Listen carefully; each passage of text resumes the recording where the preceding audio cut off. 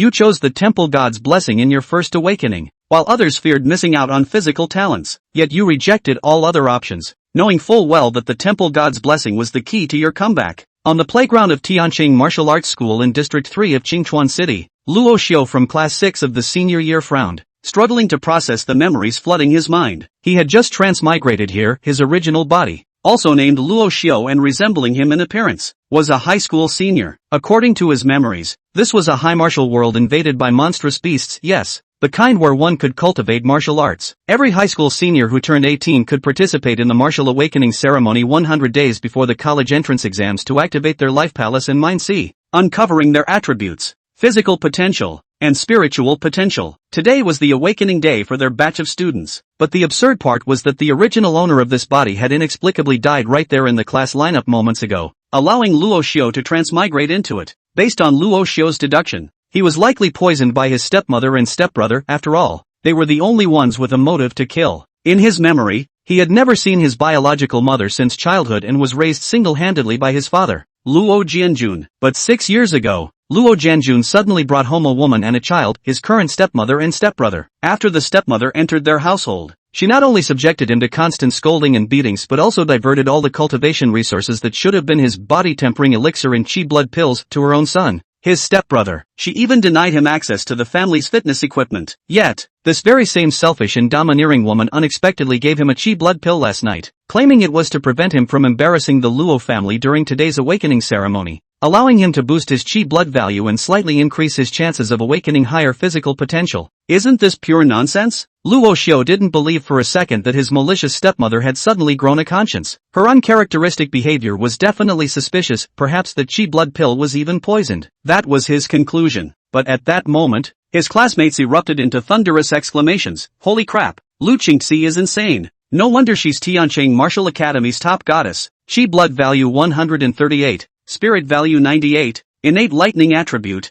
SS tier physical potential, C tier spiritual potential, and she even awakened the physical talent speed multiplier. Any one of these alone would crush all of us. And the kicker, she awakened a martial soul. Purple lightning thunder dragon, a martial soul. Awakening one means her cultivation speed will be at least twice ours, and in battle, she can fuse with it, instantly doubling all her attributes while unleashing martial soul techniques. It's basically cheating. Not only is she stunningly beautiful, but her talents are also outrageously exceptional. How is anyone else supposed to compete? If Lu Qingci would just glance my way, I'd be willing to live in a mansion and drive luxury cars. Wow. Your wishful thinking is way too loud. Lu Qingci, martial soul. Luo Xiu snapped back to reality, instinctively raising his gaze toward the breathtakingly beautiful girl descending gracefully from the awakening platform. A flash of awe passed through his eyes. Though wearing the same school uniform skirt as others, it looked entirely different on Lu Qingci, especially those legs. Impossibly eye-catching. Long,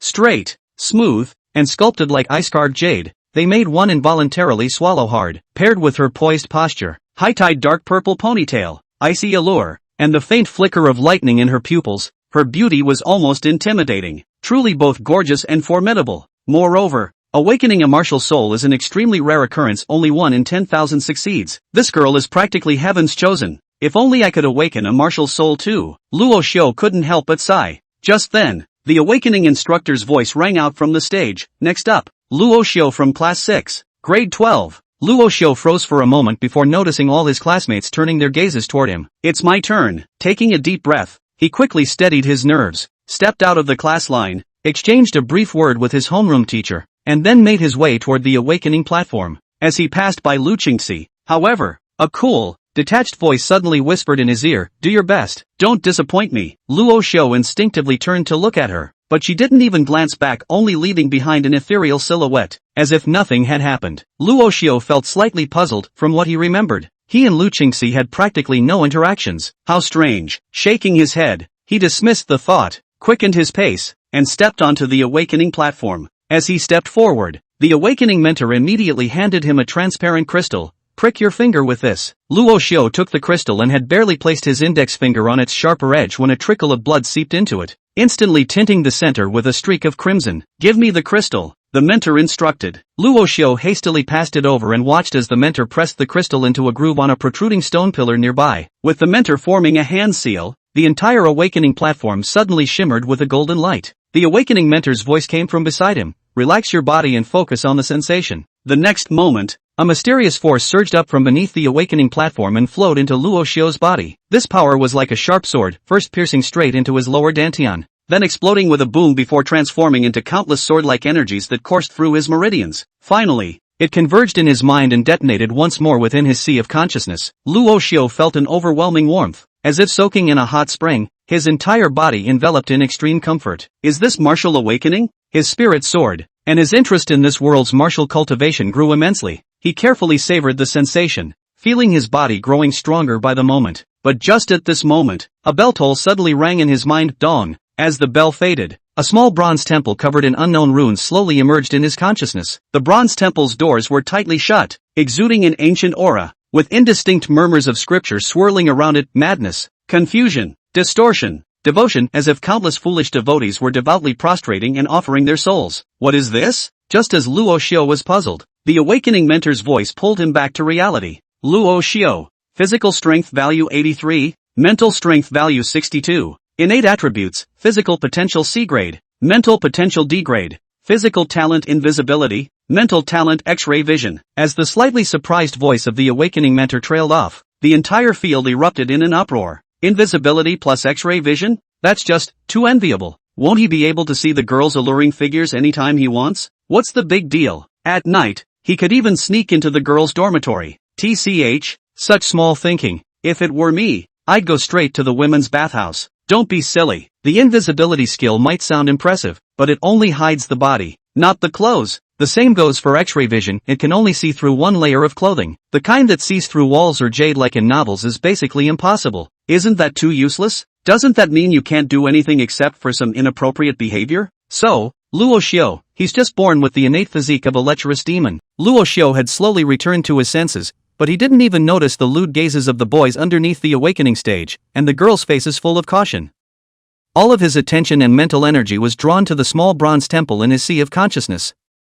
At this moment, the whispering around the small bronze temple had fallen, and as the divine light around the small temple faded, an unfamiliar message instantly surged into Luo Xiu's brain. Unique hidden spiritual soul, temple god. Nen soul technique, blessing of the temple god level 1. Temple God's Blessing Level 1. Every time you make an offering of divine numinous pill to the temple god, you can obtain one temple god's blessing, which will enable your natural ability to be strengthened once. Chapter 2, The Soul, the Temple God. Temple God? Read the soul. Luo Xiu's spirit shook. Legend has it that the spiritual soul is the opposite of the physical martial soul. Rarer than a martial spirit. And more mysterious. Only extremely gifted spiritual luminaries could awaken the numinous soul. However, his spiritual potential was only at rank D. And in order to become a spiritual nemesis, one's spiritual potential had to be at least at rank C. He didn't even have the qualifications to become a spiritual numinous master, so how could he awaken the legendary numinous soul? Is it because he's a traveler? Is this a perk of being a traveler? Luo Xiu was swept away by the great surprise and his brain roared. Truly, the surprise came too suddenly. A moment ago he was still torn beyond measure by guessing the cause of the original body's death, but in the end, in the turn of his head he had awakened the spiritual numinous soul, which was even more difficult to awaken than the martial soul. It's like a cow with vibrations, it's awesome. However, on second thought, Luo Xiu suddenly calmed down. This Nian soul of his seemed a bit special. Soul technique is similar to sacrifice trade. This kind of chanting soul, not to mention not having one before, had never even heard of it. Generally speaking, the Nian soul is the same as the martial soul, it only has a bonus to the speed of combat and cultivation. The difference is that the martial soul has a bonus to the cultivation of physical body qi and blood, and the martial soul techniques are also more oriented to the martial arts moves, whereas the Nian soul has a bonus to the cultivation of spiritual Nian power, and the Nian soul techniques are more oriented to the spiritual or Nian power aspect of the skills. It was simply unheard of for someone like him to be able to directly enhance his natural ability by offering a spiritual elixir such as the Divine Thought Elixir. It's not just a random comment, is it? If it's true, it's kind of hard to do. Under normal circumstances, if I were to awaken my martial soul or numinous soul, I would immediately become the meat and potatoes, whether it's the school or the various big clans and chambers of commerce out there, or even the Qingchuan city officials would tilt their resources in my favor and vigorously cultivate me. But if this Nian soul of mine goes public, I guess not only will I not get resources to help me, but I'll probably be used as an experimental subject. It is said that there is now a technology to strip the martial soul and nimble soul. If those big families and powers knew about this nimble soul ability of mine, wouldn't they be afraid that they would directly eat me alive?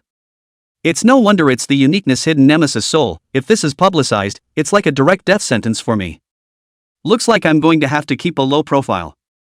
Luo Xiu couldn't help but feel a pang of fear in his heart.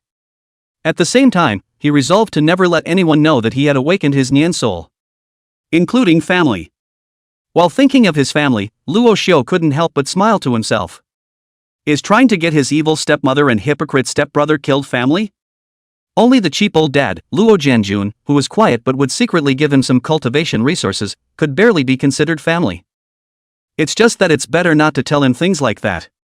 Shaking his head, Luo Xiu shook off the distractions in his mind and walked down from the awakening platform without slowing down. Just walking up to the class line, he was immediately overwhelmed by a series of odd questions. Luo Xiu, quickly tell me what color little inside Lu Qingci is wearing today. Luo Xiu, how big is Bai Xiaohua's cup size? Ah, is our homeroom teacher wearing black lace? You've got some heavy ing tastes, so what, Xiu, you didn't see my bird, did you? Brother Xiu, you are my father, you quickly tell me, Lu Qingci that what? Brother, you tell me. Xiu's head was a little too big as he was flanked in the line. Hearing that almost half of the questions in his ears were about Lu Qingci, he subconsciously looked towards the next class, and saw a pair of deep pupils that flickered with thunderous light. Lu Qingci was staring at him. Without reason, Luo Xiu felt a pang of weakness, and he hastily averted his eyes, fighting to set aside the crowd while shouting, "Everyone, don't ask questions, it's not like I'm that kind of person. I didn't see anything at all. It's immoral to use perspective to look at others." At this time, the homeroom teacher in front of the class line also turned back with a cold face and shouted, "What are you doing? Don't be quick to stand still." The crowd immediately quieted down, all standing back sharply, not daring to continue talking, but there were still many boys scowling at Luo Xiu. Returning to his position, Luo Xiu was speechless for a while in his heart. These people are so boring too. Can't a man be as pure as he is? Let's see what kind of questions are being asked. Just for some reason, a few words suddenly flashed through Luo Xiu's mind. See, a small red mole on the left side, pink, cartoon bunny pattern, white lace trim. Ahem. Shaking his head, Luo Xiu forced these strange things out of his mind, his consciousness resting on the small bronze temple in his sea of consciousness as his thoughts began to rage. A world of high martial arts. It's so hard to cross over once, how can we not waste it? Not to say on top of the world, but how to feel the charm of martial arts. Cracking mountains and rocks, flying through the sky and shattering the void, these were all my dreams before. And now that I've awakened the Nin soul, temple god, all of this is possible. It's just that making offerings to the temple god requires divine numinous pills, and this divine numinous pill. Where should I get it? Xiu was a bit of a dilemma.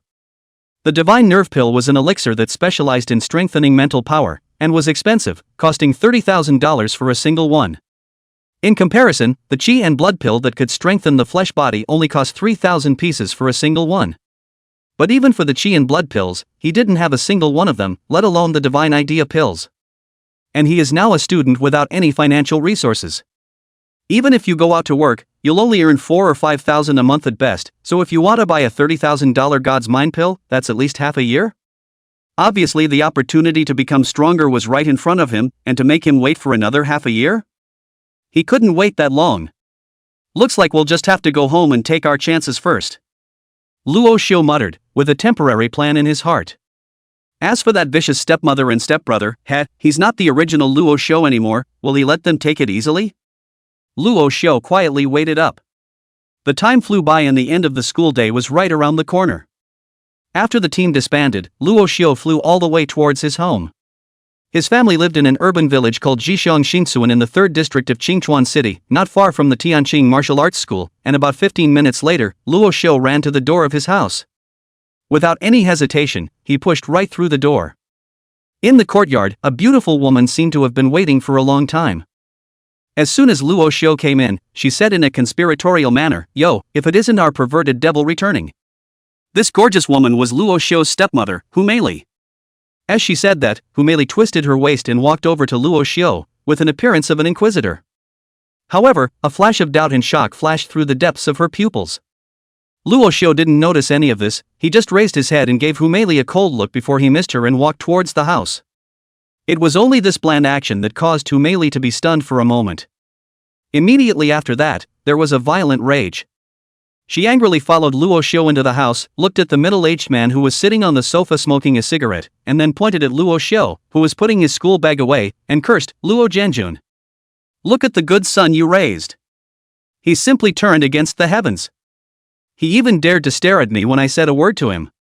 What's wrong with him? You allow him to awaken such a disgusting talent, but you don't allow me to say anything? Ha!" The middle-aged man smoking on the sofa was Luo Xiu's father, Luo Zhenjun. Luo Zhenjun frowned and didn't squeak, just took another hard drag on his cigarette, exhaling smoke that blurred his expression. Humei see this as even more angry. She quickly walked to the front of Luo Zhenjun, yanked down his mouth and the cigarette, violently threw on the ground, raised his foot continuously, stepped down, smoking smoke, audacious no smoking, how not to smoke you to death, the family thing a piece of all do not care, do you know that the old Luo family's face or your good son to lose? Mean, brutal, this moment is expressed in the body of Humei. Luo Xiu had already walked up to Luo Zhenjun by now, and he turned a blind eye to Humei's spilling, only looking at Luo Zhenjun with a burning gaze as he faintly said, "I need a divine nerve pill." Chapter 3, Go Join the Army. As Rasha's words fell, the room was instantly quiet for several seconds. Then, Hummel exploded. "God's mind pill. You still have the face to ask for the divine numinous pill. Do you have any idea how much our old Luo family has been disgraced by you awakening that disgusting talent today? Stealth plus perspective. You know what the neighbors say, that we have a potential peeping Tom, rapist in our family. That the men in our family have a sex fiend gene in their bones. The reputation that my Hauer has managed to save up with great difficulty has been lost to you today. Thanks to the fact that I also gave you a chi and blood elixir yesterday, it turns out that you only awakened your C-rank flesh potential today. I should have known that feeding it to a dog would be better than giving it to you. Also, with your D-ranked spiritual potential, what do you need for a divine numinous pill? It's not like you can become a spiritual numinous master. I think you just won't be satisfied until you've ruined this family, right?" Humei's voice was sharp and loud, piercing Luo Xiu's eardrums. He narrowed his eyes and twisted his head to look at Humei. His eyes were incredibly cold. To be honest, if it wasn't for the fact that Humei was an entered-grade martial artist that he couldn't beat for the time being, he would have slapped and hooted up. But, even so, Luo Xiu was prepared to fight hard. He took a deep breath, slightly clenched his teeth, took a step towards Humei, and said in a chilling voice, "What are you? I'm talking to my father. What gives you the right to bark here, to say that I'm losing money? How can I compare to your family's Luo Tianhao? He has 3 chi blood pills every month, while I don't have a single one." Speaking of some grievances, 6 years ago Luo Zhenjun brought this woman back, a sentence "I owe them mother and son" will be the family's economic power to this woman. After that, the woman had never given Luo Xiu a single chi blood pill. These 6 years were a golden stage for shaping the foundation of the martial arts. It was also fortunate that Luo Zhenjun didn't really care about anything. Every month he would secretly give him a chi and blood dan behind Humei's back, which kept him from falling behind. But Humei heard Luo Xiu said so, first some surprise, because the previous Luo Xiu can never be so direct to the top of her, at most just say a what, which is like now directly to scold. This is simply the opposite of the sky. Thinking of this, Humei directly exploded, "What did you say? You are also worthy of comparing with my Hauer. My family's Hauer is an S-grade physical potential, and he is already a ranked martial artist. Giving him the chi and blood pills is what he deserves. What's the use of giving it to you, C-rank potential? You're not even ashamed to say it." After saying Luo Xiu, she turned her head to angrily look at Luo Zhenjun. "Luo Zhenjun. Look at you, your good son even said that I'm barking. Fine, I'm barking, right? I don't care about this family. Whoever likes to manage it can manage it. I'm leaving now." With that, she kicked the couch violently, twisted her head, and prepared to leave. Of course she wasn't prepared to leave, so much so that she was merely forcing Luo Zhenjun. And just as Humei was about to walk to the door, Luo Zhenjun finally spoke. "Beautiful, stop it." Luo Zhenjun's tone was a bit tired. But upon hearing this, both Humei and Luo Xiu's eyes all widened. In the past, he had never said for Hummel to stop. This is so wrong. Humei immediately stopped in her tracks, her eyes glaring in preparation for a seizure. However, at this time, Luo Jianjun took out a divine nerve pill from his bosom and handed it to Luo Xiu, and said in a deep voice, "Luo Xiu, go join the army. I've already enrolled in the 3rd Army Corps for you, and the army's Gongfu Vajra breaking armor decision is suitable for you, and this pill is a benefit of enlisting in the army, so I'm taking it back for you." Enlisting? Enlistment benefits? Luo Xiu froze in place as he held the divine nerve pill in his hand. Indeed, after the awakening ceremony, in addition to taking the college entrance exam to enter the martial arts academy to further one's education, there was another way out, and that was to join the military. Not only does joining the military cost nothing, but the military also gives all kinds of benefits, so it can be considered the best way out for ordinary people. But even then, very few people were willing to go into the military. Because, after joining the army, it meant that one had to always be on the front line of the fight against the ferocious beasts, and at any time, there was the danger of losing one's life. Few people are willing to gamble with their lives. Rasho was no exception. But after a moment's thought, he was frank. In fact, joining the military was probably the best place for him to go. According to his current physical and spiritual potential, although it was good, even if he got into the martial arts academy, it would be hard to get scholarships and other benefits, so he might as well enlist in the army and go for a fight. More than that, he could take advantage of this to get out of the family and away from Humei Li and her son. Otherwise you have to be prepared for when they poison you again. Moreover, he was also in great need of this divine nerve pill right now. Only with this God's mind pill could he open the path of miracles that belonged to him.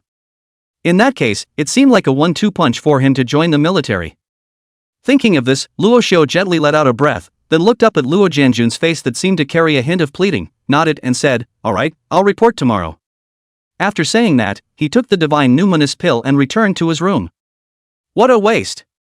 If this God's numinous pill is exchanged for 10 Qi and blood pills, my Howard's Qi and blood will definitely skyrocket, and maybe he'll be able to get into the top 3 in the city in the college entrance exam. It was a waste of time to give it to him. Behind her came Humei Li's incessant complaining, but apparently, this time her voice was much lower, and there seemed to be a hint of snickering hidden in it. Bang! As soon as Rasho closed the door to the room, everything fell into silence. Luo Xiu's heart, however, thumped wildly. Enhanced talent. Ha! I don't know if it's to strengthen my spiritual talent, perspective, or my physical talent, stealth. I'm starting to look forward to it a little bit. He took 3 or 2 steps to the bed, sat up cross-legged, and then raised the divine numinous pill to his eyes. However, the benefits of enrolling in the army are 10 Qi and blood elixirs or 1 divine idea elixir, so why would Luo Jianjun know that I need a divine idea elixir? Could he be unseen? That's odd. Just after thinking for half a day, Luo Xiu couldn't figure out the reason and simply shook his head. Forget it, don't think about it. Now, let me try Temple God's ability. Hopefully, it will surprise me. Luo Xiu took a deep breath, then solemnly took the divine nerve pill into his mouth. Following the guidance from the underworld, Luo Xiu's mind began to meditate. Blessed beginning Heavenly Father. Blessed spiritual treasure Heavenly Father. Blessed moral Heavenly Father. Blessed sacred temple Heavenly Monarch. As the last word fell, the divine numinous Dan in his mouth instantly transformed into a wisp of essence that flowed down his mouth and nose into the depths of the divine sea, like a wisp of spring rain, which was inhaled by the small bronze temple in one strand. In a daze, the whisper that sounded like it came from the desolate past once again resounded in Luo Xiu's head. Chaos, confusion, distortion, madness, the unnameable.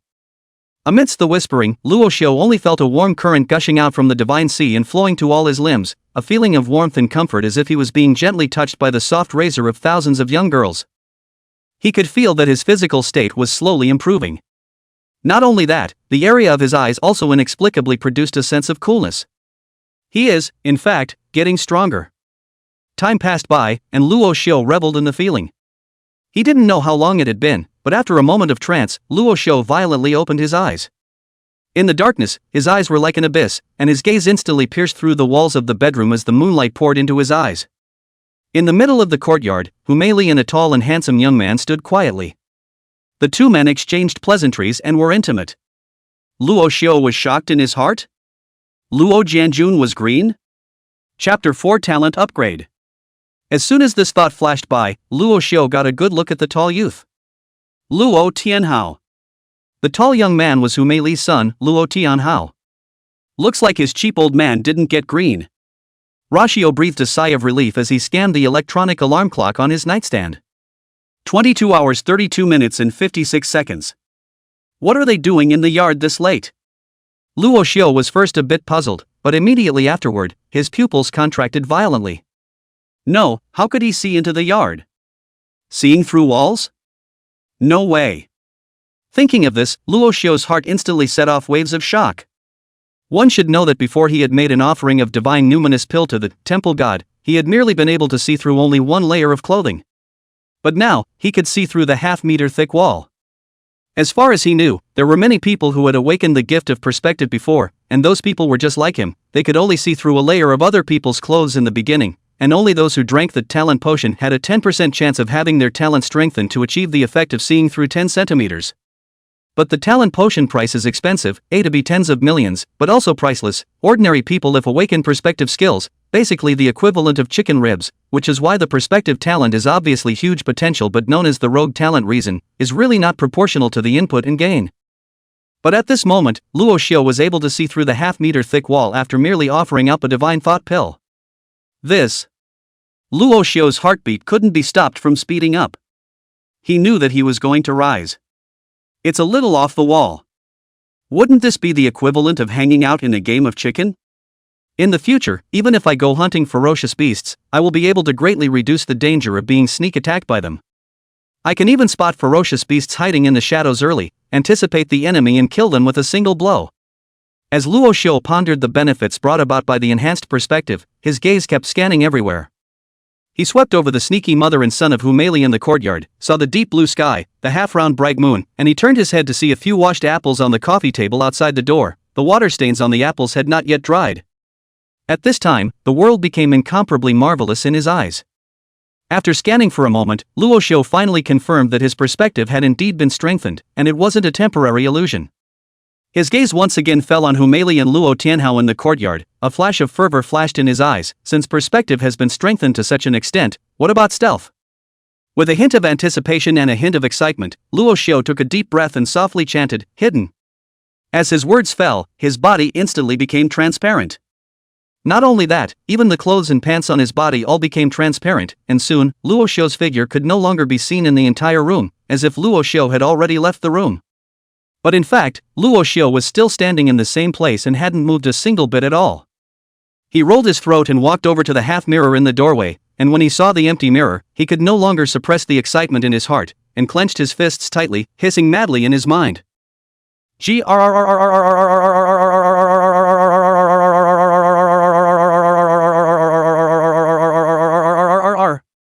I'm invincible. Even clothes are invisible. Absolutely unprecedented. There is really no way not to be excited, knowing that the stealth talent, like perspective, is one of the talents that are recorded as being of little value. Perspective can only see through one layer of clothing, while invisibility can only hide the body. The kind that can't be strengthened even by drinking a talent potion. In the past, someone had awakened invisibility. Every time they cast it, they could only strip naked, and they couldn't hide any weapons. It was completely a talent of escape and detection. Although it was slightly more useful than perspective, it wasn't much of a development. There is also a part of the awakening of the stealth talent. For the sake of excitement, Naked rushed into all kinds of ladies-only places, and finally committed all kinds of obscene cases, so the stealth talent is also known as the talent of picking flowers. But now that Luo Xiu was able to stealth off along with his clothes, then everything would be different. Suppressing the excitement in his heart, Luo Xiu's gaze swept through the room, then landed on a desk to the side, where a dagger with an ancient appearance was quietly placed on the desktop. The dagger was given to him by Luo Jianjun, saying it was the only item his mother had left him. Luo Xiu walked over to the desk and stared at the dagger intently for a moment, then with trepidation, he reached out and put his hand on top of it. Like ice falling into water. The dagger suddenly disappeared without a trace. Luo Xiu no longer knew what to say. The surprise came too suddenly. It's like having a nightmare and having to drag your tired body to work the next day, only to trip over a bag of cash that weighs a ton when you open the door. I'm going to be invincible. This was the only thought in Luo Xiu's head at this moment. It was as if he had already seen himself stepping into the thousands of beasts with a dagger in his hand, but the countless beasts were as blind as they were and couldn't see him at all, and then he easily inserted the dagger into the Beast King's brain to take out the beast crystals, and dashingly left amidst the hysterical wailing of the beasts. It's a total natural-born assassin. In the future, when he joined the army, even if he went on a dangerous mission, his life would be greatly protected. It was even possible to get a lot of cultivation resources for meritorious service along the way. Luo Xiu's heart fluttered and suddenly thought of a very, very breathless thing. That is, the original Luo Xiu didn't have any memories of his mother in his brain at all. He didn't know who his mother was, but Luo Jianjun had said that as long as he was good enough to fulfill 3 conditions, he would have a chance to meet his mother. First, before the age of 20, the martial arts path breaks through to the 3rd grade or above. Secondly, a fight at the National Youth Combat League. Third, enter the secret realm number 369, obtain the chaotic transformation fruit, and come out alive. Anyway, Luo Xiu thought, isn't this purely and simply sick? What kind of motherhood is that? So many conditions for a meeting? Whoever wants to go, he's not going anyway. He wouldn't go even if he starved to death and jumped from here. However, this dagger left behind by the cheap mom is pretty good, at least the material is good. Within the palm of his right hand, a hint of coolness came from the dagger left behind by his cheap mom. Luo Xiu's spirit was shaken. Then a strange question occurred to him. Wouldn't this cheap mom be awesome since she had to agree to so many conditions for a meeting? Then, mysterious mom, why she married wimpy dad? Inexplicably inserted evil stepmother with a hypocritical waif. There are quite a few secrets in this family. Luo Xiu whispered softly to himself, then with a flash of his gaze, he gently opened the door to his room and walked out of the bedroom. He gingerly walked to Luo Jianjun's bedroom door, probed and glanced in. Luo Jianjun had long been asleep, his snoring sound was comparable to a chainsaw. Rasha shook his head before he walked to the foyer and gently pulled open the door to his home. In the courtyard, Luo Tianhao's voice came in vaguely, Mom, what's going on? Didn't you say that Luo Xiu ate the qi and blood pills that you gave him and would surely die today? How did he come back alive? Chapter 5 Martial Soul Remains. Luo Xiu's gaze froze. If you take the qi and blood pills, you'll die for sure? It seemed that the reason why the Luo Xiu before he crossed over suddenly died violently in the class line today was really the work of this vicious stepmother. What exactly is the grudge? While Luo Xiu was furious in his heart, Humeli said with some chagrin outside the door, I don't know according to the reason he ate the qi and blood Dan, today he will surely have qi and blood reversed, go into a fire and die violently. Could it be that he didn't eat it after the qi and blood Dan was given to him yesterday? No matter what it's because of, it still made this damn guy's martial arts awakening, although his physical potential is only C, and his spiritual potential is only D grade, but with the 2 chicken ribs talents of stealth and perspective, it's still considered to be in the middle of the pack, which made him weigh a lot more in that old guy Luo Jianjun's heart, and our plans have been disrupted as well. Luo Tianhao's voice was clearly a bit regretful. Alas, this little really has a great life. Humeli also sighed, but seemed to think of something, suddenly queried, However, you say Luo Jianjun why let that little go to join the army that is not to send death? He is the battlefield retired, enter the army how dangerous he should be very clear Oh, send to death? I don't think so. Mom, don't forget, Luo Xiu's physical body talent is stealth, although this talent isn't much use in combat, it's still no problem to strip naked and go as a scout. I think that old guy must have already utilized his previous relationship in the army to arrange everything for Luo Xiu. Maybe Luo Xiu is like a fish out of water this time he goes to the army, and can rely on his military service to get a large amount of cultivation resources. Then what to do however, if that little doesn't die, Luo Jianjun will definitely not give you his martial soul remains molt. Without martial soul remains molt, how can you awaken your martial soul Humeli was obviously anxious. However, her words caused Luo Xiu, who was eavesdropping inside the door, to frown. The remains of a martial spirit? What's that? It was something he had never heard of. But listening to Humeli, this thing can help others awaken their martial souls? If that was the case, then this martial soul remnant molt could be too precious. It was no wonder that Humeli would give him a poisonous qi and blood elixir the day before his martial awakening. But how did his old man, Luo Jianjun, get this? Also, Humeli said that Luo Jianjun was retired from the battlefield and was a veteran? How come he never heard Pop say that? Just as Luo Xiu was filled with doubts, Luo Tianhao's voice came again. Not die? Oh, don't worry Mom, he wouldn't have died if it was at school or at home, but he went to the army, that's not up to him. Humeli was delighted at her words, you have a solution?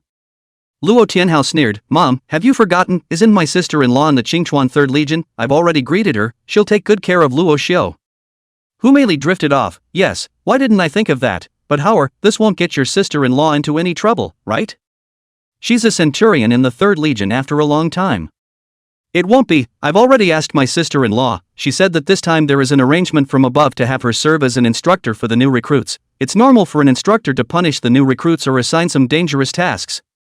Luo Tianhao's handsome face looked a bit evil under the moonlight, as if he was strategizing. He continued to say smugly, moreover, it's not just on Auntie's side. Mom, do you remember Zhang Yulong and Chen Xiaodong?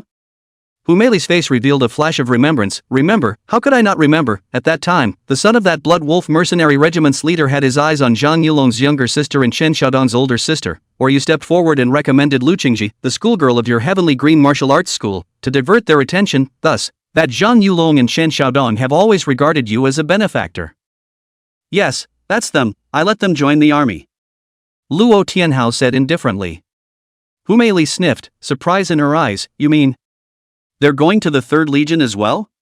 Luo Tianhao nodded. Not bad. I've already told Auntie. Auntie will let Zhang Yulong and Chen Xiaodong be assigned to a group with Luo Xiu. This time he will die for sure. Hearing this, Luo Xiu's face had long been icy cold. This mother and son have gone to great lengths to inherit his father Luo Jianjun's treasure.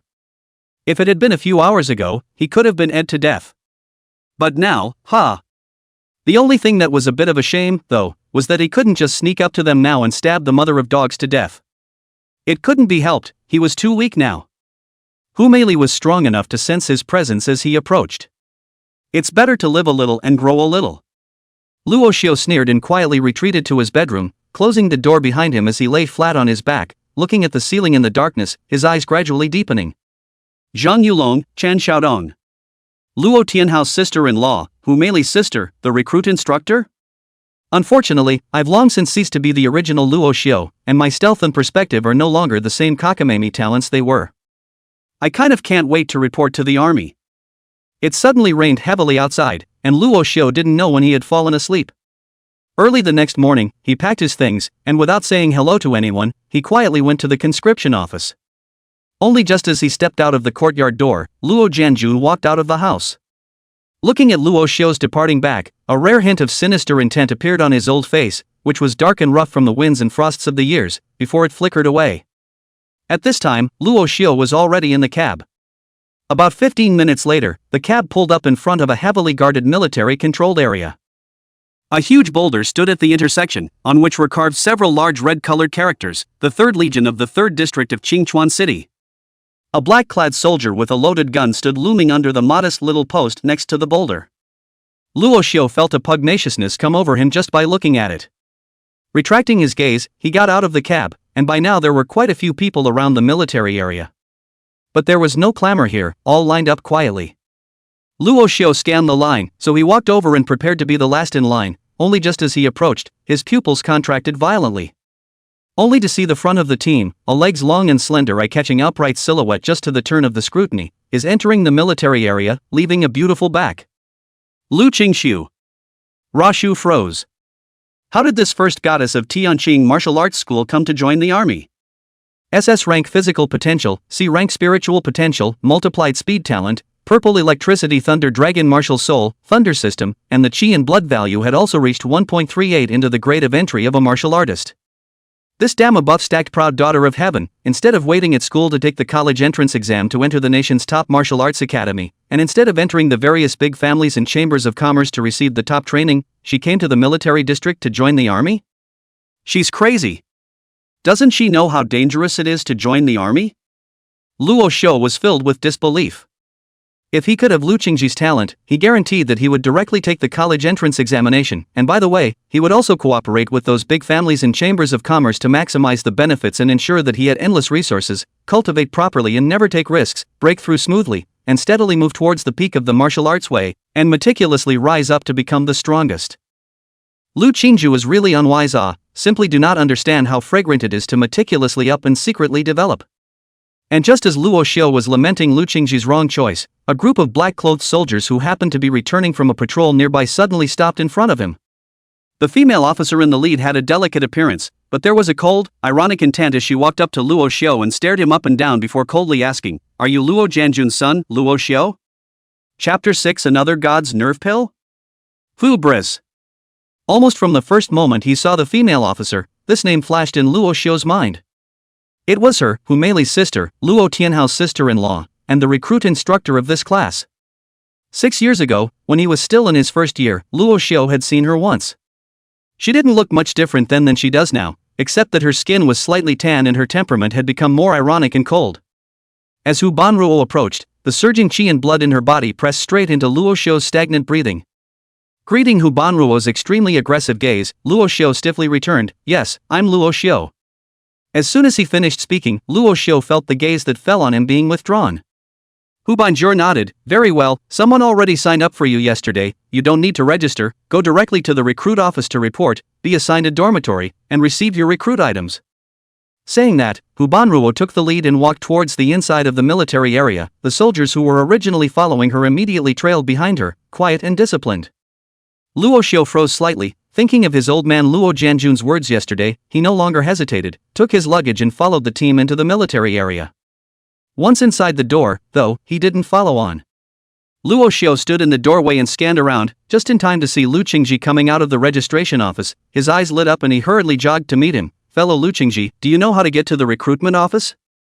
Lu Qingci was wearing a red sportswear today, and when she saw Luo Xiu coming over, a strange color flashed under her eyes, then she faintly said, "Follow me."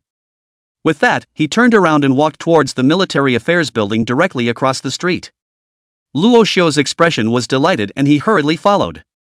However, following Lu Qingci, Luo Xiu could always smell a faint jasmine fragrance in the air, which was very pleasant. But along the way, Lu Qingci didn't say a word to Luo Xiu. Even when Luo Xiu asked her why she came to join the army, she didn't answer. It was as if he couldn't hear Luo Xiu's voice, which made Luo Xiu a bit bored. Luckily, the recruiting office wasn't far away, it was on the first floor of the military affairs building, and the two found it quickly. The person in charge of registration was a round-faced female soldier. After she finished registering Lu Qingci first, she looked at Luo Xiu. "Name? Luo Xiu." The round-faced female soldier raised her head to look at Luo Xiu with some caution in her eyes. "Your talent is perspective and stealth?" With that, she also shielded her chest with her hand. Seeing this, Luo Xiu was somewhat helpless as he rolled his eyes and said somewhat helplessly, "That's right, but you can rest assured that perspective requires the consumption of mental energy, and I won't waste it on peeking at a woman's underwear." The round-faced female soldier sniffed and lowered her hand in some embarrassment, apologizing, "I'm sorry I was the one who got stressed out. By the way, here's your recruit supplies and dormitory key. Your dormitory is in the boys' room 306. With that, she took out a box and a key from behind her and handed it to Luo Xiu. Inside is a set of military uniforms and boots, as well as a rough map of our 3rd Legion, and a disposable jade slip of metallic feats, the first layer of the Vajra-breaking army decision. Luo Xiu nodded and was about to leave when he heard the round-faced female soldier call out, "Wait, there's more, you haven't received your recruit benefits yet. Do you want 10 qi and blood pills or 1 divine thought pill?" When Luo Xiu heard this, his body shook. "Didn't get your recruit benefits? Then what was the divine nerve pill that Luo Jianjun gave yesterday?" Before he could think about it, he saw the round-faced female soldier take out 2 boxes and place them on the table. In a box, there were 10 red qi blood pills. Inside a box, there was a white god's mind pill, identical to the one he had used up last night. Luo Xiu's breath caught slightly. Obviously, Pops had given him a divine numinous dan last night, and he had used that divine numinous dan to complete his first temple god offering, strengthening his penetrating talent and stealth talent. Now what the hell is going on here? Thinking of Luo Jianjun's slightly furrowed face, and then thinking of last night's Hu Mei's martial god's remaining molts as well as Luo Jianjun's military status, Luo Xiu once again felt that everything had become confusing. That Luo Jianjun is a bit uncomplicated. What kind of person is he? Just as Luo Xiu's thoughts began to drift away, the round-faced female soldier called him back to reality. "Luo Xiu, choose quickly, there are other recruits coming over, I still have to register." Luo Xiu came back to his senses and pointed at the divine nerve pill without hesitation. "I'll go with it."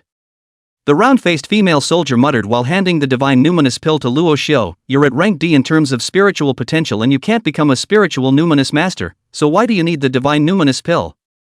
Luo Xiu received the divine numinous pill, smiled but didn't explain, but still said thank you to the round-faced female soldier. The round-faced female soldier didn't ask any further questions, but just instructed, "After you go out of the boys' dormitory building, turn to the left and go straight ahead, the C6 building is there. The army has already prepared bedsheets and bedding for you, and toiletries will also be uniformly distributed, so today you can familiarize yourself with the various locations in the military area according to the map, or at least be able to accurately locate the playground, canteen, and drill hall. Also, tomorrow morning at 6 o'clock to gather in the playground. Do not be late, late will be punished. Got it. Luo Xiu answered and couldn't wait to leave the recruitment office. He had just gotten another god's numinous pill, so he could once again make an offering to the temple god and strengthen his talent. He could get a little stronger before he officially became a recruit tomorrow. Right now, the only way to feel at ease was to get stronger. Following the round-faced female soldier's hints, Luo Xiu quickly found the C6 building recruit boys' dormitory. He carried his luggage all the way up the stairs and found room 306. At this point, 3 people were already in the dormitory. He was the last to come. Hey, there's a newcomer. Hello brother, my name is Wang Fu Guier, just call me Fu Guier. One of them, a round fat man, immediately greeted Luo Xiu with a smile when he saw him, and the other 2 also stopped talking and dropped their gazes on Luo Xiu. The so-called reach out and don't hit a smiling person, people. Wang Fugui is so naive and kind, Luo Xiu naturally can't not give face to him. He immediately walked into the dormitory, reached out and shook his hand with him. Fugui brother is good, in the future we are all people in a dormitory, you call me Luo Xiu on the line. Ha, so it's brother Luo Xiu, come, let me introduce you, this is brother Zhang Yulong, this is brother Chen Xiaodong. Wang Fugui was very happy to see Luo Xiu so enthusiastic. He hurriedly pulled Luo Xiu to the other 2 and started to introduce them. Just hearing the names of the 2, Luo Xiu's heart was suddenly startled. Zhang Yl, Chen XD. Isn't this the 2 people Luo Tianhao arranged to come in? These 2 were even placed directly in the same dormitory as him? Luo Xiu subconsciously looked up, and then he saw 2 burly figures. Zhang Yulong was at least 1 meter 9, Chen Xiaodong was also 1 meter 8, and the muscles on the 2 men's bodies were high and bulging, completely 2 big muscle heads. They gazed at Luo Xiu with no expression visible on their faces, and there was nothing unusual about Luo Xiu shaking hands with them one by one. It was just that a flash of playfulness flashed in unison in the depths of the 2 men's eyes. After chatting casually for a few more sentences, Wang Fugui suggested, brothers, go out for a walk together? It seems that the opposite side of our dormitory building is the girls' dormitory, and I've heard that our new recruits of this term are different from the previous terms, and it seems that there will be a mysterious new project about the confrontation between male and female dormitories. How about it, want to go to step on the spot first? Chapter 7, Talent Re-Upgrade. New program? Men's and women's dormitory confrontations? Luo Xiu mumbled a sentence, feeling nothing interesting. Now he desperately wanted to make offerings to the temple god. Again, after all, nothing else mattered much compared to improving his strength. Therefore, he simply waved his hand. No, brother Fugui, I got up too early today, I'm a bit tired and would like to sleep a bit more, you guys go and stroll around. On the contrary, Zhang Yulong and Chen Xiaodong were both interested. Go, let's see if we have any pretty female soldiers in this class. I'd be interested in that men's and women's dormitory confrontation. Since there's a confrontation, there should be a reward, right? Wang Fugui sprinkled a smile. I haven't figured out the specifics yet, let's go out and inquire together. With that, he looked at Luo Xiu again, then brother Luo Xiu, you rest well, we'll go out first. Luo Xiu nodded and waited for Wang Fugui and the others to leave. He closed the door and looked around the dormitory, found the bed that belonged to him and got out of bed against the window. He walked over to the bedside and sat down, and couldn't wait to take out the box of divine numinous pills given by the round-faced female soldier, excitement flashing in his eyes. Finally, I'm the only one left. It's time to take my talent one step further. Yesterday, my perspective was strengthened to the point where I could see through walls half a meter thick, and my stealth was strengthened to the point where I could conceal my personal clothing and dagger, so I wonder what point I'll reach today. Taking a deep breath, Luo Xiu took the divine numinous pill out of the box and put it into his mouth as he once again began to chant in his mind. Blessed beginning Heavenly Father. Blessed life Lingbao Tianzuan. Blessed moral Heavenly Father. Blessed sacred temple Heavenly Monarch. As the last sentence fell, deep within Luo Xiu's sea of consciousness, a dull golden light flickered on the small bronze temple, and the divine numinous pill in his mouth instantly transformed into a wisp of essence flowing down his mouth and nose into the small bronze temple. A soothing whisper seemed to emanate from within the small bronze temple. In the next moment, a stream of warmth rebounded from the small temple, and as before, it raced toward Luo Xiu's eyes and in his limbs. In the small temple, crazy chaotic twisted whispers resounded again, as if there were countless demented believers praying on their knees in the small temple. Time has no perception anymore. Luo Xiu only felt as if he had fallen into nothingness, not knowing the years and forgetting everything. And I don't know how long it was. A drowning, suffocating sensation suddenly struck. Suck. Luo Xiu's eyes snapped open, and he breathed heavily, the air wailing into his lungs. Why does it feel like dropping water? Luo Xiu sat up from his bunk and subconsciously spat. Sweeping his eyes over the surroundings, the sky was already getting dark, Wang Fugui and the others hadn't returned yet, and he was still alone in the dormitory. However, in the next moment, Luo Xiu was suddenly stunned. Only to see the image of the opposite dormitory appear in his line of sight. In the middle of the screen, Zhang Yulong and Shen Xiaodong were talking in a circle with two other boys they had never seen before with their heads bowed, glancing this way every now and then. Two walls. I can see through two walls. Luo Xiu let out a low cry, and waves of shock were set off in his heart. Last night, he could only see through one wall. And now he could even see the dormitory across the street. His gift of perspective had gotten stronger once again. Luo Xiu perked up, but right away he wondered. How come this Yulong and Shen Xiaodong are in the opposite dormitory and still look sneaky? Where did Wang Fugui go? What do they mean they keep looking my way? Talking about me? Between thoughts, Luo Xiu's mind moved, and his entire body instantly disappeared without a trace like a water droplet falling into a lake. At the same time, a piece of information suddenly poured into his mind from within the small bronze temple in the sea of consciousness. Perspective level 2, can see through two walls half a meter thick, consumes 0.1 spirit value per use, can be maintained for 2 minutes. Invisibility level 2, invisible to all items within 1 meter of the body, consumes 0.1 qi in blood per use, can be maintained for 2 minutes. Luo Xiu froze. This was a skill description about his two talents? Did Temple God summarize it for him? Is that outrageous? However, soon enough, Luo Xiu's attention was drawn to the stealth level 2 ability. Invisible to everything touched within 1 meter?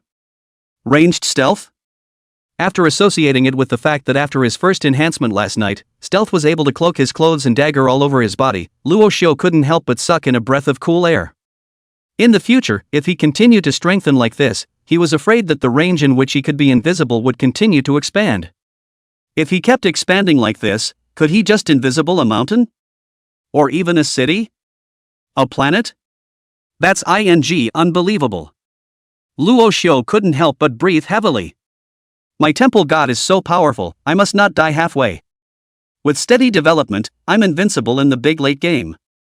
Thinking of this, Luo Xiu slowly looked up at Zhang Yulong and Shen Xiaodong who were in the dormitory across the street. Therefore, I must not turn over in the gutter and be undermined by others.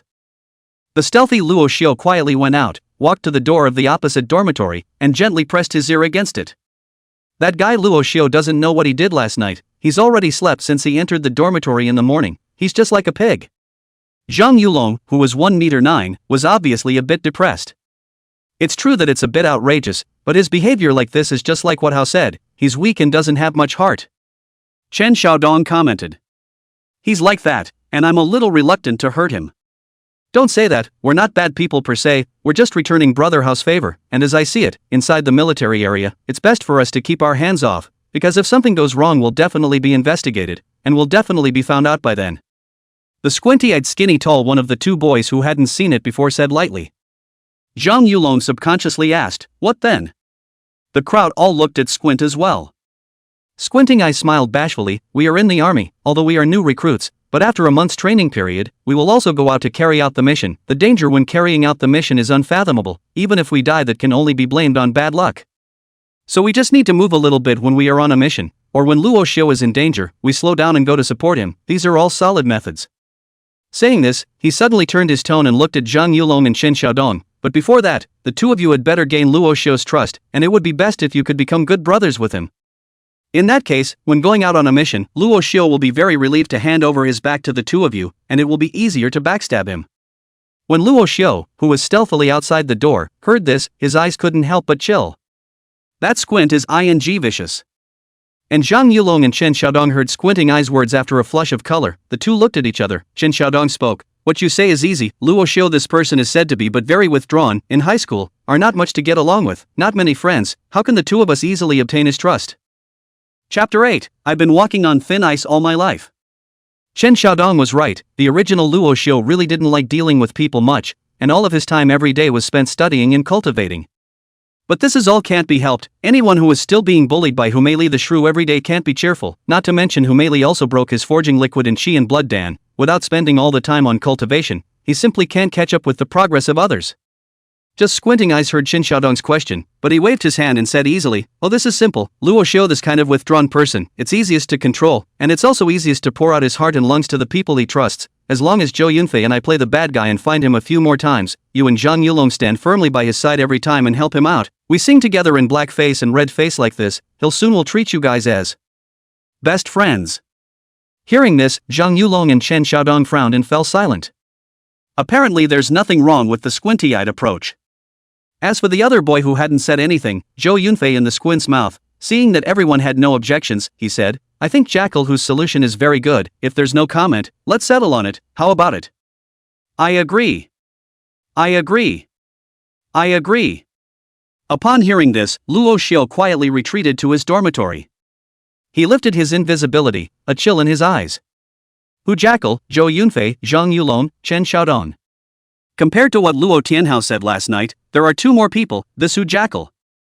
It's probably a relative of Hu Meili's family, right? Zhou Yunfei is unknown. My stepmother and stepbrother really went to a lot of trouble to make my death worthy. I'm still on thin ice in this life.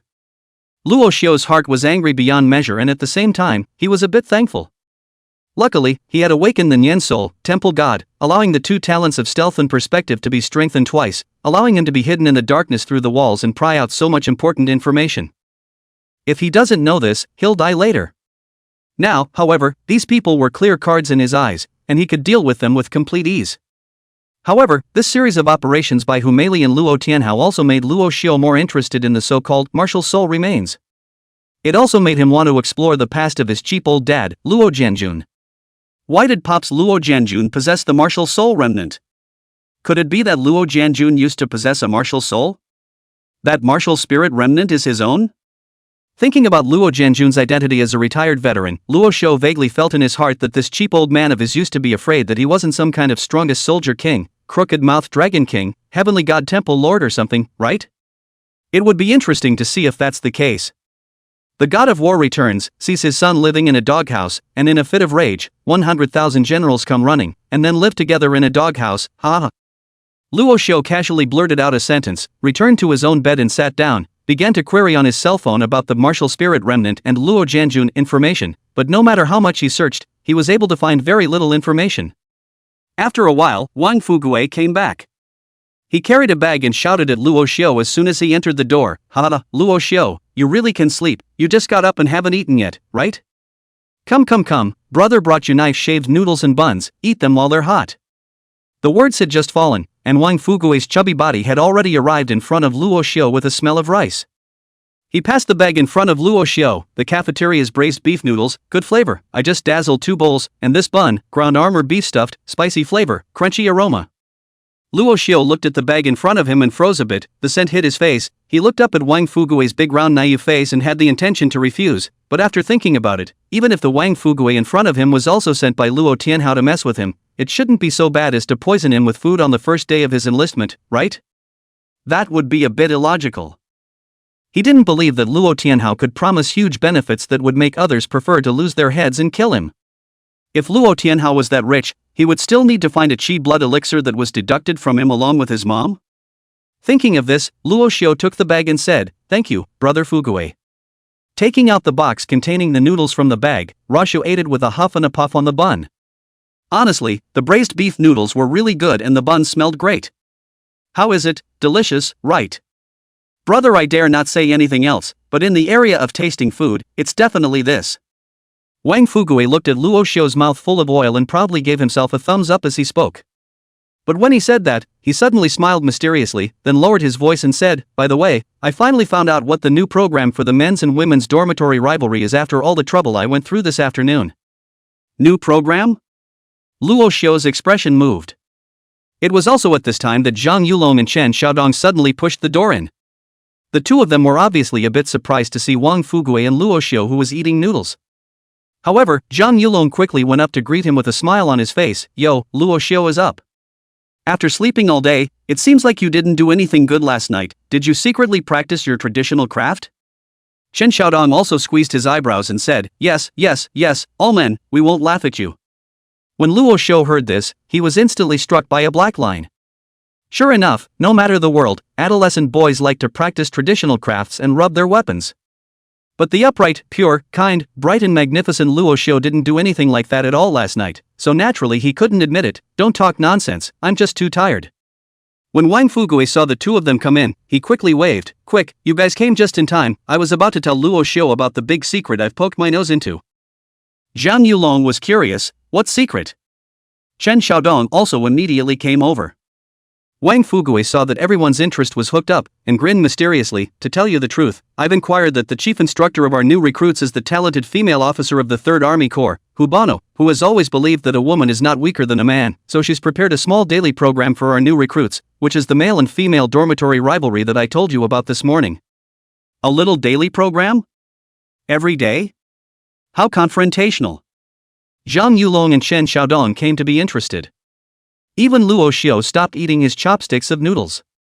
Wang Fugui hemmed and hawed, grabbed a bun from the bag handed to Luo Xiu, took a hard bite, and said vaguely, the confrontation content is very simple, it's that instructor Hubanruo will place 10 qi and blood elixirs in the dormitory buildings of the male and female soldiers every day, and will inform which dormitories in the male and female dormitory buildings each of these 10 qi and blood elixirs are in the night before, and the next day after completing the training. After that, it was snatch time. Both male and female soldiers can enter the other side's dormitory building, regardless of the means. The side that gets the other side's 5 qi blood pills first is considered to be victorious, and the victorious side will receive all 10 qi blood pills. 10 qi and blood pills. Hearing these words, everyone, including Luo Xiu, all breathed in sharply. 1 qi blood elixir costs $3,000, 10 of them that's $30,000. Most of those who could come to the military were students from average families, and 10 qi blood pills was a huge sum of money in its own price, not to mention its cultivation value. These 10 qi and blood pills per day were enough to drive all the recruits crazy. And Wang Fugui seemed to think that this news wasn't amazing enough. With a change in tone, he directly threw down a heavy bomb once again. Hey, brothers, don't get excited, because the excitement is still behind. In addition to the 10 qi and blood pills per day, at the end of each week, instructor who will also reward the side that wins more times within those 7 days with a collective entry into the Martial God Trial Tower. The Martial Gods Trial Tower? What's that? Just as Luo Xiu was uncertain, Zhang Yulong and Chen Xiaodong's burly bodies directly trembled with excitement. Fugui, you're not kidding, right? Chapter 9 Martial God Trial Tower. Seeing the two of them excited like this, Luo Xiu immediately rose a strong interest in the so-called Martial God Trial Tower. What is the Martial God Trial Tower, huh? Seeing him ask such a question, the crowd all looked at him with odd faces. Wang Fugui was surprised. Brother, no way, you don't even know about the Martial God Trial Tower? Zhang Yulong, Martial God Trial Tower, this is the greatest benefit for us to join the army. Chen Xiaodong, the Martial God Trial Tower is a void supreme treasure that was refined by our Divine State Federation's #1 powerhouse and only martial god, Xiao Wendian, using the heavily meteorite iron as well as countless other precious materials using a lightning tribulation at the time of his breakthrough to the martial god exalted position. As he spoke, the faces of the crowd all showed endless reverence. Even Luo Xiu's mind unconsciously flashed through a magnificent figure standing in the void, with his back to the crowd, walking idly in the midst of the roiling thunder. Martial god, from memory, there weren't many existences that could reach this level in the entire world. Each one of them was a pillar of the human race against the ferocious beasts. Their abilities are even more mysterious. And Xiao Wendian, who was even more astonishingly talented. SS-grade physical potential, a great spiritual potential, innate attribute is the most violent and overbearing thunder system, and like Luo Xiu, he has the dual talent of physical and spiritual. Of course, the most important thing is that he also owns a martial soul so powerful that it makes people despair. Extreme Thunder Heaven Opening Axe. Extreme Thunder Heaven Opening Axe, a supreme martial soul that came with its own feats, its own martial techniques, and possessed a martial soul technique that allowed Xiao Wendian to have 3 times the speed of cultivation, as well as taking Xiao Wendian to burst over the level in extreme situations. It had been recorded that Xiao Wendian could challenge over a large realm just by virtue of the technique and martial skill given by the Extreme Thunder Heaven Opening Axe, and if he used a martial soul technique, he could cross 2 large realms, but if he exploded with all his strength to use all his means, he could even cross 3 large realms. In the novel, a person like Xiao Wendian that was the proper protagonist template. It could be imagined how terrifying the Martial God Trial Tower was tempered by utilizing thunderbolts and countless heavenly treasures when he obtained the Martial God Exalted position. Just thinking about it, Luo Xiu felt that this martial god trial tower wasn't simple anymore. But actually, Luo Xiu's imagination was still a bit limited. Wang Fugui, who swallowed the bun whole, stretched out the back of his hand and wiped his mouth, and said in a yearning tone, "The martial god's trial tower is a spatial and temporal secret treasure refined by Xiao Wuxin. This secret treasure has a total of 99 layers, each layer is a piece of independent space, and in each layer of space, there are countless secret treasures stored by Xiao Wuxin and the Divine State Federation, and all Divine State martial artists, after paying a certain amount of blood crystals, can enter the Wuxin trial tower to freely search for treasures." Storing countless secret treasures of the martial god and the Divine Federation? And you're giving people a free ride on a treasure hunt? Luo Xiu couldn't help but burst out. It's too heartwarming. It seems to have long anticipated that Luo Xiu would have such a reaction. Wang Fugui, three people are all calm, but Wang Fugui is toward Luo Xiu pressed his hand and continued, Hey brother, don't be too busy to get excited, there is a more heavenly one. More anticlimactic? Luo Xiu was slightly stunned. Zhang Yulong and Chen Xiaodong nodded their heads in unison. That's right, Martial God's Trial Tower. It's clear in the name that the most desirable thing about this tower isn't the various treasures hidden by the Xia Martial God and the Divine State Federation, but rather, its trial. Luo Xiu frowned slightly, somewhat unable to understand the words of the two. Seeing Luo Xiu's doubts, the crowd didn't sell out, and Wang Fugui directly said, Hey, in addition to the many treasures within each layer of this Martial God Trial Tower, there are also countless ferocious beasts. Feral beasts. Luo Xiu's spirit was shaken. Zhang Yulong suddenly said, Correction, it's the ferocious beasts' shadows. Each layer of the trial tower from low to high has condensed countless ferocious beasts' shadows of corresponding strength. These ferocious beasts' shadows retain all the characteristics of the original ferocious beasts, and can be killed at will, and even if they are destroyed, they can be recondensed, and of course the most important thing is that the martial artists who enter the trial tower don't need to come down in the real body, and can be the same as the ferocious beasts, and can condense shadows that have all the characteristics and strengths of their own, and even if they are killed by a ferocious beast, they can be resurrected again. Can also be resurrected again. No danger to your life and still be able to fight with ferocious beasts to quench your strength. Hey, this is simply a gift from heaven for all martial artists. Wang Fugui sighed. Oh, in addition to that, every martial artist who enters the trial tower can also pinch the face and name their character's silhouette. Chen added. Face pinching? Naming? Luo Xiu froze again. Wang Fugui laughed. It's like an online game, you can take a name and customize your appearance in the Martial God Trial Tower. Of course the gender can't be changed. Oh yeah, the trial tower also has a leaderboard list for killing ferocious beasts' silhouettes, and the top 10 on each layer of the list can receive huge rewards. But what? Rashu subconsciously asked. However, so far, the top 10 on each layer of the list rarely have a single person on the list and are basically monopolized by groups of major clans, martial arts schools, and mercenary corps. Chen Xiaodong said. Group monopoly? What's that? At this moment, Luo Xiu was like a curious baby, knowing nothing about the Martial God Trial Tower. Zhang Yulong took over and explained, group monopolization, as the name suggests, means that the majority of the rankings are seized by the group that they formed, because just like the online game, the Martial God Trial Tower can be entered by a group. However, the cost of entering in a group is relatively high, requiring the payment of massive amounts of blood crystals, so even the wealthy and powerful families of all the major consortiums are only willing to arrange for up to a one-off 30-person group squad. Therefore, the opportunity to collectively enter the Martial God Trial Tower can be very precious. Wang Fugui sighed. Luo Xiu couldn't calm his heart for a long time after listening to the explanations of the crowd. Whether it's the male and female recruit dormitory match or the Martial God Trial Tower, it has an immense attraction for him. Because the rewards are just too great. Not to mention the Trial Tower leaderboard, just the 10 chi and blood pills per day for male and female recruits against each other, that was enough to drive all the recruits crazy. What's more, there was the opportunity to enter the trial tower en masse to rush the list. Being a soldier is dangerous, but this is a really good deal. Luo Xiu secretly sighed a sentence in his heart. And even if the Martial God Trial Tower doesn't have treasures and rewards, the experience of directly confronting those ferocious beasts alone is incomparably valuable. Martial God Xiao Wentian, it's still terrifying as hell.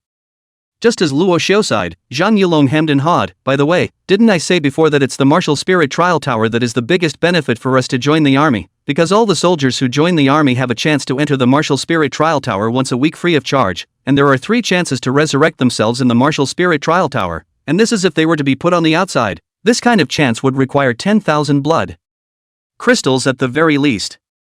Hearing this, Luo Xiu suddenly felt his throat dry up a bit, and in unspeakable respect for martial god Xiao Wendian rose. Martial god Xiao Wendian was really atmospheric towards all the soldiers. 1 man for a week is 10,000 blood crystals, and there are more than 1 million soldiers in the Divine Federation? That's a huge amount of resources. With the anticipation of the martial god trial tower, the crowd chatted for a while longer before going to bed. The night passed quietly. Early the next morning, before 5 o'clock, Luo Xiu suddenly heard a rooster crowing outside. Only the sound had risen just halfway to the top when it came to a screeching halt. It's like a chicken's neck being grabbed alive. Luo Xiu frowned slightly. Open. He subconsciously turned on his perspective to look in the direction of the rooster. But the rooster was clearly crowing outside, separated from Luo Xiu by at least 6 walls, and he could just see a group of recruits still snoring in their respective beds in the next dormitory next door. With a helpless smile, Luo Xiu shook his head and withdrew his gaze before preparing to sleep a little longer. It was only when his gaze casually swept across the ground that Luo Xiu instantly became unsleepy. 2 floors below the first floor. The door to the recruits' dormitory had been quietly opened. Countless soldiers in black uniforms infiltrated the recruits' dormitory like a flooding beast. Chapter 10 Lu Qingci came to report for duty. What the hell? Luo Xiu sat up from the bed with a whoosh. Under the perspective, he saw that the black-clad soldiers all looked excited, even with a hint of a sardonic smile, and each of them was carrying a bucket of ice water in their hands. Yes, it's ice water. In the middle of the bucket of water, you could vaguely see a chilly block of ice rippling with the waves. These black-clothed soldiers were obviously all martial artists who had already entered the grade, and each one of them was able to control the sound of their footsteps to the smallest detail, and they entered the new recruits' dormitory building in groups, causing almost negligible commotion. Luo Xiu watched them enter the dormitory building one by one, and then divided into groups of 2 to guard the entrance of each dormitory. After the first floor dormitories were all guarded, they silently began to move towards the second floor. Luo Xiu's face changed slightly as he hurriedly put on his clothes as fast as he could, got off the bed, glanced at his 3 roommates who were still asleep, and quietly walked to the door. The black uniforms, the hordes, the orders, and the grimly excited expressions on their faces, these people are probably veterans of the last class. There's also this handful of buckets of ice water, presumably to give all the new recruits a welcoming ceremony, so that the recruits will have an engraved impression of their first day of military life. A bit of bad taste. Well, have to find a way to dodge this. I don't want to get splashed with ice water in the morning and maybe get my ass kicked. What to do? Frowning slightly, Luo Xiu reached up and cupped his chin as his mind began to spin rapidly. He hadn't been in the military before, but he knew that there were strange traditions in some armies. After all, many new recruits have just joined the army in the mentality of some frivolous. In order to let the new recruits to quit arrogance, the army veterans will give the new recruits a downward spiral, to combat its arrogance, but also to let its military career to produce a sense of awe. In fact, Luo Xiu's guess was indeed correct. These quiet black-clothed soldiers were indeed the veterans of the last session. They had been hawked once by the previous veterans and were waiting to dump all their grievances on these new recruits today. And outside the dormitory building, the 9 instructors in charge of this operation were gathering together, and the most notable among them was a female instructor with a straight posture and a stern gaze, which was none other than Hu Banruo, the chief instructor of the new recruits that Luo Xiu had met yesterday. The other instructors all stood beside Hu Banjur, looking in awe. Chief teacher Hu, look at these new recruits, it's almost 5 o'clock, and all of them are sleeping like dead pigs, or they've lived too long a leisurely life, forgetting that we're still in the chaotic world of ferocious beasts. Yes, no sense of worry at all, vigilance is worse than a dog. With them being like this, if a ferocious beast comes, I'm afraid they'll be directly annihilated. We must give them a hard lesson today. Looking at the male and female recruit dormitory buildings, several instructors were a bit hateful. But there were a few instructors who were more lenient with the recruits. The reason why new recruits are new recruits is because they don't know anything, and that's normal. Wasn't that the case when we first enlisted in the past? Yes, these years with martial god Xiao Wendian in charge, our Divine State Federation has been flourishing, and has been at peace for more than a decade with the ferocious beasts in the wilderness and ruins. These new recruits are all student boys from school, and it's just too normal for them not to be vigilant. That's right, not to mention anything else, our Qingchuan city, as one of the 36 cities of the Divine State Federation, has not had a ferocious beast riot for 16 years, it's been peaceful and stable for such a long time, and a lot of people haven't even seen a ferocious beast up to this point, so we can't be too harsh on these children. Hu Bangrua's gaze was flat, and her face did not change in any way when she heard the instructor's opinions. To her, it didn't matter if this class of recruits was vigilant or not, in the end she would make all of them qualified soldiers who could stand alone and win battles anyway. And seeing that Hubono didn't say anything, the other instructors didn't make a fool of themselves anymore. Rather, it was one of the bearded instructors who looked as if he had thought of something, and his copper bell eyes suddenly lit up. Hey, how many dormitories do you guys think there are in this class of new recruits that can hold off the invasion of veterans? When he said that, the other instructors immediately became interested. I don't think there are more than 5. It's hard to say. Oh, there are quite a few tough guys in this class of recruits. Indeed, the new recruits nowadays are not alert, but they are far more talented than we used to be. I heard that there's a Lu Qingci on the female soldiers' side? Seems to have a martial soul? That's right, Lu Qingci should be the little princess of the Lu family, one of the 5 big families in our Qingchuan city. Her talent is extremely heaven-defying. It can be said that she is the Lu family's baby bumps, and I don't know what kind of madness she has run away to enlist in the army. When she came yesterday, our army chief was shocked, and she called the Lu family directly to ask about it, and the result was that they only said that they were troubling our 3rd Army Corps, and they hoped to take care of them more often. If it's so big, wouldn't it be a problem if we bumped into someone? It's okay, yesterday the army chief said, everything according to the normal training to go, no need for special care, and people Lu Qingci is not a vase, already is the blood value of 1.38 into the grade of the martial artist, the potential of the physical body is the SS level, and the talent has a martial soul, the attribute is the most berserk thunder system. Hearing this, the pupils of Hubanjuru, who had been expressionless all this time, moved and turned her head to look at the female soldiers' dormitory, a hint of interest rising. Grass, so fierce. Ha, shocker, I had that same look on my face when I first heard about this. The men's side isn't so bad though, there's a slugger too. Who? Of course it's Feng Baijiao, the son of the 2nd Legion's Legion commander. His old man thought that if he stayed in the 2nd Legion, the instructors would be too tied up to train him, so he dropped him off at our 3rd Legion. Wind 100 choppers? He's the son of the 2nd Legion's commander? I told you that the name looked a bit familiar when I saw it yesterday.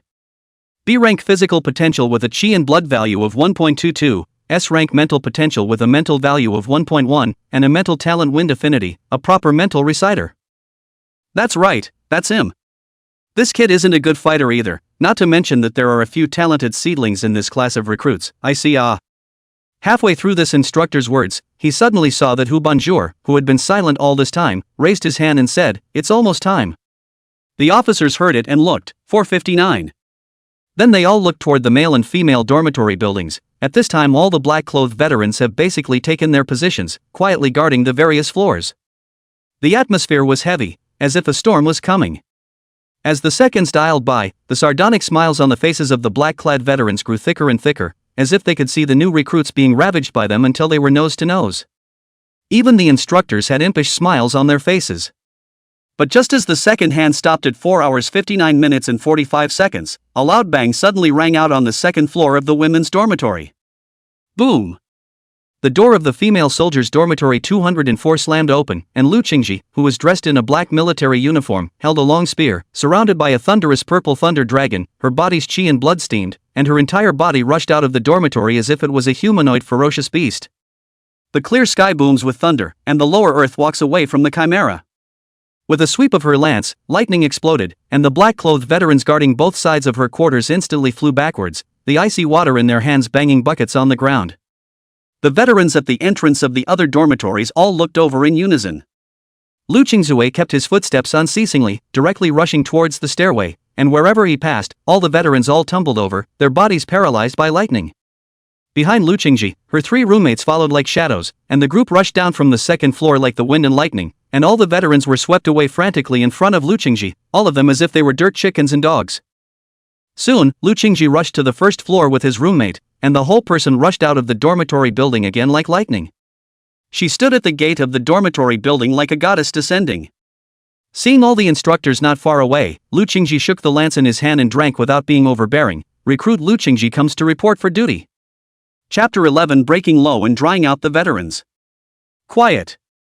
Obviously, the women's dormitory building was noisy, but at this moment, it was as if all was silent. With the exception of Hubangrua, all the instructors were dumbfounded. What does it mean to be a goddess? This is the goddess. Absolute appearance, upright posture, valiant temperament, thunder dragon ringing his body, and his lance is powerful. This scene was deeply engraved in the hearts of all the instructors like a brand. And that's exactly when an ear-splitting siren suddenly sounded one after the other from the men's dormitory building. Immediately afterward, all the male recruits were awakened, and the fire sprinklers on each floor of the building all began to spray water frantically, and the black-clad veterans in the building were all drenched. For a while, the entire boys' dormitory building was a mess. The female dormitory side also began to clamor because of Lu Qingci's movement and the alarm on the male dormitory side. Hu Bangrua, who had been calm and unperturbed, finally changed her color drastically. What's the situation? How come the fire system is activated? In the male dormitory building, all the recruits in the dormitory at this time all woke up instantly. What's going on? The village is giving out gold bars. You're crazy for money. It's a ing fire alarm, the building's on fire. Fire a chicken. I just saw a group of men in black outside, someone wants to assassinate me. Get up, get thee up. Come to think of it, it's all veterans out there, here to give us a run for our money. Little cupcakes, get up, charge out for your master, never let the veterans underestimate us. Man in the tower, Demacia. For the tribe. Countless recruits stormed out of their beds, put on their clothes with lightning speed, and rushed out of their dormitories, and there were also veterans who reacted, taking advantage of the fact that some of the recruits had not yet gotten up, and rushed into the recruits' dormitories, draped in a body covered in rain and dew. What should have been a lopsided veteran sneak attack instantly turned into a massive revolt against each other. For a moment, the roar was like thunder. Damn it, who the hell activated the fire alarm? Young man, don't be arrogant, we are all entry-grade martial artists, you can't beat us. You, not arrogant, is still called young people, give me dry brothers. Come on, the veterans are outnumbered, charge and pile them up. Egu, not martial arts, you ing stab me in the asshole. Steel is peaches. Steel is peaches. Steel is peaches. Son of a newbie, looking for death, look at my army breaking fist. Never let the new recruits hit us in the face, veterans hit me. All the new recruits and veterans fought to a standstill. Although the new recruits were not as good as the veterans in terms of martial realm, they were superior in terms of the number of people, and there were even some talented people who relied on their powerful natural abilities to lead the other recruits to return fire all the way to the first floor. Among them was what the instructors called the son of the 2nd Legion's commander, Feng Baizhao, who had a pale face, a thin figure, and a pair of eyes that were incomparably deep. At this moment, he was surrounded by a group of recruits, but his right hand was up with the finger of his sword and kept waving it. Under his command, a black long sword was as if it possessed life, constantly piercing towards the veterans, who were forced to retreat by the black sword. Such a scene, straight away, looked at the surrounding recruits with envy in their eyes. This means is the unique imperial art of the spiritual luminaries. And at this moment, in the 3rd floor bathroom, Luo Xiu was alert to the doorway while breaking out of stealth. He wiped the water stains on his body that had been sprayed by the fire system and let out a long breath. Phew, I'm exhausted, thank goodness the fire system in this building works, or else I'd have inevitably gotten a fat beating from these veterans this morning. But what's with the water from this fire sprinkler? It's drenching me all over. Really? Apparently, the reason why the fire system in the men's dormitory was activated was because of Luo Xiu. Just now, Luo Xiu saw that the black-clothed veterans had quietly rushed up to the 2nd floor, and in order not to be thrown cold water and hit with a smothering blow by Pao Yuan, he could only go out with a hard and stealthy face, ready to find a place to hide first. Just as soon as he stepped outside, he saw the fire system on the ceiling of the building, and he was struck by the idea of this method of waking up all the recruits with the fire system. He had been afraid that the fire system was a look-alike, but after he'd rushed all the way up to the 9th floor and tapped the first fire button, he was sure of this operation. Amidst the ear-piercing sirens, he worked his way down from the 9th floor in stealth mode, tapping all the fire buttons on every floor, completely causing chaos in the entire building. Then he crept back up to the 3rd floor and ducked into the bathroom, waiting for the chaos in the hallway to turn white-hot. Now, it's always a mess out there. Chop has led hundreds of new recruits from the 6th floor to the 3rd floor, although the veterans have the power to resist, but this is after all, not life and death fight, and worried about the heavy hand really hurt the new recruits, so they can only hold back and keep retreating. When Luo Xiu saw this, his eyes lit up. He quietly came out of the bathroom, blended into the crowd, and shouted after him, over Hua. No, over the veterans. His shouts were like a small splash of water leaping up in the midst of the wave of recruits, and were instantly drowned out, but Luo Xiu was pleased with himself. After all, he had solved the trouble of being thrown cold water and beaten up by the veterans this time, but he didn't have to be the head of the pack, and he didn't have to expose himself to be able to fish in the back of the water, so it was simply not too good. Charge and bust these veterans. And just as Luo Xiu followed the crowd all the way to the second floor, an obese figure in the crowd suddenly let out a light heap and squeezed to his side. Huh? Luo Xiu, where did you just go? Why didn't I see you when I got up? It was Wang Fugui. Following Wang Fugui as he squeezed over, naturally, there were also two burly men, Zhang Yulong and Chen Xiaodong. The three of them looked at Luo Xiu with puzzled faces, but Luo Xiu was not flustered. He laughed and reached out to pat Wang Fugui's shoulder. I was in a hurry to urinate in the morning and went to the toilet. Who knows that it's like this right outside from the toilet? Wang Fugui, face full of suddenly, said, so is this. I said I heard the alarm, a flutter from the bed, jumped down, but did not see you, thought you were the veterans, captured it. Ha, today we are lucky. I don't know how the fire system is activated, otherwise we must be woken up by those veterans with icy water, and maybe we will be beaten up and then go out to gather and train, and we will take off layers of skin even if we don't die. Zhang Yulong and Chen Xiaodong also looked deeply impressed. Yeah, these veterans are a real pain in the ass, getting up at 4 o'clock and setting us up. But now it seems that their operation is considered a complete failure. Yeah, we're kind of winning this wave, or we're just laying down and winning. These veterans are not only suffocating right now, they're sure to be disciplined later. As they spoke, the crowd had arrived on the first floor. All the black-clad veterans had retreated outside the dormitory building. For his part, Luo Xiu and the others followed the ranks of the new recruits, surging all the way out of the dormitory building. Outside the dormitory building, all the black-clothed veterans all hung their heads and stood in the distance with a look of indignation. Next to him, Lu Qingci stood in front of the female dormitory building with a long gun in his hand, and behind him were the crowds of new female soldiers. And in front of all the black-clothed veterans were 9 figures with exuberant chi and blood resembling ferocious beasts. Luo Xiu instantly recognized the female officer standing in the middle of them. It was none other than the chief instructor of recruits, Hu Bonjour, whom he had met yesterday. At this moment, Hu Bono's face was as heavy as water, her aura was like a black cloud pressing down on her. She walked up to the black-clothed veterans and let out a cold laugh. Oh, what an eye-opener, you are the first veterans ever to be beaten out of your dormitory by new recruits, your performance is truly breathtaking. At those words, all the veterans immediately turned red in the face, and someone couldn't help but retort. It's not our fault, who knew the fire system suddenly turned on. Yeah, we tried our best, and there are spiritual luminaries and martial artists among the new recruits, so it's not a hardship. If the fire system hadn't been on, we'd have been able to finish this operation. Even if we can't finish with those geniuses around, we won't be in such a mess. Hu Banruo's face was even colder when she heard this. She shouted, shut up. Her eyes swept over all the veterans like an eagle, and angrily said, all veterans listen to the order, all of them roll to the 10 times gravity field for me. 1,000 deep squats per person, no eating or sleeping if you don't finish. Then, she turned her head violently to look at the new recruits who were snickering and bellowed, all the new recruits are there, male and female soldiers are arranged in 9 squares according to the floors respectively, now. Immediately. Chapter 12, Broken Army Fist. Hu Banruo looked furious to the extreme at this moment, just like a mother tyrannosaurus that was ready to go on a rampage. Not to mention her status as chief instructor, just the pressure that erupted from the surging chi and blood in her body caused all the new veterans to have their breath stagnate. Even the other 8 instructors beside her had scornful faces and didn't dare to say much. Finally, a veteran reacted and hastily stood upright and shouted, Roger. The other veterans all winced and instantly stood at attention and shouted, Roger. Then collectively, they turned and ran in formation in an easterly direction. On the side of the new recruits, they also reacted and hurriedly began to form up according to Hu Bangruo's request.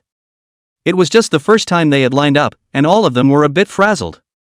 On the contrary, 100 Choppers was worthy of being the son of the 2nd Legion's Legion commander, as he directly stepped forward and began arranging for the crowd to arrange themselves in an orderly fashion. Luo Xiu leisurely mingled in the line, standing in line as required while secretly observing the 8 instructors and Hu Banruo, as well as Lu Qingci, who was like a crane in the line. Just now, as soon as Luo Xiu came out, he saw Lu Qingci at the door of the female soldiers' dormitory, and when he saw her holding a lance and covered in lightning light, he marveled in his heart that she was stunningly gorgeous, but he still couldn't figure out why in the world this heavenly proud girl came to the military camp. And why did she tell him to go for it during the awakening ceremony? This made Luo Xiu very puzzled. Is it possible that Lu Qingci has a crush on him? Knowing he was going to join the army, he chased him from school to the barracks? You're just not very articulate, so you haven't been talking to him? Is it a little too narcissistic to think so? Luo Xiu shook his head, feeling that it was unlikely. He had previously been completely small and transparent in terms of qi and blood cultivation in school, except for his better theory and fighting results. How could a goddess-level school flower like Lu Qingci secretly have a crush on him? And while Luo Xiu was secretly observing, Hu Banruo was also secretly observing all the new recruits while continuously analyzing the situation just now in his mind. The fire protection system in the dormitory building was newly replaced in the last 2 years, so it shouldn't be possible for it to malfunction. Even if there is a malfunction, it is a malfunction on one floor, not all 9 floors. And it's a little too unusual that the fire alarm just sounded from the 9th floor down 1 floor at a time. It's like someone rushed from the 9th floor all the way to the 1st floor and pushed all the fire buttons in a short period of time. While every new recruit can do that, it would have to be without being spotted by the veterans, which would be kind of impossible. After all, the veterans had just infiltrated the 4th floor. It's normal for the upper 5 floors to go undetected, but how did the 4 floors already infiltrated by the veterans go undetected? Could it be that there's some extraordinary genius hidden in this class of recruits? Between Hu Banruo's thoughts, all the recruits had already formed 9 neat squares under the arrangement of Feng Baijiao, and each square was divided into 2 parts of male and female soldiers. Although 100 Chopper's figure was not stout, he carried a sternness with him as he blandly walked up to Hu Banjur and the 8 instructors, straightening his body and saluting, reporting to the instructors, all new recruits are assembled. The 8 instructors nodded, satisfied with Feng Baijiao's performance. Even Hu Banruo's eyes flashed with a flash of appreciation. Not bad, you've done well, return to the team first. Roger. 100 Choppers bellowed and turned around to return to the group on the 6th floor. Hu Banjuro walked to all the new recruits with 8 instructors, his eyes swept over, his voice was like thunder. Introduce yourself. My name is Hu Banjuro, you can call me Chief Instructor Hu, or Chief Instructor. From today onwards, I will be responsible for taking charge of the 1,500 of you, and I will be teaching you all the skills that you need to master as a soldier, kung fu, martial techniques, and battle soldiers. Tactics, survival, and breaking through limits. You will become stronger and braver than ever before. And I have only one request. Hu Banruo's tone gave a beat, his gaze once again swept over all the new recruits, then continued, that is to cherish your lives, try to live all the time, in the face of ferocious beasts and enemies, absolutely cannot be soft-hearted, must be careful and cautious, prudent and cautious. I don't want to gather here again a year later and there are only a few of you left, that would be my failure. I, Hu Banjuro, will not allow such a failure. Do you understand? I hear you. All the recruits yelled in unison. Although Hu Banruo's lecture is not much passionate, but in everyone's heart to put down a cautious root, doused just beat back the veterans' blood, but also to all the dangerous alarm bells. When they become soldiers, they are no longer students still buried in school. Being soldiers, they were about to face horrible beasts. When they become soldiers, they will also face enemies more cunning than the ferocious beasts. They will be out of the greenhouse and facing the storm. The atmosphere of the scene became heavy, but Hu Banruo didn't continue to speak. She gave all the new recruits time to digest. She winked at the 8 instructors around her, and the 8 instructors walked in front of each of the 8 squares, while Hu Banruo walked in front of the 1st floor square where Luo Xiu was. Luo Xiu had a bad feeling as soon as his heart gave out. Although Hu Banruo just spoke very well, that is, Luo Xiu also benefited a lot from listening to her, but she is Luo Tianhao's sister-in-law, is Hu Meili that vicious woman's sister. Moreover, Luo Tianhao even said that he had greeted Hu Banruo, and now that she was standing so close to the front of the square, Luo Xiu always felt that she didn't have good intentions. A few moments later, Hu Banruo once again looked at the crowd. I've already said what I need to say, you all are adults should not be difficult to understand, so I won't say any more nonsense, let's go straight to the topic. Then she turned her body to look at the 8 instructors. From now on, the 8 instructors and I will each lead a floor square to teach the army's introductory martial art, the Broken Army Fist, which was created by the Xiaowendian martial god, and is suitable for all attributes of martial artists, with different attributes that can produce different variations, with balanced exertion and strong outbursts, and with prolonged practice, it can also help the martial artist open up the orifices, and it can be said to be the most comprehensive martial art under the 2nd grade. I need you all to practice this martial art to the introductory stage before tonight, can you do it? Hearing Hu Bono's words, excitement surged on all the new recruits' faces. This army breaking fist was something they had learned about when they were in school, and they all knew that it was created by martial god Xiao Wendian, and were more than aware of his practicality and power. Although the Broken Army Fist was not specially provided for the army, it was sold in the market for $1 million. Now they can learn it for free, so of course they're excited. So after Hu Banjur finished shouting, all the recruits yelled at the top of their voices as if they were pumped up with chicken blood, it can be done. The voices were neat and loud, like war drums beating in unison. Hu Banjur was also satisfied with the performance of the crowd and nodded, waving her jade hand, "Start practicing." She then faced the third-floor square where Luo Xiu was, paced a few steps left and right in front of the square, and then spoke out faintly, "Your team will be led by me, but before I teach you the army breaking fist, I will first select an acting captain to assist me in completing the training." Hearing this, Luo Xiu felt bad. Sure enough, in the next moment, Hu Bangruo's gaze suddenly fell on him, then shouted, "Luo Xiu, step out." Chapter 13, Single Combat, That's Reckless Behavior. I knew it. This woman, Hu Bangruo, has no good intentions when she personally leads my side of the formation. Luo Xiu muttered in his heart and shouted here. Then he nimbly came out from the group and stood in front of Hu Bangruo. He stood straight, trying not to let Hu Banjur catch any extra handles. As for the team, the other recruits were all extremely curious when they saw Luo Xiu being called out alone. After all, this was the first day of military career. Everyone was still unfamiliar with Hu Bangruo, the instructor, while Hu Bangruo was able to clearly call out Luo Xiu's name, which caused everyone to look at Luo Xiu and Hu Bangruo with a sense of inquiry, speculating about the relationship between the two. Although Luo Xiu felt the gazes of the crowd, he ignored them as if he were looking ahead. Hu Bangruo then looked at the crowd of recruits and directly announced, "Starting today, he, Luo Xiu, is the acting captain of our 3rd Brigade, responsible for assisting me in completing your training." When these words came out, Luo Xiu's face suddenly turned slightly white. This dog woman, she's obviously holding him over the fire. He was a little transparent, somehow suddenly becoming the acting captain because of Hu Bono's words, which was not convincing at all, and would definitely cause dissatisfaction among most of the team. At that time, there would definitely be quite a few people who would try to find ways to find trouble with him. This was completely inconsistent with his plan of secretly hiding to earn divine numinous pills for the temple god, and quietly strengthening his talent to become stronger. In fact, just as Luo Xiu thought, there was an uproar in the ranks at this moment. Ha! Even if it's an acting captain, you can't just appoint it so casually, right? Yeah, this Luo Xiu doesn't look intimidating at all, and I guess his blood value isn't good either. What makes him our captain? If you ask me, between us martial artists, it's still based on strength. Whoever is strong will be the captain, let him be the captain, we don't obey. Yeah, we're not convinced. Unless I'm allowed to fight him one-on-one, I'll recognize him as our captain if he can me over. That's right, even though we are new recruits, not just anyone can be our captain, chief instructor, you can't disregard public opinion. One-on-one. Let me fight him one-on-one. Yeah, beat me. Under the guidance of some of the militants, the ranks immediately became boisterous. Luo Xiu took it all as if he didn't hear it anyway, still standing straight in place like a javelin. For him, it would be best if he could not be this captain, there was no substantial benefit anyway, and he could easily become a target. He was certainly happy to see these people making a scene. As for the one-on-one? He's out of his mind to go one-on-one with someone else. This two people, talking about his sinister and cunning backstabbing, the risk to be minimized, the interests to seek the maximum, can absolutely not front conflict. Going one-on-one, that's what reckless people do. Hiding in the shadows, monitoring the whole situation, sneaking around getting stronger, that's what he wanted. However, Luo Xiu knew that Hu Bangruo would definitely not let him have his way. Sure enough, after the crowd shouted out single combat in unison, Hu Banjuru's face chilled and he drank, "Shut up."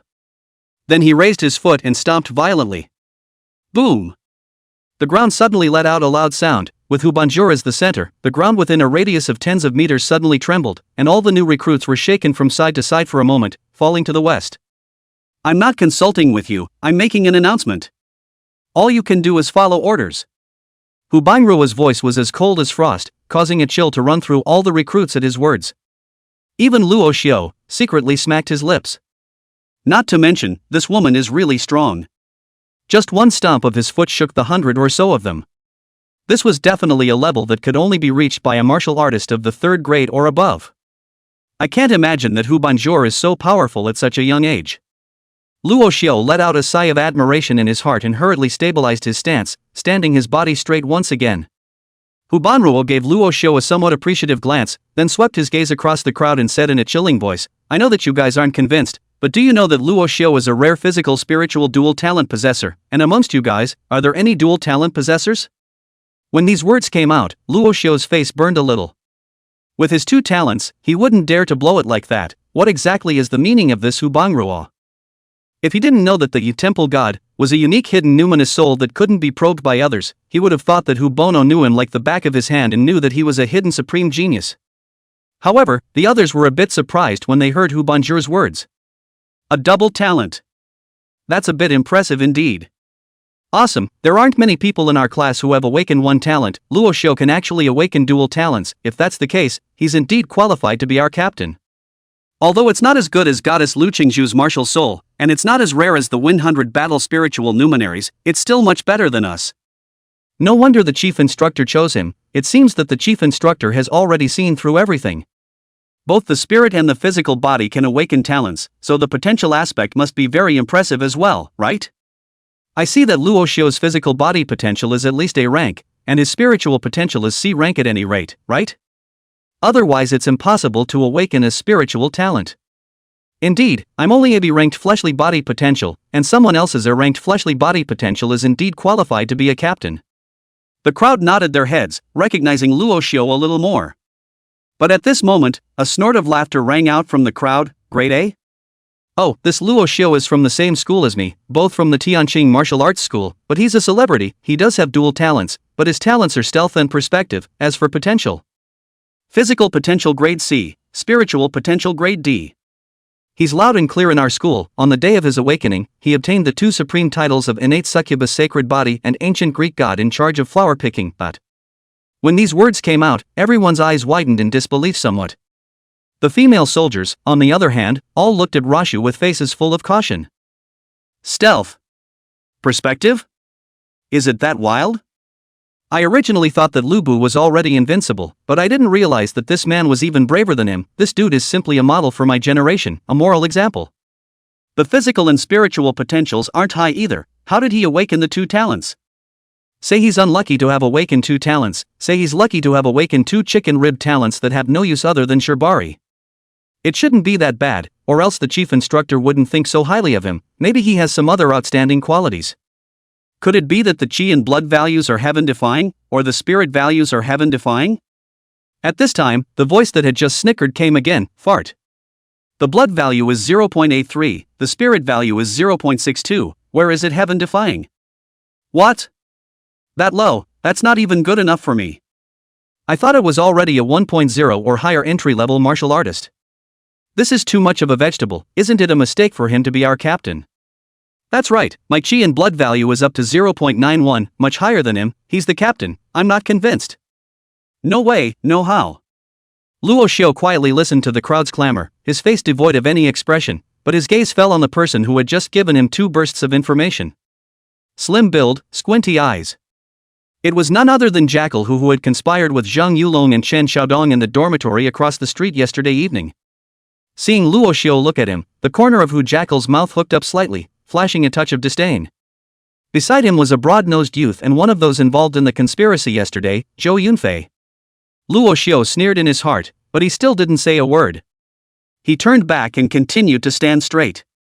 Because he knew that Hu Banjur would take care of these disobedient people for him, and he only needed to be quiet and watch the show from the side.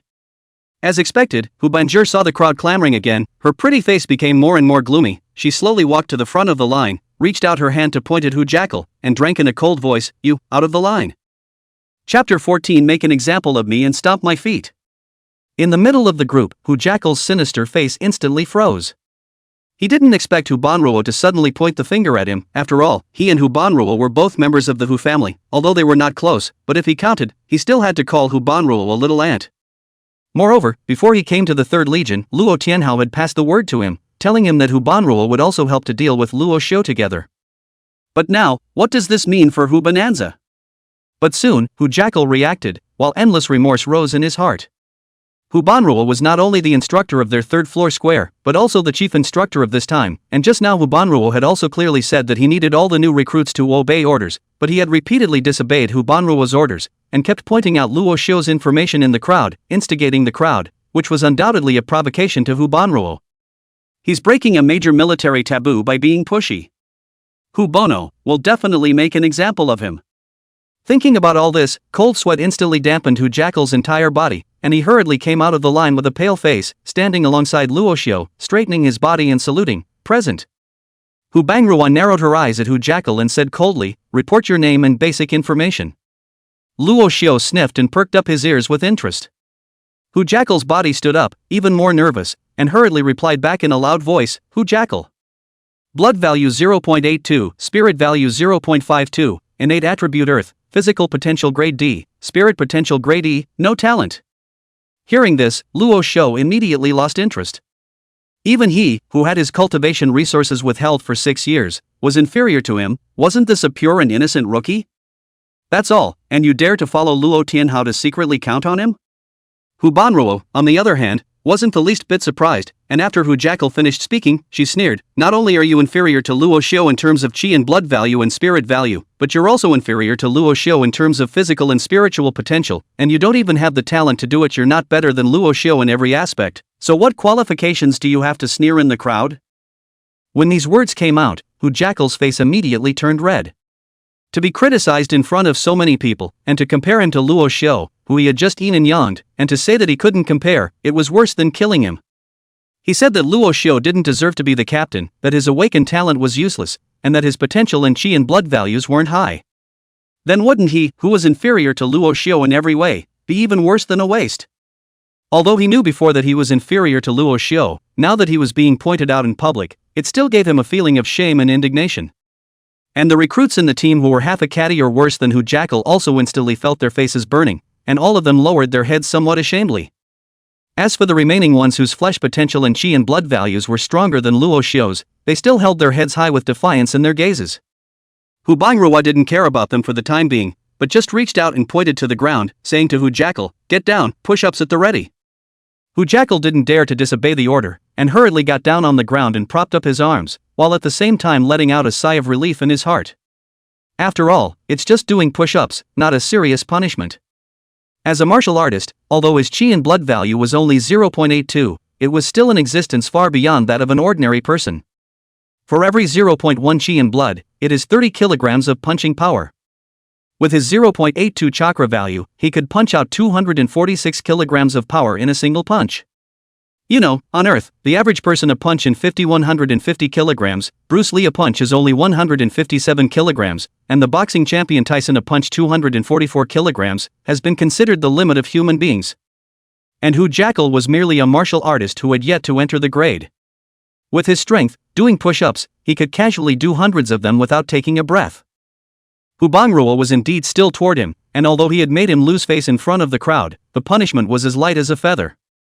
However, just as Hu Jackal was celebrating in his heart, Hu Banruo, however, suddenly said to Luo Xiu, you, stand on Hu Jackal's back. Ha! Luo Xiu was slightly stunned. The others were also wide-eyed, their eyes filled with inquisitiveness. Hu Jackal was even more headstrong. Hu Banruo looked back at Luo Xiu violently, awara. Luo Xiu listened to the order. Now stand on Hu Jackal's back immediately. Then she droned to Hu Jackal, load Luo Xiu to do push-ups, no stopping until you're off your feet. Hearing this, Luo Xiu's eyebrows twitched. That's too much of a game, isn't it? Standing on Hu Jackal's back and letting people do push-ups, ahem, although he did feel a bit cool, but this is going to really stand on it, that can be Hu Jackal's dignity to the end. At that time, Hu Jackal was afraid that he would really have to go on and on with him, like water and fire. Instructor, this. It's not good, is it? Luo Xiu shrugged off a sentence, and in his heart, he was a bit unable to fathom Hu Banruo's thoughts. He didn't know if Hu Banjur was really trying to teach Hu Jackal a lesson for disobeying her orders, or if she wanted to use this to deepen the conflict between Hu Jackal and him. Or maybe, trying to kill two birds with one stone? If it was an attempt to kill two birds with one stone, then Hu Banjur's mind and methods were too dark. Luo Xiu observed Hu Banruo's expression, trying to see something. However, Hu Banruo's expression was still frost-like, with anger and majesty in her eyes as she glared at Luo Xiu. What, are you going to violate the military order as well? Upon hearing this, Luo Xiu scurried onto Hu Jackal's back with a whoosh. Then, stomping his foot heavily, he saluted again, reporting to the chief instructor. I am ready. Put. Hu Jackal's body sank violently, and he almost spat out blood from Luo Xiu's stomp. His veins flared at the corners of his eyes, and he gritted his teeth and braced himself, his eyes bloodshot with rage. He was now itching to just storm up and yank Luo Xiu off his back and tear him to pieces. But he didn't dare. Even after stomping down on his paw, Luo Xiu sneakily twisted on his back, stomping so hard that his arms started to tremble. He could only grit his teeth and endure it too. And, one by one, started doing push-ups. The scene fell silent. The other recruits, seeing this, were all silenced and kept their mouths tightly shut. Anyone can see, in the army is not like school, the instructor is not a teacher, bumping into the instructor she is really will be hard to straighten you out. Hubangrua is not one to be messed with, and they can't afford the consequences of disobeying military orders. Very good. Hubanrua's gaze swept downward, looking at Luo Xiu's foot that had just stomped down hard and then quietly exerted itself. A hint of playfulness flashed in his eyes, but he didn't accuse Luo Xiu. She walked over to Luo Xiu and faced all the recruits once again, sweeping from side to side before picking up her chin. So, with Luo Xiu becoming the acting captain, is there anyone else who objects? No. All of them shouted in unison. Now, no one dared to come forward anymore. Hubangrua sneered, satisfied with the crowd's performance. With that, he took a few steps back and walked to an open place where he could let go of his hand to perform, and refaced the crowd. Next, I will begin to teach the army breaking fist. I will fight 3 times, you will observe carefully, and then the acting captain will be responsible for supervising and guiding the practice. Then, she turned her gaze to Luo Xiu. At 6 o'clock in the evening, the 9 squares will have a group drill repertoire, and the one with the worst progress in the practice of the broken army fist will be responsible for cleaning the hallways as well as the toilets of the 2 dormitory buildings, while the acting captain will need to take the main responsibility for this, and the resources for that month's cultivation must be distributed to all of the teammates in full to be used to make up for the gaps. Luo Xiu, you hear me? Chapter 15 Perspective Wonder. You're not worthy. 9 squares competed at 6 p.m. and last place washed toilets. And the captain has to scatter his cultivation resources? The moment Luo Xiu, who was standing on the back of the hujackal rising and falling, heard this, he immediately stopped being leisurely. Washing the toilet doesn't matter, but taking his resources, that's not killing him. The chief instructor is the chief instructor. It seems that this Hubono didn't try to play tricks with me at all, she just wants to make me suffer openly and honestly. Making me the captain, being disobeyed by the other recruits to give me a wave of enemies, and using the punishment of Hujackal to make an example of me while making Hujackal immortal with me, and now brightly using the competition of the 9 squares to try to deprive me of this month's cultivation resources.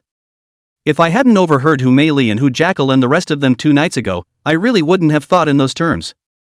This Hu Bonanza, what an expert!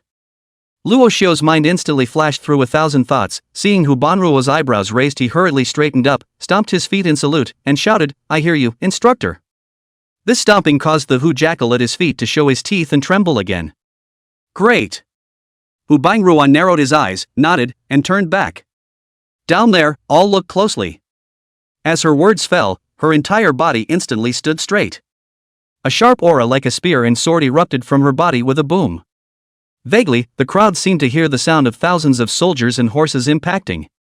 Everyone subconsciously held their breath.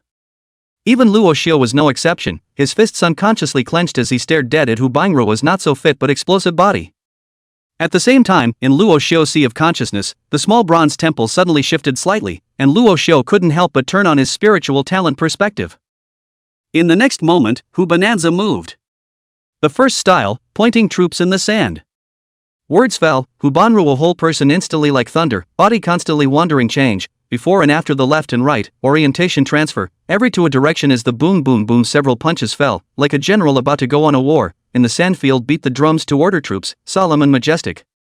For a while, all the new recruits were all attracted by Hubangrua's horrifying punching power. Only Hujackal, still humming and puffing and doing push-ups, but also barely lifting his eyes in an effort to observe Hubanjure's punches. While Luo Xiu, who was on his back, quietly frowned. What's going on here?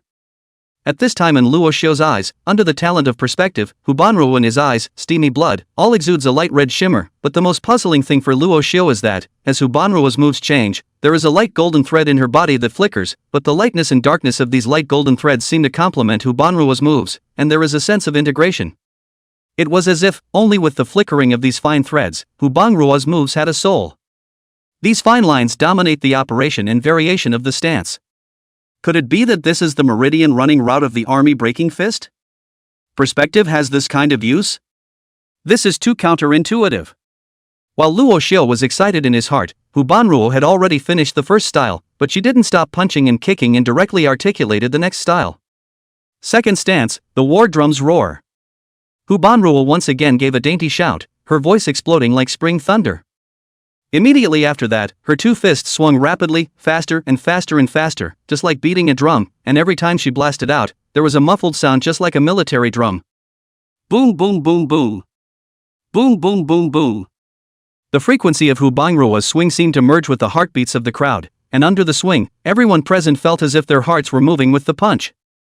It was like being on top of a sandy field, listening to thousands of war drums, with blood boiling and chi surging wildly. And in Luo Xiu's eyes, he could still see a thin golden line flickering with the movement of his fist, and he stared at Hu Bangruo with a deadly stare, his mind spinning rapidly, using all his strength to memorize the trajectory of the flow of these thin golden lines, and as he memorized, it seemed that an imaginary figure in his sea of consciousness began to practice along with Hu Bangruo. The crowd was all immersed in Hu Banjuo's punching technique. They all looked mesmerized. Hu Bono is also worthy of being the chief instructor of the new recruits of this term. Her boxing style is like flowing water, her heart moves freely, every move is all pure fire, every move seems to fall in the right place.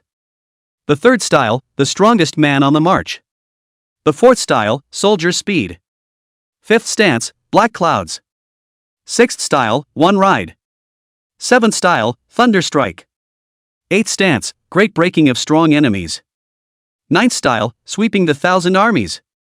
10th style, destroy the world. Hu Banjuo seemed to be intoxicated by the boxing technique as well, as she obliviously practiced, swinging out punch after punch, her fists merging with her body merging with her hips, and her hips moving with her body. Time and space seemed to be frozen, and Hu Bangruo became the only spirit.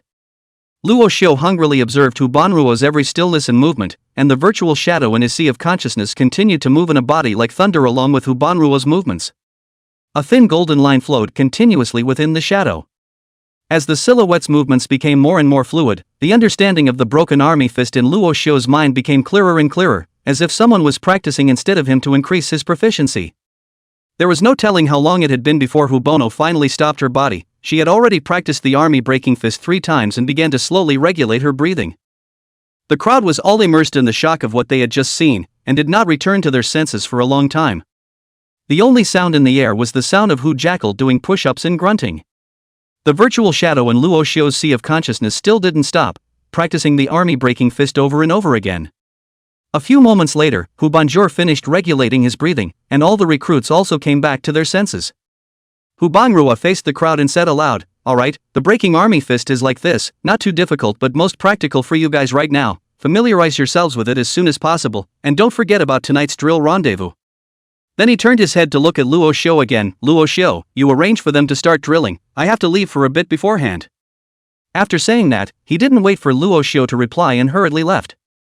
Luo Xiu stood stunned on Hu Jackal's back, and he only reacted when Hu Banjuo was almost far away, and hurriedly shouted, "Chief Instructor! Can I get off Hu Jackal's back while practicing the breaking army fist?" "As you wish." Hu Bangruo waved his hand without looking back, and soon disappeared in the eyes of the crowd, not knowing exactly what he had gone to do. Luo Xiu retracted his gaze and looked at the new recruits in front of him, instantly getting a bit of a headache. He really doesn't want to be the captain. Look at the clear stupidity in these people's eyes. They obviously didn't understand the breaking army fist that Hu Bangruo had just practiced, and their minds must be in a daze right now. But if these people can't get started with the breaking army fist before the evening drill, then they will have to deduct his cultivation resources off. This is called "a fish in the pond catches fire and brings calamity to the gates of the city." That's right, he's the gate, and these dopey recruits are the pool fish. Thinking about this, Luo Xiu was depressed for a while. Still, he quickly shot to his feet so that he wouldn't be deprived of his resources. Taking a deep breath, Luo Xiu jumped down from Hu Jackal. The feeling of having his feet on the ground made his eyes light up. He walked in front of the crowd and cleared his throat. "Ahem, everyone, to be honest, I don't want to be this captain. The responsibility isn't small and there's not much to gain, and I'll even be treated with hostility and dislike by everyone, but I have no way out, and I don't know why the chief instructor appointed me to be the captain, which makes me so much pressure." As soon as these words came out, stunned looks surged on the faces of the crowd, clearly not expecting Luo Xiu to explain this to them. Compared to directly holding a chicken feather as an arrow and condescendingly issuing orders to the crowd, Luo Xiu's words undoubtedly made the crowd feel a lot more favorable. The faces of the crowd gradually eased up, and the disbelief in their eyes as they looked at Luo Xiu instantly subsided quite a bit. But it is at this time, Luo Xiu is suddenly a turn of phrase, snorted, extremely arrogant, but just now, the chief instructor rehearsed the broken army fist. See you, these rookies are full of confusion, do not know what to do. I suddenly feel that the captain of this position is the only one I can sit. You is really not worthy. Chapter 16. Trampled to death. Luo Xiu's sudden transformation directly caught the crowd off guard. The crowd froze for a moment, followed by a burst of anger. Who are you calling a rookie? What do you mean? We didn't learn the army breaking fist, did you? What are you pretending? That's right, somehow picking up a captain's position, not stealing the show, but still taunting us. What a face you've got, daring to be so pretentious. It's not just a related family, what's the big deal? Knowing the chief instructor is great. The physical potential and chi and blood values are inferior to mine, you don't deserve to be our captain at all. That's right, the villain is so ambitious, and it's even if his qualifications are average, but he still has such a rampant mouth. We defy you. For a while, the recruits in the third square were all filled with righteous indignation and anger. On the contrary, among the crowd, Wang Fugui and Zhang Yulong Qin Xiaodong were still trying to help him out as much as possible, even though they also felt that what Luo Xiu had said was not nice to hear. Don't be angry, everyone, Luo Xiu shouldn't have meant it that way, he definitely has his own ideas. Right, everyone, don't be impulsive, the chief instructor just left, don't make a scene. Hu Jackal is still lying there, if we piss off the chief instructor, we're afraid it's not going to be easy. Hearing the words of the three, the crowd's tone weakened quite a bit, but they still looked at Luo Xiu furiously. In this regard, Luo Xiu was quite satisfied. These people were angry and he loved it. Yes, he deliberately provoked these people to anger. Because when people get angry they explode into a potential like never before. The potential was stimulated, and the speed of studying the army breaking fist was faster. In order to make sure that he could get all of these people initiated into the broken army fist by 6 o'clock, Luo Xiu could only do so much. Compared to letting everyone have a favorable impression of him, it was obviously a bit more cost-effective to use his anger to make the crowd practice the breaking army fist well, and save himself from being deprived of his cultivation resources this month. Luo was very clear about what he needed. He slowly walked to the front of the crowd, deliberately smiled disdainfully and provoked, I'm arrogant because I have the capital to be arrogant, I've completely learned the broken army fist taught by the chief instructor, why the hell can't I be arrogant? Such a simple fist technique, you rookies wouldn't have not learned it, right? Ha! No way. Being so shifty directly ignited the anger of the crowd once again. Now even Wang Fugui and the others didn't know how to help Luo Xiu. You are simply too deceitful. Did you say you learned the breaking army fist just because you learned it? We don't believe you. That's right, I've only read about 7 or 8 of them, can you learn them? It's simply impossible. If it weren't for the chief instructor, I'd have to jump up and give you a slide. Even the women on the team couldn't look away. You're also too down on your head, right, not just as a captain, what cow? With that villainous face, you'll never find a date in your life. I'll make sure to spread your foul-smelling behavior among the Jimeis so that you can't hold your head up among all the female soldiers. Luo Xiu noncommittal skimmed his mouth, spread his hands and said, I know you guys are not convinced, but what's the use of being unconvinced, dish on more practice, let's speak with our skills, whoever thinks they're better than me, come out and fight a set of broken army fists to see, let me see what you guys are capable of, hiss. Speaking of this, Luo Xiu suddenly sucked in a breath of cool air and glanced at the crowd, you guys wouldn't have learned anything at all, right?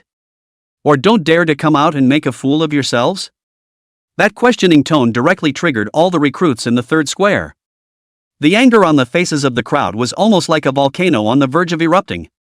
Among the crowd, a figure directly pushed aside the crowd and rushed out. He quickly walked to Luo Xiu, set up his stance, and said viciously, let me do it, I'd like to see if you can understand the broken army fist I'm fighting. As the man said that, he twisted his torso and assumed a starting stance. The others saw this and cheered. Good job, brother. We support you. Fight well and give Luo Xiu a little color. Practice and hit him hard in the face. That's it, punch him in the face, can't let him continue to be arrogant. Show him that we're not rookies at all.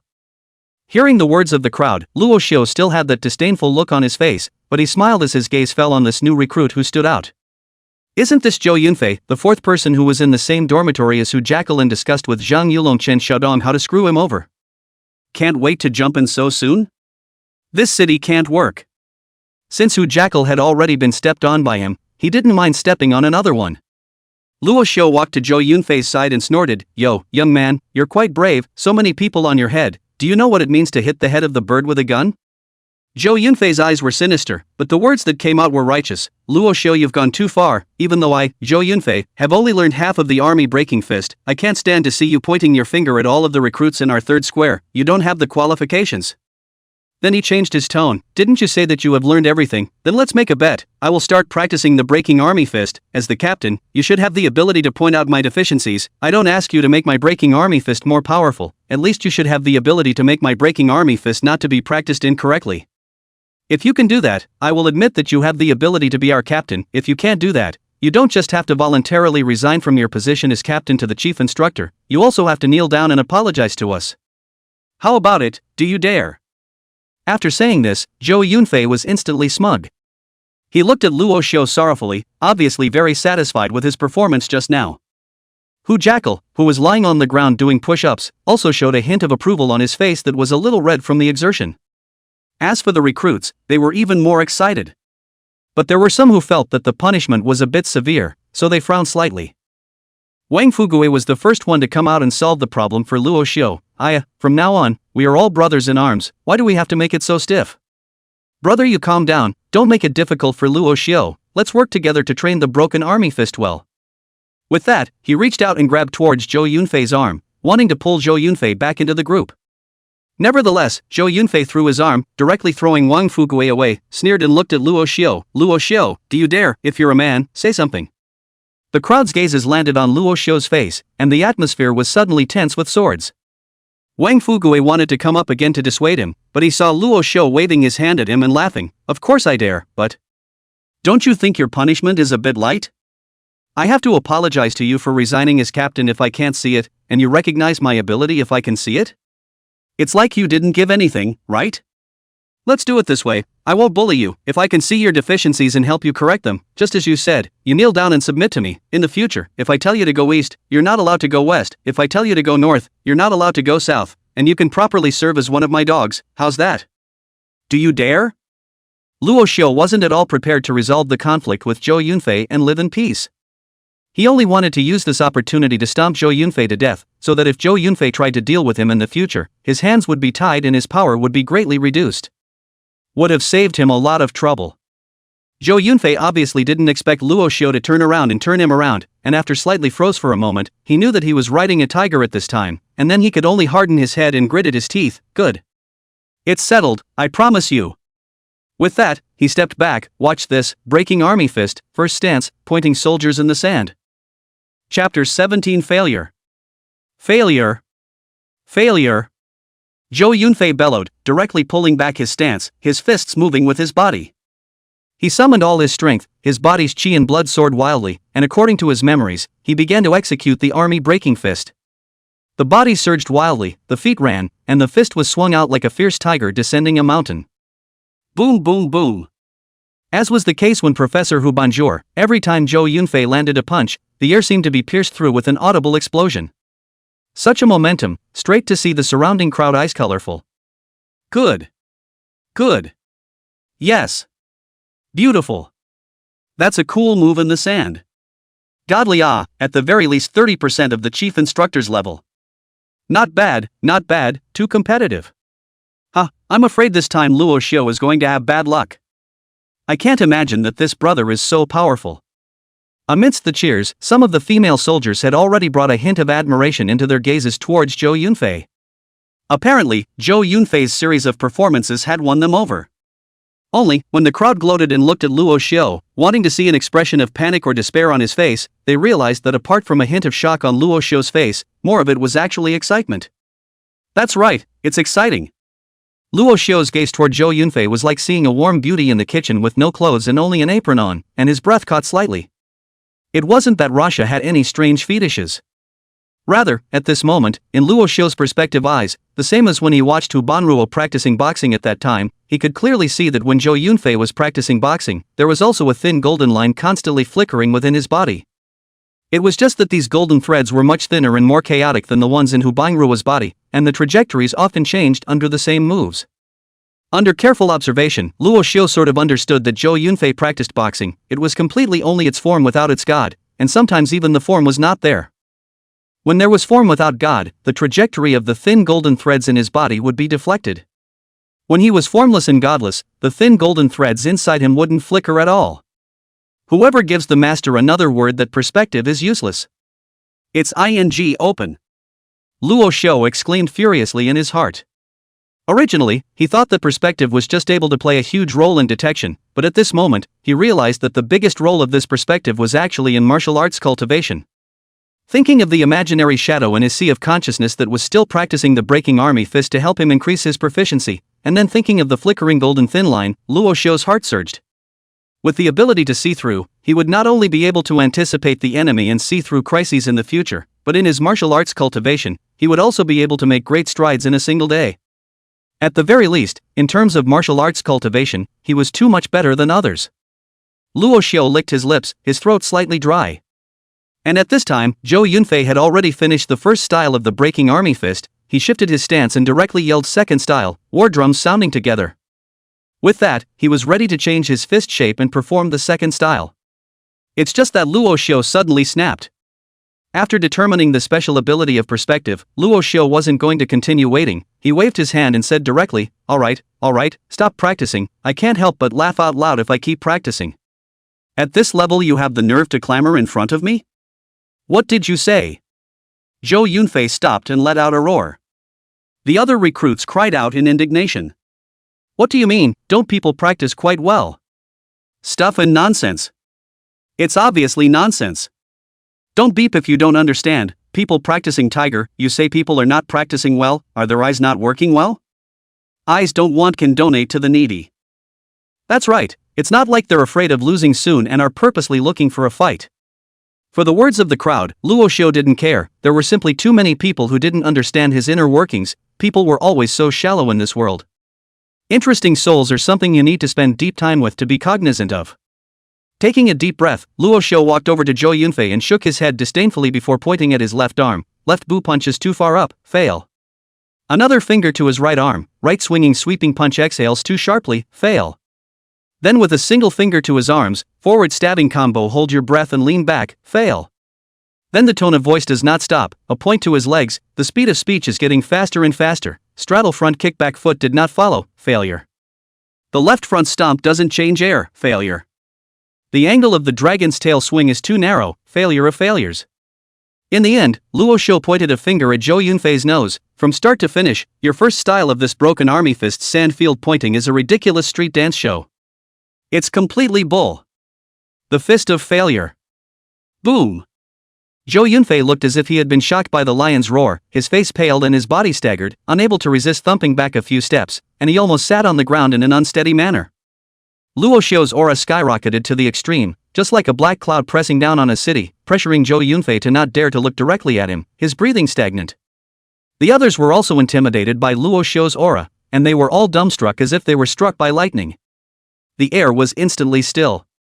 No one knew whether what Luo Xiu said was right or wrong. However, Luo Xiu's attitude and aura when he spoke was just too stern and certain, so that people didn't dare to casually deny that he was right or wrong. It is no more than that when one man is in charge and 100 armies are in subjection. A moment later, Zhou Yunfei finally reacted. He reddened his face and shouted under his breath, "What makes you say that? There is no basis, you are just talking nonsense, nonsense.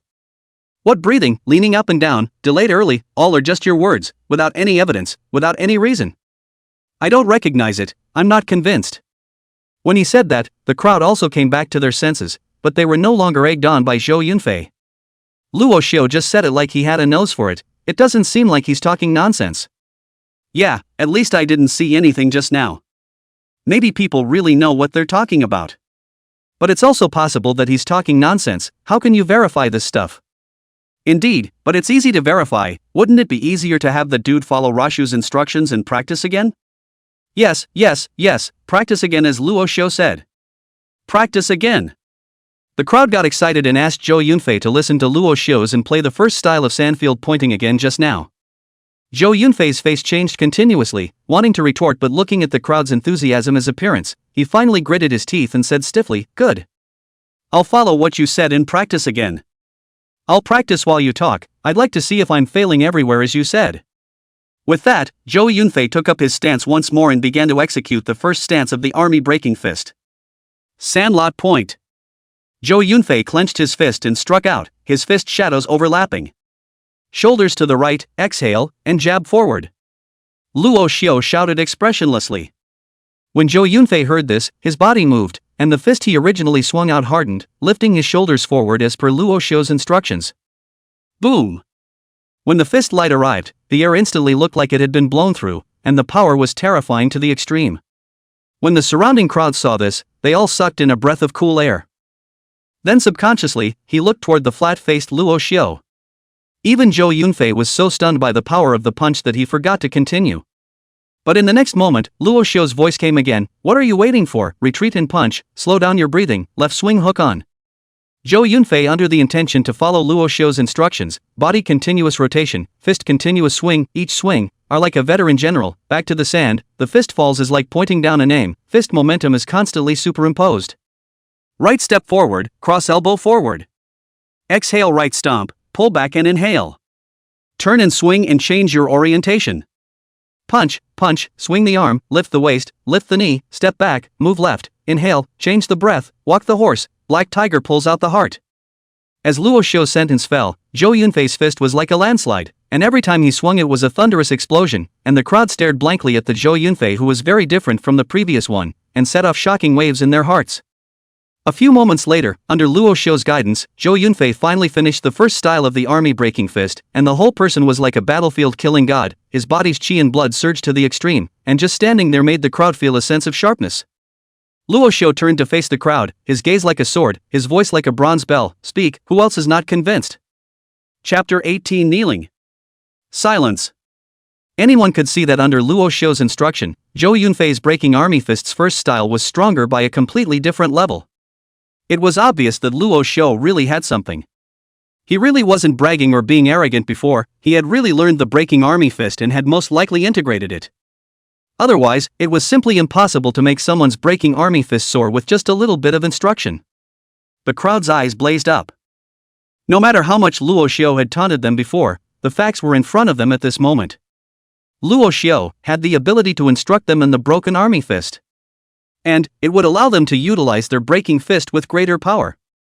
What's a little taunting? Being able to follow Luo Xiu to become stronger was the hard truth. The first one to react was Wang Fugui, who swallowed his somewhat dry throat and roared, Luo Xiu, no, it's Team Luo. You're too powerful. The others sniffed and their spirits shook. Not bad for Team Luo. This is too awesome.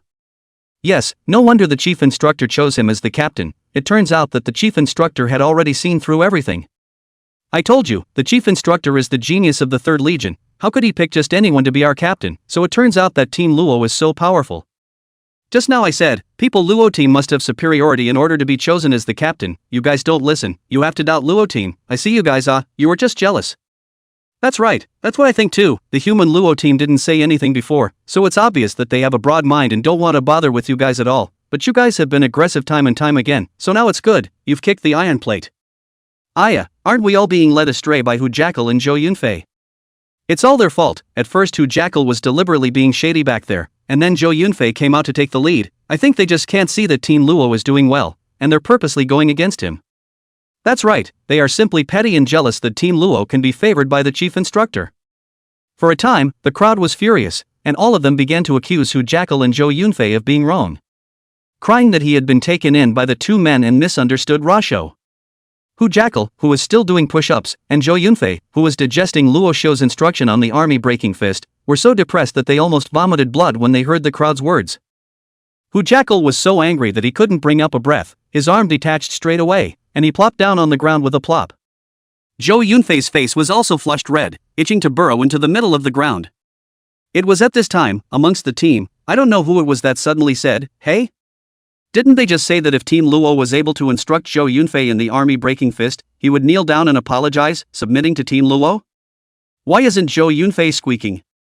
Once these words came out, Zhou Yunfei could no longer pretend to forget about this bet, and his teeth were almost clenched. He jerked his head back to the group, only to see everyone in the group looking at him with contempt. What are you doing? You want to cheat? If you can't afford to lose, don't pretend. That's right, look at others' Luo team, so a comparison is simply a heaven and a hell. No wonder others' Luo team can be valued by the chief instructor. That's right, he can't afford to lose and still dares to glare at us, as if we would be afraid of him. Gatherers watch, it's the standard lower head guy. Really down head Jime guys to avoid the lightning, in the future, absolutely cannot find such. Get on your knees. Be a man and apologize to Team Luo. Apologize, Team Luo is magnanimous and won't bother with you. Listening to the accusations of the crowd, Zhou Yunfei's eyes were wide with anger. He clenched his fists, very much wanting to disregard everything and just rush over to tear everyone apart, including Luo Xiu. But he didn't have that ability, he couldn't do it. He wanted to have the cheek to just renege on the bet, but he couldn't either. If he reneged on the bet, how could he work in the army in the future? But to kneel down and apologize to Luo Xiu, what about his dignity? Could it be that he really had to be one of Luo Xiu's dogs in the future? That was obviously impossible. He had received favors from Luo Tianhao to come against Luo Xiu.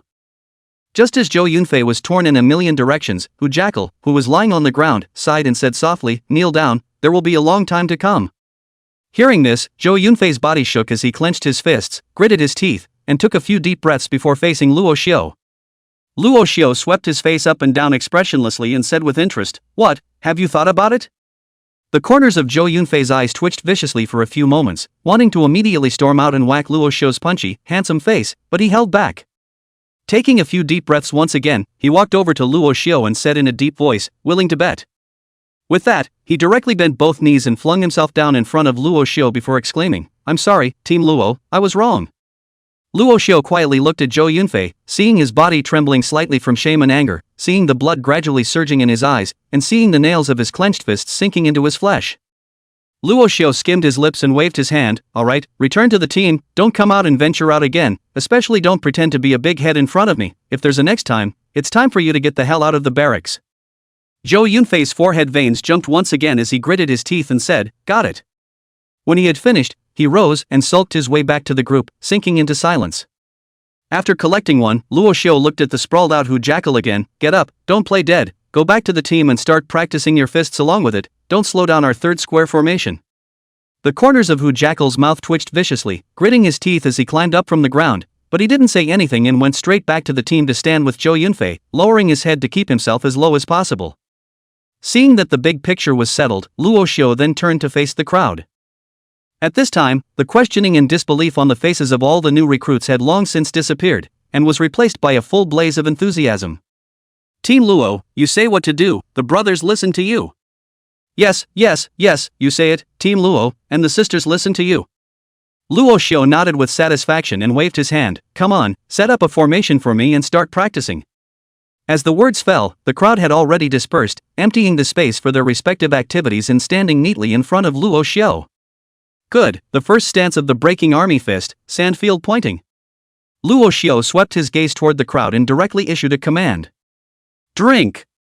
Hearing his command, the crowd started practicing in unison, and each of them punched out the first style of the broken army fist that they had learned, and although it was not very neat, the momentum was surging, like waves. Luo Xiu swept over the crowd one by one, and with his perspective turned on, he instantly gained insight into the problems with the crowd's moves. "You, arms up. You, lift your hips and tuck your stomach. You, swing your arms back. You, look back at the moon. You, with your ass puckered up to the sky, put it away. And you, don't scratch your head, look ahead, and tuck in your winks." "Well, yes, that's it, go on." Under Luo Xiu's guidance, the breaking army fist that the crowd practiced began to rapidly become standardized and skilled. Luo Xiu's position in the hearts of the crowd also began to rise in a straight line, and the position of captain was completely solidified. And just when everything was steady to good, in the war zone monitoring room, Hu Bonjour was looking at the big screen on the monitor with full concentration. On the big monitor screen, it showed the very same image of the veterans raiding the male recruits' dormitory in the morning. The screen showed that the 9th floor fire system had been turned on, and a curtain of water had poured down with a crash. Then came the 8th, 7th, 6th, and 5th floors. The fire buttons seemed to rise and fall momentarily, as can be clearly seen in the image on each floor. It was like someone had taken a quick shot at it. Hu Bangrua stared at the screen with a deadpan, and when the fire alarm sounded on the 4th floor and the rain fell, Hu Bangrua's pupils suddenly shrunk violently. With a jade hand, she pointed to the lower left corner almost near the stairway and said eagerly, "Stop! Stop! Zoom in here, quickly!" The soldier who was controlling the surveillance screen hurriedly framed the screen, and his fingers were operated on the keyboard, and the position pointed out by Hu Bangrua was suddenly enlarged several times. Hu Bangrua looked at the picture on the big screen, sucked in a mouthful of cool air, and subconsciously said, "What is this?" Just a screen image of a shadowy silhouette outlined by a curtain of firefighting rain. It wasn't quite real, but you could vaguely see that it was supposed to be a person's head in shoulder position. A horrible conjecture suddenly surged up in the bottom of Hu Bangrua's heart. The fire system was artificially activated. Someone stealthily tapped all the fire buttons. Chapter 19 exposed. Hu Bonanza was taken aback by his own guess. She was a little incredulous. Someone turned on the gift of stealth, rushed to the 9th floor, and then worked their way down, hitting all the fire switches, turning on the alarms and rain screens, and disrupting the veterans' raid. How?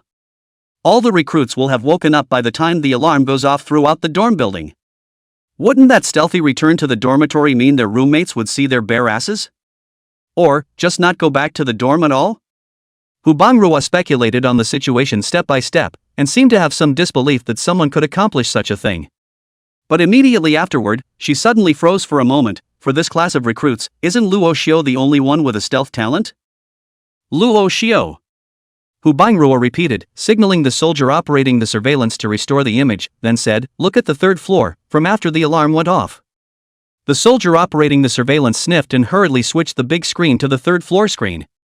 Dragging the progress bar, he watched the black-clad veteran go up the stairs step by step, and then when the black-clad veteran reached the 2nd floor, the door to 306 suddenly opened slightly. But no one can be seen coming out. Hu Bangrua's breathing tightened and he said in a deep voice, "Continue."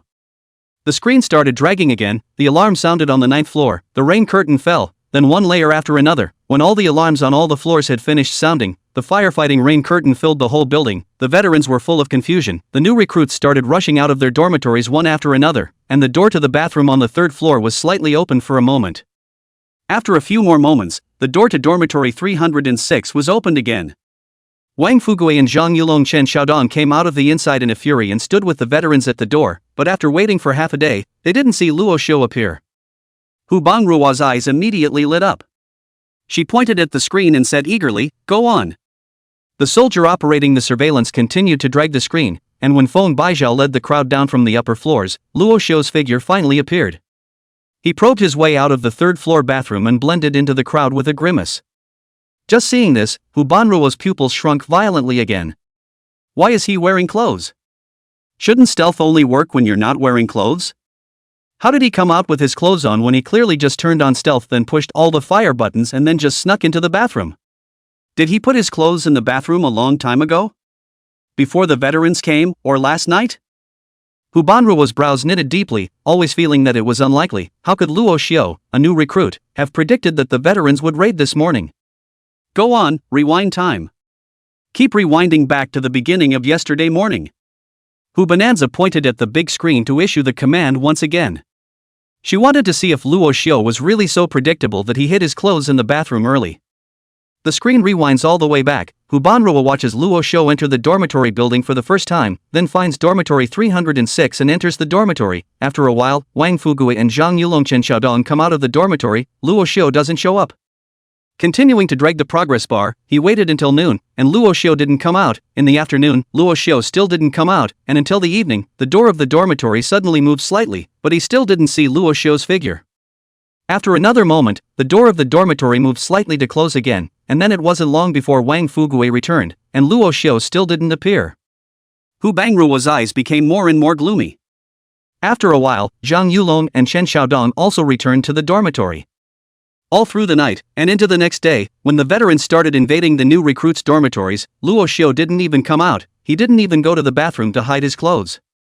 It was as if they had completely disappeared after entering the dormitory. Hu Bangrua stared blankly at the surveillance screen. Her mind was in a whirlwind of thoughts. How is it possible that he didn't go to the bathroom to hide his clothes? Then why did he come out of the bathroom in the morning with his clothes on? Could it be that his invisibility can come along with his clothes? This can't be right. Hu Banjor subconsciously denied it. Because from the beginning of the Gomu era until now, there hasn't been a single person who could be invisible with their clothes. All of the known stealth talent awakenings were stuck at the stage of only being able to stealth their own bodies. Useful, but not great. It was just that if he wasn't invisible along with his clothes, then how did Luo Xiu manage to come out of the bathroom with his clothes on? That doesn't make sense. Hu Bangruo was instantly in a daze. How come? I shouldn't, did I miss something? Hu Bangruo murmured, and undeterred, he pointed at the monitor screen again. Quick, watch it again. The soldier who operated the surveillance sniffed and hurriedly pulled the third floor's surveillance screen back to yesterday morning once again, and then began to play it. Hu Bangruo stared at the screen, her eyes unblinking, not missing a single frame. The screen flowed, time flew by, and then she saw the scene where Luo Xiu sneaked out of the bathroom and blended into the crowd. Hu Bangruo still hadn't found any abnormality. Unbelievingly, she read it again. Still. No questions asked. That's how Luo Xiu suddenly appeared in his clothes. He didn't go to the bathroom early enough to hide his clothes. Hu Bangruo unconsciously clenched his fists, his throat slightly drying up. Could it be that he can really be invisible even with his clothes? Thinking of this, Hu Bangruo even breathed unsteadily and began to slowly rush. 1,000 thoughts flashed through her mind instantly. If Luo Xiu could really be invisible along with his clothes, then his importance and scarcity could definitely instantly surpass that of a spiritual nihilist such as 100 Choppers. Although spiritual luminaries were rare, there were at least thousands of them in the entire Divine Federation. But none of them can be invisible with their clothes. And being able to be invisible along with their clothes means that such a being can instantly become one of the strongest scouts of the Divine Federation. This was still because Luo Xiu was still young and inexperienced, and his martial realm was also relatively low. If Luo Xiu had learned enough scouting experience and his martial arts had reached the 3rd grade or above, he would directly remove the one and become the true strongest scout. Such an existence possessed strategic significance for the Divine Union and even the entire human race. Thinking of this, Hu Bangruo got a little excited. She had long forgotten about her nephew Luo Tianhao's request for her help against Luo Xiu, or rather, she hadn't cared much about it originally, and making Luo Xiu the captain was just a smooth move. Now all she could think about was the importance of Luo Xiu.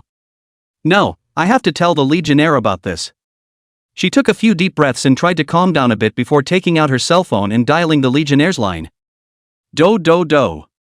After a busy tone, the phone was picked up, and a dignified and heavy voice came from the other end of the line. Hey, bonjour, what's up? Chapter 20, The Legion Commander's Mandate. On the martial arts field, the 9 recruit formations were all practicing feverishly. But the 3rd square was certainly the most unique presence in the field at this point. There were no instructors, yet they were more disciplined than other squares with instructors. Everyone was practicing the army breaking fist along with Luo Xiu. The 3rd style, the strongest man on the march. Luo Xiu shouted from the front of the group and his body began to change. His body was like a swimming dragon, his footsteps moved in succession, his fists moved with the wind, and each punch blasted out had a forward-looking aura. The new recruits in the team, on the other hand, followed Luo Xiu's fists like blades, all of them moving in a neat manner, and the sound of their fists was like thunder. When waving, each breath change and exhalation is accompanied by a drink, shouts. For a while, the crowd shouted like spring thunder. Not far away, in front of the second party formation, the upright Lu Qingci quietly looked this way, a flash of surprise flashing through his bland eyes. She then gave a light humph and looked back at the recruits in the second square formation with a cold face. Her tone had a coldness in it. The main thing that the breaking army fist emphasizes on is the word break. Only by going forward can you break the enemy army greatly. Lift up your momentum. You're not the dogs of mourning. You don't need to be cowering. The 3rd style of the breaking army fist, the strong man goes on the march. As the words fell, Lu Qingci led the punches, and the whole person was like the vanguard of an army, going forward. At this moment, the other formations were basically the same scene, all led by their respective captains, with instructors pressing the line, constantly practicing the broken army fist, with passionate, shouting voices. Just a few instructors gathered together, and when they looked over at Luo Xiu's side, all of them were horrified. Who is this kid, and how come his army breaking fist doesn't look as if it's the same? Indeed, it seems to be more imposing than what we practiced. No, it's not just a matter of aura, this broken army fist of his seems to have more divine flavor, it's as if it was personally practiced by martial god Xia Wentian in the martial god images we've seen before. Could it be that he's seen martial god images before? It wouldn't be the same as 100 Choppers, the son of any army chief, would it? It's possible, or the chief instructor wouldn't have made him a captain. Then again, where's the chief instructor? I don't know, I saw the chief instructor teach boxing 3 times and then leave in a hurry. It's kind of weird. Naturally, Luo Xiu didn't know that he was being secretly observed by the instructors, and at this moment, he was immersed in the army breaking fist and couldn't help himself. As Luo Xiu continued to rehearse his punching technique, he saw that there was also a flow of thin golden threads within his body, and as these thin golden threads flowed, he could feel that his physique was continuously improving at a slow pace. This pleasantly surprised Luo Xiu. He suddenly remembered that Hu Banruo had said that this breaking army fist was created by the martial god Xiao Wendian, and that although it was simple, it could assist in cultivation and enhance qi in blood. Now it seemed that what Hu Banjur had said really had no water in it. Originally, Luo Xiu still felt that after he possessed the temple god, although his talent could be continuously strengthened, his own realm of strength was limited by his physical body's potential as before, and he couldn't get stronger quickly. However, the army breaking fist gave Luo Xiu hope. Luo Xiu was able to feel that he had swallowed a qi and blood elixir just like he had when he had completely punched the army breaking fist 3 times. And a qi and blood pill would at least give him a 0.01 increase in his qi and blood value. At this point, he had finished the 6th time and was starting the 7th. Why isn't it working? However, soon enough, Luo Xiu sensed that something was wrong. Just now, during the first 6 times, the feeling of getting stronger appeared as soon as the body moved. But this 7th time, he had already played the first style of Sandlot Point, but he didn't feel a thing. Obviously, the increase effect of the army breaking fist was gone. Could it be that it can only increase twice a day? Luo Xiu guessed, a little regretful in his heart, but he soon let it go. If practicing all the time keeps increasing, then this breaking army fist would be too heaven-defying. Even if it's a martial god, I'm afraid it can't violate common sense. A person's body's ability to withstand is limited, not to mention practicing boxing. Even if one were to swallow a qi and blood elixir, under an entry-grade martial artist, one can only swallow 1 a day at the most. Now that the army breaking fist can boost me twice a day, it's already very good. You can't be too greedy, I should be content. Luo Xiu was in a good frame of mind, and after he figured this out, he stopped leading the crowd and practicing his fists in front of the group and instead walked into the group and started pointing. Good, yeah, keep your hands up. Get your ass back, don't pucker up, what are you doing? Don't turn your legs out, be reserved. And just as Luo Xiu was leading the 3rd square formation to surge forward in the army breaking fist, a majestic middle-aged man came like the wind from the military region's monitoring room. After he walked into the monitoring room, without any nonsense, he looked at Hu Banjuru who greeted him and asked directly, Banjuru, is what you said true? Is there really someone who can be invisible along with their clothes? Hu Banjuru nodded respectfully and returned, there's no certainty, but I'm guessing it's like this.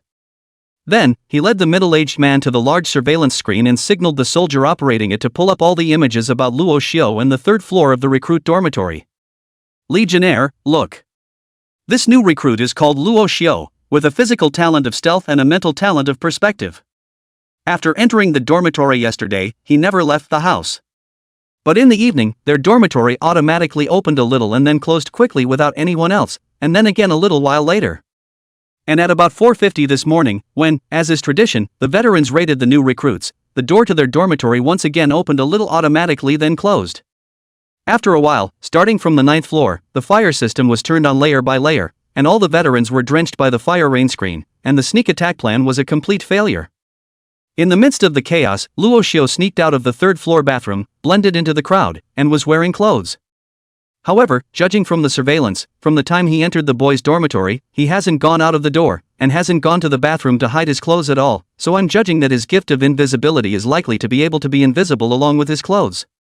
Saying that, Hu Banjuru pointed to the vague silhouette that was vaguely outlined in the firefighting rain screen on the big screen. Look, Legion Commander, it can be clearly seen here that it was someone who stealthily turned on all the firefighting systems. The middle-aged man's face was as heavy as water, and he quietly stared at the place Hu Banjuru was pointing to, his gaze and his eyes bright and uncertain.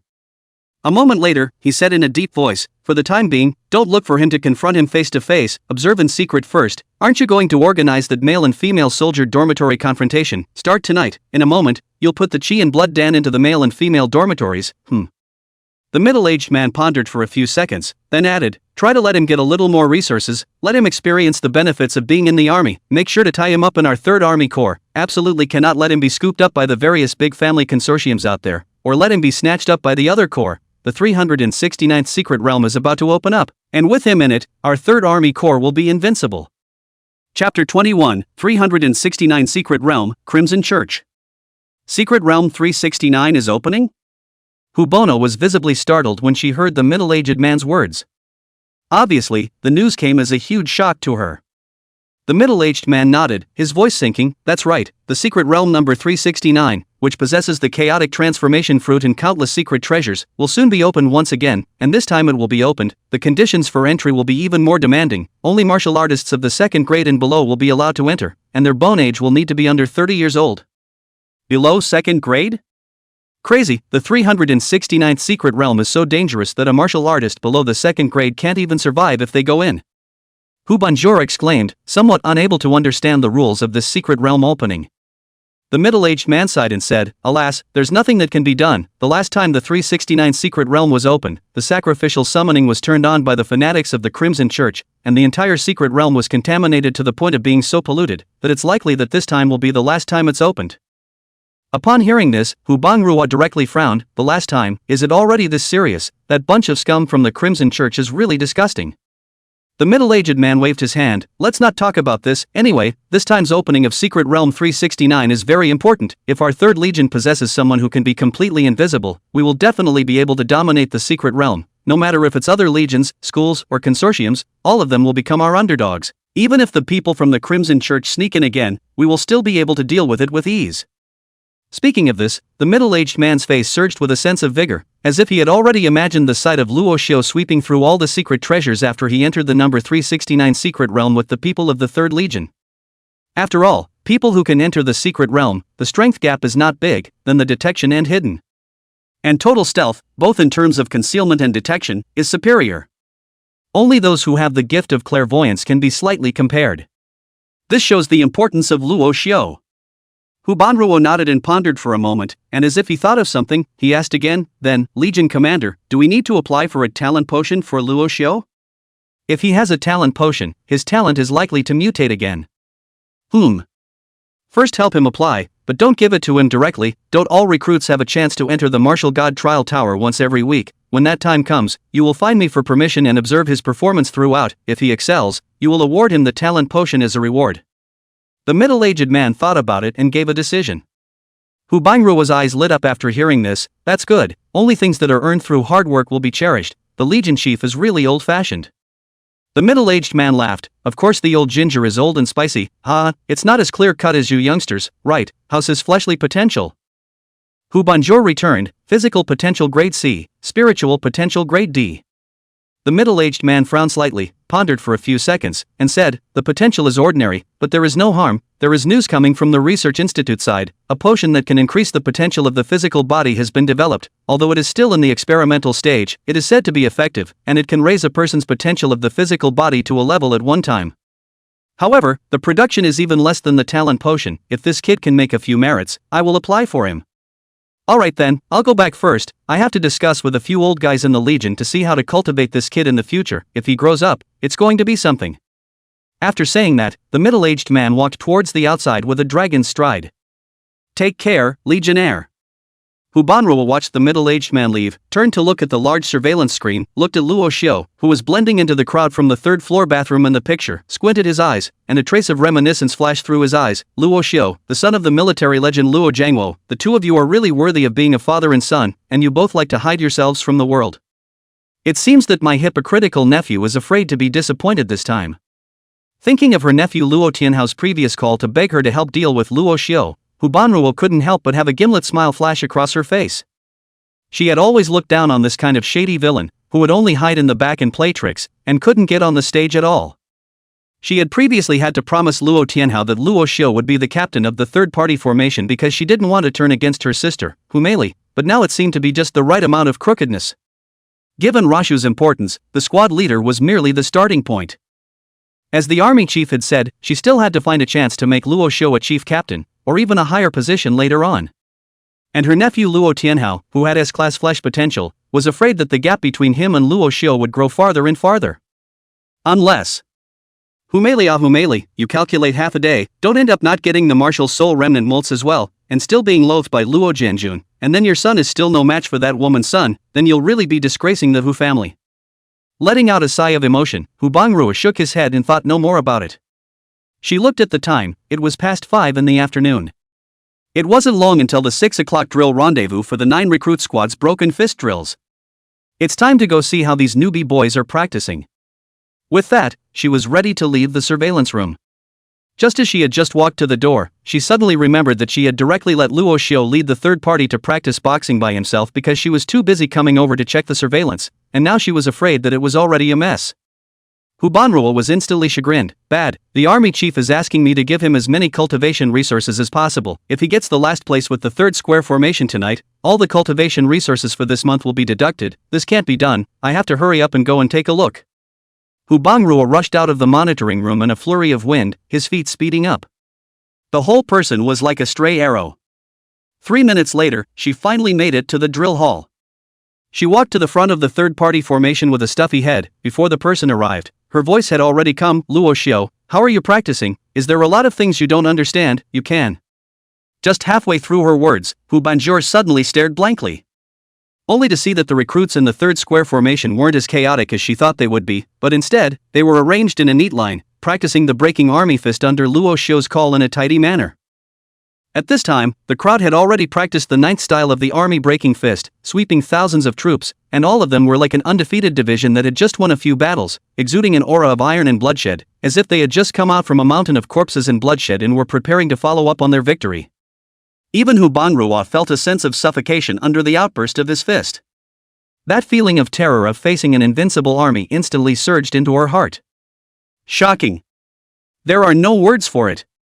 As for Luo Xiu, who was standing in the middle of the group and instructing the crowd on their movements, when he heard her voice at this time, he suddenly turned back with some consternation and said in surprise, Chief Instructor, you're back, what did you just say? Chapter 22 Hu Banjur's shock, martial arts begins. Hu Banruo stared at Luo Xiu carefully for a long time.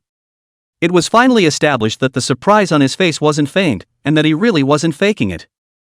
Licking his somewhat dry lips, Hu Banruo coughed dryly, his voice resuming its usual icy coldness. Well, it's fine, you guys practiced well, continue. After saying that, she hurriedly turned towards the other instructors. Just as soon as she turned around, her face changed, shock instantly covering her pretty face. How is it possible? How did he do it? It took so little time to get these newbie boys to submit and all listen to him. Moreover, how did their breaking army fists advance so quickly? Could it be that some of the other instructors have come over to help show me the ropes since I've been gone? It should be, or that would be incredible. Hu Banjur suppressed the shocking waves in his heart and walked quickly towards the other instructors. When the instructors saw him coming, they greeted him, Hello Chief Instructor. Hu Banruo nodded without any nonsense and directly asked, Everyone, after I left, which instructor helped me to instruct the third square formation in the breaking army fist? They practiced it very well. Just hearing this, the other instructors were all at a loss. One of the bearded instructors was puzzled, Chief Instructor, we weren't there to instruct the recruits in the third square, it was all done by that captain you appointed. Another instructor laughed, Yes, Chief Instructor, quickly tell us, which army chief's son is this squad leader you appointed? His broken army fist is practically pure, even compared to us, at a glance it's the son of our military, he must have been using broken army fist to toughen his body since he was a child. There is even an instructor said, You are, really shameless, people that broken army fist than we are no less than, obviously far more than us okay, people's broken army fist but there is a trace of Xiao Wuxian's divine charm. The instructor immediately laughed with some embarrassment, you guys, don't give us some face, I'm not afraid of this young man's pride. Go, put gold on your face every day, this instructor is ashamed to be in your company. Ha. The crowd all laughed out loud, and it was obvious that all of them were extremely close.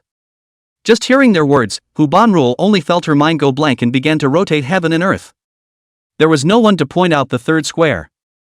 It's all because of that captain you appointed. He must be the son of some army chief's family, right? The breaking fist is far beyond the instructors. There's a hint of Xiao Wuxian's divinity. One sentence, all like a thick copper pillar, hit the temple bell, Hu Banruo's brain buzzing. At this point all that was left in her head was how could that be? What exactly was Luo Xiu's situation, could she not be clear about it? Son of a legionnaire? If Luo Jianjun hadn't been invalidated perhaps Luo Xiu would have been the son of the army chief, but there were no ifs in this world. Practicing broken army fist from a young age would be even more impossible, and with that sister, Hu Meili, who made her feel bored, it was a miracle that Luo Xiu could survive until now. but it was such a tough guy to grow up, secretly awakening the terrifying talent of being able to be invisible even in clothes, not to mention that he was surprisingly so excellent in his martial arts understanding and means of mastering people. Make all the third square recruits obedient in one afternoon. I also practiced the breaking army fist, which I had rehearsed 3 times, to the point of possessing a hint of the martial god's divine charm. This surprise is turning into a shock. Hu Banruo tried her best not to show her shock, but her eyes still couldn't help but glance in Luo Xiu's direction. Looking at Luo Xiu's proud back as he taught the crowd to practice boxing, the thought of "no, I have to tell the army chief about this" surged through Hu Banruo's mind once again. Just as quickly, she pushed the thought down.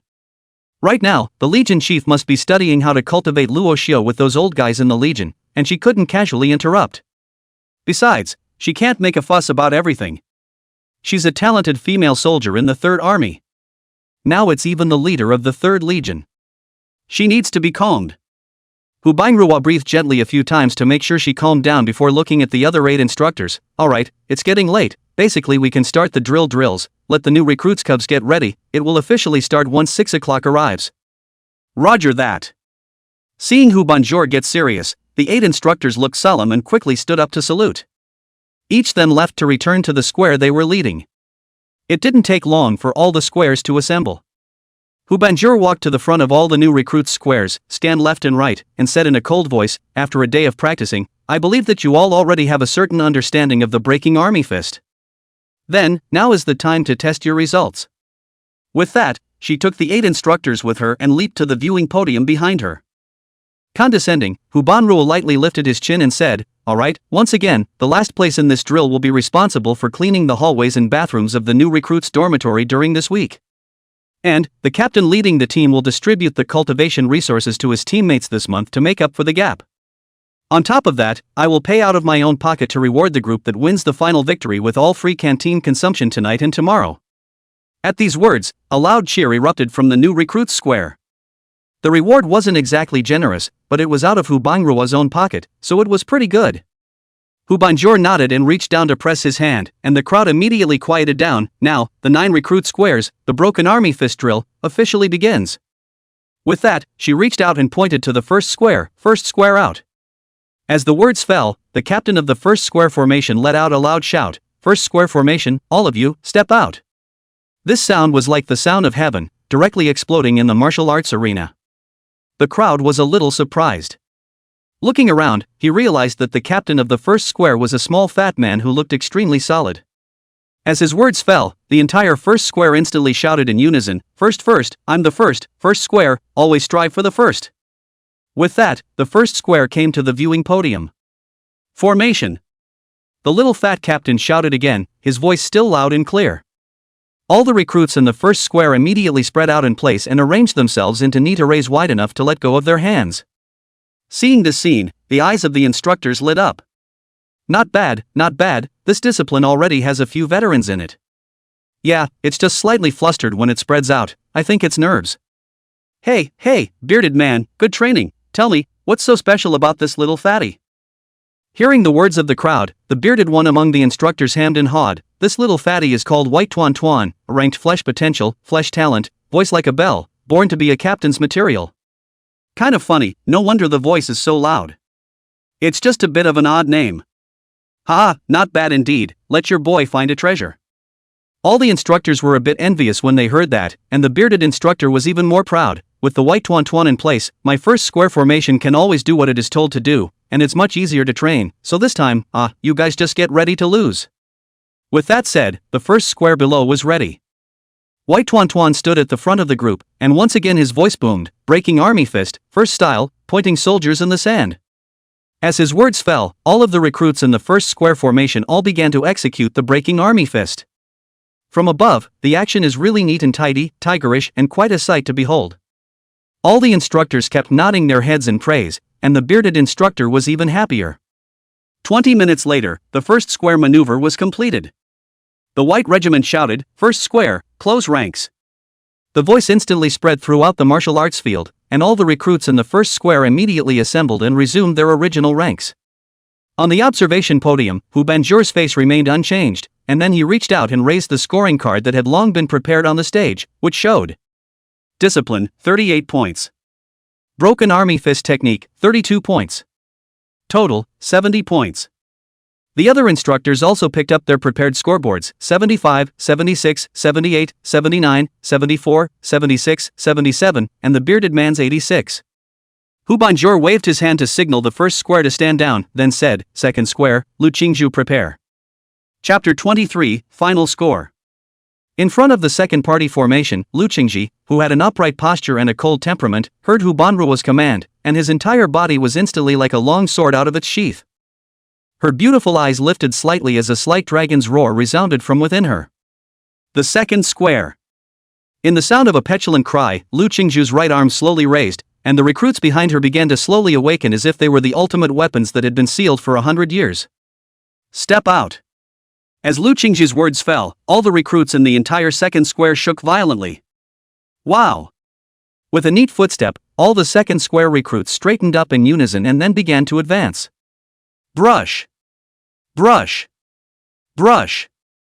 Brush. All of the soldiers' feet felt like they were stepping on the same point, and each step felt like a broken military drum, shocking the hearts of the people. Seeing this, Luo Xiu on the side was slightly surprised. He looked up at Lu Qingci, who was at the front of the group, but realized that Lu Qingci seemed to be looking at him as well. Seeing him look over, Lu Qingci's gaze instantly moved away, then walked like a javelin towards the front of the observation podium. Luo Xiu blinked, wondering in his heart. This girl specifies that there is something wrong. Is there really a crush on me? That's not possible. Just as Luo Xiu was making depressed guesses, Lu Qingci once again chirped, "All of you, line up."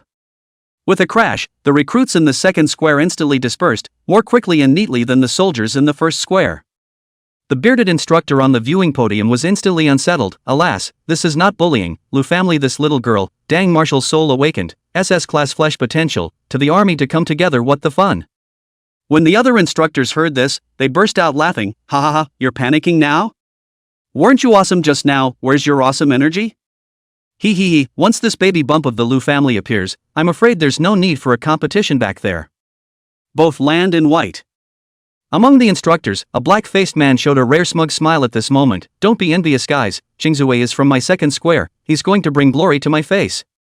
When the other instructors heard this, they all skimmed their lips and didn't bother with him. Hu Bangrua didn't have much of an expression on her face. She pointed down and coldly said, "Alright, stop arguing and watch the punch."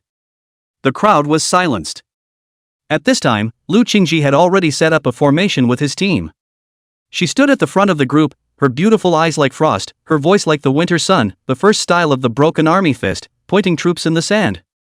As the words fell, the aura of the recruits in the second square burst into the sky, the kind that was so forward-looking that even the long-experienced instructors lost some of their concentration when they looked at them.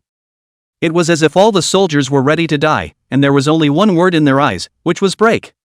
Break through all the obstacles in front of you. Destroy all enemy forces in front of you. Break through all the darkness in the world.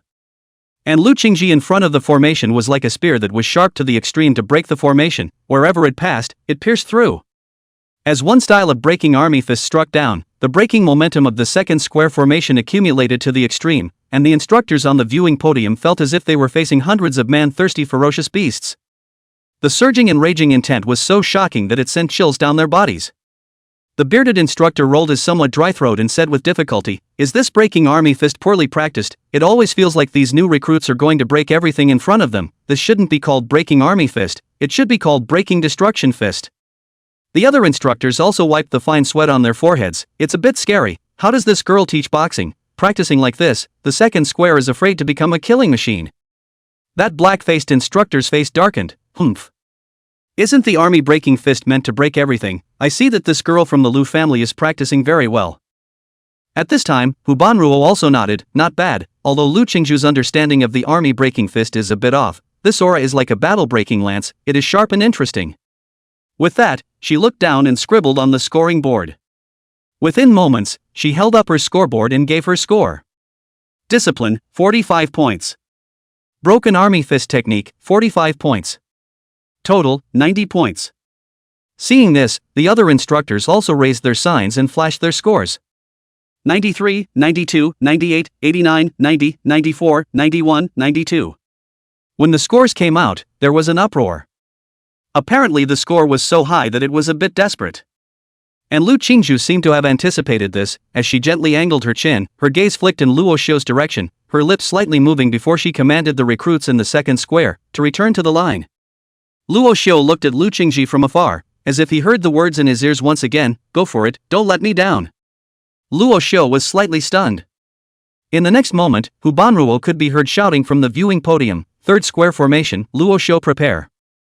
Rashu immediately returned to his senses.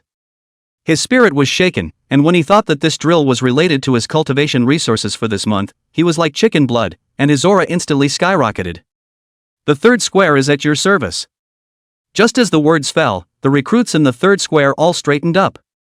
Aside from Hu Jackal and Zhou Yunfei and the others, a trace of fervor and reverence all surged on everyone's face. Everyone looked at Luo Xiu with unblinking eyes, as if that was the only leader in their hearts.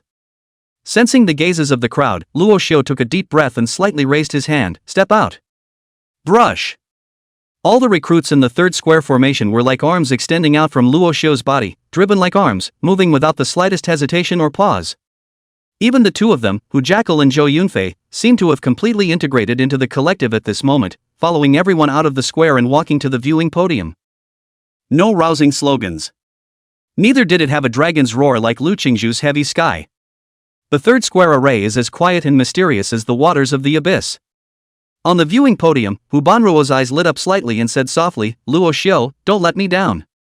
Luo Xiu's chin tapped, but he didn't say anything back as he swept his gaze to all the recruits in the third square formation, meeting their gazes with a slightly agitated mood, and ghostly shouted, "I'm with you all." As soon as the words fell, we heard all the people in the third square return in unison, with Team Luo. The sound shook the sky like thunder. Rashu was taken aback. Honestly, he hadn't rehearsed this before, and he didn't know how these new recruits managed to be so uniform. After calming down a bit, Luo Xiu turned around to face the viewing podium, the first style of the breaking army fist, Sandfield pointing. Boom! As the words fell, the entire martial arts arena as instantly changed into a battlefield. The recruits in the third square formation punched like the wind, and all of them landed at the point of their fists, like veteran generals in command, ready to go out to war, standing on top of the sands with great vigor. Every punch that fell was like a veteran general standing on top of a city wall, pointing out troops and raising generals, moving people's hearts and minds. And then after that, it was like the drums of war beating in unison, and like a strong man going out to battle. After the expedition, the whole army was like a crackerjack, breaking the enemy army. A fist diffusion seemed to pull everyone present above the ferocious beast battlefield. Not to mention the soldiers of the other formations watching from below, even the instructors on the podium didn't dare to take a breath. It was as if people had forgotten that it was a drill. All of them followed the punches of the recruits in the third square. Or spirited, or passionate, or iron bloodthirsty, or broken, or great and hardy. Not far away, Lu Qingci looked at Luo Xiu, who was throwing punches in front of the formation, and a touch of redness flashed faintly on her icy pretty face before it was quietly hidden again. She was quite appreciative in her eyes, but then she hummed softly as if she had thought of something. Time is like a shuttle. In the blink of an eye, Luo Xiu finished demonstrating the army-breaking fist with the crowd. But everyone, both on and off the stage, looked as if they hadn't noticed, still staring blankly. I don't know how long it's been. Hu Banruo finally came back to her senses. She looked deeply at Luo Xiu in front of the team and lowered her head to write furiously on the scoreboard. A moment later, she held up the scoreboard. Discipline, 46 points. Breaking fist, 50 crossed out 49. Total score, 95. Chapter 24. It's not fair, it's open and shut. On the viewing podium, the room was silent when they saw the scores on Hu Banju's scoreboard.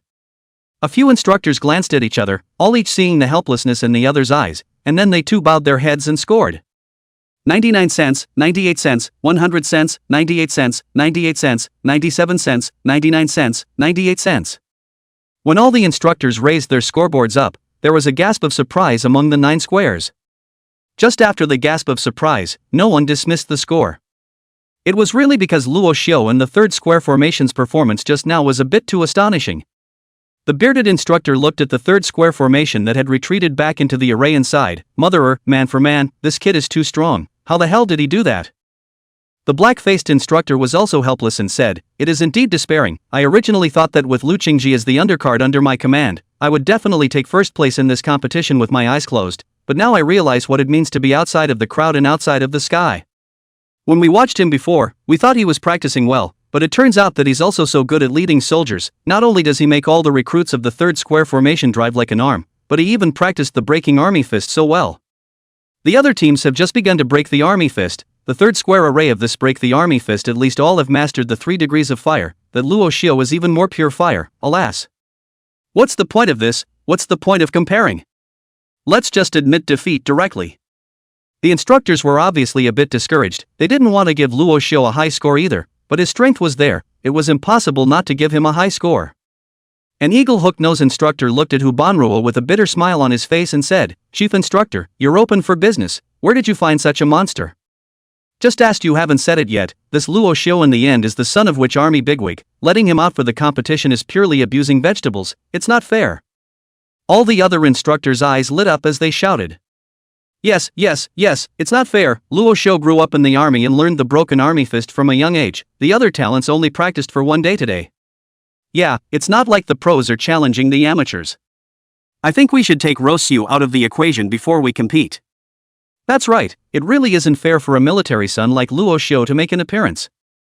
Although this breaking army fist martial arts competition wasn't considered official and didn't have much to offer, the other instructors were willing to fight for it if they could press Hu Banjor as the chief instructor. It was only when they saw that because of Luo Xiu, the match was crushed almost without a doubt that several instructors became a bit unable to sit still. At this moment, the hawk-nosed instructor once again mentioned Luo Xiu's identity as the son of a military bigwig, which made the instructors see the hope of turning defeat into victory. After all, it really wasn't quite fair for the son of a military bigwig to participate in this kind of competition. Hu Banruo originally couldn't help but feel a hint of pride rise in her heart when she heard the crowd praising Luo Xiu in such a way, but she couldn't see any expression on her face. However, when she heard the crowd once again say that Luo Xiu was the son of a military bigwig, Hu Banruo's delicate face smiled playfully. She didn't turn around, just whispered with intent, "Oh? It's not fair for the military prince to compete? Then will 100 choppers still compete later?" When these words came out, the tone of the instructors stuttered. 100 choppers, that was truly the son of the 2nd Legion commander of Qingchuan City. They were so focused on talking about Luo Xiu that they forgot about this heavyweight. For a while, the instructors all wrote up a bit. If we say that 100 choppers can't compete, what about the 6th square? If we say that 100 choppers can compete, then we're really letting an existence as monstrous as Luo Xiu go unchecked? The instructors looked at me and I looked at you, rather feeling like they had lifted a stone and smashed their own feet. Hu Banjor was even happier to see this. Although she was the chief instructor, as a woman, being on top of so many men would inevitably be disconcerting, so these instructors would more or less give her a hard time explicitly or implicitly. But now, relying on Luo Xiu alone, he made all 8 instructors suffer, so Hu Banruo was naturally in a great mood.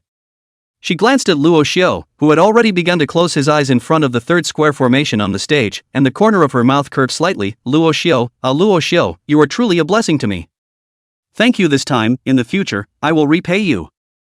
With this in mind, she suddenly turned back to the crowd of embarrassed instructors and said with a soft smile, "Oh yeah, one more thing, Luo Xiu isn't the son of any military bigwig, he's just an ordinary recruit, and today is also the first time he's come into contact with the broken army fist."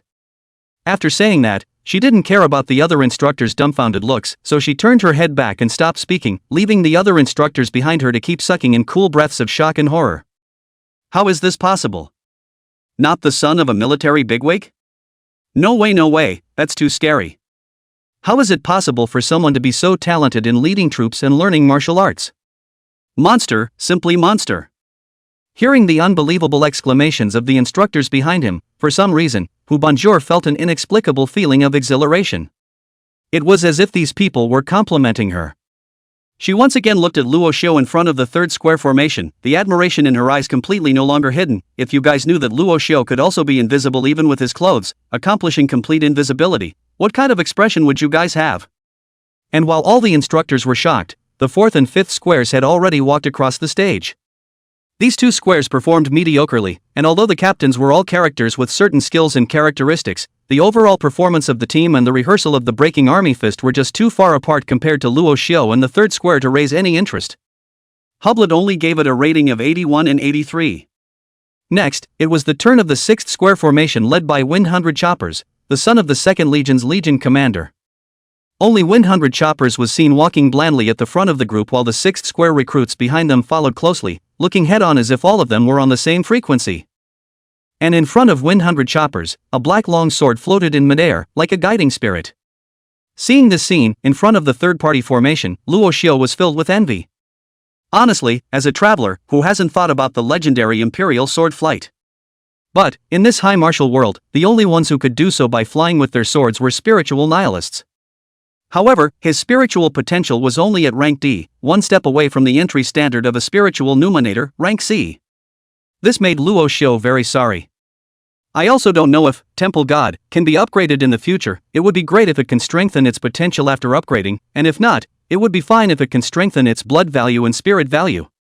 As long as the spirit value can break through 1.0, it's also barely enough to step into the threshold of a spirit numinous master. Alas, the road to becoming stronger is a long way to go. Just as Luo Xiu was lamenting, Feng Baizhang had already arrived in front of the viewing podium with his men. The team was neat as one, completely no worse than Lu Qingci's 2nd square formation and Luo Xiu's 3rd square formation in terms of discipline, and there was also a weird sense of synchronization that the 2nd square formation and the 3rd square formation didn't have. Luo Xiu couldn't see all this, but the instructors on the observation podium could see it clearly. Hu Bangrua looked at Feng Baizhang in front of the team, a trace of gravity rising slightly in his eyes. Spirit Link, the 2nd army chief, has even taught Feng Baizhang this kind of spirit secret technique. It seems that this son carries a lot of weight in his heart. Between thoughts, 100 Chopper's clear voice with a hint of elegance rang out from the stage, the first style of the breaking army fist, pointing troops in the sand. Then something weird happened. Everyone in the 6th square formation looked like puppets being controlled as they followed Feng Baizhang's movements. Punching, moving, kicking, and turning back, every movement was exactly like 100 Choppers. It's like copying and pasting it out. Moreover, Feng Baizhao's breaking army fist was obviously very skillful. It was exactly the kind of feeling that had been practiced 1,000 times. Every movement was very standard, and all the people in the 6th square formation following him were also like him. Their movements were standard and smooth, synchronized and in the same frequency. Soon, Feng Baizhao finished the drill with the crowd. For a moment the room was silent.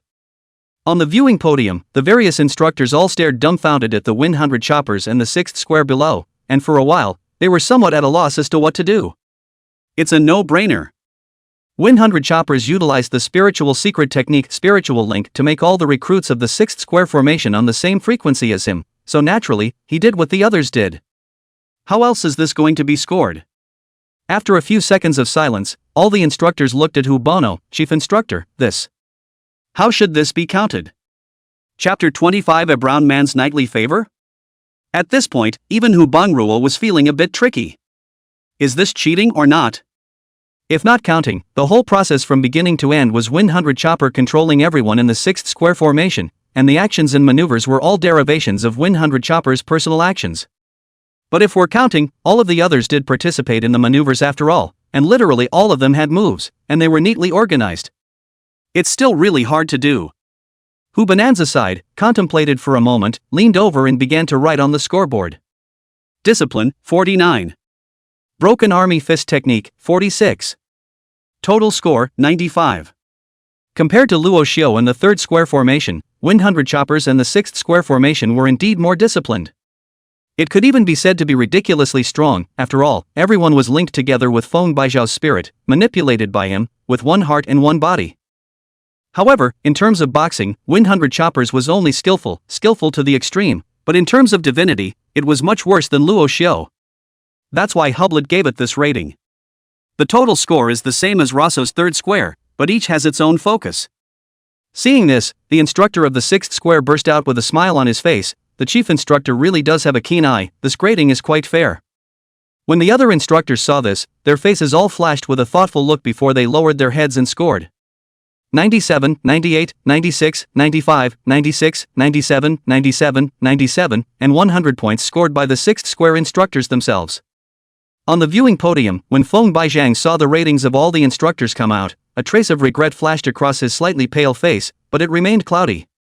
With a slight salute, he returned to the array with the 6th square.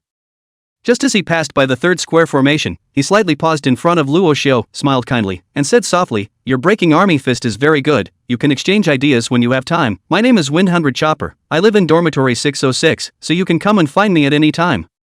Luo Xiu froze, he thought that 100 choppers came over to put a hard word in because they were robbed of the limelight by him. Generally those rich second-generation officials, second-generation military, second generations in the novels like to do so. Each one of them acted arrogantly and domineeringly, letting Luo Xiu for a while think that the second generations were all cerebral palsy.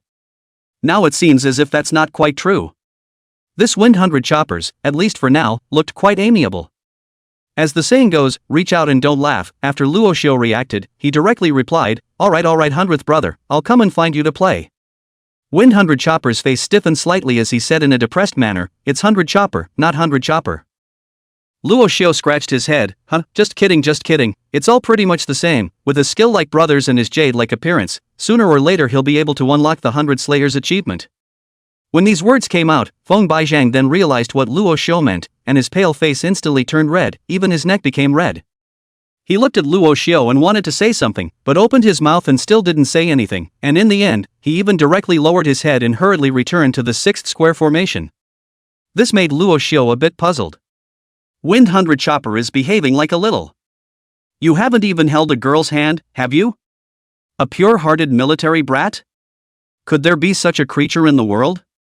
But it wasn't impossible. After all, Feng Baizhang even came over to greet him, the one who stole the limelight. Even if it was really an innocent big boy, it wasn't incomprehensible. Luo Xiu twisted his head to look at the 6th party formation and the face still reddish without fading Feng Baizhang, a burst of amusement in his heart. Brothers, you can't find a girlfriend like this. Girls like to read what brown man night and night favor and so on. You're afraid of such a pure-hearted boy will be laughed at by the girls, but don't you worry, brother will help you. With this thought in mind, Luo Xiu pondered whether he should bring a copy of A Bing or White Sister to show this little brother the world when he went to find Feng Baizhang. And after 100 chopper's 6th square formation, the remaining 7th, 8th, and 9th square formations were left without any shocking scenes, and most of them performed moderately well. Instead, it was the 8th square that accidentally made a fool of themselves when they practiced the breaking army fist. One of the male soldiers was too tense when he was punching, and he directly lost his right and left, causing his breath to run wrongly, and almost went off the deep end, and he directly rolled his eyes and fell to the ground foaming. At that time, the captain and instructor of the 8th square's face were black. In the end, it was Hu Bangruo who stepped in, jumped straight down from the observation podium, and rushed to the 8th square to rescue the male soldier. Luo Xiu had subconsciously opened his perspective to observe the male soldier at that time. It was discovered that when he went off the rails, all the thin golden threads in his body that should have been flickering had turned blood red, most notably his limbs, which were directly blood red at the time. This caused Luo Xiu to be a bit shocked. At the same time, a new understanding of breath operation came to mind. All squares were rehearsed, and the penultimate first place fell to the 8th square without a doubt. The captain of the 8th square was a flowery female soldier with a petite figure looking cute, but after hearing this news, she sat directly on the ground as if the sky had collapsed. A month's worth of cultivation resources, just gone for nothing. Also, she and the 8th square were responsible for the sanitation of the entire recruit dormitory building. A wail of pain resounded throughout the 8th square. In contrast, the first place, in the end, fell to the third-party formation led by Luo Xiu. Although Hu Banruo gave 100 choppers the same score as Luo Xiu, the other instructors' scores were still obviously a bit higher for Luo Xiu. In response, Feng Baichang was still lighthearted, but when he saw Luo Xiu's expression, he still couldn't help but blush, which made Luo Xiu feel interesting and somewhat speechless at the same time. You're a second-generation military man. You're shy. But his breathlessness was soon washed away by the cheers of the third party. The recruits on the third side of the line came straight at him and threw him into the air. Ow, we won! Hooray! Long live Team Law! Team Law is awesome! Team Law is awesome! Win, long live the Rus! Luo Xiu was drowned in the enthusiasm of the crowd. The first day of the military career is somewhat memorable now. Looking at the cheers of the crowd, a hint of relief also appeared on Hu Bangruo's face. Although she didn't get much credit for winning the championship this time, Luo Xiu was promoted by her, and she also discovered Luo Xiu's special features, and the third square formation was nominally led by her as well. She has something to do with honor. But she hadn't forgotten the Legionnaire's instructions.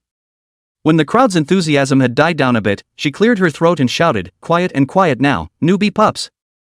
I will make an announcement below. All the new recruits immediately stopped cheering at the words and looked at Hu Bangruo in unison. Hu Bingruo paused, organized his language, and said aloud, I believe many of you have already heard about this. In order to prove that women are not inferior to men, I will be promoting a new activity in this year's recruits, the male and female dormitory rivalry. The activity is simple. Every day I will place 5 qi and blood pills in each of the men's and women's dormitories, and I will inform you of the location of these pills. And what you have to do is to use your force, intelligence and strategy to attack and defend, and ultimately capture the other party's 5 qi and blood pills.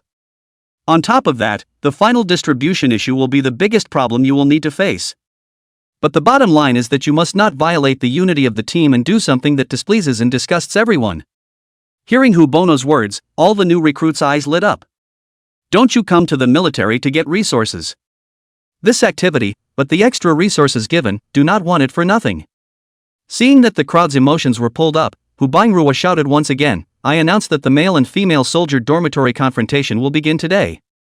I will place the qi and blood pills for the male dormitories at 104, 203, 314, 520, and 602, and for the female dormitories, I will place them at 113, 304, 418, 615, and 901, and within an hour after dismissal, I will place all the qi and blood pills at the designated locations, and before dismissal tomorrow night, you guys can use all means possible to seek out these 10 qi and blood pills. Now, all dismissed. Chapter 26, I don't know. I'm going to eat alone. Hu Bingruo directly left with the 8 instructors. In the martial arts arena, after a short silence, it immediately became noisy. Huh? That's gone? No rules or anything?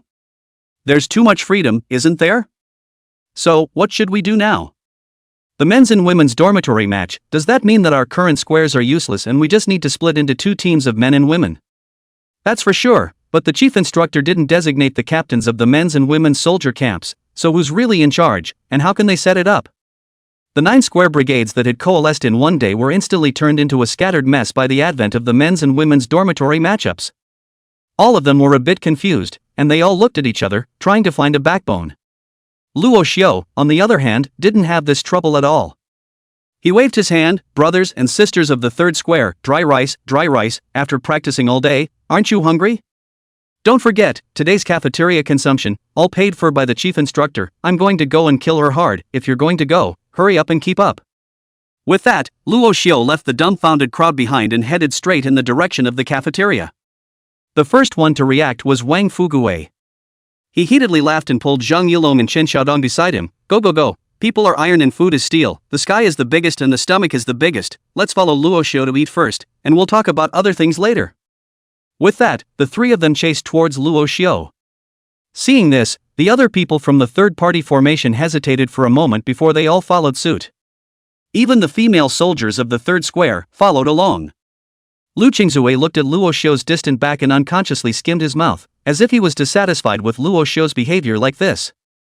The others who stayed in place, on the other hand, looked at me and you, all of them a bit bewildered. After practicing the army breaking fist for a day, they were certainly hungry. It's just that the male and female soldier dormitory match will start soon, and that's about the 10 qi blood pills, so who's still in the mood to eat? What do we do? I don't know, the main person hasn't been chosen either, neither have the defense and offense schemes, nor the final distribution of the qi and blood pills. Why don't we go and eat as well? People can bring the third party to win the championship and go to the cafeteria for free hooch, can you? But it's not a good idea for us to stand here dry now. The chief instructor has really given us a hard time.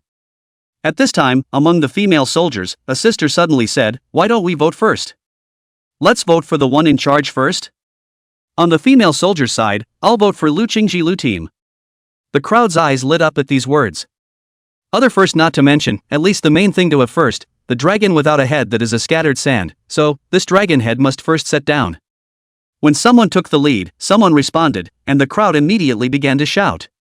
I'll steal Lu Qingju too. I vote for win 100 choppers. Lu Qingju. Team Ratio is very capable, I vote for him. People are leaving, so I guess they don't really want to be the leader, so I'll just vote for Captain Wind. I voted for myself, and I feel horribly strong now. And as the crowd began to vote feverishly, Luo Xiu had already brought his teammates from the third square to the army's cafeteria. The army cafeteria was very large, divided into 2 floors, big enough to accommodate 5,000 people eating at the same time. It was still the first time for Luo Xiu to come to an army cafeteria, so he was naturally a bit curious. Wang Fugue was a lightweight, and led him and the other third square recruits around the cafeteria like a tour guide. Brothers, here is the noodle area. The chef inside is a master chef from the noodle capital of Dajin City, proficient in hundreds of kinds of noodles. The noodles here that is really a masterpiece. I've already eaten it yesterday, the flavor is superb. Brothers who like to eat noodles, you can try it.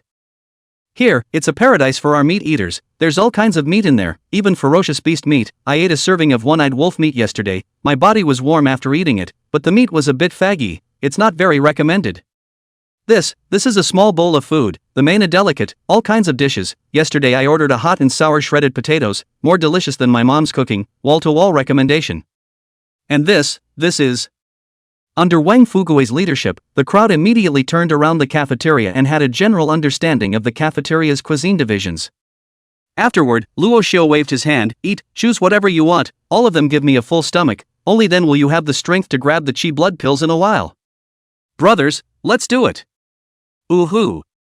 The crowd dispersed with a cheer. Luo Xiu also walked towards the meat area. Wang Fugue followed right beside him, and Zhang Yulong and Chen Xiaodong glanced at each other and followed. Luo Xiu, do you have an idea? Wang Fugue asked as he walked. Upon hearing this, Zhang Yulong and Chen Xiaodong immediately perked up their ears. What idea? Luo Xiu froze, then reacted that Wang Fugue was talking about the male and female soldier dormitory match.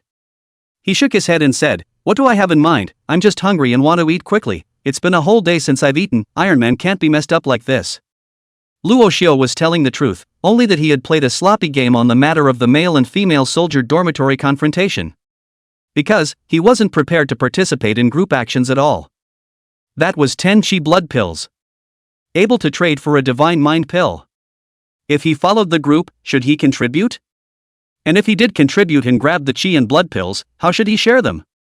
These are troublesome. But what if he acted secretly on his own? He could calmly go to the women's dormitory and find all the chi and blood pills, and then, amidst the women's panic and the men's bewilderment, quietly get all the chi and blood pills in the men's dormitory as well. Give them a straight-up grand slam. Wouldn't it be great to have 10 chi and blood pills for one person to enjoy alone? It was just that when Wang Fugue heard his words, he was a bit unconvinced. After all, Luo Xiu had just led them to win the championship of the army breaking fist drill, so why not strike while the iron is hot? So he exaggeratedly dry-howled, oh my brother, your heart is really big, 10 chi and blood pills, are you not moved? If we go late in a while, we won't have any soup to drink.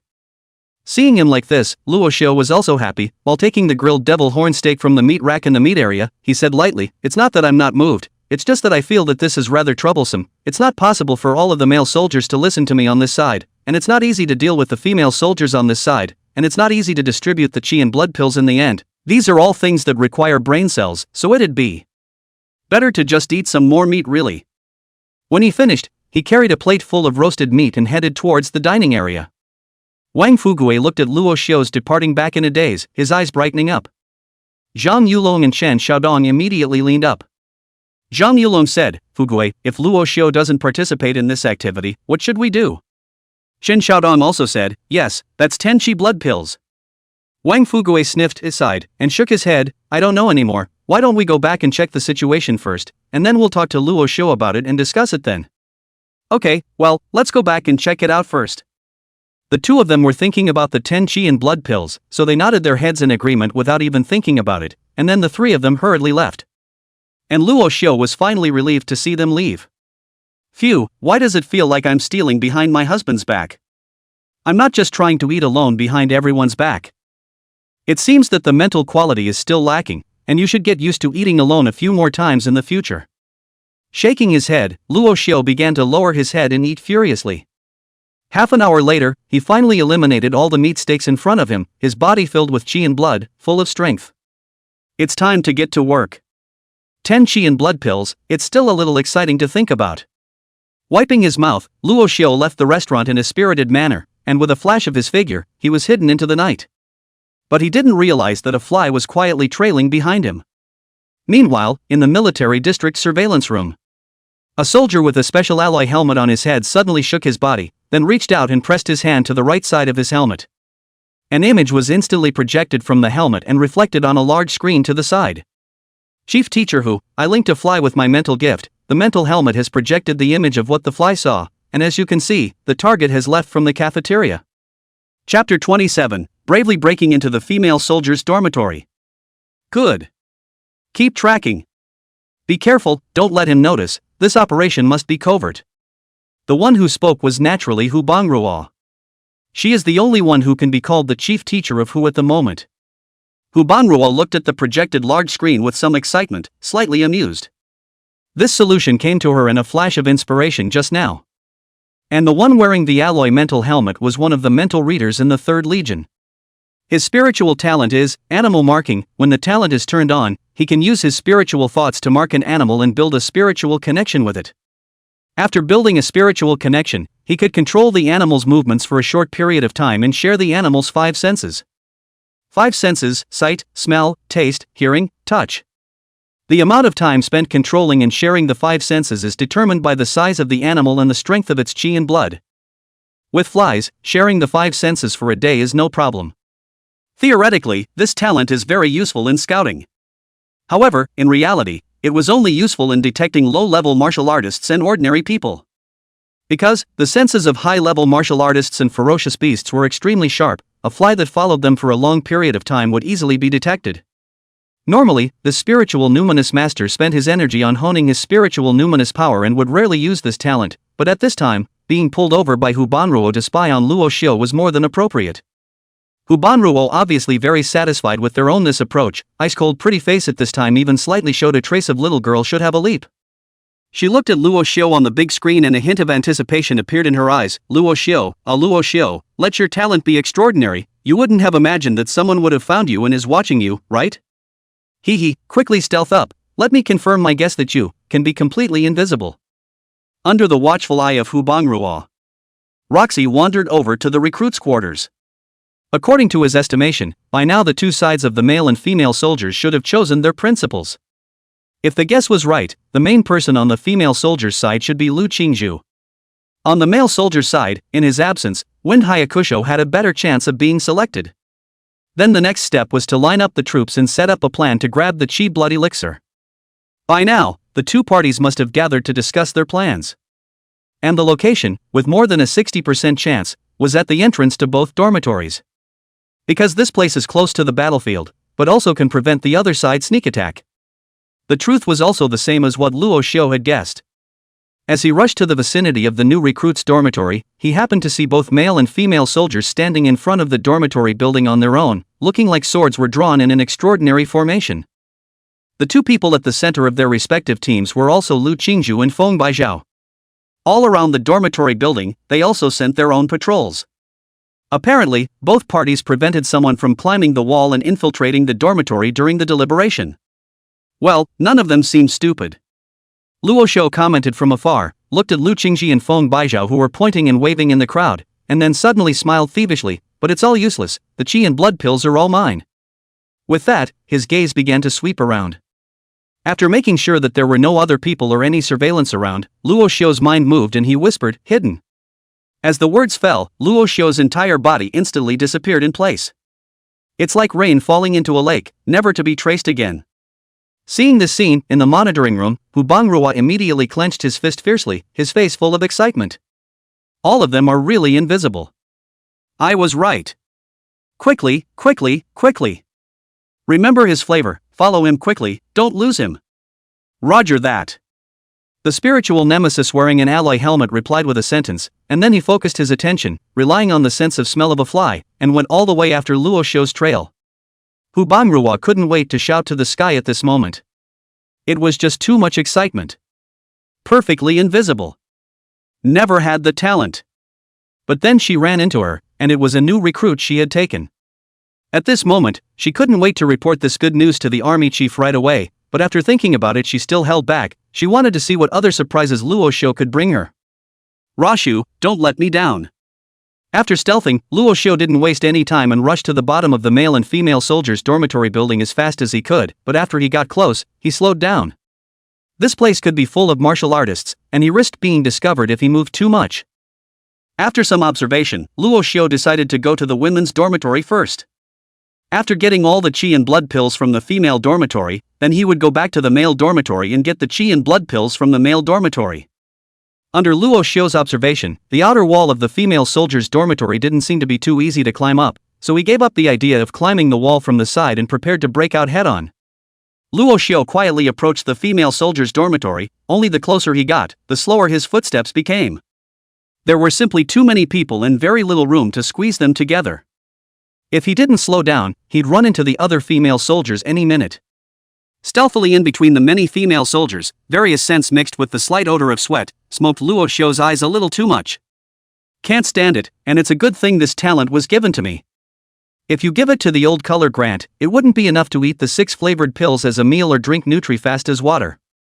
It's a pity, brother has lofty ambitions, these mediocre girls can't enter my eyes. Mentally spitting out a sentence, Luo Xiu gradually approached the building door of the female soldiers' dormitory.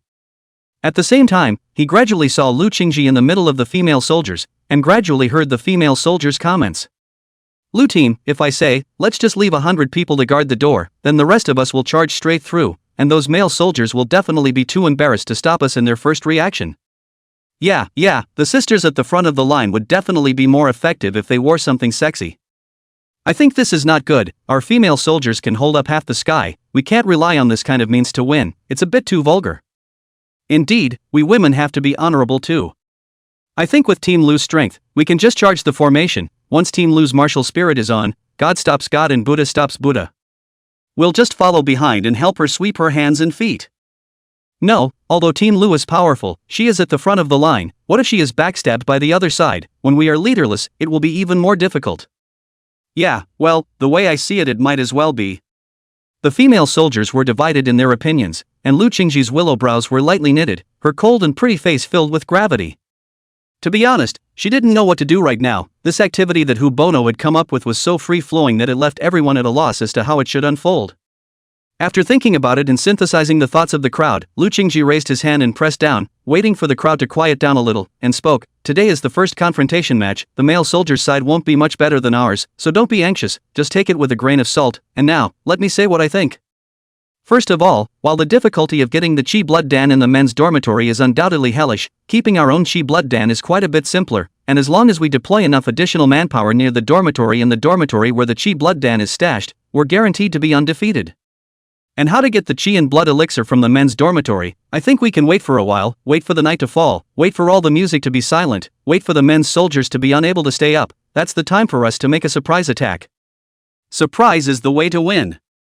Upon hearing Lu Qingci's words, the female soldiers fell into deep thought, and then they began to discuss and refine around the center. As for Luo Xiu, who had already sneaked into the doorway of the women's dormitory at that moment, he revealed a playful smile towards Lu Qingci and the crowd, then turned around and stepped into the women's dormitory. Chapter 28 Young Men Can't Have Everything. To be honest, this was the first time that Luo Xiu had entered a girl's dormitory. The first thing you notice when you first walk in the front door is the smell. Unlike the men's dormitory, as soon as you enter the door, the smell of various perfumes, soaps, shampoos, shower gels, and other kinds of fragrances are mixed in. Rashu couldn't say whether it was a fragrance or a stench. Anyway, not his favorite flavor. He held his breath, glanced around, and headed towards dormitory 113, which was the location of the female dormitory on the first floor where the Qi and Blood pills were hidden, as announced by Hu Bonjour.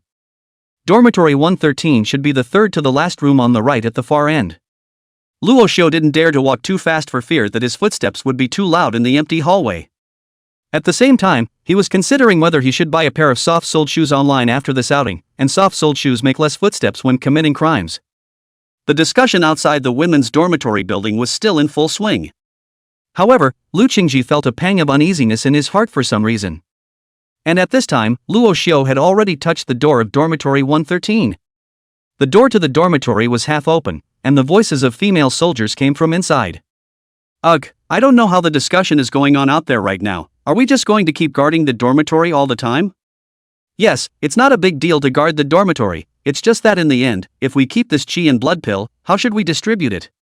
Indeed, although there are 10 Qi and Blood pills for each day's activities, and 5 on our female side alone, there are more than 700 of us in all the female soldiers.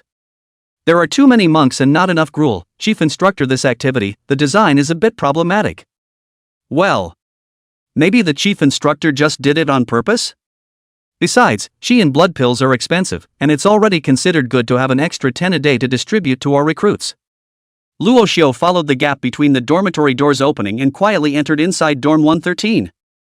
When he entered the 113 dormitory, the surveillance fly, which had been following him, also quietly landed on the ground and climbed into the 113 dormitory. In the monitoring room, Hu Banruo looked at the scene of the 113 dormitory on the large projection screen and marveled. Luo Xiu touched into the female dormitory building so simply. Outside, Lu Qingci and the girls are still discussing how to guard the female dormitory and how to attack the male dormitory. It's really a bit absurd to look at it like this. Then, as if she remembered something, a smirk welled up on her face. Then she said to the spiritual numinous master who was controlling the surveillance fly, quietly follow him up. I want to see how he finds the chi blood elixir and how he removes it. He can be stealthy. The chi blood elixir in the box that contains it can't be stealthy, can they? Roger. The spiritual nemesis replied and immediately maneuvered the surveillance fly to quietly climb in, firmly trailing behind Luo Xiu through his scent.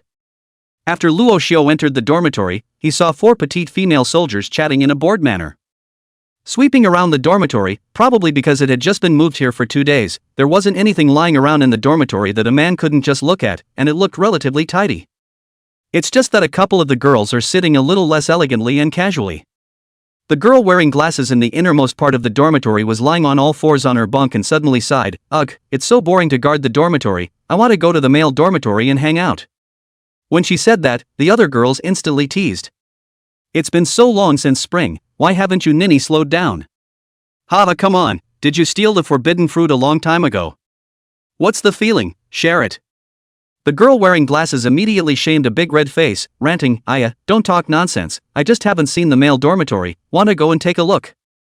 This time it's not easy to have a bright opportunity, aren't you guys curious? Well, curious, I'm more curious about what 100 Chopper's dormitory looks like. I saw them blushing in the team today, and it felt kind of cute, so I'll see if there's a little bear cuddly pillow on his bed first. Ha! Your preference is a bit strange, I still like the Luo Xiu one, I feel like he's mysterious. I heard that in the beginning he called everyone in the third-party formation a rookie, but in the end, he ended up training everyone in the third-party formation, even the breaking army fist was taught by him personally. The one who spoke was Glasses Girl, and her face turned even redder when she finished speaking. He, do you want Luo Xiu to be insulted too, you little hoof? Ah. I hate it, I won't talk to you guys anymore. Glasses Girl dove headfirst under the covers, and the dormitory was instantly filled with rapturous laughter. Hearing this, in the monitoring room, Hu Banjuru was instantly happy. Your kid is not blessed with a lot of color. On the other hand, Luo Xiu, who was scanning the entire dormitory with his perspective on to look for chi and blood pills, suddenly froze. He's obviously a little unresponsive. Do girls talk this much in the dorms? Why did it even involve him? Besides, would anyone really like to be called names? But soon, he didn't dwell on that anymore because he had found the chi blood pill. It's hidden under that Glasses Girl's bedpan. In a small box. No wonder she'd been lying in bed, and there was a reason for that. Luo Xiu carefully walked over to the side of the Glasses Girl's bed and quietly squatted down, and then the 2 white and tender feet were at eye level with him. Crystalline as jade, round and small. Definitely a benefit for foot control lovers. Luo Xiu was silent for a few seconds, sensing the menace of the women's dormitory. He forcibly averted his eyes and placed his gaze on the chi blood dan under the bed. He reached out and touched it. With a thought, the entire box followed him in stealth and was yanked down. And the surveillance fly that had long ago crawled under the bed took in the scene. In the monitoring room, Hu Ruo, who was looking at the large projected screen, was instantly shocked. Ah! How did the box become invisible too? Also, how did he find this box? Did not do anything and directly walked here and touched it. Hu Banjur seemed to be incarnated in 100,000 reasons, his mind filled with doubts. How did that happen? The chi blood elixir was obviously placed by me, how did he find it so accurately? Even if he found it, he also stealthily packed away the box as well. If that's the case, doesn't it mean that he's not only able to be perfectly stealthy, but he can also bring things along with him? And what if instead of a box, he's holding a dagger, or a sword, a lance, a sniper rifle or even a rocket launcher?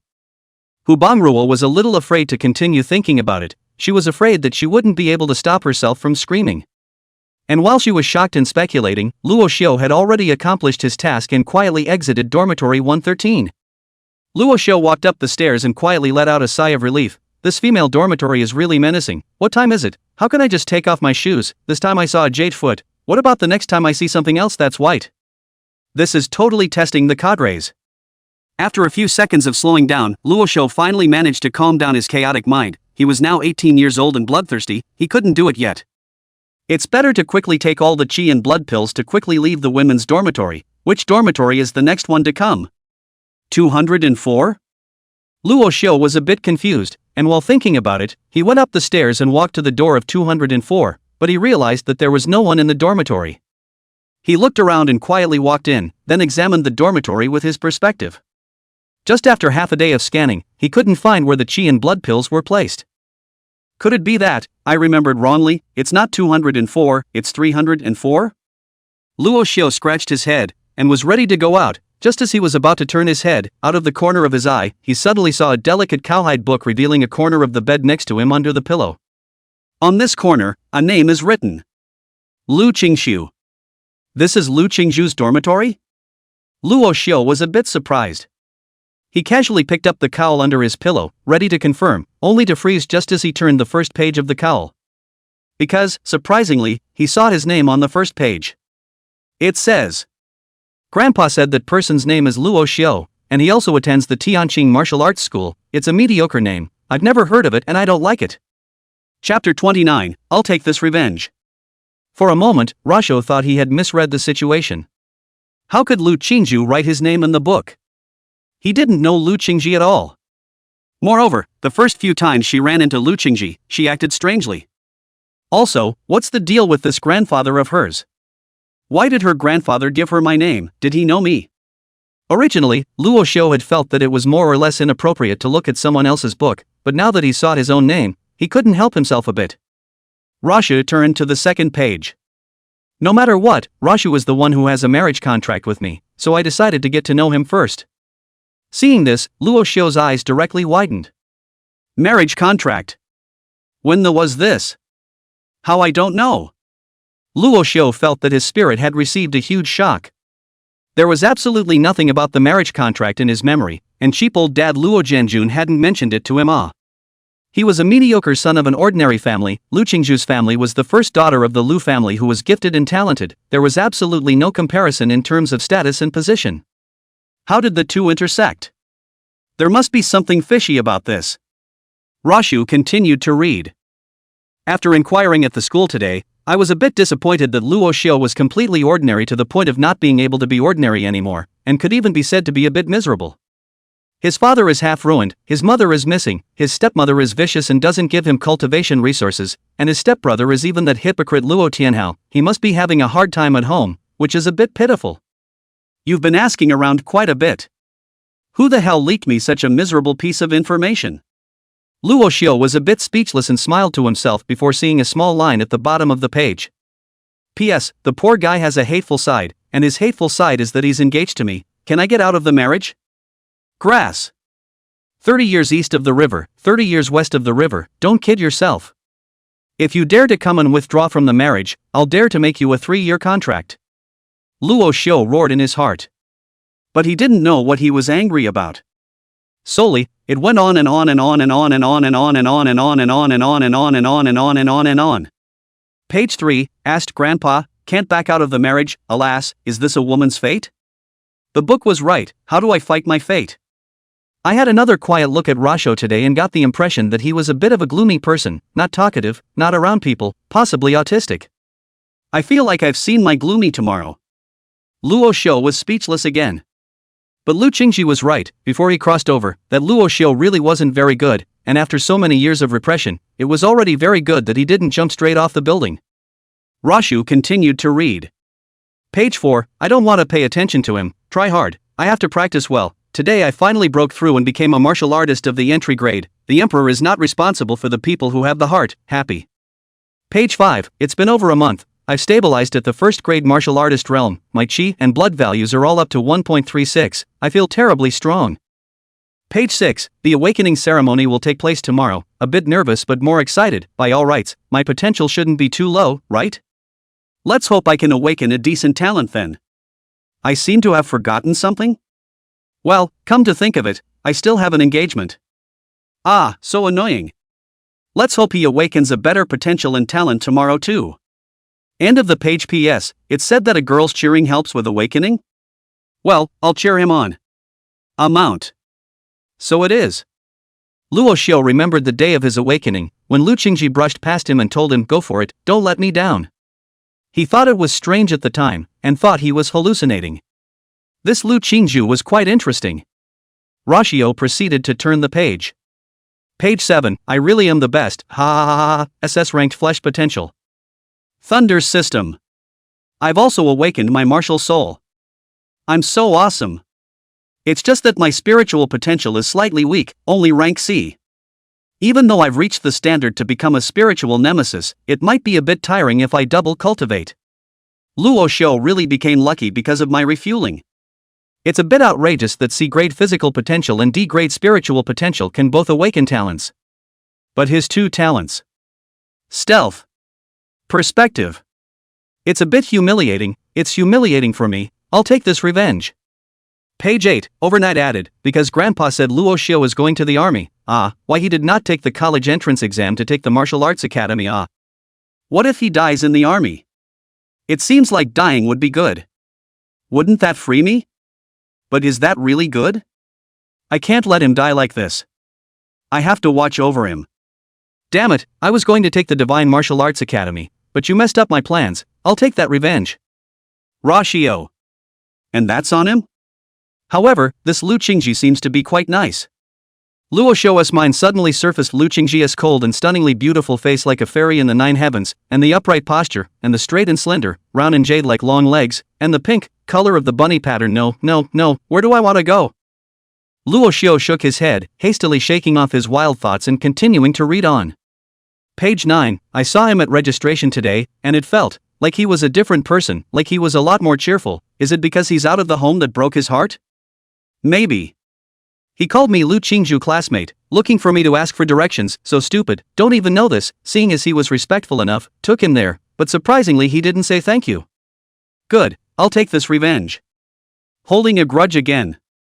Lu Qingci was also too capable of holding a grudge. Luo Xiu was a bit depressed, he suddenly remembered the way Lu Qingci had looked at him in the second square before, as if he was dissatisfied. Now it seemed that the source was here, after all, he had remembered his revenge so many times. Moving on, page May 10th not be ready yet, it's only halfway through.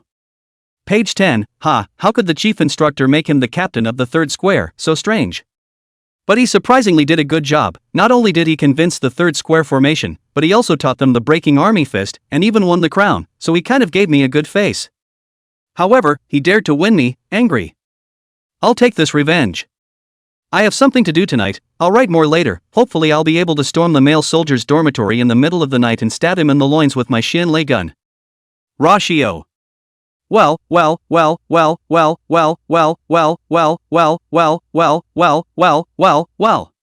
No matter what I do, you're just going to hold a grudge, aren't you?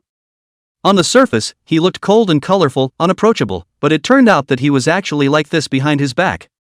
Luo Xiu was really crying and laughing a bit.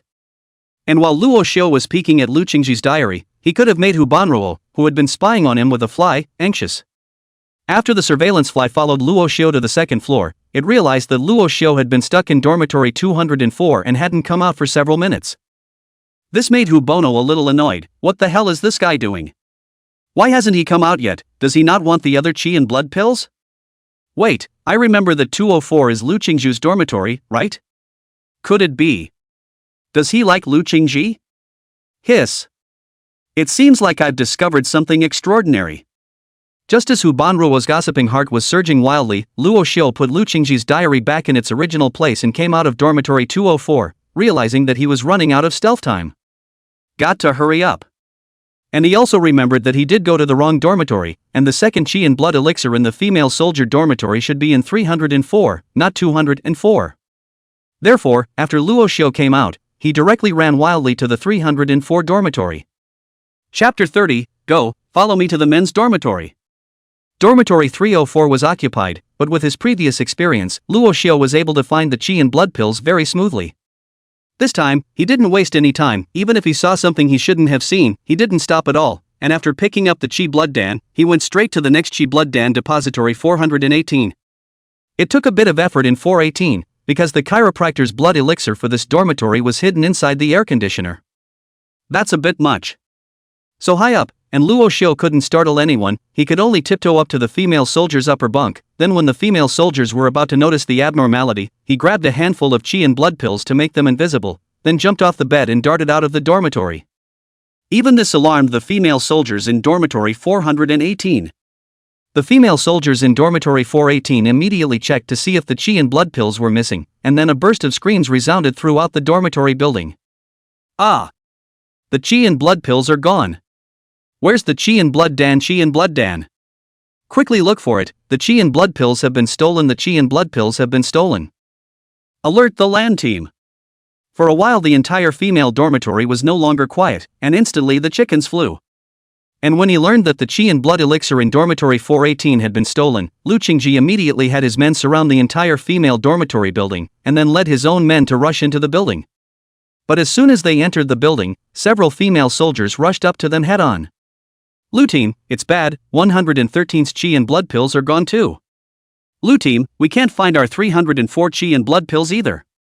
These two pieces of news were like a blow to the head, directly making Lu Qingci's pretty face turn white. At this time she could no longer care about what arming, attacking, distributing, and so on. Smothering her head, she rushed towards the upper floors. She had to keep the last two qi and blood pills. Otherwise, everything tonight is a joke. Damn it, who the hell stole the qi blood pills? How the hell did you steal it? How come 113 and 304 didn't notice at all?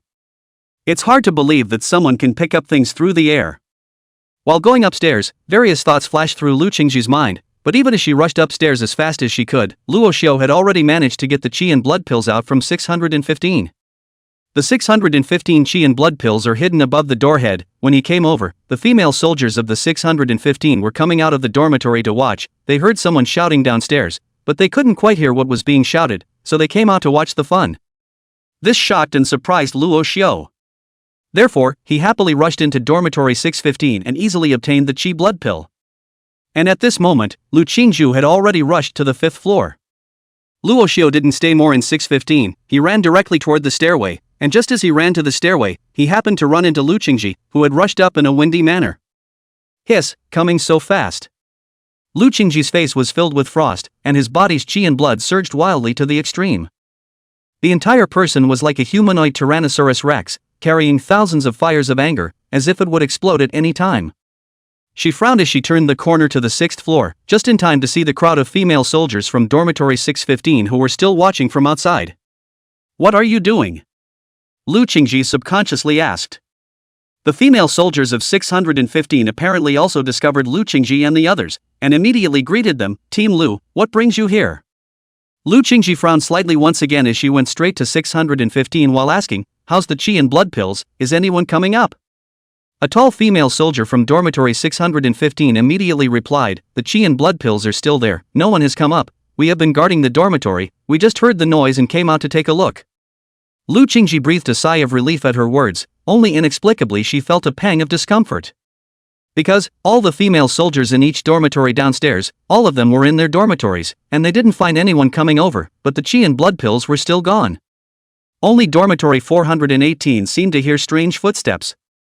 The closer she got to dormitory 615, the more the uneasiness in Lu Qingci's heart grew stronger and stronger. She accelerated her steps, and just as she reached the entrance of dormitory 615, she directly shouted towards the several female soldiers of dormitory 615 at the entrance, quickly. See if the qi and blood pill is still there. A few female soldiers were slightly stunned, but immediately nodded and ran into the dormitory to check. Just as quickly, screams rang out. Ah! Where's the qi and blood elixir? The qi and blood pills are gone. It's over, why isn't the qi and blood pill here? Hearing this, Lu Qingci's heart sank. She knew that she was late again. The person who stole the qi and blood elixir got it again. Aha! I'll take this revenge. If I find out who took the qi and blood pills, I'll make sure to let you taste the power of my Thunderlight soul-breaking gun. Lu Qingci let out a wild cry in his heart, but knew that he could not lose his mind at this time. She fought back her violent anger and jerked her head around to look at the stairway. Quick! 9th floor. There's still the last qi blood Dan, go to 901. Block off the 9th floor. Make sure you don't let anyone come out of the 9th floor. Even a fly can't get out of the 9th floor. Hearing Lu Qingci's order, the female soldiers, who were also shocked and angry, all wailed and rushed towards the 9th floor, and hundreds of people instantly blocked the entire hallway. Lu Qingci didn't stop either. She went all the way up from the crowd, and all the female soldiers knew that it was a critical time, and they took the initiative to give way to Lu Qingci. There was a sense of unity and solidarity. And, the moment Luo Xiu just saw Lu Qingci, he knew that there wasn't much time left for him. So he rushed straight to the 9th floor without thinking. The qi and blood pills on the 9th floor are stored in 901, the first dormitory after going upstairs. It was just that the female soldiers of 901 had obviously been aware of the commotion downstairs, so they were tightly guarded and simply unlocked the door. This made Luo Xiu a bit dumbfounded when he came up. How the hell are we supposed to get the qi and blood pills? Seeing that Lu Qingci and the other female soldiers had already rushed up from downstairs like crazed zombies, Luo Xiu didn't think twice about rushing directly into an empty dormitory with an open door at the innermost part of the building. This last qi and blood elixir was given up for now. The surveillance fly that followed him and rushed into the empty dormitory with him. In the monitoring room, Hubanruo saw Luo Xiu's current mess and a hint of a smile appeared on his face. Letting you waste your time in 204 witnessing again, now you're going to be caught by your favorite Lu Qingci, right? Thinking about the scene of you being caught by your beloved, why does it feel so interesting? But I still hope you can escape and create a miracle. This could not be heard by Luo Xiu, and at this time, the noisy voices outside grew louder and louder, and it was clear that Lu Qingci and the other female soldiers were already almost on the 9th floor. Luo Xiu could clearly feel his heartbeat speeding up, as if it was about to jump out, constantly pounding his chest. Lu Qingci and the girls are a bit fast. How do I get out? The hallways are blocked and stealth time is almost up. I should have known not to read Lu Qingci's diary. What a creation! Luo Xiu didn't sit back and wait for death. He turned back and unlocked the door, then quickly swept his eyes around the dormitory, quickly settling on the dormitory's window. How about a spell? Rashu was a little hesitant, but listening to the footsteps coming closer and closer in the hallway, his slight hesitation was quickly thrown out of his mind. Without thinking, he grabbed the 2 sheets from the bottom bunk in the dormitory, quickly tied them in a knot, then tied one end to the bed frame, grabbed the other end, and jumped out the window. It was also at this time that Lu Qingci arrived at the entrance of this dormitory with his men. Looking at the tightly closed door, Lu Qingci felt that something was wrong at first.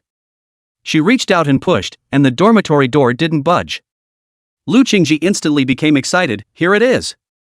As she spoke, her body had pulled back before slamming into the door of this dormitory. Boom! The dormitory door was just an ordinary door. It couldn't hold back the power of Lu Qingci, an entry-grade martial artist, and it was destroyed before it was smashed open by Lu Qingci. Lu Qingci was about to shout, "I've got you," at once. Just before the words were out of her mouth, she saw the open window, and the sheets tied to the bed frame. The dormitory, on the other hand, was empty, with no one at all. Lu Qingci unwillingly rushed to the window and peeked down, but only saw that the downstairs was empty. Bang! Lu Qingci heavily pounded the windowsill, his heart raging. Go! Charge the male dormitory with me. Chapter 31. Sisters, sit them down. Lu Qingci didn't want to think about anything right now. She just wanted to fight through all the male soldiers and find the little thief who stole the chakra elixir. It's really an abomination. Surprisingly, he stole 4 qi blood pills in front of her and all the female soldiers. It wasn't a clear slap in her face. She, the main person in charge, was still down there discussing with the female soldiers on how to guard the qi and blood pills, and how to sneak into the male soldiers' dormitories at night to get the qi and blood pills, but it turned out that her home was gone in a turn of events. Those male soldiers are just too much of an abomination. Pretending to stand at the door with them, but behind their backs, they secretly sent someone to sneak into the female soldiers' dormitory to steal the qi and blood pills. No martial virtues. Lu Qingci came out from the innermost dormitory, and while walking in the direction of 901, he instructed the crowd, 901, continue to close the door, make sure to keep this last qi blood dan. Leave 10 people to guard 901, all the others follow me downstairs, with me as the center. We're going to hit the male soldier with a through and through. Go downstairs and fetch my Xianlei gun. Then, like a gale, she rushed down the stairs with the crowd. Clattering, the 9th floor immediately went clean. The female soldiers followed Lu Qingci all the way down, each going back to their dormitories to get their own weapons. Each face was filled with righteous indignation and was obviously furious as well. Anyone who was put on the spot like that wouldn't be happy about it. Soon, Lu Qingci led the female soldiers out of the dormitory building, while the male soldiers who had just seen the female soldiers inexplicably rushed back to the dormitory, saw the female soldiers come out again, then they were a bit strange. What are they up to? Why did they all just go back to the dorm? Look, they're both holding weapons in their hands, they're not going to have a direct firefight, are they? Hiss, that's unlikely, female soldiers aren't that violent, are they? Don't you even look at the anger on the faces of Lu Qingci and the female soldiers, it's obviously brewing up and about to zoom in, run, go back to the dormitory and get the guys. The aggressive female soldiers, led by Lu Qingci, were like a sharp knife, stabbing straight towards the male soldiers. In the center of the male soldiers, Feng Baijian was first stunned, then immediately his face changed. With a throw of his right hand, his black longsword rose up from the sky from behind him, and swished to Lu Qingci, who was at the forefront of the female soldiers' formation. The female soldier formation stalled. 100 Choppers immediately raised his voice and said, Lu team. What are you doing? Preparing to fight the male soldiers directly? Lu Qingci raised the Shin Thunder gun in his hand, and with a gentle sweep, he swatted away Feng Baijiao's flying sword. Then he said icily, don't talk nonsense, hand over the qi and blood pills you stole and I will spare your lives, otherwise. Let's talk with the weapons in our hands. Stolen qi and blood pills? Feng Baijiang froze. Then subconsciously asked, when did we steal your qi and blood pills? The other male soldiers were all confused as well.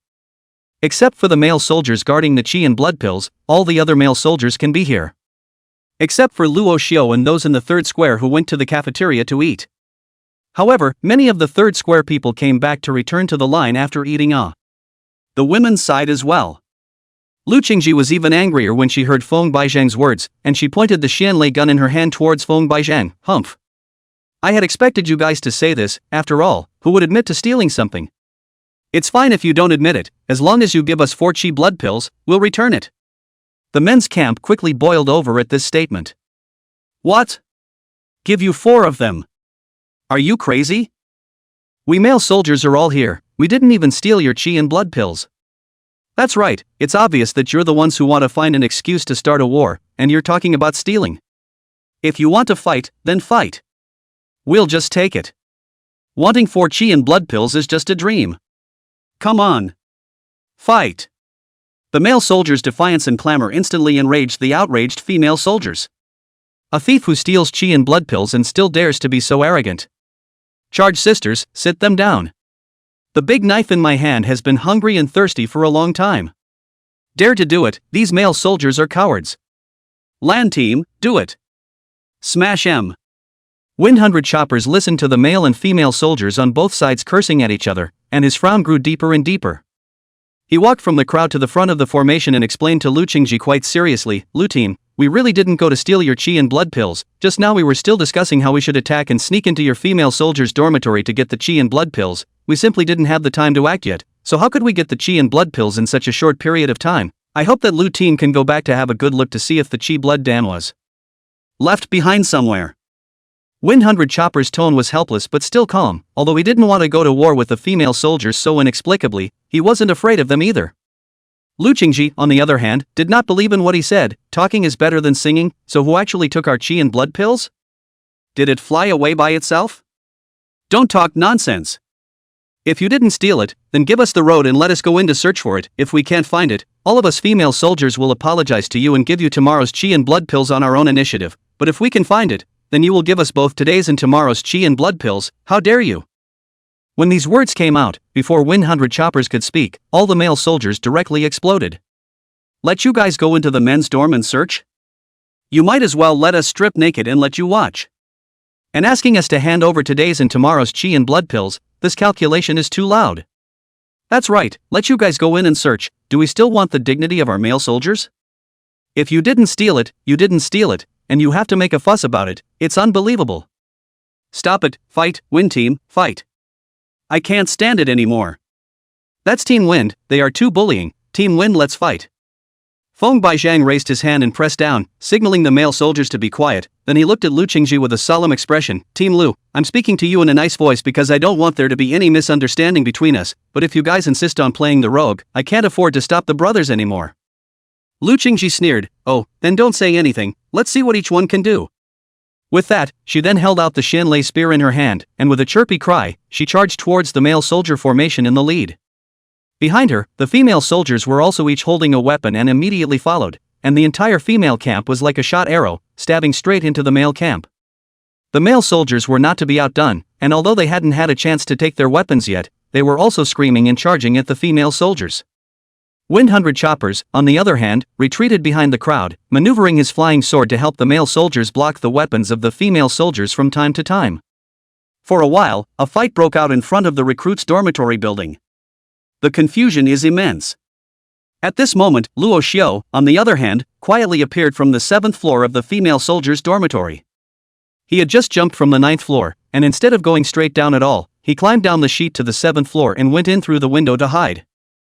He had just been watching the situation downstairs, and now that he saw the fight downstairs, Luo Xiu was instantly excited. Isn't that just giving him a chance? The more chaos there is, the more likely he'll be able to fish in the water. As it was, there wasn't much left in the women's dormitory building, and he was ready to sneak into the 9th floor again and kill him. Chapter 32 Kill Him Back. Rashu was walking out of the dormitory on the 7th floor, and the empty hallways were silent. Slightly heavier footsteps seemed to ring out with an echo. Luo Xiu had just rested for half a day and drank some water in someone's dormitory, and by now his spirit had recovered a little. Instead of rushing to the 9th floor, he stopped at the corner of the stairs. There's only the last qi and blood elixir left in the 901 dormitory, so I guess Lu Qingci will arrange quite a few people nearby, and 901 should still be unlocked.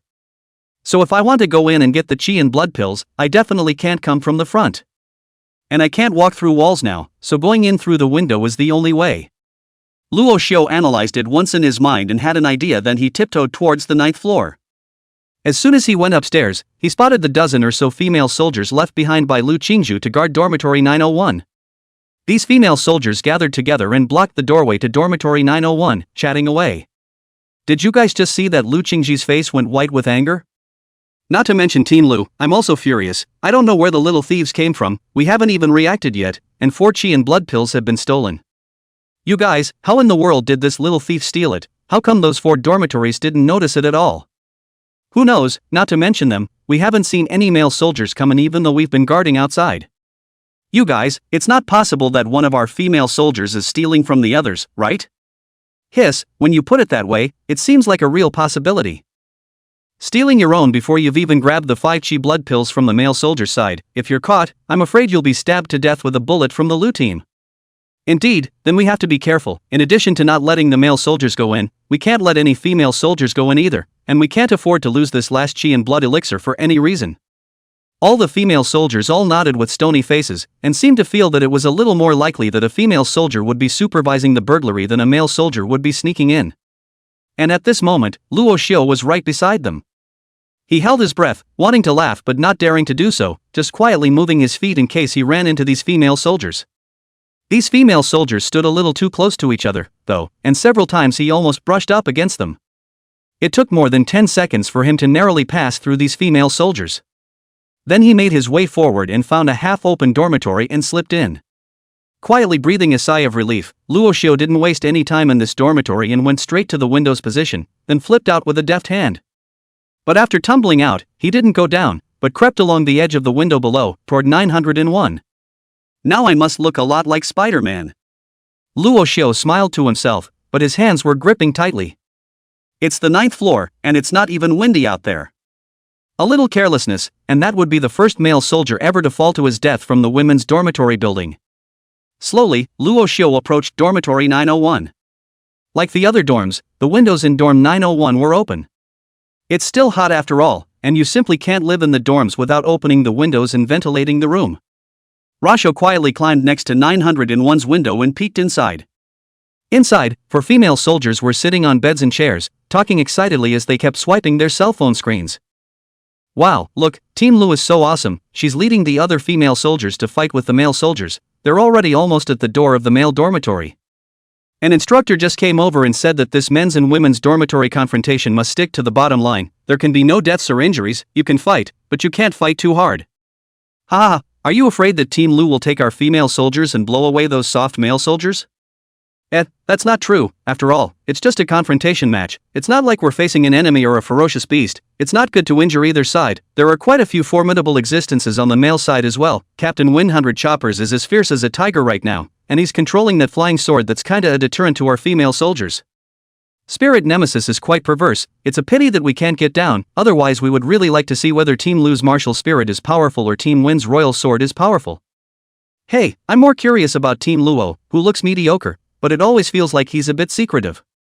Yao, I just had my sisters down there look and didn't see Team Luo. Some female soldiers from the third square said that Team Luo disappeared after eating in the cafeteria, and they don't know where they went. Hiss, you guys, those 4 chi blood pills in our female soldiers' dormitory wouldn't have been stolen by Team Luo, right? Hearing this, Luo Xiu outside the window thumped in his heart. He has tried to keep a low profile. But the excellent people are like the moon at night, is too dazzling, is no matter how much to hide, it is easy to let people notice. It seems like we need to be a little more careful in the future and never show our hand. Just as Luo Xiu secretly admonished himself, he heard the female soldier inside continue. It's unlikely, although Team Luo has the talent of stealth, but the talent of stealth, who doesn't know that's a chicken rib, only when you take off your clothes, it's useful. And it doesn't last long. I don't believe that Team Luo is willing to strip naked and sneak into our female soldiers' dormitory. Indeed, if he comes in and his stealth time is up and we catch him, will he still be in the army from now on? It's a bit of a payoff. Oh, who could that be? Hearing that the female soldiers had helped him clear his name, Luo Xiu breathed a sigh of relief in his heart, then carefully tumbled into the dormitory, but on his way in, he still accidentally knocked over a water cup on the windowsill. Bam! The glass of water fell onto the windowsill with a crunch. The female soldiers in the dormitory were immediately startled and looked towards the position of the window. Luo hastily held his breath and tiptoed to the side. Lily, why is your water glass upside down? The female soldier called Lily had made her way to the window. She poked her head out and looked around outside the window but saw nothing. She retracted herself and shook her head. I don't know, maybe the wind. With that, she headed over to sit on the bed next to her. Rasha's breath stopped in shock as he watched that round S get closer and closer. He moved 2 steps in a hurry and narrowly avoided it. That was close. He pressed his hand to his chest in case his heartbeat was too loud to be heard. He waited for the female soldiers to start chatting again before he found an empty place and turned on perspective. Sweeping his eyes across the entire dormitory, Luo Xiu finally saw the box containing the chi and blood pills and the comforter of a female soldier. Kung Fu was not a good idea. Luo clenched his fists and quietly walked over to that comforter and put his hand inside. Touching the chi and blood elixir, he hurriedly made it invisible and then pocketed it.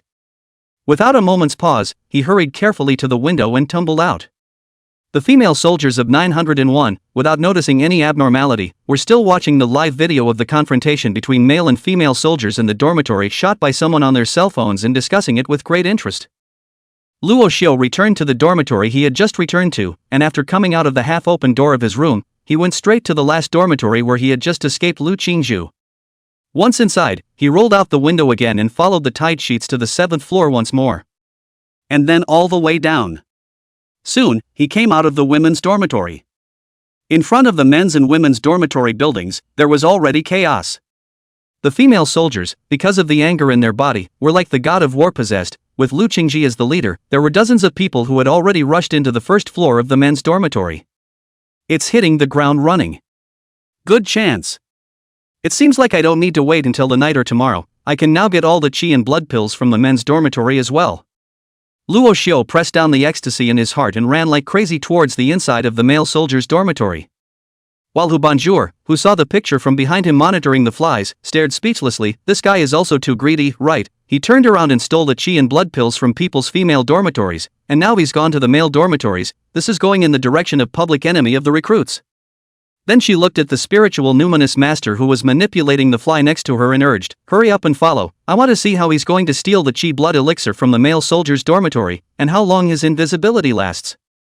Now that I'm counting, it's been at least 7 or 8 minutes. I should be almost there, right? If his stealth time can exceed 10 minutes, then his importance will have to be reassessed again. Chapter 33 The Light of Righteousness shines on the earth. Hu Banjor gazed deeply at the large projection screen, not knowing what was going through his mind. From the time she realized that Luo Xiu could be perfectly invisible until now, she had been shocked too many times. It seemed as if it wasn't impossible for Luo Xiu to really be invisible for more than 10 minutes. But if it was determined that Luo Xiu could really be stealthy for more than 10 minutes, then she was afraid that the information she had to report to the army chief tonight or tomorrow morning would be one more item. Luo Jianjun and that woman's son is really a surprise. I wonder what's happening to any woman now. Dying, I hear? Alas, and a bitter one too. Shaking her head, Hu Bonjour exhaled a mouthful of turbid air and looked back at the projection screen once again. At this moment, Luo Xiu had already rushed inside the male soldiers' dormitory. It was just that the first floor of the male dormitory was exceptionally chaotic at this time. The female soldiers led by Lu Qingci and the male soldiers led by Feng Baijiao were all fighting on the first floor. Luo Xiu didn't even know how to rush over if he wanted to. There are fists, kicks, knives and guns everywhere, and if you're not careful, you're going to get hurt by mistake. Dormitory 104 has even been unlocked from the inside early. Wanting to go and get the Qi blood dan of this dormitory is simply unlikely. What a pain in the ass. Luo Xiu retreated from the first floor. It's really impossible to punch in. He had no choice but to circle around and climb up the side of the dormitory building towards the upper floors. It was also fortunate that he was a martial artist. Although he had not yet entered the character, his body strength and agility were also far more than that of an ordinary person, otherwise it would not be easy to climb to the second floor with his bare hands. After Luo Xiu climbed to the second floor, he casually found an empty dormitory and went in. When he came out, he went straight to dormitory 203 where he hid the Qi and blood elixir. But just after arriving at the 203 dormitory, Luo Xiu froze. The large dormitory, surprisingly, there was no one, and the door to the dormitory was still wide open. What's the situation? What's with the big heart? Is it hard to believe that it's a trap, diverting the Qi and blood pills? That's not right either. The chief instructor doesn't allow the transfer of Qi and blood pills. Scratching his head somewhat inexplicably, Luo Xiu walked into the dormitory and began to penetrate a sweep. Immediately, under the pillow on the top bunk by the window, he found the box containing the Qi blood elixir. He walked over and put away the Qi and blood dan, slightly in a trance. That simple? What a sense of unreality. Luo Xiu didn't stay. He felt that this time, the Qi and blood pills from the male dormitory would be very easy, I'm afraid. Looking at this situation on the second floor, it should be going down to the gang war as well. Upstairs, most likely as well. He made his way up, encountering no obstacles on the way, and soon reached the third floor. Dormitory 314. It's right across the street from their dormitory. Luo Xiu walked lightly to the door of dormitory 314, only to find someone inside. The two of them, Hu Jackal and Zhou Yunfei, surprisingly didn't go down to fight with the female soldiers, but all sat in the dormitory with gloomy faces. The door to the dormitory was left open, and from the doorway, the two men could be clearly heard saying something. I've already spoken to Luo Tianhao about today. What did he say? He told us not to act rashly for now. We have to wait for the right time. Hu Bangruo's side doesn't seem to want to properly help him deal with Luo Xiu. Without the chief instructor's help, we are afraid that our role is limited. Let's stick to the original plan. Let Zhang Yulong and Chen Xiaodong show him favor. There's always a time for a mission. The dog made me kneel today and lost all my face. I'm still the same, being stomped on by him doing push-ups for so long. Damn Hu Bangruo. Damn Luo Xiu. I don't know where that kid has gone. I can't even see him show up after all the fighting down there. The dog is a vicious thief. I'm afraid he's found a place to hide. I think so. That said, this Qi blood elixir in our dormitory, can't we really eat it ourselves?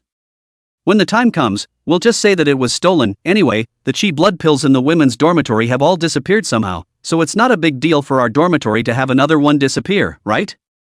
The one who said this was Zhou Yunfei, and as soon as he said this, Hu Jackal's eyes immediately lit up. He glanced toward the door and lowered his voice. That seems like something that could be done. Zhou Yunfei also whispered, now that it's so chaotic out there, it's good for us to fish in troubled waters. Hu Jackal contemplated for a few seconds, pulled Zhou Yunfei's arm. You're right, the Qi and blood dan for nothing, don't want it for nothing, it's settled, our family is half each, take it right away, to save the night from dreaming too much. Where is the Qi and blood dan? Zhou Yunfei pointed to the windowsill location. It's right there, inside the teapot. There was a very dated teapot on the windowsill, and I don't know who brought it over. Hu Jackal was overjoyed at his words and hurriedly walked in the direction of the windowsill. As he walked, he said, quickly, let's split the Qi and blood pills. Thinking of being able to eat half a Qi and blood pill for nothing, Hu Jackal suddenly felt that the back that had been stepped on by Luo Xiu today didn't seem to hurt as much. Zhou Yunfei was also excited. The two men walked over to the windowsill and peeked into the teapot. But the next moment, the two men's bodies shook violently as if they had been hit with a hammer. Hu Jackal immediately screamed, "Grass, where's the chi blood pill?" Zhou Yunfei also froze. "How come it's gone? I even checked it just now." Hu Jackal's face suddenly turned red with anxiety. "Look! Quickly look for it! It can't be lost! Oh, look, look! Find it!" The two men immediately got their hands dirty. As for the doorway, Luo Xiu grabbed the box of chi blood pills he had just gotten and leisurely walked out.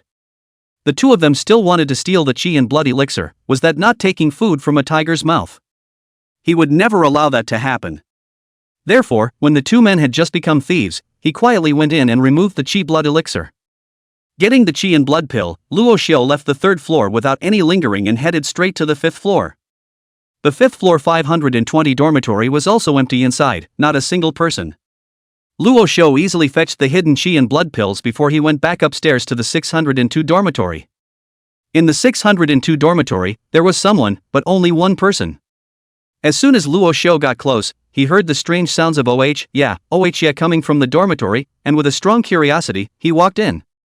The man in the dormitory didn't even notice in the slightest. His eyes were fully focused on the cell phone screen in his hand. Luo Xiu stood behind him and followed the source of the sound to his cell phone, and his pupils suddenly shook. "Grass, you kid didn't go down to help fight, you hid in the dorm and secretly watched a movie. And look at the big ocean horse. And the Game of Kings. And wearing a female superhero, female orc, female Spider-Man costume." Subconsciously, Luo Xiu slapped his buddy, who was fully focused on watching the movie, on the head. The dude was staggered by the hit. Who hit me?" Dude looks around with his left hand over his head while immediately pressing the side of the phone with the screen on it on the table with his right hand that he pulled out. "Oh yeah, oh fu." No one answered him, and the only sound coming through the air was the strange voice from his cell phone that he hadn't had time to turn off yet. As for Luo Xiu, he had already fetched the chi and blood pill from the bookshelf in the dormitory and stood behind the dude once again. Then another slap down and dashing out the door to the dude's scratchy yelps. His ears seemed to ring a BGM, the light of the righteous path. Shone on the earth. The sound of OHA ground in the dormitory finally disappeared, and was replaced by an unbelievable phone call. "Win team. It's not good, the Chi Blood Dan in dormitory 602 has been stolen by a ghost. Just now when I was watching the movie, guarding the Chi Blood Dan, I was also attacked by a ghost. Chapter 34 The blood and Chi pill was stolen by a ghost. When 100 Choppers was using his flying sword to fend off Lu Qingci's attack, this woman was just too fierce. When her martial spirit was on, she was simply 1 against 100, and she was charging the male soldiers all by herself. If it wasn't for the fact that his flying sword was more difficult to defend against, greatly limiting Lu Qingci's attack, the male soldier was now afraid that he would have been pierced by Lu Qingci's band. Things weren't going too well, and when he heard this dude's call, 100 Choppers felt like the sky had collapsed. He grabbed his cell phone and directly exclaimed, "What did you say? The Chi and blood pill was stolen by a ghost. That's not bull." There were indeed quite a number of various bizarre beasts in this world, but the only thing I had never heard of was a ghost. But that wasn't important. What was important was that the Chi blood dam was lost. It's still a chiropractor on the 6th floor. How is this possible? With him on guard, there's no female soldier breaking out and rushing up at all. What the hell is going on? Make it clear. The always breezy and unperturbed Feng Baijiang couldn't maintain his emotions anymore and roared out of breath towards the cell phone. Immediately came from the phone side of the buddy wanna cry voice, "Win team, I do not know I just in the dormitory guard, and then suddenly do not know what was given a head slap, and then I turned around and did not see anything. After a while I was tapped on the head again, I still did not see anything. I feel wrong. I went to check out the Chi and Blood Dan, and found the Chi and Blood Dan disappeared." Up. 100 Choppers was so depressed after hearing this that he spat out blood. But still, he forced himself to calm down. He didn't bother to accuse the dude. He just turned back to Lu Qingci, who was killing in a big way, and gritted his teeth. "Captain Lu is so tactful. Finding a reason to start a sparring match with us to attract attention while sending someone to sneak into the male soldier's dormitory and steal 602 Chi and blood pills, it's really too powerful." Lu Qingci swept his Shanlei spear violently, swinging away the besieging male soldiers around him. His beautiful eyes slightly froze. "Stealing your Chi and blood pills?" Immediately after, she was furious. "When did we steal your Chi and blood pills? It was clearly you who stole our chi and blood pills. And you're still biting back. 100 Choppers also had a sullen look on his face. If you didn't steal it, then how come our 602 chi and blood pills are gone? Can it be that they were really stolen by ghosts? It was also at this time that Hu Jackal and Zhou Yunfei ran down from the upper floors with panicked faces, and the two of them shouted as they ran, "It's not good. It's no good. The chi and blood pill is gone." The two of them ran all the way to Feng Baijian's side and panted, "Team Feng, it's no good, Team Feng. We were guarding the Chi Blood Dan in dormitory 314, and just now we were ready to check on it, but we suddenly realized that the Chi Blood Dan was gone. But we didn't see anyone enter the dormitory at all. The Chi and blood pills seemed to have disappeared out of thin air." The two naturally couldn't say that they were the ones who wanted to monopolize the Chi and blood pills only to find out that they were gone, but Feng Baichang still felt a blackness before his eyes when he heard that the Chi and blood pills in dormitory 314 were also inexplicably gone. What the hell happened? How it's all said to be gone all of a sudden? This is outrageous. Forcibly resisting the urge to explode his foul mouth, 100 Choppers immediately shouted, "Then 104, where are the Chi blood pills for dormitories 203 and 520? Quickly! Quickly go and take a look." Soon, someone on the first floor knocked on 104's door. Hey, 104's brothers, do you still have your Chi blood pills?" A few seconds later, a voice came out in response, in there, just watched, how's the fight going for you guys out there?" 100 Choppers was slightly relieved when he heard that. But soon the breath lifted again. Several male soldiers who went upstairs to check all rushed down in panic, shouting, "It's gone! Win team, the Chi and blood pills in our dormitory 203 are gone. Win team, we're also out of Chi and blood pills in dormitory 520. 100 Choppers only felt a buzzing in his head. It's all gone. It's all gone. That leaves 1 in 104, a locked dormitory. And across the street, when Lu Qingci heard this news, she wanted to sneer and mock them for acting, but she carefully observed the expressions of Feng Baijiang and those few male soldiers who reported back. It really doesn't look like an act. These male soldiers' acting skills to be so good, still come to be what soldiers go to be an actor is not good. Thinking back carefully, the Chi and blood pills in the female soldiers' dormitory were also inexplicably gone under everyone's eyes. Lu Qingci felt horrified all of a sudden. Who in the world had such an ability to steal the Chi and blood pills from the men's and women's dormitories without a sound? One was left for the men's dormitory and one for the women's dormitory. It was also when Lu Qingci was frowning and contemplating that her cell phone rang. 100 Choppers and the others instantly cast their gazes over, their eyes all probing and skeptical. Obviously, they still felt that Lu Qingci had found a reason to start a war with the male soldiers, and then ordered someone to sneak into the male soldiers' dormitory to steal the Chi and blood pills. Lu Qingru also ignored them, looked at the number and directly opened the speakerphone of the cell phone. Soon, an anxious voice came from the cell phone. "Lu team, it's not good, Lu team, the Chi and blood pills in our 901 dormitory are also gone." "What?" Lu Qingji subconsciously exclaimed. She immediately realized that something was wrong and quickly asked, "What's going on? Didn't you guys unlock the dormitory door? There are still so many sisters guarding the dormitory entrance. How could the Chi and blood pills be gone? Did you guys open the door?" The other side of the phone immediately replied, "No, we didn't open the door at all. The door has been unlocked, and the sisters outside are still all there, and none of them found anything unusual, but just now we checked the Chi blood elixir, only to find that it had disappeared." As the words fell, the entire first floor of the men's dormitory became silent. Everyone felt a creepy feeling surging up from their backs to their heavenly spirits. The Chi and blood pills from both the male and female dormitories had disappeared in a bizarre manner, and now only one lone seedling was left in dormitory 104. And the same unlocked dormitory door was also guarded by a dozen female soldiers' 901 dormitory. The Chi and blood Dan inside also evaporated just now. Can the Chi and blood Dan in that 104 dormitory still be guarded? Things are getting a little weird. 100 Choppers frowned and looked at Lu Qingji, asking tentatively, "Team Lu, you really didn't mean to say that the Chi and blood pills are gone to find a reason to come to the male dormitory to start a war and take advantage of the chaos to fish in troubled waters?" Lu Qingji hadn't gotten over the fact that all the Chi and blood pills had been stolen from the female soldiers' dormitory, and when she heard this, she immediately became furious. "Feng Baijiang, what kind of bull are you talking about? If I want to go to war, do I need to find a reason? One person, one gun, just charge straight into battle." As she spoke, the purple electricity thunder dragon martial spirit flashed behind her, accompanied by the sound of dragon chants and thunder, matched with the Xian thunder lance in her hand. She was simply like a worldly female martial god. Feng Baijian opened his mouth and did not refute this statement, then his frown deepened. He looked at Lu Qingci. That Lu team, you think now this is in the end a situation, we messy fight half a day, both lose not to mention, Tenchi Blood Dan is now even more only left 104 dormitory A, but also all disappeared so bizarre, cannot be really haunted by ghosts and phantoms? The surrounding crowd sniffed and their bodies winced in unison, although no one had ever seen a ghost, people were always fearful of the unknown. And, what's going on right now, it does seem bizarre.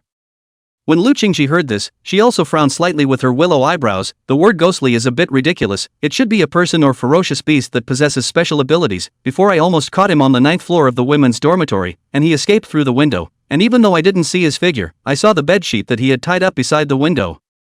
Tied up sheets? That really should not be a ghost, so he should have seen you guys come and escaped from the 9th floor, but did not go downstairs directly, most likely went to the 8th floor or 7th floor. And when you guys came down to start a war with us, he climbed up again to kill a horseback shot and stole the last of your chi and blood pills.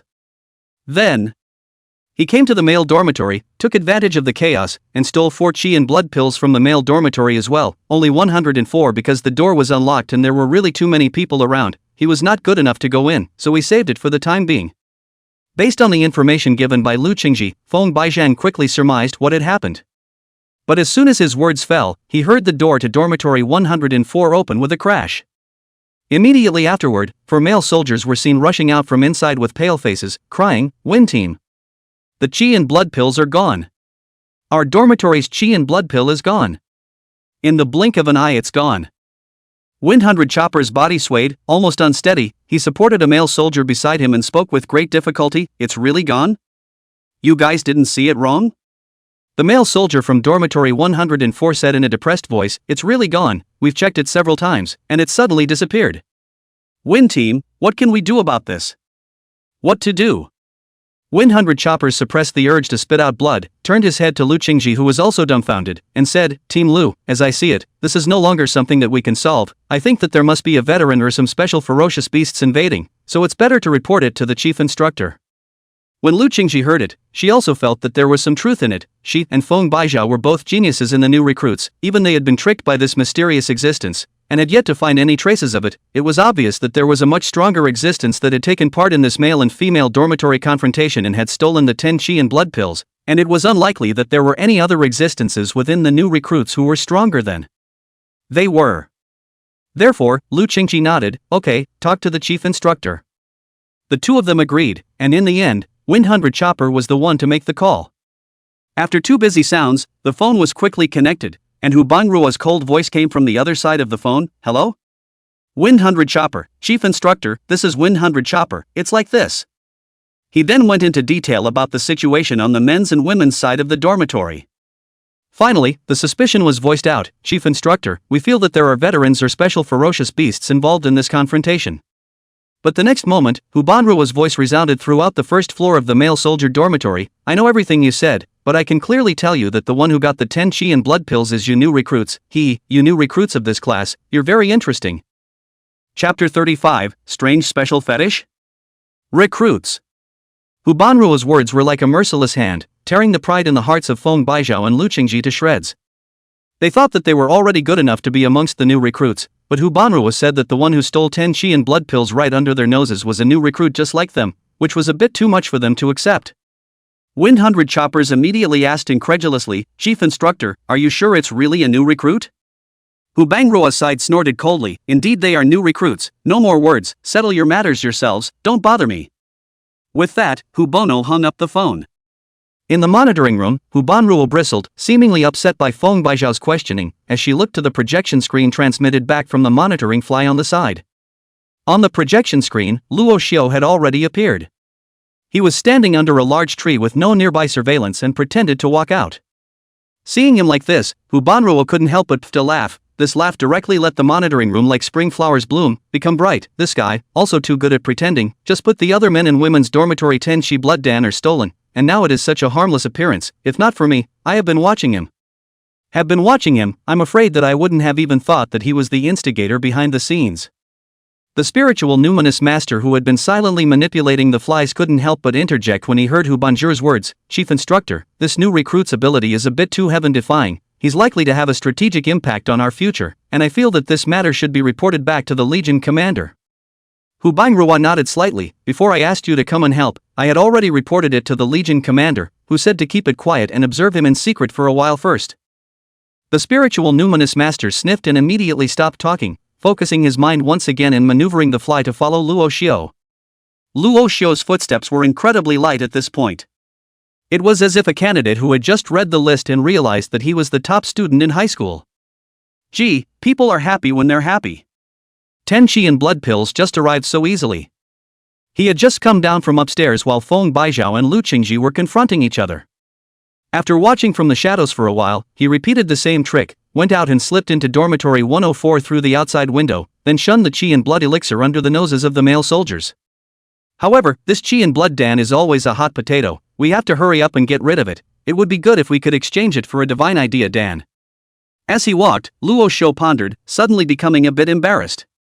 Although he had already thrown away all the boxes containing the qi blood pills and put them into a plastic bag, at this moment, his pocket still bulged with a piece that looked particularly conspicuous.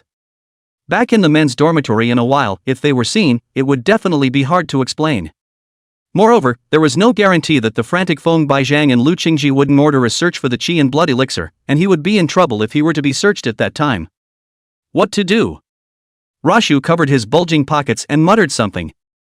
Under the setting sun, his back was infinitely elongated, like a greedy dragon that had gotten a treasure but had no way to take a bite, looking a bit melancholy. In the monitoring room, Hu Banjur saw this scene and couldn't help but lose a smile. Go, find a few veterans to pass by him and hint that the qi blood elixir can be exchanged for points or something else at the armament office. Yes. The two black-clothed soldiers who had been guarding the doorway immediately had one leave in a hurry. Hu Banruo looked at Luo Xiu on the screen, and the corner of her mouth curled up slightly. Greedy people, will always be so reckless, but I'm a bystander right now. If I were you, I'd definitely take all 10 qi blood pills as well. After all, this feeling of eating a soul meal behind everyone's back is really too good. Not long after, the black-clothed soldier who had just left came back and reported, Team Hu, it's done, there are already veterans going to Luo Xiu's location. Hu Banruo nodded, inexplicably feeling an unprecedented sense of fulfillment in her heart. This feeling of observing everything behind the scenes, knowing secrets that others didn't know, and waving a hand to help Luo Xiu solve his problems was amazing. Do I have some weird special fetish? When Hu Bono was puzzled, he saw 3 or 4 black-clad veterans appear on the projection screen. A few people passed by Luo Xiu as if they were loitering, and even gave him a curious look. This made Luo Xiu quite wary and nervous. When Luo Xiu realized that it was some veterans, he visibly relaxed his mood a bit. Soon, though, he was caught up in the veterans' chatter. Old Wang, how many points do you have now? Can you lend me some? No borrowing, no borrowing. I don't have much. Last time I exchanged 100 points with the blood crystals for 10 qi blood pills, and now I'm left with a few dozen points. A few dozen points, quite a lot. Lend me some and I'll exchange it for 2 qi blood pills. Grass, you're so damn shameless. You borrowed 30 points from me before and haven't returned it yet. I'm not short on cash. I'll definitely pay you back if I have points. Hearing this, Luo Xiu somewhat couldn't help himself as he hurriedly walked up and asked, Hey, big brothers, so what are points? The crowd of veterans stopped in their tracks, and the veteran known as Old Wang looked Luo Xiu up and down. New here? Luo Xiu hastily nodded, yes, I just arrived yesterday and I'm still not too familiar with the army, so I hope big brother can give me some pointers. Old Wang smiled and reached out to pat Luo Xiu's shoulder. Instruction is fine, but I have to correct your address. In the army, when a new recruit sees a veteran, he can't call him big brother, he has to call him squad leader or senior, understand? Class president? Seniors? A hint of thought flashed in Luo Xiu's eyes, then he reached out and cupped his fists. Hello seniors. The old king laughed. Good, on the road, I'll tell you, this point is considered a kind of universal currency in the army. You can take things to exchange. Set down the war will also have the corresponding points. With the points can be exchanged in the armaments for what they want, the most basic that is, of course, the qi and blood dan. A qi and blood dan can be exchanged for 10 points to buy the words of the, but also 110. The most basic thing is of course the blood pills. Our army on this point good, no platform fee, handling fee, management fee and other messy things, will not pit us. These soldiers bitter if you need something, you can go to the armament office to see, not far, just over there. Saying that, Old Wang reached out and pointed in a direction. Go all the way there, see that building, go in, then turn towards the left on the 2nd floor, the 3rd room is. Luo Xiu looked in the direction Old Wang pointed and did see a building, which was only 500 or 600 meters away, not very far. Alright, go check it out, we have training to do. Old Wang said and patted Luo Xiu's back before leaving with the other veterans. Luo Xiu looked at the backs of the few people leaving, a flash of doubt in his eyes. He always felt that these people came at too much of a coincidence as well. But he couldn't figure out why these people would come over to tell him this. It was hard to believe that they could still know that he had just gotten his hands on 10 Qi blood pills. No way. Luo Xiu shook his head and immediately denied the idea. He's invisible, so there's no way these guys have some kind of thermal imaging, prediction, X-ray or something, is there? That would be horrible. That shouldn't be the case. Forget it, let's not think about it for now. Go exchange the Qi and blood pill for a God's mind pill. With the divine thought pill, I'll be able to strengthen my talent once more tonight. Progress is godly. Thinking of this, Luo Xiu instantly became excited. His footsteps grew faster and faster, and he soon found the armament office, following old Wang's hint just now. Hello, is this the armaments office? As soon as Luo Xiu finished speaking, he heard a surprised voice ring out from the room. Huh? It's you! Aren't you the colorful, who awaken stealth and perspective? Recruit? Chapter 36, so envious of these damn big dogs. Luo Xiu froze slightly when he heard this voice. If you follow the voice, you will see a round face. Oh, it's the round-faced female soldier who was in charge of registering and handing out supplies on the day of enlistment. Luo Xiu didn't dwell on the name that the round-faced female soldier had just almost shouted out, smiled as he walked into the armament office and greeted. So it's you, senior, why are you in the armament office? The round-faced female soldier bristled, but was satisfied with Luo Xiu's address. What do you mean how I'm at the armament office? I've always been at the armament office. That day we had to issue armaments to you new recruits. Isn't it reasonable for me to go to work? You make a good point. Luo Xiu was stunned. The round-faced female soldier grunted softly. Tell me, what are you doing here at the armament office? What do you need? You're still the first recruit to come to the armament office. The round-faced female soldier was visibly surprised. And speaking of this, Luo Xiu came to life. He heatedly smiled, walked up, pulled out a bulging plastic bag from his pocket, handed it to the round-faced female soldier, and said with a smile, Seniors, I'm here to redeem my points, and buy something on the way. Look, this is 10 Qi blood pills. Qi and blood pills? The round-faced female soldier sniffed. She hastily reached out and took the plastic bag, wrapping it around left and right to unseal it. Looking at the 10 full-color Qi and blood pills lying red inside, her eyes widened. She pointed at the bag, then pointed at the Qi blood pills in the bag, then looked at Luo Xiu again and opened her mouth. You're just going to use this to contain the Qi and blood pills? Luo Xiu was a bit puzzled. What's wrong, senior? Is something wrong? What's wrong with that? When the round-faced female soldier saw that Luo Xiu's face was full of doubts that didn't seem to be fake, she felt a pain in her chest. Who's a nice guy with a plastic bag of chiropractic pills? This was a cultivation elixir with a market price of $3,000 apiece. Straight out of a plastic bag like garbage, is that like it? Why did you put the Qi blood pill in a plastic bag? The round-faced female soldier didn't know what to say. This kind of behavior from Luo Xiu was really unheard of. Luo Xiu scratched his head and grinned in embarrassment. It's not convenient. If you put it in a box it would take up more space, and it's not easy to carry. Convenient? Taking up space? Not easy to carry? The round-faced female soldier listened to Luo Xiu's words, and only felt that there seemed to be thunder exploding in her brain, and was bombarded with heavenly thunder? Originally, she still wanted to reprimand Luo Xiu for this kind of wasteful behavior, but as soon as she thought that Luo Xiu's family didn't care about it themselves, her excitement was extinguished. Looking at his casual attitude, it's obvious that he doesn't place these 10 Qi and blood pills in his eyes at all. 10 Qi blood pills, that's not a small amount of money. I guess this Luo Xiu is afraid that he's not the son of any family, so it's best if I don't mind my own business. Ugh, so envious of these damn dogs. When will I be able to put Chakra Dan in a plastic bag like it's trash? The round-faced female soldier muttered in her heart, took a deep breath, and then neatly opened the plastic bag to take out the 10 Qi blood pills, counted them and put them into the box storing the Qi blood pills on the side, and only then did she look at Luo Xiu again and asked, 10 Qi blood pills, confirming that the counting is complete, can be exchanged for 100 points, are you sure you want to exchange them? When Luo Xiu heard this, he immediately rejoiced, can I exchange divine nerve pills after redeeming points? I need a divine thought pill. Another divine mind pill? The round-faced female soldier subconsciously exclaimed, but she soon realized that she had slipped up and hurriedly said, yes, the divine numinous pill is 100 points, just the right amount of points to exchange. With that, she took out a box of divine nerve pills from the shelf next to the counter and handed it to Luo Xiu. Although she didn't understand why Luo Xiu, a martial artist, didn't want the Qi and blood pill and kept asking for the divine nerve pill, she knew that it wasn't something she should be in charge of. She just has to take care of the redemption. Luo Xiu was filled with excitement as he received the divine mind pill, his heart in a bit of a trance. He, who had originally been deprived of all cultivation resources by Humeli, had entered the army for just 2 days, and had obtained 2 divine numinous pills that he had previously not even dared to think about. Together with the one given to him by his cheap old dad, Luo Jianjun, he easily obtained 3 divine nerve pills. If it was converted into Qi and blood pills, it would be 30. When he was in school, he could only have 1 a month, and it had to be given to him secretly by Luo Jianjun. What a handful of heartbreaks! Now in the military, it's a bittersweet experience. In the future, if there are still resources that need to be exchanged, you are welcome to come to the armament office at any time. Amidst the cheering of the round-faced female soldiers, Luo Xiu left the armament office. Then he couldn't wait to get back toward the men's quarters. It's time to reinforce another wave of talent.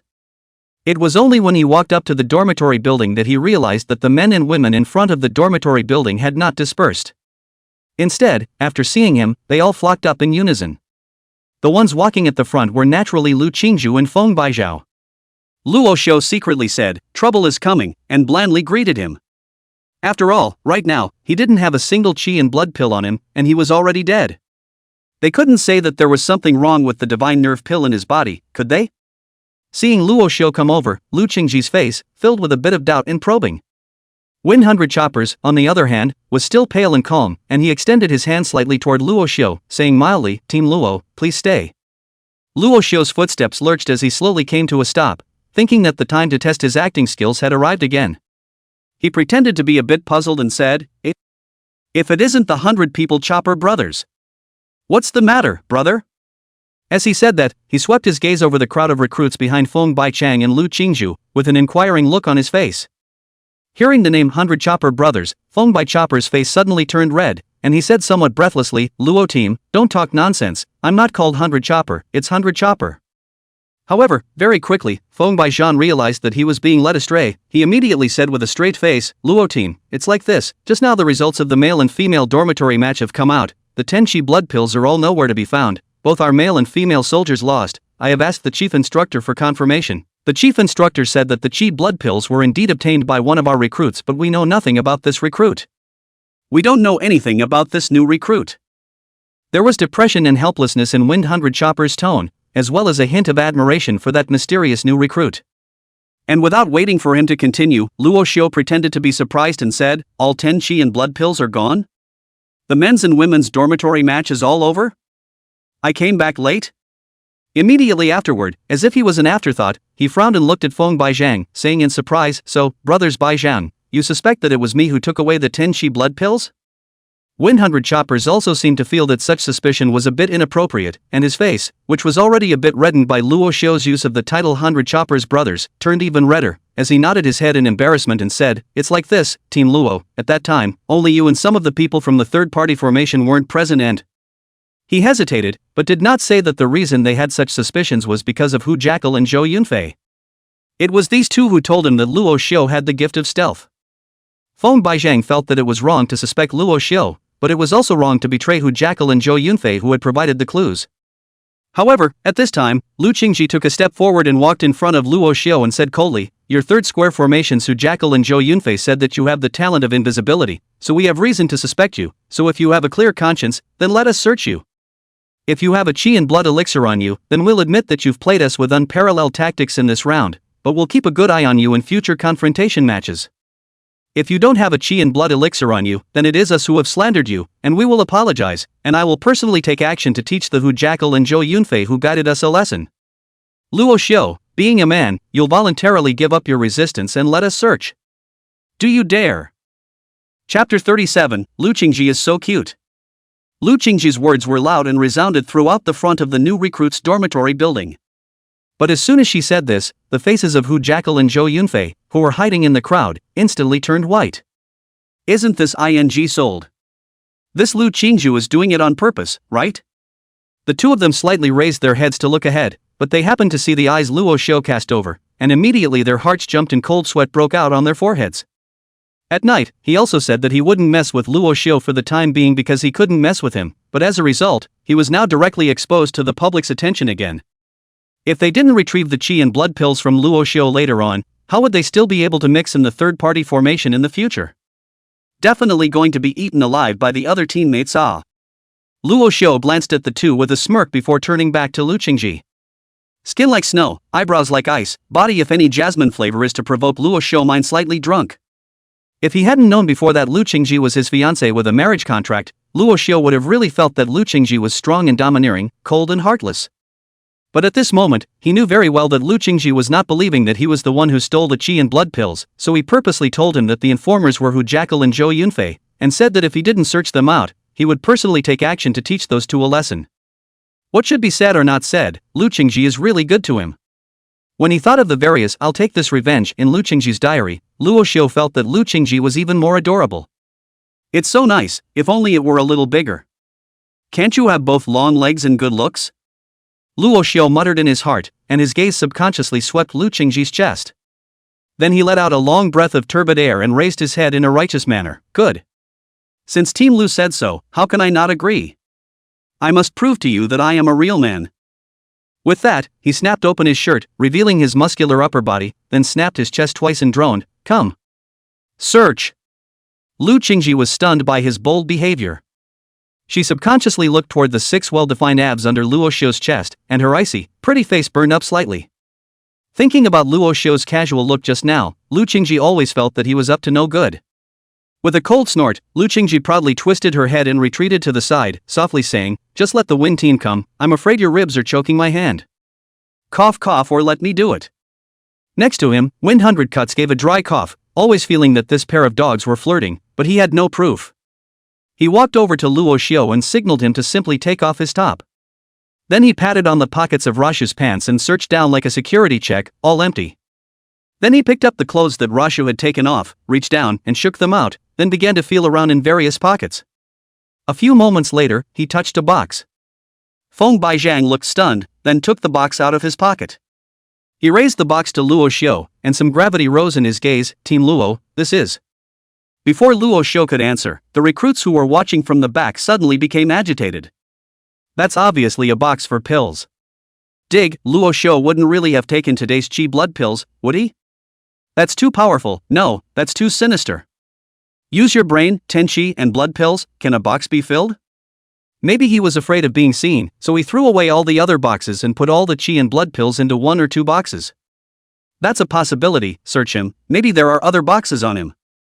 On the side, Lu Qingci's pupils also shrunk slightly after seeing the box. Although she emotionally didn't want to believe that it was Luo Xiu who took the qi and blood pills, and rationally felt that Luo Xiu shouldn't be that strong. Moreover, she had come to the army in order to watch over Luo Xiu and make sure that he didn't have an accident. If Luo Xiu was really searched out, then she was a bit at a loss as to what to do. But apparently, Luo Xiu wasn't panicking at all. He took the box from Feng Baijiang and opened it without a care in the world.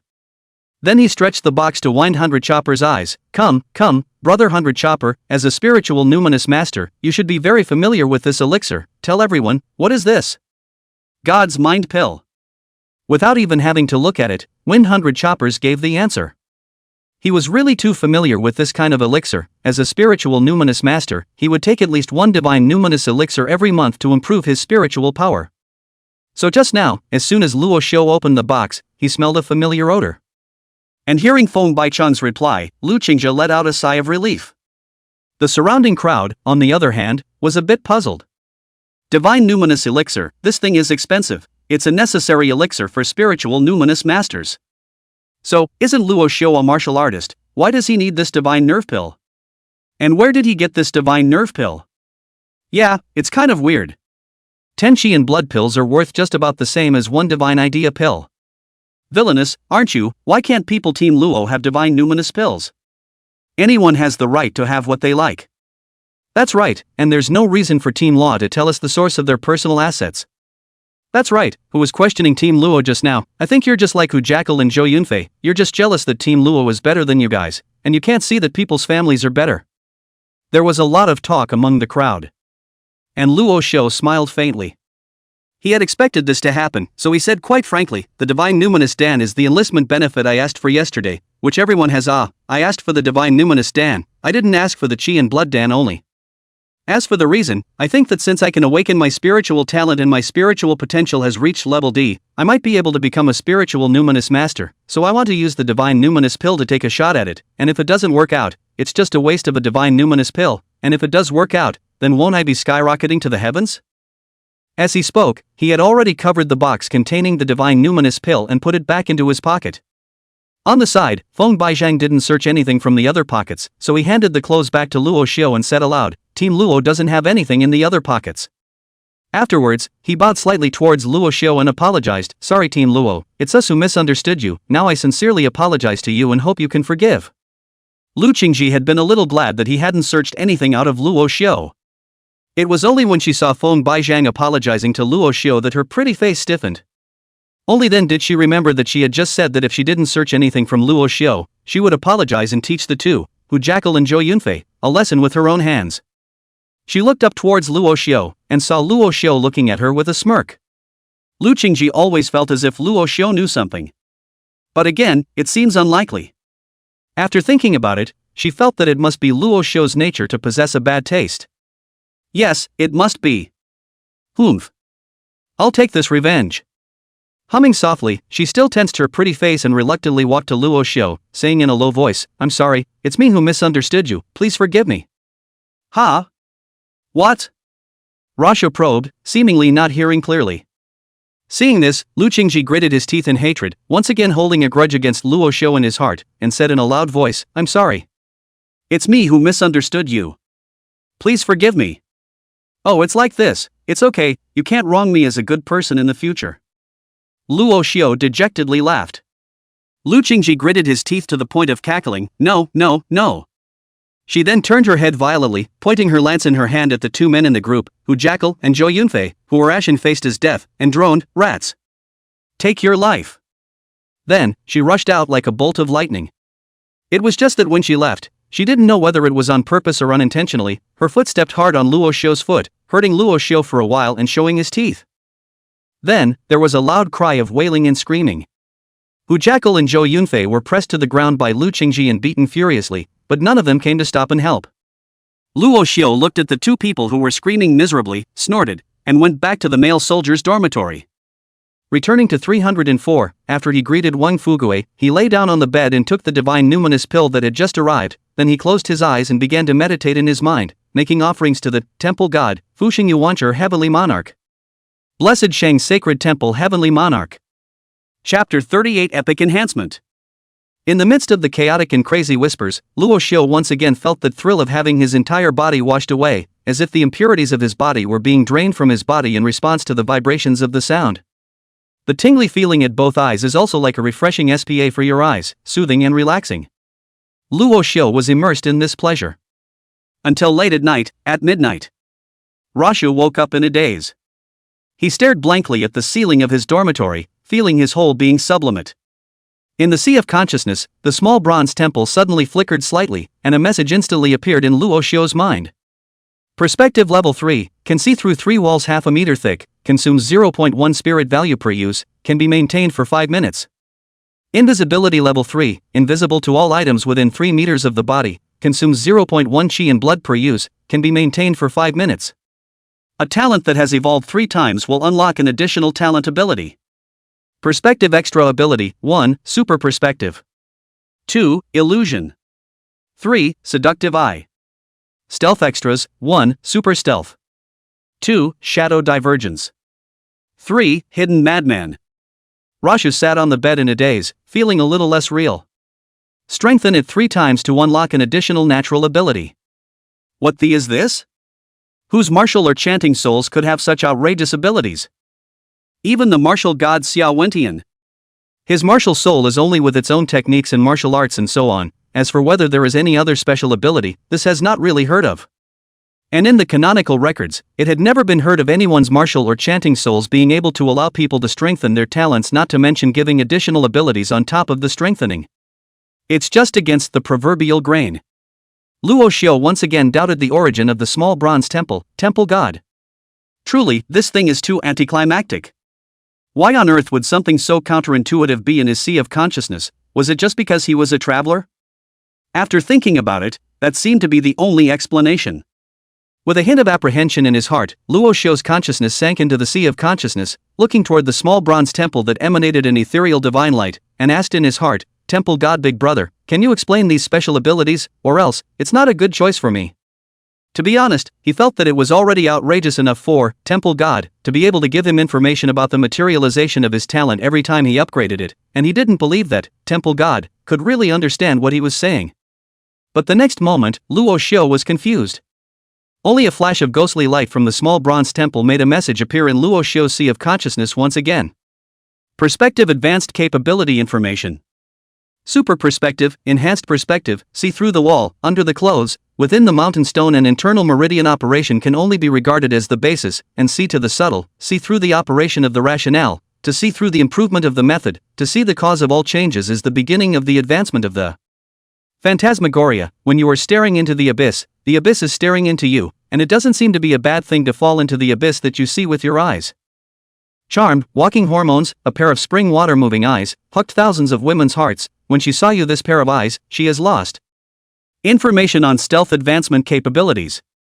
Super invisibility, enhanced version of invisibility, invisibility of oneself, invisibility of things on the body, invisibility of things in contact with is only the basis of invisibility, and let the invisible things can be out of the body, cannot be made invisible by contact with the items, let the larger and more things invisible, is the beginning of the advanced level. Shadow split, commonplace rotten street skills, a variety of film and television works have appeared, on the stage of the low-level skills, do not do to explain. Stealth berserker, the combination of stealth and berserking, isn't it a genius design? After you become invisible, you can obtain full attribute berserking, and your combat power will be multiplied by many times, but the disadvantage is that you lose your sanity briefly after berserking. A stealthy berserker is able to inflict a lot of killings, isn't it interesting? Luo Xiu froze and digested all the information in his sea of consciousness, somewhat bewildered. At first, the temple god was a small, plain, bronze temple. After offering a divine numinous pill, the temple god hadn't changed much. After offering the 2 divine numinous pills, the temple god would release the information after the talent enhancement to his sea of consciousness. After making an offering of 3 divine numinous pills, the temple god would not only release information about the enhanced talent, but also answer his requests, and his tone even became a bit more vivid. What the is going on here? Rashu seriously doubted it. This temple god is actually alive. It was only that it was sleeping before, and then after he gave 3 divine numinous pills, it began to gradually revive. And, since it's a temple, who is the temple dedicated to? Thinking of the several incantations that flashed through his mind every time he offered the divine numinous pill, Luo Xiu quickly locked onto a name. Sacred Temple Heavenly King. The first Heavenly Father, the immortal Father of Virtue, and the Heavenly Father of Spirit and Treasure are the 3 purities of Taoism. Rashu still knows this. But only this Holy Temple Heavenly King, he has never heard of, and also with a temple word, obviously related to the bronze small temple. Perhaps this sacred temple Heavenly Monarch was the god enshrined within the small bronze temple. It is also known as the Temple God. Holy Temple Heavenly King, who on earth is that? Luo Xiu shook his head and didn't continue to think about it because he knew that with his current understanding of the temple god, he was afraid that even if he thought about it until dawn, there wouldn't be any results. He refocused his attention on the extra natural abilities he could gain. Super perspective, phantom vision, charmed. Super stealth shadow split cryptomaniac. Which 2 to choose, anyway? Luo Xiu first ruled out shadow divergence and charm. He could clearly feel the temple god's disdain for the shadow divergence. Cheesy, lame, uptight, inferior skill, all of these adjectives could be seen. Perhaps there are more powerful types of doppelgangers at the temple god? Just not enough levels to unlock them right now? And charming, how can I put it? Luo Xiu is the man who wants to surpass the martial god. How can you indulge in tenderness and go around seducing women and womanizing? It's cool, but it's too much of a will sapper, and it's definitely not okay. As for illusionary vision and hidden berserker, Luo Xiu didn't have a choice after some thought. Phantasmagoria did sound quite strong. It was supposed to be able to make others fall into a phantasmagoria when they looked into his eyes. It was an attack skill that could definitely make others unable to defend themselves. However, this skill is more of a cockamamie once someone has their defenses up. As for the hidden berserker, Luo Xiu felt that losing one's mind was terrifying, and losing one's mind after full body enhancement was even more terrifying, and could result in irreversible mistakes at any time. So in the long run, super stealth and super perspective were the best choices. Once Luo repaired it clearly, he lay back down on the bed. With both eyes closed, he silently communicated with the temple god in his mind and said, "I'll choose super stealth and super perspective and start strengthening." Chapter 39, Epic Enhancement 2. The aura is revived and everything grows. In the midst of the moistening, Luo Xiu once again fell asleep in a daze.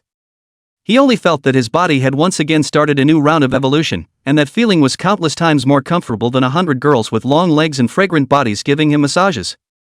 In the midst of this kind of wariness and relaxation all over his body, Luo Xiu's body was starting to run automatically in an unfathomable way. The qi and blood were slowly rising. Spiritual thoughts were also slowly rising. Even the Gongfu Vajra breaking technique, which he had only seen once and had yet to cultivate, was starting to automatically cultivate in a slightly different way from the original Gongfu. Between Luo Xiu's every breath and inhalation, there seemed to be countless divine charms spewing out. And in his sea of consciousness, the small bronze temple emitted a ghostly light, not dazzling, but giving a sense of guidance. Chaos, distortion, and maddening meditative whispers enveloped the entire small bronze temple. As if it was the sound of a sacrifice that came from 10,000 years ago, it caused Luo Xiu to get lost in sleep. I don't know how much time has passed. Rashu seemed to hear someone calling in his ear. "Rashu, get up.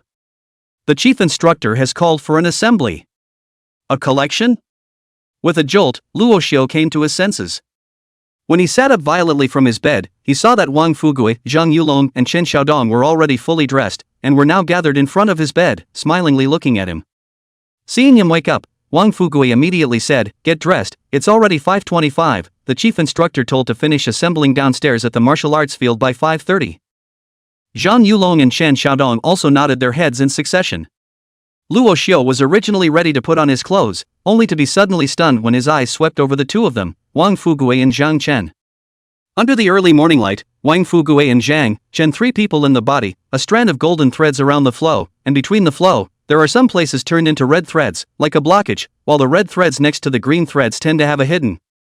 The body orifices are bright and dark, some orifices emit light golden light, while some orifices are only a few black light, looks particularly horrible. On top of that, Luo Xiu could also see clearly the subtle textures on the trio's skin, could see the microscopic dust floating in the air, the pupils contracting and changing between a stillness and a movement, the hairs growing slightly, and it seemed that he could see clearly even the slight sense of spatial dislocation created by the airflow. Even he could see clearly even a faintly emerging white spot on the surface of Wang Fugui's flesh and blood heart, as if it had been cauterized. This is super perspective? The subtleties are the reason for the operation, the method of improvement, and the cause of all changes. Gore! This is outrageous. Luo Xiu came back to his senses, and while he was shocked in his heart, he hurriedly came out from under the covers. Out of habit, he reached out and grabbed a steel pipe bed frame aside to stand on the floor. Just as he got up, he heard a creak, and the position of his right hand gripping the steel pipe bed frame was suddenly slightly twisted and sunken. The pupils of Wang Fugui and Zhang Chen both contracted violently. Even Luo Xiu froze. Wang Fugui said offhandedly, "Luo Xiu, your hand is too strong.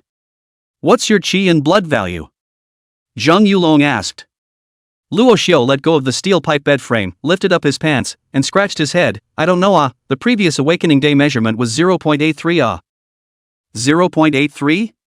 That's about the same as me, you didn't eat the qi and blood pills and go up a lot, did you?" Wang Fugui said dumbfounded. Chen, on the other hand, denied, "Impossible, my qi and blood values are 0.92, it's also impossible for me to unconsciously twist the steel pipes of this bed frame, only with serious force." Zhang Yulong also nodded his head and said, "Yeah, I'm about the same at 0.93, I can't do it at all." Team Luo, you're not secretly hiding your strength and preparing for a hit, are you? This existed for him to test. Luo Xiu sniffed but shook his head. "How can I have that kind of skill, when I awaken to the martial arts, but there are awakening tutors staring at it? How can they say that they are also a 3rd or 4th grade or above martial artist? Can I fake under their eyes? I estimate just sleep blinded, and then when I got up to stimulate the potential power, a moment later I guess it is not so fierce." With that, he didn't wait for the crowd to continue to look deeper into his words, so he sharply put on his clothes, rushed into the washroom to wash his face, and after feeling sober, he beckoned from the doorway, "Let's go, gather up and go." Wang Fugui and the others hurriedly followed. The crowd quickly arrived at the martial arts arena. The martial arts arena was bustling with people, all continuing to line up in yesterday's 9 squares. When the third square front recruits saw Luo Xiu coming over, they all greeted him with smiles regardless of gender.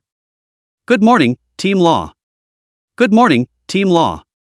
"Hello, Team Law." Luo Xiu also smiled and responded one by one, only that when he swept his gaze over the crowd, just like when he saw Wang Fugui and the others, all of them could see the gold, red, and green thin threads in these people's bodies, as well as the orifices that emanated golden light and ooze. Even when his eyes looked at the 8 instructors who were discussing and chatting not far away, he could clearly see that in their body's life palace, there was a massive airflow surging and gathering, condensing into liquid and sinking into the life palace, which looked quite mysterious. This super perspective ability is a bit perverted. Even people of higher rank than me can see through it. As Luo Xiu was shocked, Hu Banruo was walking nonchalantly from the distance. She kept her gaze vaguely fixed on Luo Xiu. She had also been monitoring Luo Xiu yesterday after she had asked the veteran to guide him to the armament office, and she had originally thought that Luo Xiu would exchange the qi and blood pills for points, and take them out when he used them in the future. But who knew that Luo Xiu had directly replaced the qi and blood pill with the divine mind pill? Moreover, after her inquiries, the round-faced female soldier told her that when Luo Xiu had chosen his enlistment benefits before, he had also chosen the divine numinous pill instead of the qi and blood pill. This made Hu Banjur puzzled. And she didn't quite believe that Luo Xiu wanted to rely on the divine numinous pill to stimulate his potential to become a spiritual numinous master. Therefore, she always felt that this Luo Xiu person was full of secrets. And the secret made Hu Bonanza a little itchy. No, I have to do a good job of picking it up again today. Let's see what other unknown secrets are hidden behind your harmless face, and whether it's worth it for me to bet big on you or not. With a hint of anticipation, Hu Banjuru was so excited that he walked in front of the 9 squares. "All hands, halt!" Hu Banruo shouted. All the recruits were instantly silent, and all of them stood their bodies straight, just like a pole of upright steel guns. Hu Banruo swept through the crowd with satisfaction, and finally his gaze landed on Luo Xiu's face. "Very good, your spirits are very good. As soldiers, warriors need this kind of vigor. Yesterday, we learned the Universal Army Breaking Fist. I believe that you have all basically mastered it, and I don't want to talk about the benefits of the Army Breaking Fist, but I hope that in the future, you will all take the time to practice it at least 3 times a day. On top of that, I will appoint Luo Xiu as the chief instructor of Army Breaking Fist for all the new recruits. I believe that everyone should have no objections. After all, the third-party formation that he led yesterday won the match in an uncontested manner, which is enough to prove that Luo Xiu possesses unrivaled attainments in Army Breaking Fist. But that's not even the point. As the crowd was filled with doubt, the corner of Hu Banruo's mouth hooked, her gaze once again swept the crowd, walked over to Luo Xiu, and said meaningfully, "Today, our focus is the Martial God Trial Tower." Chapter 40 Cat Face Mask. The moment Hu Banruo said this, the whole room boiled over, and all the new recruits were all excited. Even the children of large families like Feng Baijiao and Lu Qingci were no exception. It was them who had never entered the Martial God Trial Tower before their awakening. Seeing the expressions on everyone's faces, Hubona was very satisfied and then continued, "I believe that many people who come to join the army do so because of the Martial Gods Trial Tower, and everyone should be very clear about the capabilities of the Martial Gods Trial Tower, so I won't go into details. And today is the first time all of you enter the Martial God Trial Tower. One thing to state here. The first time you enter the Martial God Trial Tower, the higher the tower rush score you receive, the greater the benefits you can obtain. Therefore, I hope that you will do everything in your power today to kill more fierce beast void and obtain higher ratings. This will be your third perk after entering the army, so be sure to always cherish it. Now then, all hands. Turn to the right. Forward, set out for the Vulcan trials.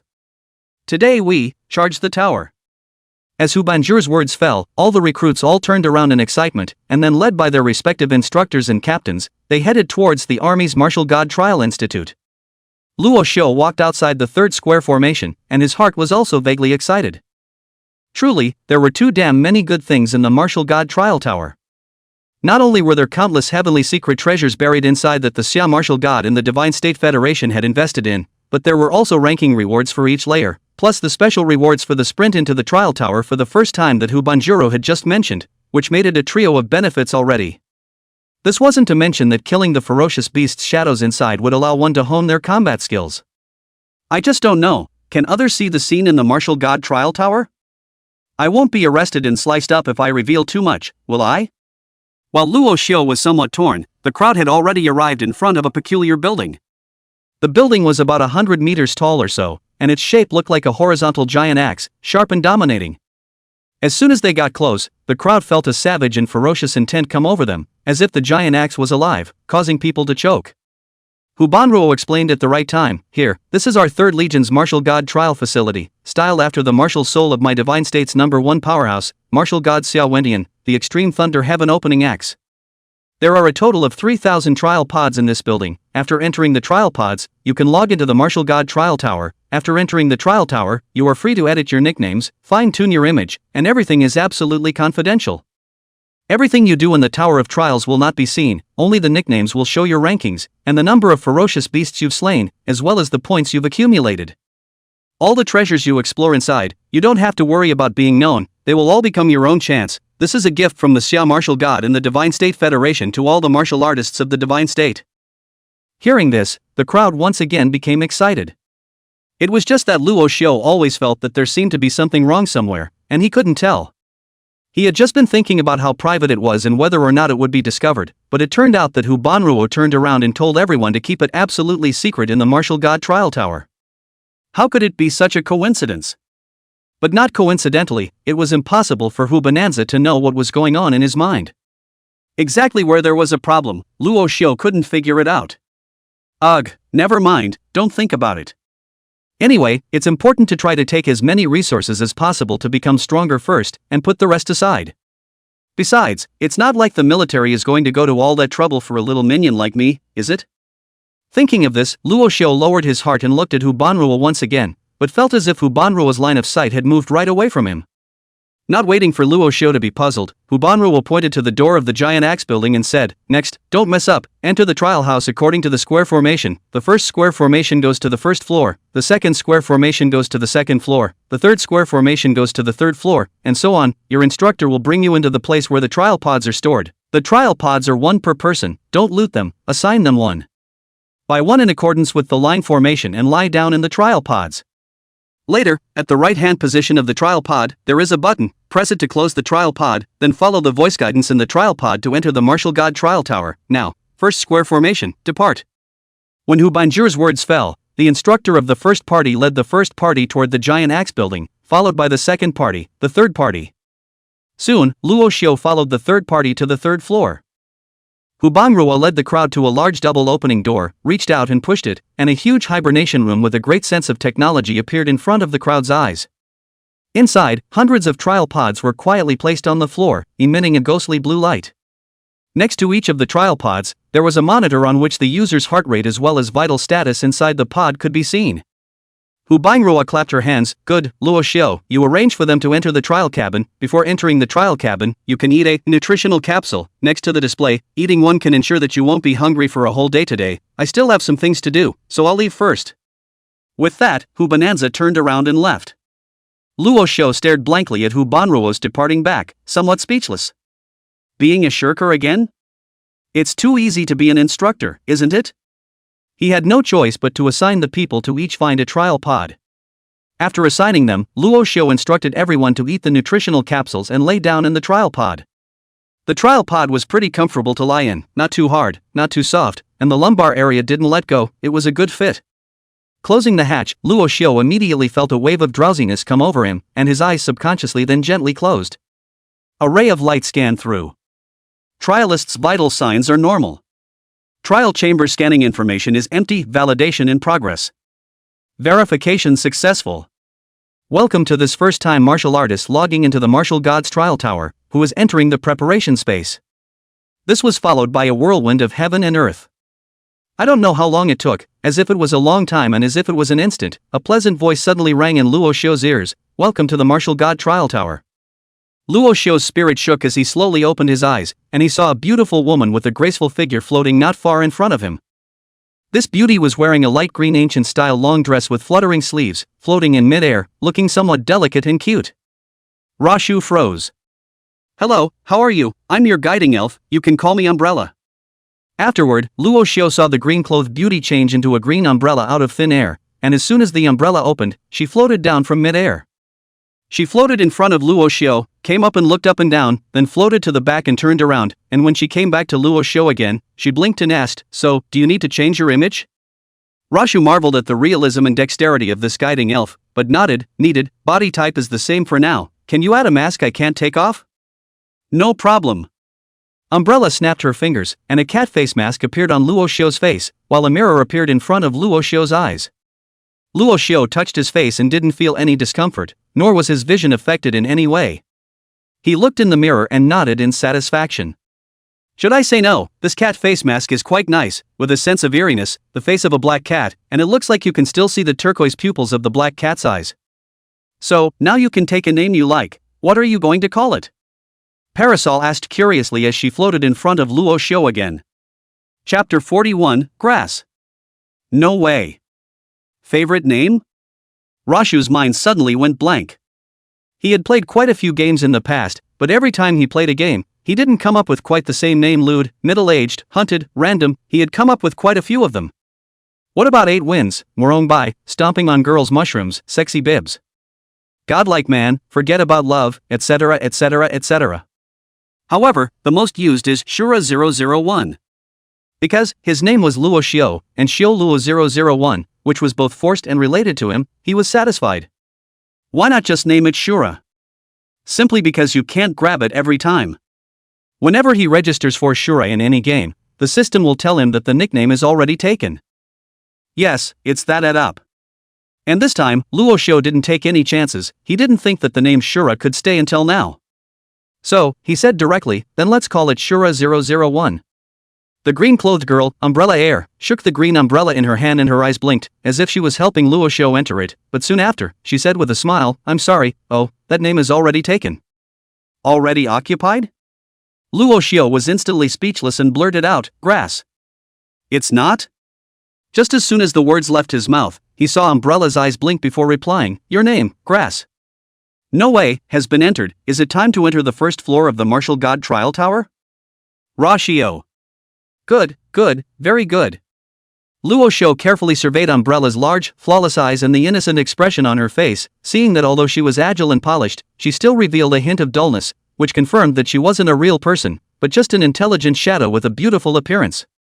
Smiling helplessly, Luo Xiu sighed and waved his hand, "Forget it, let's go to the Martial God Trial Tower." "Alright, have linked the first level of the Martial God Trial Tower for you." With a shallow smile, the umbrella in her hand waved slightly towards Luo Xiu, and a door of nothingness appeared in front of Luo Xiu's eyes. The next moment, Luo Xiu felt a suction force coming from him, and his entire body was uncontrollably sucked into the gate of nothingness. After a moment of heavenly rotation, Luo Xiu appeared in the middle of a vast world. There was sun, light, clouds, mountains, huge plants of all kinds, and the ruins of a city covered with large areas of vegetation. Rashu put his hand out in front of his eyes and felt a breeze flow through his fingers. It was as real as being in the real world. Ghostbusters. A treasure crafted by the martial god himself is truly extraordinary. Luo Xiu sighed, then realized that there was an additional green figure in front of him. A shrunken version, probably only palm-sized, of Umbrella was floating in front of his eyes holding an umbrella, shouting excitedly, "Haha, grass." No way, hello again, surprised or not? Surprise, surprise.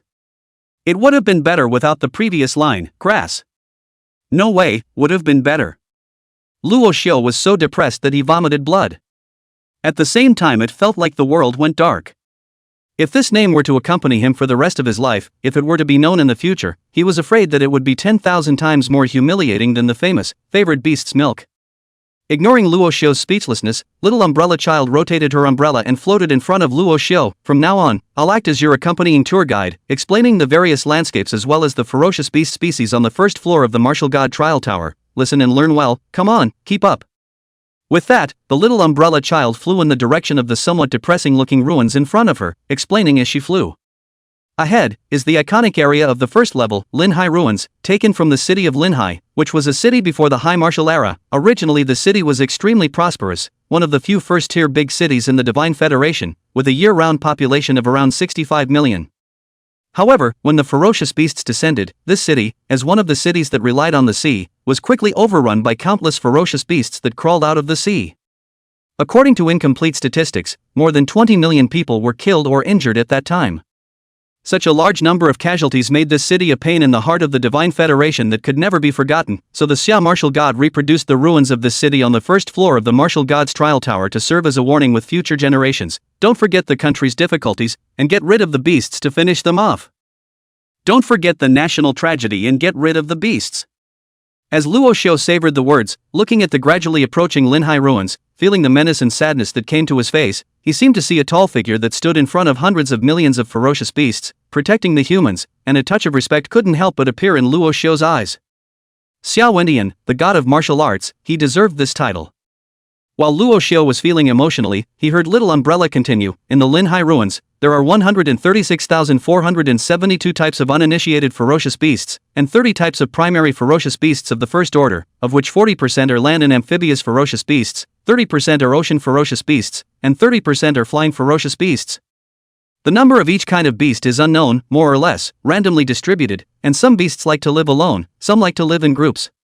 It should be noted that the 5 senses of fierce beasts are far superior to humans, so when you see a fierce beast, make sure you don't think of sneaking up on them, as they've likely already discovered you. In response, Luo Xiu didn't comment. Other people might be bothered by this, but he's not at all. At this point, they were already very close to the Linhai ruins, and in a few hundred meters, they would be able to enter the Linhai ruins. It's almost time to enter the Linhai ruins, your journey of trial is about to begin, killing is the romance of a martial artist, Grass. No way, are you ready? The little umbrella child seemed to have a bit of a chatterbox attribute, and Luo Xiu didn't answer. But she didn't care, or she wasn't in the mood at all. After entering the Linhai ruins, you will need to be careful, because ferocious beasts will appear around at any time. Don't be merciful in the face of ferocious beasts. The hand up is a necessary means for martial artists. Every kill you make will become your honor, forging you an undefeatable medal. 1 point for every kill of an uninitiated ferocious beast, 10 points for every kill of a first-order beginner ferocious beast. All points will be automatically deposited into your honor account. Grass, no way, this is your first time entering the martial god trial tower. Your killing performance will be rewarded with additional rewards. The higher the points, the more generous the rewards. It's exciting to think about it. By the way, we're about to face the ferocious beasts. You haven't picked out a weapon while you're at it yet. What kind of weapon do you need?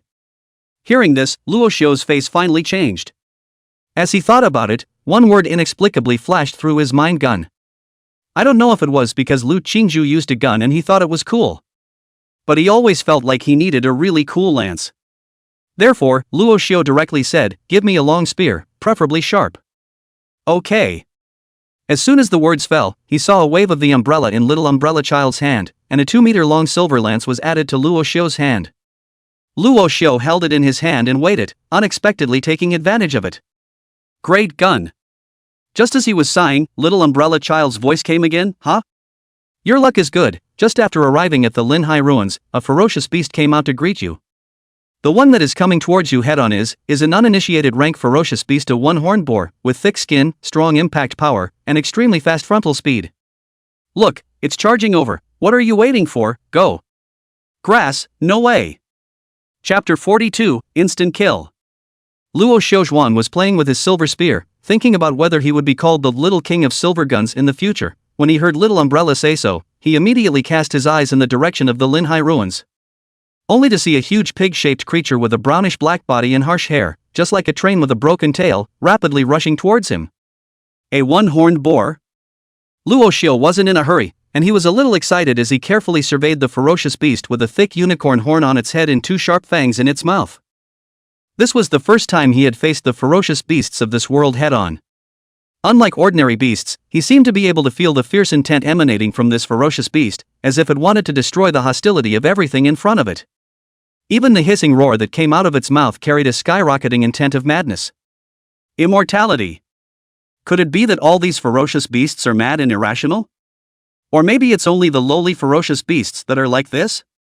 Luo Xiu raised his guard while guessing. After all, the unicorn boar was already very close. At the same time, he also turned on perspective. Just the next moment, his pupils contracted in surprise.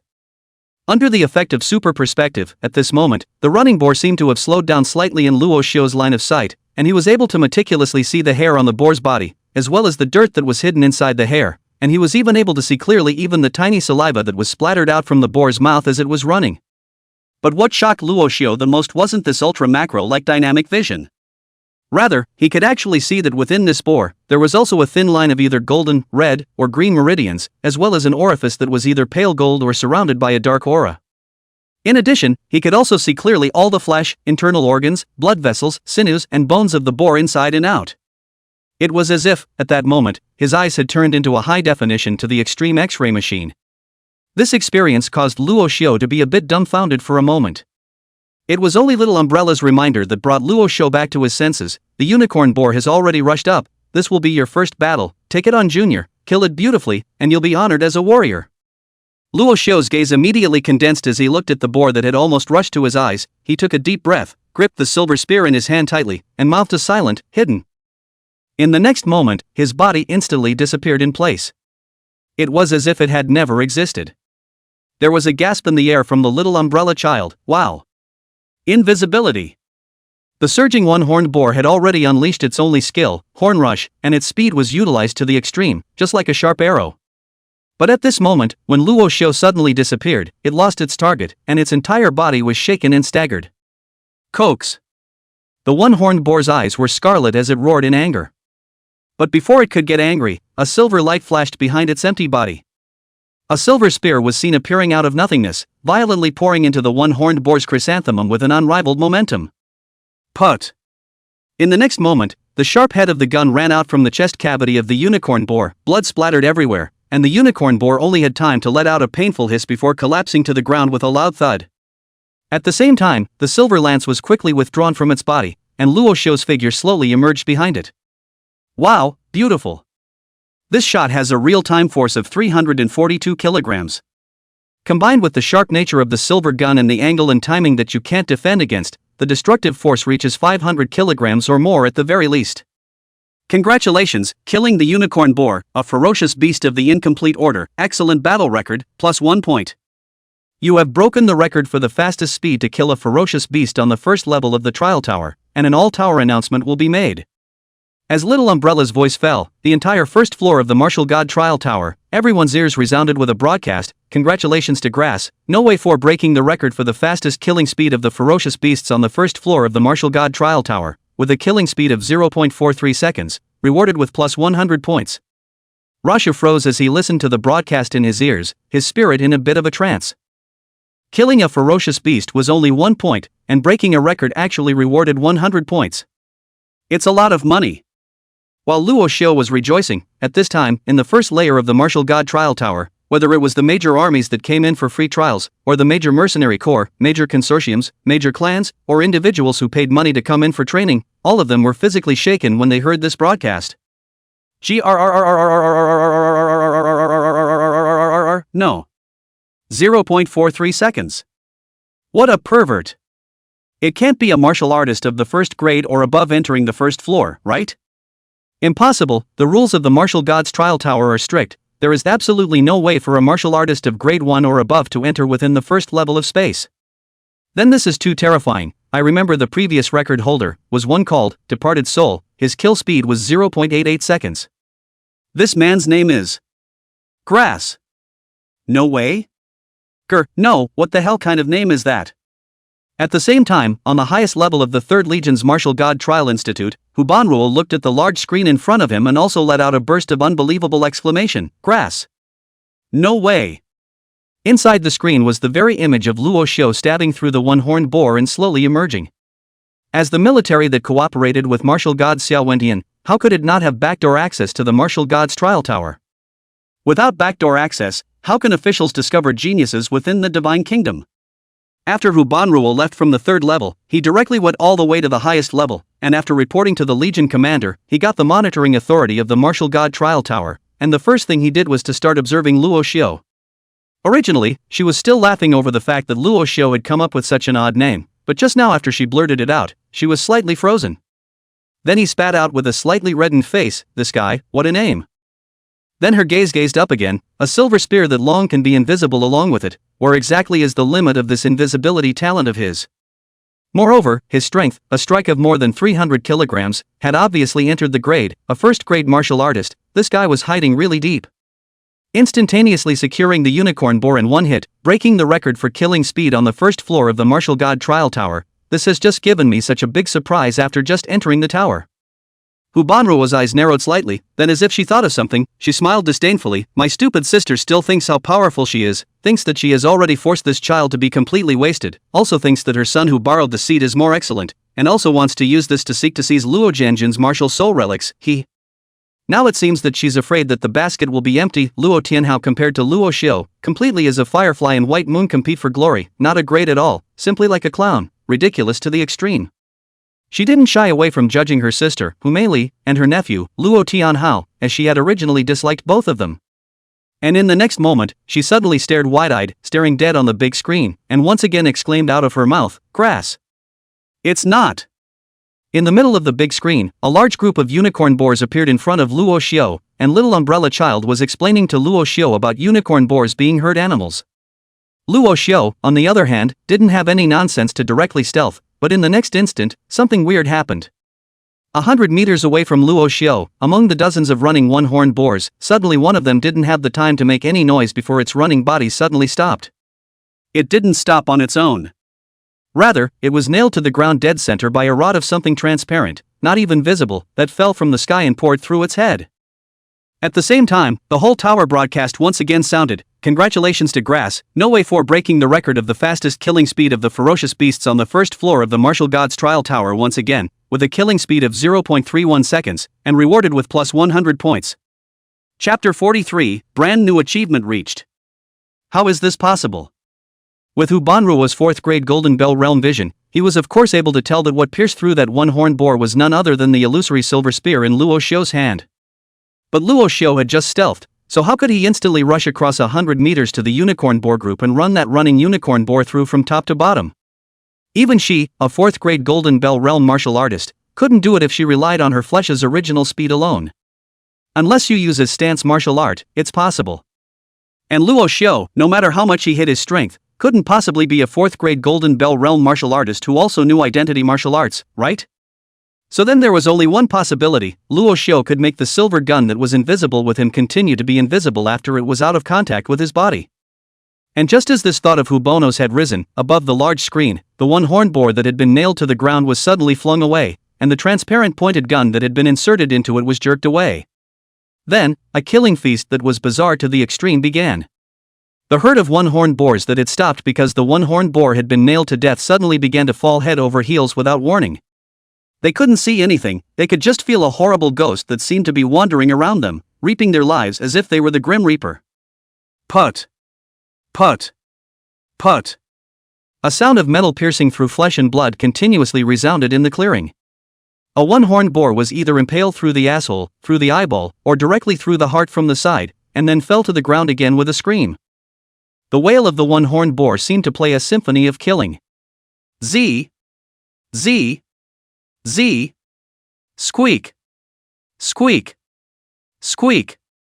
There were constantly one-horned boars falling down, blood spattering like an abyss.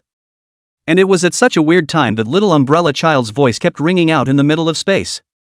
You have killed a one-horned boar, plus 1 points. You have killed a one-horned boar, plus 1 points. You have killed a one-horned boar, plus 1 points. The voice, as if it were a repeater, made the scene seem even more eerie. After dozens of seconds, the living one-horned boar finally couldn't stand such horror, and an expression called fear appeared in its originally scarlet and crazy eyes.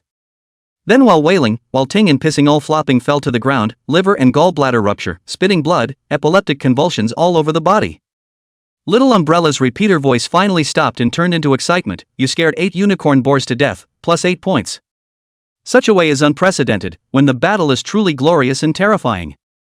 Brand new achievement generated in the Martial God Trial Tower. Congratulations on being the first martial artist to scare a ferocious beast to death. Bonus points plus 100, hereby informing the entire tower. As soon as Little Umbrella's words fell, a clear announcement sounded once again on the first floor of the Martial God Trial Tower. Grass. No way. Abundant in martial virtues, unrivaled in valor, when fighting with the unicorn boar herd, he scared 8 unicorn boars to death, achieving the brand new achievement of the first martial artist to scare a ferocious beast to death, rewarded with plus 100 points. Luo Xiu froze as he listened to the broadcast, his figure slowly detaching itself from the invisibility.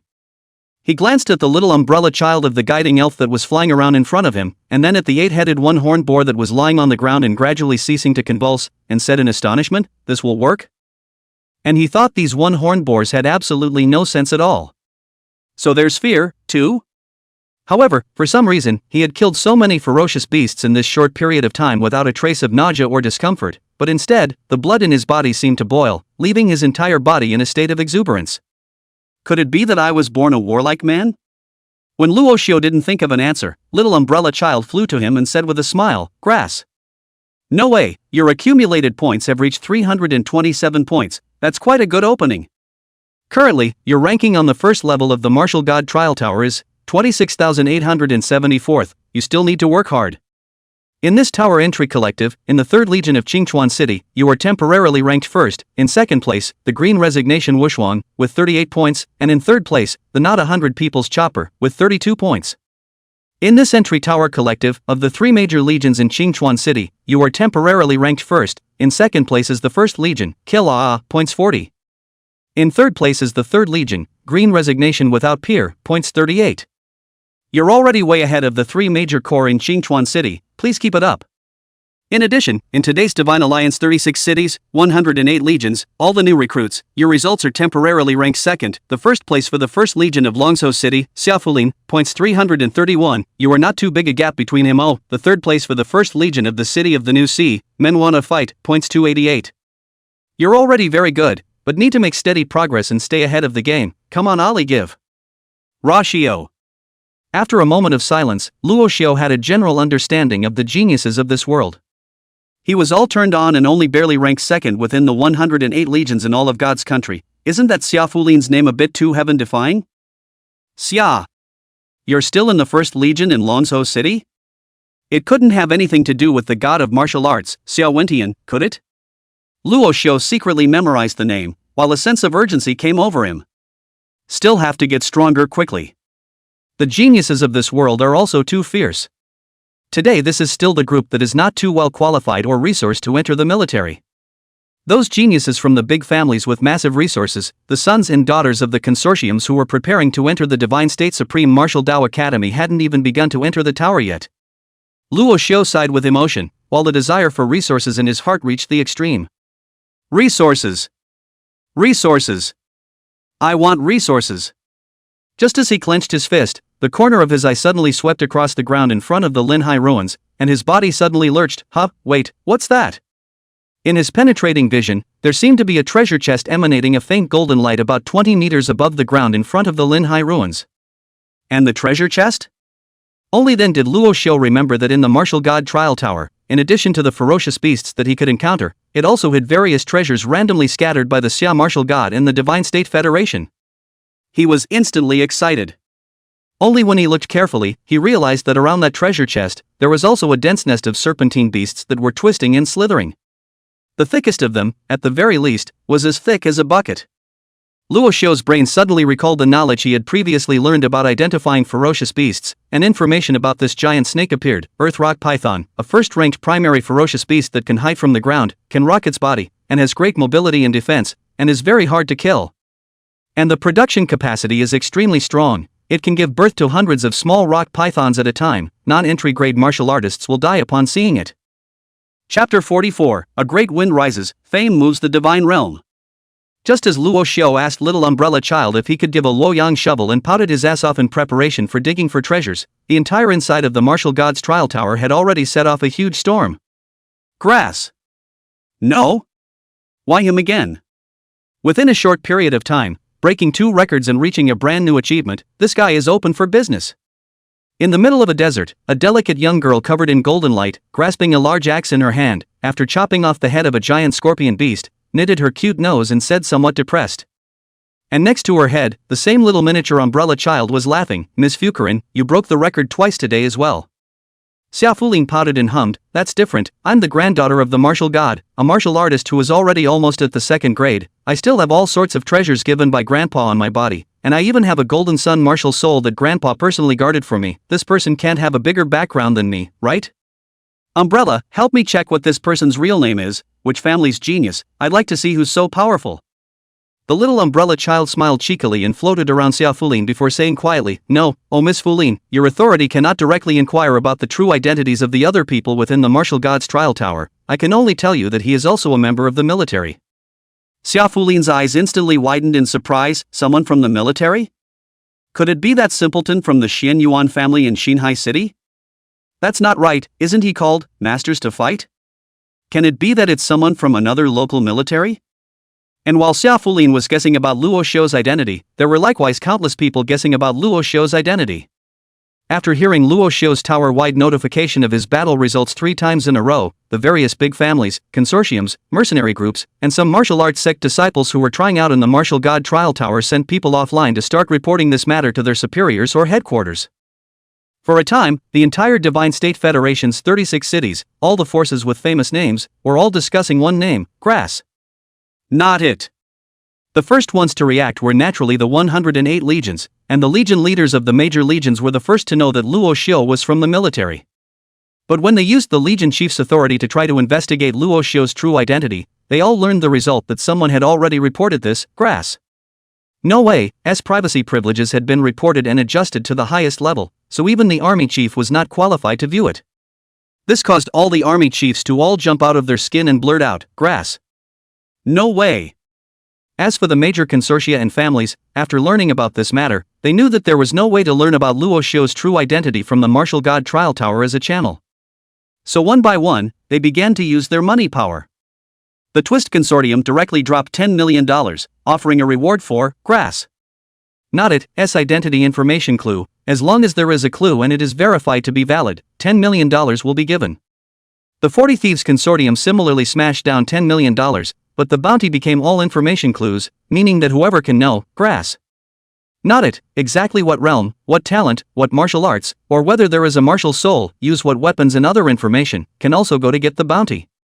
On top of that, there were also the Alphabet Consortium, the major logistics consortiums, the takeout consortiums, and the technology consortiums responsible for the research and development of all sorts of high-tech alloy weapons, which had also issued bounties and given their respective promises. There were even consortia, families and clans that directly stated that if Grass was willing to leave the army and join their forces, then they would be willing to spend vast amounts of resources to help Grass to raise his battle power, giving him a chance to surpass Xiao Fulin. That's right.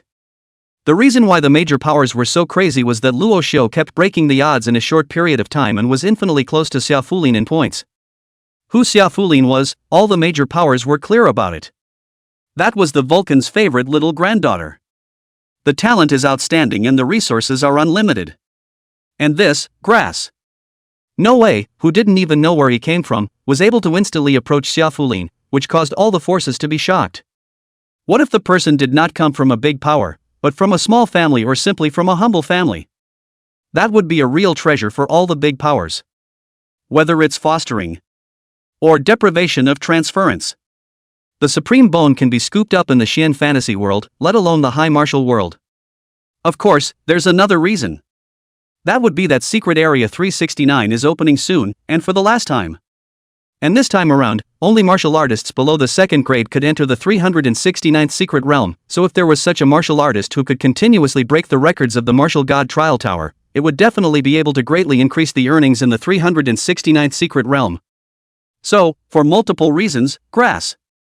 No way, that is, Luo Xiu's importance naturally grew higher and higher. For a time, throughout the entire Divine State territory, the Grass. No way, this odd name, became exceptionally loud.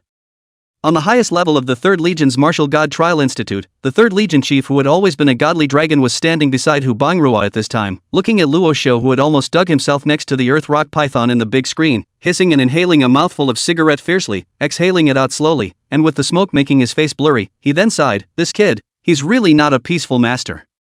Trying to hide him can be a bit too difficult." Hu Bangrua was also full of deep thought. Now the major forces outside have already begun to offer bounties for information about Luo Xiu, and there are even forces that claim to have opened up the military to rank and file, wanting to sift through legion after legion, layer by layer, to feel out Luo Xiu's identity. The army chief helplessly said, "This can't be helped, we can only guarantee that he won't be seen in the martial god trial tower. I've given up this old face of mine to apply to the martial god lord to raise his authority." Hu Bangrua worriedly said, "Then the lord martial god, he won. The army chief waved his hand, interrupting Hu Banruo's speculation. You don't have to worry about this, Lord Martial God has the heart of the world in his heart. Seeing such an outstanding seedling, he will only be happy, and will not have any other thoughts. It might even be taken care of, which is why I didn't go through the military and directly apply for permission from Lord Martial God. Speaking of this, the legionnaire sighed meaningfully. After all, the god of wushu is pure, but the military is a mixed bag of hearts and minds, and how many of the Crimson Church's people there are inside is anyone's guess. Hearing the word Crimson Church once again, Hu Banruo's face was also grave. It is a group of madmen who believe in power and destruction, that everything should be returned to the primitive, that the weak should eat the strong, and that all rules and civilizations are conspiracies of the rulers, which should be crushed, and that everything should be returned to nature, and that the order should be crushed, and that we should sink into freedom. After the ferocious beasts descended, they often collaborated with the ferocious beasts inside and outside, creating beast tides and opening the gates of the cities wide, and the early Divine State Federation had lost 3 or 4 large cities and hundreds of millions of people died as a result. The bloodshed and crimes are simply too numerous to mention. If Luo Xiu was targeted by the Crimson Church, it would be terrifying to think about. Hu Bono could not help but shiver, was about to find the army chief to ask what to do, but found that the army chief's cigarette burned to the mouthpiece, while the army chief did not notice the general is staring dead at the big screen. Slightly open mouth can vaguely be heard, grass. Hu Banruo was slightly stunned, and before he had time to look at the screen, he heard a sound of notification, grass. No way sense of smell, decisive, a blind kill early first order beast earth rock python, to achieve a new achievement intuition martial artist, reward points plus 100, and break the first level of the martial god trial tower kill first order beasts. The speed of killing a first order beast on the first level of the martial god trial tower reaches 0.36 seconds, rewarding points plus 100. Chapter 45, Opening the Treasure Chest. There's one thing to be said for a small umbrella that's quite useful. At least, one can always turn out a Luoyang shovel. After Luo Xiu asked the little umbrella child to come with a Luoyang shovel, the little umbrella child directly waved the umbrella in his hand without saying a word and turned out a very standard quality Luoyang shovel. Although Luo Xiu hadn't used it before, he had seen it live. So lighten up on it. It's time to say that this thing is really fast at digging holes. After Luo Xiu used the Luoyang shovel to dig 10 or so large holes right next to each other in a row, he let the little umbrella child switch to an engineer's shovel. With his current strength, digging was child's play. It didn't take long for him to dig out a large pit about 10 meters deep. But when he was about 5 or 6 meters closer to the treasure chest and the earth rock python, Luo Xiu stopped. Under his perspective, he saw that the earth rock python guarding the treasure chest was sleeping soundly, so if he just dug over there rashly, it seemed like he was a bit too dismissive of the other party. And the tussle would surely be a waste of arms and legs. After all, this underground, it was someone else's territory. People can hide and rock their bodies, so if he kills them directly, he is completely turning active into passive. That's not stupid. Rashu wouldn't do such a thing. So, once he stopped, he put away the hyrule shovel and once again had the little umbrella replaced with a silver spear. Ugh, that's pretty tedious. I hope something good pops in that treasure chest. Otherwise, it's not really worth the trouble. Luo Xiu grasped the silver gun with his hand and kept aiming at the earth rock python's head with his perspective. The earth rock python squinted its eyes. The exact number of thumb-thin small rock pythons around it was not too clear, but it was so densely packed that it could definitely cause a person's dense phobia. Luckily, Rasu didn't. It's just that I find things like snakes, writhing around and in such a big pile, a little gross to look at. But it's okay, just kill them all later. We can't leave them behind when their moms are gone, can we? How sad that is. Luo Xiu felt uplifted inwardly after arranging the backroads for the little ferocious beasts. So, the more serene the mind becomes when aiming. 1, 2, 3. Luo Xiu read silently in his heart, and when the 3 words just fell, he sank his waist and closed his hips, and with all the strength of his entire body, he shot his silver spear out towards the earth rock python. Die! The silver spear was like a silver light that didn't enter the soil. The sharp tip of the gun was like a wild dragon returning to the sea under the huge force, and its speed soared to the extreme. In just a blink of an eye, it broke through the distance between Luo Xiu and the earth rock python. The sleeping earth rock python seemed to instinctively feel the crisis. A pair of scarlet eyes snapped open and hissed, and before it could react in any way, the silver lance had already shot to the top of its head. Put! The silver-colored lance plunged deep into the earth rock python's head without any obstruction. The tip of the gun shot out from the jaws of the ear. Rock python and viciously pierced through the torso under its head before impaling itself on the ground. Blood flowed like a stream, instantly gushing wildly, and following the hole pierced through by the silver lancet then shot to Luo Xiu's feet, wetting the ground underneath him. At the same time, the little umbrella child cheerfully spun around him and said, "Congratulations, killing the first-order primary ferocious beast earth rock python, bonus points plus 10, your killing speed breaks the record of the first floor, bonus points plus 100, you blindly killed the rock python without seeing each other with the rock python, that's just too amazing," and reaches the brand new achievement Intuitive Martial Artist, rewarded with plus 100 points, will make a tower-wide announcement. What followed was the scene that the Legion commander and Hubangrua saw on the big screen on the highest level of the Trial Institute. Luo Xiu didn't expect any unexpected gains. He swept his sight through the soil layer and glanced at the small rock pythons below that had already begun to flee in panic, and did not rush up to sweep the area, but only looked curiously at Little Umbrella, say, "What else are these points good for besides ranking? Can they be exchanged for items?" The little umbrella child cheerfully spun around in the air and said, "Of course, 500 points for a Chi Blood Dan."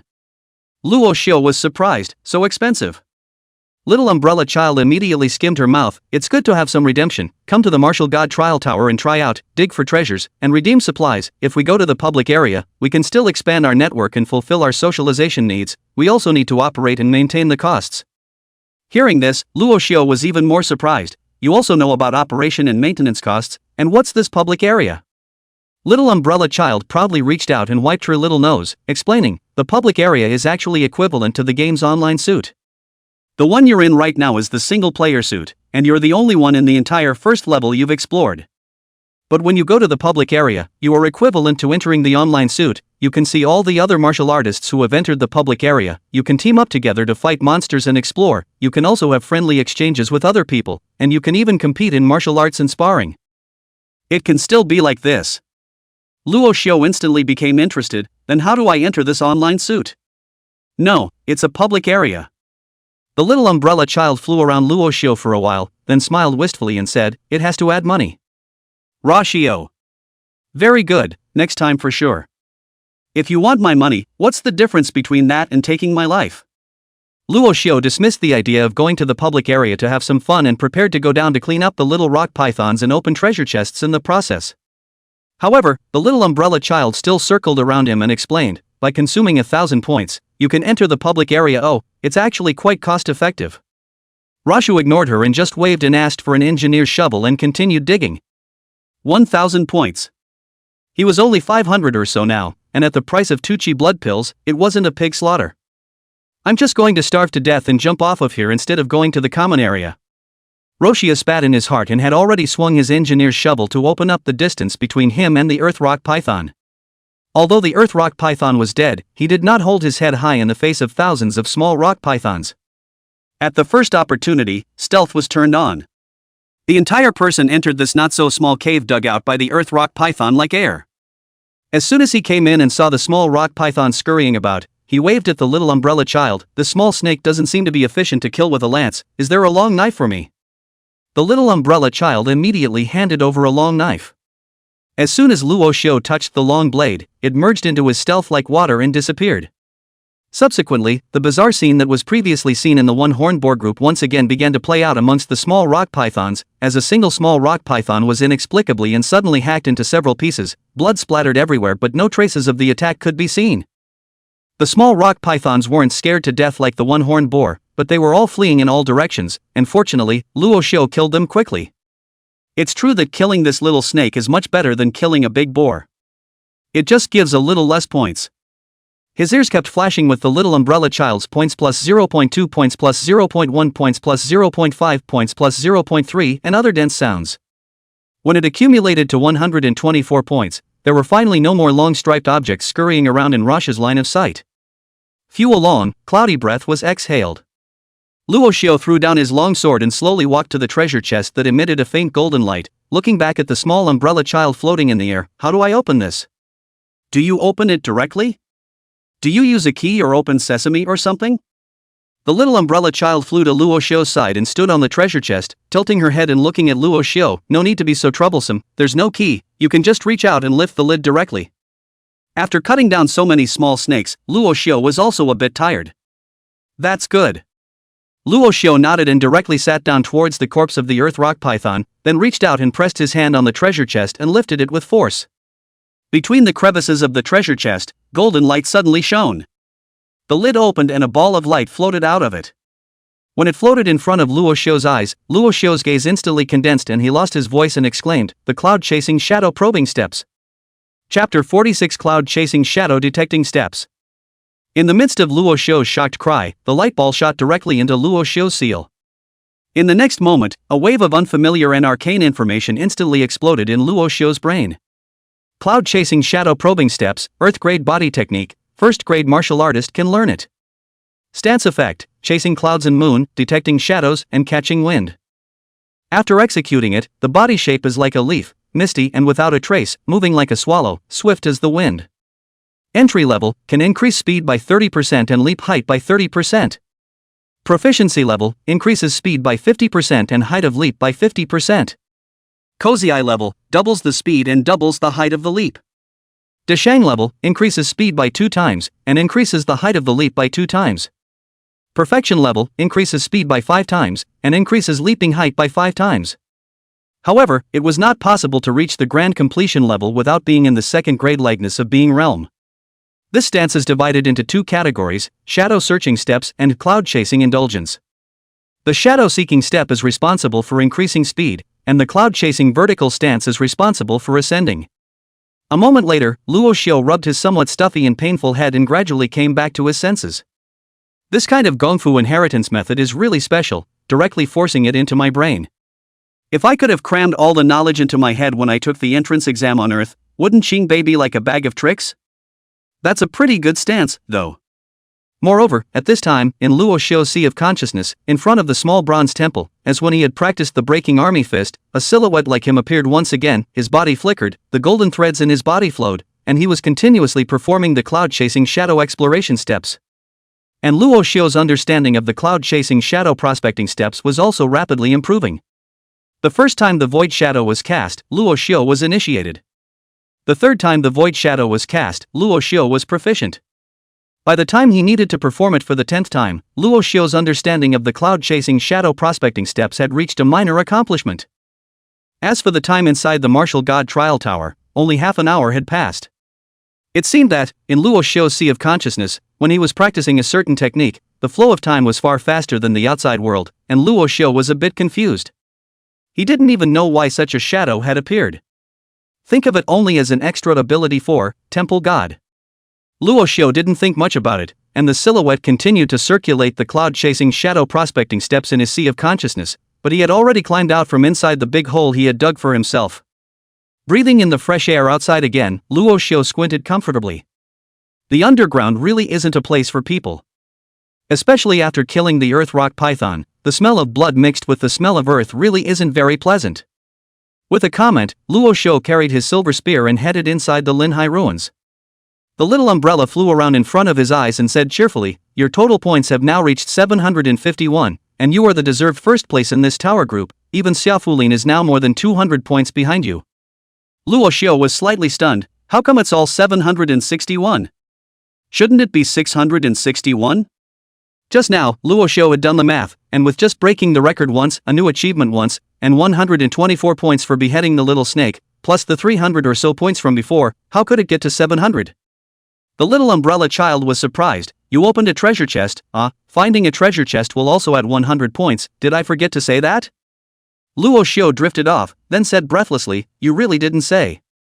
The little umbrella child spat out her tongue apologetically and flew around Luo Xiu for a while before saying in embarrassment, "I'm sorry, this is my mistake." "Then to make it up to you, I will tell you one thing." Luo Xiu was puzzled. "What is it?" The little umbrella child smiled and said, "The earth rock snake is usually male and female too at the same time, life and death. You killed the female snake, the male snake must be immortal with you, and the male snake will fly Almost the instant little umbrella child's words had just fallen, Luo Xiu felt an extremely dangerous aura rapidly approaching from behind. He couldn't afford to talk nonsense, his mind instantly turned on stealth, and his body subconsciously flickered towards the right side, instantly moving away from the distance of half a meter. It was also at this time that a fishy wind struck, and the position he was originally standing in was passed through by a black lightning bolt at great speed, and just the wind that swept through caused Luo Xiu's face to ache. Cold sweat rose from behind Luo Xiu's back. He looked towards the black lightning and finally saw its true colors. It was a 1-meter-long snake with a black body that shone with a subtle luster, but it was only as thick as a cucumber, with 3 pairs of pitch-black bat-like wings around its body, which were constantly flapping at a speed that could not be seen by the naked eye. The black snake's head was very sharp, like a drill, and a pair of triangular eyes were blood red at this time, staring dead on in the direction where Luo Xiu was, constantly spitting out bright red letters. "This thing can see me?" Luo Xiu's scalp went a little numb from the stare. The little umbrella child flew to his shoulder and lowered his voice. "Of course I can see you. The male snake of the earth rock python is actually blind, his eyes can't see, but he can receive heat signals through his letter. You are just stealthy, but you are not cool Moreover, you chopped down the female snake and so many small snakes. Your body is stained with the blood chi of the earth rock python clan. Even if it doesn't use its letter, it can smell where you are just by sniffing. You're now equivalent to a 10,000-watt bulb in the darkness of the night in its eyes. It's bright as hell." Luo Xiu's face was filled with black lines. "You damn well didn't say it earlier." As he spoke, the black snake arrow shot over again, and Luo Xiu could only see a black light flash by before he felt a tearing sensation as if his chest was about to be pierced through. Instinctively, he performed the shadow probing step, and Luo Xiu's body immediately became a blur. Whoosh! The black light pierced through Luo Xiu's chest, but Luo Xiu's body was like a dream bubble, dispersing with the wind. Seeing it again, Luo Xiu had already moved across 2 meters away. Shock flashed through Luo Xiu's eyes. But the ones who were even more shocked were undoubtedly the Legion commander and Hu Bangrua, who had been staring at the screen with dead eyes. Hu Bangrua's pupils contracted violently as he exclaimed, "Cloud-chasing shadow prospecting steps. A minor accomplishment. This is impossible." Even the old face of the army chief was slightly twitching up. "Earth-level stance, this is afraid to be one of the most precious treasures in the martial gods trial tower. It's just that the earth-level techniques, whether it's stance or martial arts or cultivation methods, which one is not esoteric to the extreme, want to cultivate to a small success, even if it's a genius with S-level flesh potential, that would take at least half a year. He has just opened the treasure chest from he just opened the treasure chest until now. How long has it been?" The two felt as if their 3 views had been turned upside down. Truly, Luo Xiu's behavior was too unconventional. After pondering for a few seconds, the Legion chief suddenly said in a grave manner, "I feel that we've been a bit too big for our britches. It's not enough to protect Luo Xiu in the martial god trial tower. With the abilities Luo Xiu has shown, he'll definitely be targeted by the Crimson Church. Not only was his stealth talent unparalleled, he should also be far superior to ordinary perspective-gifted people in terms of perspective. Just now when he decapitated the female snake, he should have used his perspective to see through a distance of a few meters thick and then threw his lance, hitting the target with a single blow. And now it seems that his talent in comprehending techniques is even more heaven-defying than these 2 talents. You also said before that the broken army fist he practiced even had a hint of the martial god's divine rhythm, whereas you only taught it 3 times at that time, and furthermore, he was able to teach other people to bring the broken army fist to a rapid level. This son is a bit too extraordinary." Speaking here, the Legion chief took a deep breath, then threw the long burned-out cigarette on the ground and stomped it out. His eyes were far-reaching as he said, "Bonjour, you keep an eye on it first. I need to go and make some preparations. I have a premonition that the Crimson Church will be coming soon." With that, the Legionnaire left the room in a hurry. Hu Bangrua, on the other hand, turned back to the big screen and instantly widened his eyes once again. This. How could he be so fast? In the middle of the big screen, Luo Xiu's figure seemed to be illusory, flickering and flickering, holding the silver lance that was too late to be replaced in his hands, and killing towards the black male snake that was flying not far from him and gulping down its letters in mid-air. Chapter 47. A whole family. "Rashu, be careful." Hu Bangrua looked at Luo Xiu in the screen and couldn't help but shout. But it was nothing more than an exercise in futility. Luo Xiu was in the martial god trial tower, and she was outside, so she couldn't possibly hear her when she shouted anything.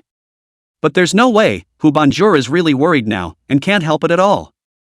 In Hu Bangrua's opinion, the male snake of the earth rock python and the female snake were 2 different species altogether. While the females move relatively slowly for their huge size, the males are totally just nailing agility and speed to the max. At the same time, it could fly, and also possess the attribute characteristics of the earth rock python, which could attach itself to the rock on the surface, and its body was as hard as iron, which could almost be said to be equivalent to a bug-like existence amongst the first-order ferocious beasts. If it wasn't for the fact that its bloodline was too weak and didn't have a high growth rate, there was no way for it to become a second-order ferocious beast, otherwise it would have a hefty reputation among second-order ferocious beasts. But what about Rashu?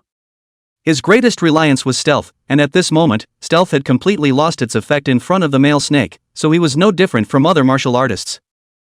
Although the army chief said that Luo Xiu's perspective was most likely also much more powerful than other people's perspectives, in Hu Bingruo's opinion, even if the perspective was stronger, at most, he could only see the male snake's flesh and blood and internal organs, but these wouldn't be able to play much of a role at all in a battle either. Therefore, even if Luo Xiu has performed the cloud-chasing shadow steps, which is so fast that Hu Bingruo's jaw drops, she still thinks that Luo Xiu's chances of winning are still not high. Looking at Luo Xiu, who had already rushed to the front of the black male snake in the screen, Hu Bingruo let out a long sigh and couldn't help but shake his head. Alas, he's still young and a bit reckless. But this is good. Within the Martial Soul Trial Tower, newcomers have 3 free resurrection opportunities, and if he is killed this time, using a resurrection opportunity to make him realize his own shortcomings is also a good thing. Just as she finished speaking, Luo Xiu had already stabbed the black male snake floating in midair with its wings up. Luo Xiu's shot was as fast as it could be and as accurate as it could be. The sharp tip of the spear was aimed straight at the black male snake's brow. A stealthy cracking sound tore through space like a whistle. But the next moment, hiss! An ear-piercing sound rang out, and as Hu Bingruo had predicted, the black male snake's body seemed to be loaded with electromagnetic ejection, instantly rising vertically and disappearing in front of Luo Xiu's eyes. Seeing this scene, Hu Bingruo once again sighed. Alas, if the rock python male snake was really that easy to kill, how could it be called a bug amongst the first-ranked ferocious beasts? Luo Xiu's stance is already very fast, but this spear technique is disorganized and obviously wielded at random. It seems like I have to seek out a powerful spear technique for him, but what reason should I give it to him? It would be great if he could find that local level spear technique, Wind Cryptic Soul Destroying Spear, that goes along with the cloud-chasing shadow probing steps on the first floor of the trial tower, but it's a pity that no one knows where that book is hidden until now. Sighing, Hu Bingruo once again looked at the screen and realized that after the rock python male snake had ascended into the air, it then flew behind Luo Xiu at extreme speed and without any stops, like an arrow of death, it shot at Luo Xiu's back heart. Luo Xiu, on the other hand, stood frozen in place as if he had no perception. Hu Bingruo somewhat intolerantly stretched up his right hand to block in front of his eyes, lamented, resurrect, resurrect, after resurrecting, take care of the gains and losses this time, do not randomly provoke this kind of swarming first-rank ferocious beasts, at least wait to learn the gun technique, then come back to challenge the first layer once, by then. Just before she finished her sentence, it was as if she had seen a ghost, violently flinging down the hand that was blocking her eyes and leaking her fingers, staring at the big screen with a deadpan stare, frozen in place. Among the big screens, the black rock python male snake was like light like electricity, and almost with lightning speed, it pierced out from the back of Luo Xiu's heart, from Luo Xiu's chest. Hisses. It hissed freely, as if it had gotten its revenge. It was just strange that it clearly went through the human's chest, but it didn't taste a single trace of blood. It made it a little puzzling. It couldn't help but twist its head to look back, its scarlet vertical eyes snapping shut. It saw that a pair of black eyes as deep as an abyss was staring at it icily. The human isn't dead. Crisis instinct, the rock python male snake body instantly tensed to the extreme, 6 wings around the body buzzed and vibrated, the body quickly shot forward. At this moment, its speed soared to the extreme of its snake life. It's never been so fast in its life. However, an icy voice sounded behind it as if it came from the 9 specters, scrying shadow. An instant of blood pouring, body slightly trembling, rock python male snake with the corner of the eye to see, just now that person was directly into a shadow, such as a gale-like speed close, laughing, reaching out and grabbing its tail. This time, it was directly dead. It felt death approaching. Not being able to think of anything else, it hastily pulled up its body once again, and with a jolt of its 6 wings, its serpentine body violently shot up into the sky. But the next moment, the voice that sounded like the 9 specters resounded beneath it once again, chasing clouds.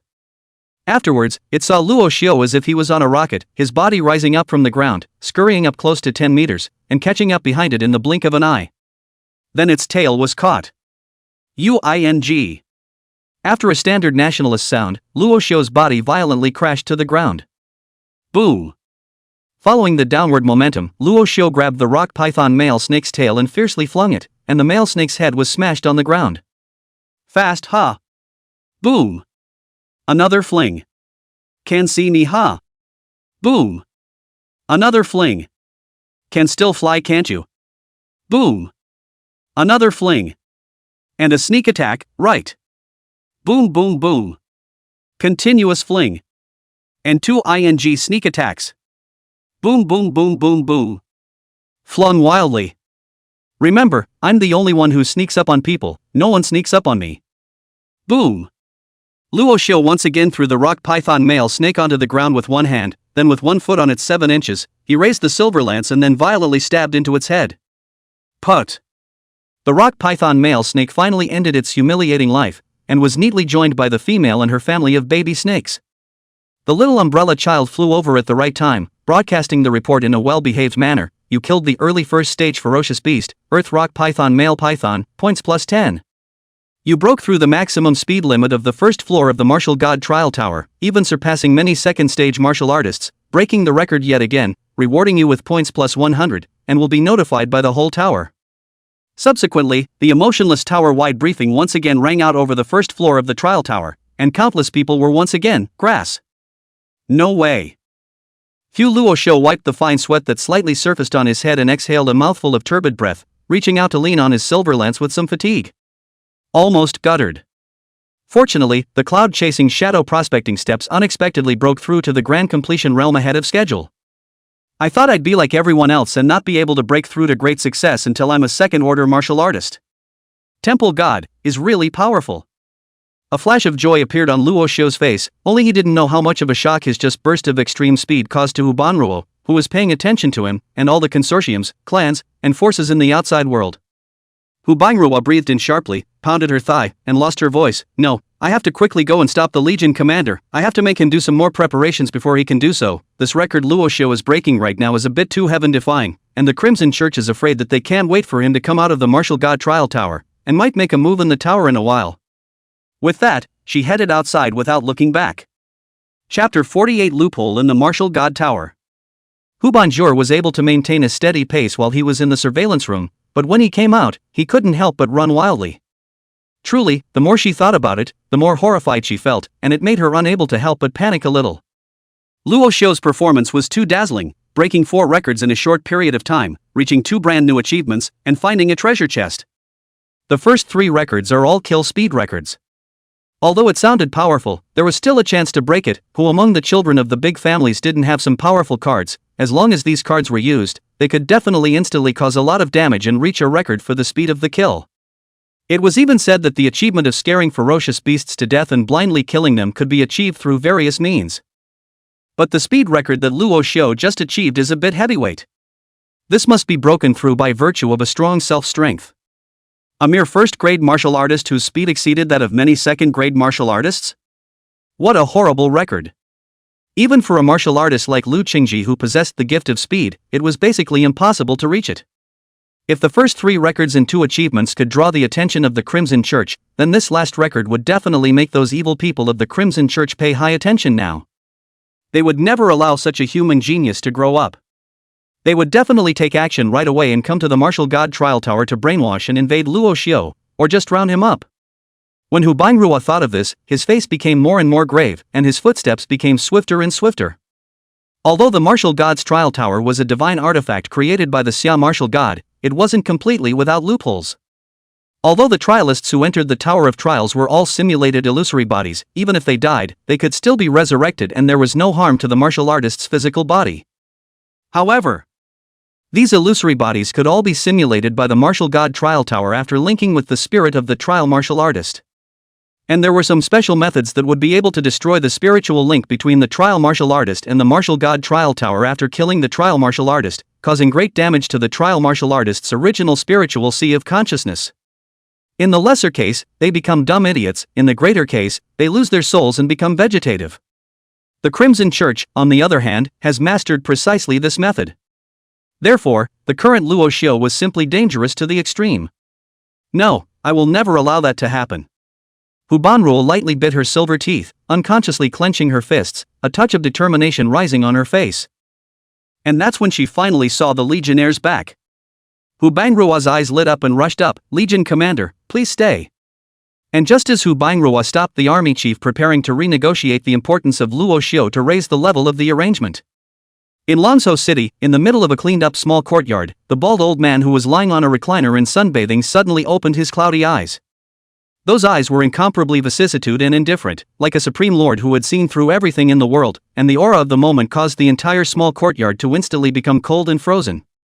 A moment later, the bald old man squinted his eyes again and said softly to himself, "First, guide him to the public area, let that little girl who knows the art of charming make contact with him first, give him a chance to believe in the crimson my lord, and if he is stubborn, let his soul be broken inside the tower and become a vegetable. As soon as the words fell, a yes came from the void in the courtyard, and silence returned. Only the radio on the small table in front of the old man's heel. A burst of news came in the early hours of last night. A wave of tertiary beasts suddenly attacked the city of Kashan, and there were cultists from the Crimson Church in Kashan who worked inside and outside with the ferocious beasts to open the gates of the city, and the city of Kashan suffered a great deal of loss. Currently, 80,000 people have been found dead, and more than hundreds of thousands of people have been injured. The corners of the old man's mouth curled into a smile. Wonderful voice, praise be to my lord. At the same time, all the big clans, consortia, and sect forces were thrilled when they received the news that Luo Xiu had broken the speed limit record. The Twisted Consortium directly raised the bounty to $30 million. The 40 Thieves group followed directly behind. Other consortiums had also added bounties, wanting to get Luo Xiu's real information. All the big clans and sects, on the other hand, directly throughout the olive branch, notified the entire Divine State territory, as long as the grass not it, is willing to join their families or forces, will give priority to the family's heavyweight techniques and martial arts, and even the collection of soul weapons, treasures, secret methods, etc. can also be open to the grass. The first thing you need to do is to get your hands on a new one, and then you'll be able to get your hands on a new one, and then you'll be able to get your hands on a new one. There is even one clan that promises to offer the young master's position to let grass. Moreover, there were already major powers that had determined through their lineups that Luo Xiu himself should be a recruit of the Legion within Qingchuan City. For a time, the entire Divine State was in an uproar, and all the major forces sent people to pour into Qingchuan City. At the same time, they all instructed the clansmen inside the martial god trial tower to wait in the public area, striving to invite Luo Xiu to join the family clan the first time they saw him, showing great sincerity and attitude. The big families of Qingchuan City, such as the Hu family where Hu Banruo was located, the Lu family where Lu Qingci was located, as well as the Wen family where Feng Baizhang is located, and other large and small families, have all begun to send messages to their respective sons and nephews in the military, requesting that they find out at all costs that this Grassie's not the right one. Not it, let it join the clan, even if it does not join, become a titular worship also line. However, all the waves outside were unknown to Luo Xiu. At this time, he was already deep into the Linhai ruins. Along the way, he did not even open the stealth, chasing clouds to detect the shadow step of this body method has been completely integrated by him. The body flashes, the silver gun in his hand every time he stabbed out, it is a vicious beast killed. Whether they fly or run or are in the dirt. Rashu didn't spare a single one. After all, these are points for nothing. In just an hour's worth of work, Luo Xiu had already killed his way to a blood-soaked body. Total points skyrocketed right up to 1,223. Even just now, he had dug up a treasure chest.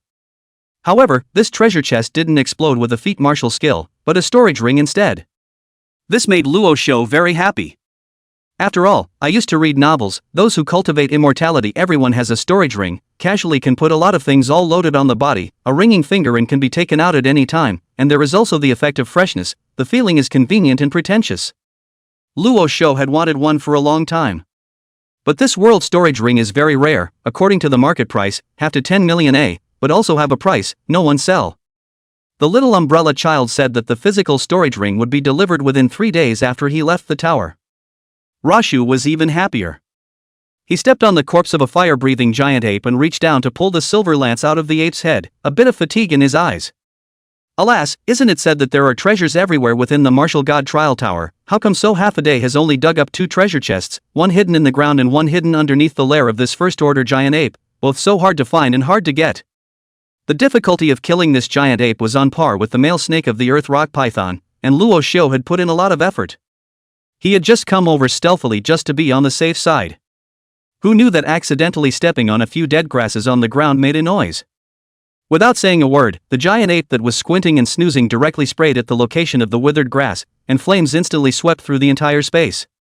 If he hadn't dodged quickly, he would have almost been burned. As for the little umbrella child that was originally flying around, when she heard Luo Xiu's words, her soulful eyes suddenly froze slightly for a moment, and then as if she had been taken away from her, her eyes flew down with dullness and landed on Luo Xiu's shoulder, and gave a wry smile. Of course it's hard to find and hard to come by, the ones that are good to find and good to come by have been scooped up a long time ago, and how long has the martial god's trial tower been open, but I know that there's still a lot of treasure there, wherever it is. There's even a gun technique that goes along with the cloud-chasing shadow detecting steps.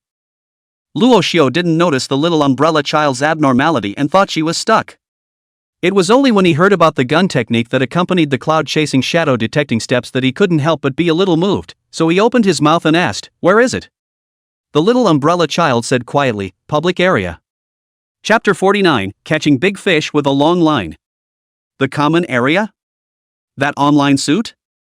Luo Xiu was slightly stunned, and a hesitant look appeared on his face. It wasn't that he thought the public area was so dangerous, but he was heartbroken about the 1,000 points. 1,000 points for entering a public area once. It's a money grab. He had worked hard here for half a day, killing so many ferocious beasts, breaking 4 records, reaching 2 achievements, and digging up 2 treasure chests before accumulating 1,223 points. If he spent 1,000 straight into the public area, wouldn't he have done it for nothing? However, he really wanted the marksmanship that accompanied the cloud-chasing shadow prospecting steps. As if she could see Luo Xiu's hesitation, a weird flash passed by in little umbrella child's eyes, then she circled around Luo Xiu's head and said, "The symbolic significance of the points within the martial god tower is greater than the actual significance. Even if you are exchanging for the chi blood pills, 1,000 points can only be exchanged for 2 of them. Moreover, the points you spend won't affect your real-time ranking." Oh. Luo Xiu's expression moved. "It doesn't affect the rankings?" Little Umbrella nodded. Of course, otherwise if the first place on the scoreboard exchanged all of his points for the chi and blood pills and became 0 points, is it hard to believe that he would revert back to being the last place? That would be too unreasonable, wouldn't it? Rashu nodded, and there was a pang. If that's the case, that's fine. If it didn't affect the points ranking, the loss would only be 2 chi blood elixirs, which seemed to be within the acceptable range. However, Luo Xiu casually swept his eyes at little umbrella child, who was turning her back to him, with some strangeness in her heart. This little one should just be an emotionless NPC, at most with some AI traits added and slightly more animated, but why would she take the initiative to guide me to the public area? Apparently, Luo Xiu had discovered a hint of abnormality. Although little umbrella's voice, appearance, and behavioral habits hadn't changed much, the few words she had just said all seemed to be constantly luring him to the public area. If it was the little umbrella child from before, it shouldn't have such a strong tendency to be conscious. Previously, she had even forgotten to tell Luo Xiu about the earth rock python male snake's heat only trait in the fact that there would be extra points for opening treasure chests. But on the matter of the common area, it was explained so clearly and so many benefits were volunteered. That's a bit unusual. Either that, or the little umbrella child has a specific program that will direct all trialists to spend 1,000 points and head to the public area. Either that, or the little umbrella child had been hacked like a computer program to deliberately guide him forward to the common area. Luo Xiu secretly raised his guard in his heart, but he didn't move and said intentionally, "Hiss, this seems like it's nothing to go to the public area, but it's still a bit of a loss. If you spend 1,000 points to go in there for nothing and don't find anything, then it'll be a big loss. 1,000 points is 2 chi blood pills." Upon hearing this, little umbrella child almost subconsciously said, "Don't worry about it. Didn't I just tell you that there is a matching gun technique for the cloud-chasing shadow prospecting steps in the public area, and that gun technique is called the wind-hidden soul-destroying gun, which is also an earth-grade martial skill, and I just so happen to know where the treasure chest that is hiding this technique is, so I can take you to it at that time." Oh. Luo Xiu's face was unchanged, but in his heart, he had already confirmed that there was definitely something wrong with this little umbrella child. And it shouldn't be officially set to boot. The official guide couldn't just let the little umbrella child take the trialists to dig up treasure chests, or else no amount of treasure chests would be enough for the trialists to dig up. It's invaded. Fortunately, I'm not the kind of being who gets carried away by treasures. Luo Xiu secretly gave himself a nod of approval, wanting to immediately shout at little umbrella child, "Bold demon, I can tell at a glance that you're not human." But after thinking about it, he suppressed the urge. He coughed dryly and sighed, "Forget it, I always feel that my waste bag is too deflated in my heart. Wait a little longer, I'll kill the ferocious beasts for a little while longer, and save up enough 2,000 points, I'll go to the public area." Luo Xiu was prepared to put in a long line and catch a big fish to see what was waiting for him in the public area. Anyway, if we can't handle it at that time, the big thing is to just run away invisibly. But there was something in his mind. Who on earth would dare to invade the divine artifacts of the summer martial god to entrap a minion like me? This is too weird. I'm not going to become a pawn in the game in the hands of some heavenly big shot, just like what that metaphysical novel said, am I? Am I that important? Having read countless internet novels, Luo Xiu thought he was well informed, But he still couldn't figure out what on earth would cause someone to go through so much effort to set him up as a first-grade minor martial artist. It couldn't be because he had set a few records and was considered too talented, so in order to stifle him as a genius, the big man had directly shot out to booby-trap him, could it? The big man isn't so out of touch, is he? And just as Luo Xiu eliminated the guesses that were closest to the correct answer, little umbrella child nodded with a smile and flew back onto his shoulder, happily saying, "Departure. Departure. Kill the ferocious beasts." At this moment, Luo Xiu clearly felt that the original little umbrella child seemed to have returned. Meanwhile, in the unseen darkness of that clean little courtyard in Longzhou City, a respectful voice rang out. Protector, an official pawn responsible for the operation and maintenance of the martial god's trial tower, was used to forcefully take over, grass. Not it, S-side guide Elfskull writes, and completed the entrapment on him. He has decided to head to the public area after reaching 2,000 points. The receiving manpower for the public area on the first floor of the martial god trial tower is also ready, and the little white flower who practiced the art of charming is also in place. The balding old man lying on the recliner sniffed, his narrowed eyes slightly opened a slit, and then slowly closed again. Got it. Just as the words left his mouth, his right hand, which was resting on the small of his back, clenched violently. An agonizing scream of pain immediately came from the location where the respectful voice had just sounded, followed by a figure emerging from the shadows and bursting into a bloody froth with a thud. A rustling sound rang out among the shadows. The bald old man was full of unconcern. "In the future, no swearing is allowed in front of me, this, grass. No way, from now on, you guys will call him, codename Qingchuan. Well, when the operation is over, let the official pawn in charge of the operation and maintenance of the martial god trial tower kill himself." After saying that, the bald old man closed his eyes again. After another rustle in the shadows, calm returned. In the yard, the sound of the radio once again took over. The sun shone brightly, but when it shone on the bald old man, it dragged out a huge black shadow, like a flooded beast. On the first floor of the martial god trial tower, in the middle of the Linhai ruins, Luo Xiu flew out of a ruin with a face full of excitement, while he was followed by a swarm of thumb-sized, densely packed, black bees that covered the sky. The scene looked like the end of the world. Ha ha ha, earning hemp. I never thought I'd be able to touch a treasure chest in the middle of this hive. While running, Luo Xiu looked back at the bees that looked like black clouds pressing down on the city and shouted in a panic, "Hurry, hurry!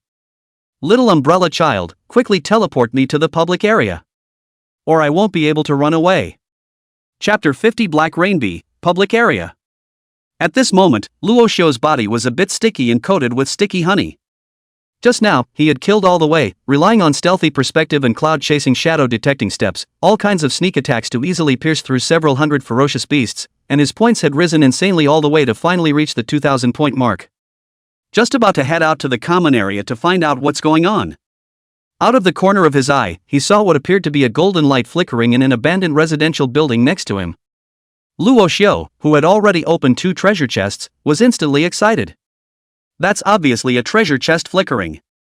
So, without hesitation, he rushed in. Then he realized why there was a treasure chest in such an obvious place that hadn't been collected. The place where the treasure chest was hidden was the interior of a huge hive covering an area of more than a few dozen meters. Densely packed uncountable black bees surrounded the hive, and the terrifying buzzing sound was like a large mass of thunderclouds that were crossing the threshold. When Luo Xiu saw this scene, his scalp went a little numb. With this place, not to mention a first-grade martial artist coming alone, even if a group of second-grade martial artists came in a group, they were afraid that they would be directly annihilated. The name of that black bee, Luo Xiu knew. Black Rain Poison Bee. First-order primary fierce beasts, living in groups, numbering in the tens of thousands. Each poisonous wasp carried 3 poisonous stings, and the toxicity of each stinger was enough to poison a first-order ferocious beast, and although its body strength was average, the liquid inside its body had a corrosive effect after it was killed. Every time it strikes, it covers the sky and thousands of poisonous bees come crashing over like black rain, so it is named the Black Rain Poisonous Bee. The individual strength was weaker than that of an ordinary first-order fierce beast, but the number was too large. Third-order ferocious beasts didn't dare to mess with it. However, Luo Xiu didn't have this concern. He directly turned on his stealth and touched in. It was smooth at first, and with his superior stance, he dodged a patrolling black rain poisonous wasp and finally approached the huge hive. It took a lot of effort to get into the hive though. There was honey and larvae mainly everywhere and he couldn't even find an entrance. In the end it was hard to sneak inside the hive by following a homing bee. As soon as he got inside, he saw a white, chubby, ugly bee. It's huge, the size of a watermelon at the very least. It's supposed to be the queen of the black rain poison bee. This ugly queen bee is just lying on her back on the golden treasure chest, lazily sleeping. Originally, Luo Xiu was ready to take the treasure chest and leave, but Little Umbrella hinted that there was a piece of honey marrow in an abdomen of the queen bee, which was a great tonic for the spirit. Therefore, Luo Xiu smoothly raised his hand and stabbed the sleeping queen bee with his sword, and used his lance to pick out the dense marrow of its abdomen and swallowed it. Not to mention, this stuff is ridiculously effective. Even the sleeping temple god, in his sea of consciousness, was given a direct activation. He didn't even need to make an active offering, and directly completed a reinforcement upgrade. Now, his stealth and perspective, both of which had been strengthened to level 4. The effect is once again dramatically improved. But the result of killing the queen bee is that the entire hive instantly riots. Countless black rain poisonous bees began to go berserk, madly pouring into the hive, and Luo Xiu had no way to return the same way, so he could only reach out and wave his hand, hiding the treasure chest in his storage ring, then casually finding a place, he directly stabbed out, his body stained with a large pile of honey. Luo Xiu didn't bother to clean up the honey, and directly utilized his ranged invisibility trait to make all the honey on his body invisible as well. Those furious black rain poisonous bees could only feel the scent of honey passing through their side, but they couldn't see anything. All of them were a bit puzzled. But instinct made them follow and chase them out. Hence, there was the scene of Luo Xiu's wretchedness just now. It was also when Luo Xiu's words had just fallen, the little umbrella child that had been flying beside him smiled cheekily, and with the umbrella in her hand pointing toward Luo Xiu, a door to the void suddenly appeared in front of Luo Xiu's eyes. Luo Xiu charged straight in. At the same time, Little Umbrella's prompt rang in his ears: current total points, 2,134 points, 1,000 points used, 1,134 remaining redeemable points, connected to public areas. As the prompt finished, Luo Xiu had already passed through the void door and arrived inside a dense forest. All around are thick and towering huge trees. Above the ground is covered with new rotten mixed fallen leaves. Step on it and a kind of soft feeling. It was just that the trees covered the sky, and only sporadic light was able to squeeze down through the canopy, making the entire environment seem extraordinarily eerie and dim. This is the public area? Luo Xiu frowned and subconsciously asked. The little umbrella child immediately flew in front of him and explained, this is the Long Night Forest, which is also found in non-public areas. Oh, but you haven't gotten out of the Linhai ruins yet, so you haven't seen this place. According to estimates, the Long Night Forest is about as big as 10 Linhai ruins. As for the entire first level of the Martial God Trial Tower, in addition to the Linhai ruins and the Long Night Forest, there is also the Erla Desert and the Grief Wind Canyon. In the Long Night Forest, there are 700,000 types of unclassified ferocious beasts, as well as more than 3,000 types of first-class ferocious beasts, and most importantly, this is the place where the Xia martial god and the officials have buried the most treasure chests. That's why martial artists who enter the public area like to come here first to explore. And right at this moment, little umbrella child's figure suddenly stalled slightly, and a flash of unnatural light once again flashed through her eyes as before she said, "Now, you're going to look for the treasure chest that hides the wind-hidden soul destruction gun? That treasure chest happens to be in the middle of the Long Night Forest." Luo Xiu had been curiously looking around at the various strange trees around him, marveling at the wonders of creation. Hearing this, a flash of ice instantly flashed under his eyes. Knowing that this was the little umbrella child being invaded again, then he let out a light laugh. Hee, really? Really step through the iron shoes without looking for a place, get all the effort off, go, let's set off now, go. The little umbrella child sniffed and nodded, okay, let's go. Then the tiny body whooshed up and began to lead the way.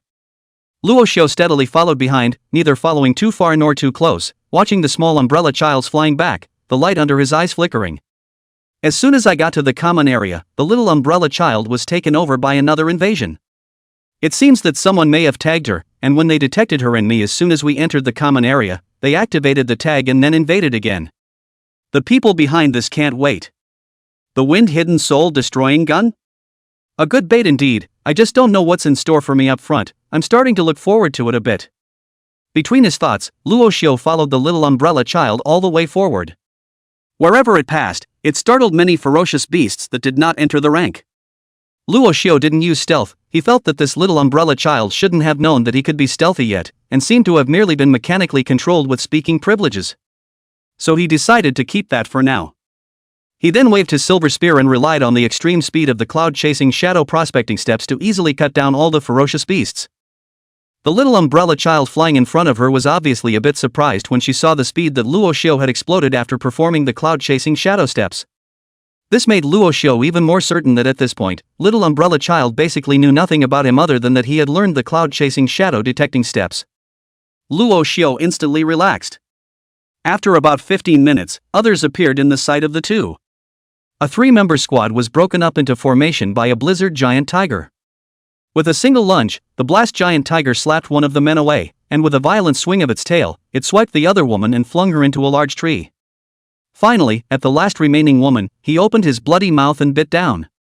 That woman looks extremely beautiful, looking like a neighborhood little sister, only the body then quite exaggerated, the big big, the small small, the round round, the moist moist. She held a long sword in her hand and only had time to reach out and stab it before the giant tiger opened its mouth and bit it, shattering the long sword with a click.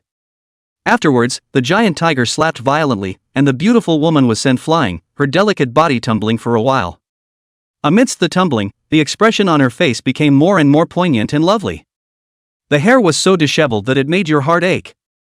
Seeing that the blizzard giant tiger was about to pounce again, she braced herself and climbed up, just in time to see Luo Xiu, who had been brought over by little umbrella child, and instantly her eyes lit up. Strong got up from the ground and stumbled, shouting while running towards Luo Xiu in waves, "Help! Help! Help! Help!" Chapter 51, A Beauty Trick for Master? Help! Luo Xiu narrowed his eyes slightly as he watched the soft, elastic leaps that made his eyes dizzy.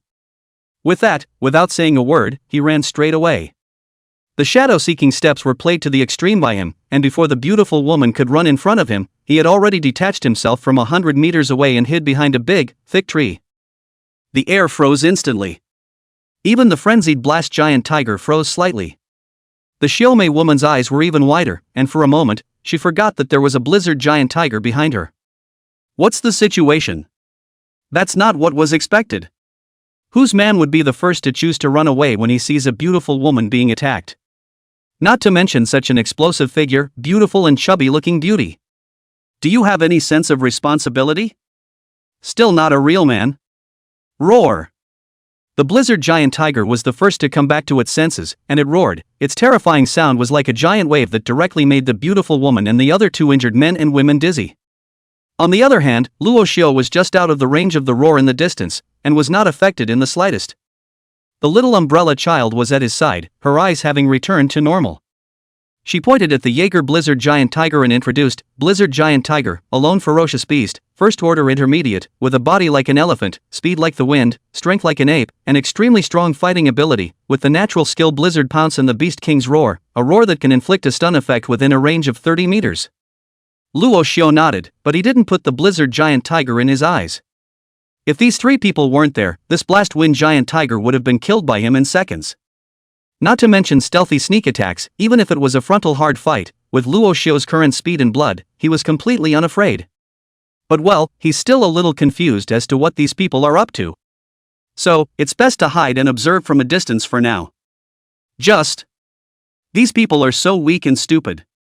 Don't they know they can't be distracted in the face of danger? You see, it's all hit. Seeing that the blast wind giant tiger behind the beautiful woman had already made a move to pounce, Luo Xiu hurriedly poked his head out slightly from behind the tree and shouted loudly towards the beautiful woman, "Big sister! Run quickly, the tiger is going to eat you." As he spoke, the blizzard giant tiger had already pounced towards the beautiful woman. When the beautiful woman heard Luo Xiu's shout, a jolt jerked her back from the vertigo, a trace of shame first flashed in her eyes, followed by fear taking over. Without the slightest hesitation, she didn't care about protecting her two huge babies, and directly rolled on the ground. The fishy wind brushed past his ears, narrowly dodging the attack of the blizzard giant tiger. The blizzard giant tiger pounced and was obviously extremely angry. Roar! It roared angrily and violently turned its head to glare at the direction where Luo Xiu was. A pair of huge eyes like blood lanterns looked incomparably morose. However, Luo Xiu had long since left the original large tree and somehow circled around the right side of the crowd 100 meters away, then peeked out ahead from behind a large tree and softly shouted, "Hey! It's time to counterattack, if you don't, you'll all die."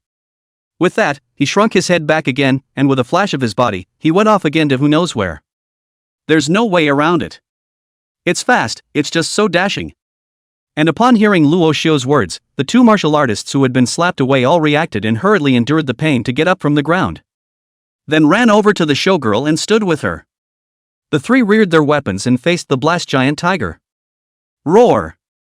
The blast giant tiger became even more furious when it saw the three humans standing up again. With a furious roar, the huge figure was as fast as lightning, pouncing over in the blink of an eye, carrying a fishy wind and bloody rain, and pulling out a claw towards the three people. This time, the three people obviously than before to have a lot of rules and regulations, not at all with the blizzard giant tiger hard touch, and the tiger claws fell before, each towards the dispersion, and then rushed up in unison, with the hands of the weapon stabbed at the blizzard giant tiger's lower abdomen. Looking at their strength and speed, it was clear that all three of them had reached the realm of first-grade martial artist. Dang! Dang! Dang!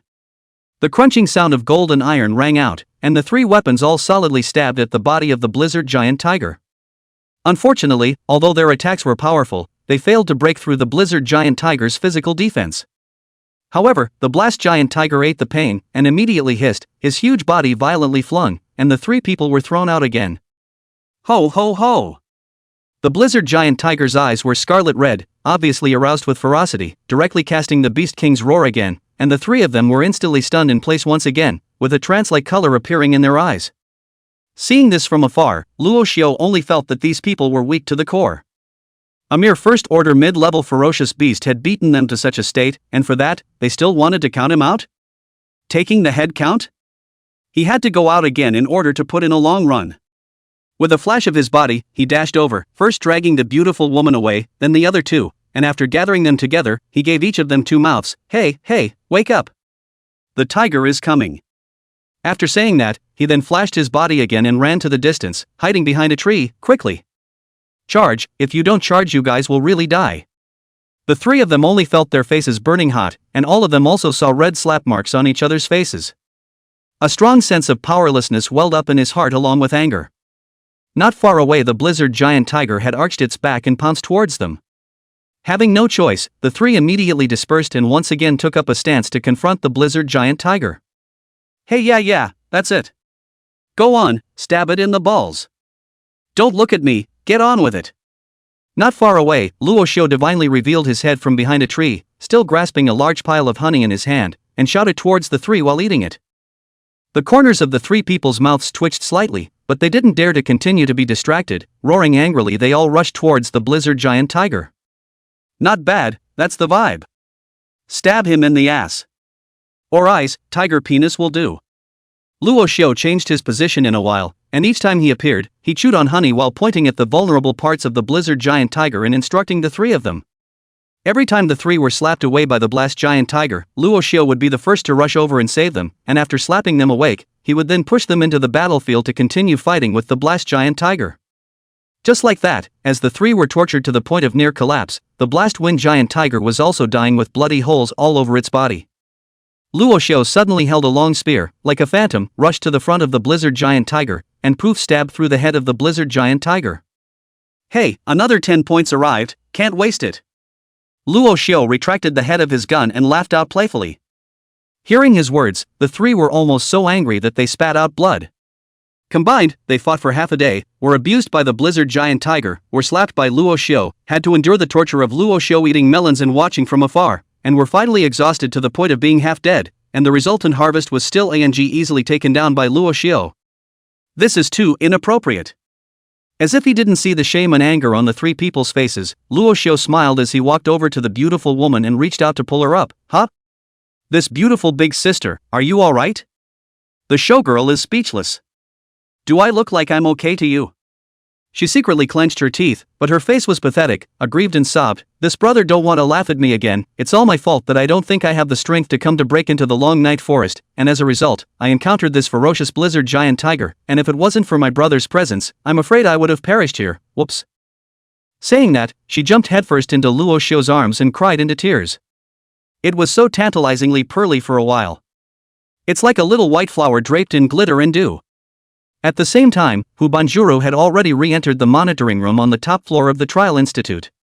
She looked at the little white flower in the big screen who was dying to squeeze hard into Rasha's arms, and danger flashed in her eyes. With a cold snort, she reached out and tapped the Bluetooth headset hanging on her right ear, saying, "Legion Commander, Luo Xiu has reached the public area of the Long Night Forest. There are currently unidentified characters that have approached Luo Xiu. The plan can begin and arrangements can be made for Lu Qingci and the girls to go over there." Chapter 52: A Little White Flower. Truth be told, a large percentage of men have little resistance to a woman who offers to throw herself at them. Whether I like it or not is another story, but not on for nothing.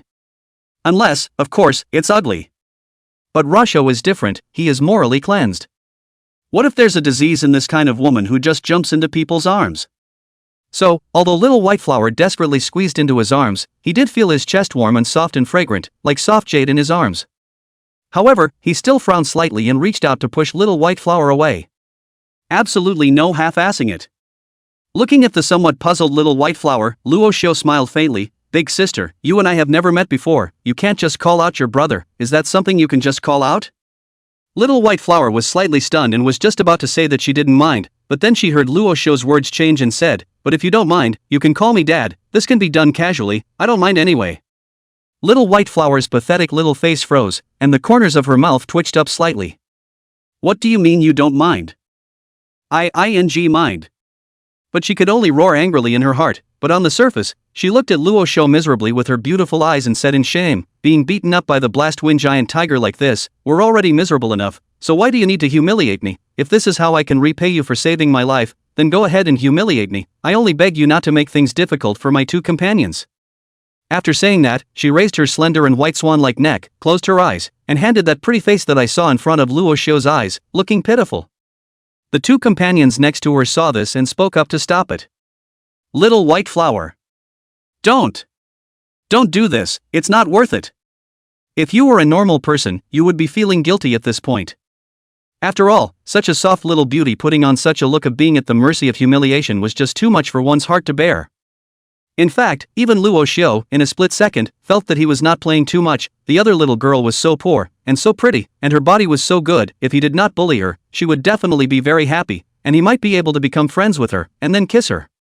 But the next moment, in Luo Xiu's sea of consciousness, the small bronze temple flashed with a ghostly light and a bell rang out. Dang! Luo Xiu was instantly shaken and instantly came to his senses.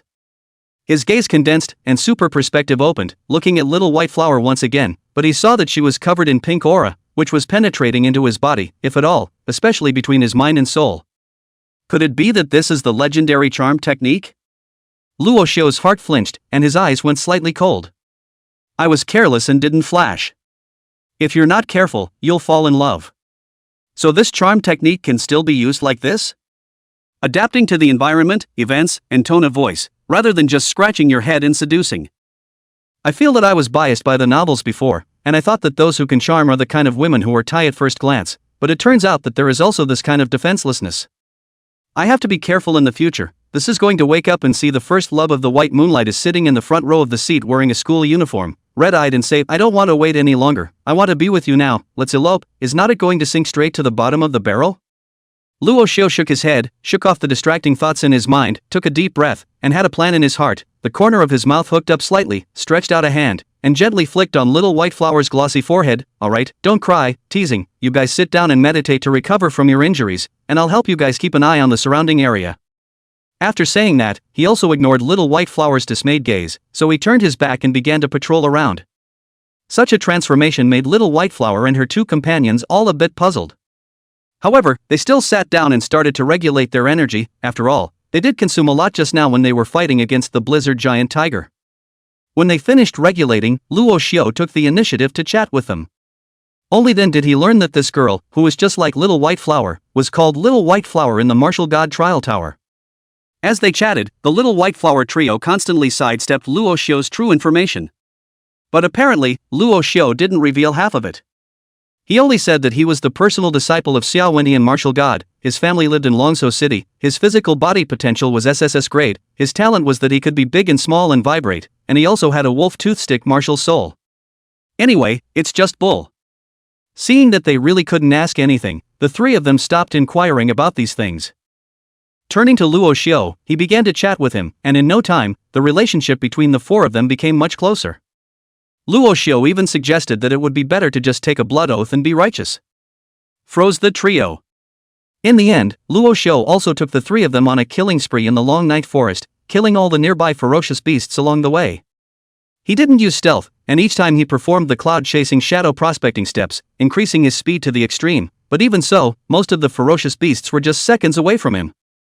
And after the three of them exchanged glances with each other after seeing Luo Xiu's speed to such an extent, at the time of rest, little white flower came forward to hug Luo Xiu's arm, gently leaned her head on Luo Xiu's shoulder, and softly said, "Kindred spirit brother, I'm so envious of you, growing up to be the kindred spirit of the summer martial god, with noble innate qualities, brocade clothes, inexhaustible resources, and inexhaustible scenery, and I'm..."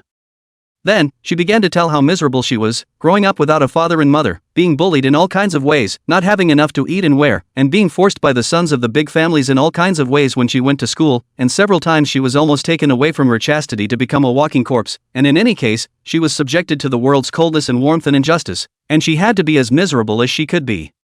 At the end of her words, she was already full of tears, sobbing uncontrollably, just like a flower destroyed in a violent storm, making people's hearts broken and heartbroken. Then, with a tilt of her pretty face, she asked Luo Xiu, "Pro-transmission brother, why is this world so unfair? Why are some born to enjoy the world and be superior, while others are born to be at the bottom of the ladder, never able to break free from the mire? Why should there be so much that is 3, 6, 9, and so on, and why are those who are allowed to bully others as they please, are we born to suffer?" Hearing this, Luo Xiu felt that the main event had come. This little white flower should be revealing her purpose. But to be honest, he didn't know how to answer little white flower's question. After all, this thing, not at all black or white, like 1 + 1 is equal to 2, so simple to reason clearly, human nature, the world, society are very complex issues. He didn't want to think that much right now, nor was he capable of thinking that much. He just wants to get stronger. So, with a shake of his head, Luo Xiu was ready to casually deal with the situation so that she could say what she wanted to say next. But just at this time, an icy voice came from far and near. "It's hard to say whether the world is fair or not, but if you don't take those two disgusting masses of yours away from him, you should feel the injustice of the thunder and lightning." Chapter 53, Lu Qingci arrives. Boom! With a blast of thunder, a tall and upright figure suddenly descended from the sky.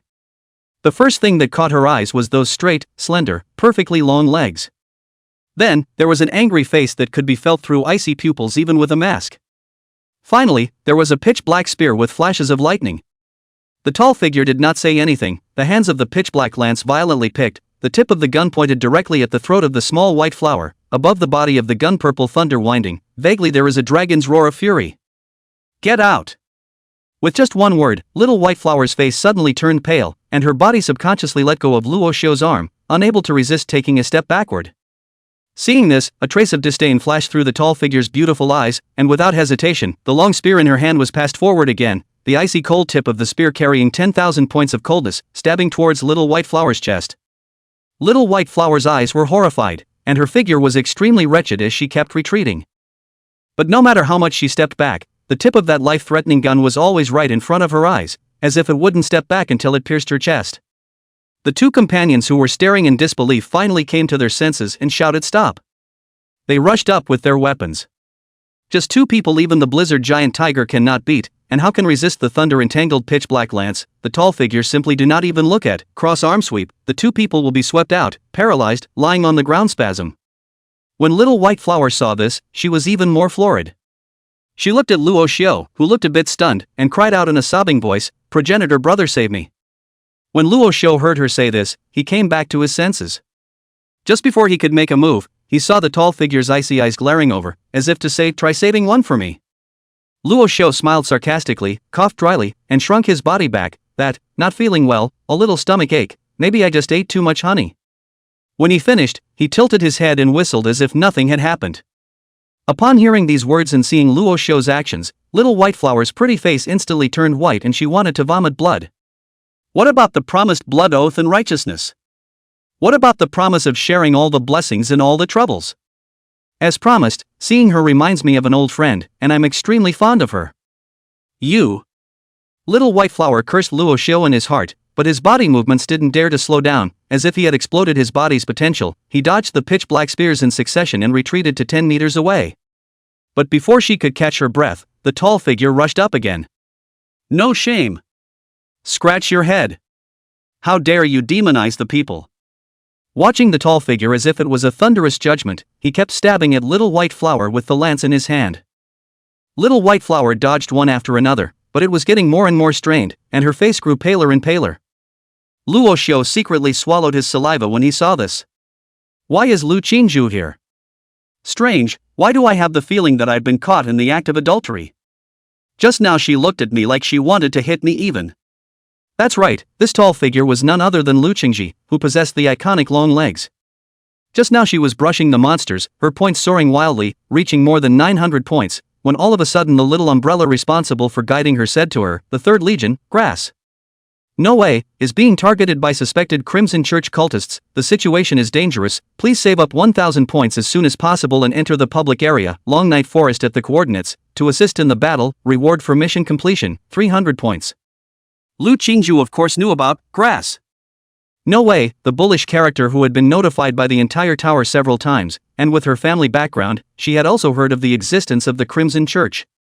Originally, she was curious about who this bull who had set new records one after another was from their legion, surprisingly hiding so deeply, but there was no way for her to know about the hidden identity within the Martial Gods Trial Tower, and now that she suddenly had such a chance to see it face to face, she was certainly not willing to miss it. Therefore, she immediately sped up and killed dozens more ferocious beasts to gather enough 1000 points, and directly greeted Little Umbrella Child as she entered the public area. Then he quickly rushed all the way towards the coordinates given by Little Umbrella Child. Just as soon as she came over, she saw Chang Wei calling Fu. No, it was the sight of the cat-faced mask wearing grass. No way, being plastered by the Little White Flower's entire body, with his arms sunk into the Little White Flower's 2 lumps of useless fat dough. The Little White Flower was still selling her misery while saying seductive words. While the one wearing a cat-faced mask, grass. No way, however, the more she looked at it, the more familiar it became, the more she felt that it looked like a person, and even through the mask, that familiar feeling and aura kept coming out. Isn't this the same asshole Rasho she was engaged to? There's absolutely nothing wrong with that. So, she was outright furious. Dare to cuddle with this big fierce behind my back, very good. I'll take this revenge. With another grudge against Luo Xiu in her heart, she rushed out. She couldn't wait to poke and prod the big murderous seduceress workhorse. As for Luo Xiu, we'll settle the score later. Lu Qingci's moves became more and more rapid, his talent, multiply speed, was directly opened, and the lance in his hand was instantly waved into a shadow, and the Little White Flower was immediately unable to hold back. Seeing that the tip of Lu Qingci's gun was about to pierce her throat, Little White Flower let out a delicate cry, her eyes instantly became deep, and a seductive intent instantly surged into Lu Qingci's eyes. Lu Qingci was immediately slightly stunned. But it was only an instant, a dragon's roar rose violently within her, and a purple light flickering thunder dragon shadow surged out of her body with a hiss, directly rushing towards the Little White Flower, blasting it away. Lu Qingci came back to his senses, and his eyes grew colder and colder. Enchantment? Oh, you deserve to die. Then, with a cold smile, she raised her pitch-black lance and then stabbed at Little White Flower without leaving any room for error. But it was at this time, when a crunch, Lu Qingci's gun body was swung away, Luo Xiu holding the silver gun blocked in front of the Little White Flower. Lu Qingci's eyes froze and his tone was slightly chilly, "You want to block me?" Luo Xiu coughed dryly, walked to the side of the small white flower full of consternation, reached out to pull her up, and then looked to Lu Qingci said, "Hey, what words, this girl, you appeared on the direct action, is not a little bit too cranky, I see the bottom of your eyes there is a blood floating, it should be the liver fire exuberant, how about this, I'm a little bit of honey, you can calm the liver to lower the agitation, dredge the wind to relieve depression, you take the first. Go and eat, as for the Little White Flower, this is my little sister who I have just tied up with righteously, and I am like a brother, how can I let you do it?" Hearing this, both Little White Flower and Lu Qingci were all slightly stunned. But before Little White Flower could be moved, she felt a pain in the back of her heart, and the tip of a spear stabbed out from her front chest. She turned her head to look at Luo Xiu with a puzzled face, then she saw Luo Xiu said in a serious tone, "Just now I asked Little Umbrella Child, she said that if you kill someone in a public area, not only will you not be punished, but you can also get half of the other party's points, and since you're my hand and foot, how can you give these points to someone else to take? Of course I have to kill them in person, so let me take a look." Hiss, "You're quite a lot of points, half of them are more than 2,000. Before he finished speaking, Luo Xiu turned his head to look at a man and a woman who had just slowed down from their paralyzed state, and his eyes lit up. "Huh? There are 2 more knotted hands and feet." After saying that, his body flashed and appeared in front of the 2 men, puff 2 sounds, the 2 men did not have time to have any reaction, they were pierced through the chest by the silver lance. At the entrance of the long night forest, 3 white lights flashed and 2 women and 1 man appeared. It was none other than the 3 little white flowers who had just been resurrected. The little white flower's eyes were filled with resentment as she said to the little umbrella child floating in front of her, "Praise the Crimson, my lord, the induction mission has failed, so we can open the underworld bridge 100-lot blood sacrifice method, destroy his spirit, and strip him of his spiritual qualifications and memory content now." Chapter 54, The Heart Beats Wildly. The 3 corpses that had been stabbed to death by Luo Xiu had already turned into fluorescent light and dissipated into the air. In the forest that had been bustling with activity just a moment ago, Luo Xiu and Lu Qingci were the only 2 people left at this moment. Luo Xiu joyfully checked with umbrellas half of the points he had gotten from killing the 3 people, adding up to a surprisingly full 5,000. Obviously, it wasn't the first time that the little white flower trio had entered the first floor of the Martial God Trial Tower. Each has accumulated quite a few points. But now it was all cheap for Luo Xiu. Just as Luo Xiu was sighing the golden belt of killing and setting fire, a cold grunt suddenly came from the side. "You're very proud of yourself?" Luo Xiu's face stiffened, and when he turned his head, he saw Lu Qingci's cold and sulky eyes. There was a saying that even with the mask on, just by looking at the eyes, one could feel the unspeakable beauty of Lu Qingci. But on second thought, Luo Xiu felt that something was wrong. "No, I'm now grass.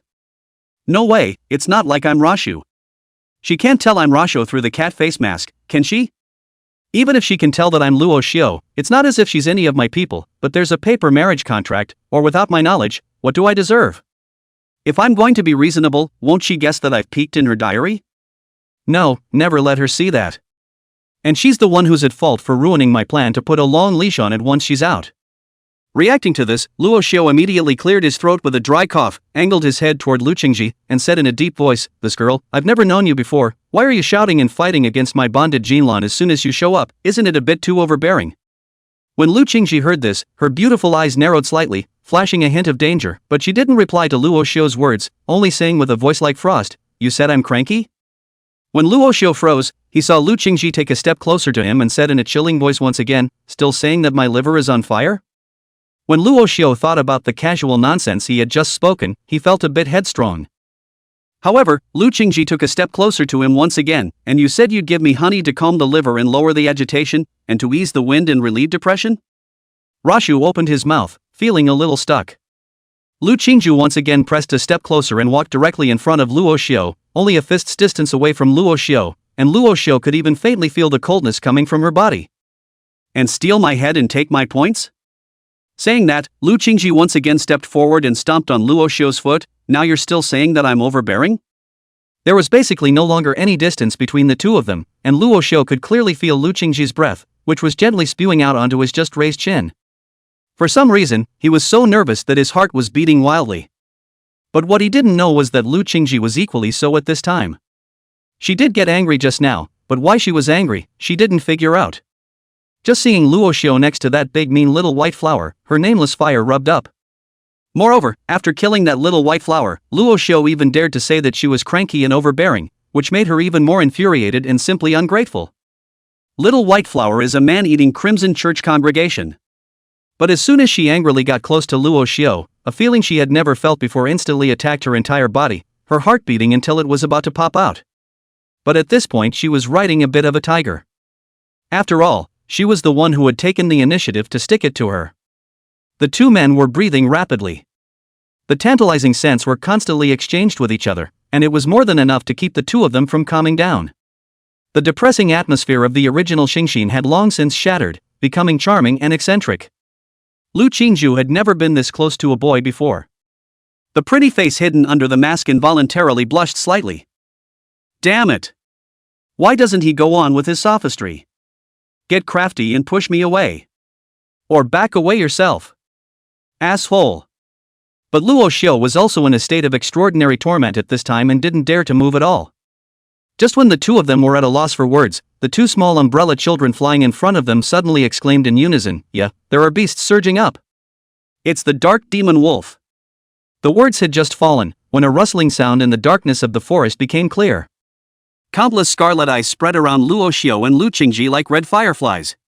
It was so dense that you couldn't see the border at a glance. So much. Luo Xiu let out a cry of surprise as his body turned, subconsciously protecting Lu Qingci behind him. Lu Qingci's complexion was slightly stunned, and a touch of inexplicable color appeared in his eyes, but without any hesitation, he directly stepped forward, shaking the pitch-black spear in his hand, and stood side by side with Luo Xiu. Feeling the battle spirit rising from Lu Qingci's body, Luo Xiu's heart was a little bit more at ease, but the next moment, an odd and weird whistle sounded, and the dark demon wolves hidden in the darkness immediately stirred. Ow ow ow. A burst of wolf howls pierced the sky, like a pre-war demonstration. Luo Xiu frowned as his super perspective instantly opened, his gaze instantly passing through the clumps of deep space and over several giant trees to see dozens of human figures hiding behind the dark demon wolves. Among them, 3 familiar figures were clustered in front of an unruly youth, pointing in Luo Xiu's direction and saying something, but judging by the resentful look on their faces, it was clear that they weren't saying anything good. These 3 familiar figures were none other than the trio of Bai Xiaohua who had just been stabbed to death by his 3 shots. Luo Xiu's eyes narrowed slightly, the corner of his mouth hooked up with a smile, then he quietly made the silver lance in his hand invisible, took a deep breath, sank his waist and retreated, built up his strength to the extreme, and projected the invisible lance violently, aiming it straight for the unruly youth who was surrounded by the 3 of Bai Xiaohua in the center. After all, tackling a thief is the first thing you do. Although he didn't know who this bratty youth was, he looked like the leader. So it's definitely true that he died first. When Lu Qingci saw Luo Xiu inexplicably move, he was a bit strange and asked suspiciously, "What are you doing?" Then seeing that the lance in Luo Xiu's hand was gone at some point, he asked again, "Where's your weapon?" Luo Xiu grinned, Nothing, it's just that I just got too close to you, my body is a bit stiff, so I'll just move around a bit. As for the weapon, it's not necessary to use it to deal with the wolves in the district." With that, he had disappeared in a flash. Reappearing again, Luo Xiu had already rushed into the wolves and kicked a dark demon wolf in the jaw before disappearing again. When Lu Qingci saw this, although he was annoyed that what Luo Xiu said was exasperating, he immediately swung his lance and rushed up.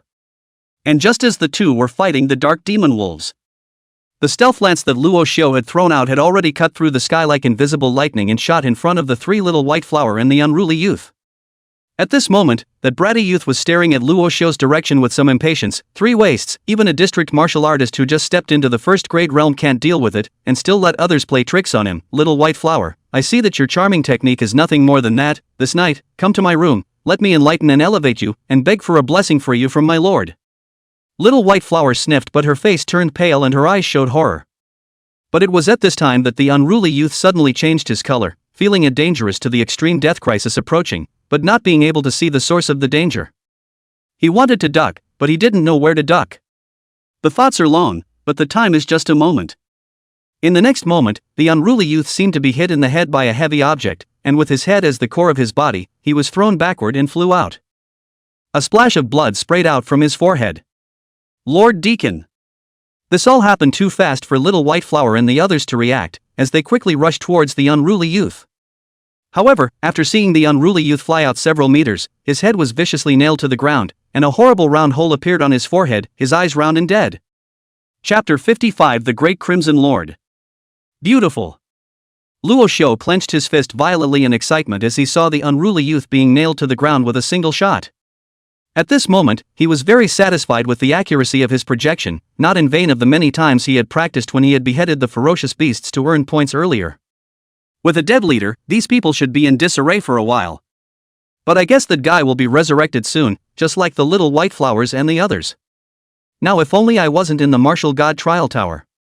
While Luo Xiu had some regrets, Lu Qingci on the side also heard the shocked cries of little white flower and the others outside the wolf pack. She looked out, but she could only vaguely see some chaotic figures. Although he didn't know what was happening, Lu Qingci was immediately alert. She remembered her mission for coming over this time. It was to protect Rasho and stop the Crimson Churchman. The little white flower just now was obviously a member of the Crimson Church, or else he wouldn't have induced Rashu. The dark demon wolves that suddenly appeared were also the usual means of imperial beasts used by the members of the Crimson Church, and those people outside should be the people of the Crimson Church. It looks like they're going to come on strong if they can't bait and switch. When Lu Qingci thought of this, he hurriedly shouted to Luo Xiu, who was pondering how to fish in troubled waters, "Someone is coming over, let's quickly break out and kill from the opposite direction." Saying that, she waved the pitch-black lance in her hand, and lightning light immediately wrapped around the body of the lance, making a crackling sound, and the dark demon wolves that surrounded her immediately scurried around in fear. "Quick! You stay behind me!" With a petulant shout towards Luo Xiu, she waved her thunder lance and began to charge out ahead of the others. It seemed that she hadn't thought at all that Luo Xiu, grass. No way, could set the martial god trial tower record so many times and was actually very strong. It was just that at the moment of crisis, she subconsciously had to protect Luo Xiu. As she said in her diary, she was coming to watch over Rasho and keep him safe. Luo Xiu originally wanted to see if there was a chance to end those people outside in one go, but seeing Lu Qingci's behavior, Luo Xiu's heart was slightly touched, and he softly cursed "stupid woman," and then performed the shadow detecting steps to follow behind Lu Qingci. The two of them, one in front of the other, thundered the path, and were like nobody's business amongst the wolves. Originally, she was preparing to break out, but Lu Qingci realized that these dark demon wolves were like dirt under her lightning attacks. Without realizing it, the two had actually killed the dark demon wolves to the point of rout. It couldn't be helped that the dark demon wolf wasn't a powerful beast originally, not even of the first rank. However, this thing was a rare dark attribute ferocious beast that was more difficult to deal with. All of the hairs on his body were surrounded by toxins floating in darkness. One or two of them were nothing, but hundreds or thousands of them gathered together were enough to form a field of darkness toxins. Although the damage was not high, it could subtly and slowly corrode the martial artist's chi and blood. Originally, the plan of Jia Jiayuth and Little White Flower and the others was that if inducing Luo Xiu didn't work, then they would first consume Luo Xiu with a wave of dark demon wolves. After all, he had refreshed his speed chance, and that combat power was definitely in the strongest category amongst the first-grade martial artists. There's no point in taking a loss when you can do it without fighting him head-on. When they had consumed Luo Xiu almost to the point of exhaustion, they could then open the Underworld Bridge 100 Locks Blood Sacrifice method, one of the outlawed methods mastered by the Crimson Church that was capable of inflicting immense damage on people within the martial god trial tower, to strip Luo Xiu of his memories and spiritual qualifications, destroying his spirit in the process, and turning him into a vegetable. Just who had thought that Luo Xiu would pull such a stunt? Directly Stealth Silver Gun, threw out a gun first nailed the Lord Deacon responsible for the implementation of the Underworld Bridge 100 Locks Blood Sacrifice law. Moreover, there was also a heavenly proud daughter with a Thunder System martial soul like Lu Qingci beside him. The Thunder System is the most rigid in Yang, and is inherently aware of all things that are sinister and dark. The dark toxins of the dark demon wolves were electrocuted to ashes before they had a chance to work under Lu Qingci's attack. So the Crimson Church's plan somehow fell apart before it could be implemented. 10 minutes later, Luo Xiu and Lu Qingci had already broken away from the dark devil wolves and lived to kill a bloody path, and underneath their feet were the corpses of devil wolves whose blood hadn't turned cold. Lu Qingci gasped for air and glared back at Luo Xiu, who was glancing around, chirping, "Do you know what the Little White Flower sister you just had is? That's a cultist of the Crimson Church. And these dark demon wolves are the Crimson Church's usual means of imperial beasts.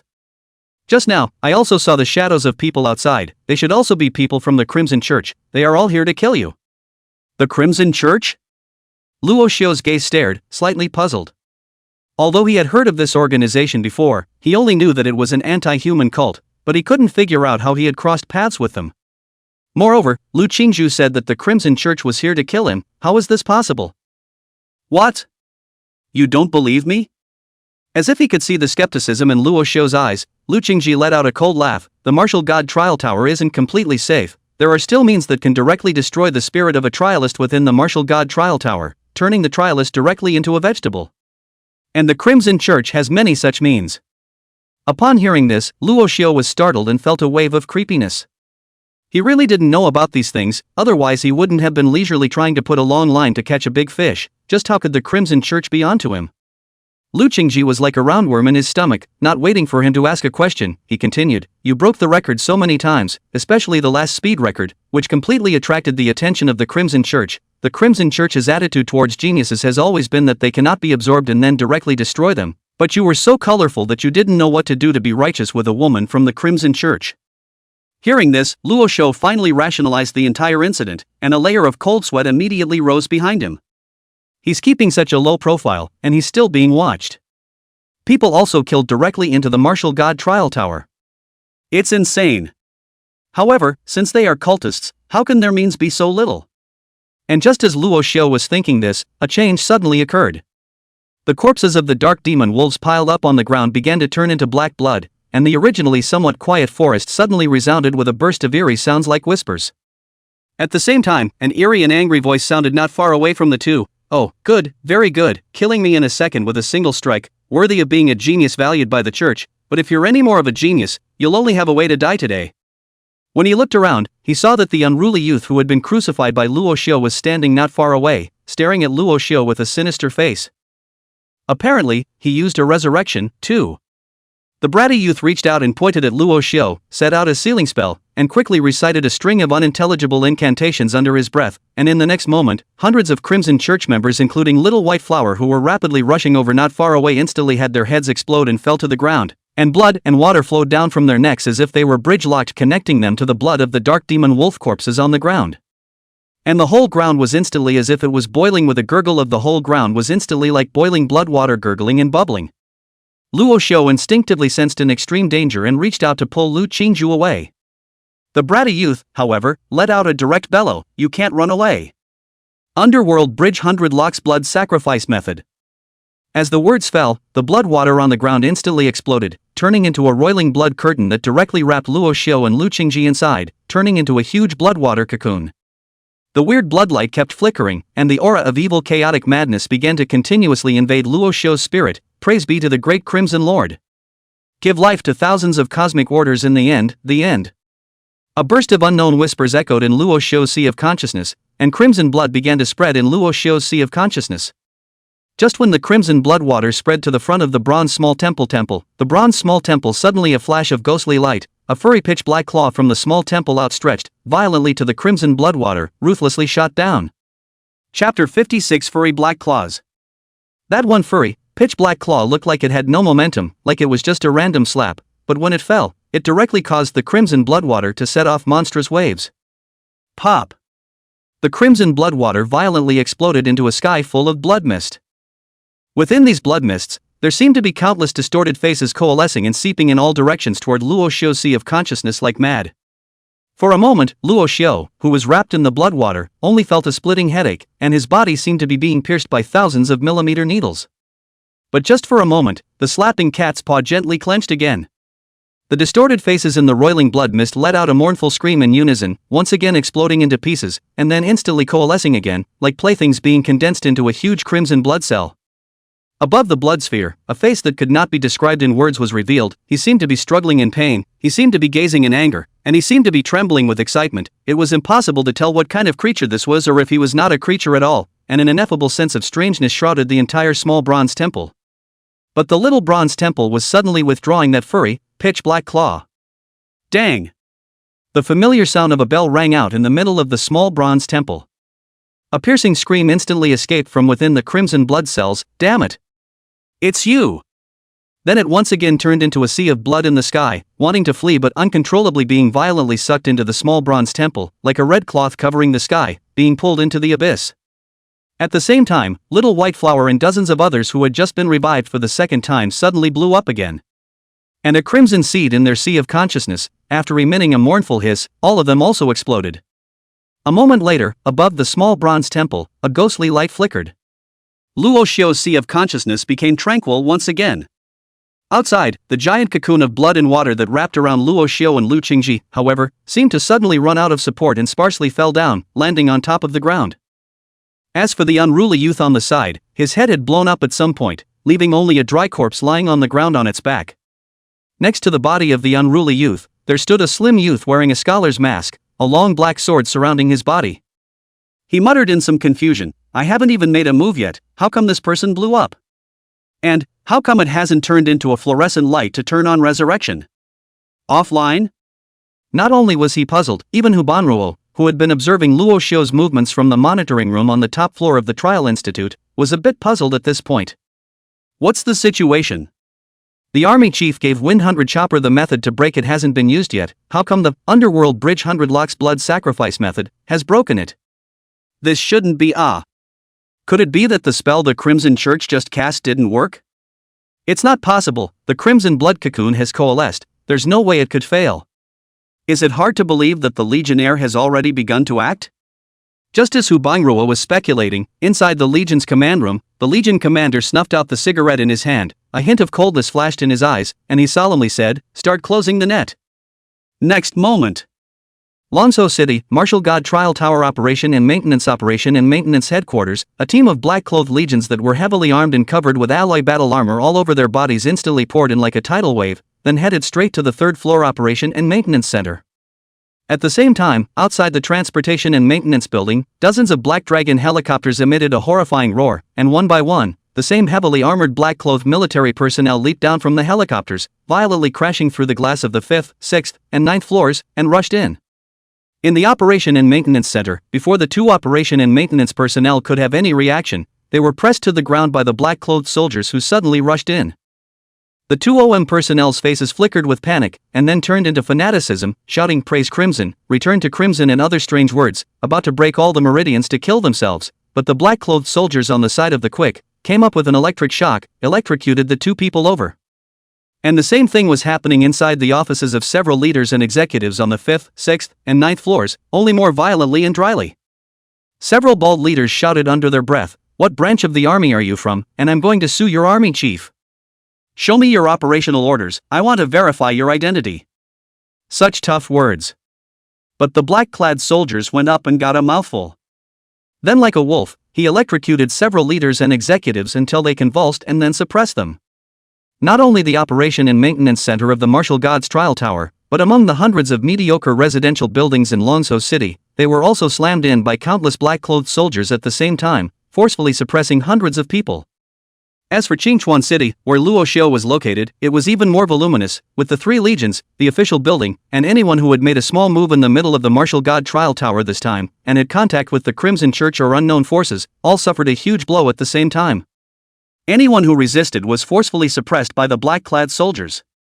For a time, people were in a state of panic. The military and political forces of the entire Qingci City all suffered a huge round of cleansing. Even a deputy chief of the 1st Legion was swarmed by his men during dinner, breaking his legs and controlling him. And in the 6th floor of an old residential building in Qingci City, after the black-clothed soldiers poured in, they found dozens of corpses lying on the ground as if their bodies had been drained of all essence, their bodies dried up. And from the faces of these people and the information obtained from the Martial God Trial Tower's convenient login rings seized from their bodies, these people were none other than Bai Xiaohua and the unruly youths group. Somehow, they even died in the real world as well, and in such a weird way. This was not known to the army chief who had organized the Great Purge. His attention at the moment was all focused on the small, clean courtyard in Luo City.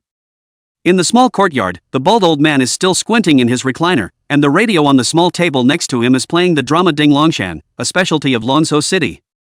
The bald old man hummed leisurely, but he was really a bit pentatonic and hummed like a big-headed fly flying around, which was tiresome. "Don't sing. It's awful." A voice with thick qi and blood suddenly rang out from outside the courtyard. The bald old man's voice snapped and his eyes opened slightly. Then, he saw a thin man carrying a large sword with an extremely exaggerated shape like a door panel appear on top of the courtyard gate. And then, dozens more figures with qi and blood like dragons appeared on top of the courtyard walls in all directions of the courtyard, their auras imposing and pressing towards him in unison. "Qi Zhang?" The balding old man's pupils shrunk violently, and he subconsciously shouted out the thin man's name. The thin man was not surprised, and took one step down from the top of the courtyard gate, his feet stepping on the void, and the entire courtyard trembled with each step that fell. He sneered and flung the huge sword on his shoulder towards the courtyard. The huge knife boom landed in front of the bald old man, smashed out a horrible crater, the recliner under the bald old man and a small table, as well as the radio directly shattered. The bald old man's face paled. The thin man towered over him and said indifferently, "Since you know me, let's give you face and crash to death on top of my city destroyer." Chapter 57, Destroying the City. The bald old man's end is predetermined. The person who came was no one else, this Qi Zhang, who was the Legion commander of the 1st Legion of Luo City. 7th grade intentional movement realm master, destroy city, is the name of his exaggerated giant sword, but also his 7th grade intentional movement condensed sword intent. The intention of destroying the city, a sword comes out, destroying the city and destroying the life, the earth cracks and the sky crumbles. Best battle record, 1 man and 1 sword rushed into the 9th Forbidden Zone, slaughtered 3 million ferocious beasts above the 1st rank, 6,000 ferocious beasts of the 5th rank, 700 ferocious beasts of the 6th rank, 14 ferocious beasts of the 7th rank, and was finally driven out of the 9th Forbidden Zone by the combined efforts of 3 beast kings of the 8th rank. Although he didn't look stout, he was definitely a first-class absolute fierce man. Above the list of the Crimson Church, he is described as being under the bishop, and will die when encountered. The bald old man naturally knew Qi Zhang's fierce reputation. But, he still wanted to struggle. After all, no one wants to lose the good times it will after all that time. Alas, I'm old, and when I see Captain Qi, I can't even think of resisting. The bald old man sighed. Then you should have died earlier. Xi Zhang said disdainfully. The bald old man's face stiffened and immediately returned to its natural state as he looked at Xi Zhang steadily and said earnestly, I have performed feats for the divine state. That's all the more reason to be damned, you shouldn't be lying in a book of credits and corpses.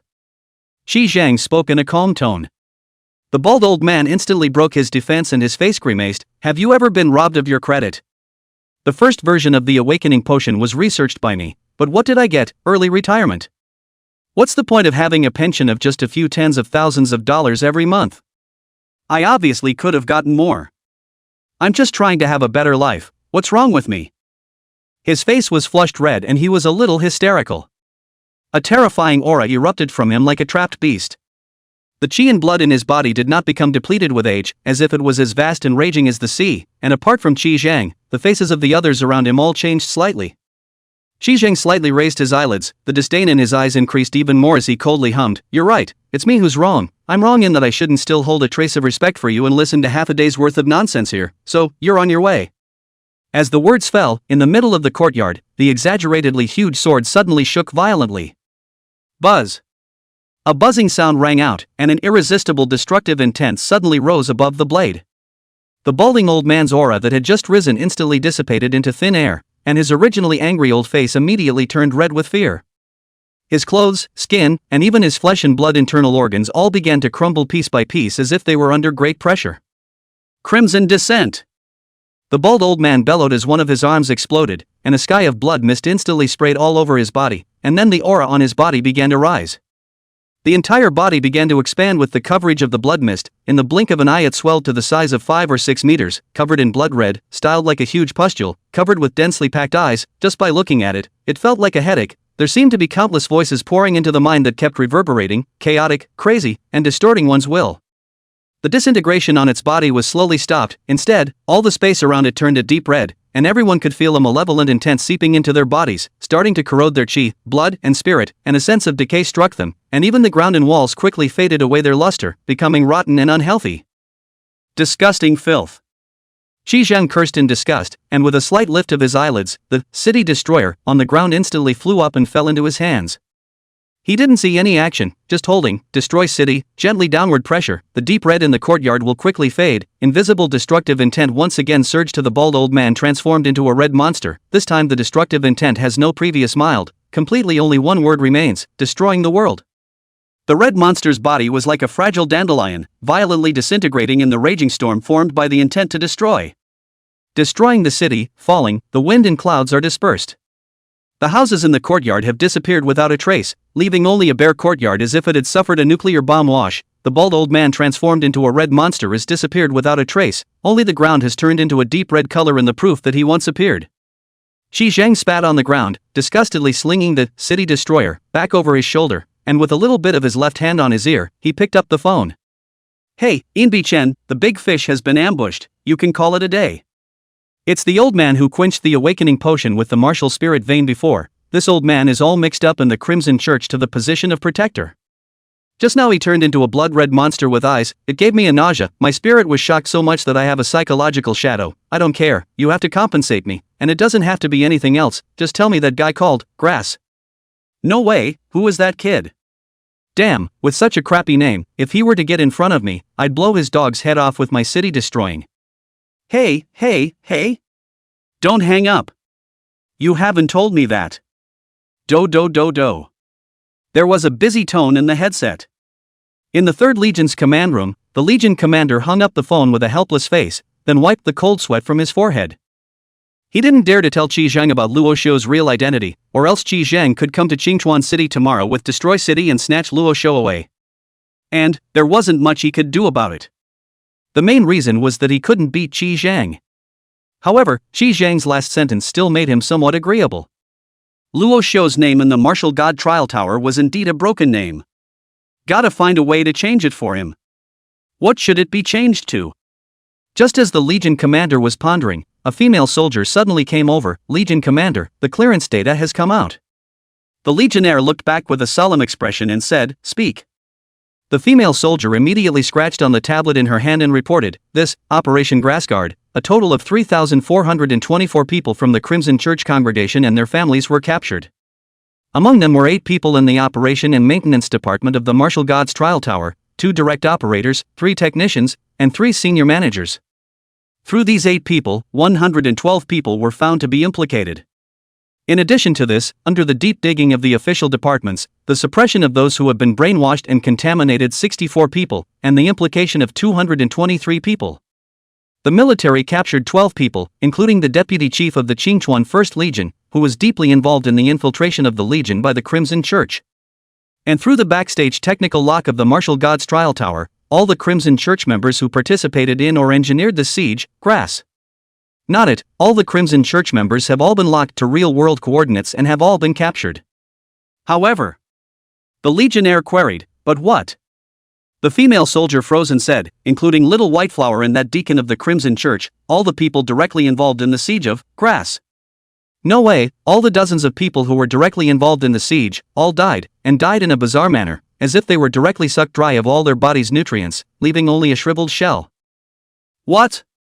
Just as the Legionnaire was shocked beyond belief. Luo Xiu and Lu Qingci had already woken up from their coma.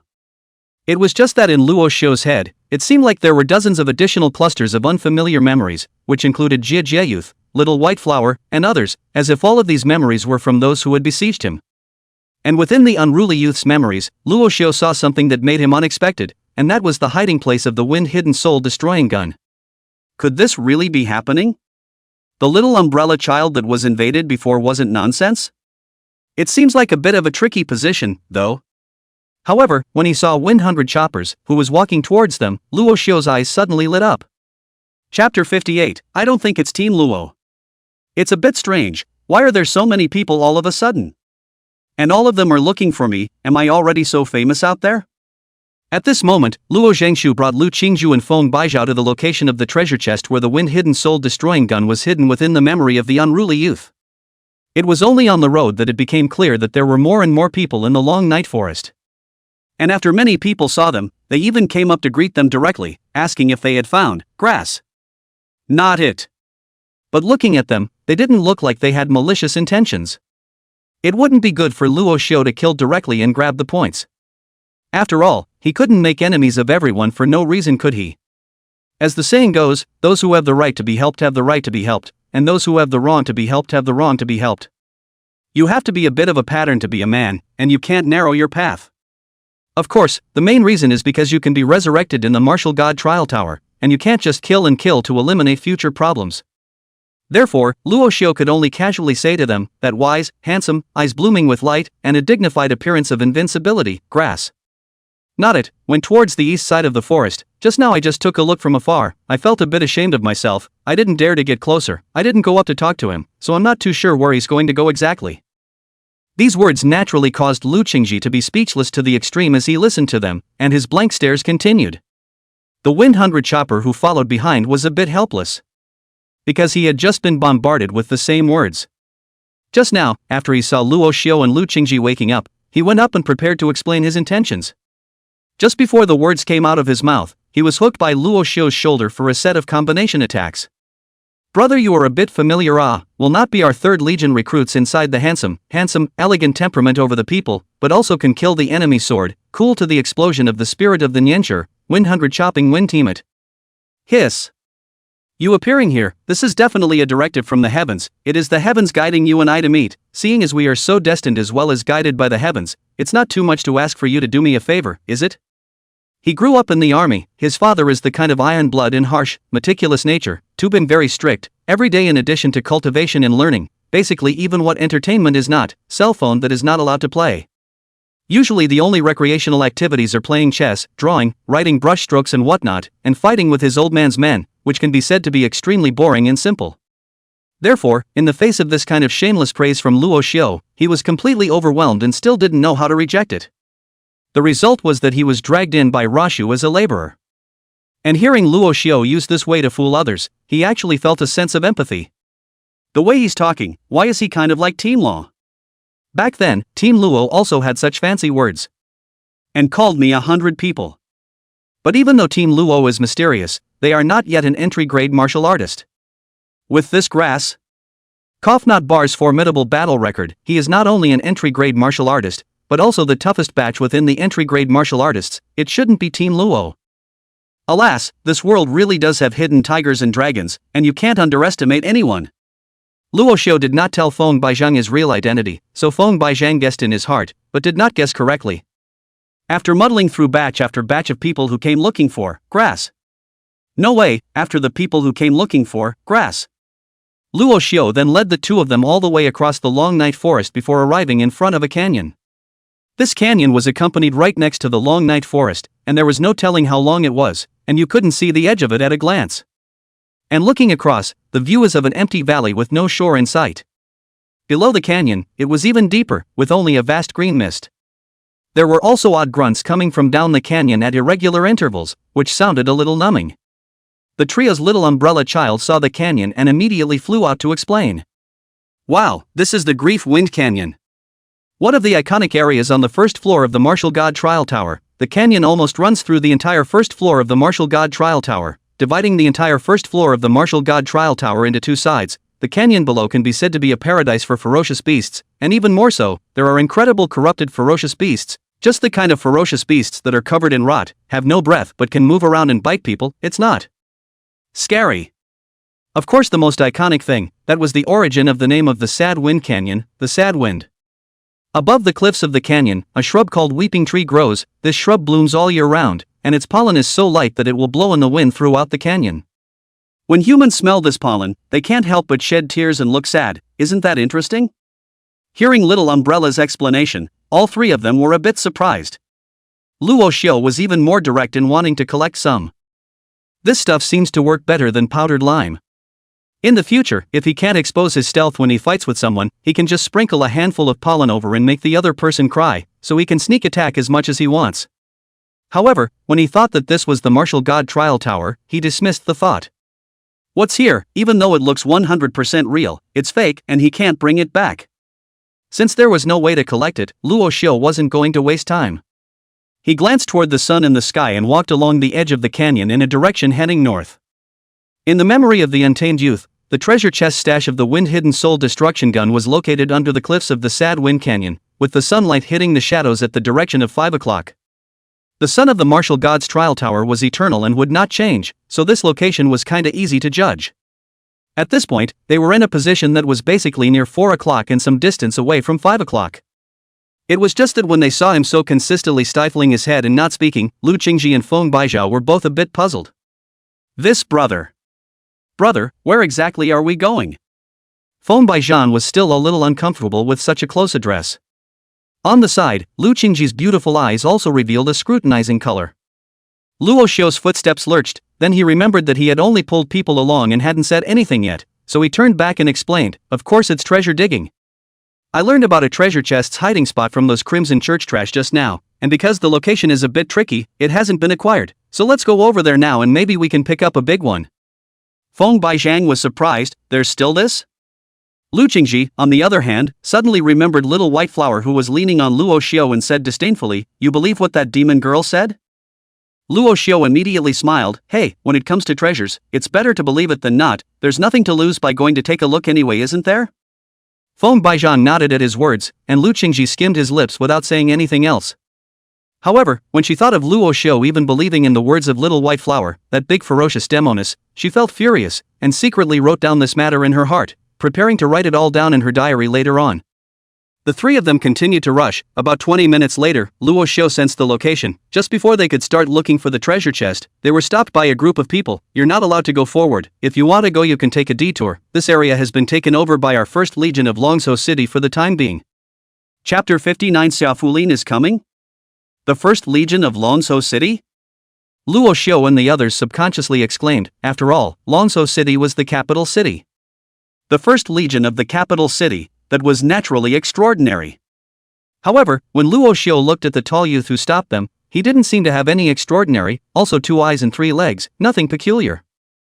Only, the tall youth took Luo Xiu and the others' exclamations of surprise as reverence, and then a touch of arrogance appeared on his face. Not bad, it's none other than the Dragon-Head First Legion. Miss Xiaofulin, the granddaughter of the Xia martial god, is our captain. She'll be coming over in a moment, so I'd advise you guys to leave early to save our vice captain from getting upset. Looking at the expression, this guy was clearly adoring Xia Fulin. The admiration in his eyes was almost overflowing. However, when it came to the vice captain, he seemed to be a bit scornful, and listening to the tone of his voice, he also seemed to be genuinely considering for Luo Xiu and the others. When Luo Xiu heard the name Xia Fulin, he was obviously interested. After all, this name had previously pressed him in the rankings. And when he heard that Xia Fulin was the granddaughter of the Xia martial god, he became even more interested. That's the granddaughter of the god of Wushu. I wonder if she'll shine. It's this so-called vice captain that sounds like he's not a good guy. Luo Xiu casually asked, "What's wrong? Does your vice captain eat people?" That tall youth sniffed, his face violently changed, lowered his voice and said sharply, "Shut up, don't talk nonsense. If our vice captain heard it, you guys are afraid that you can't leave." The vice captain said that he found a treasure box here, said that he wants to give it to Captain Xia, waiting for her to come over to open it. You guys don't watch the fun here. The vice captain is not very good at tempering. Not so good-tempered? Before Luo Xiu and the others could comment, an impatient voice could be heard coming from the front. "Shalua, how can you drive someone away and still be so slow? Tell them to hurry up and get lost, or else get ready to waste a chance to resurrect, and directly report my name, my father Zheng Erlong."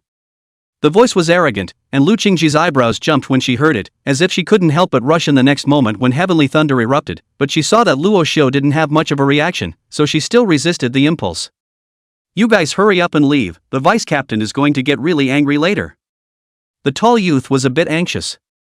Just as Luo Xiu was about to speak, he realized that Feng Baizhang was tugging on his arm beside him. He was a little puzzled. "Wind team, what's wrong?" Wind Hundred Chopper lowered his voice and said, "I know this person. This guy's dad is Zheng Erlong, one of the 7th grade patriarchs in Longzhou City. The realm is comparable to the Major Legion's army chiefs. It is the Fire Fist sect's founding patriarch, hot-tempered, extremely protective of the shortcomings, not too good to be messed with. My dad had once talked to me about him and told me to try to hide away as far as possible when I encountered him. He's a douchebag, a little bit of a point, and it's a famous long dude. It's more of a waste of time and energy to start a conflict with him." So it's the dude. That's not surprising. It suddenly dawned on Luo Xiu that every world had this kind of pitiful guy. This kind of guy usually runs into the protagonist and will also piss him off, and then the protagonist gets angry and just punches him in the face and makes him cry. Then he did not know how to die to find the protagonist revenge. Was the protagonist directly stomped to death, and then the short-guarded father was madly angry, came to take revenge, the protagonist directly all kinds of hanging, continuous upgrading, and finally his father and his father's forces together uprooted. Complete the shocking reversal of the world was shocked. That's how the sets usually work. Although Luo Xiu sympathized with his and his father's miserable future, he wasn't prepared to give up the wind-hidden soul destruction gun. This thing was a set with his cloud-chasing shadow-seeking steps, so it was too bad to give it up. However, there is little need for head-on conflict. So he immediately nodded and said, "Alright, then let's leave first and avoid the enemy." With that, he was ready to leave with Feng Baizhao and Lu Qingci. It was just that after he took a few steps with Feng Baizhang, he realized that Lu Qingci had not followed. Luo Xiu turned around with some confusion, and saw Lu Qingci looking at him with some dissatisfaction. "Lu team, what's wrong with you? Why don't you leave?" Luo Xiu asked. Lu Qingci snorted coldly, "Just leave in disgrace?" Rashu was stunned, and what else? There was also some doubt in Feng Baizhang's eyes. Lu Qingci, however, thrust his black spear into the ground with a clang and gritted his teeth. "We've traveled so far and it was not easy for us to come here, and just because we saw a dude, we just avoided it? Don't you guys think it's too wimpy?" Then, her gaze violently turned and glared at Luo Xiu. "My generation of martial artists when I go forward, although 10 million people I go, and we as soldiers, that should have more courageous and invincible momentum, just so go, you are still not a man." Rashu. If it wasn't for the fact that the time and place and occasion weren't quite right, I'd show you what it means to be the most ballsy man in the Third Army. Luo Xiu roared in his heart. This is already the second time Lu Qingci told him, "Are you still a man?" Obviously, Lu Qingci was short of words. Luo Xiu felt that Lu Qingci was afraid that he hadn't put all of his talent into martial arts cultivation and looks, which was why his vocabulary and brain capacity were so impoverished. Only a reckless person would move forward. From ancient times to the present, which one who rushes to the front is not cannon fodder? The real winners are the old S. This reasoning, why doesn't she get it? Luo Xiu looked at Lu Qingci with some hatred and didn't care. He directly went up to her and pulled her arm, pulling her towards the door while lowering his voice and said, "Have you ever heard of what it means to be on the front lines? When I say avoid the front line for the time being, it's not that I don't want the treasure chest, but I not only have a way to get the treasure chest, but I can also make that dude suffer a dark loss. Lu Qingci was still struggling, but once she heard this, her body quieted down and she said in shock, "Are you serious?" Rasha glanced at her in dismay, "And what else?" Then he looked up and down on Lu Qingci's body unkindly and said with a grin on his mouth, "If you don't believe me, how about we make another bet?" Again? On the side, a flash of doubt flashed in Feng Baijian's eyes. "Huh? Have you guys ever made a bet before?" He suddenly remembered that he and Lu Qingci had made a bet with Luo Xiu before. Luo Xiu let out a light laugh and casually said, "Before you came, Team Lu and I made a bet that whoever killed more dark demon wolves would be able to fulfill one of the other party's demands, and in the end, it was Team Lu who won it." With that, he winked at Lu Qingci. "Right, Team Lu?" Lu Qingci grunted, and without explanation, his eyes narrowed slightly and said, "Cut the crap, how do you want to bet?" For some reason, seeing Luo Xiu's smug look made her twist the meat on Luo Xiu's waist. Luo Xiu hemmed and hawed, "How about this, if I both get the treasure chest and make that dude suffer a loss, you'll give me a kiss, how about it?" "Oh? Kiss you?" Lu Qingci's eyes suddenly became dangerous, and his tone chilled. Luo Xiu instantly felt a coldness in his back, clenched his teeth, and stiffly returned what Lu Qingci had said about him. "What, threatening me? Are you still not a woman? Just say if you'll answer." Chapter 60, Such a Plan. You're still not a woman. When Lu Qingci heard this, the cold light in his eyes was about to condense into substance. "Dogs, how dare you question me back with my said words? And how dare you blackmail me into kissing you? Fine, I'll remember you." Several thoughts flashed through Lu Qingci's mind as he narrowed his eyes dangerously at Luo Xiu, gritting his teeth and sneering, "Humph. Gamble. I'll bet with you." Then she changed her tone, "If you can't get the treasure chest and make that dude suffer, then you'll be prepared to work as a laborer for me and wash my bed sheets and covers and clothes for a month." 100 choppers on the side listened to the words of the two men, and the feeling in his heart grew weirder and weirder. He always felt a bit like a light bulb. "The last time I felt this way was when I was in the middle of Lu Qingci and Luo Xiu. Moreover, Lu Qingci's punishment, how did it look a bit like a reward? Last time Lu Qingci also made a bet, and this time Lu Qingci still made a bet. But for some reason, Feng Baijiao always felt that Lu Qingci would still lose. This premonition of his was especially strong when he saw a smug glint flash underneath the cat-faced mask of Luo Xiu on the side. When Luo Xiu saw Lu Qingci agree, he seemed to be afraid that she would back out and hurriedly said, "Good. It's a deal." Then also directly grabbed 100 Chopper's arm and ran back, pushed aside all kinds of bushes and trees and boulders, and finally found a hidden place to stop. Lu Qingci, who was following up, looked at the secret of Luo Xiu with a face full of mischief. "What the hell are you up to?" 100 Choppers also looked at Luo Xiu with some curiosity, wondering how this incredibly strong grass no way was going to win the bet with Lu Qingci. Luo Xiu didn't pay any attention to Lu Qingci. As he opened his perspective to look towards the area surrounded by the Dragon-Head First Legion, he saw that they had already diverted their attention away, and had each started to continue their patrols, apparently already thinking that Luo Xiu and the others had conceded and left. Luo Xiu nodded with satisfaction, then looked at Feng Baijiao and said in a lowered voice, "Just now when we were over there, I've already observed their layout. They probably have more than 40 people, there are 20 people around, 20 people digging a hole down inside. The one who is called Father Zhang Erlong is in the innermost command. According to the information that I've got, that the treasure chest is inside a cave below the cliff. The cave should be hidden deeper, there is no point of gravity to drop the rope down, it is more difficult to go down. Cliff below a cave inside, the cave should be hidden deeper, the cliff face should be concave, drop the rope downwards, there is no point of gravity, go down the difficulty is relatively large. So that dude is ready to directly from the top to make a hole straight down. This method, although stupid, but really useful, but too time consuming." When these words came out, Lu Qingci and Feng Baijiao were all shocked. What the hell? Didn't they just stand there with Luo Xiu? In just a moment, and so tightly fenced, you saw that much? Even the number of people is almost counted? Are you sure there's no mole in there for you? And Luo Xiu didn't even seem to see the doubt and shock in their eyes as he grabbed Feng Baijiang's shoulder and lowered his voice. Come, Team Feng, that you're a spiritual nihilist, so when you're imperializing your sword, can you bring me along? I'm about 100 pounds or so.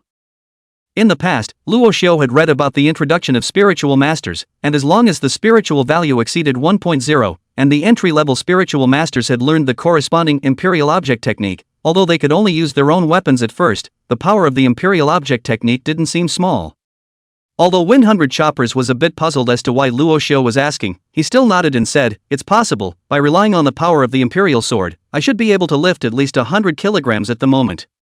Luo Xiu's eyes lit up and he immediately clapped his hands. "Good. This will be enough."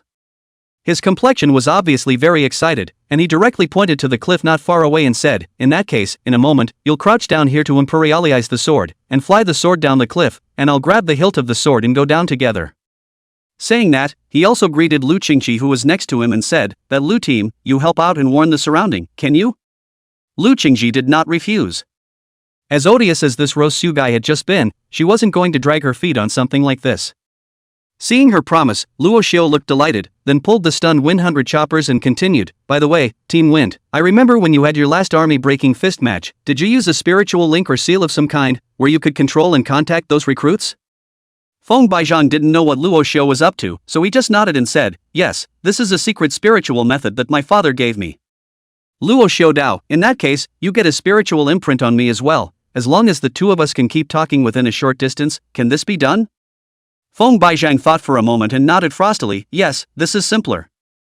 "Good." Luo Xiu rejoiced, "At that time, you'll follow my guidance, I'll take your sword and fly down the cliff. If you're told to go forward, you'll go forward, if you're told to go left, you'll go left, if you're told to go right, you'll go right, and let's directly steal a chicken for him."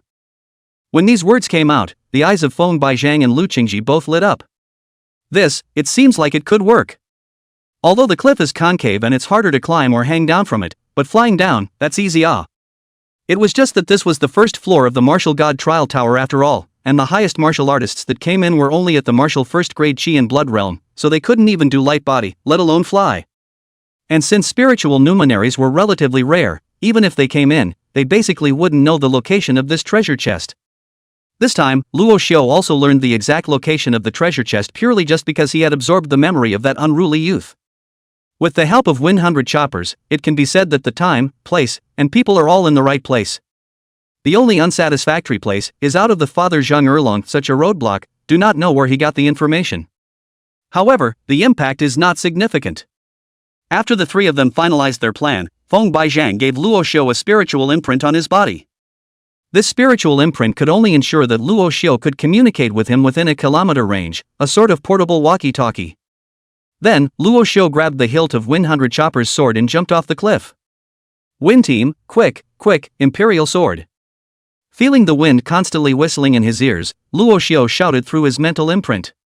100 Chopper's spirit moved, and the descending sword in Luo Xiu instantly felt a pulling up huge force, stopping steadily in mid-air. All right, forward!" Luo Xiu shouted excitedly.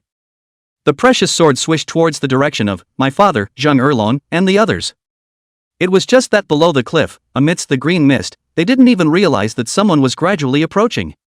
In no time, Luo Xiu flew to a position opposite of family father Zhang Erlong and the others. Luo Xiu continued to command. "Down, down, yes, down, down again, down, lean to the left, hey, too far left, lean to the right again, good, yes, lean in the direction of the cliff, slow. Go on." Under Rashu's step-by-step command, he finally approached the cliff. The crags were thickly overgrown with bushes, and only vaguely did he see a cavern that faintly emanated a faint golden light. Luo Xiu's face was delighted, this is it. He sent a final command towards 100 Choppers through his mental imprint, 2 meters further in, here it is. Chapter 61 Wind Hidden Soul Destroying Gun. Luo Xiu stepped onto a rocky outcrop and reached out to pluck away a series of unknown shrubs. Before he could see what was inside, a feeling of wanting to cry came over him. In the next moment, he was directly in tears. That bush is a sobbing tree. Luo Xiu was crying so hard that he simply couldn't stop his tears. The vision had blurred so much that it felt like shoving 2 handfuls of onions inside my eyes. Good stuff, really good stuff, oh. The tears, when will they stop? Rashu wiped his tears with his sleeve as he moved as far forward as he could. Just to be on the safe side, invisibility was still turned on, and the entire person disappeared along with the tears.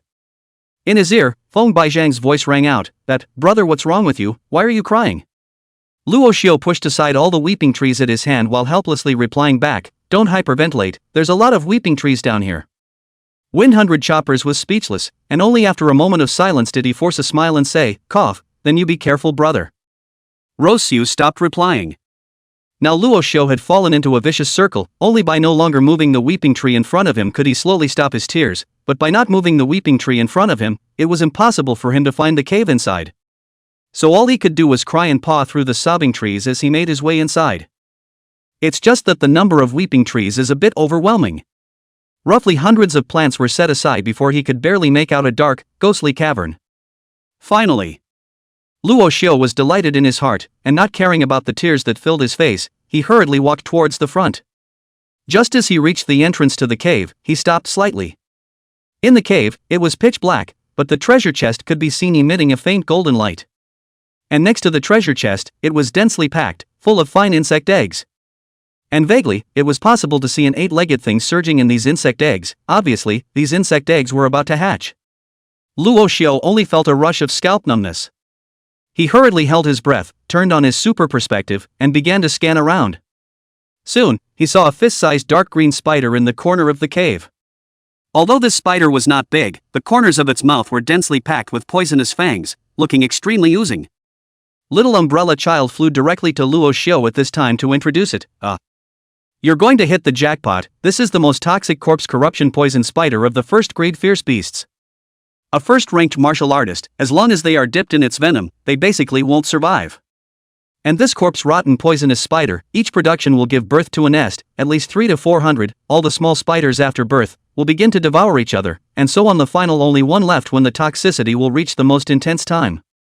And you this time completely walked a big luck. This corpse-corrupted poisonous spider should be after the production of Yuan Qi has not yet recovered, fell into a deep sleep. As long as it is not a life and death crisis, basically do not wake up, you this wave of completely can pick up the leakage.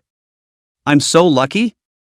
Luo Xiu was a bit surprised. Even if Little Umbrella Child didn't say it, he also recognized this corpse corruption poison spider. Originally he was thinking that this thing was not easy to deal with, when he would take the treasure chest, if the movement was too big, so that this guy would casually spray his venom, and after the range was covered, he was afraid that he wouldn't be able to get any benefits. As a result, the necrotic poisonous spider was actually sleeping. Maybe, that's life. Travelers, there are always unexpected surprises. Luo Xiu exhaled a deep breath of turbid air, his spirit relaxing slightly.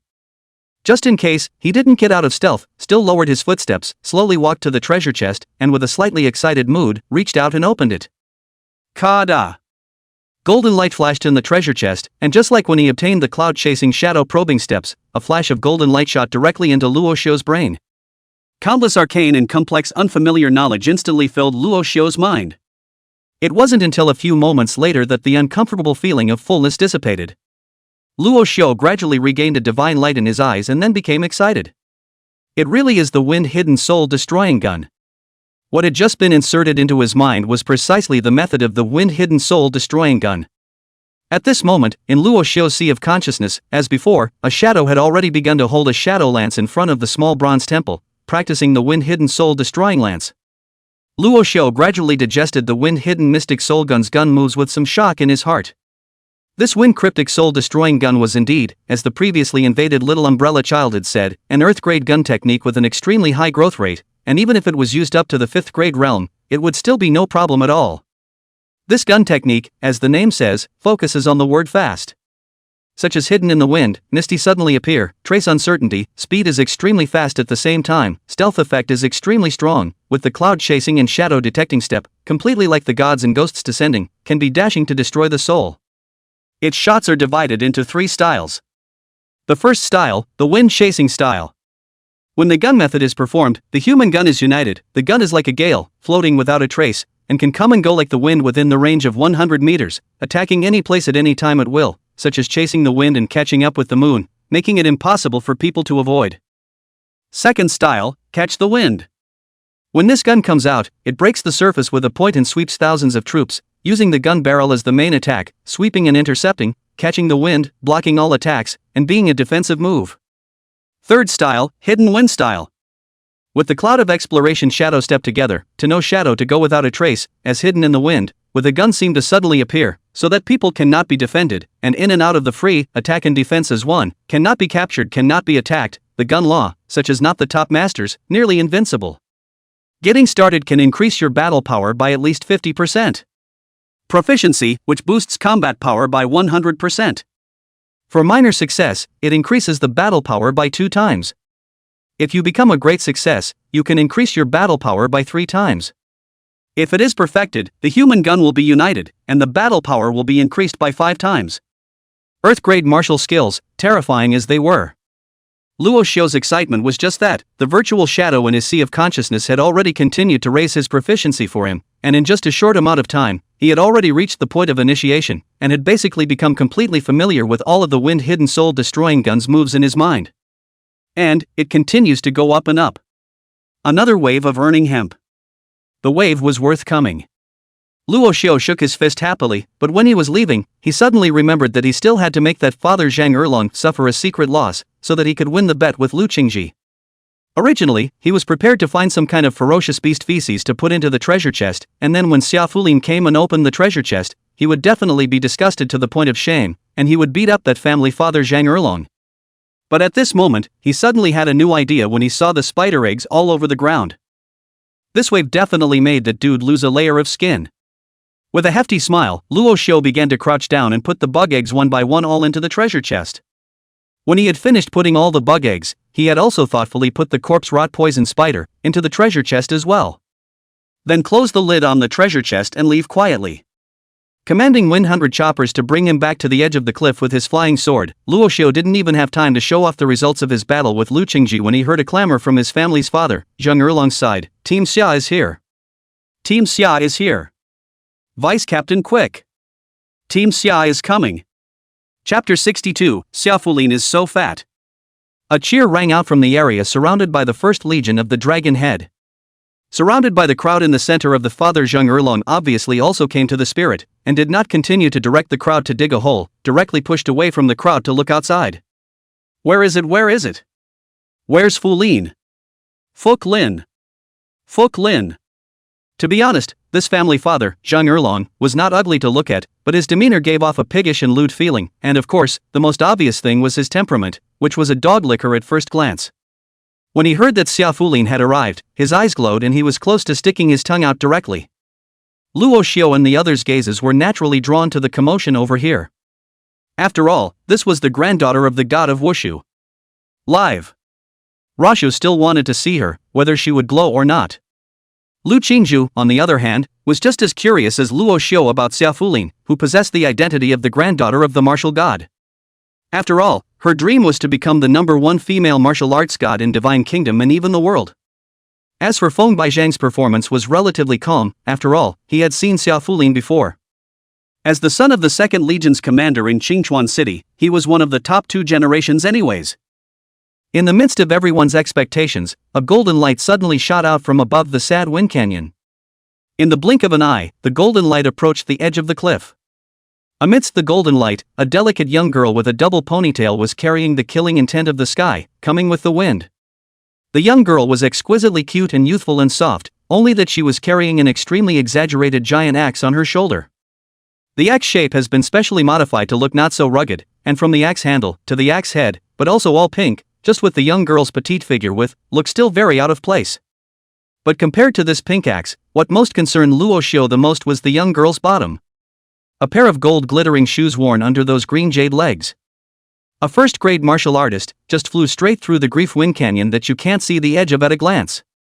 I guess it's because of these glowing shoes of hers. Alas, the granddaughter of the martial god is just too fat. So tempted to grab a wave. Unfortunately, this is the martial god trial tower. Moreover, robbing the granddaughter of the god of Wushu would have too serious a consequence. If you do grab it, make sure you plan ahead. Luo Xiu didn't have any good ideas yet, so he could only wait until later. Compared to the crowd's amazement, the Xia Fulin's heart was extremely impatient at this time. While Luo Xiu was fighting with the Crimson Church, she alone directly fought through the Erla Desert in her personal space, killing all the ferocious beasts she encountered and saw, and then came back to the Erla Desert in the public area to continue killing. Therefore, her points soared all the way up, and she directly returned to the first place in the first-time new recruits, surpassing Luo Xiu's 6342 points and reaching 7,446 points. Just now, she was having a great time killing in the desert, when she was approached by someone who said that her father, Zhang Erlong, had found a treasure chest at the edge of the sad wind canyon, and that the treasure chest was probably an earth-grade martial arts skill, the wind-hidden soul-destroying gun. Although her family had countless earth-grade martial arts, this martial art was a set, divided into gun techniques, body techniques, and the core breathing mind technique. When the three methods were united, their power could directly reach the heavenly level. And what was even more special was that this set of gun techniques, which had an extremely high growth rate, could be practiced from a first-grade martial artist. With all three in one could directly cultivate to the 7th level of the sovereign realm. Although her family had a few heaven-level techniques, there was not a single heaven-level technique that could be practiced from a first-grade martial artist.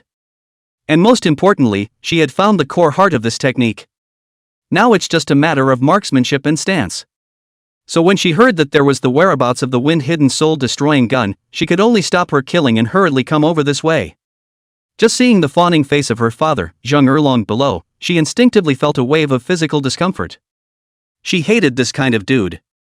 Slowly falling from mid-air, Xiaofulin looked sideways at his father, Zheng Erlong, snorted coldly, and directly said, "Zhang Bufan, where is the treasure chest?"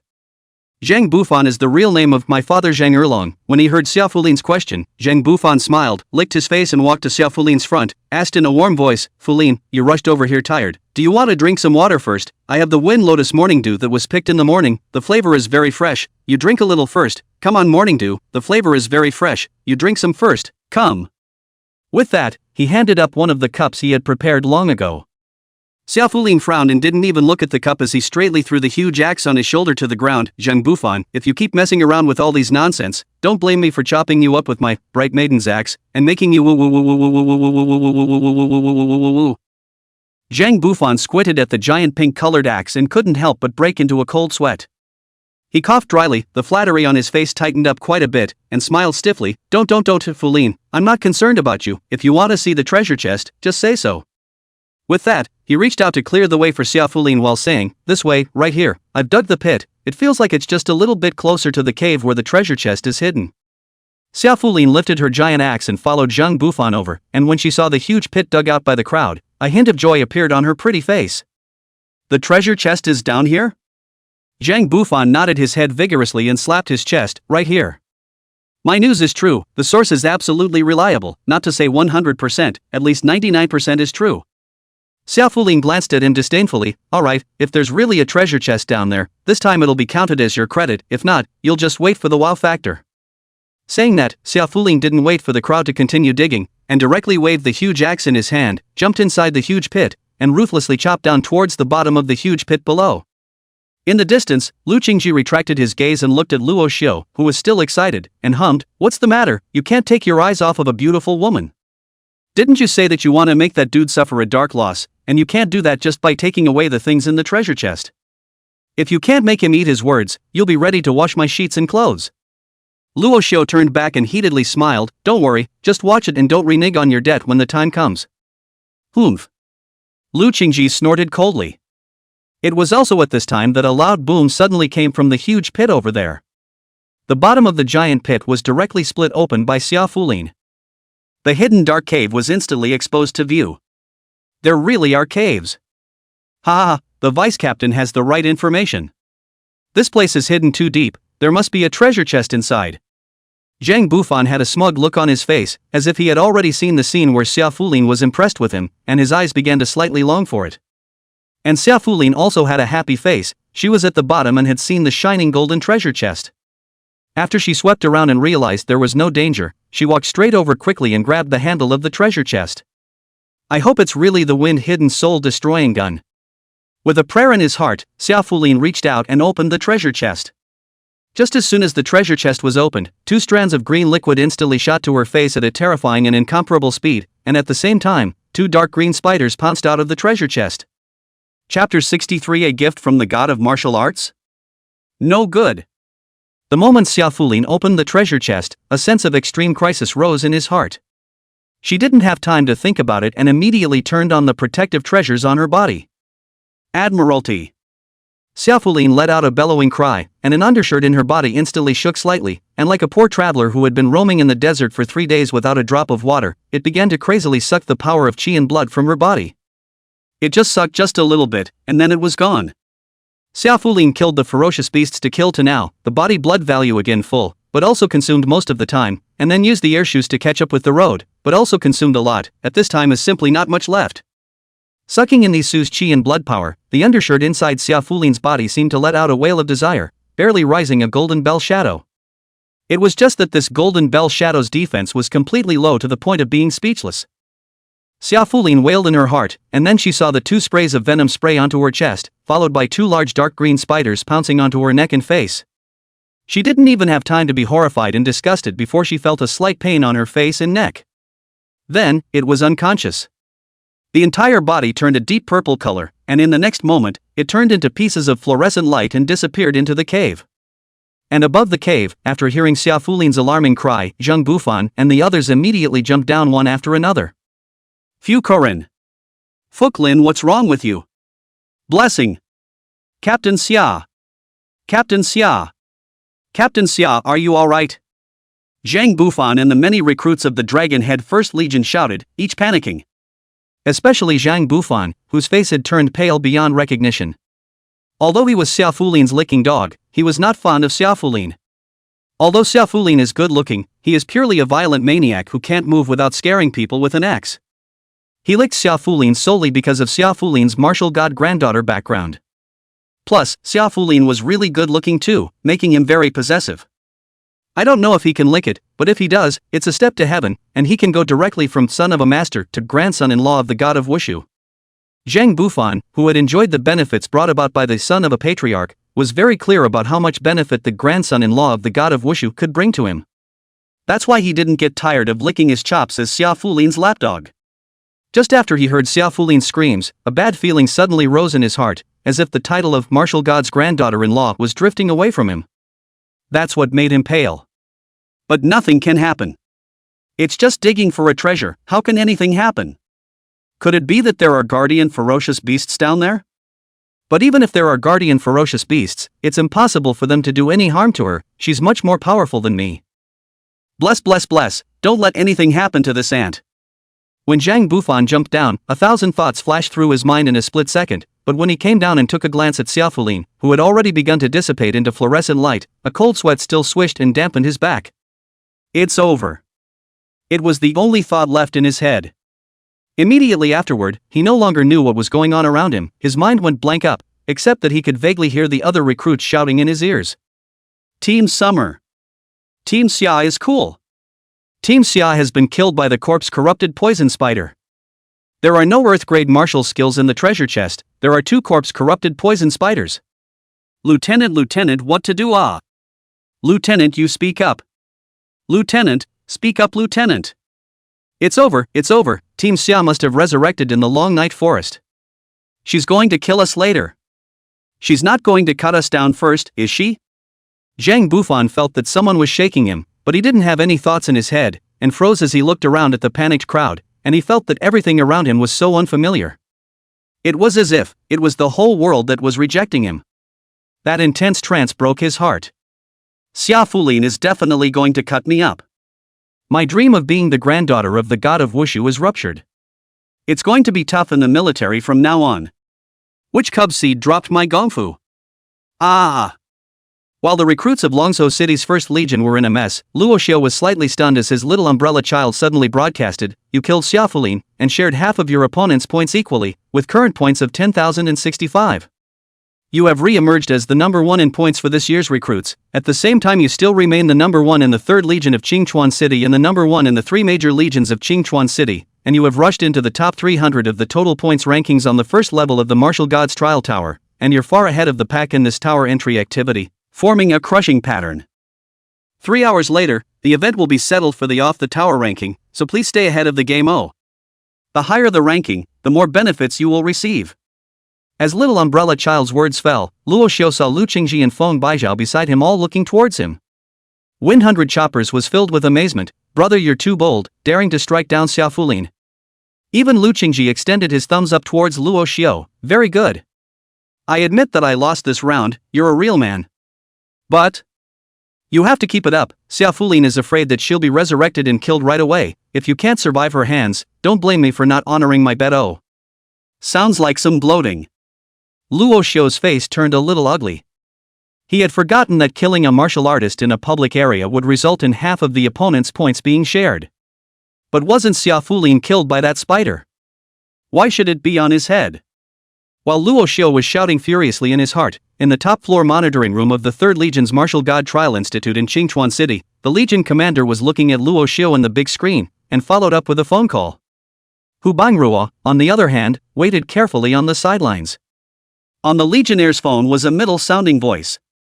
That voice laughed cheerfully, said, "Ha ha, Genhead, you cannot blame me. Because of this kid, the entire Divine Federation has set off a bloody storm, the death of so many people, this guy still do not know anything. In the trial tower inside the smooth, everywhere pickup leaks, even my family did not have the heaven-level feats of strength set, or almost to him to put together, and now also calculated to my granddaughter, now he's even counting on my granddaughter, Humph, the god of Wushu is also protective of his shortcomings, okay?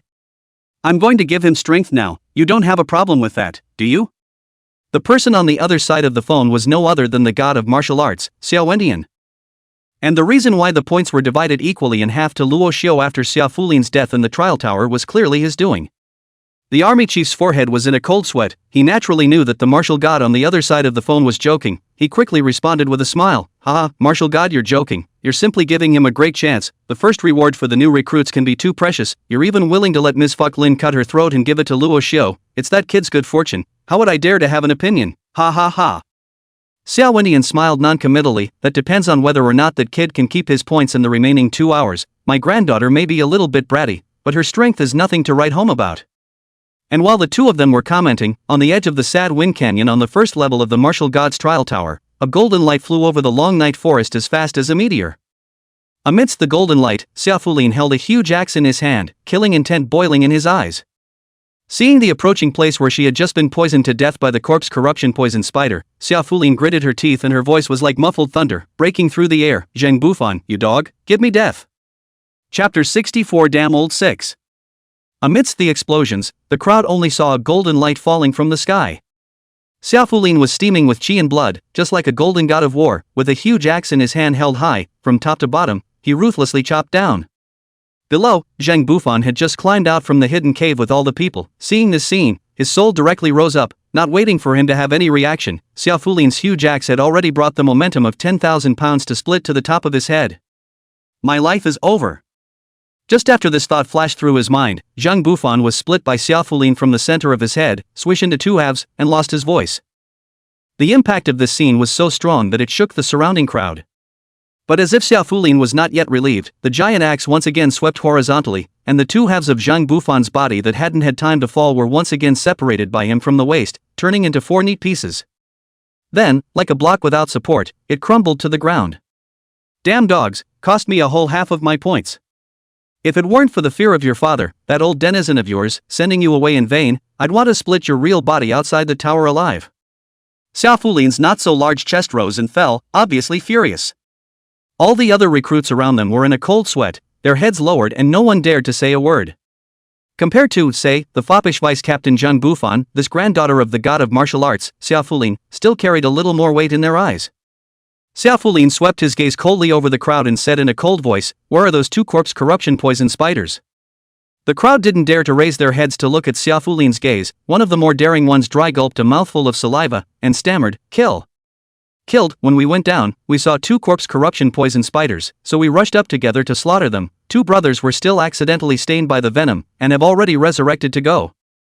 Xia Fulin grunted coldly and nodded, but he did not take it out on the others. Originally, she was also thinking that if she could pick up a slip this time and get the wind-hidden soul-destroying gun, then together with the mind technique she had in hand, the Vajra-swinging magic technique, if she got the body technique, the cloud-chasing shadow-seeking steps, the 3 levels together would make up a complete set of heavenly extremity methods that could be cultivated directly from the first grade of the martial arts, which would be considered to be a complete success and a big gain. Who knows, the wind-hidden soul-destroying gun didn't get it, and wasted a resurrection opportunity. And the key is that half of the points were also shared by others. That was the amount of points she had saved up by painstakingly killing her way through the entire desert map. Now it's all gone to someone else. This made her furious, but splitting Zheng Bufan to death only made her anger half gone. The bottom line is the old who put the necrotic poisonous spider in the treasure chest. That guy obviously just took the treasure inside and deliberately put the necrotic poisonous spider in again, ready for it. Xia Fulin recalled carefully at this moment, thinking of the 2 corpse corrupting poison spiders that attacked him. one of them was obviously a new corpse-corrupting poison spider that was just hatched and then formed after devouring all the other small poison spiders, otherwise the toxicity couldn't have been that strong.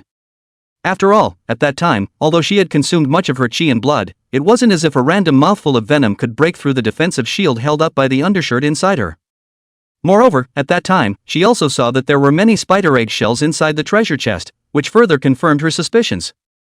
Another corpse corruption poison spider, obviously a sleeping poisonous strain, was placed in the treasure chest feeling a life and death crisis, also spat out the last mouthful of life-preserving venom, and that new corpse corruption poison spiders to poisonous venom two together, the power is undoubtedly strong to the extreme.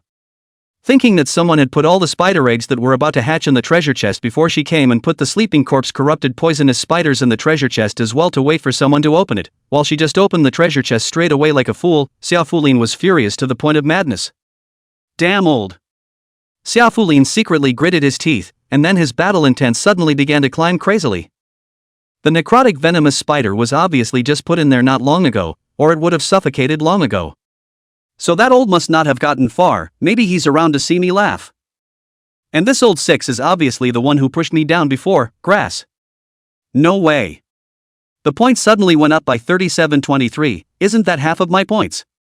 Humph. Shady knee, I'll split you. Between Xiao Fulin's thoughts, his body's aura had climbed to the extreme, scaring the surrounding people into trembling, and thought that Xiao Fulin had gone berserk and was going to chop all of them up to take the piss. Just as the people around her were terrified, the golden light of Xiao Fulin's shoes flashed under her feet, suddenly carrying her up to the ground and flying in mid-air. Only to see Xiao Fulin flip her palm, a small bronze mirror of exquisite shape suddenly appeared in her hand. Xiao Fulin stood tall and swept over the surrounding area, and suddenly threw the small bronze mirror in his hand in front of him, reciting under his breath, treasure mirror, seek the trace, show your spirit quickly." As the words fell, an invisible ripple instantly centered on the small bronze mirror, quickly swinging away towards the surrounding area, and in the next moment, above the mirror surface of the small bronze mirror, an active small red dot was immediately displayed. These small red dots were both bright and dark, and the most conspicuous among them were the three bright red dots, speeding away in the direction of the long night forest. The corner of Xiao Fulin's mouth curled up slightly. "Found you." With that, she stuffed 2 chi and blood pills into her mouth, and with a thought, the golden light of the shoes underneath her feet flickered slightly, and carried her towards the direction of the 3 red dots at breakneck speed. In the middle of the long night forest, Luo Xiu and Lu Qingci Feng Baizhao were running wildly towards the east side of the forest. Just as Xiao Fulin's resurrection flew in, Luo Xiu felt a pang of discomfort. Obviously it is the corpse-corrupted poisonous spider poison Xiao Fulin, how can it be counted on his head? It is simply a pitfall, so obvious change in points, little cute. Can also see. Xiao Fulin was clearly not a cutie. So Luo Xiu simply slipped away without thinking. It wasn't that I was afraid of Xiao Fulin. It's the fear of trouble. If he was pestered by Xiao Fulin, it would definitely be enough to give him a headache. This martial god trial tower is still a divine weapon, why are there so many bugs? Another boot sprite's invasion, another misremembering of points, just pulling crotch. That's not messing around. Luo Xiu ran furiously all the way, but it was at this time that he suddenly felt a sudden jolt in his heart, and an unpleasant premonition rose from his heart. When he subconsciously looked back, he saw a golden light coming at breakneck speed.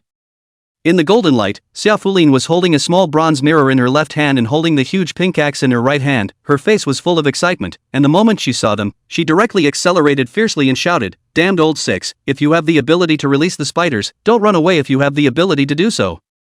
You've robbed my mother's points, take your head and pay for it. Eat Auntie's axe." As the words just fell, Xiao Fulin had already flown in front of him, and with an unrivaled aura, the pink giant axe was raised high and directly slashed down towards Luo Xiu's head. Chapter 65. As if anyone doesn't have a martial spirit. Xiao Fulin's pink-colored giant axe came splitting through the air. This axe had no moves, but it carried Xiao Fulin's battle intent that had been stored up to the extreme. Although it looked pink and tender, it instantly made Luo Xiu feel a sense of life and death. Lu Qingci on the side had not yet reacted, but had subconsciously swept his gun towards Xiao Fulin's huge axe, while Feng Baizhang, although he felt Xiao Fulin's arrival a moment earlier because of his strong spiritual power, only had time to throw the flying sword in his hand towards Xiao Fulin himself. Xiao Fulin didn't care about the two men at all, and her pair of excited beautiful eyes were all occupied by Luo Xiu's back. She pressed the huge axe in her hand and went forward as if she had split space. The giant axe descended above Luo Xiu's head. Kill. The giant pink axe came down from above, splitting the head. Next to him, Lu Qingci was in a rage. Don't. Feng Baichang also shouted angrily, stop. Luo Xiu's figure was instantly split in half. It was just that Xia Fulin's face suddenly changed, and his body violently began to pull up and fly towards the air. Because she was the only one who could feel that she had just struck nothing with that axe. What separated was nothing more than Luo Xiu's virtual shadow. At the same time, she also felt a killing intent firmly locking onto her, and the battle instinct of fighting countless battles made her react to the limit, her body quickly withdrawing towards the sky. In the next moment, a sharp spear tip was like breaking through the void, stabbing out violently from where Xia Fulin had just been. Luo Xiu's figure reappeared in front of the crowd. Obviously, what Xia Fulin had just cleaved through was nothing more than the remnants of Luo Xiu's shadow. At this moment, Luo Xiu's face was grave, and his heart's battle spirit surged to the extreme, as if all the cells in his body were leaping. It was a kind of desire for battle. Just now, when he saw Xia Fulin's huge axe chopping down, he had already performed the cloud-chasing shadow prospecting steps to the extreme, and in an instant, he had already left his original position before turning back to unleash the fatal blow. He just didn't expect Xia Fulin to be so alert that he dodged his shot. But instead of getting frustrated, Rashu got more and more excited.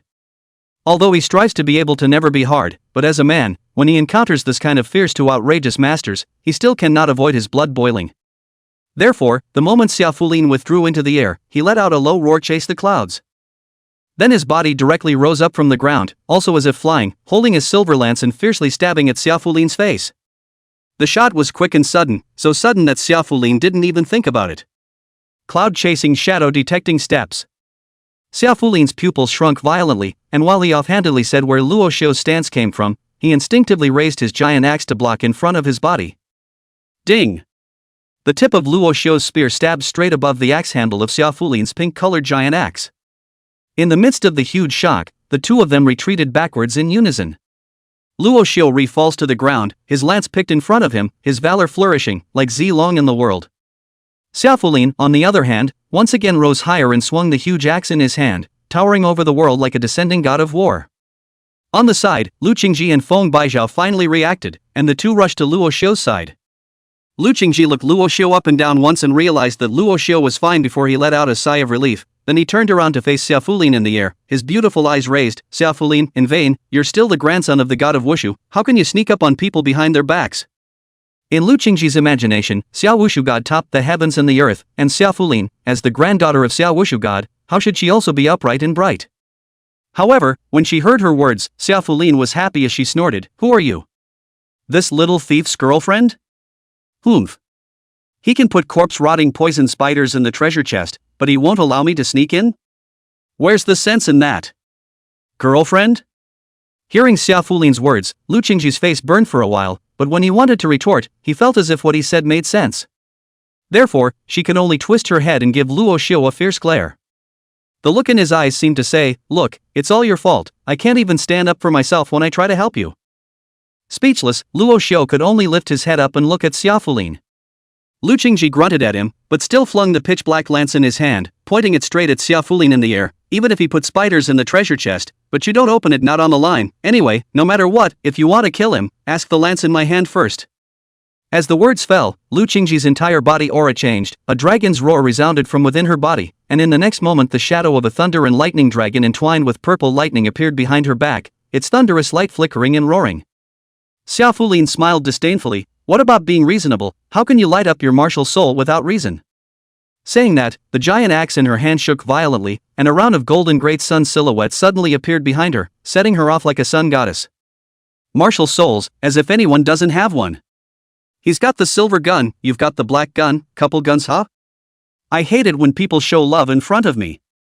Saying that, Xia Fulin's entire body suddenly became piercing, covered in golden light, the whole person as if he was going to turn into the sun, piercing the eyes of the following three people raw pain.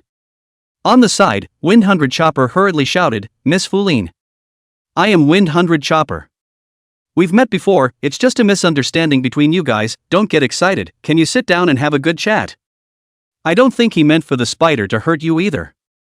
The light of the golden sun in the sky gave a slight lurch, and then it continued to be piercing. I know you, but I won't give face to anyone today, I'm going to fight.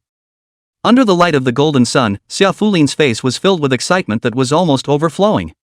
She hadn't felt this boiling battle spirit in a long time. Now, not to mention 100 choppers, even if her grandfather, martial god Xiao Wentian, came, she wouldn't stop, she wanted to fight. War. War. As the words fell, Xiao Fulin had already rushed down as if the sun had fallen. Lu Qingci was just about to step forward to meet the battle when he was swept behind Luo Xiu. Leave it to me, let me do it. With that, he disappeared in a flash. The next moment, a loud noise rang in the ears of the crowd. Boom! A silver spear collided with the falling sun, and Luo Xiu and Xiao Fulin flew backwards. Under the super perspective, Luo Xiu was barely able to open his eyes, only that the high temperature Xiao Fulin carried all over his body also made his heart grow more and more grave. This Xiao Fulin's martial soul is really overbearing. A golden sun with light and heat, these geniuses really aren't quite like ordinary martial artists. It's a pity that Lu Qingci and 100 choppers are both here now, so I can't use stealth well, or else it would have been easier, so it seems that I can only use the wind-hidden soul-destroying gun. At this moment, in his sea of consciousness, under the continuous evolution of that shadow, the wind-hidden soul-destroying gun had already reached the realm of minor accomplishment, and he had basically integrated the three styles of chasing the wind, catching the wind, and concealing the wind. Now it's just a matter of actual combat. In the distance, Xiao Fulin was obviously also surprised by Luo Xiu's battle prowess, and with an excited cry, he began to invite the battle. Damn old six, if that's all you're capable of, I'm afraid you won't be able to save your own head, I'm going to start sprinting. Saying that, Xiao Fulin held the pink-colored giant axe in his hand and violently slammed it towards Luo Xiu like a blazing sun. Wherever they passed, grass and trees were set ablaze and fires raged. Luo Xiu felt the gradually rising temperature around him and looked at the ever-approaching Xiao Fulin, took a deep breath, sank his body down, gripped his lance tightly, pointed at Xiao Fulin, and his voice sank, probing shadow, wind-chasing style.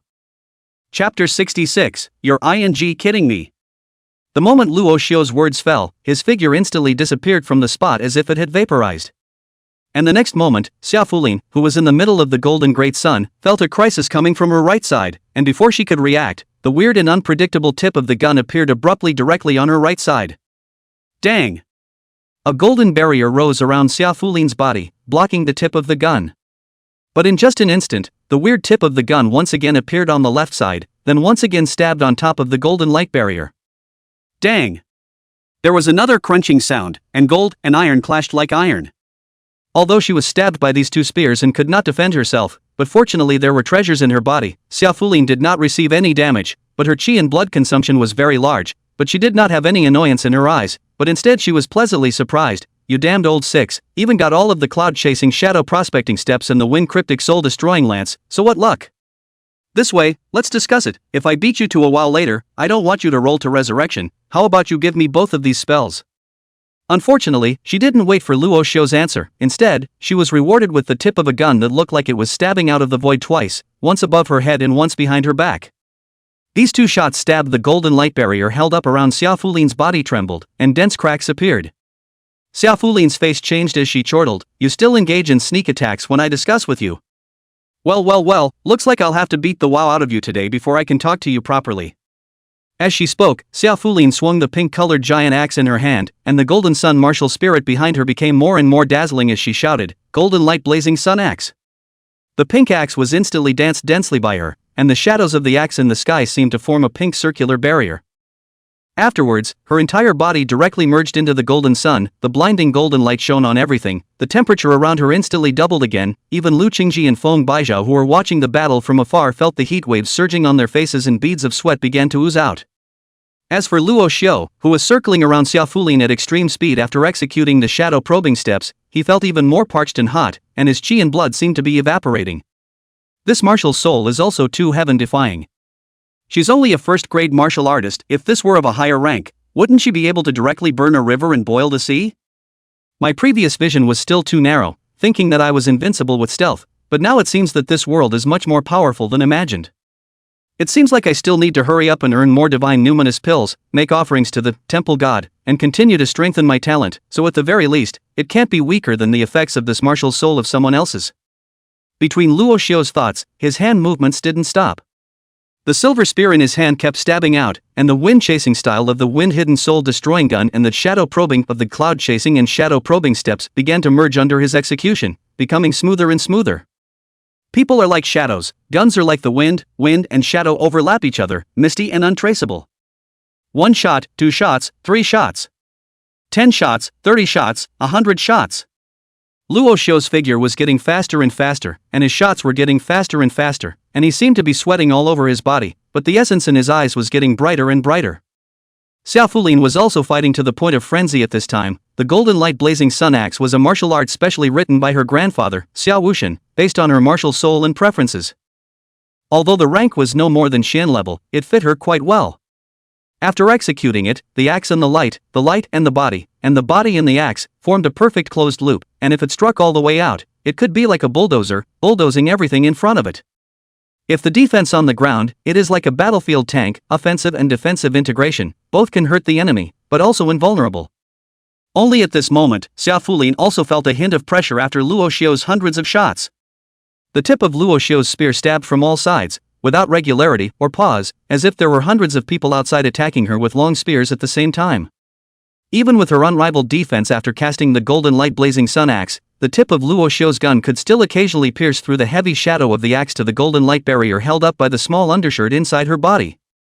Although the golden light barrier hadn't shattered yet, the dense cracks still made Xiao Fulin's heart tremble, and she knew that if she didn't break through and just passively defended, she would soon be pierced through the defense by Luo Xiu's gun tip and break through in. Damn old 6, the speed is just too fast. And since I practice axe techniques, which are wide open, speed is exactly my weak point. Looks like we'll just have to use that one. After being stabbed by Luo Xiu for hundreds of shots again, Xiao Fulin suddenly swept violently with the pink giant axe in his hand, scattering the golden light in the sky and spreading it out towards the surroundings, and Luo Xiu's lightning fast figure had to be reappeared in this sweep. Before he could continue to move forward, Xiao Fulin's palm flipped, and a grayish-white bone tower suddenly appeared in his hand. Luo Xiu felt bad. He sent his lance in his hand and was about to move forward, when Xiao Fulin suddenly droned out, "Jin." Afterward, a terrifying pressure immediately emanated from the small tower, as if a large hand had appeared in the void and pressed down hard towards Luo Xiu. Immediately, Luo Xiu felt as if a Tarzan had been pressed on his body, weighing as much as 1,000 pounds, and this sense of weightiness caused him to breathe a little too hard. At the same time, the surrounding grass that had just been lit up was also in this instant, being instantly crushed out, and the grass on the ground was also lying dead on the ground, being crushed out of the grass juice. Xiao Fulin gloated and laughed, "Ha, letting you jump and float around again, you're the only one who's fast, aren't you? Now that I've pressed all the gravity in a 100-meter radius to 10 times, let's see how you can still jump. So many babies, your ing open." Luo Xiu couldn't help but spit out a sentence, but then he saw Xiao Fulin killing over as if he was unaffected, carrying his pink giant axe. Each of her steps looked incredibly heavy, the ground caving in as she stepped on it. Only none of this could stop her infinite battle spirit. In the distance, Lu Qingci and Feng Baizhao had long since watched in disbelief. Whether it was Xiao Fulin's golden yang martial spirit or Luo Xiu's cloud-chasing shadow-probing steps and wind-hidden soul-destroying gun, all of them looked ridiculously strong. They considered themselves to be first-class geniuses as well, but asked themselves that if they were put in the position of Xiao Fulin or any of Luo Xiu, they probably wouldn't be able to get much of a bargain. Lu Qingci was still worried about Luo Xiu's safety, but when he saw Luo Xiu's performance at this moment, he still couldn't help but hate it in his heart. The dog hid so deeply. Not only did he become an entry-grade martial artist, but he also learned 2 Earth-grade martial skills. Thanks to that, I thought he was pathetic and had no resources for cultivation for all these years and had a hard life, but it turned out to be all a lie. Humph. I was afraid that he was in danger in the army, so I came to the army to protect him, but it turned out. Humph, gave me such a big surprise. Well, I'll keep it in mind. And outside of the Martial God Trial Tower, on the top floor of the 3rd Legion Trial House in Qingchuan City, the Legion commander was still talking to the Martial God, and when he saw this place, it was as if he had remembered something, and his eyes suddenly flickered with a sly glint, and he asked into his cell phone, "Lord Martial God, according to you, who will win between Miss Fook Lin and this brat? Why don't we make a bet?" Chapter 67, Almost Fell for Your Old tricks. On the other side of the phone, hearing the Legion commander's question, Martial God Xiao Wentian's voice rose a bit playfully, "Yoho, why do I feel that something isn't right?" Cold sweat seeped out from the army chief's forehead, and with some regret, he slightly slapped himself, secretly saying in his heart that he was really accustomed to pitting people, and now he was starting to hit the idea of the Martial God. "Ahem, Lord Martial God, what you said, I simply want to see what you think of this kid. The bet is purely for entertainment. After all, we are now idle. There is a lottery, can also be a little bit of fun, is not it?" On the side, Hu Banruo gave a thumbs up to the army chief, with a look of "you have guts."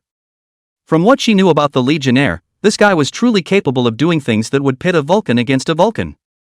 After all, he was an old Ingbi who even Qi Zhang, the leader of the Dragonhead First Legion, had to call him Ingbi Chen. On the other side of the phone, martial god Xiao Wentian laughed. Entertainment. Entertainment, ah. Xiao Wentian's voice was somewhat meaningful, which caused the cold sweat on the army chief's forehead to increase even more. He was just about to continue explaining when he heard Xiao Wentian say, "Alright, let's say you're entertained. Speaking of which, I certainly look favorably on my little granddaughter. Don't you see that kid is being suppressed by my granddaughter right now, so what do you want to bet on?" The army chief was slightly stunned, and joy quickly surged on his face. Since Lord Martial God is optimistic about Miss Fulin, then I'm optimistic about my family's new soldier boy. As for the bet, I heard that Lord Martial God has the Vajra swinging demon technique there? Hearing his words, the other side of the phone immediately laughed. Hee, I knew that you sinister guy didn't have a good heart, so it's because you're thinking about my Vajra swinging demon technique. You want to give it to that kid, right?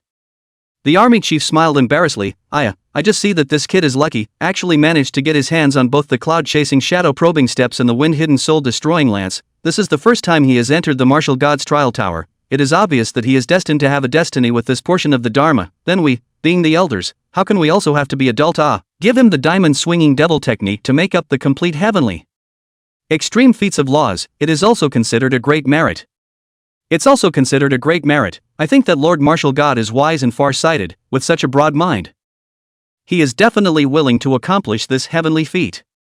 The phone over there pondered for a moment, and then the god of Wushu Xiao Wendian cold snort, laughing and scolding. You this old boy, words outside the words are in the set me, almost give you a round in. What do you mean we do elders? He is your hands under the soldiers, but not my disciple, but also the great merited. He got the law as the great merit. You led him to the two techniques to my granddaughter are not also put together a complete set of you do not want to fool me. When you and Luo Jianjun two people cannot be less everywhere to cheat, I do not get on your when, say, you are ready to take what to do the bet, the weight cannot be lighter than the King Kong swinging magic decision. Seeing that Xiao Wendian didn't take the bait, the army chief sighed with some regret, and then his face became a bit gloomy.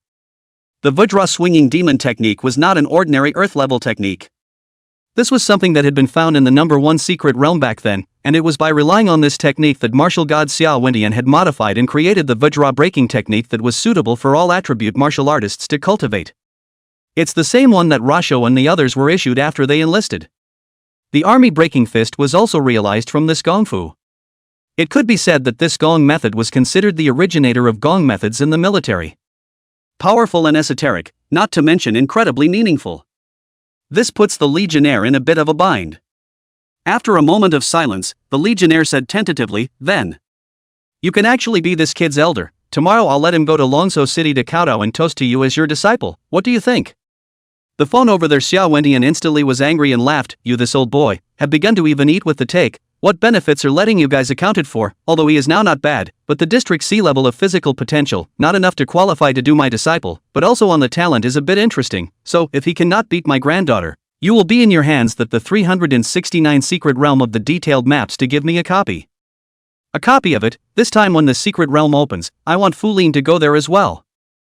Hearing this, the legionnaire was sort of relieved. That's an acceptable price to pay. And he didn't have anything to lose. After all, the detailed map of this 369 secret realm was drawn by Luo Xiu's his old man, Luo Jianjun, in the past, and it seemed reasonable to use it as a bet. After all, it's the son who pays the father. Therefore, the legionnaire immediately agreed. Good. Lord Martial God, it's a deal, you can't go back on your word, but I can give you a guarantee first. No matter if Miss Fulin wins or loses, you can be given a copy of the map of the 369 mysterious realm. It's just that the level of detail may be slightly inferior to the one drawn by Luo Jianjun. He couldn't not give them face when they had said so, the martial god. Hearing his words, the martial god Xiao Wendian on the other side of the phone nodded his head in satisfaction. Yes, let's just see the result. This granddaughter of mine has not even used half of her magic weapon. Humph, that kid will just wait to suffer. While the two were talking, in the martial god trial tower, Luo Xiu and Xia Fulin were already fighting. In the midst of the 10x gravity force field of that gray and white bone tower, Luo Xiu's stance was restricted to the extreme. Even though he had practiced the cloud-chasing shadow-detecting steps to the grand completion realm, there was still no way for him to become ethereal in the middle of a gravity field like before. Therefore, in the face of Xia Fulin's heavy blow from the pink-colored giant axe, he could only lift his gun and carry it hard. It was a good thing that the wind-hidden soul-destroying gun was also extremely powerful, or else he feared that he would have fallen at the speed of light. Ah, stinky old six. You continue to float, continue to hide, continue to sneak attack, eat another axe from me, open mountain chop. Xiaofulin excitedly yelled, obviously petite and cute body, also tied a double ponytail, but hard to give her a whole sense of bravado. As her voice fell, she raised her pink giant axe with both hands and slashed down heavily at Luo Xiu. This strike, under the Golden Sun Martial Spirits Edition, carried an incomparable wave of heat and light, as if the heavens were judging Luo Xiu. With that great momentum of pressure, it seemed that even if there was a mountain in front of him, he could split it with a single axe. Seeing the axe approaching, Luo Xiu only felt that there was no way to avoid it, as if Xiaofulin's strike was a lock-on skill in the game. As long as it was placed on him, there was no way for him to avoid it. The axe blade was getting closer and closer, the burning sensation was getting stronger and stronger, and even though super perspective had been turned on, Luo Xiu still had the feeling that he was about to be unable to open his eyes. According to reason, under super perspective, he should be able to see clearly the operation of the gong in Xiaofulin's body. He should see golden thin lines, red thin lines, or green thin lines in those light golden orifices, but at this moment, Xiaofulin's body was completely covered in golden light, as if the gong method had been run to perfection. Rashu knew it was impossible, but he had no way to see it. Between the life and death crisis, a drop of sweat dripped down above his forehead and slowly flowed into the corner of his eyes. Luo Xiu's eyes blinked slightly, and with this blink, he suddenly looked shocked, not minding the fact that the axe had already cleaved in front of his eyes, and stared dead at Xiaofulin in a low voice and roared, "Xiaofulin! You don't want the matter of you secretly wearing black silk to be known either." Xiaofulin's forward-looking axe suddenly stalled, and her pretty face changed color slightly. "What are you talking about?" But this slow step had already allowed Luo Xiu to get out of that lock. Luo Xiu's body quickly disappeared in place, and in the next moment, Xiaofulin only felt a stabbing pain in his ears. Luo Xiu's silver spear had already stabbed over. Chapter 68, I really didn't see anything. What did this kid just say to my granddaughter? In the monitoring room, the martial god Xiao Wentian on the Legion chief's side of the phone was a bit puzzled. After all, just now, Luo Xiu's voice wasn't very high, and it was probably only the two of them, him and Xiaofulin, who could hear it. The Legion commander and Hu Bunruo were also confused, and apparently hadn't heard it either. But from the expression on Xiaofulin's face, it was clear that it wasn't anything good. Cold sweat once again swished and oozed from the Legionnaire's forehead. That, Lord Vulcan, I guess this kid is probably just talking some trash to interfere with Ms. Fucrin's lock-on. See, isn't it very effective? The Legionnaire explained somewhat far-fetchedly. The martial god's side didn't pursue the matter, but only snorted coldly, "Humph, it better be. If he dares to molest my precious granddaughter, I'll show why the flowers are so red." The head of the army did not dare to squeak, but just hated to look at the big screen. The heart is a little speechless. Xiaofulin's face looked a little ashamed. This kid in the end said what? At this time, Xiaofulin was mortified to the extreme. Her body instinctively leaned back and narrowly avoided Luo Xiu's sudden shot, followed by a sweep of the pink giant axe in the same direction, drawing a semicircle on the left side. With a tearing sound, the giant axe seemed to slice through space, scorching hot. It was just obvious that the strike didn't work, and Luo Xiu had already dodged it long ago. Not far away, Luo Xiu gasped slightly, his back already wet with cold sweat. Just now, Xiaofulin's locking technique, open mountain chop, had really shocked him. He didn't expect that a District 1 martial artist would still have this kind of perverted skill. If any other first-grade martial artist fought against Xiaofulin, wouldn't they just stand dumbfounded and be split in half by her? It was also fortunate that Luo Xiu had super perspective, which could see through the illusion, and through the piercing golden sun, he saw that in Xiaofulin's camouflage pants, a pair of smooth and mysterious black silk was actually wrapped around the outside of those luscious jade legs. Whether the breath ability was good or not, I don't know, but this behavior of black silk over outer pants made Luo Xiu see the hope of a breakthrough. Who in their right mind wears black silk or sneaks it? Except for men, that's bound to be the kind with stricter upbringing, the kind who want to wear it but don't quite dare, or the kind who want to wear it but are too embarrassed to do so. Shame must be stronger in such people. Therefore, Luo Xiu decided to take a gamble. Luckily, he won the bet.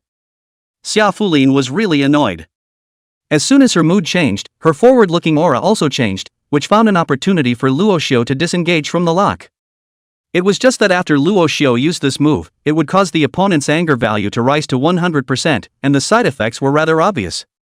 Xiaofulin's face turned slightly red as she stared at Luo Xiu with her beautiful eyes deadpan, asking word for word, "Dog, what did you just say?"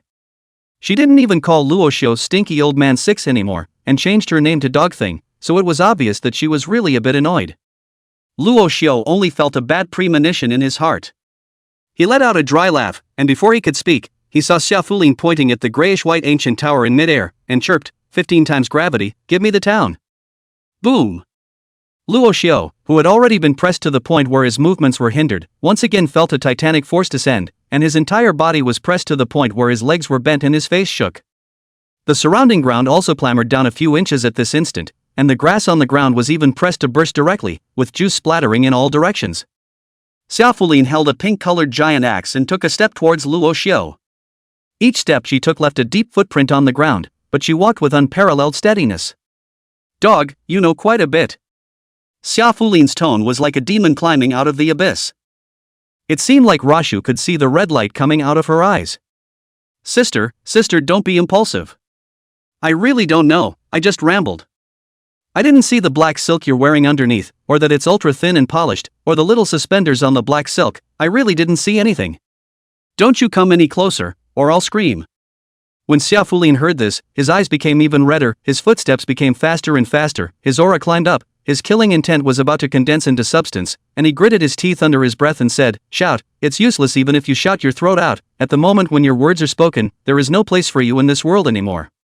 So many shameful things have been seen by this dog. He must be destroyed. But I can come back to life, can't I? Luo Xiu suddenly ghosted in, and the tension instantly broke. Xia Fulin's footsteps lurched, and the shame and anger on his face increased. Cut the crap and die. Saying that, she leapt up violently, and the pink-colored giant axe in her hand slashed down towards Luo Xiu's head. Dang! Luo Xiu immediately raised his silver lance to block the attack.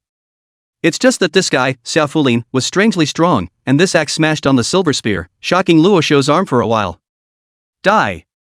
Seeing Luo Xiu blocking, Xia Fulin gritted his teeth and pressed the giant axe to sink it again. The sharp axe blade pressed directly towards Luo Xiu's face. Luo Xiu pulled back, dodged the axe, and sent a smooth shot to Xia Fulin. But Xia Fulin set up his axe and swept it violently, and Luo Xiu's silver spear flew out of his hand. Xia Fulin was delighted in her heart and was about to take advantage of this opportunity to capitalize on the victory and beat the dog, when she turned around to see Luo Xiu taking the initiative to crash towards her. It was so fast, like it had been waiting for this moment for a long time. Before she could react, Rasha had already crashed into her arms. At the same time, a tingling sensation came from the small of his back. Immediately after, Xia Fulin felt a wave of paralysis rapidly spreading from her belly to her entire body, and in just an instant, her entire body went numb. Xia Fulin's body was thrown out uncontrollably.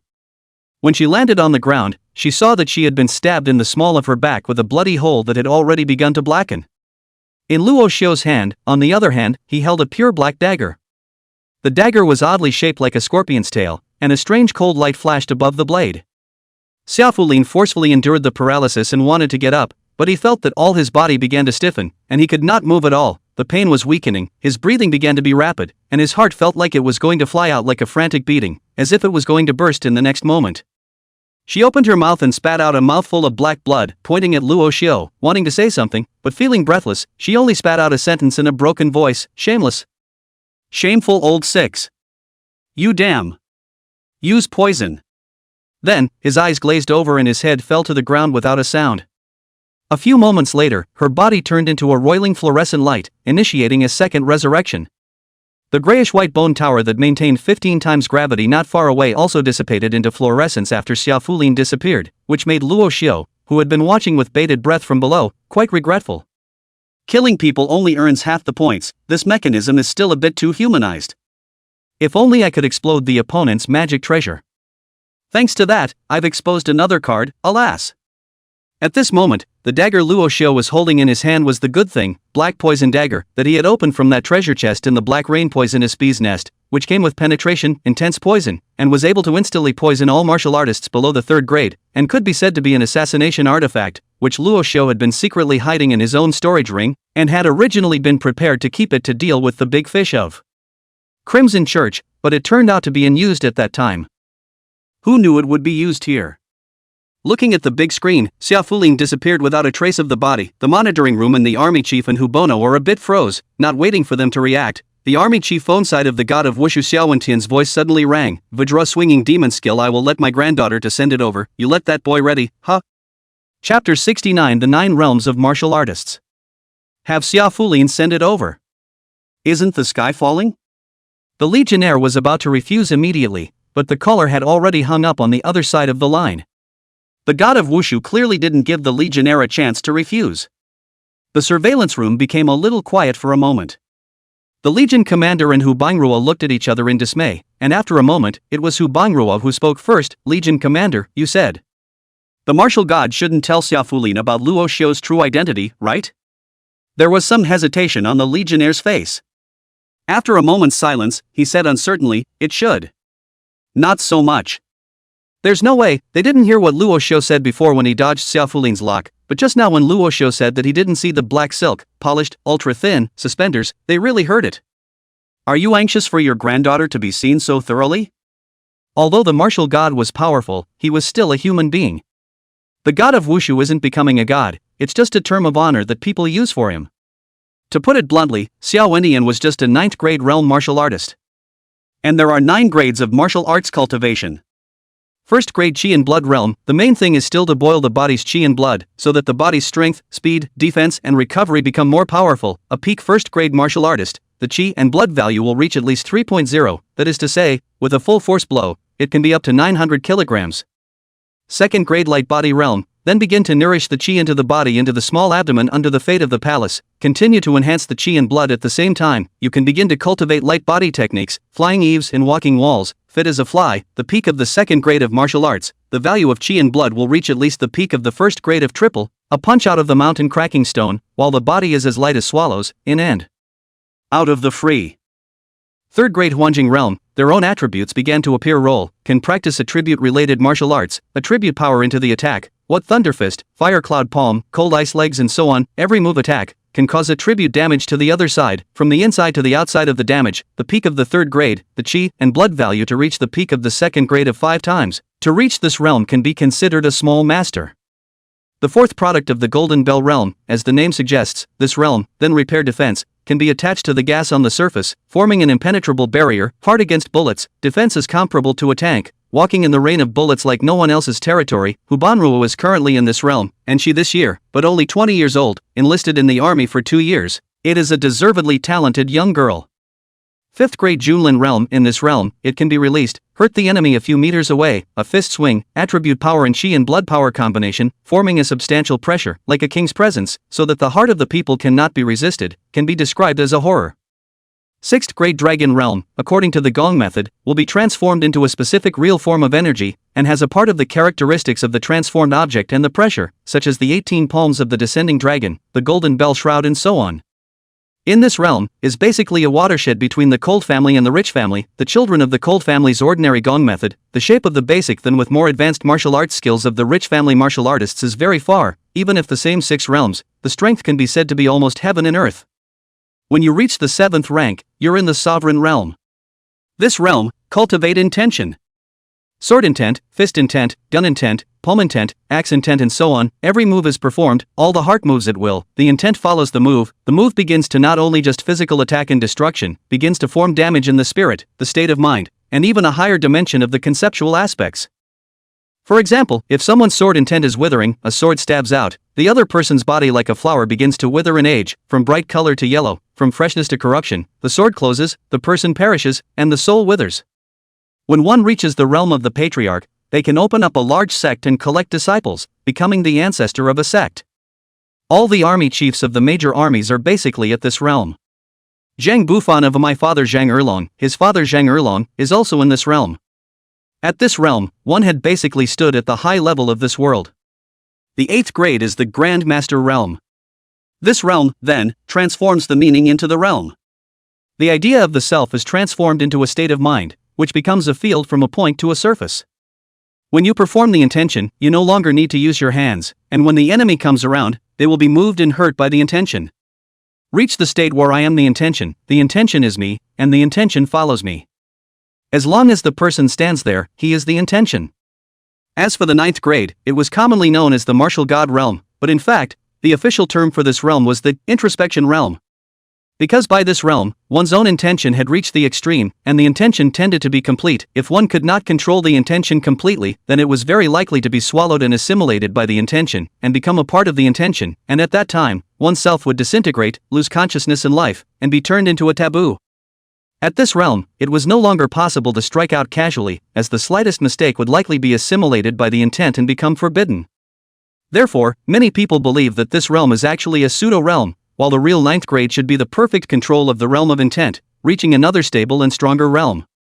But so far, no one has found their way above the 9th grade. Martial god Xiao Wentian was the most powerful martial god on this planet, bar none. Because he's the only Vulcan who can strike regularly. It wasn't that he had found a way to break through to the 9th grade, but that a large portion of his realm of intent was carried in the Tower of Martial God Trials, which allowed him to have enough energy to deal with the rest of the realm of intent without having to worry about being assimilated and devoured by the realm of intent. It was also because of Xiao Wentian's presence that he could barely suppress the several beast emperors in the forbidden zone on this planet, which prevented the human race from completely perishing. But no one knew just how long the Martial God Trial Tower could last. Some are asked when the sky would get out of control again. But at this moment, looking at Xiao Wentian's state, he should still be able to hold out for a long time. The Legionnaire was convinced of this. That's why he's worried. Luo Xiu, that boy in front of other people's grandpa face, the other granddaughter's shameful little secret all to say out, this is not a mess it. Look at it, the phone is directly hung up, but also sent Xia Fulin to personally come over to send the Vajra swinging magic, which is obviously to let Xia Fulin come over to eliminate the Angara. It was not guaranteed that one would really tell Xia Fulin about Luo Xiu's identity. Thinking of Xia Fulin descending on the 3rd Legion with a huge pink axe, shouting, Luo Xiu, you dog, get out of here, I'm going to take your life today. That scene, the army chief had a bit of a headache. Legion commander, don't panic, from Longzhou City to here, at least 3 days, we still have time, don't forget, this time, the Legion Trial Tower points ranked 1st reward, Luo Xiu get this reward, absolutely can become strong again a large section, by then the deer who died is still unknown.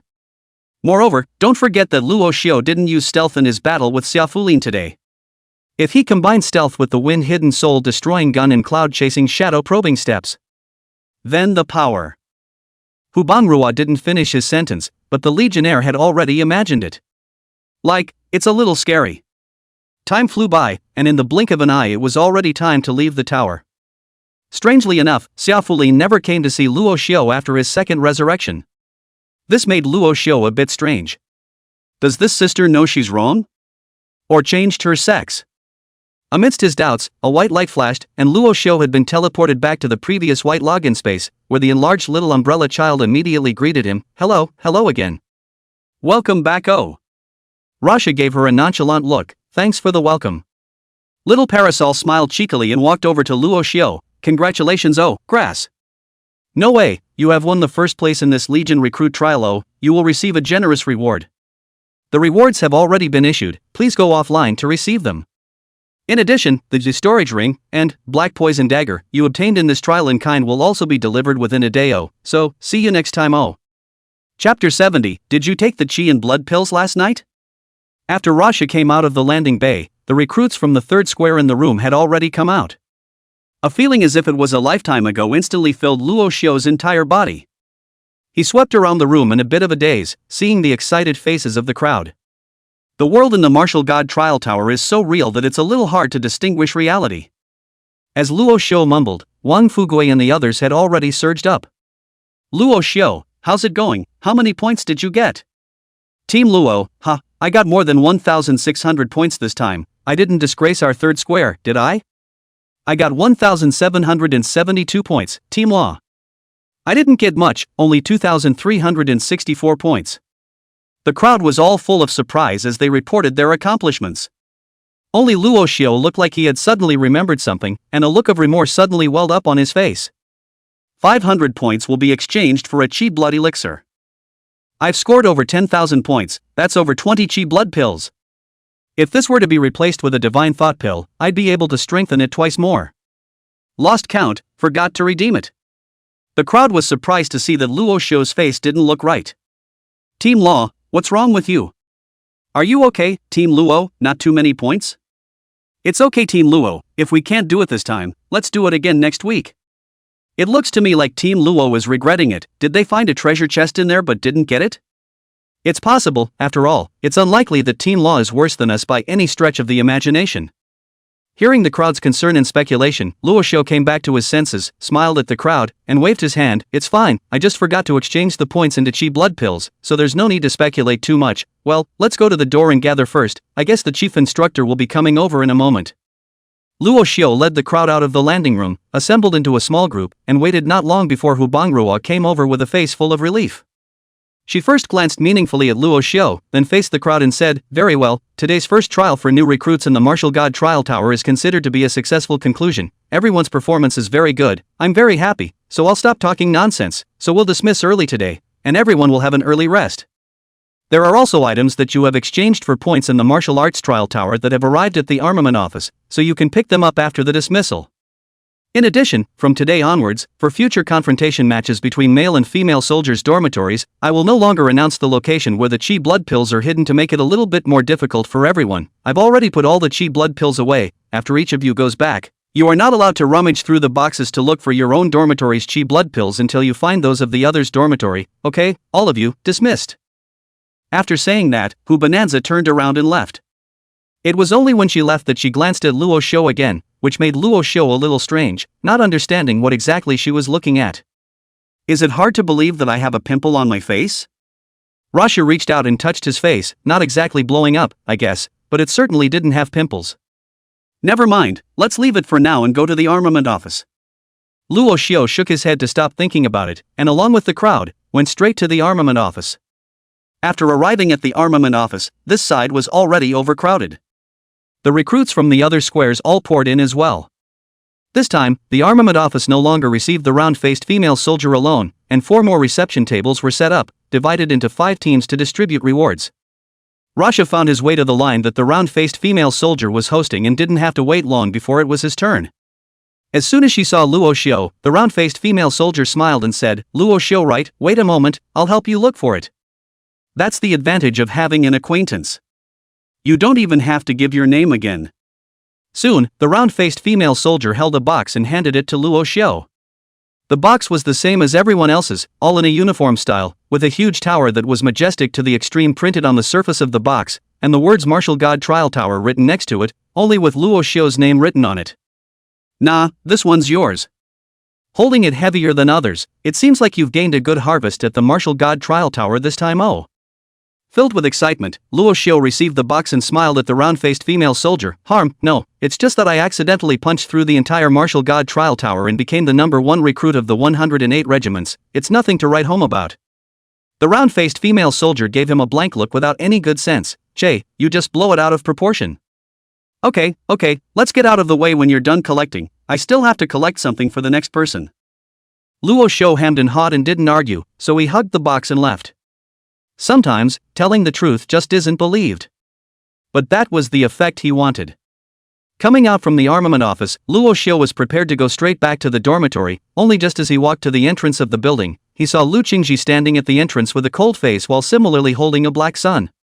Seeing him come out, Lu Qingci's eyes narrowed slightly as he walked over to Lu Xiu with those iconic long legs and said, "Did you take the chi and blood pills from the female soldier's dormitory last night?" Rashu's heart thumped. Bad, it looks like he was suspected after exposing too much in the Martial God Trial Tower today.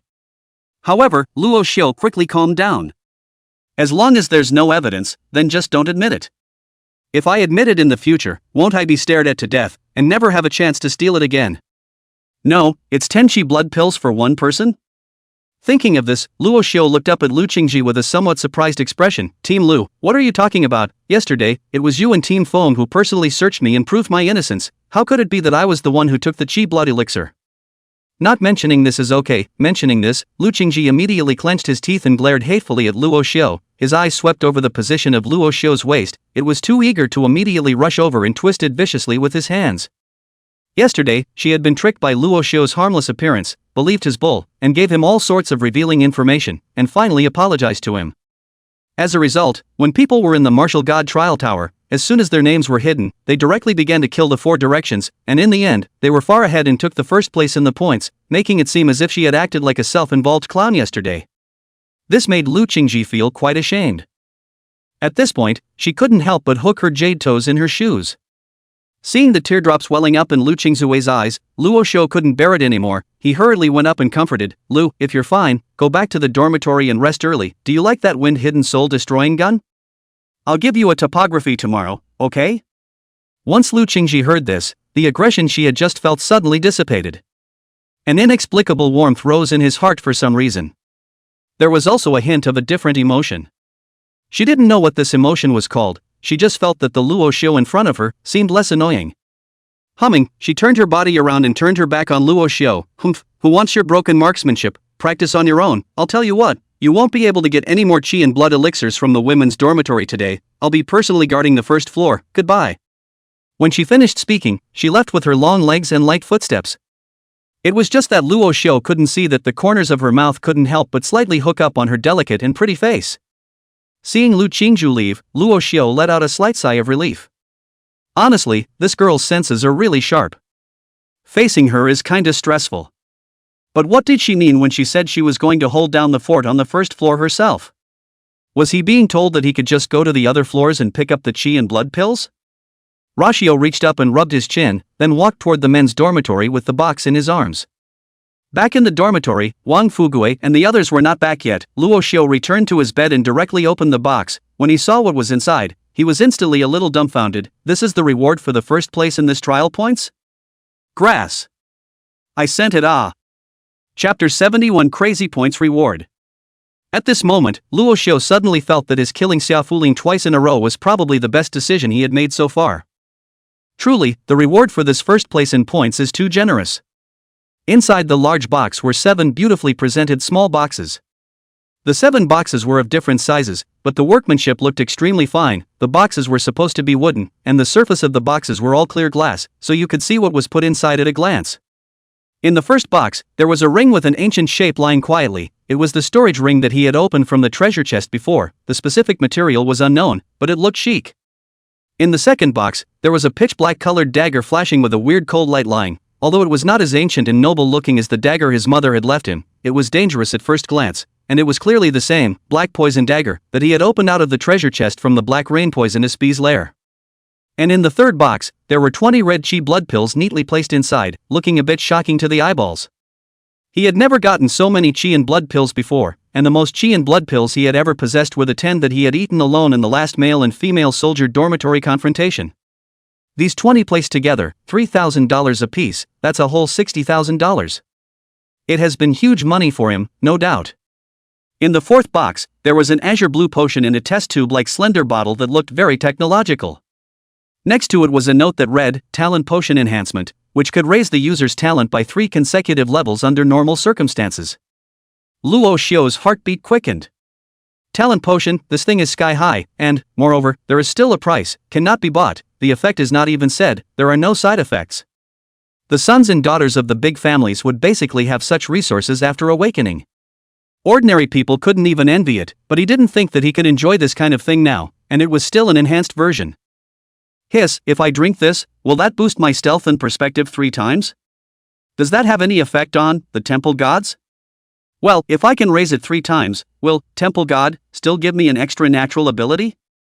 Luo Xiu's heart was filled with all sorts of doubts while being overwhelmed with excitement. Then his eyes fell on the 5th box. In the 5th box, there was still a potion bottle, but this one was purple, which looked a little weird, but inexplicably nice. There was also a note next to the potion bottle that read, "Potential potion, after using it, you can directly raise your physical body talent to grade A, no side effects, the second batch of the potion, extremely precious, not available yet, do not divulge it to others." Hiss. Luo Xiu sucked in a breath of cool air, feeling a shock as terrifying as it was. There's more of this stuff? He had always been quite sorry about the potential of this body. The district C rank was really not enough, it felt completely unworthy of his identity as a traveler. With this potion, wouldn't it directly catch up with ordinary geniuses?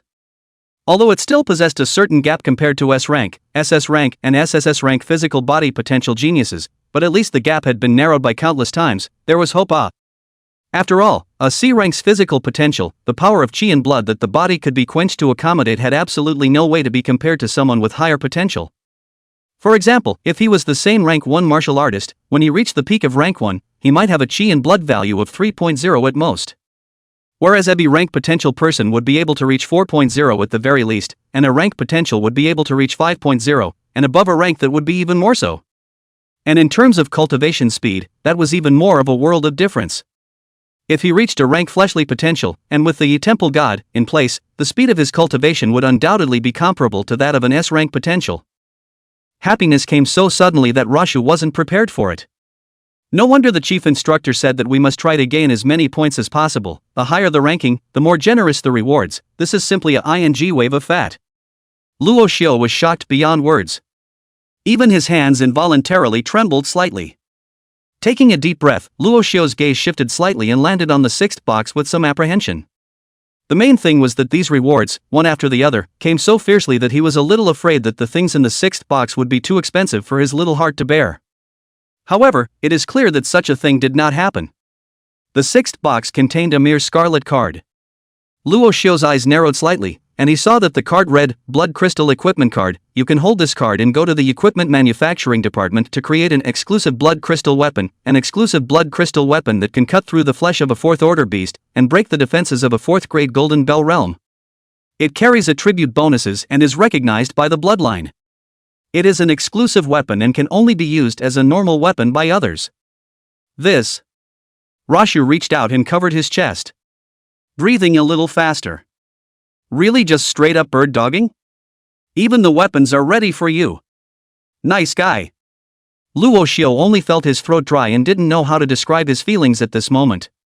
No wonder the army is so dangerous. There are people who want to come to the army to make a breakthrough despite life and death. This is really going to give resources.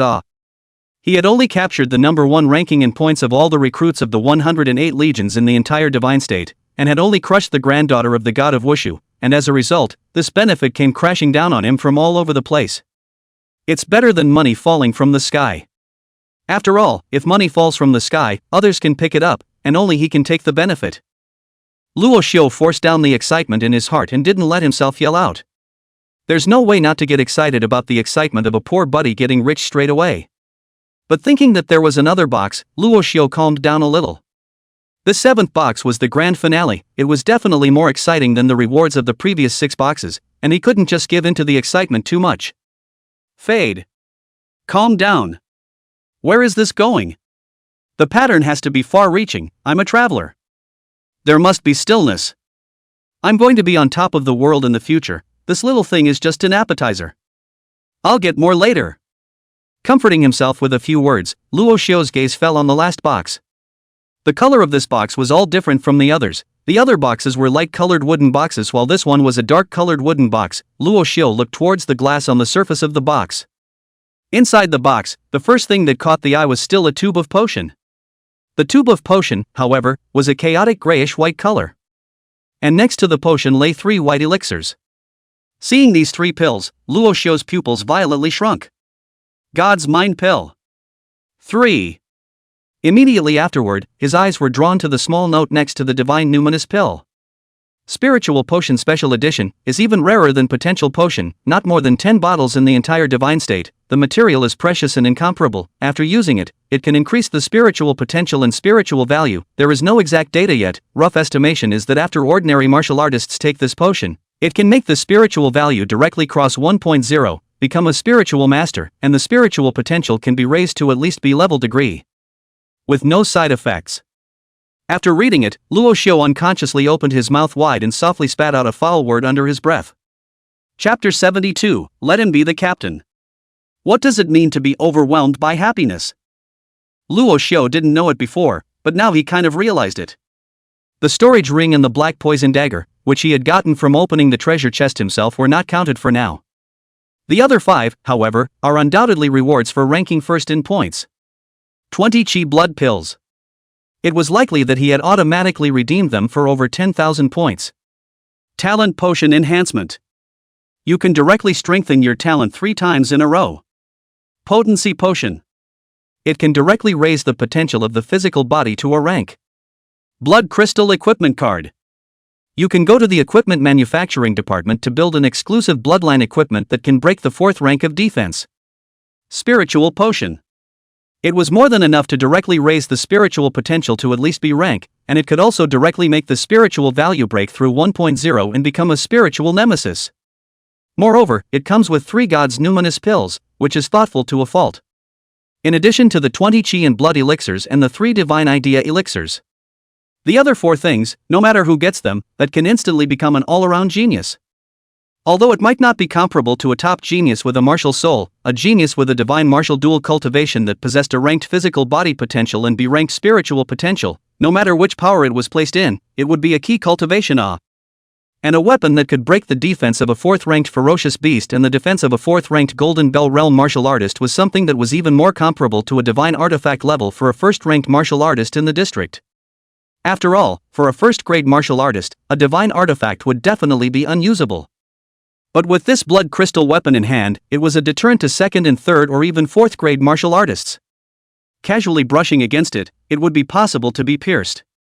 It always feels a bit like a hallucination. How can this reward be so generous? It's just the first place for a new recruit to break into the tower. Just as Luo Xiu was secretly speculating, in the office of the 3rd Legion's Legion Commander, Hu Banruo was respectfully reporting to the Legion Commander, Luo Xiu has already received the points reward from the trial tower. The Legionnaire laughed, put in the talent potion for his application, right? Hu Bono nodded, well, put it in. He also exchanged 10,000 points of chi blood pills for him, 20 whole pills, and put them all in the box for him. The army chief was quite satisfied, and then a look of curiosity welled up on his face. I wonder how that kid will react when he sees what's in the box. In addition to his own 2 treasure chests, the talent potion we applied for him, and the 20 chi blood pills you exchanged for him, the rest of those 3 items are all solid 1st-place rewards. Originally, this stuff can be considered all internalized. That Xia Fulin is the nail in the coffin of the 1st place, who knew that there was such a spoiler out of him. It's really interesting.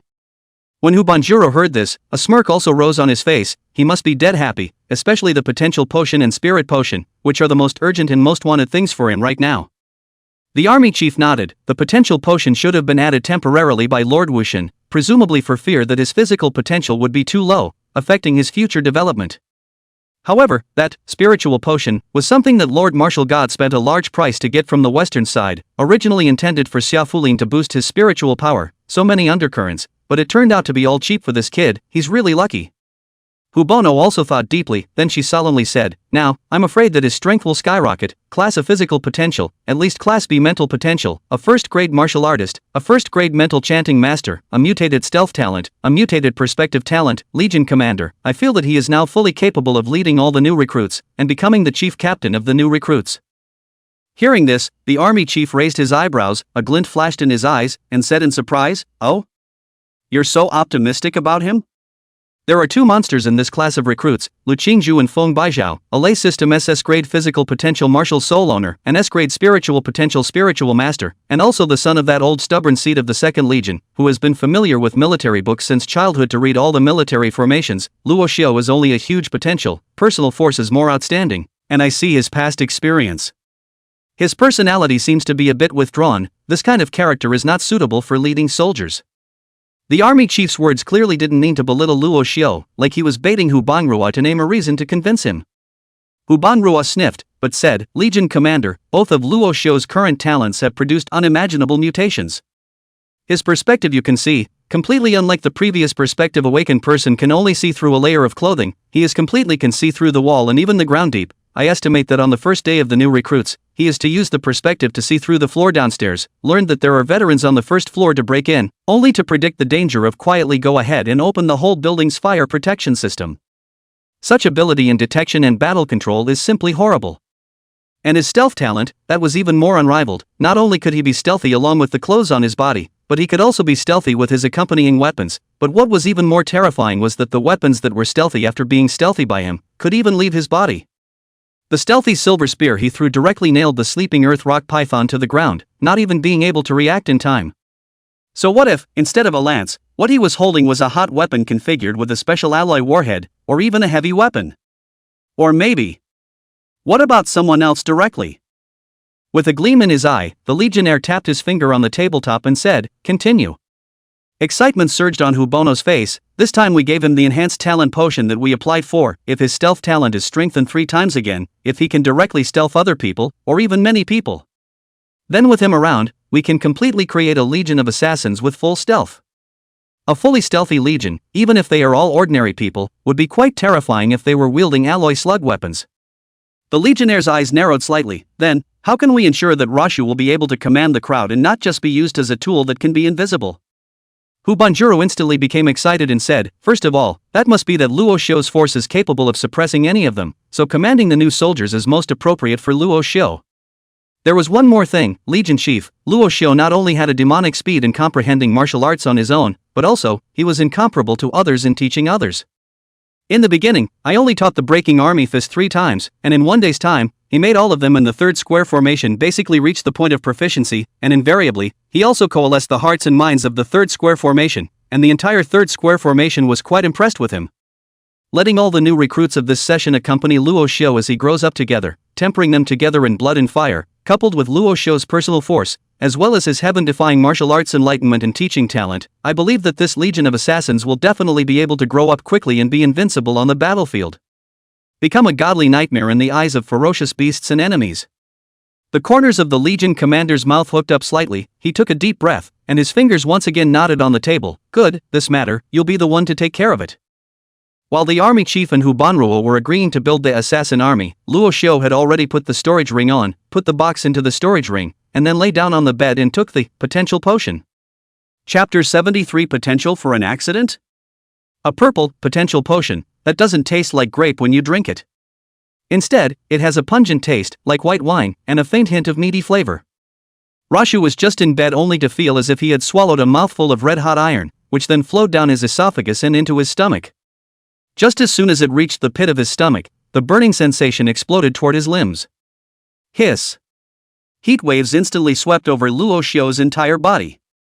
It was as if Luo Xiu's body had suddenly turned into a furnace and began an endless melting. He couldn't tell if it was soothing or difficult at this point. Anyway, it just feels hot, hot to the point of mind numbness. Gradually, his consciousness began to diminish, and in no time, he fell into a deep sleep. Heat currents spread, flowed, and penetrated all over his body.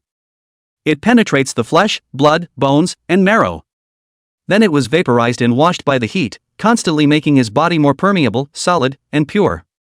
A thread of fine, fishy-smelling impurities began to be melted out, gradually expelled from his body through the pores of his body, and then vaporized by the heat, adhering to the surface of his body and forming a black scab.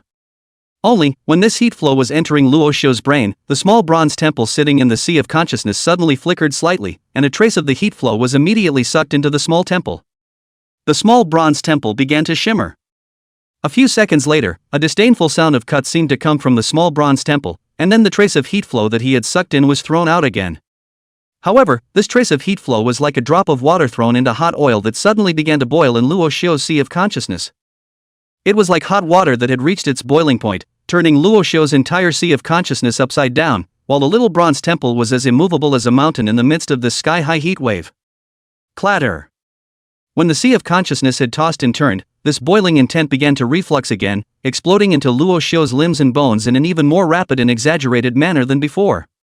More impurities were crushed out, and Luo Xiu's surface was soon covered in black impurities, even on his face and scalp. The entire person was wrapped in a large black cocoon.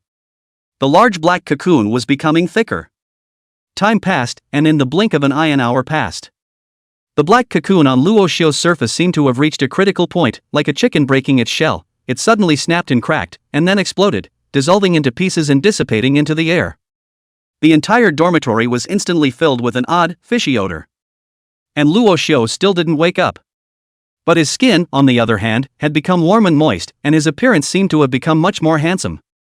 The qi and blood in his body still continued to run, emitting a rumbling and muffled sound, like the sound of tigers and leopards thundering. Only the heat in his body gradually dissipated and became usual. Another moment passed. The fishy odor in the dormitory gradually dissipated, but Luo Xiu still didn't look like he was waking up. While outside the dormitory door, the sound of Wang Fugue and the others gradually approaching was heard. This wave of breaking into the tower simply earned hemp, directly earned another 3 qi blood pills. Me too, no wonder everyone wants to enter the martial god trial tower, it is truly beneficial. The main thing is that the ferocious beasts inside are simply too realistic, even when they are decapitated, the blood spurting is so real that it made me think for a moment that it was the real world inside. I now have no fear of ferocious beasts at all, and if I'm allowed to face a real ferocious beast again, I'm sure I won't be afraid. Yes, before we have never seen the ferocious beasts, always feel that seeing the real ferocious beasts must be very panicky. Now take a look, it's just like that. I guess this is one of the biggest significance of the martial god trial tower. Speaking, the dormitory door has been pushed open. Wang Fugui and Zhang Yulong, Chen Xiaodong three successively into the dormitory. Just into the dormitory, Wang Fugui stretched out his index finger, then between the lips hush a sound. Zhang Yulong and Chen Xiaodong hastily silenced. The two of them looked toward Wang Fugui, who pointed at Luo Xiu lying on the bed and lowered his voice to whisper, "Luo Xiu, he's asleep again." When Zhang Yulong and Chen Xiaodong took a look, they saw Luo Xiu lying on the bed with his eyes closed, breathing evenly, his chest rising and falling. Zhang Yulong touched his head and whispered in wonder, "Team Luo is also too sleepy. On the first day of reporting he slept straight through the night." Chen Xiaodong, on the other hand, wondered, "Originally, I wanted to see what Team Luo had gained in this trial activity, but it turned out that he slept so much. Forget it, let's quickly put down our stuff and go down together. Don't shout at him in a while, I guess he's too tired." Wang Fugui and Zhang Yulong nodded and quietly walked into the dormitory, each opening their respective lockers, putting the boxes containing the point rewards they got today in and locking them, then waving their hands and carefully leaving the dormitory. They came back, on the one hand, to put things away, and on the other hand, they were calling for Luo Xiu to go down and gather on behalf of Feng Baijian. 100 Chopper has already begun to gather people downstairs, ready to start this evening's male and female dormitory match, in order not to repeat yesterday's stolen light situation, so I want to find all the boys' side of the captain to discuss it. As the captain of the third-party formation, Luo Xiu was naturally among the invitees. However, it was obvious that 100 Choppers couldn't invite Luo Xiu. Luo Xiu had reached a critical moment at this time. Not long after Wang Fugui and the others left, a coolness suddenly rose from Luo Xiu's fate palace under his belly, and then rapidly expanded to his entire body at an indescribable speed. In the next moment, Luo Xiu violently opened his eyes. A brilliant light burst out from Luo Xiu's eyes and disappeared into the void in a flash. Rashi shivered and slowly sat up from the bed. A powerful feeling rose from within. So cool. Luo Xiu only felt soothed and refreshed, an indescribable sense of permeability spreading throughout his body. It was as if his body had opened some kind of shackles, making him feel incredibly relaxed. Rasha got out of bed, stood and stretched, then took a deep breath. Hiss. His eyes widened at once. A kind of mistake of aura being sucked into the mouth? Feeling rose in Luo Xiu's heart. At the moment he inhaled, he felt a faint increase in qi and blood all over his body. Is this the world of genius? Is it that outrageous? Waves of terror rose in Luo Xiu's heart. My physical body potential is now a ranked? It's just a rank, and it has this kind of anticlimactic effect. Then what does it feel like for Lu Qingci to be that SS rank, or even higher? Does lying down make you stronger? And just as this thought flashed through Luo Xiu's mind, the small bronze temple in his sea of consciousness flickered slightly, and a message suddenly appeared in his mind. Current physical potential, grade S. Luo Xiu was slightly stunned. S class? How did it get to the S level? Didn't it say that potency potions could only raise the potential of the physical body to a rank? Can it be that I am gifted and my absorption of potential potions far exceeds that of ordinary people? Or did the temple god help me? There were only these two reasons that could make Luo Xiu think of them. He wasn't going to dwell on that though. He lifted his hand and looked at the time. It was already 7 in the evening. Well, it's time to go out and harvest my qi and blood pills. 10 a day, harvested on time, and how nice of the chief instructor to give it to me directly. Saying that, Luo Xiu stretched his back, then once stealth was turned on, he quietly felt his way out of the dormitory. Chapter 74, Caught You. After coming out of the dormitory, Luo Xiu didn't go downstairs. Under the state of stealth, he directly opened his perspective and first swept a glance at his own dormitory, seeing that the dormitory did not hide the special box containing qi and blood pills like the one used in the male and female soldier dormitory confrontation tournament, before he turned his gaze to the other dormitories. He began searching dormitory by dormitory.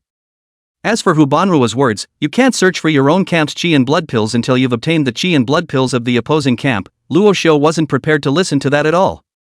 Anyway, the 10 qi blood pills were all his. This side and that side, but sooner or later. Gotta hurry up and take all the qi and blood pills. There should still be enough for one more dose of divine mind pill or other potions tonight. The potency potion alone directly raised my physical body potential to S rank. I wonder how far the talent potion enhanced and spirit potion can raise me. Really looking forward to it. Luo Xiu licked his slightly dry lips, then sped up his search. Soon, he found the first qi and blood elixir under the bed by the window of dormitory 312 on the 3rd floor. After storing the qi and blood dan in his storage ring, Luo Xiu started searching upstairs. It didn't take long to find 3 more qi blood pills in 505, 611 and 812 successively. After putting them all away, Luo Xiu went downstairs to the 2nd floor. In dormitory 207, he found the last qi and blood elixir from the men's dormitory. The process of searching for the qi and blood elixir was surprisingly smooth. So much so that Luo Xiu was a bit skeptical as to whether Hubanruo was deliberately trying to make it easier for him to find the qi and blood dan, so that he didn't announce the exact location of the qi and blood dan, so that Feng Baizhang and Lu Qingci didn't have any way to make a precise and specific defense. However, soon after, Luo Xiu shook his head in self-deprecation. "What are you thinking about? It's not like the chief instructor knows that I took all the qi and blood pills last time. It doesn't have anything to do with me, and she's also Luo Tianhao's sister-in-law. It's good enough that she doesn't target me. How could she still help me? Besides, she doesn't know that my stealth and perspective are better than normal. I guess it's because I saw that all the qi and blood pills inexplicably disappeared last time, so I want to make it more difficult for me, the unknown pills fetcher? It's possible, but if tomorrow she realizes that all of the qi and blood pills she hid are inexplicably gone again, I don't know what she'll think." Thinking of this, Luo Xiu suddenly still had a little bit of heart. In the future, if I'm exposed, I won't be hung up and beaten, will I? But this worry was quickly put behind Luo Xiu. After all, what comes later that comes later. For now, it was better to pocket the resources to boost his strength. Luo Xiu came down from the upper floors and arrived at the entrance of the male dormitory, and in front of the dormitory building, the male soldiers led by Feng Baizhang and the female soldiers led by Lu Qingci each surrounded the dormitory building. It looks like it's ready to go to the root of the problem, blocking the entrance to prevent anyone from entering. 3 circles inside and 3 circles outside. Looking at the formation is very large. But the numbers were significantly smaller. Apparently there were a number of people who did not want to participate in this one. After all, having just come out of the martial god trial tower, everyone had at least 1 or 2 qi and blood pills on them. Everyone was relatively generous in their hands, so they didn't pay as much attention to the 10 qi and blood pills that they basically had no chance of obtaining, and with this amount of time, they might as well be in the dormitory to absorb the qi and blood pills that they had just obtained. And that was exactly what happened. As Luo Xiu searched for the qi and blood dan in the building, he did see quite a few male soldiers sitting cross-legged in their dormitories, obviously refining the qi and blood dan. Even not far outside the building, he saw many people either sitting under trees or lying flat in the grass, absorbing the qi of heaven and earth outside while refining the qi and blood pills. Everyone is trying to improve themselves. The number of people willing to participate in this men's and women's dormitory matchup is estimated to be only 2/3 of the population. Outside the door of the building, Lu Qingci and Feng Baizhang were each guarding the door of the male and female dormitories, one holding a gun and the other holding a sword, just like the 2 door gods. The 2 parties didn't speak either, they just stood guard in silence, all of them staying alert. It was only Lu Qingci's gaze, from time to time, slightly glancing over to this side of the male soldier's dormitory entrance, seemingly waiting for something. Luo Xiu checked his status. He was still in stealth and hadn't revealed any of his breath, so he immediately let go of his heart. Looking at the doorway 100 choppers, Luo Xiu's mind moved, and he used the shadow probing steps, lightly skimming past 100 choppers. 100 choppers, who had been standing blandly, suddenly frowned when Luo Xiu broke through to his side and softly droned, "All alert!" All of the male soldiers surrounding the male dormitory building all came into the spirit, and one by one, they looked in the direction of 100 choppers. Luo Xiu was shocked in his heart and thought that he had been discovered, and was about to run away immediately when he saw 100 choppers suddenly shouting into the void, "Which brother is it? Please come out to meet us." Luo Xiu stopped moving at once and let out a slight sigh of relief. But he didn't respond. Seeing the silence in the air, Feng Baizhang was also a bit helpless. In a moment just now, he clearly felt his mental energy, which was flat on the door of the men's dormitory, being smashed through, and it was obvious that someone had come out or gone in. It was just that he was new to the 1st grade and couldn't do too much subtlety in his perception, so there was no way to make a precise judgment. While Lu Qingci stood at the entrance of the female dormitory, seeing the movement on the male dormitory side, the corner of his mouth was slightly hooked up in an arc, and then his body was slightly flanked, leaving no traces as he moved away from the position right in the middle of the doorway of the female dormitory by a body length. Then he shouted towards the female soldiers, "On guard!" It seems that the Win team, as spiritual readers, have sensed something. This time, we definitely can't let that little thief get his hands on us again. Saying that, she began to command the female soldiers blocking the door of the dormitory building again. You guys go to the left and right sides of the dormitory building to strengthen the defense. The front side has me and the other sisters watching. We can't let that little thief climb up the building from the side. The crowd of female soldiers sniffed and immediately left her body to run towards the side of the dormitory building, which was already thickly defended. The entrance to the dormitory building, on the other hand, emptied into a wide passageway. Not far away, Luo Xiu, who saw that 100 choppers didn't have any follow-up actions, had just jumped out from the surroundings of the male soldiers with a stealthy leap using chasing clouds, and seeing this scene, he suddenly fell into a deep silence. This woman, what is she up to? Deliberate watering down? Looking at Lu Qingci's cool and absolutely gorgeous face, Luo Xiu was puzzled in his heart. However, he felt it was better not to waste this opportunity, and with a flash of his body, he quickly ran towards the female dormitory building. After there were no heavy female soldiers blocking the way, this part of the road was more than 1,000,000 times easier. Rashu only felt that this trip was even easier than yesterday. Only when he had just walked to Lu Qingci's side and was about to pass by her, Lu Qingci suddenly smiled faintly and said softly, "Gotcha." Chapter 75, I'm trying to push for more. As Lu Qingci's words fell, he directly just reached out to the right. As soon as he did, he grabbed the deceased Rashu. Hiss! Luo Xiu immediately sucked in a breath of cool air. After all, the position Lu Qingci was grasping at this time was a bit not quite right. But before Luo Xiu could struggle, Lu Qingci let go of his hand. Luo Xiu hurriedly fled away, then saw a flash of smugness on Lu Qingci's face. At this moment, Lu Qingci's heart was quite free, as if he was certain of something. He looked very happy, and the corners of his mouth couldn't help but slightly hook up a little. One should know that her spiritual potential was C rank, and her spiritual value had reached 0.98 before. And after these few days of cultivation and today's entry into the tower, her spirit value had successfully broken through 1.0, becoming a genuine spirit nihilist. Just now, after she watched 100 choppers have a strange appearance, she decisively turned her spiritual thoughts on and covered herself, and the instant Luo Xiu just came over, she was aware of it. Then with a woman's sixth sense, she just casually grabbed toward that and caught Rashu. "Oomph, it's really you," Lu Qingci said in an extremely low voice, gritting his teeth. The other female soldiers beside her looked over with confused faces, all a bit stunned. "Lu team, what did you just say?" Obviously, Lu Qingci's voice was so low that they didn't hear it at all, and thought that Lu Qingci was issuing some kind of order. Lu Qingci's pretty face slightly flashed a touch of redness above her face, which then flickered away as she shook her head and said, "It's fine, a bug just flew into my hand." It dawned on the female soldiers that they all said, "There are really a lot of bugs now that the weather is hot, and when winter comes, those bugs will be damned to the ground, and I hate bugs the most. It's just, bugs with so many legs are so gross. I don't even know what I'd do if I encountered a bug like ferocious beast, feeling physically ill. Lu Tin, you go back later and spray some Windex, it kind of helps."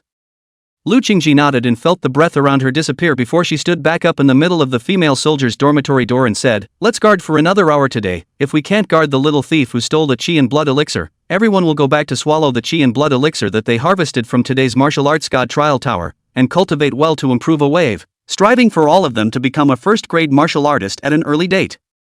At these words, the surrounding female soldiers all cheered, yes.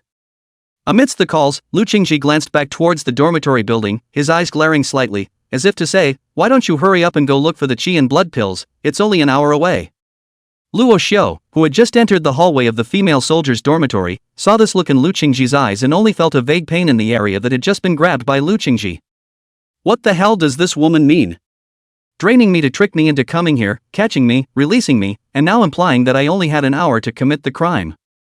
What the hell? She's not really going to honor her engagement to me, is she? Or does she want to share half of the Qi and blood pills? Luo Xiu reached out and touched the area where Lu Qingci had scratched, a little puzzled. He didn't waste any more time, though, and got right to work. Under his penetrating vision, all hidden Qi and blood dan could not escape his observation. Even the point rewards of the martial god trial tower that the female soldiers had just locked in their lockers were clearly visible to him, but he didn't do such a classless thing.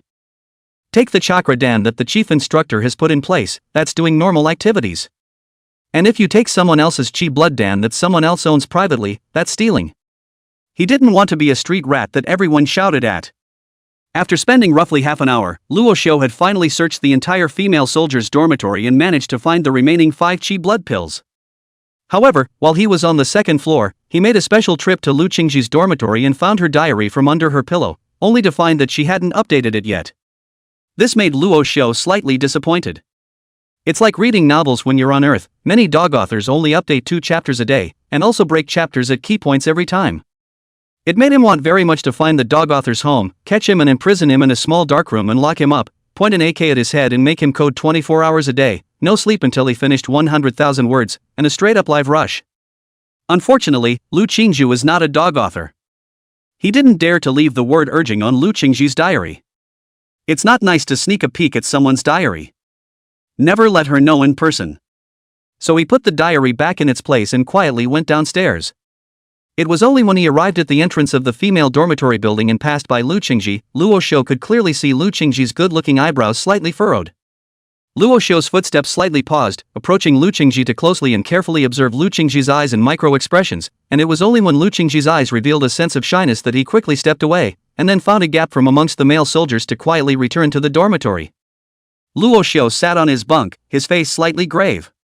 The performance of Lu Qingci and Feng Baijiao just now had completely confirmed to him that as long as a spiritual numinous master was a little more serious, he would be able to sense his presence. It was yet another break in his stealth. At that time, the male serpent of the earth rock python was able to see through his invisibility by using heat, which is similar to thermal imaging, and then today, he was sensed by the spiritual power of a spiritualist twice in a row. Moreover, when he fought against Xiaofulin, it also made Luo Xiu realize that if he didn't collect his breath and battle intent or killing intent well, it would also be easily perceived by others. At the very least, when Xiaofulin's battle spirits slowly rushed over, he could completely feel the forward-thinking aura on Xiaofulin's body. So, after just a few days, Luo Xiu no longer had the frivolity of being able to be completely invisible after his stealth had been strengthened once. There are too many breaks. Breath, scent, killing intent, battle intent, psychic perception, slightly heavier footsteps, internal heat, and even the scent of life. These are my current flaws. As long as those flaws are there, I can't do perfect stealth. But with the cloud-chasing shadow-seeking steps in place, the sound of my footsteps is negligible, and the scent I can suppress, but the other points are a bit harder to eliminate. It seems that we can only continue to strengthen our talents and see if there will be any surprises. While analyzing his situation, Luo Xiu flipped his palm and took out the azure bottle of enhanced talent potion from his storage ring. An enhanced version that strengthens the talent 3 times in a row. I hope I won't be disappointed.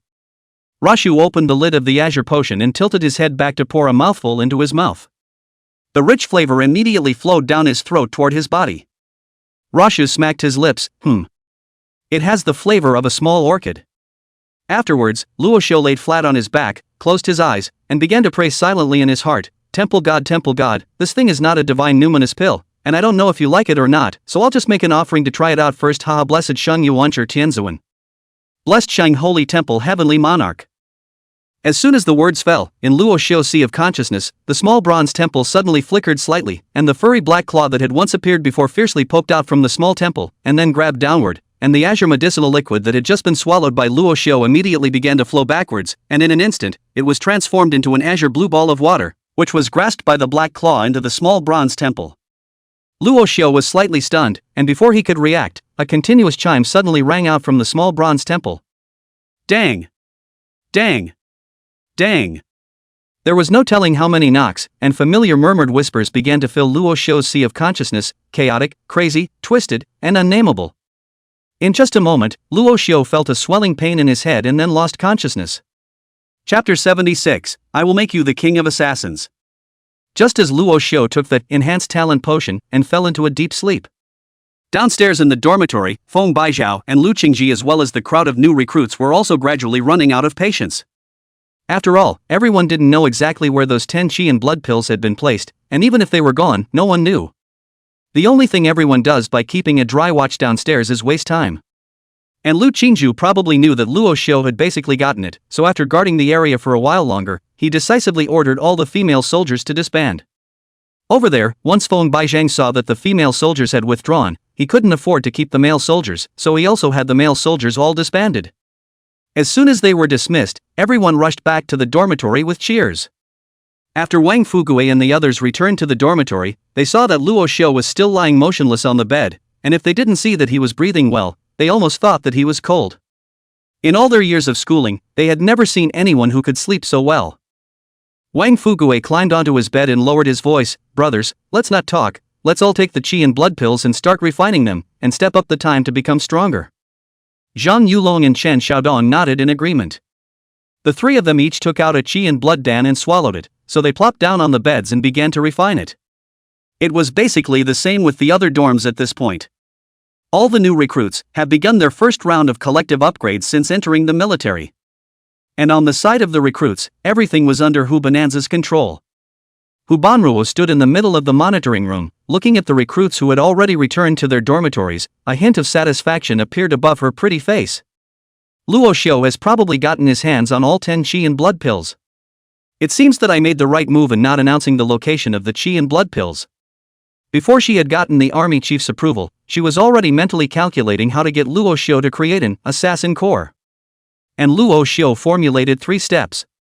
First, step 1. The natural thing was to make Luo Xiu stronger.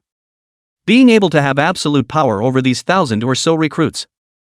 And the most important thing for strength to become stronger is potential, talent and resources. Originally, she had only requested a talent potion for Luo Xiu after discussing it with the army chief. But what he didn't expect was that Luo Xiu himself had gotten first place in the martial god trial tower, earning the reward of first place in points and getting the potential potion and spirit potion himself. These 3 potions in one could undoubtedly enhance Luo Xiu's potential and talent in all directions. She didn't need to worry about this aspect anymore, but in terms of resources, she could open the door wide and find reasons to give Luo Xiu an unlimited supply of qi and blood pills. And the reason for this is the 10 qi blood pills per day for the men's and women's soldier dormitory match. Originally, informing all the recruits of the exact location of the 10 qi and blood dan every day would stir up the fighting spirit of both male and female soldiers, racking their brains for these 10 qi and blood dan every day, causing everyone's military intelligence to increase at a rapid pace, but this would cause great difficulties for Luo Xiu to take the dan. Therefore, she directly stopped announcing the exact location of the qi and blood pills. This puts all new recruits in a state of hand-wringing and confusion. However, Luo Xiu, who possessed altered perspective, would not. In other words, out of the 1,000 or so recruits, only Luo Xiu was able to detect where the 10 daily qi and blood pills were placed. The other recruits, after guarding for a few days in a row and realizing that they couldn't guard the qi blood dan at all, not to mention that they couldn't even see a single glimpse of the qi blood dan, would slowly lose their interest in these 10 qi blood dan. At that time, Luo Xiu would be completely able to harvest 10 qi blood pills a day as easily as planting and harvesting vegetables. 10 qi and blood pills per day. Even if Luo Xiu couldn't use them all, he could go to the armament office to exchange them for other needed items. This would undoubtedly make Luo Xiu's strength increase rapidly. Then, Hu Banruo's purpose was accomplished. And the second step was for Rashu to mingle and unite with the rest of the legion. So how do we get Rashu to unite with the others, so that he can safely give his back to the others, and a single command can unite the crowd to fight wherever he is pointed? The simplest, undoubtedly, is mind control, but what's the difference between a legion like that and a puppet? That wasn't what Hu Banruo wanted, and it didn't mean much to Luo Xiu. So the only thing to do is to back off and find a dumber solution. That is, faith. Let Rashu become the faith of all. Become a leader of the faith and we'll have an invincible army that will fear no danger. Hu Banruo already had a preliminary idea in her mind, and she decided to start implementing it tomorrow. Finally, there is the third step. This third step was to let Luo Xiu let down his guard to accept others. Luo Xiu, who possessed the mutated stealth talent, was undoubtedly wary, and he definitely didn't want others to know that he possessed such a talent.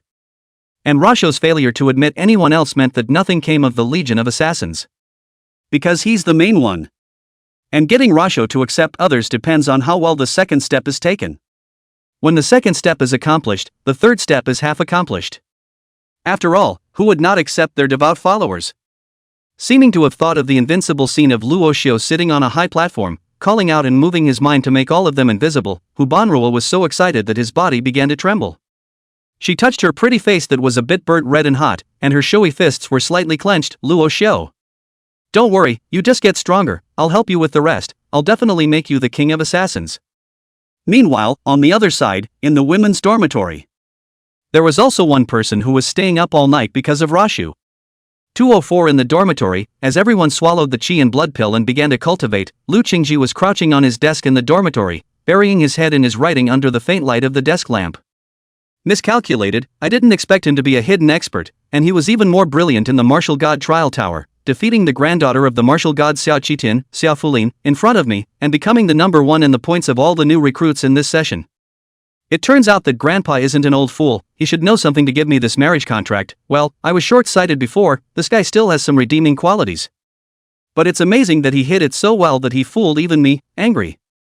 Moreover, he was even browbeating that Crimson Church's big mean little white flower in the long night forest, and leaning so close without any reserve at all. I was pissed, so I popped the little white flower. Unfortunately, it didn't poke her big mean one. Next page. After coming out of the martial god trial tower, I redeemed the rankings and points rewards. This time the harvest is good, enough for me to raise my chi and blood values to the mid-first grade in a short period of time. Happy. But what's happier is that he said he would give me a copy of the wind-hidden soul-destroying gun. Even though I don't care about this gun technique, it's already great that he has this heart.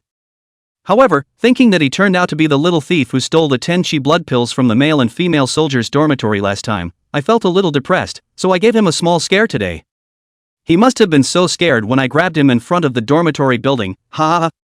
But I was going to grab his waist and twist it hard, but I don't know where I grabbed it. It felt weird, soft, like a cucumber. Was it his arm? Or is it his fingers?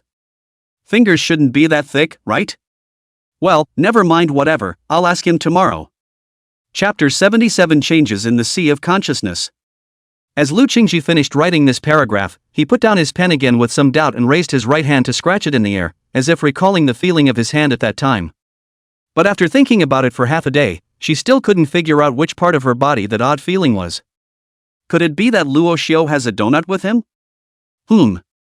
Kind of. Strange guy, what kind of fries are on his body? Lu Qingci shook his hand with some disgust, then picked up his pen and continued to write. I'll say why the chi and blood elixir somehow disappeared right under people's noses last time. It turned out to be him, the one with the gift of invisibility, who was the culprit. However, his gift of stealth doesn't seem to be quite the same as the others, and I could clearly feel that he was wearing clothes when I caught him, and it was definitely the feel of clothes, not skin. Then, in that case, he still kept his hand in the battle against Xiao Fulin in the martial god trial tower? That stance and gun technique of his still all favored speed and concealment, so wouldn't it fit even better if he cast it stealthily? Dog thing, it feels like it's stronger than even me when I do the math. Unless I open my martial soul at all times like Xiao Fulin, I can avoid being sneak attacked by him. Damn it! Got him again. It seems like I should practice hard too. I definitely can't let him catch up. I'm a genius girl. Lu Qingci seemed to think of Luo Xiu's abominable clear face, clenched his fist and waved it fiercely in the air, as if it was Luo Xiu's face in front of him. Lu Qingci nodded with satisfaction, took the diary, returned to his bed, swallowed the chi and blood pill, and entered a state of cultivation. And at that moment among the men's dormitories, Luo Xiu lay down on his bed, and the commotion emitted by the small bronze temples in his brain finally began to calm down. The chaotic murmurs gradually dissipated, and the continuous ringing of the bell slowly stopped. The feeling that tore the mind apart was gone. The small bronze temple, on the other hand, suddenly flickered slightly, and the furry, pitch-black claw once again poked out from the small temple before slightly grabbing downwards. The spiritual potion that was still in Luo Xiu's storage ring as well as the three gods' numinous pills were instantly grabbed into its claws and then retracted into the small bronze temple. A prayer, more fine and grand than before, sounded again. The sound was still chaotic and crazy, but it no longer distorted Luo Xiu's spirit, and the bells in the small bronze temple didn't ring anymore. Instead, from the temple door, he was able to see a bit of firelight lit up inside. It's like someone has lit incense in a temple. Even, a trace of fragrant and distant green smoke filled out from the small bronze temple, and before long, the green smoke covered Luo Xiu's entire sea of consciousness. Then from like a sea of smoke trailing out from Luo Xiu's sea of consciousness, it surged towards his limbs and bones. Very different from the burning sensation produced by the previous potential potion, as the sea of smoke filled the air, a coolness gradually began to spread throughout Luo Xiu's entire body, surging into his meridians and orifices, and integrating into his flesh, blood, and bone marrow. Like spring rain falling on the earth, it moistens things silently. Luo Xiu's body was starting to look different. But not in the sense of being different in physical appearance, neither becoming muscular and mammoth, nor smooth and inviting, nor rotting and weak. I can't tell you what's become different. But as Luo Xiu lay there, it was as if he was a sleeping ancient god that people couldn't ignore. The night, the quieter it gets. The full moon in the sky, however, flickered slightly, bright and dark. Finally, it hid into the clouds and disappeared completely. Time flew by and the night passed quickly. It was just after 5 in the morning when Rashu was the first to wake up. He slowly opened his eyes, and a flash of light burst out from the bottom of his eyes, then through the layers of obstruction, he directly saw the sky that had already lit up. Pale blue, green and gray mixed, sunrise rising in the morning. Luo Xiu was slightly stunned. How many walls did that go through? I was lying on the 3rd floor and I saw the sky above the roof? Is it that outrageous? How many times has this perspective of mine been enhanced? Luo Xiu hurriedly sat up from the bed and was about to check his physical state when the small bronze temple in his sea of consciousness suddenly flickered slightly, and a stream of information instantly surfaced in his mind. Current spiritual potential, grade A. Perspective level 12, your vision will no longer be limited by thickness, with a penetration distance of 15 meters, which is enough to allow you to see through most parts of the world. Possess natural ability, super perspective level 1. Upgradable or unlockable natural abilities, 3 times. Invisibility level 12, you can be invisible to anything within 15 meters, and the time of invisibility will be extended to 30 minutes per 0.1 chi. Possess natural ability, super stealth level 1. Upgradable or unlockable natural abilities, 3 times. Rashu froze on the edge of the bed. Class a mental potential? That's not right. Wasn't that a talent potion he took? How come the spiritual potential has increased? Moreover, how did the talent level increase so much? All of them have been raised by a full 9 levels. Wasn't it said that only the enhanced version of the talent potion could only raise the talent 3 times? Luo Xiu instantly realized that something was wrong. With a thought, his consciousness sank into the storage ring. At this look, he was immediately dumbfounded. In the storage ring, the spirit potion and the 3 gods' mind pills all disappeared without a trace. Where's my spirit potion? Where's my god's mind pill? What's the situation? Rashu sat up from the bed in a mischievous manner. Soon, though, he calmed down. There's no way he's going to improve that much out of thin air. Counting spirit potions and divine thought pills, it barely seemed to make sense. So, he slowly sat down again, his consciousness sinking into the sea of consciousness. Looking at the small bronze temple that stood quietly in the sea of consciousness. Luo Xiu snapped, Temple God, was it you who helped me put those things to use? The temple god of the small bronze temple flickered slightly, but there was no response. Okay, I'll take that as an admission. Luo Xiu's consciousness withdrew from the sea of consciousness, only to feel that this temple god was becoming more and more vivid. Not only would he give information, but now he would steal his resources for him. This is outrageous. Inside the small bronze temple, there are designated living things. Or the thinking kind. Maybe it's the temple god himself. Does anyone else's non-soul have a mind? Rashu couldn't help but venture a question. But it was clear that no one would answer him. Can't even search the internet for information.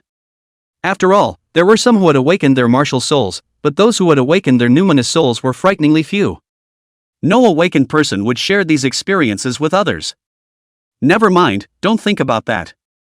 All in all, it seems to be a good thing so far. At the very least I've gotten a whole lot stronger again. And it seems like I'm up 1 more level than everyone else. Before the potential potion as well, normally it could be raised to a rank, and as a result, he was raised to S rank. Now the spirit potion was the same, normally it could be raised to level B, and as a result, he had raised it to level A. I'll just pretend I'm gifted. Now come and show me what natural skills can be upgraded. The super perspective and super stealth from last time have been so strong that it's scary. What will it be this time?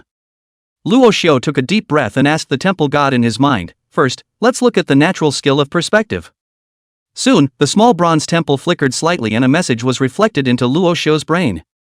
Currently you can unlock perspective natural ability, super perspective level 2, illusion level 1, charm level 1. After selecting this unlocked ability, the next enhancement can be performed. Current number of enhancements available, 3. Chapter 78 Crazy Upgrade, Unbelievable Ability. Phantom Vision, Charm? Aren't these the same 2 natural skills from last time? Still have a choice?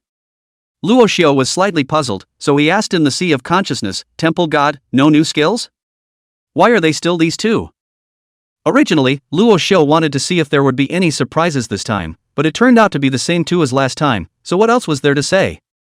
Upon hearing Luo Xiu's questioning, a ghostly light flashed through the small bronze temple in the Sea of Consciousness, and a message instantly appeared in Luo Xiu's brain. The current options are 3 branching routes. Upgrading vision or charm will unlock further advanced abilities. It dawned on Luo Xiu, wasn't this just like a skill tree? Saying that, Luo Xiu understood, and he continued to ask, then what are the subsequent abilities of illusion, vision and charm? Can you tell us about them? The small bronze temple flickered again, giving a message. Each natural ability is upgraded 5 times before a new branch is unlocked. Well, Rasha got it, it was still the skill tree principle. You can only upgrade to the next step after you have fully tapped a skill. And it takes 5 upgrades to point a full skill. Then Luo Xiu knew what to upgrade. Of course it's a good idea to order a full one first. Come on, temple god, add the super perspective 3 times for me. As Luo Xiu's words fell, a soothing sensation from his soul hit him, and then it directly surged into his eyes and began to wash and nourish them. It was as if a long, long time had passed, and as if it was only an instant. As that soothing feeling gradually receded, Luo Xiu slowly opened his eyes, and everything in front of him was suddenly unfamiliar to him. In the middle of his eyes was the opposite wall. But in Luo Xiu's eyes, the wall was no longer just a wall. He saw the mud brick dust powder inside the wall, saw the gap in the brick, saw the gap become as clear as if it had been magnified countless times, so clear in his eyes, and also saw the mottled and unclear pitted surface of the dust particles in the brick. At this moment, a small flying insect suddenly flew into Luo Xiu's line of sight. But it was like a huge airplane crashing. Luo Xiu could even see the small flying insect's hideous and incomparably ugly insect face, as well as the fine downy hairs all over its upper face and body, as well as the sheer barbs on its mouthparts, as well as the barbed downy hairs on its 6 legs, and the slow flapping of its wings that had slowed down dozens of times. What was even more outrageous was that as the little flying insect flapped its wings, Luo Xiu could even vaguely see the airflow around its wings.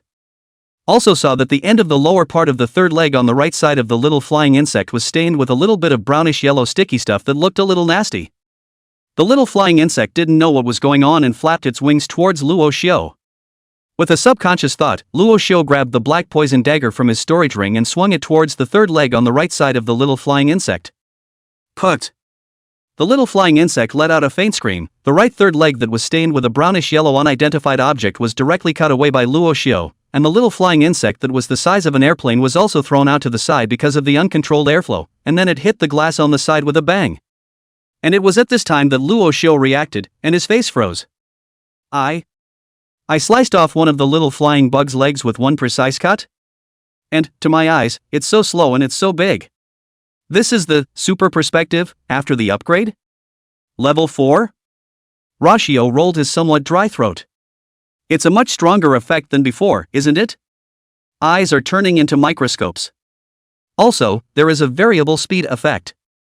Or maybe it was simply because Luo Xiu could see too clearly, so he would have the illusion of slowing down? But it didn't matter, what mattered was that there was this effect. This was a skill that could be called a bug in the middle of a battle. Luo Xiu was completely capable of prejudging his opponent's attack path when they attacked him and counterattacking or dodging in advance.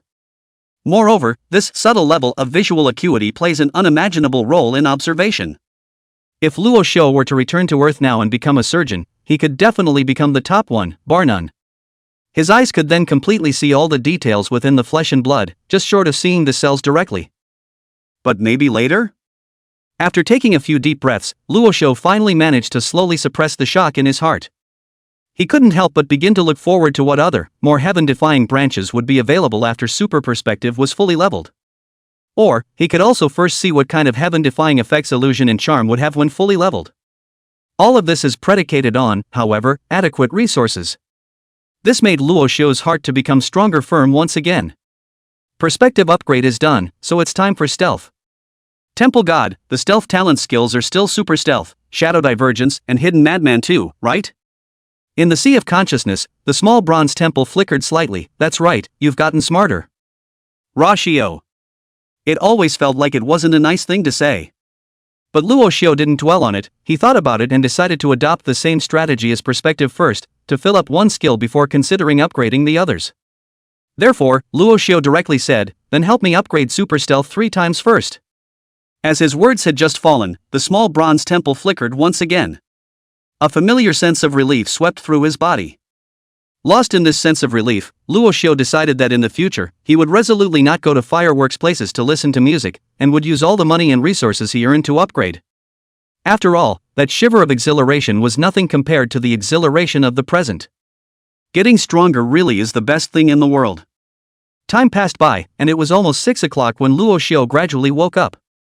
He slowly opened his eyes and it was light outside. Luo Xiu carefully felt the changes in himself, and after a moment, he frowned slightly.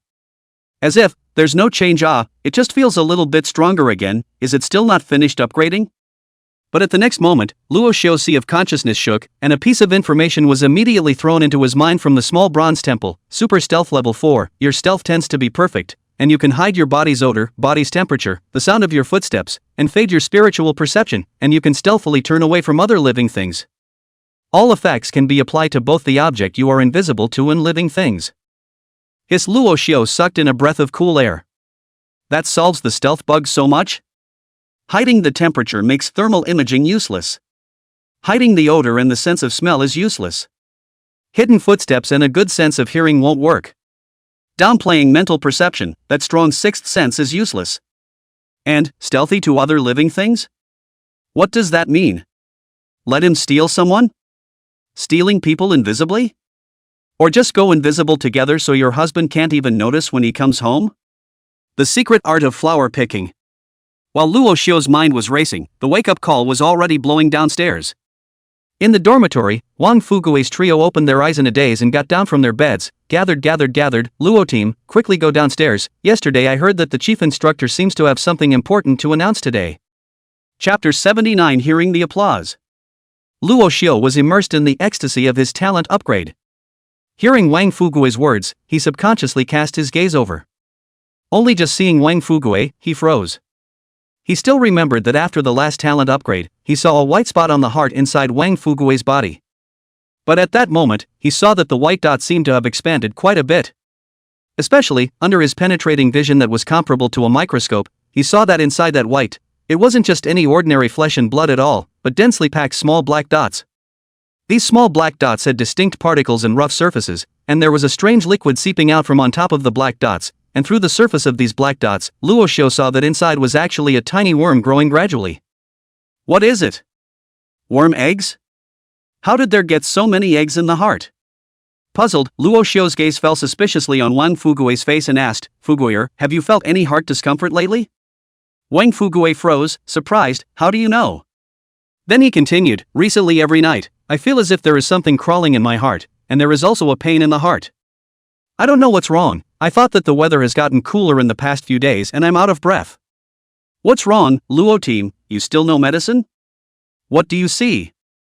Luo Xiu looked fixedly at his chest as he gazed inward once more and saw that in his left ventricle, a bug much smaller than that white dot was sleeping. This little worm with a reddish body, extremely similar to the color of the blood and flesh, was just hiding in the left ventricle, and could not be seen without paying attention. And it had a shape that Luo Xiu had never really seen, not even a similar one. The triangular head resembled a praying mantis, the body was a dense red fluff, the body was slender, with as many long thin legs as a centipede, and on the back, there were 2 pairs of transparent wings. Luo Xiu's brows furrowed as he said with some gravity, "You'd better make a report to the chief instructor and go to the hospital to have a look. I have a feeling that you've offended someone." Wang Fugui was slightly stunned, a thoughtful look flashed across his face, and then he fell into silence. He didn't question Luo Xiu, but just nodded and sighed, "All right, I know." Obviously, he should know something. The two of them, Zhang Yulong and Chen Xiaodong, didn't say anything and just patted Wang Fugui's shoulder. The atmosphere was somewhat subdued, but hearing the prolonged military bugle downstairs, the crowd quickly descended the stairs together. When he came to the martial arts field, there were already a lot of people. Hu Banjur stood to the side with the 8 instructors, all with somewhat serious faces. After waiting for a few more minutes, everyone arrived and all 9 squares were aligned neatly. Hu Banjur took a step forward and walked in front of the crowd, saying solemnly, "Yesterday, you guys stayed in the martial god trial tower for an entire day, and in that one day, your harvest should be the sum of all the harvests you've had since you were born. You have seen ferocious beasts that are so realistic that they can be mistaken for real ones, and fought them to the death, and you have gained enough points to exchange for chi and blood pills, but most importantly, you have gained the courage to face the ferocious beasts. Fierce beasts, nothing to be afraid of, just some resources that move. In the martial god trial tower, they would turn into points, and in the real world, their blood and flesh essences could be used to create chi and blood pills, and their skin and bones and other parts of their bodies could become materials for making alloy weapons. So, in the face of ferocious beasts, we should not only have confidence, but also ambition. By killing them all, we can get rich, we can get stronger, we can gain more benefits. And by the way, we can protect ourselves, our families, and the entire human race. Saving the world while getting stronger, that's what the fierce beasts are to us. Hu Banju's words echoed in the ears of all the new recruits, and everyone's face gradually turned from excitement at the beginning, to excitement, and then from excitement, to fervor. Even Luo Xiu was no exception. It was really Hu Bono's words, they did make sense. Hu Banju is not a few years older than me, so young to mix to this position, in addition to itself as a genius, the strength to improve quickly, people this ability is really strong. A single trial at the martial god's trial tower, a single speech, can characterize something as treacherous as facing a ferocious beast as a good thing that can make you rich and strong. It would have been even better if it had ended with the phrase, "Hear the applause."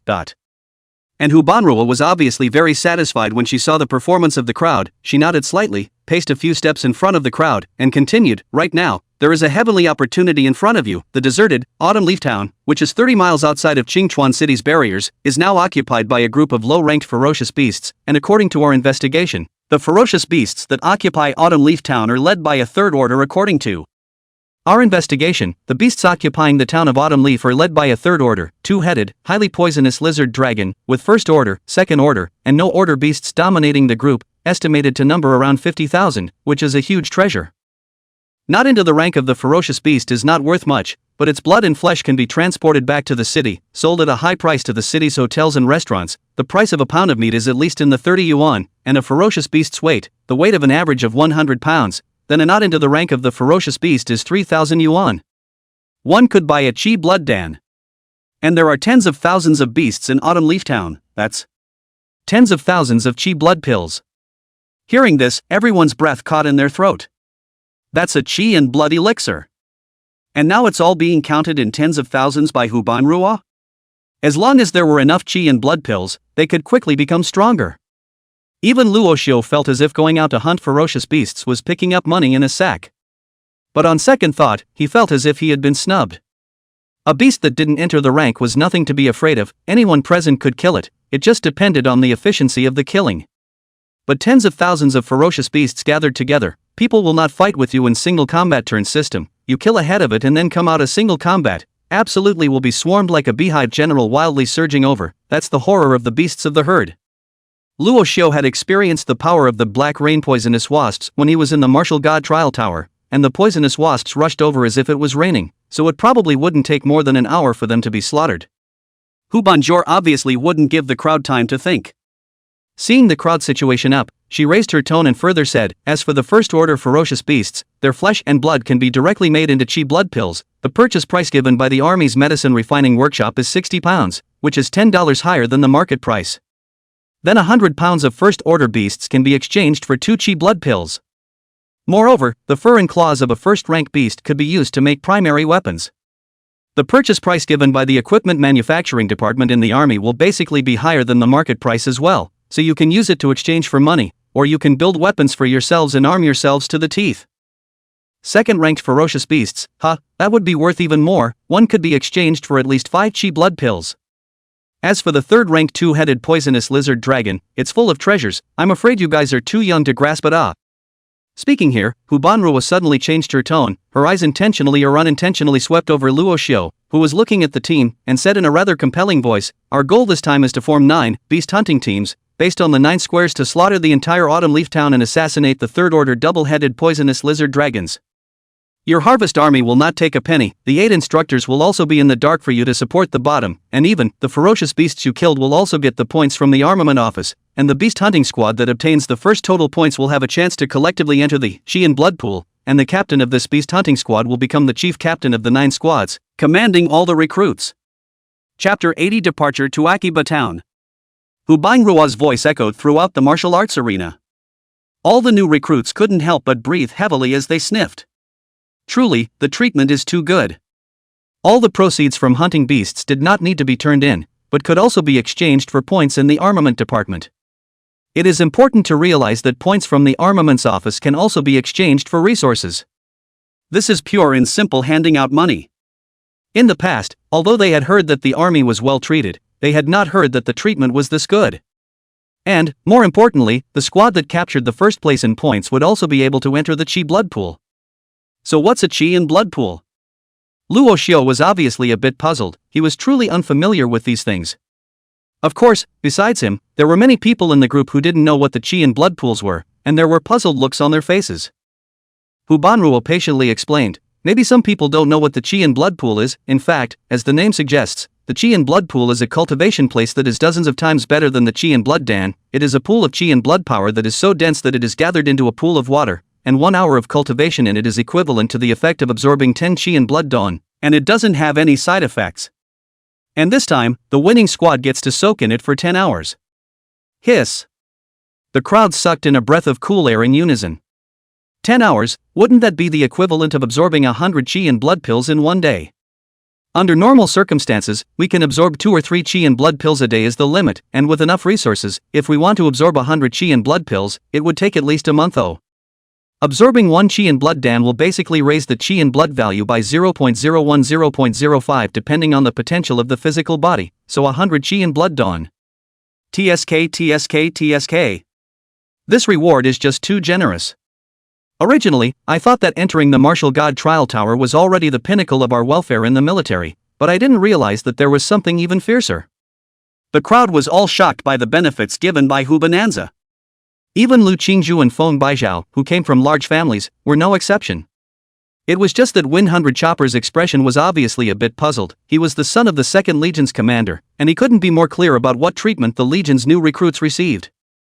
The Tower of Martial Trials, this one is rather standard.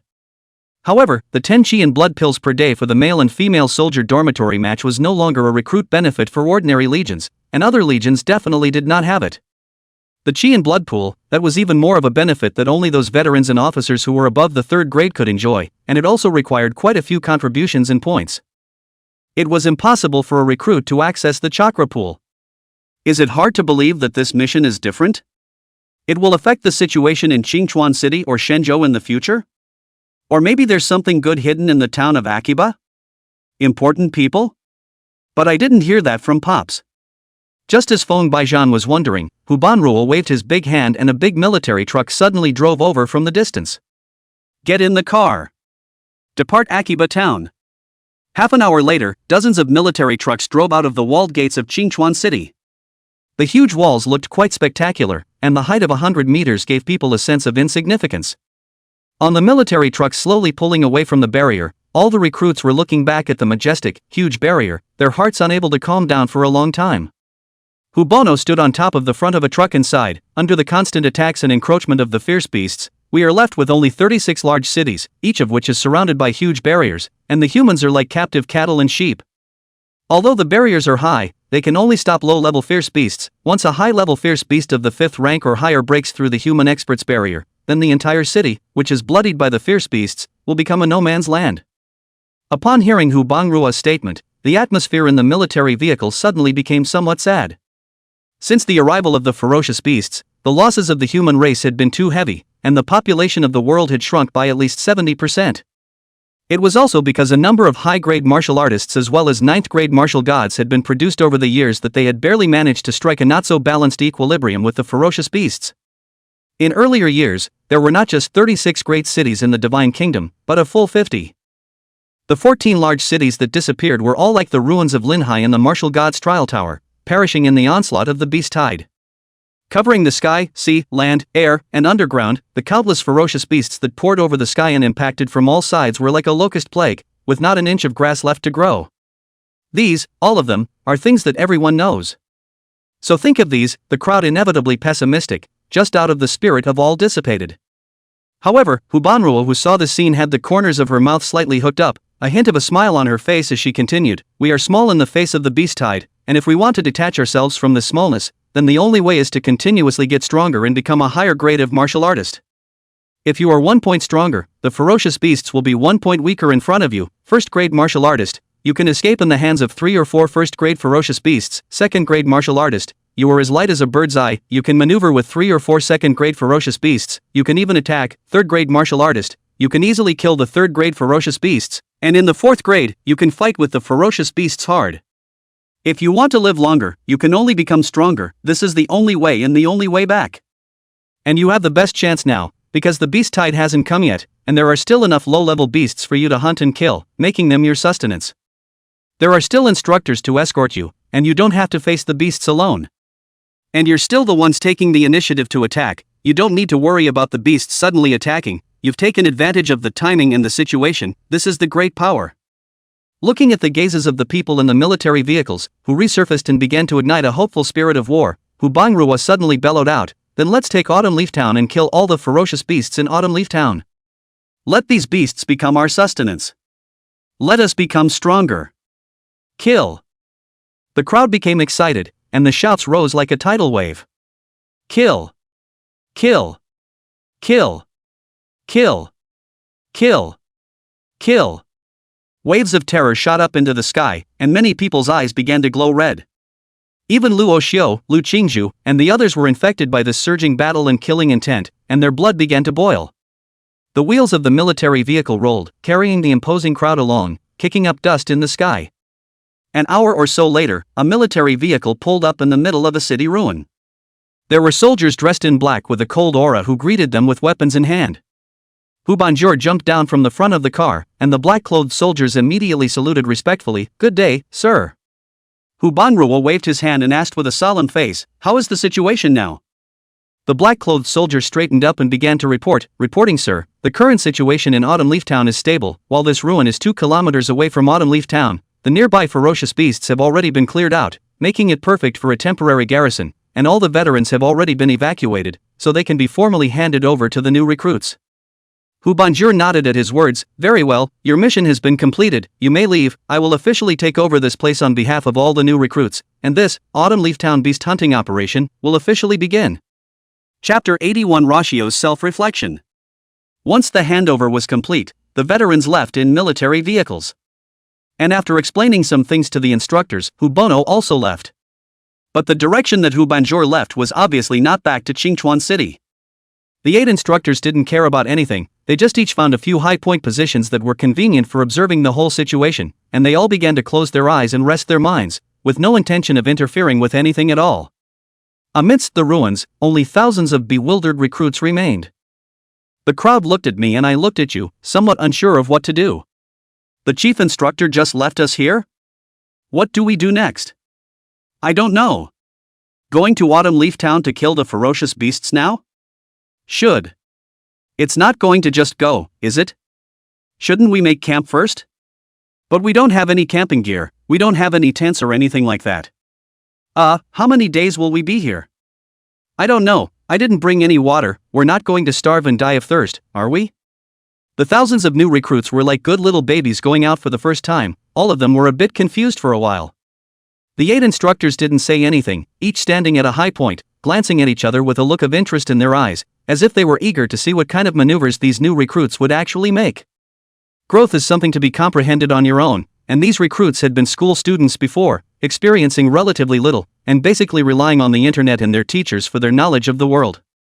And now comes the test of their survival practices. Only if you pass this test yourself can you grow up quickly and become a unique warrior. Not a hothouse flower that only knows written knowledge and lives in an ivory tower. We can't just leave it at that, can we? By the way, don't we have a captain? One word woke up the people, and they all turned their gazes to the 9 captains in unison. When people gather and are aimless, they always look for a leader. Herd animals all have this in common. The 9 captains looked at each other, and only then did they remember that this time their operation was to be divided into 9 squads, and there was competition among each other, and in the end, the captain of the winning team would even become the chief captain of all the new recruits. Moreover, the winning team was allowed to enter the Qi and blood pool for cultivation. Let's do it this way, let's each of our 9 teams first find a location to establish their own gathering place. At the very least, we can't stand here like a plate of scattered sand, and after we separate, how about we each discuss our own countermeasures and fight it out? 100 Choppers took a step forward and stepped out to propose to the crowd. Yes, the Wind team makes a good point. Well, I agree with Team Wind. Good, then we'll each lead our own search for a location. Afterward, several captains each left with people from their own teams, and Lu Qingci also left with people from the second party after giving Luo Xiu a deep look. The thing that Luo Xiu wanted to do the most right now was to leave everyone behind and sneak away by himself, then stealthily head to Autumn Leaf Town to get away first. However, looking at the eyes of all the members of the third-party formation that were like young birds waiting to be fed, and then thinking that leaving alone would likely cause unnecessary trouble, he instantly dismissed the idea of acting alone, and waving his hand helplessly, he said towards the crowd, let's go, and find a place to discuss what to do as well. Afterward, Luo Xiu led the crowd to find an abandoned gas station in the middle of the city's ruins. The place was fairly empty, with few buildings around to block the view, making it suitable for gathering. After ordering the crowd to clean up the surrounding area and vacate a clean place, Luo Xiu sat on a huge rock and looked at the crowd and said, come on, find a seat, everyone can say what they have in mind, after all, it's the first time we've come out, we don't have enough experience, but the crowd picks up the firewood and the flame is high, let's work together and we'll always come up with a good solution. The crowd was bewildered at this point, but they were all in a more relaxed state. Hearing Luo Xiu's words, there was naturally a good-natured laughter. Only to laugh and then both fall silent. You look at me and I look at you, and both are too embarrassed to be the first to speak. Finally, Wang Fugui started ahead. He stood up from the crowd, looked at Luo Xiu, naive smiled, Luo team, I think our most important task now is to determine the supply logistics. After all, the war are concerned about us soldiers and horses are not yet food and grass first. We are so naked out, nothing to bring, starve a day, not to mention to go to hunt the ferocious beasts, first of all, their own strength to the starvation of, I do not know what the situation of everyone, anyway. Wang Fugui is not resistant to hunger, starve a meal will not be able to breathe. I don't know what everyone's situation is, anyway, I, Wang Fugui, am not resistant to hunger, and I can't breathe after one hungry meal. Ha ha ha. The crowd was amused by Wang Fugui, but they all agreed. Yes, Luo team, eating and drinking water is a big problem, without food and water, let's not talk about fighting the beasts, the formation will starve itself to death first. Yes, man is iron and food is steel, and one meal is not enough to make you hungry. You can fight it off by not eating, but you can really get cold without water. I suggest making Wang Fugui the logistical supply officer, and have him go back to the city first to bring over a load of food, and buy more pure water along the way. So, who should pay for it? Let's all split it evenly for now, when we make money, this is all small change. I don't think so, it's a bit too much work, we can dig up wild vegetables, now that the environment outside is becoming more and more natural, there are all kinds of plants reviving everywhere, there must be quite a lot of wild vegetables that can be eaten. So, do you recognize wild greens? Opinions differed, and Luo Xiu was also thinking. In addition to thinking about the supply problem, he was also pondering the question, should he take these people to compete for the first place this time or not? Becoming the first place winner would undoubtedly have huge benefits, allowing him to enter the Qi and blood pool, which was worth at least a month or so of hard training, which was especially important to him. But there's a lot of trouble in becoming number one, and will directly become the chief captain of all the recruits. Being the captain of the third party made Luo Xiu already feel troubled. After all, it doesn't fit with the notion that he's meticulously up and sneakily developing for a solo overdrive. However, there was no way for him to go to the Qi blood pool without bringing these people. Besides, barracks are supposed to be about community. It's still really hard to do. I'm a human being anyhow. You can't want all the benefits and resources of the military and be centrifuged from the military, always thinking about running away if something happens and living up to get resources if nothing happens. It looks like the benefits are maximized, but it's actually more defeating.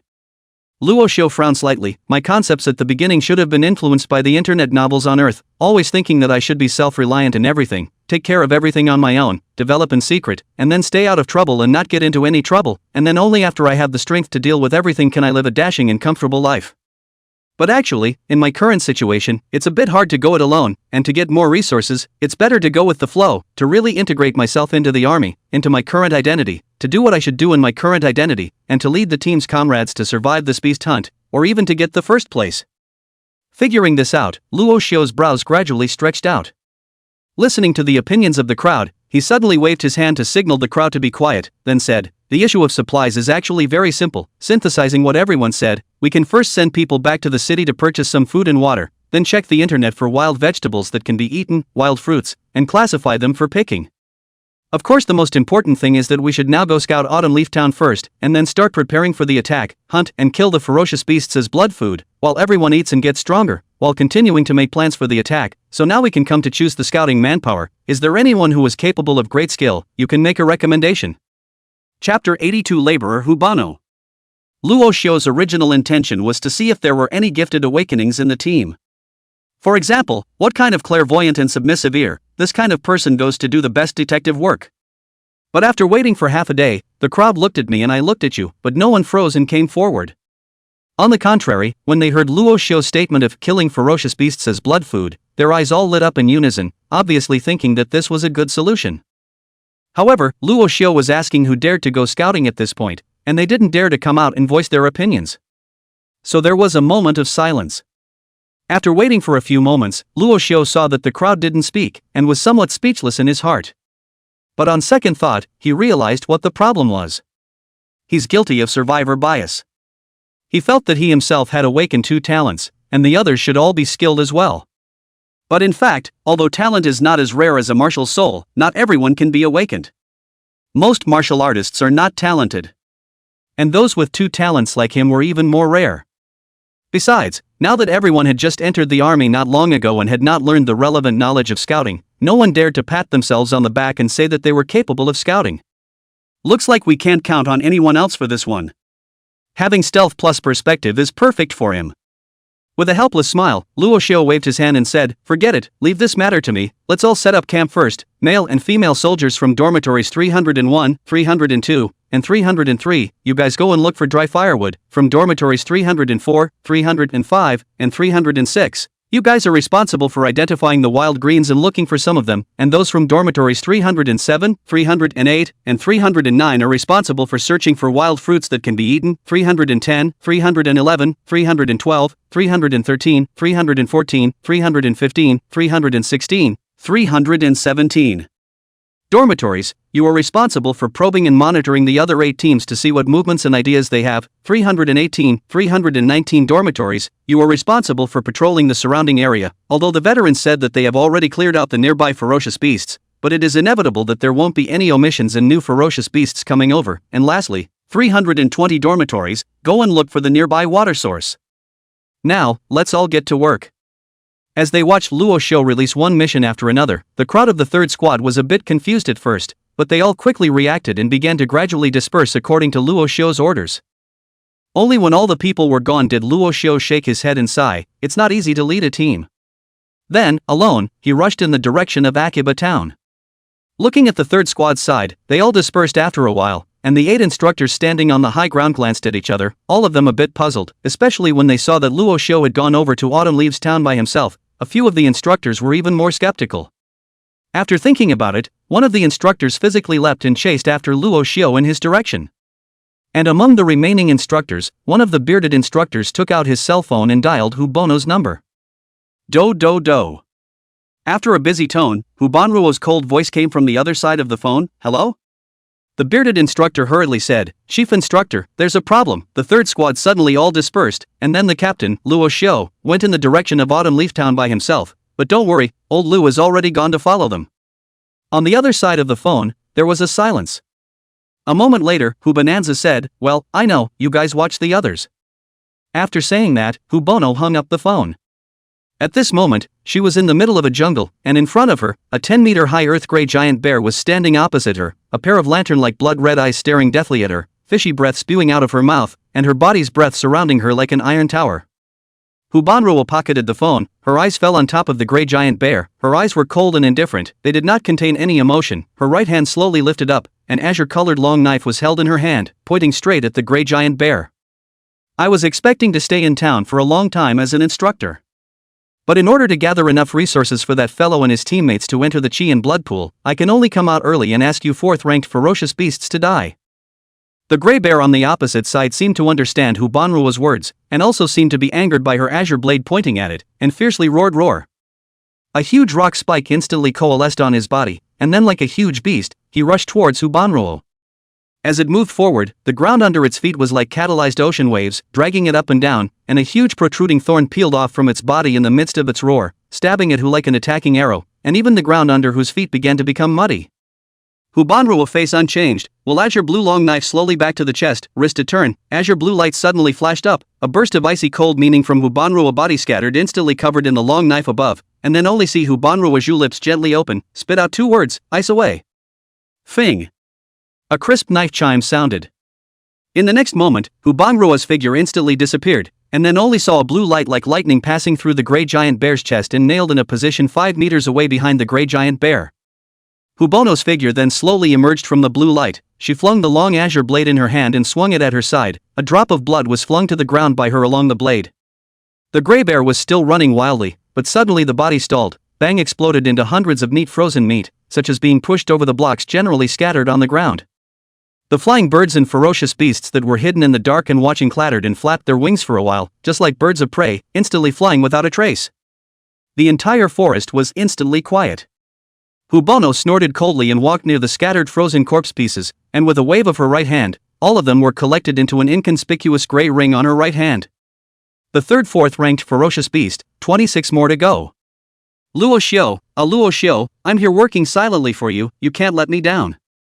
This time you must rely on attacking Akiba town to rally the third squad, and then make the other squads look up to you. This will make it much easier for you to control all the recruits in the future. Sighing, Hu Bangrua glanced towards the depths of the dark and incomparable forest that was like an abyss, and then held the azure blue longsword and walked in without hesitation. It was only shortly after her departure that she suddenly received a call again. As soon as the phone was picked up, an anxious voice came from the opposite side. Chief Instructor, it's not good, Chief Instructor, I lost him.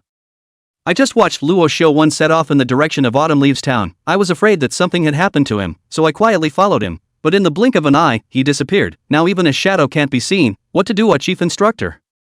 Chapter 83 Scout Ratio comes to clock in. Hu Bonanza was somewhat helpless. This instructor didn't know what was going on, but she could not. Luo Xiu had definitely slipped away stealthily, so he made it impossible for this instructor to find him. But she couldn't say so explicitly. After all, the only people who knew that Luo Xiu could be invisible at will right now were her and the chief instructor, as well as the staff member in the monitoring room, and the spiritual luminary she had found last time. Only now those two had been transferred to the Legionnaire. The fact that Luo Xiu could be completely invisible couldn't be publicized for the time being. It needed to be kept secret for a while, at least until Luo Xiu was in complete control of all the new recruits, until Luo Xiu had entered the 369 secret realm, and until she and the army chief had found a bigger mountain for Luo Xiu to lean on. Therefore, hearing this instructor's report, Hu Banruo also had a bit of a headache, not letting this instructor follow, for fear that Luo Xiu would be in danger. Let this instructor follow, but he was still afraid that this instructor would know that Luo Xiu could be invisible at all times. For Luo Xiu's sake, she was really worried. After thinking for a few moments, Hu Banjuro finally thought of a solution. She said into the phone, I see, you should first report the situation to the army chief, just say that I asked you to report it. After that, she simply hung up. Ah, this feeling of being a shirker is great. I'm out working to pay off my debts and I'm still being asked to think about this and that with my brain cells. Can't let the Legionnaire be idle. Holding the long azure blade, Hu Banjuro plunged headlong into the depths of the dark forest. Near the town of Akiba, Luo Xiu was stealthily behind a boulder, looking at the black-faced instructor who was anxiously calling for a report not far behind him, and wanted to laugh a little in his heart. With his current level 12 stealth, plus level 4 super stealth. Not to mention this mediocre instructor, even if Hu Bangrua came over, he was afraid that he wouldn't be able to discover him. He had just come all the way out and had planned to quietly head to Autumn Leaf Town by himself to observe, but it turned out that he hadn't gone very far before he sensed that someone was following him from behind. The man obviously had no intention of covering his tracks either, and although he couldn't see it when he turned around, he could always sense someone hanging not far behind him. At that time, Luo Xiu guessed that this should be a certain instructor, afraid that something would happen to him alone, so he came out to follow. But he's out there to make things happen, how can he let the instructor follow? So, he directly found a hidden place and went invisible. Sure enough, it didn't take long for him to see the instructor who followed him come out of the shadows with a face full of confusion, and also gave Hu Bangrua a call. Let's go, Scout Ratio is going to punch the clock. Luo Xiu looked at the black-faced instructor, who had started to call the army chief again, and smiled, then turned around and left, speeding all the way towards the direction of Autumn Leaves Town. It didn't take him long to see a scattering of broken buildings come into view. The brightest spot is undoubtedly the large swaths of wall advertisements that have fallen into disrepair. Small towns and villages, peripheral building facades will basically have this kind of stucco wall ads, usually write what home appliances to the countryside, cars to the countryside, mobile telecom Unicom broadband, big TV, so-and-so air conditioning, the world-famous brand. Big TV, so-and-so air conditioner, world-famous brand. It had been a long time since Russia had seen one of these. Seeing it at this time is still a bit emotional. Only the scene breaker was that hundreds of strange birds were resting on these crumbling fences at the moment. These strange birds were covered in gray, but there was a handful of red feathers on their foreheads, their eyes were iconic blood red, and their pitch-black claws had a whole 7 toes, which looked incomparably sharp. But the weirdest thing was their mouths. No, they should be called beaks. Surprisingly, they all seemed to be closed up, like needles, or hollow cones. Luo Xiu happened to recognize this kind of bird-ferocious beast. This bird is called blood-sucking dove. It is a first-order beast that lives in a group, is extremely fast, likes to rotate and impact when attacking, and has a sharp beak that is comparable to a drill, which is able to directly bite into the prey, releasing a kind of paralyzing toxin, and then sucking the blood. In half a minute's time, an ordinary person can be drained of blood all over his body. However, this bird does not have a large stomach capacity. Suck too much blood at once and your stomach will burst. And the bursting of the stomach produces a strong poison. So this blood-sucking dove was basically a self-explosive attack, and even a third-grade martial artist would feel more trouble when they saw it. And at this time, so many blood-sucking doves were gathered here, it was estimated that some ferocious beasts of a larger size had died nearby, and they had come over to beat the autumn wind. Luo Xiu swept his gaze over the wall, then with a slight condensation, super perspective was instantly opened. His vision began to travel straight through, instantly seeing through the hundreds of meters behind the wall. A monster with a length of more than 30 meters was currently dying on the ground, its body was slapped to pieces, it had 2 heads, but one of the heads had been hammered to the point of blood and flesh, completely unable to see its original appearance, and the other head looked very much like a lizard, only its mouth was full of sharp fangs. However, its fangs were already broken for the most part, and blood kept spewing out of its mouth, obviously it was more in than out and wouldn't live for long. Luo Xiu's body stiffened slightly. Isn't this the 2-headed dramatic poison lizard dragon? How come it's getting cold soon? At this moment, around the double-headed poisonous lizard dragon, there were countless ferocious beasts surrounding it, all of them were showing fierce glints in their eyes, eyeing intently and staring at the double-headed poisonous lizard dragon that was about to swallow its breath. Apparently, they all want a piece of the poisonous lizard dragon when it dies. After all, higher-ranked ferocious beasts were a great tonic for them. However, at this time, the 2-headed dire poison lizard dragon had not completely died, making them all a bit scared and not daring to come forward. Luo Xiu swept the week, trying to find the originator who had made the 2-headed poison lizard dragon like this. It was just that after looking for half a day, he didn't see a single ferocious beast that exceeded the 2nd rank. Sure enough, another accident if nothing else.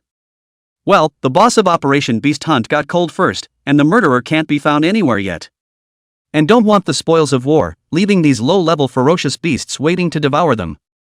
Looking at the injuries on the 2-headed venomous lizard dragon, it kinda doesn't look like a human did it. Can that ferocious beast restrain its instincts to keep the spoils of war instead of devouring them and leaving them for other ferocious beasts? Luo Xiu instantly felt a bit disoriented in his head. Logically speaking, it was impossible for the chief instructor and the others to set up any traps to drill for them as new recruits, it was completely unnecessary.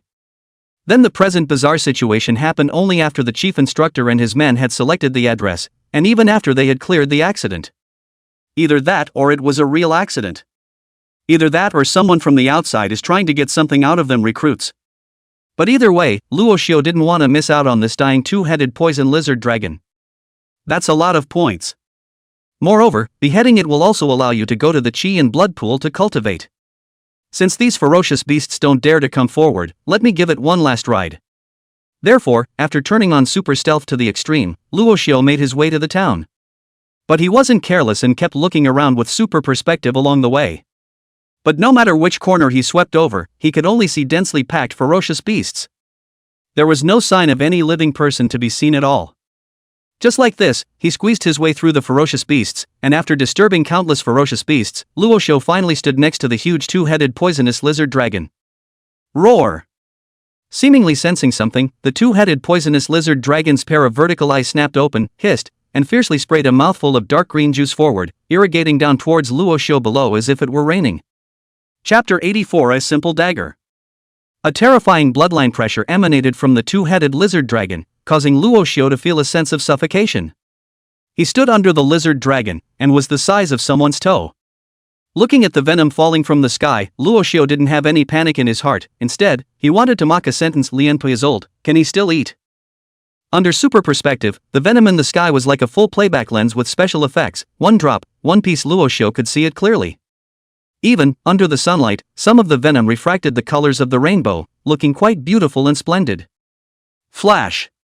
Luo Xiu's consciousness moved, and the cloud-chasing shadow detective steps had already been performed, and the whole person was like a feather, ethereal and leaving, and once again appeared already standing on the top of the head of the remaining head of the two-headed poisonous lizard dragon. What a great view from here! Standing on top of the head of the two-headed venomous lizard dragon, Luo Xiu swept around and could see countless pairs of scarlet eyes around him that were getting more and more hideous and greedy. Obviously, seeing the two-headed venomous lizard dragon spewing out another mouthful of venom, the surrounding ferocious beasts were a bit impatient. The two-headed poisonous lizard dragon also started hissing unwillingly, its body constantly shaking, crazily releasing its bloodline pressure, wanting to suppress the ferocious beasts that were foolishly trying to move. Relying on his stance, Luo Xiu stood steadily on the head of the two-headed lizard dragon, wanting to take advantage of the opportunity to end the beast, but when he was about to do so, he suddenly felt a sense of powerlessness. He held two daggers in his hands. A black poison dagger that had been opened from the martial god trial tower, and a quaint dagger that had been taken out of the house that was said to have been left behind by that mysterious old mother. If I had known, I would have gone to the equipment manufacturing department to build the blood crystal weapon first. These two daggers aren't even the size of someone's fingernail. Still, Luo Xiu wanted to give it a try. 2 cuts for you first. With a sinking of his arm, Luo Xiu raised both daggers high in the air before violently stabbing them down at the same time. Put! Ding! 2 very different voices rang out. The black poison dagger made contact with the skin of the two-headed lizard dragon, and a shower of sparks erupted, and the wild recoil nearly numbed Luo Xiu's right arm.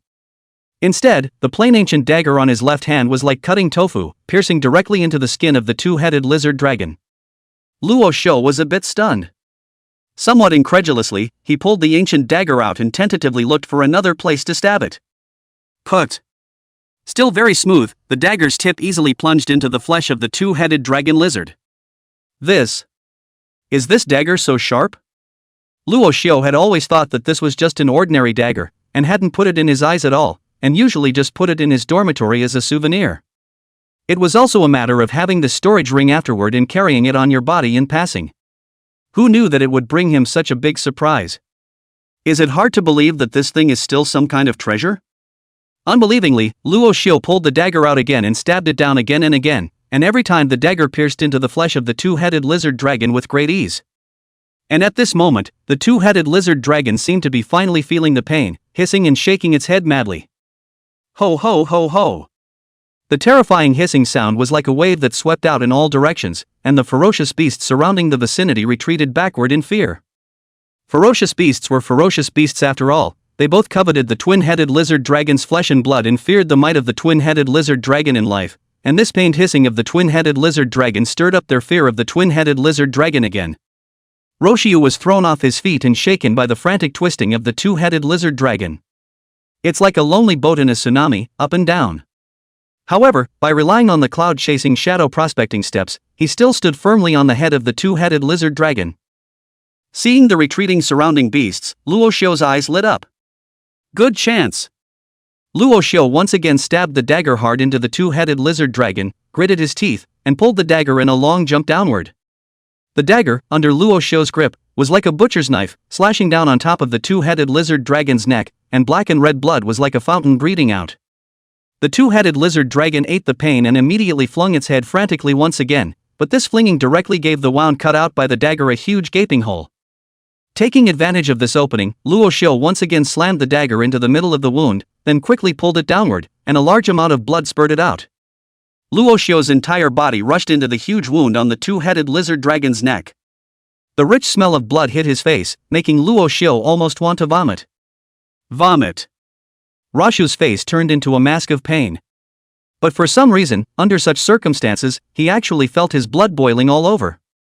His body was trembling slightly with excitement. The adrenaline soared to a fever pitch. The two-headed lizard dragon rolled up dying and flung its neck frantically on the ground, trying to throw Luo Xiu out. However, Luo Xiu had a death grip on the bloody flesh next to him with one hand, and with the other, he nailed his dagger into the two-headed lizard dragon's flesh and blood.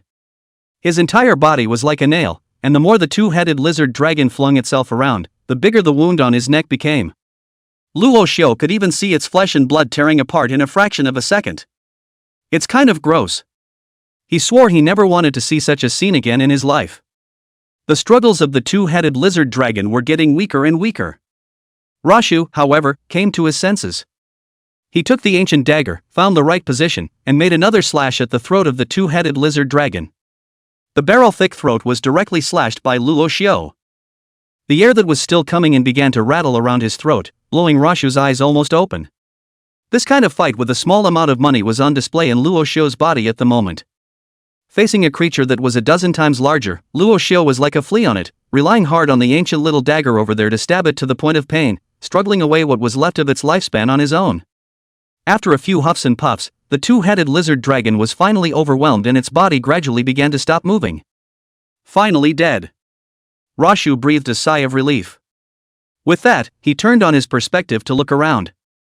Through the two-headed lizard dragon's flesh and blood, he could clearly see the eyes of the surrounding ferocious beasts, which were stupidly moving, all lit up with a scarlet light, and began to approach slowly and tentatively. The blood-sucking turtle doves situated on the wall perimeter were like flies that smelled the fishy odor. Suddenly all of them flew up with a clatter, with a whistling gust of wind, like a sharp arrow, and swooped over towards the two-headed giant lizard. Crazy, still trying to steal my loot? Kill you all. Luo Xiu spat out a sentence and began to wait quietly, watching hundreds of blood-sucking doves stabbing into the two-headed lizard dragon like electric drills as he used his storage ring to collect the two-headed lizard dragon's corpse with a thought. Hundreds of blood-sucking turtle doves clattered to the ground full of confusion, and before they could react in any way, they felt an unseen cold light coming from their side. Then one head tossed off and disappeared. In just tens of seconds, all the blood-sucking doves were all decapitated, and then their bodies disappeared in place. In the midst of his stealth, Luo Xiu's cloud-chasing shadow prospecting steps were turned up to the extreme, and with the ancient dagger in his hand, he traveled through the thousands of beasts and sped all the way to the outside of Autumn Leaves Town. He had just stepped out of Autumn Leaf Town, and the countless ferocious beasts that had just reacted due to the disappearance of the corpse of the two-headed lizard dragon suddenly became violent. Strangely enough, after the blood of the two-headed lizard dragon seeped into the ground, it all disappeared. And deep within the ground, within a cave that looked like it had just been dug out, with the ground and walls carved with dense runes, a blood-colored altar suddenly flashed with a bizarre red light. Chapter 85 Scarlet Altar. The blood-colored altar was dedicated to a shrine. Instead of an idol in the middle of the shrine, there was a bloody, twisted one eye. The eye was not known to have been snapped off from some creature, but it was unspeakably evil, and looked exceptionally ominous. At the top of the cave, drops of blood continued to seep down, dripping and splattering all over the altar, while the evil one eye was soaked in the blood, constantly rolling over. After being snatched away by Luo Xiu from the corpse of the two-headed lizard dragon, the ferocious beasts on top of them were without suppression and lost their targets. All of them became manic. But the next moment, a strange whisper came out from the blood-colored altar below, and all the ferocious beasts instantly became quiet, as if nothing had happened, and each returned to their original turf and began to wait quietly. So bizarre was everything that no one noticed. If Luo Xiu had left a little later, he would have been able to notice the changes here. At this moment, Luo Xiu had already returned to the place where he had disappeared in front of the instructor before, and he quietly revealed himself from the grass, carrying a blood-sucking dove upside down in his hand as he strutted out from behind the boulder. Sweeping around, he was unable to find the instructor who had followed and protected him earlier. Ha! Where is everyone? Lose them and stop following them. Although Luo Xiu said this with his mouth, he was happy to be comfortable in his heart. He had too many secrets and it was best to keep them to himself. It would be quite stressful to be followed by an instructor of at least the third rank all the time, to be honest. Now that the instructor had left, it was exactly what he wanted. Moreover, in this wave of scouting Autumn Leaf Town, he had also killed about 100 blood-sucking doves and picked up a third-rank two-headed poisonous lizard dragon for nothing, so it could be said that he had already earned hemp. It's a double whammy. Luo Xiu was in a good mood. Fold 1,000 paper cranes and send a red sash. Humming the long-lost good day, Luo Xiu rushed towards the ruined camp. And not long after he left, not far away in the middle of a huge tree canopy, a magnificent and deep middle-aged figure slowly walked out. Looking at Luo Xiu's departing back, the middle-aged man stroked his chin and thought, it seems that his perspective ability isn't enough to see through a Zhongshu powerhouse's intent. I just put my intention around my body, he really didn't notice me.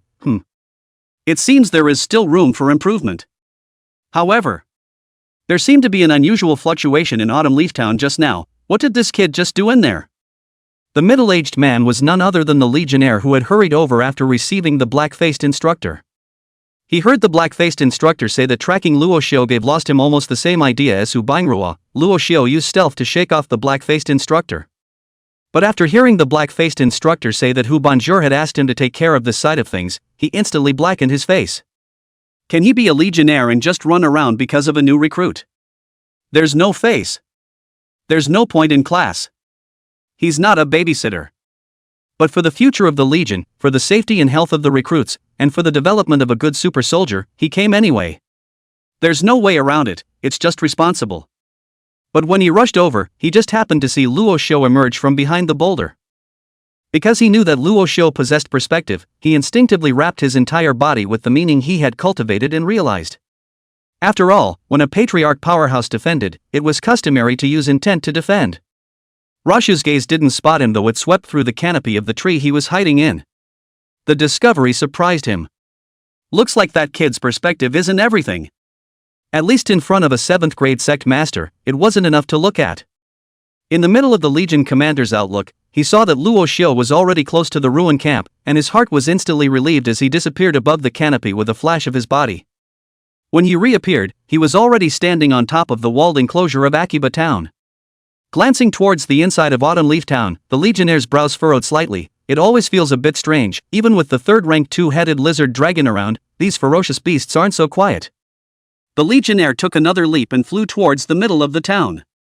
Soon, he arrived at the location where Luo Xiu had just snatched the 2-headed lizard dragon, and on top of the ground, the traces of the 2-headed lizard dragon's tumbling could still be vaguely seen, as well as some dried bloodstains. And on the ground around them, there were still traces of all the ferocious beasts that had just come and retreated. The Legion chief's frown deepened. Where is the 2-headed lizard dragon? Could it be that the kid slaughtered it? It's impossible, although he's powerful now, he wouldn't be able to kill a giant beast so much larger than him across 2 realms without a sound, right?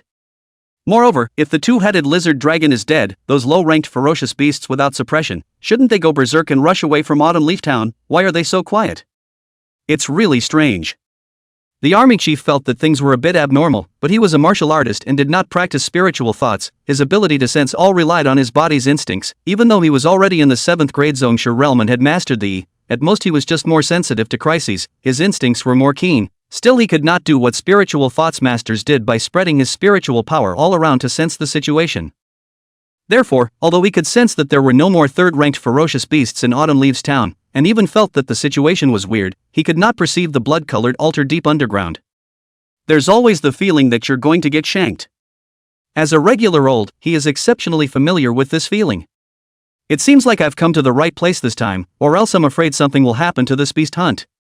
A thankful look came over the Legionnaire's face. He swept around, but still found nothing. He sighed somewhat helplessly. Forget it, I'll hide near Autumn Leaf Town for now, and observe it secretly. If an accident happens, with me here, nothing should happen. But just to be on the safe side, I still need to call a few more people over. Who should I call? In the midst of thinking, the army chief's eyes suddenly lit up, remembering a thing. Right, Xiaofulin is not going to come over to deliver the Vajra swinging magic. She will come tomorrow, right, at the latest. But the day after tomorrow, this is the little princess of the martial arts god's family, and there are surely people to protect her in the dark. It is not just a free drudgery. Well, I'll just send the location of the ruins campsite to her. Saying that, the army chief took out his cell phone, opened the chat software, found the WeChat of martial god Xiao Wendian, sent a location, and then paired it with the WeChat. We're holding a beast hunting operation over here, so that Miss Fulin doesn't have to go to the 3rd Legion base, and just come here directly. Within seconds, Vulcan sent back a smile emoticon, followed by a yes. The army chief was overjoyed as he laughed. Alright, that's foolproof, I'll hide first.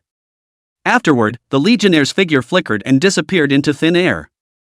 And thousands of miles away on top of an overspeed long-distance train, in the middle of the commercial car, Xiaofulin looked at the location sent over by her grandfather on her cell phone, and a hint of a cold smile appeared on top of her pretty face. Oh, damn old 6, still wanting my Vajra swinging demon technique. Wait, if Auntie doesn't beat the out of you, I'm not going to be surnamed Auntie. Chapter 86 Xiaofulin's Speculation. Xiaofulin was a bit depressed. After being killed twice that day from the martial god trial tower, she received a call from her grandfather. Grandpa told her to stop going into the tower and just go home, that he had something planned for her. Having no choice but to put aside the idea of resurrecting again to avenge her shame, she hurried back home.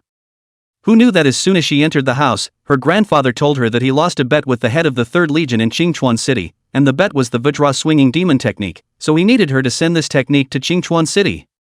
Xiao Fulin was a bit confused at the time, not knowing what kind of bet his grandfather had made with someone else that he would lose such an important gongfu. Just as she was about to inquire, her grandfather told her that it was because she lost the Vajra swinging demon technique against that abominable grass. Not it, lost the duel. That's why she lost the Vajra swinging demon technique, and it was for that abominable old six that the leader of the 3rd Legion in Qingchuan City begged for the Vajra swinging demon technique. So that old six is a recruit from the 3rd Legion in Qingchuan City? After getting an affirmative reply from her grandfather, she got on the speeding train arranged by her grandfather, but when she asked her grandfather about who this grass no way, who in the end, Grandpa didn't tell her. Grandpa only said currently, his identity belongs to the military's secrets, you only need to give the gongfu to the army chief of the 3rd Army Corps. Of course if you can guess his identity, you can directly give him the gongfu, but you can't divulge his identity to the outside world. Well, no one is allowed to know his identity for at least a month. Although Xiao Fulin was dissatisfied that her grandfather didn't directly tell her the identity of that stinky old six, she became interested when she heard that she could guess and probe on her own. This kind of game, which is similar to a detective riddle, is extremely appealing to her. Before she left, however, she did one more thing. It's just asking Grandpa for permission to change the name of the martial god's trial tower. Changed the disgusting name of grass. No way, a disgusting name, and changed it to abominable old six. This, her grandfather agreed. After all, grass no way is a bit too indecent of a name. Whoever is doing the yelling can't help but utter profanities. Even the martial god couldn't look away. So it was painful to agree to Xiao Fulin's request.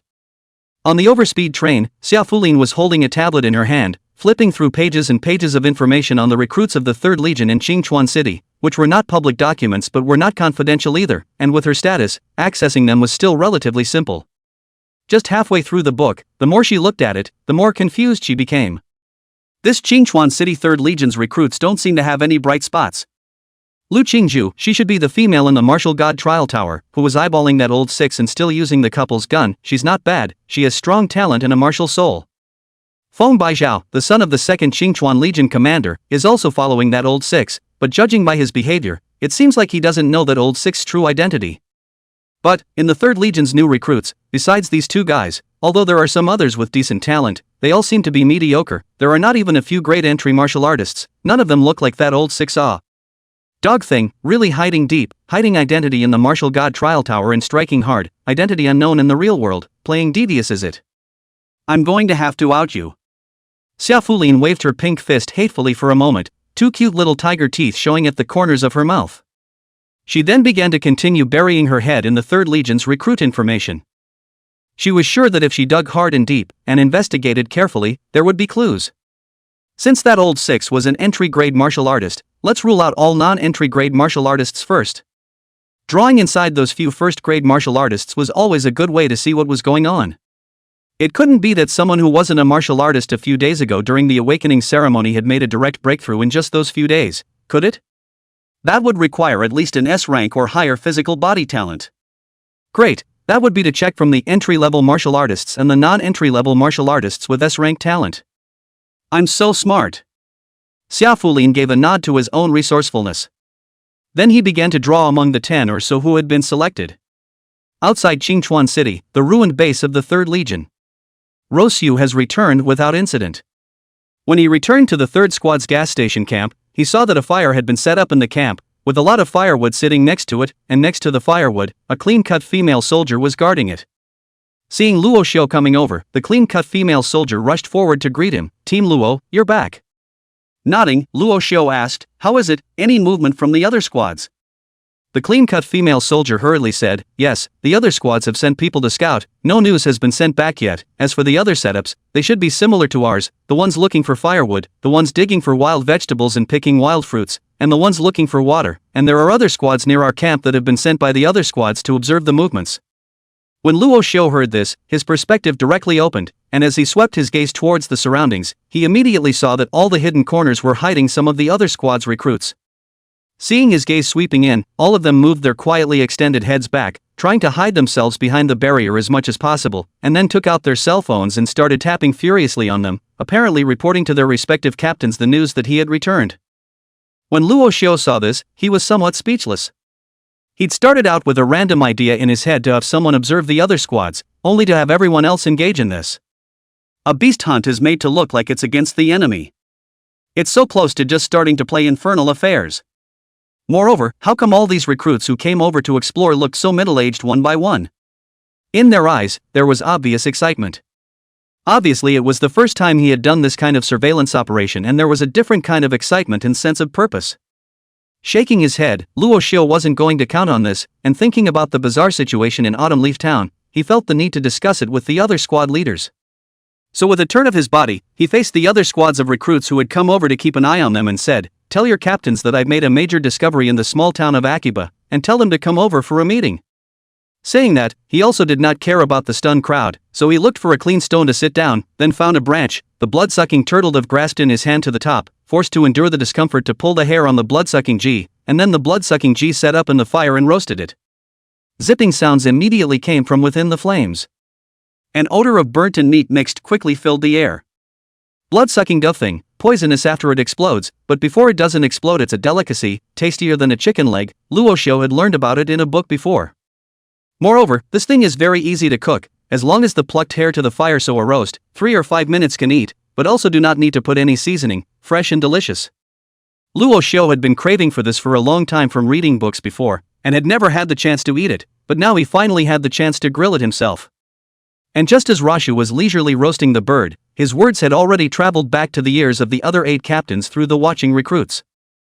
Although several people felt that it was a bit weird to be called over for a meeting by Luo Xiu like this, they all obediently came to the front of the gas station camp when they heard that there was a major discovery in Autumn Leaves Town.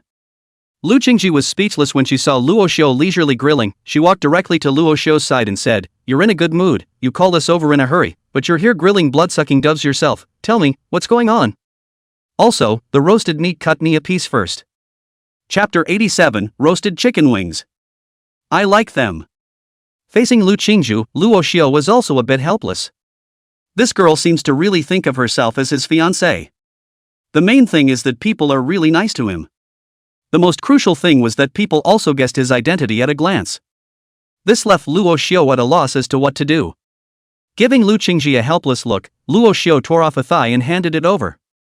Lu Qingci took it proudly, then was immediately attracted by the aroma of the roasted blood-sucking dove, and directly opened her small mouth to feast on it. Yummy!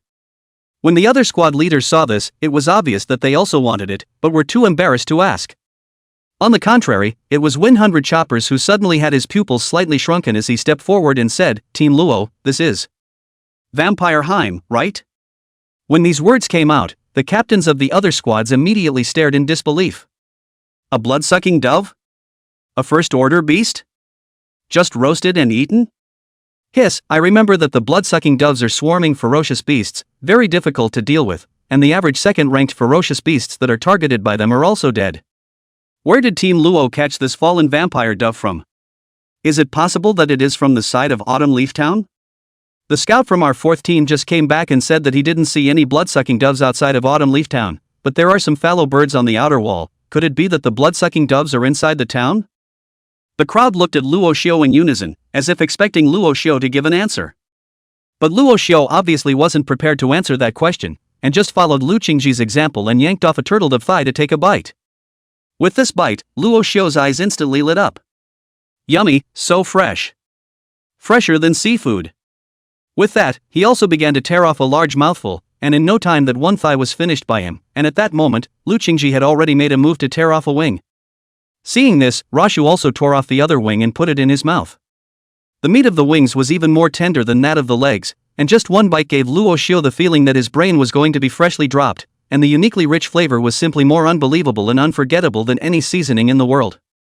And while he and Lu Qingci were enjoying their meal, the scent made the other captains somewhat unable to hold back. Meanwhile, the other captains were a little depressed in their minds. It was clearly Luo Xiu who called them over to say that there was a major announcement about Autumn Leaf Town, but after they came over, Luo Xiu didn't say a word and just ate there. Even if you eat it, it tastes so good. The point is that the scented leaves are just that, and they don't give them a share. Let them watch. Is that human? Can't you see they're drooling down the corners of their mouths? A few people looked at me and I looked at you, but eventually someone couldn't resist. I've heard of the delicious name of blood-sucking turtle doves before, and today I feel like I'm living up to the reputation just by smelling it. That Team Luo, can you share some of it with me? The one who spoke was the first squad's white donut, the one gifted with a loud voice. He's also white and chubby looking and loves food at first glance. As he said that, he walked over to Luo Xiu and licked his lips, wanting to reach out but relying on his perseverance to control it. Just keep swallowing. The others, seeing that someone had taken the lead, rallied around. This tastes so good too, better than that whatever meat I had in the cafeteria. I remember learning about it in my freshman or sophomore year of high school in the low-rank fierce beasts identification manual, and although the blood-sucking dove is a killer fierce beast to low-ranked martial artists, the quality and flavor of its meat is rarely seen even among the third-rank fierce beasts. Right. I used to go and take my girlfriend to a restaurant, and I saw that on the menu of others. Guan Juju would cost more than $6,000. The price is catching up with Tucci Blood Dan, and it is said that the material is just a leg of a blood-sucking turtle dove and a fan of wings. Before I would have thought the restaurant was shady, but now I think it's really worth the price, and it smells so good. If only I could have a bite. Even Feng Baizhang, a person who had eaten blood-sucking turtle doves, couldn't help but secrete a lot of saliva in the middle of his mouth at this moment. He was too embarrassed to say this, but just walked over to Luo Xiu and reminded that, Team Luo, didn't you call everyone over? Don't you have something to announce? Luo Xiu, who had just finished eating the wings and tearing off another half of the turtle dove's body, froze when he heard this. Yes, there was something else, he suddenly remembered. Somewhat breathlessly glaring at Lu Qingci, who snatched away the other half-drawn turtle dove, Luo Xiu dryly coughed and said, Right, it's something. Look at this. Come on, let's all eat and talk, no need to be polite. Saying that, Luo Xiu directly reached out and pulled out a half-dozen or so blood-sucking turtle doves from a black plastic bag that he had prepared long ago and secretly opened his storage ring, pulling out a dozen or so blood-sucking turtle doves and throwing them to the ground. The atmosphere was instantly quiet. Even Lu Qingci felt his expression stiffen up a bit. 100 choppers on the side stared blankly at the blood-sucking doves all over the ground and couldn't help but say, Team Luo, did you catch all these blood-sucking doves? Luo Xiu laughed. That's not true, I was lucky and picked it up. Picked it up by luck? Who the hell are you kidding? Try picking me up another one now? The crowd went wild in their hearts, all feeling that Luo Xiu was just too pretentious. Even Lu Qingci was a bit unable to look away, secretly reaching out and twisting Luo Xiu's waist with a smug look on his face. However, Luo Xiu's next sentence directly dispelled the crowd's thoughts. When I went to Autumn Leaf Town, I happened to see these blood-sucking doves die out and picked them up in passing, and of course, the most important thing is that I saw that the two-headed dramatic poison lizard dragon died as well, and these blood-sucking doves were plucked from the two-headed dramatic poison lizard dragon. The words are not shocking. Luo Xiu's words directly triggered the emotions of several squad leaders. Even the delicious blood-sucking turtle doves were much weaker in their appeal. What? The two-headed poisonous lizard dragon is dead? How is that possible? How could a two-headed poisonous lizard dragon die? These blood-sucking doves were plucked from the two-headed virulent lizard dragon? Did the blood-sucking doves kill the two-headed lizard dragon? Impossible. Although the blood-sucking dove is extremely powerful if it attacks in a group, it's still not a threat to third-order ferocious beasts, and it wouldn't be able to carry the bloodline pressure alone. There's no way a blood-sucking dove could kill a two-headed lizard dragon. If it flies into the territory of a two-headed lizard and doesn't get scared and poop anywhere, it's a tight fit. Can it be that some other third-ranked ferocious beasts went up against the two-headed lizard dragon, and in the end, the blood-sucking dove took advantage of the fact that the two-headed lizard dragon was about to die and picked up a bargain? Impossible. If that's the case, then the two-headed lizard dragon is the other party's trophy. How could it allow the blood-sucking dove to pick up the advantage? Yeah, strange, right? Where's the corpse of that two-headed poisonous lizard dragon? It wouldn't have been picked up by Team Luo as well, right? Hearing these words, the gazes of the crowd all fell on Luo Xiu at once. Luo Xiu let out a dry laugh and waved his hand. How can that be? The two-headed lizard dragon is a giant beast, I can't move it. Right-o. The crowd nodded indistinctly, but then someone questioned, then how did you walk up to the two-headed lizard dragon and pluck the blood-sucking dove off? The crowd's eyes fell back on Luo Xiu. Luo Xiu dryly plucked off the fur of a blood-sucking hind, then threaded it onto a branch and put it into the fire, grinning. That's not important. What's important is that there's been an accident in Autumn Leaf Town. What do you guys say? Should we report it to the instructor? Also, I propose to share the intel now, so that we don't get caught in the gutter. Now that I'm done with my intel, do you guys have anything to add? Chapter 88, Information Sharing. It's really not me. This is definitely something that should be reported to the instructor. The 8 captains were in complete agreement on this point. After all, the jackpot of their beast hunting competition this time was the 3rd-ranked 2-headed poison lizard dragon. Now that even the jackpot is gone, how can we continue? Moreover, they didn't entirely believe Luo Xiu's words. After all, it was hard to believe in something that hadn't been verified. Especially, in their opinion, the fact that Luo Xiu, an unqualified martial artist, had rushed into Autumn Leaf Town to see with his own eyes that the 3rd-ranked 2-headed poisonous lizard dragon was already dead and had plucked more than 10 blood-sucking doves off of the 2-headed lizard dragon before safely evacuating back out, made this matter even more unbelievable. So, reporting to the instructor is the easiest way to verify. After agreeing on this, the 8 captains began to share information. Lu Qingci first said, according to the report from our squad scouts, the situation in Autumn Leaf Town is stable right now, at least outside of Autumn Leaf Town. We didn't feel any commotion inside, which means that there shouldn't be any major changes inside, and the tens of thousands of other ferocious beasts are still around. The crowd nodded, apparently having received such information as well. Windhundred Choppers said, we understand the situation of Autumn Leaf Town to a large extent, so let me talk about the water source. 2 kilometers to the east of the ruined base, there is a small stream over there. The water inside has been tested and has no problems, it's drinkable, and the flow rate is large enough for us to drink for thousands of people with no problems at all.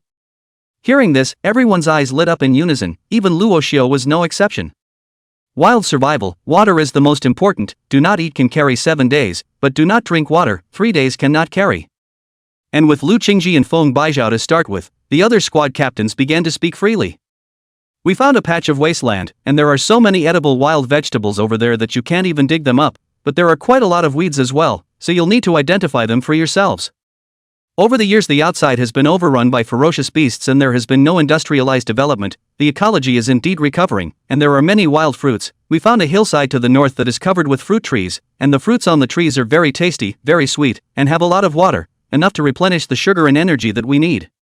We didn't find any of those, but we did find a vine plant that is very tough and good for tying things up, good for setting up camp. We found that there are still some ferocious beasts that don't enter the rank 3 kilometers away, and we've already sent people to decimate them, but there aren't many of them. The atmosphere was cordial as everyone spoke to each other, especially after roasting the blood-sucking turtle dove given by Luo Xiu while eating it. The atmosphere was even more heated. That is, there is no alcohol at this time, otherwise, this meal of roasted blood-sucking turtles go down, the crowd can worship the handle. And just as the crowd was talking enthusiastically, Lu Qingci leaned over to Luo Xiu's side and quietly asked, did you really see the 2-headed poison lizard dragon die? Unlike others, she wouldn't doubt Luo Xiu's ability. After all, she clearly knew that Luo Xiu could be stealthy and was definitely better than anyone else in terms of detection. It was just that she wasn't too sure about this matter, because she also knew that Luo Xiu was more of an old 6, and it wasn't guaranteed that he would use this matter to shade everyone. Luo Xiu naturally did not know that his image in Lu Qingci's mind had begun to become crooked, just said with certainty, of course, I personally killed it and saw it dying on the ground, and then after a while it died. I took advantage of those blood-sucking doves to rush over, and then a sliding shovel rushed past and all the blood-sucking doves decapitated, and then grabbed and ran, but I was exhausted. Lu Qingci. What did she just hear? Killing with her own hands. Killed what? A 2-headed poisonous lizard dragon? A 3rd-ranked ferocious beast was killed by Luo Xiu? The beast hunt hasn't even begun yet, and you've finished killing the boss? Even though he had seen Luo Xiu strike before in the martial god trial tower and knew that he was both great with his spear and stance, and he also knew that his stealth was different from others, Lu Qingci was still shocked when he heard these words. Even if it was her, it was probably unlikely that she would want to go and kill a 3rd-ranked ferocious beast, unless she opened the extreme state of her martial soul, then there would be that much of a possibility. But it was outrageous that Luo Xiu had done it in such a short period of time. Next to it, Luo Xiu knew what she was thinking as soon as he looked at her expression, and could only explain helplessly, don't think nonsense, I just picked up a leak. When I went over, it was already almost gone, just made up for it, it really wasn't me. It was just that his words made Lu Qingci even more suspicious, because he had already admitted that the 2-headed lizard dragon was the one he killed. Thinking of this, Lu Qingci suddenly glanced at Luo Xiu and said, you wouldn't have put away the corpse of that 2-headed lizard dragon as well, would you? She didn't believe that Luo Xiu would really let go of a dead 3rd-ranked ferocious beast's corpse without it, and even she couldn't possibly waste something of this level. Moreover, just now, Luo Xiu also took out 10 or so blood-sucking turtle doves from that black plastic bag. Was that black plastic bag that big? She subconsciously looked at Luo Xiu's right hand, and then saw the ring on Luo Xiu's hand that looked rather inconspicuous and could barely be seen without looking closely. A storage ring? Born into the Lu family, she naturally recognized such rare goodies. After all, she had one herself, or a birthday gift from her father on her last birthday. I didn't expect Luo Xiu to have one as well. Luo Xiu's face showed a trace of embarrassment, a feeling of being caught doing something bad. He put his mouth to Lu Qingci's ear and lowered his voice and whispered, "I opened the treasure chest in the martial god trial tower and opened it. The two-headed lizard dragon is indeed here with me. I picked it up when I saw that it was dead. Do you want it? I'll give you half of it. You can't tell anyone else." Hearing this, the corner of Lu Qingci's mouth hooked up slightly, and he hummed softly, "Humph, you take it. Who wants your stuff? If I want it, I'll kill it myself, and also, you have to be careful. What I can guess, others can guess. You'll be exposed sooner or later, so don't be so smug every day and hang around." After saying that, Lu Qingci skimmed his head and stopped talking to Luo Xiu. Luo Xiu, on the other hand, suddenly froze in place. Lu Qingci was right, there is no lack of smart people in this world, although he tried to make his work as secretive as possible, but it will always leave traces. If there are traces, they will naturally be exposed, it's just a matter of time. However, Lu Qingci not only didn't expose his identity, but also gave him a reminder, which made Luo Xiu somewhat touched. Thinking about how he had previously said that he would give her the wind-hidden soul-destroying gun, and had just said that he would give someone half of the two-headed lizard dragon, but he hadn't actually done anything. It's not pure pie in the sky. It seemed like it was time to find time to brand the wind-hidden soul-destroying guns technique. Just between Luo Xiu's thoughts, the other squad leaders had basically finished exchanging the information they needed to exchange, and had eaten their fill, so they all got up and prepared to go together to report the situation to the instructor. And just as the crowd was preparing to leave, a burly instructor suddenly leapt down from the heights of the camp, then came in front of the crowd and said solemnly, "I just received news that there is a change in Autumn Leaf Town. The third order two-headed poisonous lizard dragon is dead, but the beast hunt action plan remains unchanged, so you guys hurry up and get ready. The current beast hunt will last for 7 days at most, and you guys will have to launch an attack at least once before tonight." Chapter 89: The Blood Wolf Mercenaries. 8 squad leaders from other squads walked away. The gas station camp was again left with only Rasho and the clean-cut female soldier who was watching over it. In order not to be too generous, Luo Xiu took out a few more blood-sucking doves and roasted them. After roasting, the recruits from the 3rd squad who had gone out to work had basically come back pretty much. Luo Xiu cut the roasted blood-sucking dove into slices and arranged them on a flat stone. Come on, everyone's worked hard, come over here and try some." Freshly roasted blood-sucking turtle dove, 1st order ferocious beast, good flavor. The crowd's eyes lit up in unison. Blood-sucking dove? Great name. I've been wanting to eat this for a long time, never got the chance. Where did you get that from, Team Luo? This thing is not going to be easy to deal with. Yes, Team Luo, the blood-sucking dove is a swarming ferocious beast. These martial artists of ours who have not entered the rank, seeing this thing is completely a vegetable delivery. Where did you get it from? Luo Xiu naturally wasn't prepared to keep explaining to the crowd, and casually said, "Where are all the problems? Some food still can't plug your mouths, huh? Come on, all of you taste it." Being told by him, the crowd lost interest in breaking the casserole and gulped and gathered around.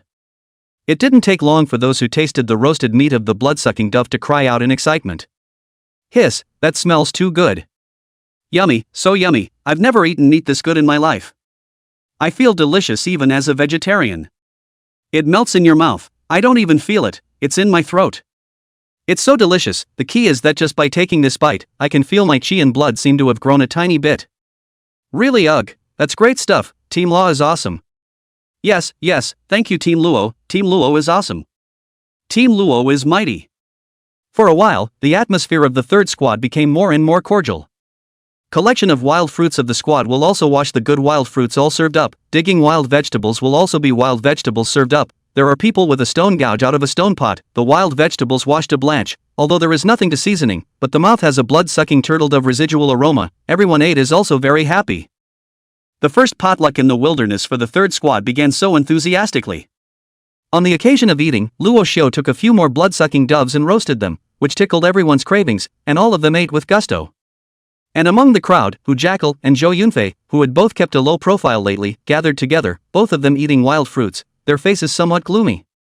Hu Jackal took a bite of the wild fruit, glanced at Luo Xiu who was surrounded in the middle of the crowd, and said in a deep voice, "It's only been a few days, and he's got this captain's position secured. Zhou Yunfei also sighed. Indeed, even the blood-sucking turtle dove was taken out for the crowd to eat. This kid has really put in the blood. Hu Jackal said fiercely. Now, although these people may not be completely convinced of Luo Xiu, they are already at least half convinced. If he takes another first place with the crowd in this beast hunt and becomes the chief captain of all the new recruits, then we'll never have a chance again. Zhou Yunfei's face also sank. Yes, it seems that the task Luo Tianhao explained to us is afraid that we won't be able to complete it, and the qi and blood pills that he promised to give me, I guess I won't be able to get them. Hu Jackal smiled grimly. Not necessarily. You see, Zhang Yulong and Chen Xiaodong now do not happily follow Luo Xiu's side of it. It is estimated that the relationship between the two and Luo Xiu has been a bit of progress. Our plan in fact has not failed, and Zhou Yunfei's mind moved. And what? Hu Jackal said. Moreover, I've already talked to Luo Tianhao about this side of things. He said he already has an arrangement. Remember Ouyang Tao, the son of the leader of the Blood Wolf Mercenary Corps? Zhou Yunfei looked stunned. Remember, that guy is a dude who bullies people. He also likes to engage in perverts. His character is strangely bad. It is said that he once even defiled a few girls from the Clearwater Martial Arts School, forcing them to jump off a building. To be honest, this kind of scum is disgusting even to me. Hu Jackal sneered. Hey, some words can say, some words cannot say. Although Ouyang Tao is not something, but the Blood Wolf Mercenary Corps is not to be messed with. I told Luo Tianhao this side of the situation. When the Luo Xiu and Lu Qingci tied together, said Lu Qingci in his eyes, the two relationships can have problems. Luo Tianhao thought of Ouyang Tao when he listened to it, and he has already told Ouyang Tao. He has already told the matter. Told Ouyang Tao at the latest tomorrow, will bring people over. Zhou Yunfei frowned. We are from the army. Although Ouyang Tao is the son of the Blood Wolf Mercenary Regiment's leader, he doesn't have the guts to directly charge the army. Besides, we still have the instructor here to watch over us. There's not much use for him to come. Hu Jackal sniffed, but said sorrowfully, he does not dare, but the beasts dare all. Blood Wolf Mercenary Group cannot lack of experts. It is said that there is a person, can in a short period of time to control the low-ranking ferocious beasts, so that the ferocious beasts crazy. At that time, we will hide in the back, waiting to watch the show on the line. Zhou Yunfei seemed to think of the terrifying scene of tens of thousands of ferocious beasts suddenly going berserk, and his face suddenly turned a little pale. He looked around and lowered his voice. The ferocious beasts will go berserk and many people will die. Hu Jackal said indifferently, it's not just you and me who die. When Zhou Yunfei heard these words, he only felt a coldness rise behind him, and some fear rose in his heart. No one paid attention to the conversation between the two. After everyone had eaten and drank, Luo Xiu began to make plans for today's attack on the ferocious beasts. He stood in the middle of the crowd and pressed his hand slightly downward, and the scene fell silent. Everyone looked at Luo Xiu silently, waiting for his next statement. Luo Xiu nodded with satisfaction and cleared his throat. Alright, everyone has eaten well, so it's time to talk about business, and business is very simple. It's our theme this time, hunting beasts. It's not the first time we've worked together as the third squad. Last time we had the breaking fist competition, everyone performed well and we managed to get first place. This time, I'm sure it won't be any different. At these words, the crowd shouted. It's all because Team Luo taught us well. Yes, I still feel benefited from Team Luo's instruction in the army breaking fist. Team Luo is invincible. There's meat to eat if you follow Team Luo. We'll definitely get first place this time too. Follow Team Luo and lie down in the qi and blood pool. Hearing the shouts of the crowd, the corner of Luo Xiu's mouth twitched slightly. Who the hell shouted that? What do you mean by lying in the pool of qi and blood? Why does it sound so wrong? However, he didn't count on this. He just pressed his hand again and waited for the crowd to quiet down before he continued. Fine, since everyone trusts me, I can't drop the ball. I'll do my best to bring you all to the ultimate victory. But there's something to say. The situation in Autumn Leaf Town has changed now. The third-rank two-headed venomous lizard dragon is dead, but the instructor just said the beast hunt continues and that the first wave of attack will be at least by tonight. So I decided that our first attack, instead of waiting until tonight, will be scheduled for half an hour from now. Chapter 90, I'm a slide shovel. Launching the first wave of the attack in half an hour? Luo Xiu's words were directly like a deep water bomb, causing the entire third squad to boil. It's a bit of a panic that we're going to hunt the ferocious beasts in half an hour. Team Luo, we're not ready yet. Yeah, there's not even a plan, and there's a change in the situation in the town of Akiba. Will it be dangerous? I think it's better to prepare again. It's not that we don't trust Team Luo, it's mainly because it's everyone's first time going on a beast hunt and they're not mentally prepared. Cut it out, Goonies, fear the hammer, just do it. Follow Team Luo, direct a wave of charge and dry out all the ferocious beasts. I'm a ing slider. Obviously, some people were more worried, and they still couldn't avoid panicking the first time they faced a real ferocious beast. But there are those whose blood is burning hot and ready for the big time. Luo Xiu quietly watched the crowd make their comments, quietly observing their behavior. He secretly divided the 160 people into the main war faction, the neutral faction and the preparation faction. The main warring factions are obviously all militants and are quite interested in hunting beasts. Neutrals don't talk much, and just quietly listen to the crowd speak anyway, in a sort of go-with-the-flow kind of way. Preparationists, on the other hand, feel underprepared and want a plan for more. What made Luo Xiu more surprised was that Wang Fugui didn't say anything this time, remained neutral, and looked with a deep frown, didn't know what he was thinking. Even when he just ate, he looked like he didn't have much spirit, as if he had always been absent-minded. Thinking about the subtle bugs he saw on Wang Fugui's heart in the morning, Luo Xiu probably guessed a little bit of the reason, so he didn't say anything. Zhang Yulong and Chen Xiaodong, on the other hand, were naturally staunch main combatants, standing on Luo Xiu's side. Luo Xiu remembered the plans of these two and Hu Jackal Zhou Yunfei. The two of them, Hu Jackal and Zhou Yunfei, sang the white face while the two of them sang the red face. It was also the case that Luo Xiu went straight to sleep whenever he returned to the dormitory and didn't give the two of them a chance to sing red faces. However, every time, they didn't show any dissatisfaction with Luo Xiu and instead supported him at every turn, which was all they could do at the moment. At least a different person would have thought these two roommates were nice. It was just strange that this time, Hu Jackal and Zhou Yunfei, who should clearly be singing the opposite tune, appeared to be very active and stood firmly on the main warring faction, looking like they were very supportive of Luo Xiu. Not only did this behavior make Luo Xiu strange, even Zhang Yulong and Chen Xiaodong both had puzzled faces. Luo Xiu instantly felt something was wrong.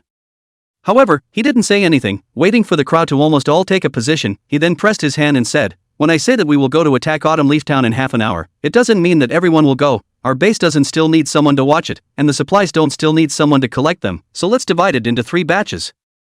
Alright, now, those who wish to charge Akiba Town right now, stand in line. Those who want to stay behind to guard the base and prepare it again, stand in a line. Those who want to go search for supplies, stand in another line." Rasha said as he reached out and gestured in front of him, dividing 3 positions in front of him. Upon hearing his words, everyone clammed up and began to take sides. Soon 3 neat lines were standing. The smallest number of people who wanted to go charging in was only about 30. The largest number of people trying to guard the base was over 80. Those who wanted to search for supplies numbered more than 40. Very much in line with Rasho's mental expectations. After all, the brave are in the minority at all times. But the ones guarding the base, surely they can't be so many people, wouldn't that be a waste? So, Luo Xiu went from dividing the 2 groups of people who were guarding the base and searching for supplies equally. After assigning them, Luo Xiu set off with more than 30 people. Just as he stepped out of the ruined base, he saw Feng Baizhao and Lu Qingci, who had each brought out their own people, as well as a loud voiced by Tuanchuan. Luo Xiu was a bit surprised. "You guys are, like, going to Akiba Town?" Lu Qingci raised her smooth chin and proudly said, "Or else, you're not the only one who can think that the first wave of attack is the easiest." Feng Baizhang smiled faintly and nodded towards Luo Xiu. While White Tuan smiled and walked over to Luo Xiu's side, squinting his small eyes and said, "Not much of an idea, I just wanted to go and see if I could pick up some good stuff by chance, just like Team Luo, but now, seeing that the 3 of you are there, I feel like I can follow and pick up some leaks." Speechless, Luo Xiu swept his gaze over the small group behind the 3, which was basically around 20 to 30 people as well. The White Regiment had the least number of people in its ranks, only about 2 dozen. "Then, let's make a companion, but agreed, when we go there, we can't steal the head, the town is very big, we each have a direction," Rasha said half seriously, half jokingly. Lu Qingci immediately snorted coldly, "Who wants to steal your head? Just don't drag us down when the time comes." That's the kind of person who has a hard mouth and a soft heart. Obviously, he was so nice to Luo Xiu every time, but his mouth was always so arrogant. Bai Tuanchuan looked at the two with a bad smile on his face, obviously feeling that there seemed to be something not quite right between the two of them, squeezing his eyes towards Luo Xiu and raising his eyebrows, with a look of "You two are having an adulterous relationship." And as 100 choppers watched the performance of the two, a flash of doubt flashed in the depths of his gaze. He always felt something was wrong with these two. It was evident at the breaking fist match earlier. After all, he was a psychic reader. But in the martial god trial tower, Lu Qingci and that mysterious and powerful grass. No way, were also very out of place. But Lu Qingci didn't look like a random girl in any way. Could it be that Luo Xiu and that mysterious person had some kind of relationship? Or was Luo Xiu simply the mysterious man? This speculation Feng Baijian had thought about it last time, but it always felt like there was something wrong with it. Just the mere fact that Luo Xiu hadn't entered the product yet was a huge gap from that mysterious person, but it wasn't ruled out that Luo Xiu was hiding his strength. While 100 Choppers was wondering, among Luo Xiu's team, Hu Jackal and Zhou Yunfei looked at each other, all of them could see the shock in each other's eyes. Especially Hu Jackal, who was originally just adding fuel to the fire. But at this moment, he realized that between this Luo Xiu and Lu Qingci, it seemed like there was a real damn relationship. Hu Jackal's heart rose in ecstasy. If this was seen by that scum Ouyang Tao of the Blood Wolf Mercenary Corps, Luo Xiu would designatedly not be able to live. The reason why they followed the first batch out was naturally because they were afraid that after the Blood Wolf Mercenary Corps came, they would just follow Luo Xiu to charge through Autumn Leaf Town, and come out earlier, so that when the batches were changed, they would just be switched to a safe base, and by then, with the 8 instructors watching over them, their safety would definitely be guaranteed. Afterwards, Luo Xiu discussed with Lu Qingci and the others about the attack route after heading to Autumn Leaf Town, as well as the signal and way to call for help if they encountered problems, as well as the time to evacuate, and so on, before heading to Autumn Leaf Town together in a group. Without encountering any accidents along the way, it didn't take long for the crowd to have arrived outside of Autumn Leaf Town. Well, the town of Akiba has arrived, so I wish you all the best and a great trip out. Luo Xiu spoke towards the crowd and then looked at Lu Qingci, signal if anything happens, remember, safety first. After saying that, he led the third squad to the northwest. Chapter 91 Pink Bunny Sticker on a Bao and Bao. The northwestern direction was the direction of attack that Luo Xiu had previously assigned to their third squad after discussing with Lu Qingzhu, Feng Baijiao, and the White Tuan Tuan. Lu Qing resigned and went to the west, Feng Baijian went to the southwest, and Bai Tuanchuan went to the south. As for the north, it's a bit farther to the north of the town of Akiba. The 4 of them were not prepared to be too far away, and it was not good to be far away to keep watch. Seeing Luo Xiu leave with his men, Lu Qingzhi was not shy to bring his men to follow, and although their 2 teams ended up in different locations, the general direction was the same. After 100 Choppers and White Tuan Tuan looked at each other, they all rushed towards their respective locations with their men. It was a nice, sunny day at the moment. Luo Xiu opened his perspective to walk at the front. The 2 of them, Zhang Yulong and Chen Xiaodong, followed right behind him. The remaining 30 people, including Hu Jackal and Zhou Yunfei, followed Zhang Yulong and Chen Xiaodong. A few people exchanged a few glances without saying anything, the meaning in their eyes unknown. Luo Xiu didn't pay attention to his behind. At this point, his attention was completely focused on the nearby warnings. Under super perspective, all the movements around him could not escape Luo Xiu's eyes. Although most of the ferocious beasts were gathered in the middle of Autumn Leaf Town, there were still quite a few ferocious beasts inhabiting the tree-lined areas in the wilderness that had been revived in the outskirts. Ahead, 11 o'clock, 500 meters, there's a self-exploding boar of the unincorporated order. Are there any that specialize in long-range attacks? Rashu suddenly stopped and lowered his voice to ask back. The crowd looked at each other in dismay, and the last female soldier timidly raised her hand, embarrassed. Luo. Team Luo, I major in bow and arrow, I know a yellow-grade martial skill, piercing cloud arrow, which possesses a penetrating effect, and my talent is, willing strike, which is able to improve my accuracy with my body's sense of space. As she spoke, the female soldier's pretty face and ears, along with her neck, turned incredibly red. Obviously, this is a shy girl. Luo Xiu's eyes lit up when he heard the female soldier's self-introduction. No wonder people dared to follow them out in the first batch, they really have 2 skills. Weapons, martial arts, and talent all work together to make one simply a born sniper. What's your name? Luo Xiu asked. The female soldier looked up at Luo Xiu, then timidly and hurriedly dropped her head and whispered, Zhu Luolu, Team Luo, you can just call me Luolu. Falling? Interesting name. Luo Xiu waved towards Zhu Lulu, alright, come over here Lulu, the first point of our third squad is in your hands. Zhu Lulu walked over to Luo Xiu's side and took out a sturdy-looking alloy bow and arrow from behind her back, styled with a bit of a sci-fi feel, pure black with dark blue veins, and Zhu Lulu's name written on the side, and underneath the name, there was a pink bunny sticker affixed to it. Seeing Luo Xiu staring at the bunny sticker, Zhu Lulu's small face blushed again. It's better to be otherworldly. There are beautiful women everywhere.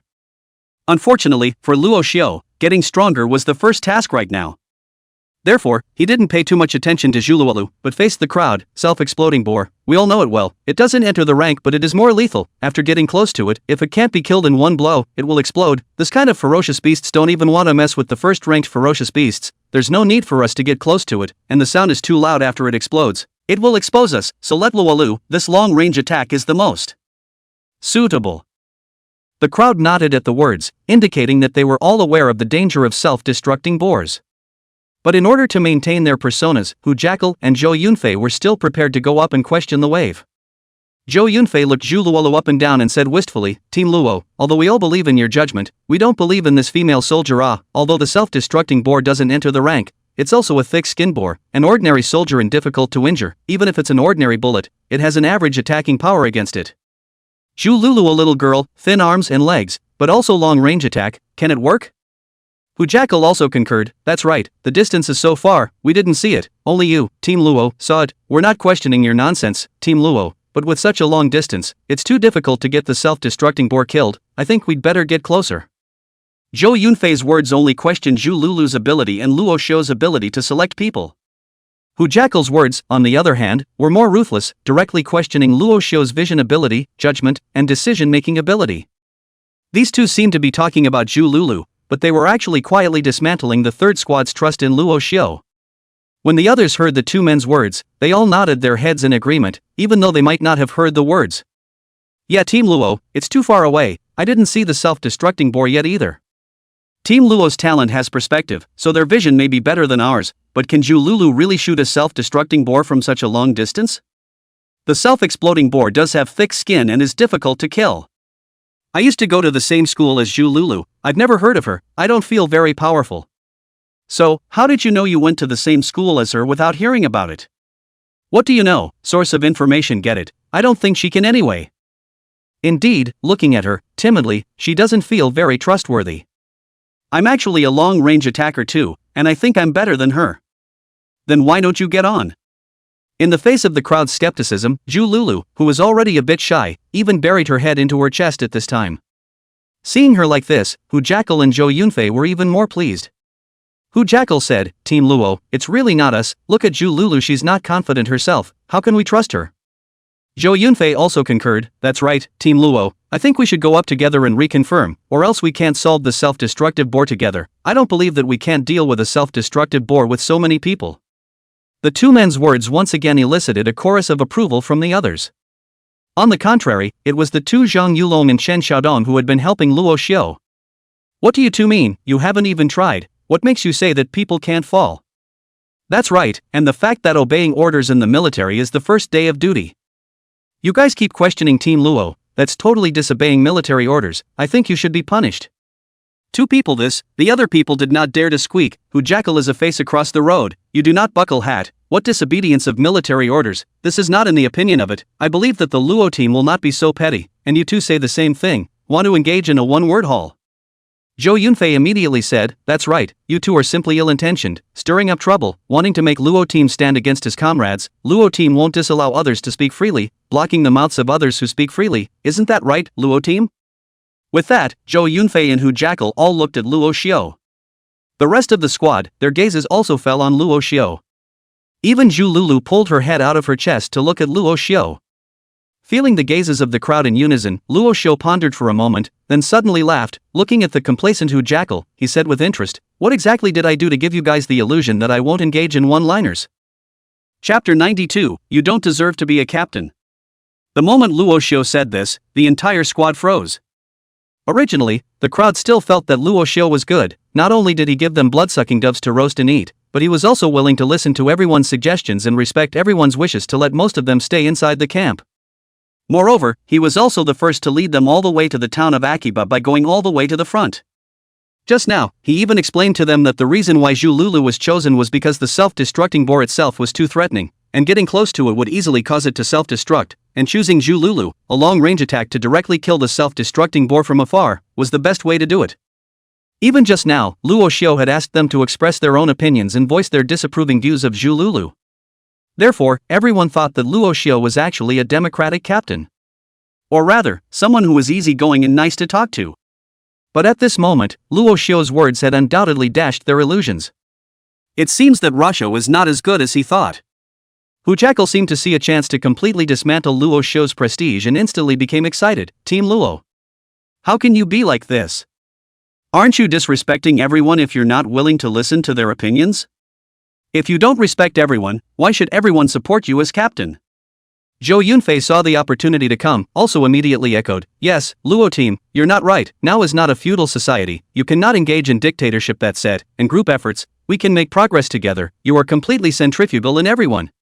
Upon hearing this, Hu Jackal felt that Zhou Yunfei played this assist beautifully, his eyes lit up as he immediately took over, even if you're the captain, you can't abuse your power, we also have independent personalities, we definitely can't listen to what you say, and the third squad definitely can't be your one-liner.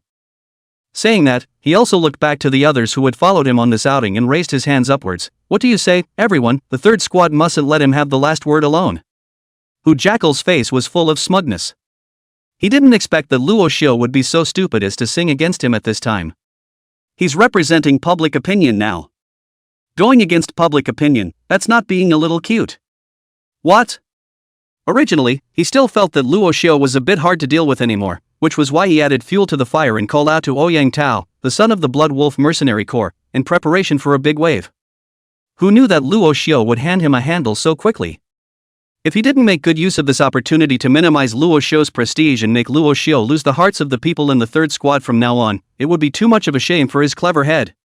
Now, it was the moment of victory, and right away, he could hear the crowd cheering for what he had just said. Overthrowing Rashio's tyranny, the squad belongs to San, no, it belongs to him, Hu Jackal. Hu Jackal's heart was pounding and his body was so excited that he was trembling.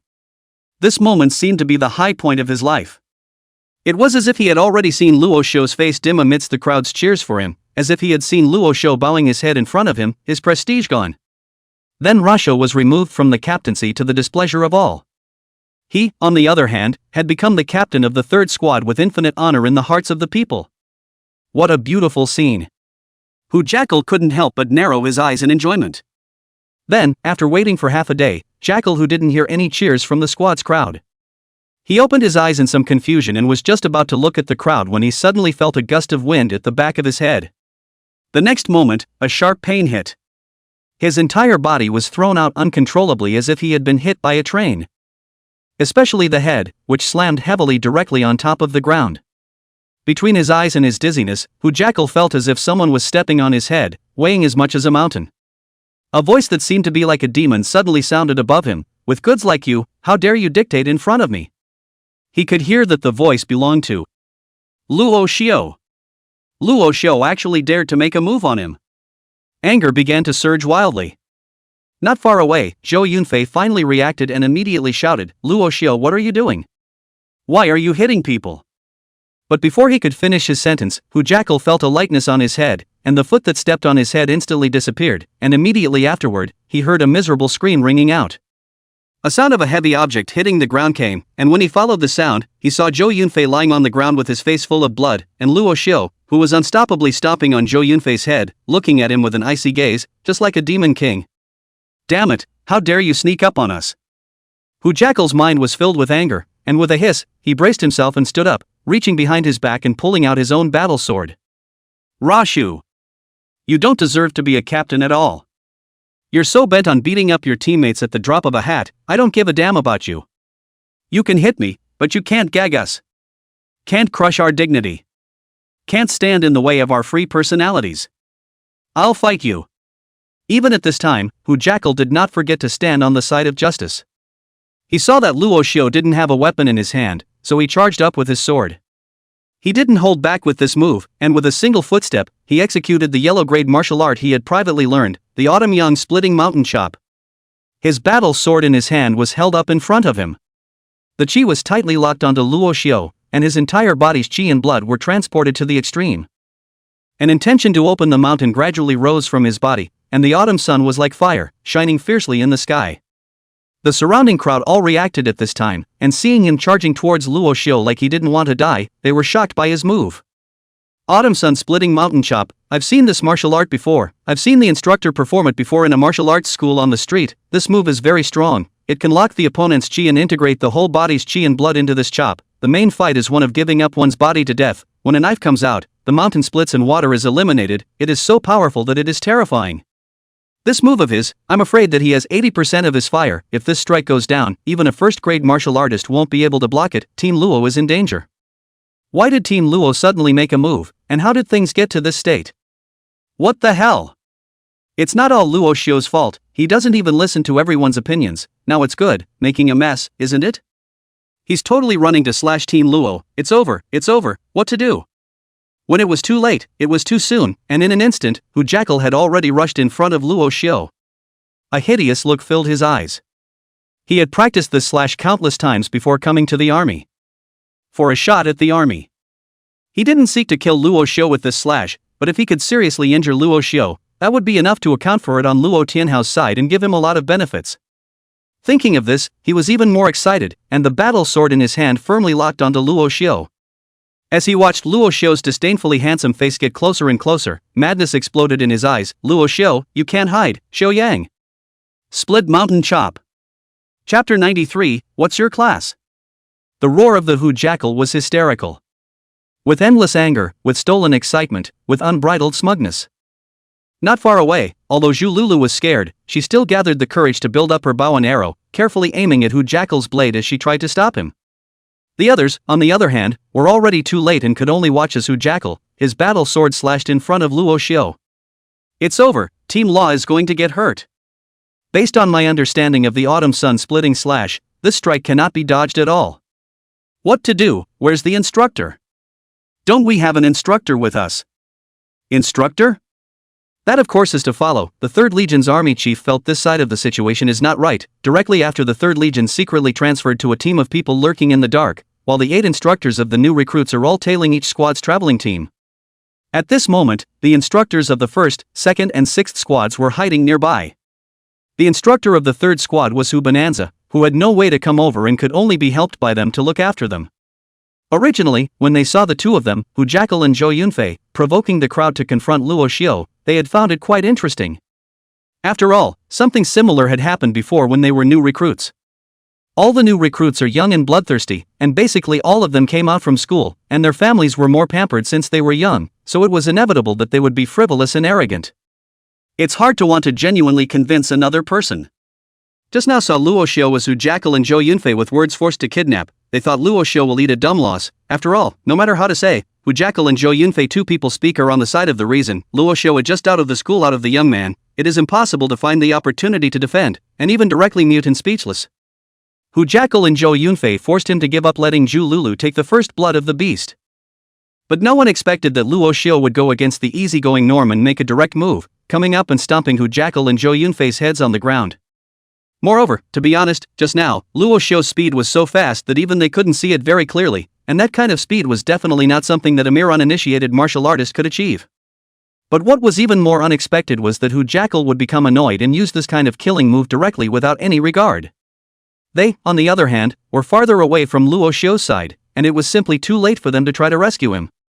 After all, Hu Jackal had used almost all of his body's strength for this move, all of his body's chi and blood power had been incorporated into this move, and it was running towards seriously injuring Luo Xiu with a single slash. Several instructors' feet moved in succession, their figures running towards this side like lightning. We can't let anything happen to Luo Xiu. Be sure to stop the Hu Jackal. Or else come back, the chief instructor is afraid he'll cut us up. Several instructors were anxious, but no matter how anxious they were, Hu Jackal's blade had already slashed down hard, and Luo Xiu looked like he was stupid, not even dodging at all. Everything, it was as if it was a foregone conclusion. Even Hu Jackal, at this moment, was a bit stunned. He wanted to see fear, panic, and remorse on Luo Xiu's face. But it was as if Luo Xiu didn't react at all, a hint of disdain still on his clear face. It seemed that time was frozen just a moment ago. Scared silly?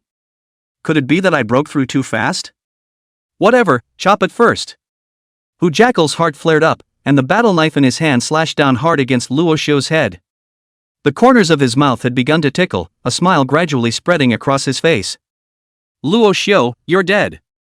A burst of pleasure surged in his heart as the autumn sun splitting mountain chop carried a biting killing intent and completely chopped in front of Luo Xiu's eyes. Seeing that the blade was about to strike Luo Xiu's face, Hu Jackal suddenly saw Luo Xiu smile. Still a mocking laugh. A bad feeling rose in Hu Jackal's heart, and before he could react, he saw Luo Xiu gently raise his hand. Pop. A crunch.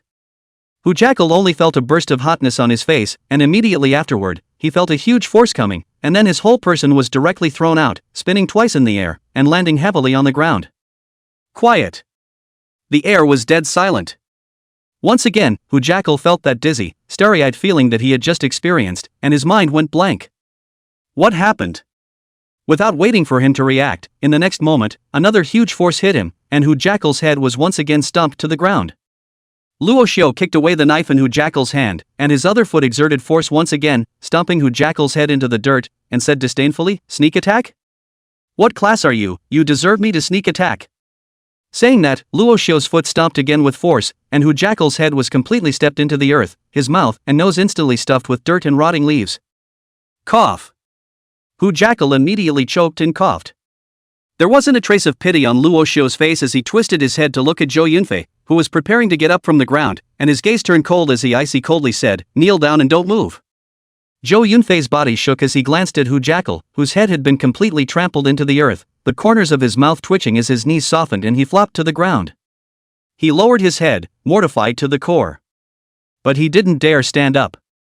For some reason, it was clear that Luo Xiu was at least 3 meters away from him at this point, but he felt as if he was being pressed by Tarzan all over his body, weighing him down. Luo Xiu sneered and swept his gaze across the crowd. "Anyone who wants to be on Hu Jackal's side, speak up." Looking at the head into the ground Jackal, the pupils of the crowd all shrunk, all did not squeak. On the side Jululu was even more wide-eyed, her face was full of unbelievable color, her bow had already been drawn, but at this time, she forgot to put it away until the bowstring pulled her fingers painfully. The several instructors who were running over furiously also had shocked eyes and stopped with stiff faces, and then, what shocked them even more was that Luo Xiu turned his head and gave them a glance full of indifference. Is he watching us? It can't be, can it? But he met my eyes. It seems so, but we're still at least 100 meters away from him. I feel like I really saw us. Luo Xiu ignored the several instructors who were shocked beyond belief, then quietly hid. His eyes fell on the Crow Silent Squad's crowd, and with a casual sweep, he indifferently said, "I gave you the right to speak, but I didn't give you the right to resist. I'm willing to talk nicely to you guys because I see you as comrades in arms, not because I'm incapable and weak. What's the use of talking so much about freedom and everyone's opinion and morality? Now it's not just me stomping on the ground and eating dirt. The army is not a hobby group, there is no need to express your opinions, there is only one thing you need to do and that is to follow orders.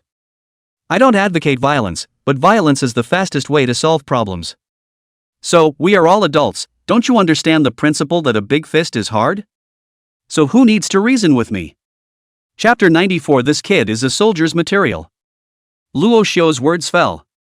There was a silence around them. Be reasonable? You stomped someone's head into the dirt to make sense? Who dares to reason with you like that? It's not pure abuse. Although Hu Jackal's strength was not considered the strongest in the squad, it was not the weakest by any stretch of the imagination. As long as they didn't enter the product, the difference in everyone's strength wasn't that great, and at most, it was a difference in their control of the battlefield and their ability to react. Then there's the use of martial arts.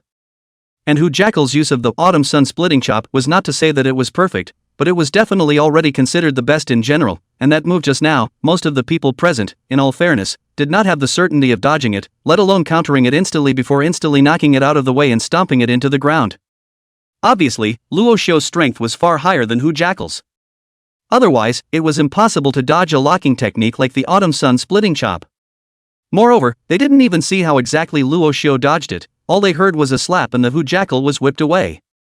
It's just a little bit too much. Team Luo wouldn't be an entry-grade martial artist, would it?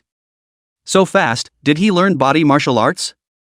I told you, Team Luo was able to integrate the Broken Army Fist after watching the chief instructor practice it once during the Broken Army Fist competition. How could he be an ordinary martial artist? Team Luo is hiding too deep, no wonder he was valued by the chief instructor to become the captain. This Hu Jackal is simply out of his depth. At this moment, all sorts of marveling at Luo Xiu emerged in the hearts of everyone present. So to speak. At the time of the Broken Army Fist competition, they had already recognized Luo Xiu to a certain extent, and felt that Luo Xiu was a captain who was great at martial arts learning and teaching, and their level of submission reached 10-20%.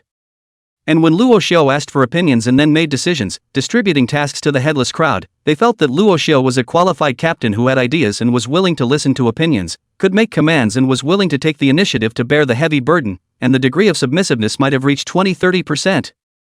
Then, when Luo Xiu came back and brought back important information, and gave them a taste of the precious blood-sucking dev roast meat, and finally made an attack plan and led the attack, they felt that Luo Xiu was a good captain with courage and ability, and the level of submissiveness reached 30-40.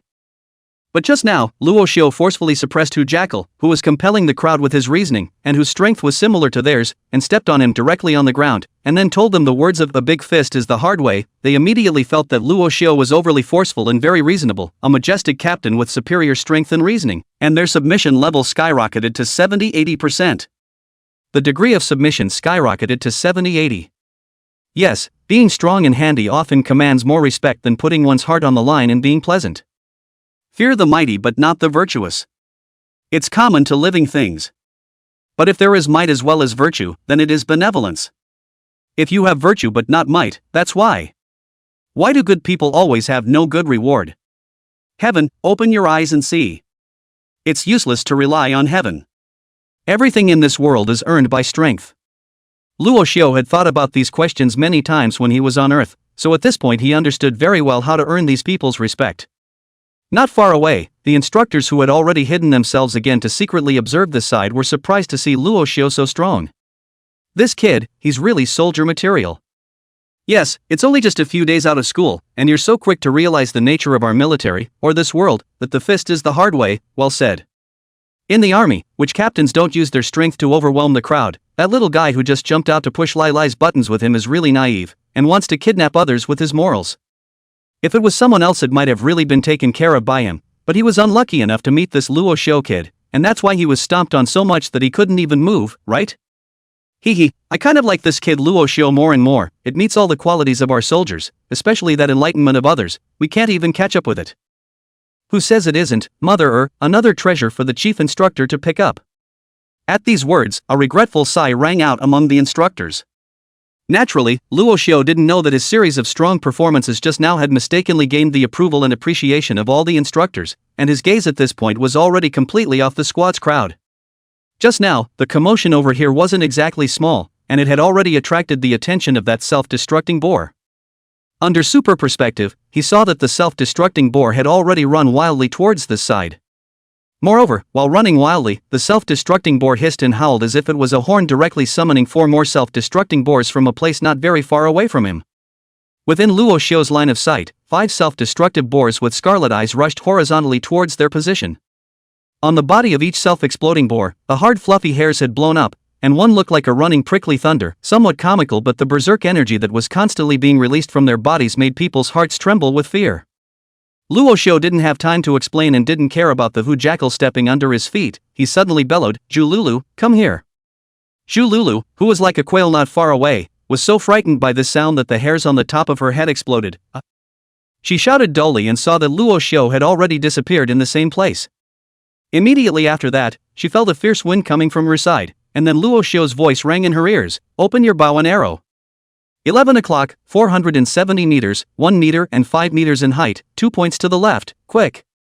Zhu Lulu didn't have time to have any reaction at all. Hearing Luo Xiu's words, she subconsciously followed Luo Xiu's instructions, bending her bow and pulling up the bowstring, silently reciting the penetrating cloud arrow mnemonic in her mind, her body's chi and blood surging into her hand and above her bow and arrow according to the fixed veins. Shoo! The bowstring was loosened, and the sharp arrow was like a shuttle, instantly missing into the forest. Luo Xiu's mind moved, super stealth was directly opened, and the sharp arrow that had just shot out 10 meters was instantly invisible, just like breaking through the air, instantly appearing in front of the self-destructing boar at the very beginning. Poof! With a muffled sound, the self-destructing boar didn't even know what was happening. Its body directly and uncontrollably planted forward and tumbled, and the raging power in its body gradually faded away.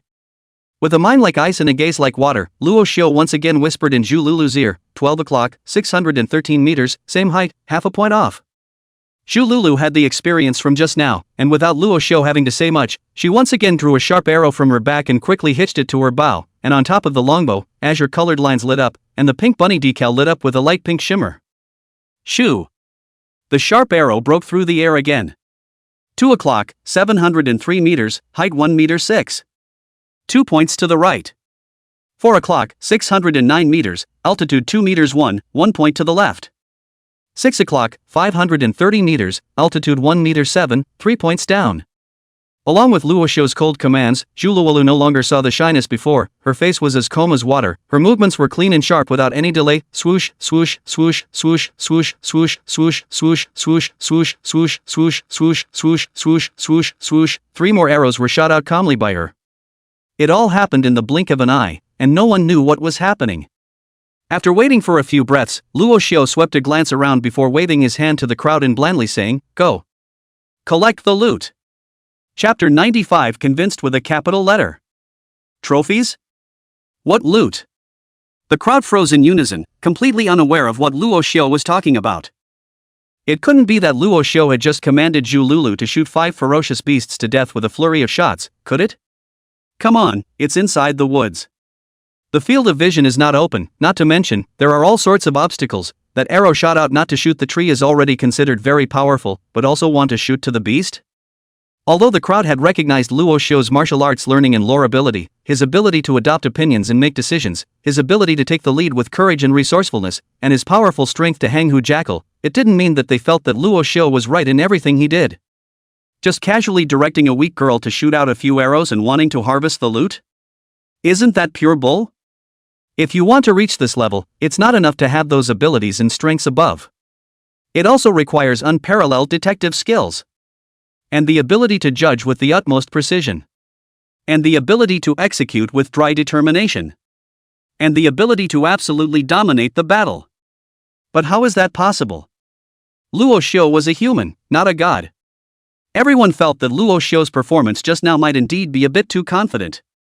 But they didn't say anything, and after glancing at each other, they lowered their heads to follow Luo Xiu's instructions and started walking towards the location that Luo Xiu had just posted. Although they didn't believe it, with the 2 examples of Hu Jackal and Zhou Yunfei in front of them, they wouldn't question Luo Xiu's decision again at this time. Just in their hearts, they all silently labeled Luo Xiu as strong and capable but somewhat arrogant. Zhu Lulu was probably the only one in the room who had more faith in Luo Xiu's words just now. It wasn't that she had that confidence because she had shot the arrow. Rather, it was purely because of her talent, willing strike. When she had just shot the arrow, she had directly opened this talent, her body's sensing of the surrounding space was raised to the extreme, and although she couldn't clearly see the self-destructing boar that was darting towards her, she was able to sense through the slight vibration of the surrounding space that something was indeed approaching. Instead, after her 5 arrows were fired, the few slight spatial vibrations suddenly disappeared. Could it be, really, 5 self-destructing boars? But didn't Team Law just say there was only one? Just now it vaguely seemed like I heard a strange hissing sound. But even if it's really 5 self-destructing boars, even if I hit all 5 arrows, it's impossible to kill them all. Self-destructing boars aren't that fragile. At this point, even Zhu Lulu was a bit skeptical. It was only when she saw Luo Xiu's certainty that she kind of felt that what Luo Xiu said was true. Always, now she was torn. And just as the crowd went forward to search for the loot, Luo Xiu stood aloof, Zhu Lulu doubted life, Hu Jackal's head was buried in the dirt, and Zhou Yunfei knelt on the sidelines not daring to raise his head. The instructors, hidden not far away, chatted with interest. Among them, a bearded instructor bristled with some disbelief. This kid is also too pretentious. I won't allow the existence of people who are even more pretentious than me, so I don't think what he just said is believable. Commanding a few arrows at random to shoot a self-destructing boar hundreds of meters away, it's impossible. Another black-faced instructor said suspiciously, that said, it seems like I did feel something moving in the distance just now, but it seems like it's died down since that brat let the arrows finish shooting, so it can't really be that he shot something, right? Hearing this, another tall and thin instructor said, it may have hit a ferocious beast, but it's absolutely impossible that the shot was a self-exploding boar. As far as that female soldier's arrow is concerned, it's not powerful enough to kill the self-exploding boar with a single arrow. If it had hit the self-exploding boar, we would definitely be able to hear the sound of the self-explosion, but we don't hear any sound now. The last stout instructor said, well, I also think that Luo Xiu's performance just now was indeed awesome. He was able to break the locking technique, autumn sun splitting chop, so it's obvious that he's completely crushing on the other recruits in terms of his speed and eyesight, but that's not enough for him to command the others to shoot 5 self-exploding boars with 5 arrows in a row. After all, even we can't do it, let alone him, a freshly enlisted recruit, no matter how much more, we can all be 4th grade martial artists. The others all nodded at the words, feeling that it was unlikely that such a thing could be accomplished. Not to mention Luo Xiu, even their head, chief instructor Hu Banruo, that genius female soldier who had created countless remarkable battles in the 3rd Army Corps, didn't have this kind of ability. Luo Xiu's behavior just now was still too pretentious. Later, when those team members came back, he was afraid that he was going to make a fool of himself. Several instructors glanced at each other, and a look of regret appeared in their eyes in unison. Alas, still young, a little skill makes you think you can do anything. The captain's might that he had just managed to build up was afraid to be lost because of this wrong move. Out of your mind, out of your mind. Wait, he'll surely regret it. Alas, young people are too impatient and unsteady. While all the instructors were shaking their heads and sighing, a burst of surprised voices suddenly came from the distance. What a self-imploding bore. I'm a self-destructing bore here too. Me too here. Dead through and through. We have a self-destructing bore here too. It's really a self-exploding bore. It's so fierce. Subsequently, it didn't take long to see the crowd gleefully carrying back 5 self-destructing bores that no longer had any breath from 5 different directions. Everyone's faces were all shocked in addition to elation. It is, indeed, too unbelievable. The crowd carried the 5 self-destructing bores over and placed them all at the feet of Luo Xiu and Zhu Lulu. Each one of them looked excited and wanted to ask something but didn't know how to open their mouths. Suddenly, an attentive female soldier pointed at the 5 self-exploding bores and exclaimed, "Ah! You guys see, these 5 self-exploding bores were all hit in the right eye by an arrow, and the arrow had directly penetrated through the right eye, pierced through the brain, and then pierced through the heart, which directly severed all the consciousness of the self-exploding bore, cut off the self-exploding bore's self-explosive ability before it died, and then finally pierced through the stomach." When these words came out, everyone looked at them in unison, and their faces all stiffened. That's impossible, isn't it? How can you shoot so accurately? They're all 500 meters away. Miracle. It's a miracle. Zhu Lulu is also too fierce. What do you know about hammers? It was Team Luo's command. Team Luo's commands for every direction were all accurate to the self-destructing bore's right eye diagonally downward. Tramp, I'm convinced, Team Luo was simply not human, it's a god of grass. Is Luo team open? This can't be a coincidence at all. If a self-destructing bore was shot in the right eye and couldn't self-destruct, it could still be a coincidence, but this is a whole 5 heads. I'm stepping over the line. Team Luo, please Team Luo take me. Team Law, I will never question any of your orders again. You are truly awesome. In the midst of the exclamations of awe and submission, only Zhu Lulu was filled with doubts. The self-exploding bore is extremely sensitive, and its vision is still sharp, so why would it not launch its self-explosion in the first place when it saw my arrows? This isn't right, how could this happen? Chapter 96, Sudden Changes, Bizarre Drama. Luo Xiu took in everyone's performance. To be honest, he didn't want to pretend. After all, his survival strategy from the time he crossed over until now was to try to keep a low profile and mete out a slow development. But really, a low profile makes it easy to be belittled, and belittling gets him in trouble. He was now the captain of the 3rd squad, but before that, he had only hung on to his name, and the people in the team did not have any respect for him. At best, he was a bit of a great person in terms of martial arts delivery and understanding. Or maybe he thought he was a nice guy after eating his blood-sucking dove roast.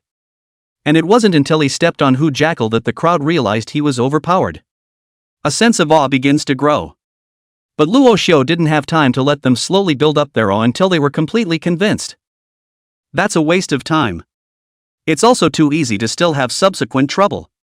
He was about to go hunting ferocious beasts in the Autumn Leaves town, and he absolutely would not allow someone who was not of the same mind as him.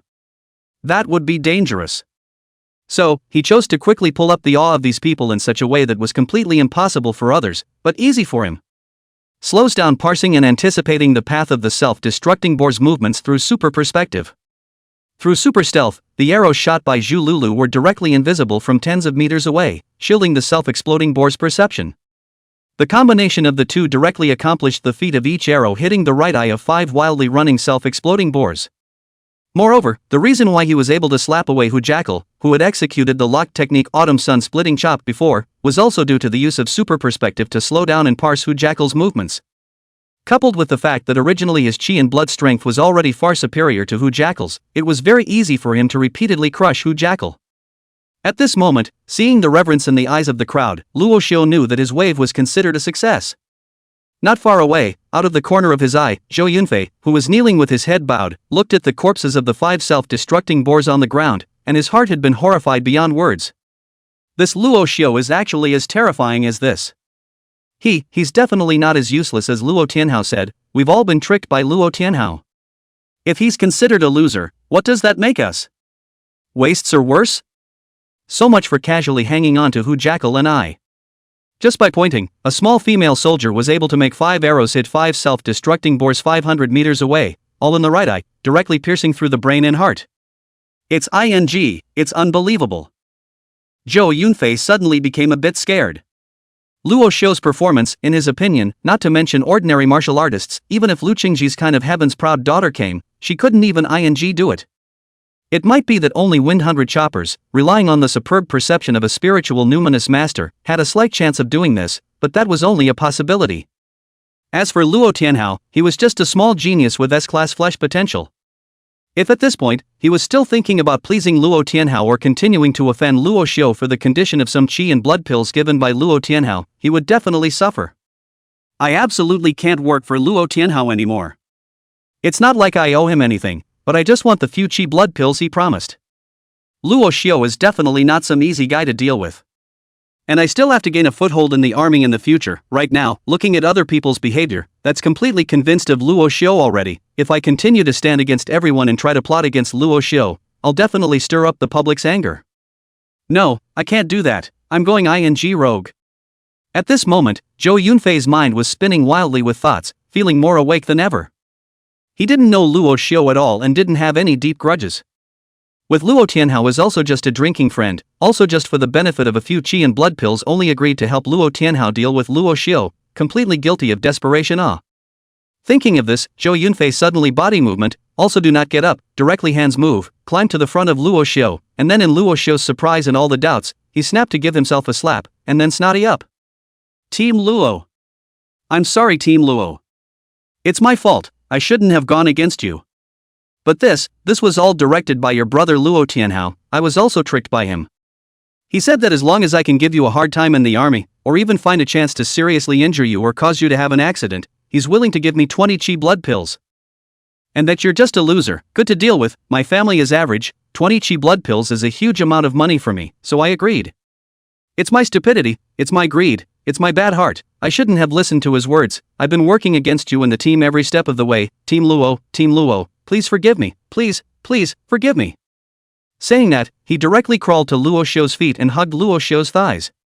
When the surrounding crowd heard this, the expressions on their faces were nothing short of brilliant. Some female soldiers even directly brainstormed at 2 sons to seize the first son. The eldest son left home, the rich family scrambled drama, almost directly out of the melon seeds while watching. That's pretty damn strong news, too. On the other hand, Luo Xiu's face was a bit stunned. He was still thinking about how to clean up these few guys Luo Tianhao planted on his side later. How come this guy directly voted? Is it hard to believe that there is a new conspiracy that he doesn't know about? Not far away, the Hu Jackal who still had his head buried in the ground heard this, and even more so, he directly pulled his head out of the soil, with shock and annoyance in his eyes. Only, it was fine if he didn't pull his head out, but as soon as he did, Zhou Yunfei's eyes instantly lit up, letting go of Luo Xiu's leg and rushing over to slap Hu Jackal's face. Pop! It hit Hu Jackal and everyone else in the head. Just when everyone was unsure, Zhou Yunfei began to burst fierce information again with a sniffle and a tear. Luo team ah. Your brother not only arranged me, but also arranged 3 people around you, just him, Hu Jackal. Sort of our commanding officer, because he is your cheap stepmother's own nephew. He doesn't know what conspiracy with Luo Tianhao. He is determined to harm you. He can't possibly go from good to good. You must kick him out of the team. He's wilting and wilting, he's just not a thing. Hiss hiss hiss, the surrounding crowd sucked in a breath of cool air in unison. Even the few instructors hiding in the shadows were no exception. But that's not all. Zhou Yunfei jumped up from the ground again, quickly walked to the front of the team, and with 2 hands, directly grabbed Zhang Yulong and Chen Xiaodong, who were full of shock and bewilderment, and dragged them out of the team, and dragged them in front of Luo Xiu. It's just the 2 of them. Zhang Yulong and Chen Xiaodong, don't look at the fact that the 2 of them are in the same dormitory as you and have always supported you. It was all an act. This was a ploy by Jackal Hu, saying that he wanted 2 to sing the white face and 2 to sing the red face, so that the 2 of them could gain your trust. And then when you need help the most, stab you in the back. This dog, Hu Jackal, has committed countless crimes. You must kill him. Chapter 97, Breaking News, Incredibly Explosive. Zhang Yulong and Chen Xiaodong's faces stiffened when the 2 of them heard Zhou Yunfei's words. Seeing the icy gaze Luo Xiu threw over, he wanted to defend himself, but couldn't muster up any courage. Truly, at this moment, Luo Xiu's might was just too strong, having suppressed Hu Jackal with just one hand, and easily allowing Zhu Lulu to shoot and kill the 5 self-destructing boars, winning everyone's reverence, and then letting Zhou Yunfei, who was originally opposed to him, take the initiative to defect, bursting out with so much fierce news. The current Luo Xiu's great power had become a reality, and the might that came from one of his glances was sufficient to multiply the pressure on any of the third squad's people. No, we didn't. Zhang Yulong and Shen Xiaodong don't look like they both look quite stout, but at this time, their voices are like mosquitoes, their eyes are anxious, and they don't know what to do. The others were even more stupefied, unable to believe that there was even a ruthless job. Zhou Yunfei took in everyone's expression and felt that the material wasn't fierce enough, so he was ruthless in his heart, clenched his teeth, and again flopped down on his knees to Luo Xiu. Team Luo. You believe me? You believe me? What I said is true. Zhang Yulong and Shen Xiaodong, the two of them weren't doing it for the qi and blood pills, they were mainly doing it to repay the favor. When the Blood Wolf Mercenary Regiment leader's son Ouyang Tao went to the Tianqing martial arts school to play, happened to see Zhang Yulong's sister and Shen Xiaodong's sister. Both of them look very beautiful, Ouyang Tao at a glance, so every day to harass the two people, which was Zhang Yulong and Shen Xiaodong, begged in the school's reputation is thriving on the body of Luo Tianhao. After all, Luo Tianhao has long since been into the goods, in the school already belongs to the top of the existence.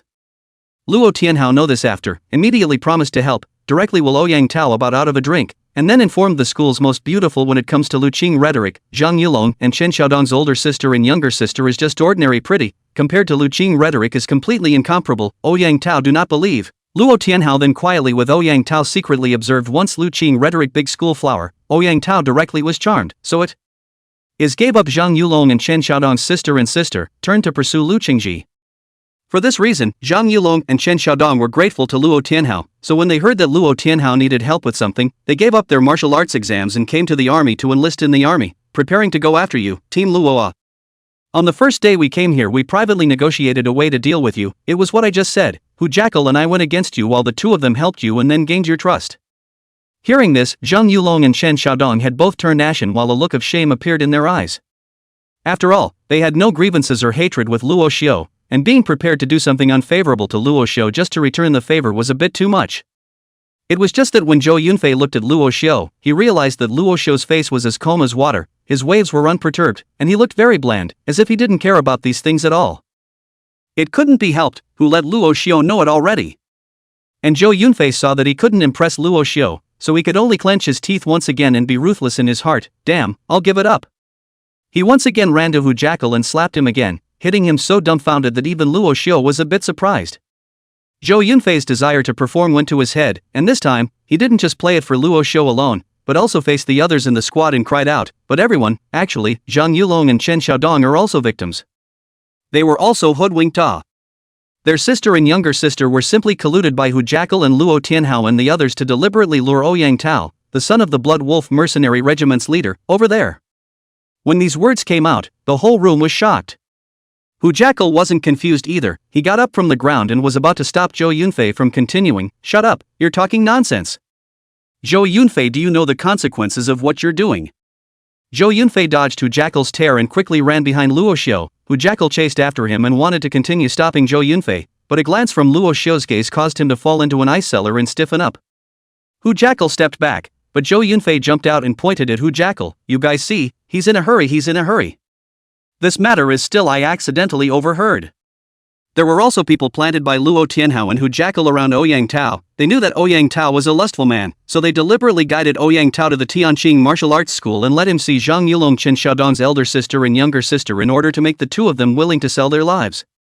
Not far away, when Zhang Yulong and Shen Xiaodong heard this, their eyes directly reddened, and they hissed as they looked at Hu Jackal with grim faces. Is he telling the truth? Is what Zhou Yunfei said true? Speak the up. Talk. Hu Jackal you ing talk. Scum. I'll kill you. Zhang Yulong and Shen Xiaodong directly stormed out, rushing to Hu Jackal's side and fighting him, and the scene was once thrown into chaos. Although Luo Xiu was a bit surprised, he didn't have too many emotional fluctuations. After all, he knew that Luo Tianhao was originally a hypocrite, and it didn't seem to be strange to do such a thing. However, more explosives still came. Zhou Yunfei seemed to want to completely tear his face off with Hu Jackal and Luo Tianhao as he directly yelled, "This is nothing. What's even more outrageous is Just now, when Luo team went out alone to scout the situation of Autumn Leaves Town for us, Hu Jackal secretly called Luo Tianhao and reported the situation and location of this side, but also added more fuel to the fire, and Luo Tianhao said that there is an ambiguous relationship between Lu Qingci and Luo team. Luo Tianhao heard the news and directly called Ouyang Tao, the son of the head of the Blood and Wolf mercenary regiment, and Ouyang Tao is already on the way over, and they also discussed to let the people of the Blood and Wolf mercenary regiment who are gifted in beast control to make all the beasts in Autumn Leaves Town riotous. They also discussed to let the Blood Wolf Mercenary Corps who has the gift of beast control to let all the beasts in Autumn Leaf Town riot, in the middle of the beast tie to exterminate the army, and by the way, the hero to save the beauty to capture the heart of Lu Qingci Lu team. This word out, even fight together. Hu Jackal and Zhang Yulong Chen Xiaodong, 3 people have stopped the action. Hu Jackal face was instantly covered with fear, mouth yelling, "No, not like this, I did not," body indeed involuntarily backward. The cold light in Luo Xiu's eyes was bitter, and his body disappeared in a flash, turning into a gust of wind and rushing in front of Hu Jackal. One punch and Hu Jackal falls to the ground with a thud. Luo Xiu lifted his right foot and stepped on Hu Jackal's head again, exerting a slight force underneath his foot, his voice as cold as ice, "You're going a bit overboard, when is Ouyang Tao coming?" He doesn't even ask if it's true or not. Because he knew that this kind of thing, Luo Tianhao could do it. That Ouyang Tao had a reputation for being a notorious scum, so he was surely capable of doing this kind of thing as well. Therefore, there was no need to give Hu Jackal a chance to weasel out. Hu Jackal's head was stepped on the ground, his breathing was unsteady, he forced himself to endure the pain and hissed, "Let go of me, I confessed it all. Ouyang Tao is almost here, at most 1 more hour, he will arrive." Chapter 98, Suffer a little more for you. An hour at the most. Everyone's hearts were all shaken at the words. If it was as Zhou Yunfei had said, that Ouyang Tao of the Blood Wolf Mercenary Corps had come over, then he was completely running to sneak in a group to destroy them. Just thinking about Ouyang Tao's identity, the crowd fell silent again.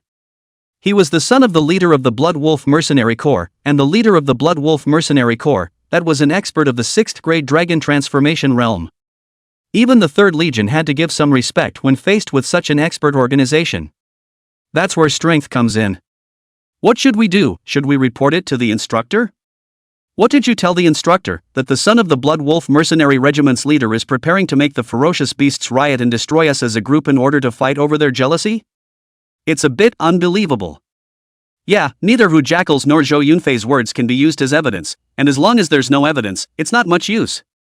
Dogs, to collude with outsiders to make these things, this is totally trying to get us killed. I want to just shoot them now. After a few moments of silence, the crowd rallied. Hu Jackal's face became very ugly, it was just that his head was stomped on the ground by Luo Xiu, so he couldn't be seen at all. He's starting to get scared now. If I had known, I would have been more cautious and not told Zhou Yunfei.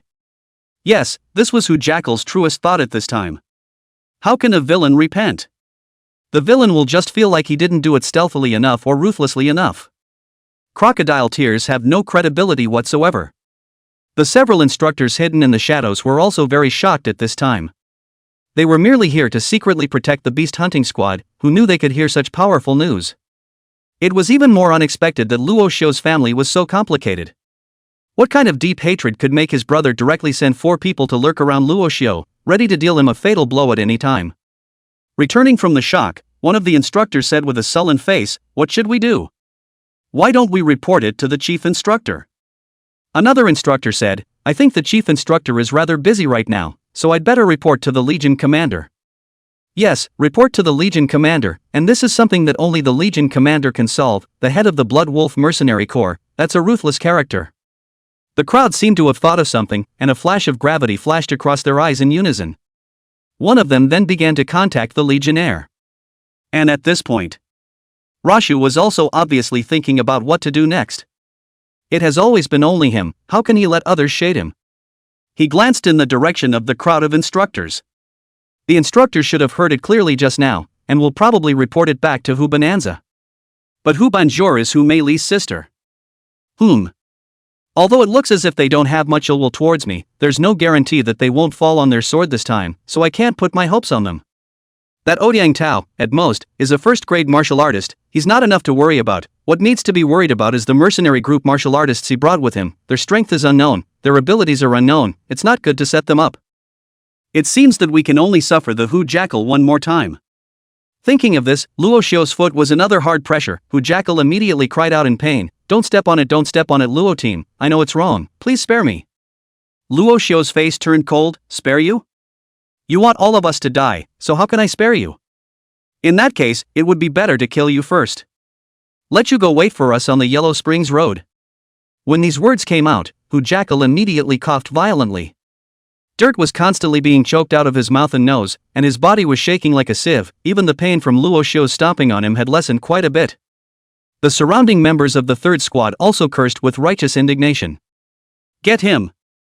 Kill him first! That's right, can't make it easy for him. He can't even die a good death, he must die a painful and unbearable death. Right! Lynch him! Hearing the crowd's words, Hu Jackal's body shook even more. He kept slapping the ground with his hands and whimpering under his breath, I was wrong, don't let me die, I still have a use for it. Luo team! Luo team! Don't kill me, whimper. Luo Xiu's face was pale and calm as water. He lifted his foot slightly, giving Hu Jackal a bit of a breather.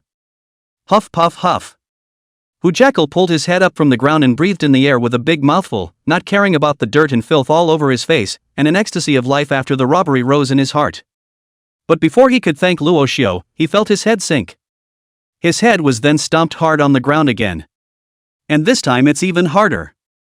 Caught off guard, he landed mouth first, both of his incisors instantly broke and cracked, blood sprayed out, and intense pain crazily swept through his entire body. His mind went blank, not knowing why Luo Xiu had stomped on him again. How does the fresh air feel? Does it have a refreshingly sweet feel to it? Unfortunately, if you can't say anything of value, then you'll never breathe it again, alas, too bad. Hearing this, Hu Jackal was so scared that he stiffened up, only to feel that the urge to urinate was almost unstoppable. He fought with his teeth and his voice trembled. Luo team, don't kill me, I'm really useful, I can contact the people who have been planted by Ouyang Tao's side, I can get Ouyang Tao's real-time movements. I can also get him to secretly record. I can help you, I can really help you. Hu Jackal was really scared this time. It wasn't so much that he was afraid of Luo Xiu anymore, but he was afraid of the army.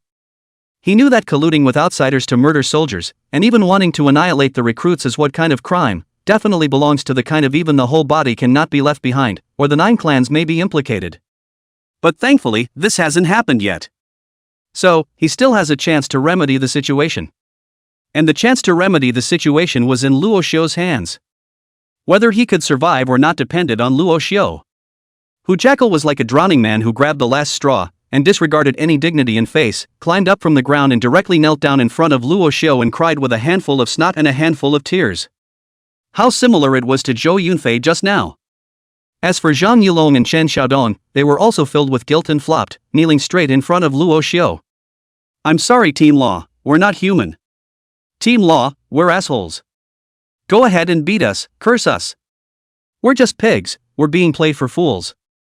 Seeing this, Zhou Yunfei also ran over and flopped down and knelt in front of Luo Xiu. Team Luo, I've changed my ways, I've lost my way, I've come to my senses, I've only recognized you as the captain in this life. Luo Tianhao is simply a pig and dog in my eyes, I promise that in the future, I will no longer be on the same path as him. 4 people knelt in front of Luo Xiu at once, and everyone watching was a bit dumbfounded. Even Luo Xiu himself, the corners of his mouth twitched slightly. Seeing Zhang Yulong, Chen Xiaodong, and Zhou Yunfei all kneeling down beside him, Hu Jackal felt as if his life-saving straw had been snatched away, and instantly became anxious. Team Luo, I'll contact the manpower I've planted and share Ouyang Tao's location now. I'll let him set Ouyang Tao's words and get the evidence to nail Ouyang Tao. Chapter 99, Drawing the Enemy Deeper. The reason why Hu Jackal was so certain was entirely because the person beside Ouyang Tao, who he had personally planted, still had little to do with Luo Tianhao. It was only that he was in league with Luo Tianhao, so he was sharing resources as well. At first, he also felt that Luo Tianhao had good potential while he himself had average talent, plus he was Hu Meili's own nephew while Luo Tianhao was Hu Meili's own son, so the two of them easily mixed together. As for Ouyang Tao, the reason why they are on good terms with Ouyang Tao is because the 3 used to go to the same billiard hall to play billiards, and because none of them were any good, they were like old friends at first sight, and they shared the same odor, and over again, they got acquainted. After mixing well, the two of them had a different mind towards Ouyang Tao, not that they wanted to have a strange interest in him, but Ouyang Tao's identity as the son of the head of the Blood Wolf mercenary regiment gave them ideas. Blood Wolf mercenary group in Qingchuan City that has a fierce reputation. Not only is the head of the 6 products of the late stage of the Dragon Realm experts, there are 6 products of the early stage of the Dragon Realm captain. Mercenary members are all kinds of vicious people, and mercenary group acted ostentatiously. There is no bottom line, and the means are biased to the extreme, so very few people are willing to mess with the Blood Wolf mercenary group.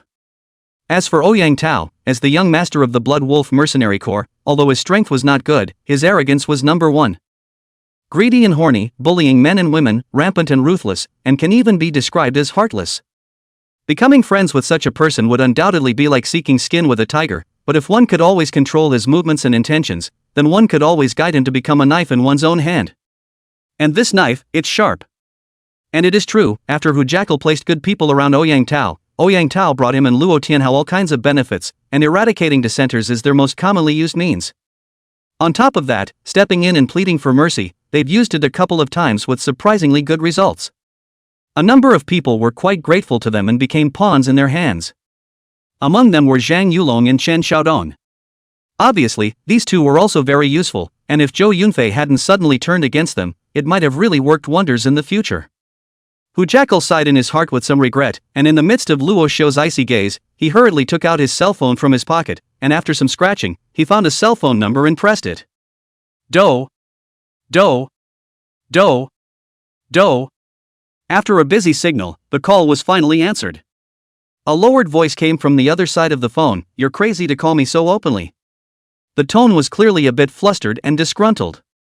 Hu Jackal glanced at Luo Xiu, took a deep breath, and also lowered his voice. "Don't worry about that much, isn't this an emergency? Where did you and Ouyang Tao get to?" After a moment of silence, the other side of the phone said, "We're almost at Akiba town, about 10 kilometers away, so we won't go to your ruin camp to save ourselves from being discovered."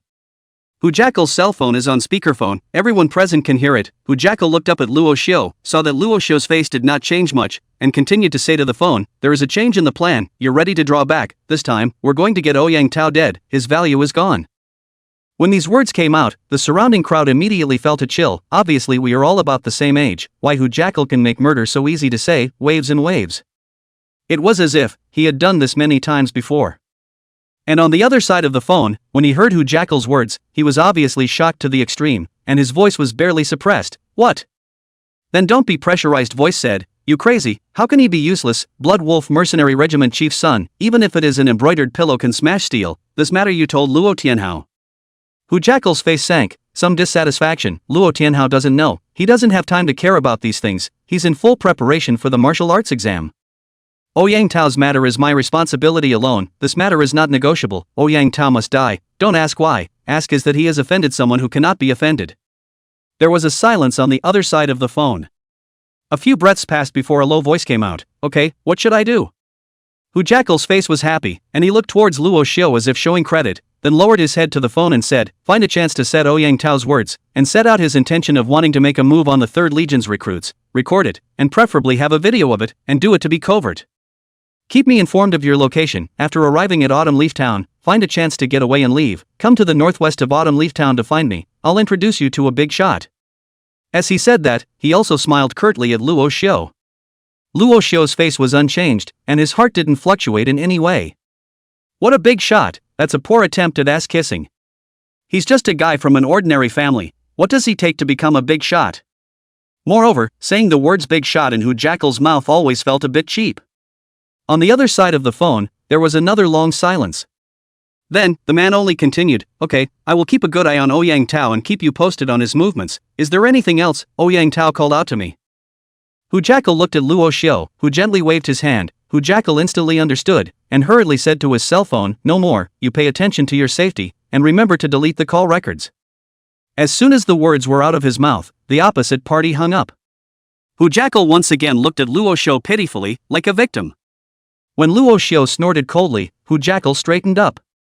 "Send him a message in a while, let him guide Ouyang Tao into Autumn Leaf Town. It's best to let Ouyang Tao kill more ferocious beasts again. Just say that we received the news that the 3rd Order ferocious beasts in Autumn Leaf Town were killed. It's very likely that there is some kind of exotic treasure being born in there, and at the early stage of the birth of the exotic treasure's awakening, it must be sacrificed with a lot of fresh blood, and the ferocious beast's blood has a very high chance to make the exotic treasure become a super treasure that possesses the divine wisdom spirituality." Luo Xiu suddenly said, which made everyone a bit surprised. He was also suddenly reminded of the abnormality inside Akiba town. The third order of the ferocious beast said no, and then he stole the third order of the ferocious beast body. The remaining kind of ferocious beast even did not lose control. This is not a rippet, which is sure to have a catnip, just he did not see it at that time. And if he lured Ouyang Tao over there, then it would be a free labor force that could help him observe what exactly was abnormal inside the town. If there really was something wrong with Autumn Leaves Town, then he could get rid of Ouyang Tao in one fell swoop, and he wouldn't have to pay any price.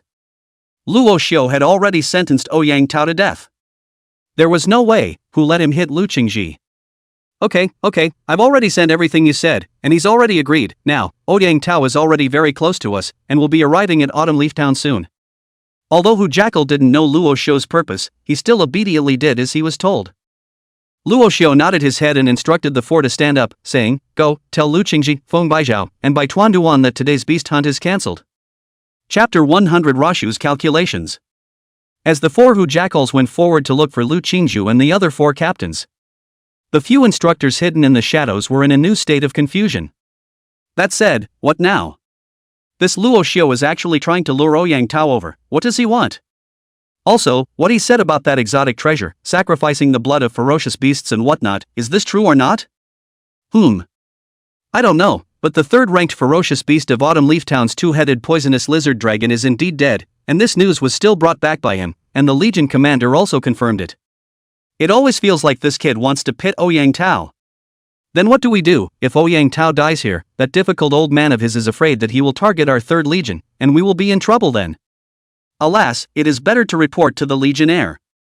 After a moment of deliberation, several of the instructors chose to report to the legion commander. And the army chief, who was lurking right in the middle of the Akiba town, froze his entire body after hearing the report from several instructors. Are these youngsters so good at this? The young ones are one more sinister than the other. Where does that leave my old face? However, why did Luo Xiu lead Ouyang Tao towards Autumn Leaf Town? He also said that there's an exotic treasure hidden inside that requires slaughtering ferocious beasts and sacrificing blood. Is it hard to believe that this kid just came to explore and saw something with his perspective? Could there really be a foreign treasure? The legionnaire was in deep doubt. But after his many years of experience, if Autumn Leaf Town really had an exotic treasure, Luo Xiu would definitely not say it directly. Unless it was, this exotic treasure couldn't be taken at all, and Luo Xiu needed to borrow Ouyang Tao and the Blood Wolf Mercenary Corps people to fight the front. Or perhaps, Luo Xiu himself didn't know what was going on in Autumn Leaf Town, so he wanted to use the Blood Wolf mercenaries to test the waters. If something happens, then let Ouyang Tao and the others take the blame. If it's fine, then let Ouyang Tao and the others be exposed and dare not strike in the dark. If it went down, that would also prepare the instructors or the third legionnaires, or even him, the legionnaire, for a siege. That's right.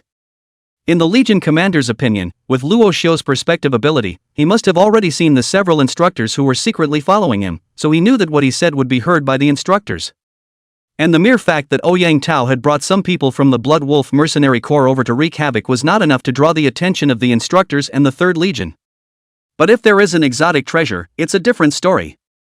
Even if it was just a vague piece of news about a foreign treasure, it was extremely important. Once the instructors heard about the news of the foreign treasure, they would definitely report it to the senior management of the Third Legion, that is, he, the Legion commander, to intervene in the matter of Autumn Leaf Town. That way, everything is secure. No matter what happened, Luo Xiu wouldn't have to worry about anything going wrong. Once the leadership and main force of the Third Legion came, whether it was Ouyang Tao and the Blood Wolf Mercenary Corps or the weirdness of Autumn Leaves Town, then it would not be a problem. Thinking of this, the head of the army face showed a hint of laughter. This kid is really shrewd, around such a big circle to give me a set over the bottom. Oh, too much of his father's style back then, the main fight a cautious plus sinister. Ouyang Tao, this waste is being used as a gun, it is really bad luck to meet him. Laughing and smiling, the army chief's face again flooded with a touch of relief. But this kid is indeed a good seedling to lead soldiers. Uncertain things let outsiders go to the vanguard, but also immediately terminated the action of the other squads. Obviously his heart is still divided into the size of the lightness of the weight and the enemy's comrades in arms. Dry out the matter of letting his own soldiers go to be cannon fodder. This is a good thing. After a few moments of contemplation, a hint of helplessness appeared on the Legion commander's face. It seems that this Ouyang Tao will not live through today no matter what. That's fine, then let me wipe this ass. Blood Wolf Mercenary Corps, the dregs of the aggregation ground is just a scum. Even if extinguished, it will only make a contribution to the society. Thinking of this, the army chief's aura involuntarily revealed a trace of his body, and the surrounding ferocious beasts that leisurely passed by immediately felt a kind of fear deep in their souls, and were scared to the point of direct incontinence. The legionnaire sniffed the pungent stench and hastily withdrew his aura. Alas, after years of not making a move, I really can't do it anymore. I can't control my aura. The world is afraid that they will only remember the 3rd Legion Inbi Chen, but not the bloody-handed butcher Chen Sanjia.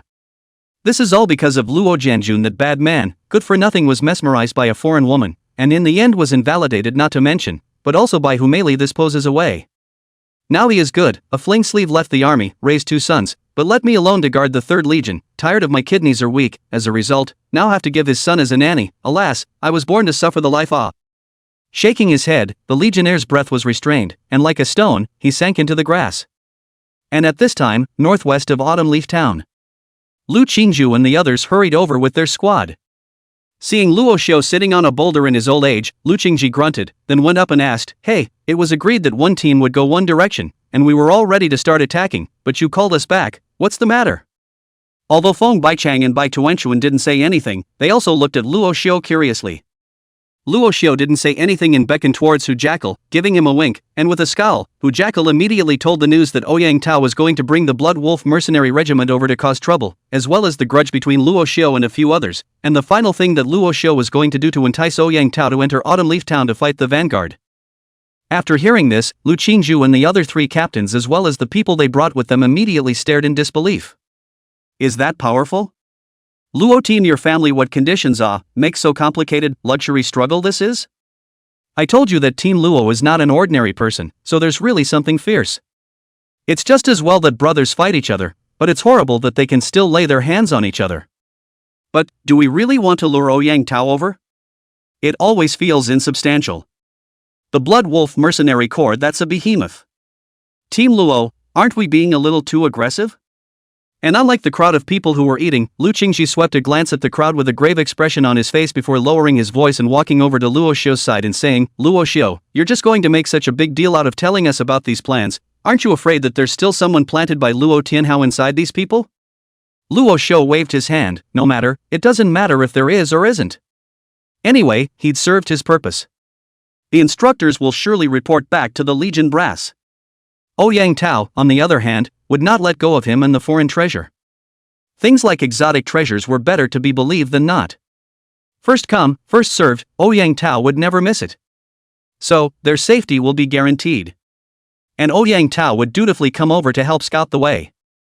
When Lu Qingci saw Luo Xiu's couldn't care less look, he frowned and wanted to say something more, but at this time, Hu Jackal suddenly ran to Luo Xiu's side and pointed to a text message displayed on his cell phone. "Team Luo, Ouyang Tao, and the others have already arrived in the vicinity of Autumn Leaf Town.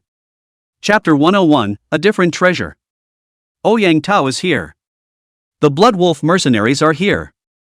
The crowd's bodies shook in unison at the words, and Luo Xiu's expression was aghast. No matter how much more upset he was with this scum, but he was the son of the actual Blood Wolf mercenary regiment leader. The so-called name of a man is the shadow of a tree, and these people's names carried their own power when they were spoken. Seeing that the crowd couldn't help but show fear on their faces, Luo Xiu took a step forward and said aloud, "Brothers and sisters, you actually don't need to be afraid, and I didn't call for you to come over here to fight with the Blood Wolf mercenary corps, but rather for you to avoid contact with the Blood Wolf mercenary corps." A puzzled look appeared on the faces of the crowd. Luo Xiu continued, "I asked Hu Jackal to lure Ouyang Tao over here, only because I wanted him to help us scout and see what's going on in Autumn Leaf Town. After all, even the Third Order Fierce Beast 2-headed poisonous lizard dragon died without a sound and without any bones left in its corpse. Wouldn't you guys be scared of such a bizarre thing?" When these words came out, the crowd then remembered that the double-headed poisonous lizard dragon had already died, and all of a sudden, each of their faces became grave, obviously also feeling that this matter was not simple. It's indeed a bit weird. On the way over, the chief instructor had already said that the 2-headed poisonous lizard dragon was the only 3rd-ranked ferocious beast in Autumn Leaves Town, but how could such a ferocious beast that was almost invincible in Autumn Leaves Town die without a sound? There must be something fishy here. Either there's another 3rd-ranked ferocious beast or a higher-ranked ferocious beast inside, or a mercenary group or ferocious beast hunter has come to Autumn Leaf Town. Then why wouldn't it be true that an exotic treasure has come out? The foreign treasures that came out in the past did have examples of first absorbing the blood of all the nearby ferocious beasts before they could come out. It's possible, but I think that it might be a 3rd-ranked ferocious beast that ate something bad and pulled itself to death with diarrhea for 3 days and 3 nights. You're damn true 6, you diarrhea pull to death, the third order ferocious beasts can't pull to death. Isn't this hypothetical? It could also be that the third-ranked ferocious beasts are too bored to be alone, so they die one for the other first, right? Don't bull me, Team Law will chip you later. Sure enough, no matter what time of year, there's always a shortage of happy-go-lucky people with cheap mouths who like to joke around.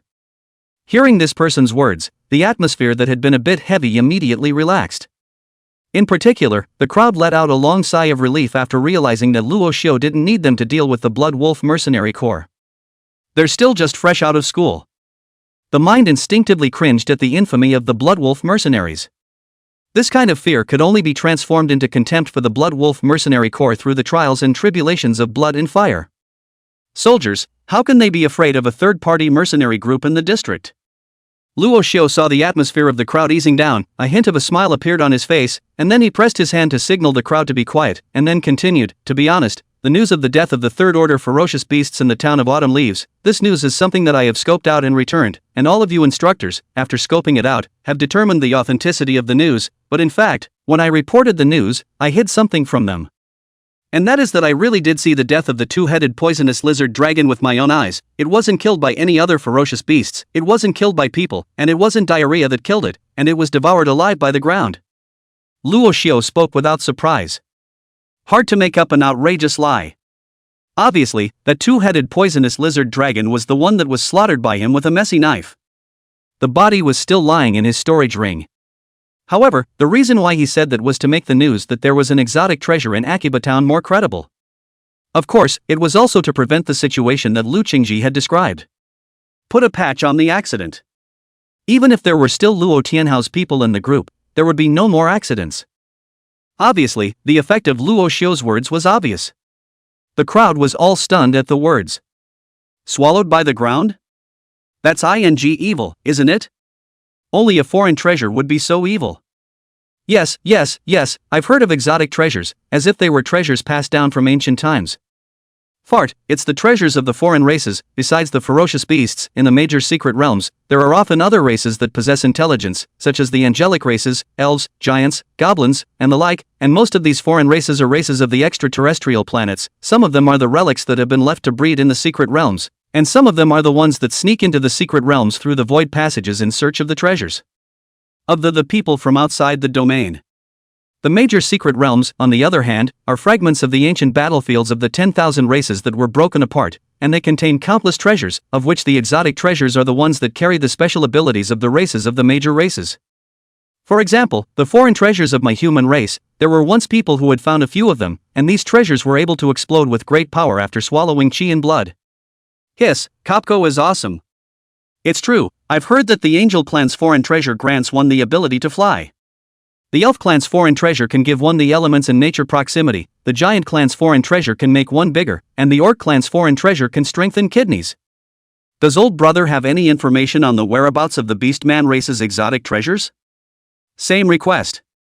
Seeing that the team's painting style gradually went askew, Luo Xiu's mouth slightly twitched and said, "Okay, everyone listen to me first. The reason why I didn't report this matter at that time was because I felt that this matter was unusual, and at that time, I also saw that underneath the position of the ground devouring the two-headed venomous lizard dragon, there was a red light flashing faintly, so I felt that if I reported it in too much detail, I would let the military's leaders know about this, and then I'm afraid that they will cancel our beast hunting operation this time, so we won't have come for nothing.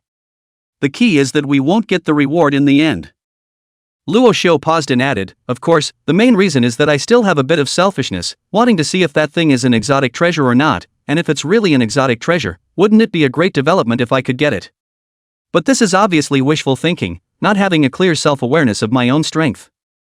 That's why I decided to let Ouyang Tao explore the way for us first. At that time, if there is no exotic treasure in Autumn Leaf Town, but danger, then he will carry it for us. If there is really an exotic treasure, then we will report to the instructor and let the instructor solve this matter. We are not at a disadvantage, right?" When the crowd heard this, they all felt that Luo Xiu had a point. Anyway, they had nothing to lose if there were no exotic treasures, and having Ouyang Tao to scout the way would also ensure safety. The only thing that's lost is time. Just as the crowd sighed at Luo Xiu's thoughtfulness, Jackal, who felt his phone shake as a message was sent to him again. He hurriedly clicked on it and showed it to Luo Xiu. Then I saw that it read, "We have reached the middle of Autumn Leaf Town, and the young lord has begun ordering people to lure the ferocious beasts to prepare to start slaughtering and sacrificing them." Chapter 102. Ouyang Tao and the others have arrived. When Luo Xiu saw this, his heart shook. These people came quite fast. It seems that the information of the foreign treasure was passed over and made them anxious. Good, then we should get started too.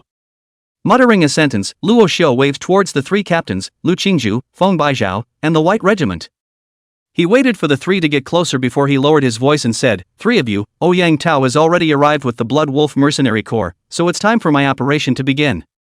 Lu Qingji's pretty face was stunned as she subconsciously asked, "What action?" To be honest, she had been confused from earlier until now. She had investigated Luo Xiu's family situation before and knew that Luo Xiu's life was complicated, but she didn't expect it to be so complicated. All started to engage in espionage assassination. Even their Lu family, one of the big families in Qingchuan City, wasn't this outrageous.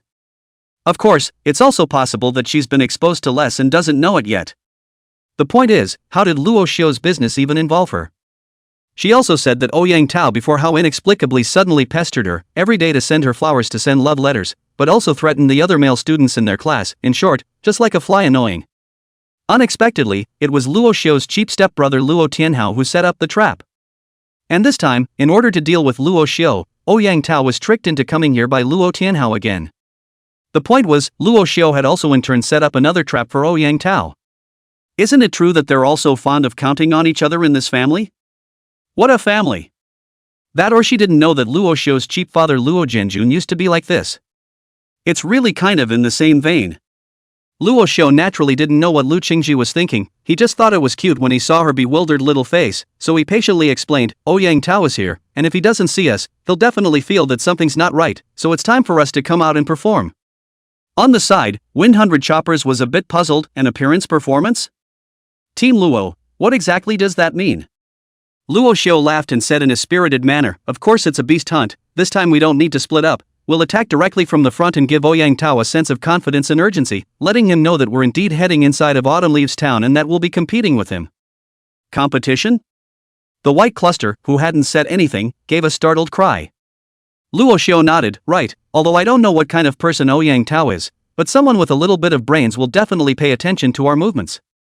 And when we start attacking Autumn Leaf Town, we will send 3 signals to him. The first is that we are indeed here to hunt beasts, the second is that there is a real possibility that there are exotic treasures in Autumn Leaf Town, and the third is that if there are really exotic treasures, then we are his rivals. And with us becoming his rivals, it would create a certain sense of urgency for him to think that time is running out and thus start speeding up his actions. In this way, if he goes on a hunting spree for ferocious beasts in the middle of Autumn Leaf Town, not only will it alleviate our pressure, but it will also allow him to quickly help us detect the abnormalities of Autumn Leaf Town, so it can be said to be a 2-for-1 deal." Hearing this, Lu Qingci, Feng Baizhao, and Bai Tuanchuan immediately looked at Luo Xiu as if they were looking at a ghost, feeling a bit unbelievable. Lu Qingci walked up and stretched out his index finger to point at Luo Xiu's head, saying blankly, "How did you grow this head? Why do you have so many ghost ideas?" Even 100 Chopper, the second generation of the army who grew up in the army, couldn't help but admire. Team Luo was really powerful. Not only is there no one who can beat them in terms of army breaking fist training, but even in terms of planning and calculating, it's also far beyond the norm. It's worthy of being the person that the chief instructor looks up to. White Tuan Tuan was even more full of marvel, and said with some scorn, "Bull batch, Luo team, I'll hang out with you from now on, don't count me out, okay?" Luo Xiu dumbly laughed, "Our brothers, what to say? This person always come to say is that people do not offend me. I look at the situation of the prisoner, if people offend me I will be a prisoner of the whole family, how can it be counting on the brothers?" It was just that when he said this, White Dumpling's face turned even whiter. Half-brothers count each other out, not to mention their half-brothers with different surnames.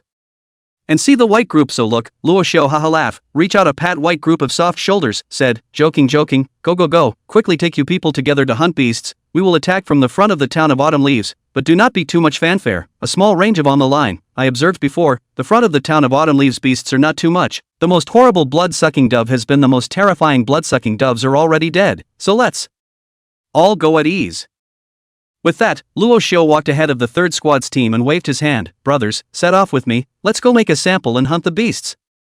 At this moment, the main battle pioneers coming out of the third squad had basically been completely conquered by Luo Xiu, and when they heard Luo Xiu's shout, they immediately shouted in unison, beast hunt! Beast hunt! Hunt the beast! The voice was so neat and tidy that it was like heavenly thunder.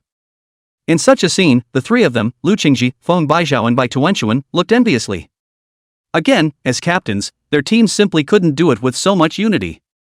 And the teams simply hadn't reached such a point of adoration for them. Lu Qingci skimmed his lips and hummed lightly, stinking show off.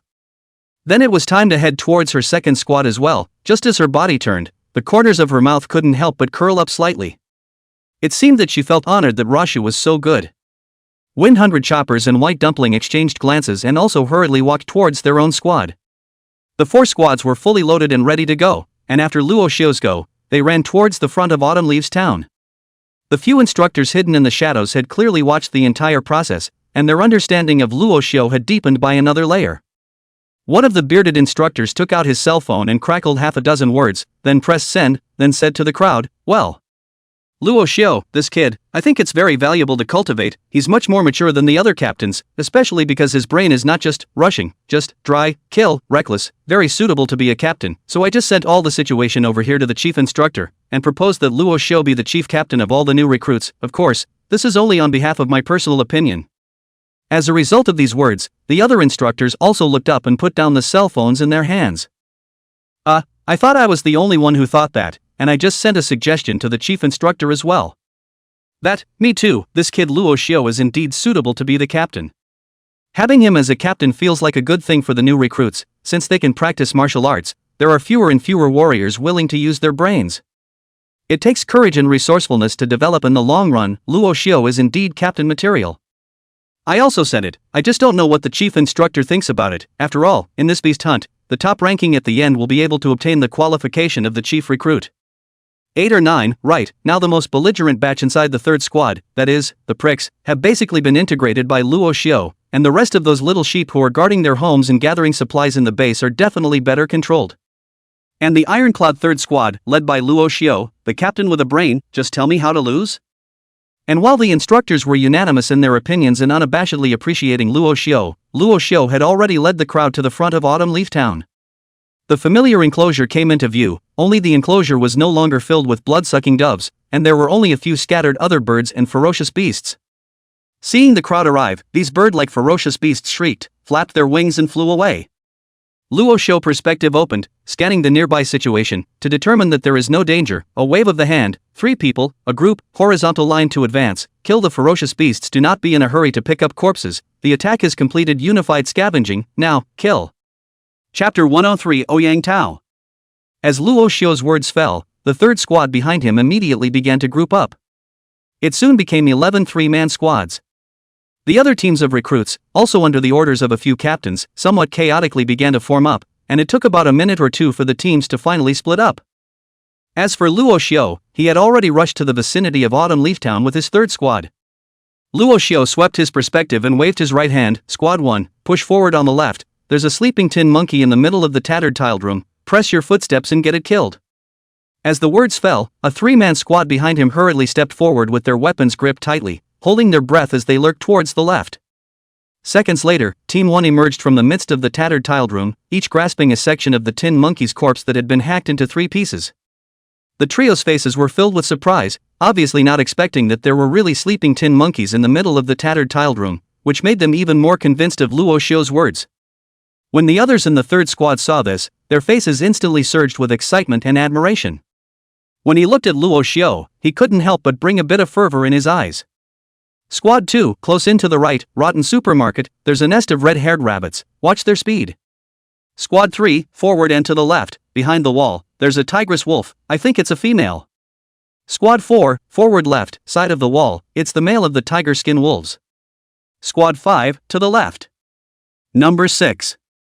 One by one, Luo Xiu issued orders, and the 11 subunits of the third squad methodically began to clear the ferocious beasts within range.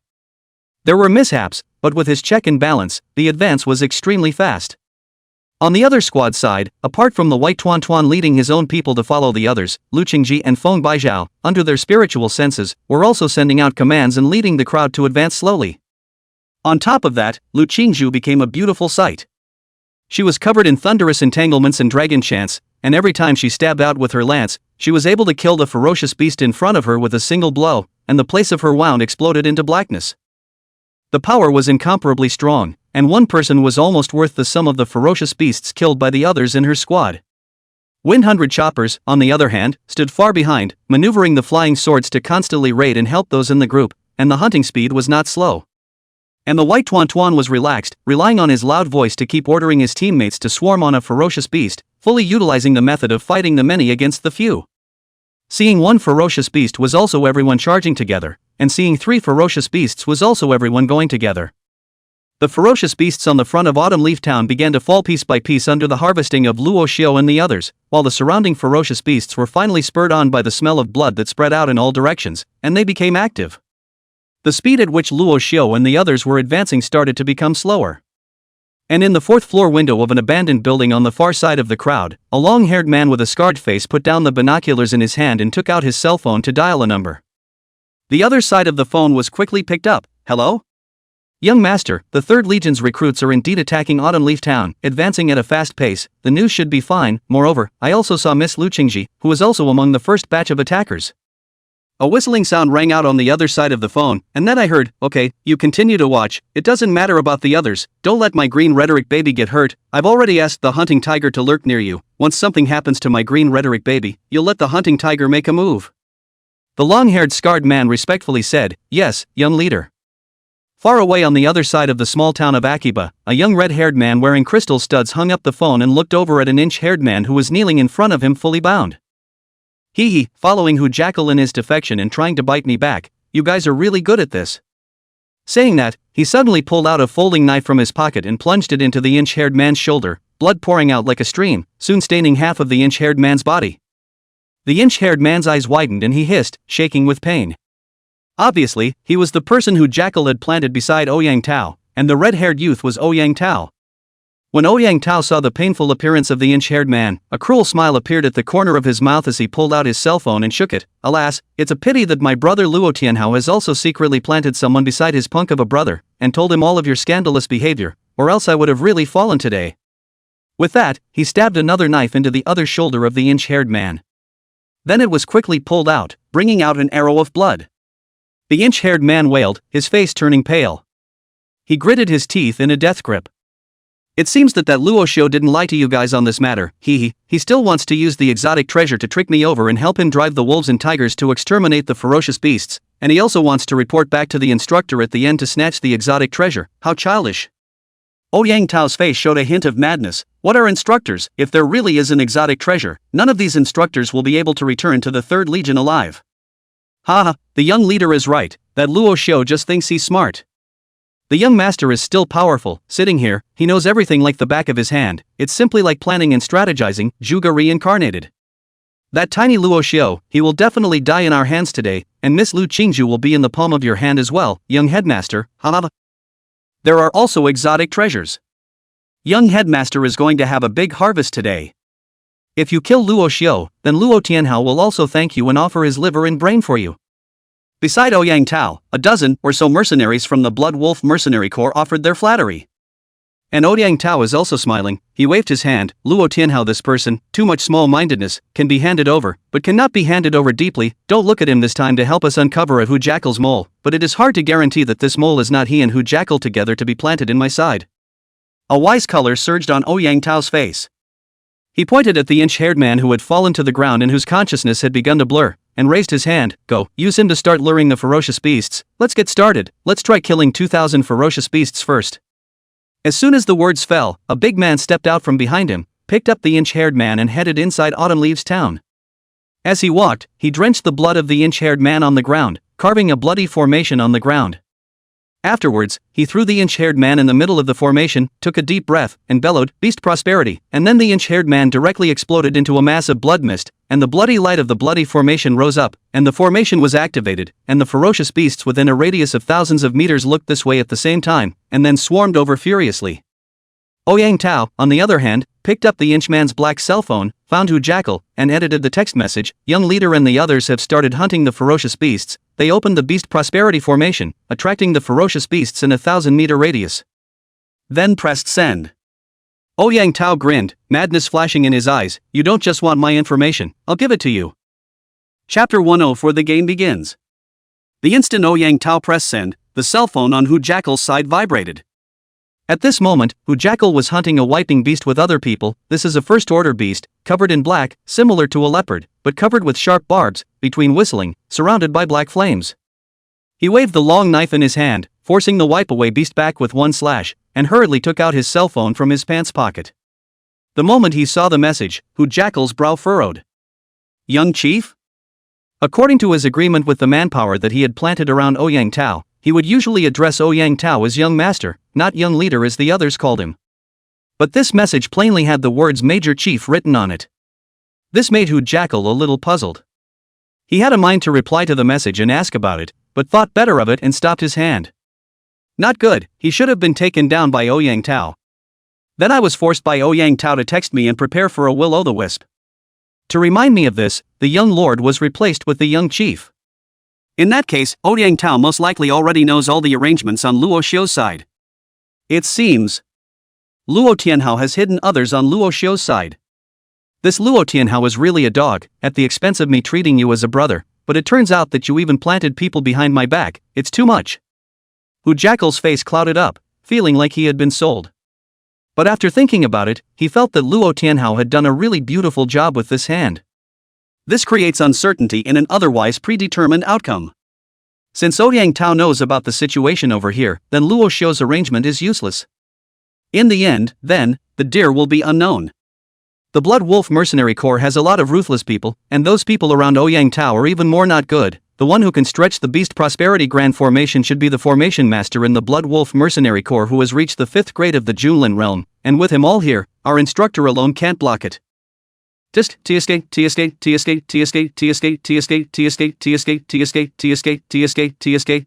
TSK. Which side should I take? Should I tell Luo Xiu that the plan has been leaked so that he can make more preparations to call in the higher-ups of the Legion, or should I join Ouyang Tao in the scheme, say nothing, and send this damned Luo Xiu to hell along with the others and the instructor? Hu Jackal couldn't help but show a slight hint of grimace on his face. Now, the initiative is back in my hands, controlling everything. This feeling is really intoxicating. Turning his head to look at Luo Xiu, who was still commanding the crowd to steadily hunt the ferocious beasts not far away, a hint of viciousness flashed in Hu Jackal's eyes. I hate people stepping on my head in my life, and you've kept stepping on it. Hey, it's time for me to step on it back again. Having made a decision in his heart, Hu Jackal's face changed to a fawning expression. He smiled and jogged to Luo Xiu's side, tapping the text message he had just received on his cell phone. Team Luo, Ouyang Tao's side has already started. What should we do next? Luo Xiu looked at the text messages on Hu Jackal's cell phone, but he didn't find anything unusual. He nodded and said quietly, whatever they do, they kill theirs, we kill ours, carry on. Alright, at your service. Hu Jackal nodded his head and said, then turned his head to leave with a smile. Only just as he turned around, the flattery on his face was put away, and he turned to show a touch of disdain. Luo Xiu looked at his back as he left, a thoughtful look flashed in his eyes. At a glance, he didn't hold his farts. His heart rate changes so much, when I can't see it. Under super perspective, Luo Xiu clearly noticed that the frequency of Hu Jackal's internal heartbeat fluctuated greatly, especially after he finished saying continue. Hu Jackal's breathing became disordered. There's obviously something wrong with that. Anyone else might not be able to tell, but how could he not? After a moment of contemplation, Luo Xiu had an answer in his mind. It's probably that this dog is unchanging in his stubbornness, and has reached some kind of private tacit agreement with Ouyang Tao's side, intentionally telling me about the action movements, wanting to reassure me, and then wanting to bring us people together with the instructor in a single pot. Luo Xiu looked at Hu Jackal, who had already resumed his beast hunting state, and his eyes narrowed. You're giving you a chance and you're not using it. There's no way you'll be able to go back alive this time. Chanting in his heart, Luo Xiu signaled the crowd to continue advancing steadily before heading over in the direction of Lu Qingci. Lu Qingci was in the midst of a killing spree at the moment. She picked off a ferocious beast with a single shot, and her beautiful eyes turned her head toward Luo Xiu with a fury. Why did you come over? Luo Xiu hemmed and hawed, casually punching away a ferocious beast that didn't enter the rank, and leaned close to Lu Qingci. I'm going to leave for a while, so help take care of this side of the world, and call me if there's anything. Here's my number. With that, Luo Xiu took out his cell phone and handed it to Lu Qingci, which displayed Luo Xiu's number. Lu Qingci frowned and stabbed a ferocious beast to death with a shot, saying, What are you going to do?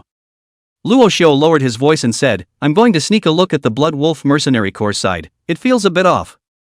Lu Qingci's brows stretched. Good, you go, with me, nothing can happen over here. Luo Xiu's face was delighted. Alright, come back and treat you to dinner, I'm off. After saying that, Luo Xiu took a big stride in the direction he came from. Brothers, you continue, I'll go back to the camp to look for the instructor.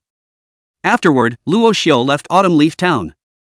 In the abandoned building in the distance, the long-haired scarred man put down the binoculars in his hand and dialed Ouyang Tao's phone. Young leader, Luo Xiu just left Autumn Leaf Town. Ouyang Tao's voice came from the other side of the phone. Okay, I know, you continue to keep an eye on the others. Leave them alone. Just now Luo Tianhao sent me a message. He said that his informant reported that Luo Xiu should have gone back to the camp to go to the instructors. A few instructors in the district also want to stop me. Also too much not to put our blood wolf mercenary corps in our eyes. In the end, should I say that he is ignorant or fearless? The long-haired scarred man smiled coldly. Just a bunch of new recruits who just came out of school, no different from the frogs in the bottom of the well. How could they possibly know the horror of our blood wolf mercenary corps? It seems that my subordinate would like to congratulate young leader in advance for his 3 joys. The first joy of eradicating Luo Xiu, less of a love rival, not to mention letting Luo Tianhao owe you a favor. The second joy of obtaining the mysterious exotic treasures of Autumn Leaf Town, being impressed by the head of the Lord. And the third joy of heroes rescuing beauties and holding beauties, letting Lu Qingci return to the heart of the beauties. Or you kid will say it, at the end of this event, come and find me to get 10 she blood pills, just as a happy candy for you. Alright, keep a good eye on me, you won't be spared from the benefits. After saying that, Ouyang Tao hung up the phone. And while the long-haired scarred man looked surprised, Luo Xiu had already left Autumn Leaf Town, turned on super stealth, and then recircled back to the scene where the 4 vanguard squads were hunting the ferocious beasts. Sweeping the crowd, Luo Xiu's gaze flickered to the direction of the long-haired scarred man, the corner of his mouth hooked into a cold smile. The game, from now on. Chapter 105. Things in novels are unreliable.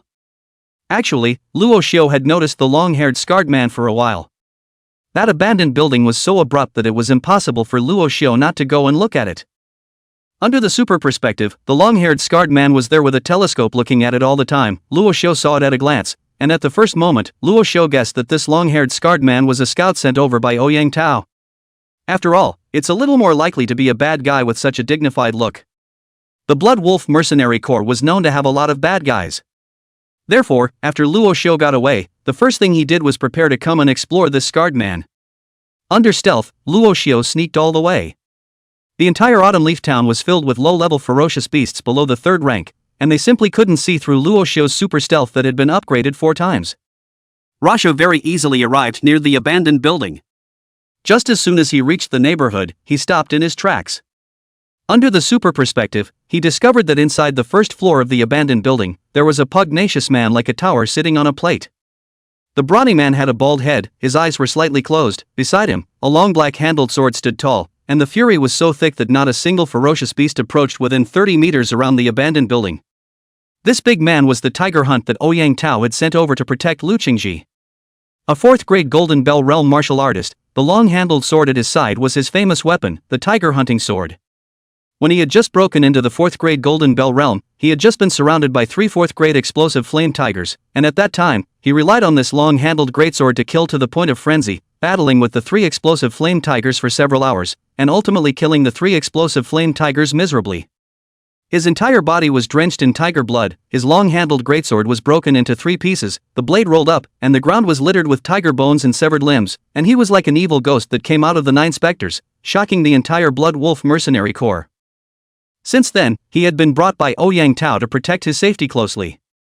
He was almost inseparable from Ouyang Tao, and wherever Ouyang Tao was, he would be there.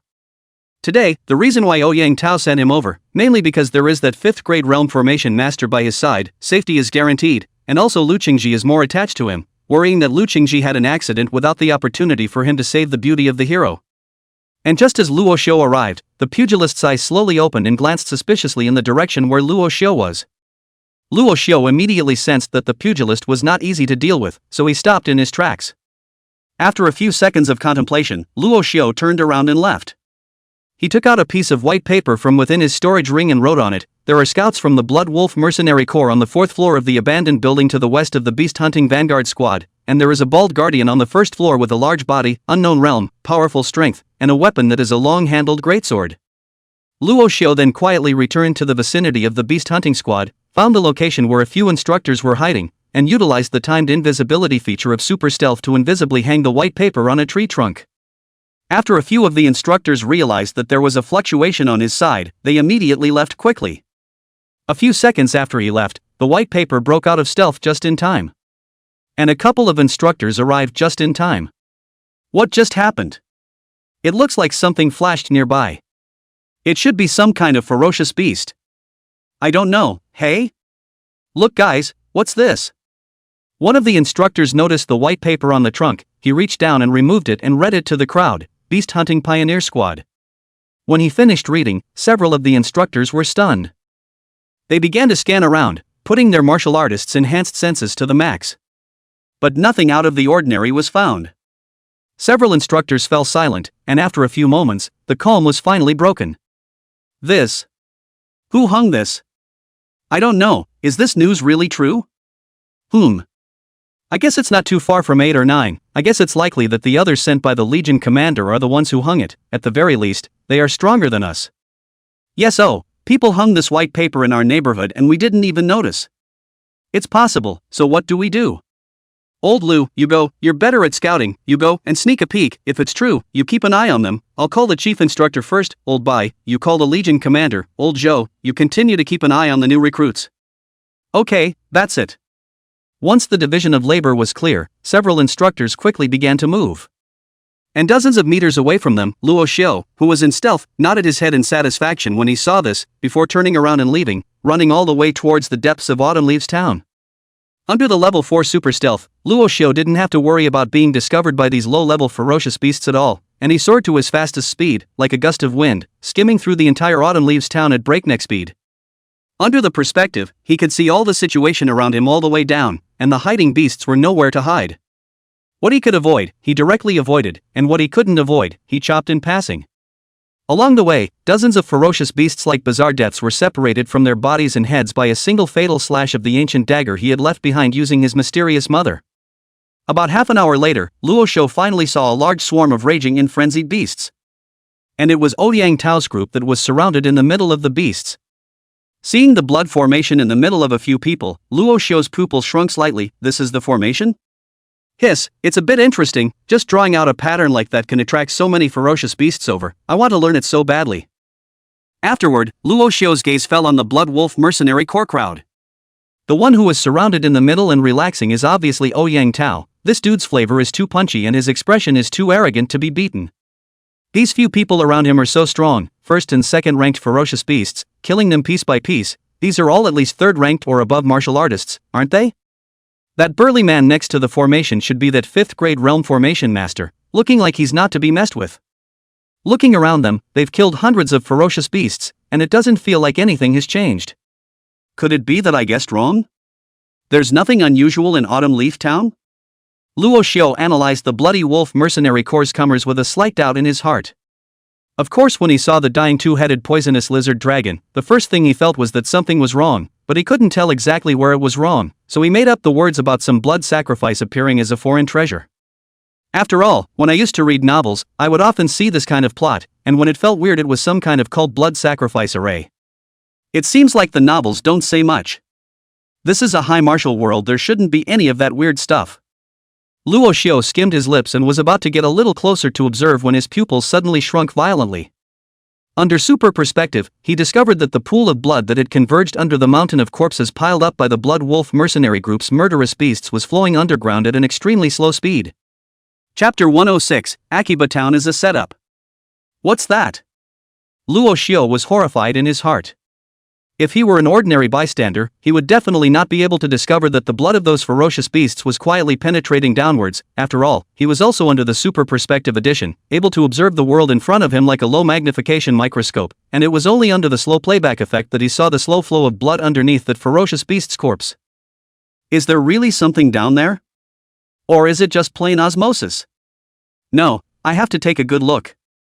Luo Xiu pursed his slightly dry lips, his gaze condensed, and he looked toward the ground below the ferocious beast's corpse. He opened his super perspective to the extreme, but after his gaze penetrated, Luo Xiu's frown deepened. Tens of meters below the ground, it was all endless dirt, rubble, insects, ants, and rotting leaves. Other than that, there is nothing else. There's no difference from regular ground. Just like when Luo Xiu first entered Autumn Leaves Town, he encountered the two-headed poisonous lizard dragon dying. He also carefully observed everything around him, all around, in the sky, under the ground, and completely did not find any abnormality, and this was also the reason why he clearly felt weird but still dared to rush out and dry over the two-headed poisonous lizard dragon to pick up the pieces. Just at this time, obviously those blood are quietly penetrating down. How the ground below is still so ordinary. Is it really just a normal blood infiltration with nothing unusual at all? Once again, Luo Xiu doubted his judgment. Only in the next moment, his pupils suddenly widened, and he almost cried out in shock. Blood! To the blood! Blood then! Isn't the blood of those ferocious beasts seeping into the ground? How come he didn't see it? Those dirt, among the broken corpses, were clean and dry, not at all soaked by blood infiltration, and the blood of the ferocious beasts on the ground disappeared strangely directly after it seeped into the ground. Luo Xiu's heart was filled with surprise and fear. He couldn't help but clench his fists. There's definitely a problem. Or a big problem. Luo Xiu thought back carefully, just now, when he had led the beast hunting squad to hunt down the ferocious beasts on the other side of Autumn Leaf Town, the blood had penetrated into the ground, and it didn't seem to have soaked into the soil below. This is so unusual. Such a large area, almost spanning the entirety of Autumn Leaf Town, all of the blood of the ferocious beasts had unexpectedly all been inexplicably absorbed by the unknown existence underground. There's definitely a big secret here. Luo Xiu kept using his super perspective to look deeper into the ground, only that no matter how he viewed it, it was still the same as before, and he could only see the usual dirt and rubble. Any deeper, he couldn't see but a darkness, like an abyss. An unknowable presence hidden deep underground. Covering the entire range of Akiba Town, devouring the blood gained from hunting ferocious beasts. It's looking more and more like something horrible is going to awaken. It can't be some demonic god or evil god or something like that they talk about in the novels, can it? But it's not right. What kind of demon god evil god pushes so low? Only absorbing a little bit of the blood of a low-grade ferocious beast can awaken? And why is it in the town of Akiba? Thoughts flew through Luo Xiu's mind as he kept combing through the clues, thinking about all the details of this recruit beast hunt. A moment later, Luo Xiu finally came back to his senses. New recruit, beast hunting activity, Autumn Leaf Town. The mission objective is to slaughter all the ferocious beasts, and there is an unknown terror absorbing ferocious beasts' blood underneath the town, and the third-ranked ferocious beasts have been beaten to a dying stage in advance, and the surrounding ferocious beasts are eyeing to compete for the third-ranked ferocious beasts' corpses. The accidents were, the dying third-ranked two-headed lizard dragon was found by me, which I killed and collected its corpse, and the Blood Wolf mercenary group was lured by Hu Jackal, and because I released the false news of the exotic treasure to start massacring the ferocious beasts, it accelerated the speed at which the unknown existence under the ground absorbed the blood of the ferocious beasts. Thinking about this, Luo Xiu's eyes grew brighter and brighter. This Autumn Leaves Town is a setup. A setup for all the recruits of the 3rd Legion. Someone wants to regiment all the recruits of the 3rd Legion. Rashu's eyes widened in shock at this deduction of his own. Just as quickly, he was puzzled. Who on earth is it? Did the 3rd Legion provoke someone else? But even if they had provoked someone else, why would the other party only deal with the 3rd Legion's recruits? Can it be that it's because they can't afford to provoke the rest of the army, so they can only take it out on the recruits? Luo Xiu was a bit puzzled, but at this point, since he knew the general situation of the matter, he immediately had an arrangement in his mind. The visitor is not good, but now that I know, I can't stand by and let you regiment the recruits of the 3rd Legion. But it's still possible for you to regiment these people from the Blood Wolf Mercenary Corps. The ferocious beasts that don't enter the rank and the 1st and 2nd rank ferocious beasts are too weak. I'm afraid that there's no way to put too much pressure on these people and cause any damage to them. In order to make sure that they can damage their battle power by half after the unknown thing under the ground awakens, I think I should go and help the ferocious beasts. The instructors should have read my previous hints to the military hierarchy should have gotten through, and the military hierarchy should have sent more people over, but just to make sure, I should go back and confirm it again.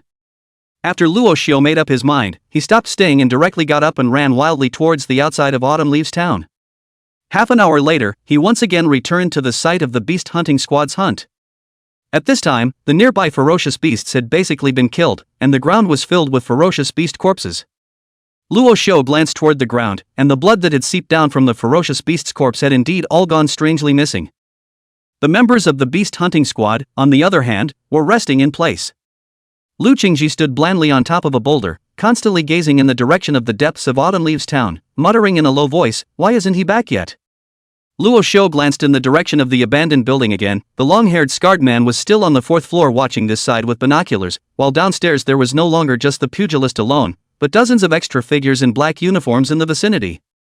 All of these figures were lurking in the shadows, not moving at all, but Luo Xiu was able to tell that they had qi and blood like a source, and they were all at least experts of the 3rd grade or above. The several instructors, on the other hand, were still lurking nearby, guarding the beast hunting squad that was under repair. It seems that the army did send someone inside.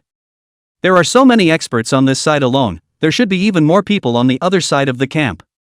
Confirm it first, then come back and take the men back to camp for a change, or at least show your face in front of the long-haired scarred man, or he's bound to get suspicious. Thinking of this, Luo Xiu hurriedly ran towards the outside of Autumn Leaf Town. Soon he returned to the ruined camp, and in the vicinity of the camp, a quick glance showed hundreds of black-clad soldiers with strong breath hiding in the shadows, protecting all of the camp's recruits. Luo Xiu settled down, he returned to the vicinity of Autumn Leaf Town, found a hidden place, quietly dispersed his invisibility, and then furiously ran back to the place where the beast hunting squad was resting. Seeing him return, Lu Qingci whooshed down from the top of the boulder and came to him, saying in surprise, "You're back." Chapter 107 Gaining Admiration. Lu Qingci stood in front of Luo Xiu playfully, face like peach blossom, eyes like stars, nose like agate jade, lips pointing red, light jasmine fragrance surrounded the body, let Luo Xiu suddenly feel a trance. Luo Xiu stared at Lu Qingci in a daze, and his heartbeat seemed to slow down by half a beat. "It's beautiful. It smells so good." As for Lu Qingci, when she saw Luo Xiu staring blankly at herself, she instantly reacted, then her pretty face reddened and she slammed her face down, changing her tone to an icy one. "Why did you just come back? Don't you know that so many of us are waiting for you?" Luo Xiu smiled, knowing that Lu Qingci was cold-faced and warm-hearted, so he softly said, "The situation is a bit complicated, so there was a bit more delay. Well, don't worry about it, let's send this batch of people back to rotate first." With that, Luo Xiu turned to face the crowd and said, "Brothers, quickly pack up your loot, let's go back to the camp and change." Lu Qingci looked at Luo Xiu's tall and robust back, hummed lightly, and muttered in a small voice, "Who's worried about you?" However, she was not slow in her movements, and immediately returned to the second team's position to start greeting her teammates to clean up the scene. After 100 choppers and White Tuan Tuan nodded their heads toward Luo Xiu, they also started integrating their team members to pack up the corpses of the ferocious beasts. Originally, the ferocious beasts all over the ground were not very good to take, but who let the team have Lu Qingci and Feng Baijiao, two big families, both of them had storage rings, and they swept around in the middle of the field with great wind and fury, and the ferocious beasts all over the ground were collected into the storage rings. As for Luo Xiu's 3rd squad and the 1st squad of the White Tuan Tuan, they all let Lu Qingci and Feng Baijiao take away the corpses of the ferocious beasts. Although Luo Xiu had a storage ring, he wasn't ready to expose it just yet. As for the belongings of the corpses of the ferocious beasts, they had already been registered one by one at the time of the cleanup. What is rightfully theirs is rightfully theirs, and there is absolutely no messing around with the distribution. Even Luo Xiu himself had registered dozens of ferocious beasts in his book. It was about an hour later when I finished packing everything up. Although all of them had experienced a great battle, there was not the slightest bit of disheveledness in their eyes, but instead they looked radiant, and all of them took on a hint of ferocious temperament. The 3rd squad among them had a sense of discipline and prohibition. Seeing Luo Xiu come over, Zhou Yunfei, who was standing in front of the team, showed a hint of fawning on his face and shouted excitedly, "Team Luo! We're all ready! Ready to set off back to camp at any time." This Zhou Yunfei at this time completely lost the previous wave of gloom, with a pleasing smile hanging on his face all the time, and he even grabbed Hu Jackal's wrist with one hand to prevent him from escaping. In his hand, he was even holding Hu Jackal's cell phone, stepped forward and handed it to Luo Xiu, saying, "Team Luo, this is Hu Jackal's cell phone, just take it for now. He's such a sinner that he'll probably still be able to report with the Blood Wolf Mercenary Corps or Luo Tianhao with his cell phone." Said, he also took his cell phone out of his pocket and handed it over. "This is my cell phone. I guarantee that from today onwards with Luo Tianhao and Ouyang Tao those dirty people cut off, from now on to abandon the darkness and become the pawn of the Luo team where I point where I will hit, absolutely do not wrinkle a frown." Luo Xiu somewhat breathlessly took the 2 cell phones in Zhou Yunfei's hand, and after a few seconds of contemplation, he said, "Alright, lead the way in front, let's go back to camp." Zhou Yunfei smiled in surprise and hurriedly said, "Alright." Then it nimbly ran ahead to open up the road. The 100 or so people who had come out to hunt beasts for the first time started to return in great numbers. Dozens of minutes later, the crowd returned to the camp. Lu Qingci and Feng Baijiao directly drove their storage rings, clattering and piling the corpses of the ferocious beasts all over the ground, and the strong smell of blood immediately rose up to the sky. The crowd stationed in the camp burst out in alarm. "So many ferocious beasts, here are you guys? How did you do it? Did the beast just stand there and not move for you to kill? So the ferocious beasts are so good to kill, I damn well feel like I'm full of power right now. Are you guys hurt? It's not like you're playing the field injury-free, is it? What does it feel like to kill a ferocious beast for real? Is it exciting? Is it the same as in the martial god trial tower? Do you feel nauseous when blood is splattered all over you? Did you throw up when you killed the ferocious beasts? Who killed the most, Team Land or Team Wind? The crowd spoke in one way or another, in short, all kinds of marveling and envy as well as curiosity. And the small group of militant pioneers who had returned safely raised their heads high and began to explain themselves.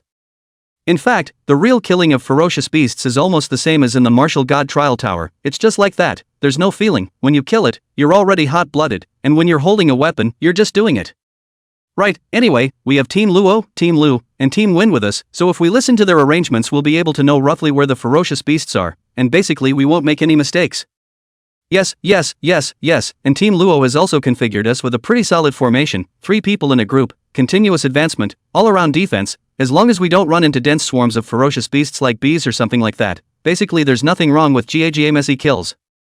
Not worthy of people can be the captain, and Luo team that is even more powerful, tell you. Our third squad a girl is an archer, Luo team so casually reported 500 meters away from the location, good guy, that girl 5 arrows shot, directly shot 5 self-exploding boars. Right. And those 5 self-destructing boars were all shot through the heart and brain by the 5 arrows that were shot into their eye sockets and then through their bodies, dying through and through, not having time to activate the self-destruct. Speaking of this, the faces of the people who had returned from the third squad all surged with fervent admiration. And the people in the camp, hearing this, all became dumbfounded. Is it so outrageous that Team Law is open? I'm not even that accurate at playing games. Pay attention, it wasn't that Team Ro shot it himself, but he just gave a few random directions and it was that accurate. It's open, perspective hanging. I want to report it. Ego? But I remember that perspective can only see through clothes, it doesn't seem that powerful, does it? Could it be that Team Luo's perspective has mutated? At this point, Luo Xiu didn't mind if the crowd guessed that his perspective was different from ordinary perspective. After all, some things can't always be hidden if you want to.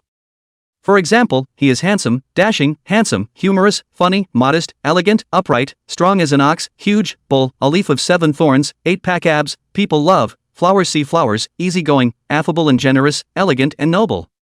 And, of course, there's the unusual gift of perspective. Sometimes, revealing a little bit of strength can often lead to more attention. Just at this moment, for example, Luo Xiu could clearly feel that all the recruits were looking at him differently. It was a wild look of seeing treasure.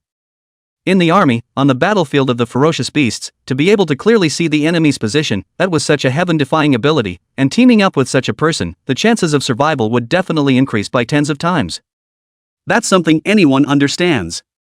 Luo Xiu felt the gazes of the crowd and waved his hand slightly. Alright brothers and sisters, don't look, I know I'm very handsome, but I'm only one person, I can't marry so many of you, and I only like women, we came back here to change shifts, and this batch of people who want to go out, can step forward now. Chapter 108 and 8 Captain Saint Body. I'm going for this wave. There's meat to eat if you follow Team Luo. I'm ready, SpongeBob. What kind of weird stuff got mixed up in here? Can Team Law get going? My greatsword is famished. The main reason why I didn't play in the first batch was because I had a cold, and now that my cold is gone, Team Luo, let's charge. The crowd was in high spirits, completely unrecognizable from their previous cowering appearance. Apparently it was the brilliant battle results obtained by the first wave of vanguard squads that went to war that gave them unrivaled confidence. And Luo Xiu's suspected mutation of his perspective ability also caused infinite expectations to rise in the hearts of the crowd.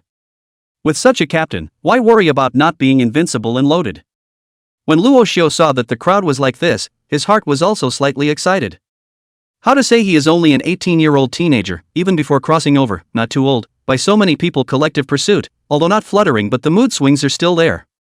Taking a deep breath, Luo Xiu waved his hand towards everyone. Don't be anxious, let's come one batch at a time, 3 shifts to rotate, this time, half of the people from the rest of the people, and then go to Autumn Leaf Town to mess with him again, take out the level you had in the Martial Gods Trial Tower, don't be nervous and don't panic, listen to the command, and you are guaranteed to be able to reap the full harvest.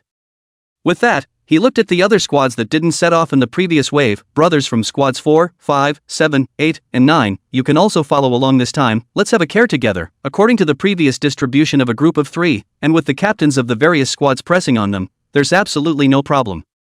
When the captains of the other squads heard it, they didn't think that there was still a share for them. They thought that Luo Xiu, Lu Qingci by Zhan and the 4 squads of the White Tuan Tuan had formed a small group. Hearing Luo Xiu's words, they were instantly happy. Go go go! We're definitely taking our guys this wave. I don't seek to follow Team Luo to eat large chunks of meat, but it's always okay to drink some soup.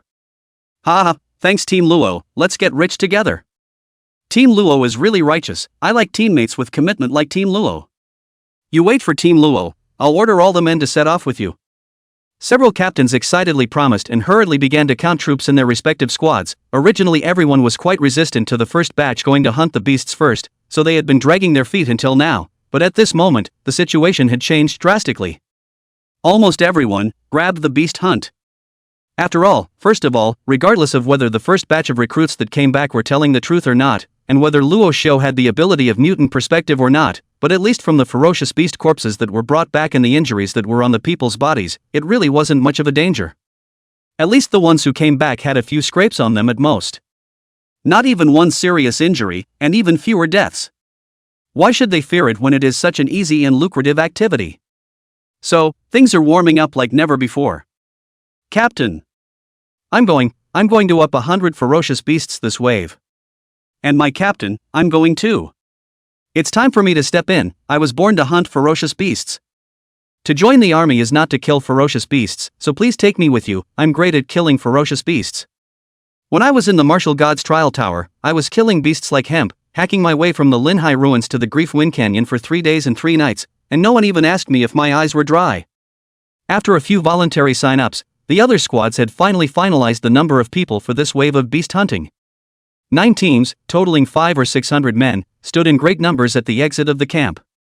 The few instructors who had re-followed back to the campground stood high above the campground looking at the entire crowd, their eyes finally landing on Luo Xiu, who stood at the front of the crowd, and sighed. I told you he's suitable to be the chief captain. This is only the first day of the beast hunt. The beast hunt competition has just begun, and everyone is obeying him. Isn't this the innate captain's holy body? It's really evil, huh? That said, the white piece of paper that we found in the forest earlier wouldn't be given to us by this kid. You don't say. It's really possible. I also think that his gift of perspective is likely to be different from others. The 5 arrows he taught Lulu to shoot were just too outrageous. It wasn't based on luck at all, it was actual eye power. For his perspective to really be able to mutate to such an outrageous extent, I feel that this beast hunting competition shouldn't be compared, because in the end, no matter who wins, the captaincy will be this kid Luo Xiu's. You guys, is it possible that the chief instructor has known about Luo Xiu's differences for a long time? That's why he made Luo Xiu the squad leader, and this beast hunt even offered such a great perk. Speaking of this, several instructors' tones were all at once, and then someone suddenly realized, you don't say. It's really possible that, without identifying the captains, the condition of taking a collective dip in the chi and blood pool was directly offered, which is not found in any of the major armies. Moreover, in order to make up for the cost of using the chi and blood pool, the chief instructor went to the Evil Moon Forest alone, to hunt 4th and 5th order beasts, and I don't know how it is now. That's right, the chief instructor wouldn't fight that hard if he wasn't sure it was his team that would win the championship, would he? The chief instructor is hiding too deeply. No wonder she didn't pick the second squad with martial soul heavenly pride Lu Qingci in it, but instead chose to become the instructor of the third squad that doesn't see anything special at all. And in the midst of the instructor's endless speculations, Hu Bunruo suddenly sneezed violently in the middle of a dark forest. Autumn. Hu Bunruo dropped the azure-colored long sword in his hand, reached out to touch his nose, and said suspiciously, "What's the situation? Someone cursed me. Could it be that Luo Xiu has gotten me into trouble?" It can't be. It wasn't that long ago that the instructors sent out a message saying that they wanted him to be the chief recruit leader. Contemplating for a moment, Hu Bunruo suddenly tapped his head, a flash of clarity flashing across his face. "Ayo, it must be the Legion commander scolding me. This old deng must be upset in his heart after being called out by me to be a bodyguard. Humph. Too petty. There's a chance to steal his Mingy tea for Luo Xiu." Half an hour later, Luo Xiu arrived at Autumn Leaf Town once again with the second batch of squads hunting beasts. Still on the same path, they pressed on and continued deeper. There were more people this time, but it was still a group of 3, and under the leadership of Luo Xiu and Lu Qingci Feng Baijiao, the beast hunt was still very smooth. This time, Luo Xiu directly didn't hide either, and stood out boldly, telling the crowd where there were ferocious beasts lurking, which wall had a ferocious beast sneak attacking behind it, which boulder was a grip of ferocious beasts' eggs underneath it, and so on. The crowd became more and more amazed as they were full of harvest. And just as the crowd was killing, Luo Xiu looked at the time. About 2 hours had passed. He felt it was time to go over to the Blood Wolf mercenary corps to make it more difficult for them, so he once again walked over to Lu Qingci's side. Only before he could say anything, Lu Qingci blankly glanced at him and said, "What, you're going to bail out halfway through the game again? Ready to go do something bad?" Chapter 109, I Want to See Bloodshed.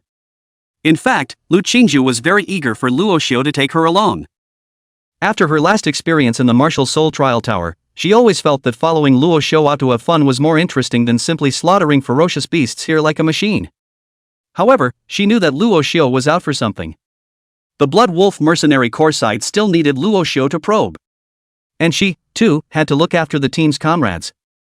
If Luo Xiu left and she left together, there would be no way to illuminate everyone here with just 100 Chopper left as a spiritual nihilist, I'm afraid. So, she has to stay.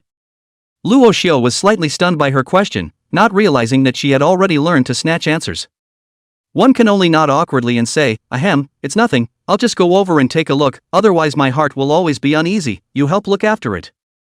Lu Qingci hummed, come back early, call if something happens." "Okay." Luo Xiu happily responded and left the beast hunting site once again.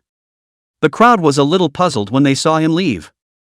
Why is Team Luo gone? What did he go for? I don't know, something might be wrong. Team Luo couldn't have seen any good treasures. Could it be that he saw a second-ranked ferocious beast and was preparing to go solo alone to fight a wave? I reckon Team Luo wants to go for diarrhea. But now that everyone has gradually adapted to the rhythm of hunting beasts, there's nothing to do with Team Luo leaving for the time being, so let's do it fiercely. There's also 2 spirit luminaries, Team Lu and Team Wind, helping us observe the surrounding area. That's enough for the time being. And just as Luo Xiu left, the long-haired scarred man inside the abandoned building in the distance dialed Ouyang Tao's side again. It was just that this time, Ouyang Tao's side didn't receive any information from Luo Tianhao either, so he didn't know where Luo Xiu had gone. But the direction that the long-haired scarred man saw, Luo Xiu should be heading deeper into Autumn Leaf Town. Only, soon he turned into a couple of alleyways and the long-haired scarred man was immediately out of sight. Learning this, Ouyang Tao did not take it to heart. It was only assumed that Luo Xiu had gone to look for something. After all, in his opinion, Luo Xiu was nothing more than a mere unqualified martial artist. Don't say that from the information Luo Tianhao had gotten, Luo Xiu didn't have any outstanding features. Even if he did have any special abilities, he wouldn't be able to make any waves in front of the elite Blood Wolf mercenary corps he had brought with him. Therefore, he only instructed the long-haired scarred man to continue to keep an eye on Lu Qingci and the beast hunting team, and then plunged back into the beast hunting operation in order to make the exotic treasure appear. At this time, in a hidden alley in the middle of Autumn Leaf Town, Luo Xiu, who had merged into a stealthy state, silently used super perspective to secretly observe the long-haired scarred man in the abandoned building.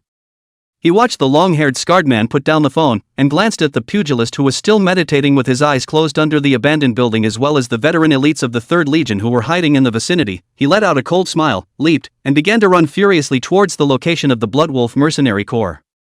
Secretly reporting me to Ouyang Tao again. What a good dog. Too bad it's not mine. That's not destined to end well. Like a gust of wind, Luo Xiu hid his figure and his whole body's aura, and after accidentally killing dozens of ferocious beasts along the way, he once again returned to the location where the Blood Wolf mercenaries had attracted the ferocious beasts with the Beast Pro formation. At this time, thousands of corpses of ferocious beasts had been piled up around Ouyang Tao's few people. The flying ones in the sky, the ones running on the ground, the ones drilling underground and even the flying insect-type ferocious beasts, without exception, all of them were killed by those lapdogs following Ouyang Tao's side. And that was, even before that 5th grade realm formation master had made a move. He was tall, like a giant tower that had been standing by Ouyang Tao's side on standby, his eyes slightly closed in a high-profile manner. Ouyang Tao, on the other hand, didn't know where he got a recliner out and was lying on it, leisurely drinking a cold drink while grilling the thigh of an unknown ferocious beast. The aroma of roasted meat wafted through the air, and even if Luo Xiu was hundreds of meters away, he could smell the charred scent of cumin and chili noodles. Ouyang Tao drew a burnt meat leg from above the fire and lifted it to his eyes and took a hard bite, sighing a bit. Master Chen, are we just going to keep killing? It feels so boring. Do you notice anything unusual? In the end, when will we be able to attract the special treasure? The formation master who had his eyes closed next to him opened his eyes slightly, and said with an old spirit, "Young leader, don't be in a hurry. This kind of thing like a foreign treasure is most mysterious and unpredictable. No one knows how to activate the foreign treasure before it appears, and hunting beasts is nothing more than a means to an end.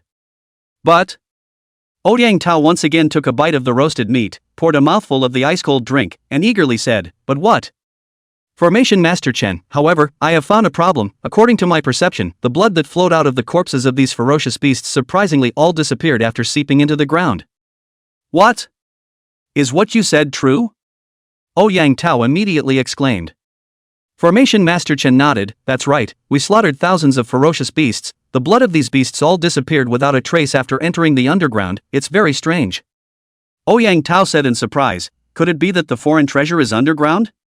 Formation Master Chen said, it's hard to say, anyway, every kind of exotic treasure is very strange, it's not unheard of for exotic treasures that like to absorb blood, just like the blood exotic treasure, after absorbing a large amount of blood to activate it, the user will be able to use it to extract other people's blood from across the air, it's very evil and powerful. This time, Ouyang Tao was directly nonchalant. He stood up from the recliner with a miso, snapped his palm and shattered the corpse of a white-skinned pig next to him into a blood mist, and said excitedly, so, just how much blood needs to be absorbed before the foreign treasure will be revealed? Formation Master Chen narrowed his eyes and said, I don't know, anyway, keep killing, it's fine to kill more, with me here, there can't be any accidents. When he said this, Master Chen's tone was filled with strong confidence in his own strength. And Ouyang Tao was obviously quite in favor of Master Chen's words, so with a wave of his hand, he gave an order towards the crowd, come on, speed up the pace for me, don't leave the corpses intact, all of them should be dried and crushed. Let the blood rain down on me, I want this place to bleed like a river. Yes. Roger that. The Blood Wolf Mercenary Corps roared in unison, and then they stopped conserving their strength and began to open up and powerfully kill the ferocious beasts that swarmed around them. Every ferocious beast was slapped to pieces by them, blood and flesh splattered in all directions, and a rain of blood began to float in the sky. Large swathes of blood flowed into the ground and then slowly disappeared. And Luo Xiu, who was not far away and had all of this in his eyes, was instantly happy to see this scene. It's really a god's help, this Ouyang Tao is too much of a show, he even took the initiative to help me consume up the strength of my men, it seems like it's time for you guys to get your strength up. Chapter 110, Strengthening Them. In the Blood Wolf Mercenary Regiment's camp, with the blood mist stimulating the sky, the ferocious beasts raging around them became even more intrepid, their eyes as red as blood. And Formation Master Chen also began on the means, only to see his right hand lifted, fingers repeatedly changes, formed a few handprints, and then toward the original laying of the beast pro formation position slightly pointing. A fierce suction force suddenly rose from the beast prospect formation, and the blood mist in the sky was all attracted towards it, forming a huge blood-colored vortex. As the blood mist coalesced, a red, rounded ball of blood appeared in the beast prodigy formation. Almost the instant this red blood ball appeared, the surrounding group of ferocious beasts hissed in unison, as if attracted by something, and hissed madly, drooling their harangues before rushing even more desperately towards the Blood Wolf Mercenary Group's camp. The Blood Wolf Mercenary Corps crowd, the pressure suddenly increased. Although it still shattered one with a single punch, it was clearly not as easy as before. But the hunt was once again much faster. A look of surprise appeared in the eyes of Ouyang Tao next to him as he pointed at the red blood ball in the middle of the Beast Pro formation and asked, Master Chen, what is this? A hint of triumph appeared on Master Chen's face as he proudly said, this blood sphere is called Beast Source Blood. It is the inspiration I gained from the Beast Prospect formation, and then created the method of improvement. This Beast Source Blood can increase the attracting power of the Beast Prospect formation by 10 times, and theoretically, the ferocious beasts that can finally swallow the Beast Source Blood can directly break through the realm and be upgraded by 1 rank. What? It can make ferocious beasts ascend. Ouyang Tao couldn't help but exclaim in shock. Then he excitedly said, then, Master Chen, how is the consumption of this beast source blood, can it be produced in bulk, and can the slave seal be added to it? Master Chen coughed dryly and said, that's only theoretically, but according to my experiments, there hasn't been a ferocious beast that can carry the beast source blood. I've never entered the order of ferocious beasts, the first order, the second order, the third order, the fourth order, the fifth order, and even the sixth order of ferocious beasts. I've tried it all, without exception. All of them have exploded and died after serving the beast source blood, and I don't know what the problem is, according to the reasoning. I don't know what the problem is, but logically speaking, the ability contained in the beast source blood shouldn't be that great. Speaking of which, Master Chen was also a bit embarrassed. After all, he had just blown the sky high with his power, but the actual result was only to enhance the Beast Pro formation's ability to lure beasts, and the Beast Pro formation was only a low-grade formation, which was also only useful for ferocious beasts below the 3rd rank. Elsewhere it could be said to be a total cock-up. It was only in a place like Autumn Leaf Town that it played a small role in this beast hunt. Ouyang Tao sniffed with a disappointed look on his face and sighed, "Alas, Master Chen, then you take more care. I feel that this beast source blood has great potential. If you can really make the beast source blood help the ferocious beasts to break through the ranks in the future, you have to tell me earlier." Master Chen nodded his head solemnly. "Don't worry, young master. I, Chen Xiaohua, was born a member of the Blood Wolf Mercenary Corps and died a ghost of the Blood Wolf Mercenary Corps. My loyalty to the headmaster and young master can be seen by the sun and the moon, and when there are new experimental results, I will naturally be the first to tell young master." Ouyang Tao nodded in satisfaction, then once again tore into the roasted meat in boredom. And at this moment, Luo Xiu had already lurked behind the ferocious beast. He naturally saw the beast's source blood that had coalesced out of the beast prospect formation, and although he didn't know what it was, he still felt that it was quite powerful when he looked at the commotion caused. Master of formation, that's something.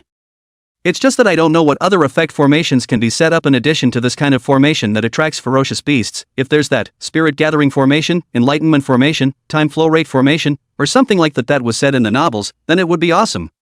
However, those should only be found in the world of immortal cultivation, High Marshal. There shouldn't be any, right? Rashu couldn't figure it out, so he shook his head and got ready to start working. He stood on top of a huge boulder and looked at the ferocious beasts under the boulder that kept surging furiously towards the Blood Wolf mercenary group, a hint of a bad smile appearing on his face. Visible ferocious beasts you gaga kill indiscriminately. What about the invisible ones? Hey! With a thought, Luo Xiu began to perform another ability of super stealth. Invisibility to living things. Try you little one first. Luo Xiu stood on top of the boulder and reached out, and within 3 meters of him, a relatively small-sized rabid ferocious beast instantly hid its figure before disappearing into the ferocious beasts and disappearing. Luo Xiu's eyes lit up. Bigger? Then he pointed at a monkey-like beast next to him, and that beast was also like that rabid beast, instantly stealthy and hiding all its aura. Kind of. What about this? Surprise appeared on Luo Xiu's face, then he reached out and ordered another rock giant bear that was close to 5 meters tall, which, just like before, immediately hid its body and transformed into a transparent beast, surging wildly towards the Blood Wolf mercenary corps. His Luo Xiu sucked in a breath of cool air. This giant bear was already considered to be a larger beast among the beasts, even it could be stealthy, not to mention the others. Luo Xiu was instantly playful. He pointed out his fingers repeatedly. The beasts within 15 meters of his body began to disappear in pieces, whether it was the birds passing by in the sky, or the bugs flying around the beasts, or the ordinary beasts running wild on the ground, all of them became invisible when he thought about it. And Luo Xiu also knew the truth of guerrilla tactics. After stealthily stealthing hundreds of ferocious beasts around him, he directly jumped down from the top of the boulder, and with cloud-chasing shadow prospecting steps executed, he quickly scurried to another place hundreds of meters away, and once again began the action of stealthing the ferocious beasts. 1 head, 2 heads, 3 heads. Hundreds of heads. Rashu left again and changed places. In this manner, the cycle repeated itself, surrounding the Blood Wolf mercenary corps. Almost all the locations were cloaked by Luo Xiu with at least hundreds of ferocious beasts, blending in with the beasts. The crowd of the Blood Wolf mercenary corps, who were surrounded by the overwhelming beasts, had no knowledge of this. Luo Xiu, who had done all of this, also felt that his qi and blood and spirit were a bit depleted, and felt that his entire body was filled with exhaustion inside and out. He detached himself to 1,000 meters away, found a high point to sit down on his knees, and began to silently regulate his breathing. However, for some reason, in the sea of consciousness, a sudden wave of longing came from the small bronze temple. Luo Xiu was slightly puzzled, and before he could explore specifically, the small bronze temple flickered slightly and a message appeared in Luo Xiu's brain: "Beast source blood, get it." Rashu froze. It was the first time the temple god had ever offered to ask him for something. But this? Beast source blood. What is it? Luo Xiu subconsciously looked toward the floating red blood ball in the beast pro formation in the middle of the Blood Wolf mercenary regiment's camp. Ah! And just at this time, a miserable scream suddenly came from among the Blood Wolf mercenaries, followed by the sight of a mercenary who was violently slaying a ferocious beast, suddenly having the blood in his right arm crumble as if he had been torn apart by a ferocious beast, twisting and throwing himself out uncontrollably. Chapter 111. Young Master, you're going to be rich. My hand. My hand. That mercenary was a middle-aged man who wore glasses. It was reasonable to say that after entering the high martial era, all people practiced cultivation, and nearsightedness should no longer exist, and there were basically only 2 needs for those who still wore glasses nowadays, either to look good, or to act tough. The middle-aged male mercenary, on the other hand, was clearly trying to play hard to get. Because, he's not good looking. He kept flinging his arm, which had been bitten off by the unknown ferocious beast, as if he thought it would ease the pain. But it's clear that mitigation can't be done. So, he wailed in even more pain. Ah ah ah. Miserable cries surrounded the Blood Wolf mercenary group's beast hunting camp, and all the other mercenaries around him looked at him with a look like an idiot. After all, being bitten by a ferocious beast below the third rank of the district was really humiliating. Stop yelling and find a band-aid to put on it. Go out and don't say that you're a mercenary of the Blood Wolf Mercenary Corps. How can you say that you're also a third-grade martial artist, to be able to be bitten by these low-ranked ferocious beasts? What a nasty waste. That's right, babbling. Are you still a man? Stop howling, I'll give you a ing mouthful if you do. Usually like to wear glasses to pretend to be a cultural person, real work is really a ing limp noodle. Even Ouyang Tao felt a bit annoyed. He threw the unknown roasted meat in his hand into the fire, frowned and scolded, "Shut up, fortunately no one saw it. If people knew that a mercenary of my Blood Wolf Mercenary Corps was bitten by a second-order ferocious beast, his face would be disgraced." The middle-aged spectacled male mercenary was sweating coldly from the pain. But being shouted at by so many people, he could only grit his teeth and stop wailing. Only, in order not to let Ouyang Tao think he was useless, he still explained, "Young leader, it wasn't me, I didn't even see what bit me just now, there are transparent ferocious beasts here." Just this statement instantly caused a burst of laughter. Haha, also transparent ferocious beasts, I've never heard of any ferocious beasts that are transparent under the 5th rank, it's simply bull. If it doesn't work, and it's still looking for reasons. That's right, I've only heard of the 5th grade, void swordfish, that can hide in the void like it's stealthy and transparent, with incomparably great killing power, and I haven't really heard of any lower-ranked ferocious beasts that can be stealthy. I think it's better for you to go back to bring up the kids. You're not fit to be a mercenary, you're only fit to squat at home and be a baby daddy. Ugh. Garbage. Shameful stuff. Get the hell home. While the crowd was punching a ferocious beast as before, they were wantonly mocking the middle-aged spectacled male mercenary, and although Ouyang Xiu didn't say anything about opening his mouth, the expression on his face was enough to see that he was extremely dissatisfied at this time. The middle-aged spectacled male mercenary could not say what he was suffering, he was only so angry that his mind was dazed, and while forcibly enduring the pain of his broken arm, he killed the approaching ferocious beasts, his heart was filled with hostility. At this moment, all he wanted was for everyone else on the team to die. Including Ouyang Tao. And it was as if the heavens had heard his call. A mournful scream suddenly tore through the air from a short distance away. One of the one-eyed mercenaries who had just been taunting him, suddenly his head shattered in half as if he had been slapped with a watermelon. He only had time to scream miserably, and in the next moment his entire body was torn into pieces. The sudden scene instantly stunned the crowd. Just that this was not the end, just as the crowd was slightly dumbfounded, another mercenary with an inch head and ear studs also suddenly screamed miserably, and was pierced through a big bloody hole in his abdomen. Next to him, a fat mercenary was inexplicably covered in pimples, and his entire body began to turn purple, obviously poisoned.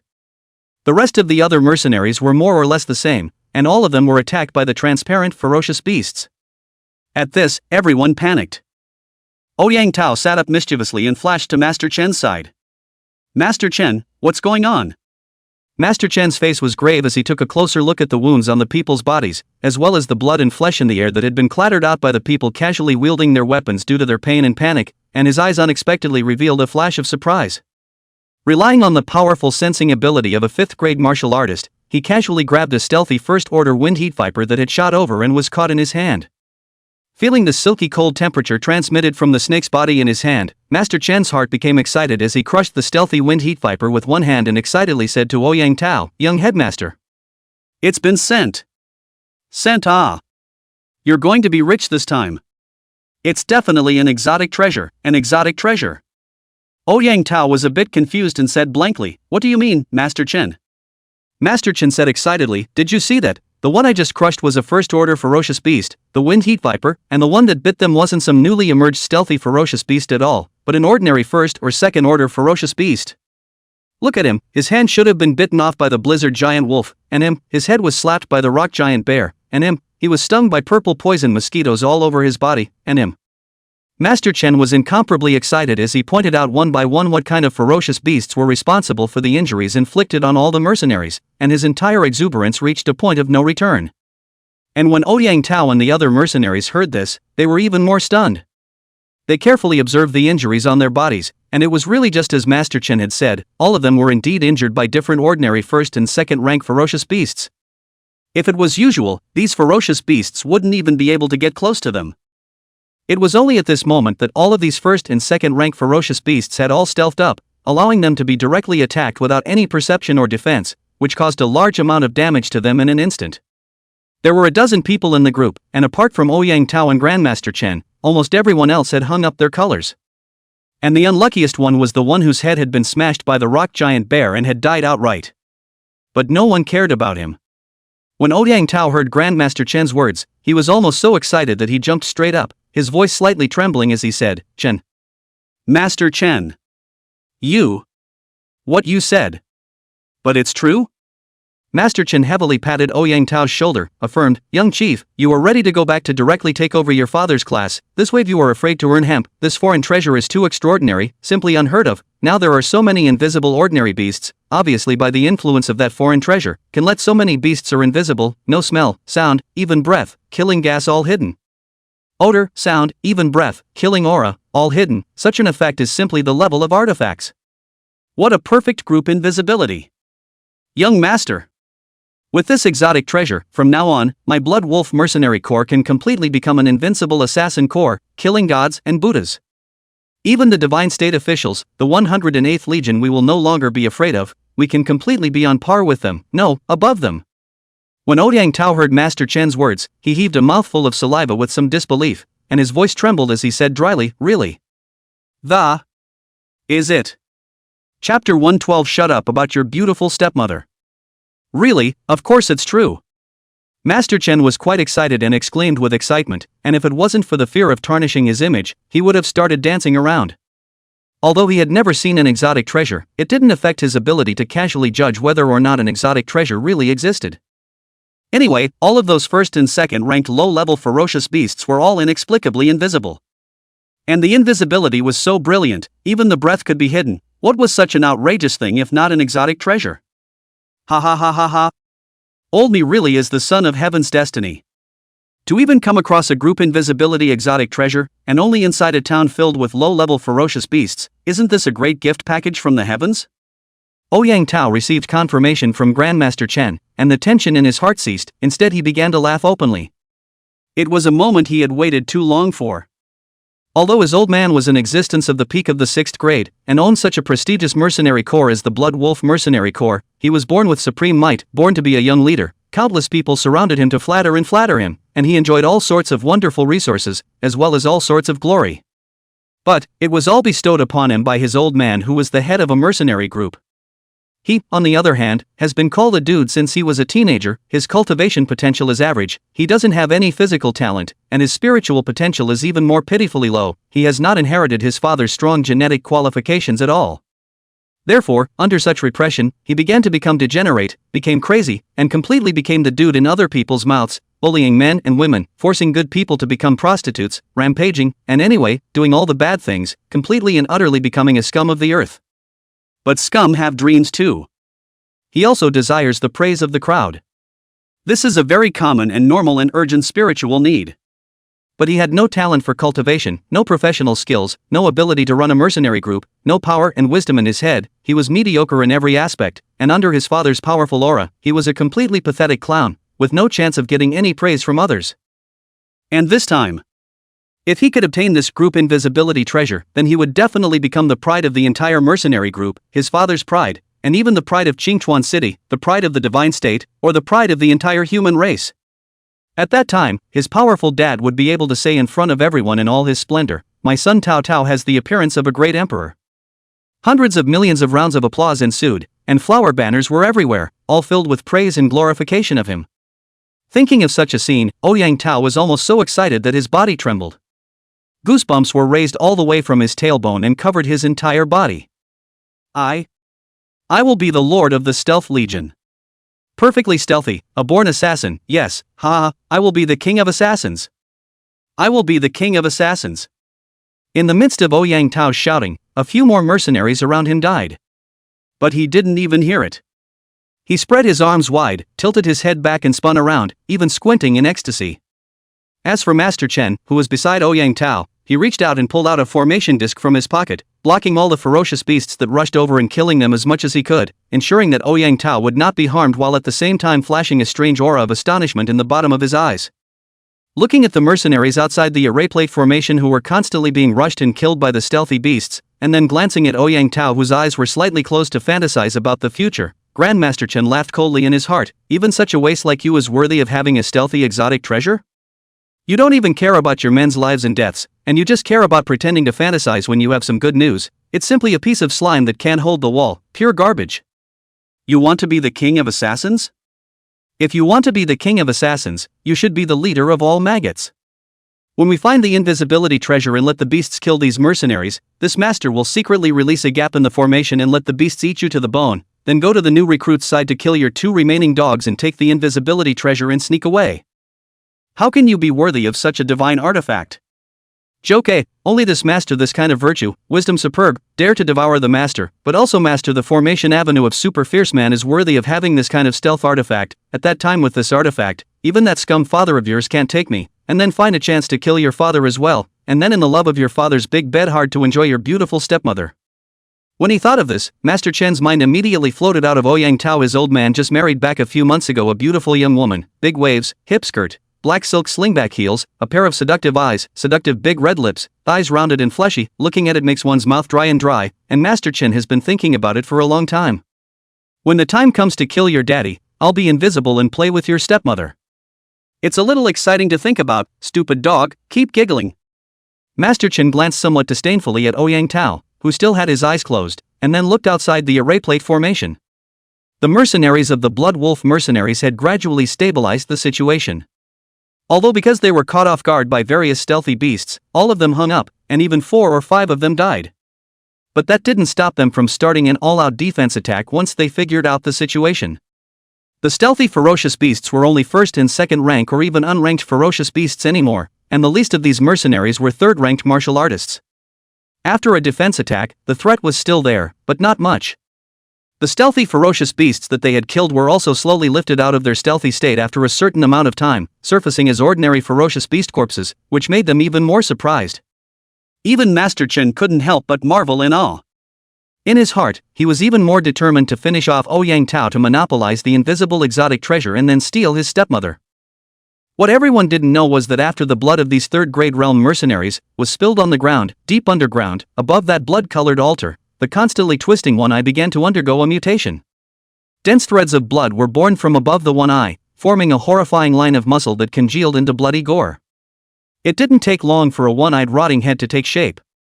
The rotting head looked exceptionally disgusting and gruesome, indistinguishable from what species it was. It just looked like it was oozing pus that made people physically ill. And the blood-colored altar began to boil with a gurgle as if it had turned into a pool of blood in this instant. Beneath the rotting head, a bloody body began to gradually take shape. As for Luo Xiu, who was resting 1,000 meters away from the Blood Wolf mercenary corps, he had finally finished tuning up at this time, and he looked at the beast source blood in the beast progenitor formation in the Blood Wolf mercenary corps camp, and fell into a deep thought. Why would the temple god want this? Get closer and take a look. Chapter 113, How dare you form an army of assassins? In stealth, Luo Xiu rode on top of a ferocious beast and quietly approached the Blood Wolf mercenary corps camp. On the way the ferocious beasts ran, Luo Xiu casually cloaked dozens more ferocious beasts, changed directions, and cloaked dozens more ferocious beasts. As he was about to approach the front of a few fighting mercenaries, Luo Xiu jumped down from the ferocious beast and quietly concealed himself to the side. These mercenaries are worthy of being experienced in 100 battles, and they found a way to crack it so quickly when faced with stealthy ferocious beasts. Responding to all changes with no change and focusing on defense, with a hard power above the 3rd grade, they hardened themselves against the attacks of hundreds of stealthy ferocious beasts. It's a pity. It would be great if there were a few hundred 3rd-ranked ferocious beasts in the vicinity. If all the 3rd-ranked ferocious beasts were made invisible and a wave of impacts came over, they definitely wouldn't be able to withstand it. Luo Xiu carefully observed the mercenaries standing outside the array plate formation, and then with some regret, he landed his gaze on Master Chen and Ouyang Tao in the middle of the array plate formation. At this time, Ouyang Tao had already come back from his intoxication. He sat calmly in the middle of the array plate formation and watched his men regain their suppression of the ferocious beasts once again. A smile appeared on his face. Grandmaster Chen, how long do you think we'll have to kill before we can see the exotic treasures?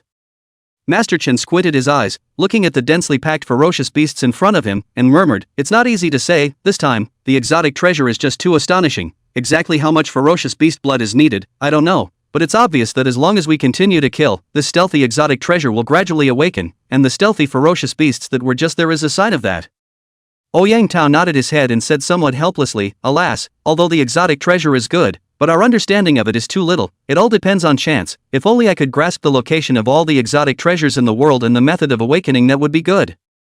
Master Chen despised in his heart, "Just to a waste can only empty thought. Every day the brain is all these unrealistic things, do not know how to be practical, from their own strength. How can the pie in the sky thing turn to you, to have, is also the turn to my kind of intelligent and supreme people?" On the surface, Master Chen was flattering. "Young master, you are lucky, this time even this kind of heaven-defying exotic treasures have stumbled upon, this is completely heaven's destiny. Maybe you are the son of our realm's chi, there is a great chi in the body, in the future, not to mention mastering the location of exotic treasures and the method of awakening. I feel that the exotic treasures around the world are completely likely to jump into your arms of their own accord." "Ha ha ha ha, Master Chen, you've learned the hard way, you've started kissing ass, ha, but it's fine, you've made me feel good. I'm very happy. When the invisibility exotic treasure arrives, I'll make you my right-hand man, and make you a super formation master who can cast formations invisibly." Upon hearing this, Master Chen was superficially surprised and said, "Many thanks to the young leader, many thanks to the young leader. No, it's many thanks to the leader of the Assassin's Legion." Hearing this, Ouyang Tao was even happier, smiling so much that his mouth couldn't close. And hearing the two talk, Luo Xiu was instantly a bit confused. What invisible treasure? What legion of assassins? What are they talking about? Could it be, thinking that all those stealthy ferocious beasts were made out of exotic treasures? And then think that after getting this exotic treasure you can create an army of super assassins that can be invisible in groups? And to think that this non-existent stealthy exotic treasure appeared here waiting to be collected by Ouyang Tao because he was a son of Qi? Convinced. It's really daring. If you're the son of luck, what am I, a traveler? Still stealthy treasure, that's obviously my super stealth that I've strengthened a dozen times, okay? But creating an army of group stealthy assassins? That seems like a good idea. Rashu reached up and rubbed his chin, feeling that the idea was somewhat interesting. Well, even though you guys can't do it, I can do it. It seems like it would be really awesome to actually have an army of assassins that belong to me. I take a group of people, directly all stealth, killing machine breath temperature footsteps all sound, but also one is like a humanoid nuclear bomb general martial arts. Think about it, all feel a little exciting. If a group of 5th grade or higher martial artists were to collectively become invisible, the lethality, it would directly explode. However, I simply can't manage high-level martial artists at the moment, and it's hard to want others to remain absolutely loyal and reliable, so this kind of thing is heartwarming, but it's better to think about it. Rashu was a little regretful, but quickly adjusted his mood. He no longer paid attention to Grandmaster Chen, who continued to kiss ass, and Ouyang Tao, who was enjoying his ass, and turned his attention to the beast source blood, in the beast prodigy formation not far away. The rounded ball of blood floated in the midair of the formation, constantly emitting a warm glow.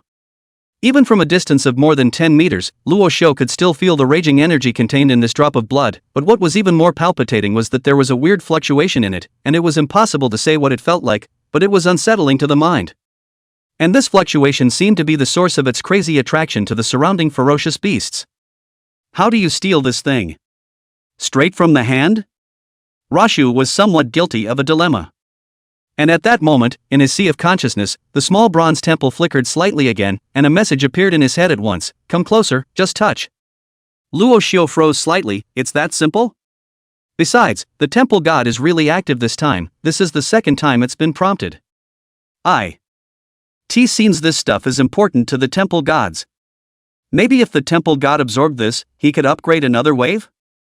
Thinking of this, Luo Xiu was instantly moved. He swept around and saw that no one was watching this place, and with a flash of his body, he drifted towards the location of the beast pro formation. Luo Xiu was extremely fast. It was like a sharp arrow. Just as soon as he got close to the formation, a palpitating feeling immediately rose from his heart.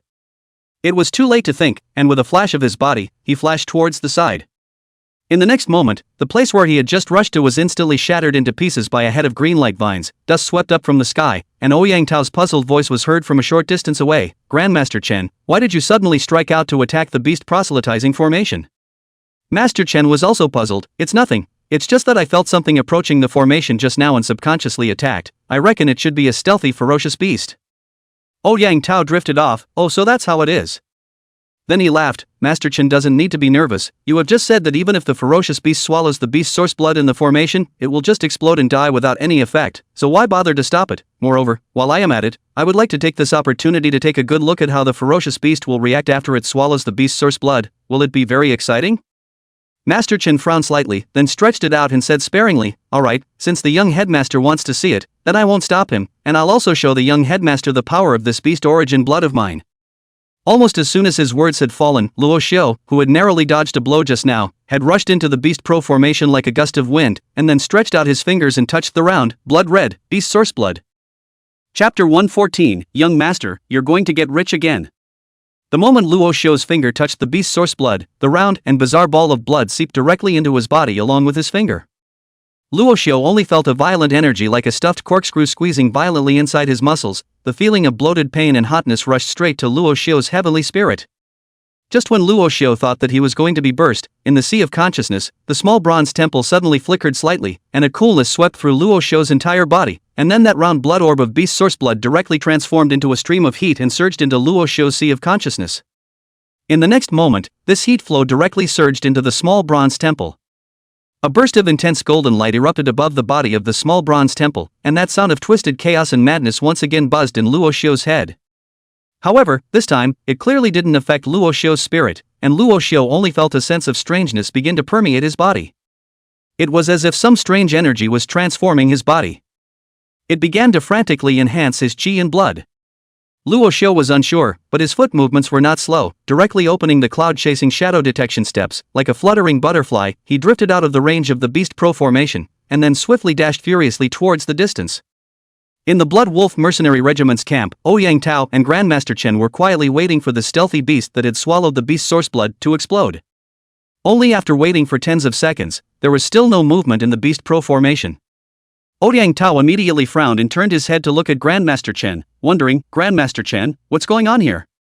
How come it hasn't exploded yet? An accident? Master Chen's face was also full of suspicion. Carefully sensing the beast pro forma in the middle of the formation, his face became excited. Young headmaster. It's been sent. You're getting rich again. Ouyang Tao was confused. Master Chen, what do you mean? How am I going to get rich again? Although he didn't know what was happening, Ouyang Tao was already getting excited in his heart. One thing that seemed to happen today was that it all seemed to be going in an unexpected and good direction. It was as if everywhere was proving that he really was the legendary son of Qi. Obviously nothing was done, but the benefits started coming one by one. This makes Ouyang Tao brain began to wonder, could it be that my previous 10 or 20 years of being taunted behind my back are all for the future of my awakening of the padding maid, in order to let me in the days thereafter can feel endless coolness? Oh, the old master is also too troublesome. In fact, let me have smooth sailing from the beginning and rise directly. It's also quite good. I'm a person who isn't that picky.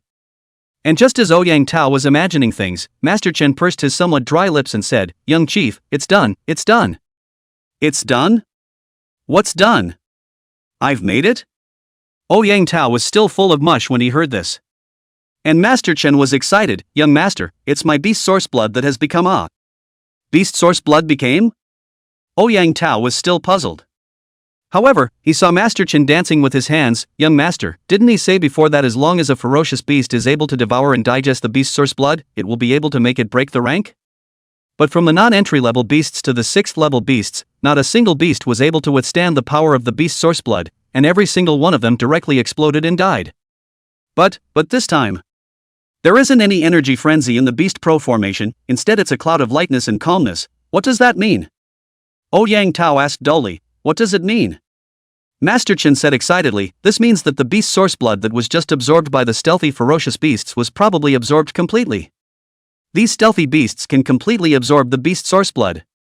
In the future, they will be able to break through the ranks with complete ease, accomplishing the impossible possible. This is a major breakthrough. A stealthy ferocious beast can absorb the beast source blood, complete the breakthrough and level up? Ouyang Tao finally listened. Immediately afterward, he began to become agitated as well. He was trembling with excitement until his mouth was dry. This, Master Chen, is this true?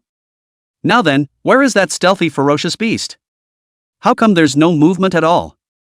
Master Chen carefully sensed for a few seconds, took a deep breath and said, I think that the stealthy beast should be far away after absorbing the beast's source blood and started to ascend. Let's take our time to observe, and wait for a while. There will definitely be a powerful fluctuation sweeping across the surroundings of the rank breaking, and at that time, we will be able to prove that this is all true. And if it really is, then the young leader. Ouyang Tao was bewildered. What's wrong?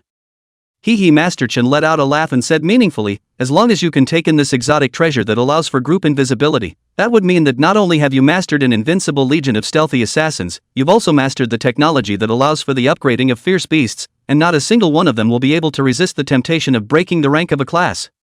At that time, even the Emperor of Fierce Beasts will have to submit to your feet. The Emperor of the Fierce Beasts submitting to my feet? Ouyang Tao's brain instantly roared as if he had been hit by a nuclear bomb. The color in his eyes was different, and he was instantly caught up in endless fantasies. In his fantasies, he sat high above a towering throne with tens of thousands of shadow assassins hidden in the air lurking around him. And on top of the steps below the tall throne, the martial gods of various countries, all the major fierce beast kings, fierce beast emperors, and even the kings of the foreign races knelt down and cried out at the same time, Your Majesty, Tao God. The universe is invincible, your life is boundless. He is the one who will cover all the ages, and is powerful throughout the floodplains. While he sat on top of the tall throne, his right hand was slightly pressed, and he blandly uttered, All of you, please rise. Just thinking about it made Ouyang Tao feel so good that his body trembled. And when Master Chen saw his appearance, a flash of contempt flashed in the depths of his eyes. The heart said, just like you bear, you can only fantasize and fantasize now. When the foreign treasure arrives, it's your time to die. On the surface, he said, young leader, wait a moment, we'd better speed up the beast hunting and quickly let the foreign treasure awaken, or else the night will be long, knowing that the 3rd Legion's new recruits cubs are still hunting beasts on the opposite side of the town. Ouyang Tao came back to his senses and nodded, you're right, but how much time does it take for this ferocious beast to absorb the beast's source blood? How come it's not done yet? Master Chen shook his head, there have been no successful cases before, so I'm not too sure, I can only observe slowly. Don't worry young leader, that ferocious beast that has swallowed the beast's source blood will definitely erupt into fluctuations as long as it manages to break through the ranks, and with my cultivation, I will definitely be able to discover it at the first opportunity. And now, it's time for me to strengthen the wave of means to attract the ferocious beast once again. With that said, Master Chen once again performed the hand seal from before and pointed towards the beast pro formation. A terrifying vortex once again appeared, and the blood chi of the surrounding ferocious beasts bursting into pieces once again began to coalesce. A beast source blood that was larger than before gradually appeared in the beast prodigy formation. At the same time, in the sea of consciousness of Luo Xiu, who was sitting cross-legged in the distance, the small bronze temple suddenly shook slightly, and a message appeared in Luo Xiu's brain, absorbing 1 beast source blood, the power of chi and blood has increased. Current chi and blood value, 2.33. Chapter 115 Source Blood Seed, Believers. Luo Xiu quietly experienced the changes in his body. It felt like a surge of chi and blood was flowing through his body. That rushing feeling, as if an angry dragon had an erection, made one's blood boil, and one's mouth dry and unceasing. A blood value of 2.33? The chi blood value broke 2.0 this time? Is it that outrageous? Luo Xiu was a bit surprised. According to normal circumstances, chi and blood cultivation was a slow growth process even if it was aided by a massive amount of chi and blood pills. Unless, the qualifications were unbelievable, reaching S rank or even SS rank or SSS rank physical body potential. The effect of absorbing a chi and blood elixir from such a physical body potential was far beyond that of an ordinary martial artist. Moreover, the body was like an abyss, absorbing the aura in the air all the time to convert it into chi and blood power. Originally, according to Luo Xiu's prediction, after taking those potion rewards he obtained from the martial god trial tower, his blood value should be between 1.3–1.5. As a result, at this point, just swallowing a single beast source blood directly skyrocketed around 1.0. And with 1.0 chakra, that's 300 kilograms of strength. In other words, at this moment, Luo Xiu could punch out 699 kilograms of power with a single, flat punch. What kind of concept is that? Luo Xiu quickly imagined it in his head and immediately sucked in a breath of cool air. If I were to return to Earth right now, what with mixed martial arts, championship fights, martial arts, underground fights, and octagonal cages, I'd be able to sweep them all by myself. Anyone who takes a punch from me will have to have their internal organs explode directly. I'm in this situation, it's like a childhood shadow of King of Force. Breaking someone's jaw with one punch and punching through a fat man's big belly is not a dream at all. Rasha shook his head, shaking the disgusting image out of his mind, and then perked up. I don't know what this beast source blood is, but it has such a function, it's a bit interesting. Wait, did that person mess up the beast source blood again? Luo Xiu suddenly stared and looked toward the distant blood wolf mercenary regiment camp, where a round ball of red blood had reappeared in the beast pro formation, and it looked a bit bigger than before. In the sea of consciousness, the small bronze temple also flickered with a ghostly light once again, surging out a message. Each beast source blood sacrifice, depending on the quality, can raise the corresponding blood value. This ability can be applied to other individuals, and can form a source blood seed in their bodies, and those who have the source blood seed will gradually deepen their faith in you, converting to you, fanaticism, being commanded by you, and becoming your subordinate, never leaving you, never betraying you. Luo Xiu. Something doesn't feel right. An extra variety of sacrifices can be made to directly boost qi and blood. Moreover, it can also raise someone's qi and blood. This ability is counterintuitive to the extreme.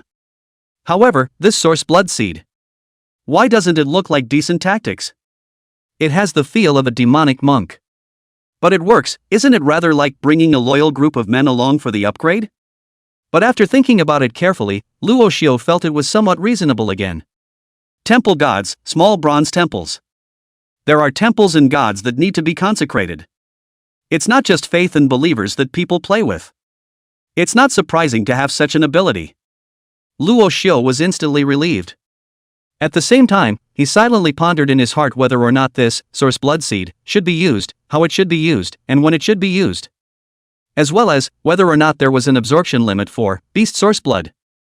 And the little bronze temple was also very facetious. Almost as soon as Luo Xiu thought of this, it directly flickered slightly and surged out a message. Within a day, you can absorb 2 beast source bloods, and within a month, you can use beast source bloods 5 times, or else there will be side effects. As for other individuals, you can use beast source blood 3 times per month. Not bad at all. If 1 time raises 1.0 chi value, then 5 times would be 5.0. It was almost at the limit of an ordinary first-grade martial artist. But how did this beast source blood come about? Luo Xiu looked toward the beast pro formation inside the blood wolf mercenary regiment's camp. It felt like the rounded beast source blood floating in the mid-air of the formation was exceptionally tantalizing. It is better to rob a man of his fish than to rob him of his fishery. I can't just keep waiting here, waiting for that Master Chen to actively condense the beast origin blood. Moreover, after I snatch this beast source blood again, that person naturally won't continue to condense beast source blood again. The best way is still to snatch this person's means of formations and means of condensing beast source blood, so that I can condense beast source blood myself in the future. Of course, it's also possible to imprison him and specialize in condensing beast source blood for me, but this is too difficult, and I'm afraid I can't do it for the time being with my current abilities. Forget it, let's just ignore it for now and go get that 1 beast source blood first. After getting this beast source blood, it's time to go back for another shift and end today's hunt. Luo Xiu deeply exhaled a mouthful of turbid air, and with a flash of his body, he disappeared in place, relying on the cloud-chasing shadow prospecting steps. His stance was as ethereal and unrivaled as a willow floss, and in the midst of the thousands of beasts, a single leaf didn't touch his body, and he came to the Blood Wolf mercenary regiment camp once again in the most dashing manner. He stood lightly on top of a tall beast, and as soon as he got close, he heard the voices of Ouyang Tao and Grandmaster Chen coming through. Ouyang Tao frowned. Master Chen, why is there still no movement? Master Chen was also a little puzzled. Strange, really strange. According to reason, the ferocious beast that was invisible by the foreign treasure is at most a second-order ferocious beast. A second-order ferocious beast in the district, even if it is to break the rank. How can I say that 10 minutes is also enough? Could it be that the invisible ferocious beast has swallowed the beast source blood to produce a different kind of change? Either there is no fluctuation after breaking the rank, or there is no rank break only produced a strange change, or it is no longer self-detonation but changed to a silent way of death. Hearing this, Ouyang Tao's heart became a little annoyed. Why is this happening? If I can't break the rank, how else can I make all the beasts submit and become the supreme Tao god who dominates all the races in the universe? Luo Xiu almost couldn't hold back his laughter, but still managed to control it by utilizing his powerful qi and blood power. And the corner of Master Chen's mouth twitched as he coughed dryly. Don't worry, young leader, isn't there still a beast source blood here? We can try again. After all successes are built on countless experiments. Hearing this, Luo Xiu felt quite agreeable, so he gave Master Chen a thumbs up. Then with a flash of his body, he once again appeared in the middle of the beast prodigy formation, and with a stretch of his right hand, his fingers touched the beast source blood, which was once again instantly sucked into his body. Seeing this scene, Master Qin became excited. Look, young master, another stealthy ferocious beast has swallowed the beast's source blood. Wait a minute, this time it will be possible, success is just around the corner. On the other hand, Luo Xiu, who had sucked away the beast's source blood, didn't continue to linger this time, and directly turned on his stance, furiously dashing back to where the beast hunting squad had been hunting, before revealing himself and walking towards Lu Qingci. Ha, hard work, I'm back. Chapter 116 Xiaofulin is here. Seeing Luo Xiu return, Lu Qingci gave him a blank look. Although she didn't know what he had gone for, according to what she knew about Luo Xiu, he definitely didn't do anything good. Luo Xiu walked to Lu Qingci's side and swept around, on the ground, all the corpses of ferocious beasts hunted by the beast hunting squad.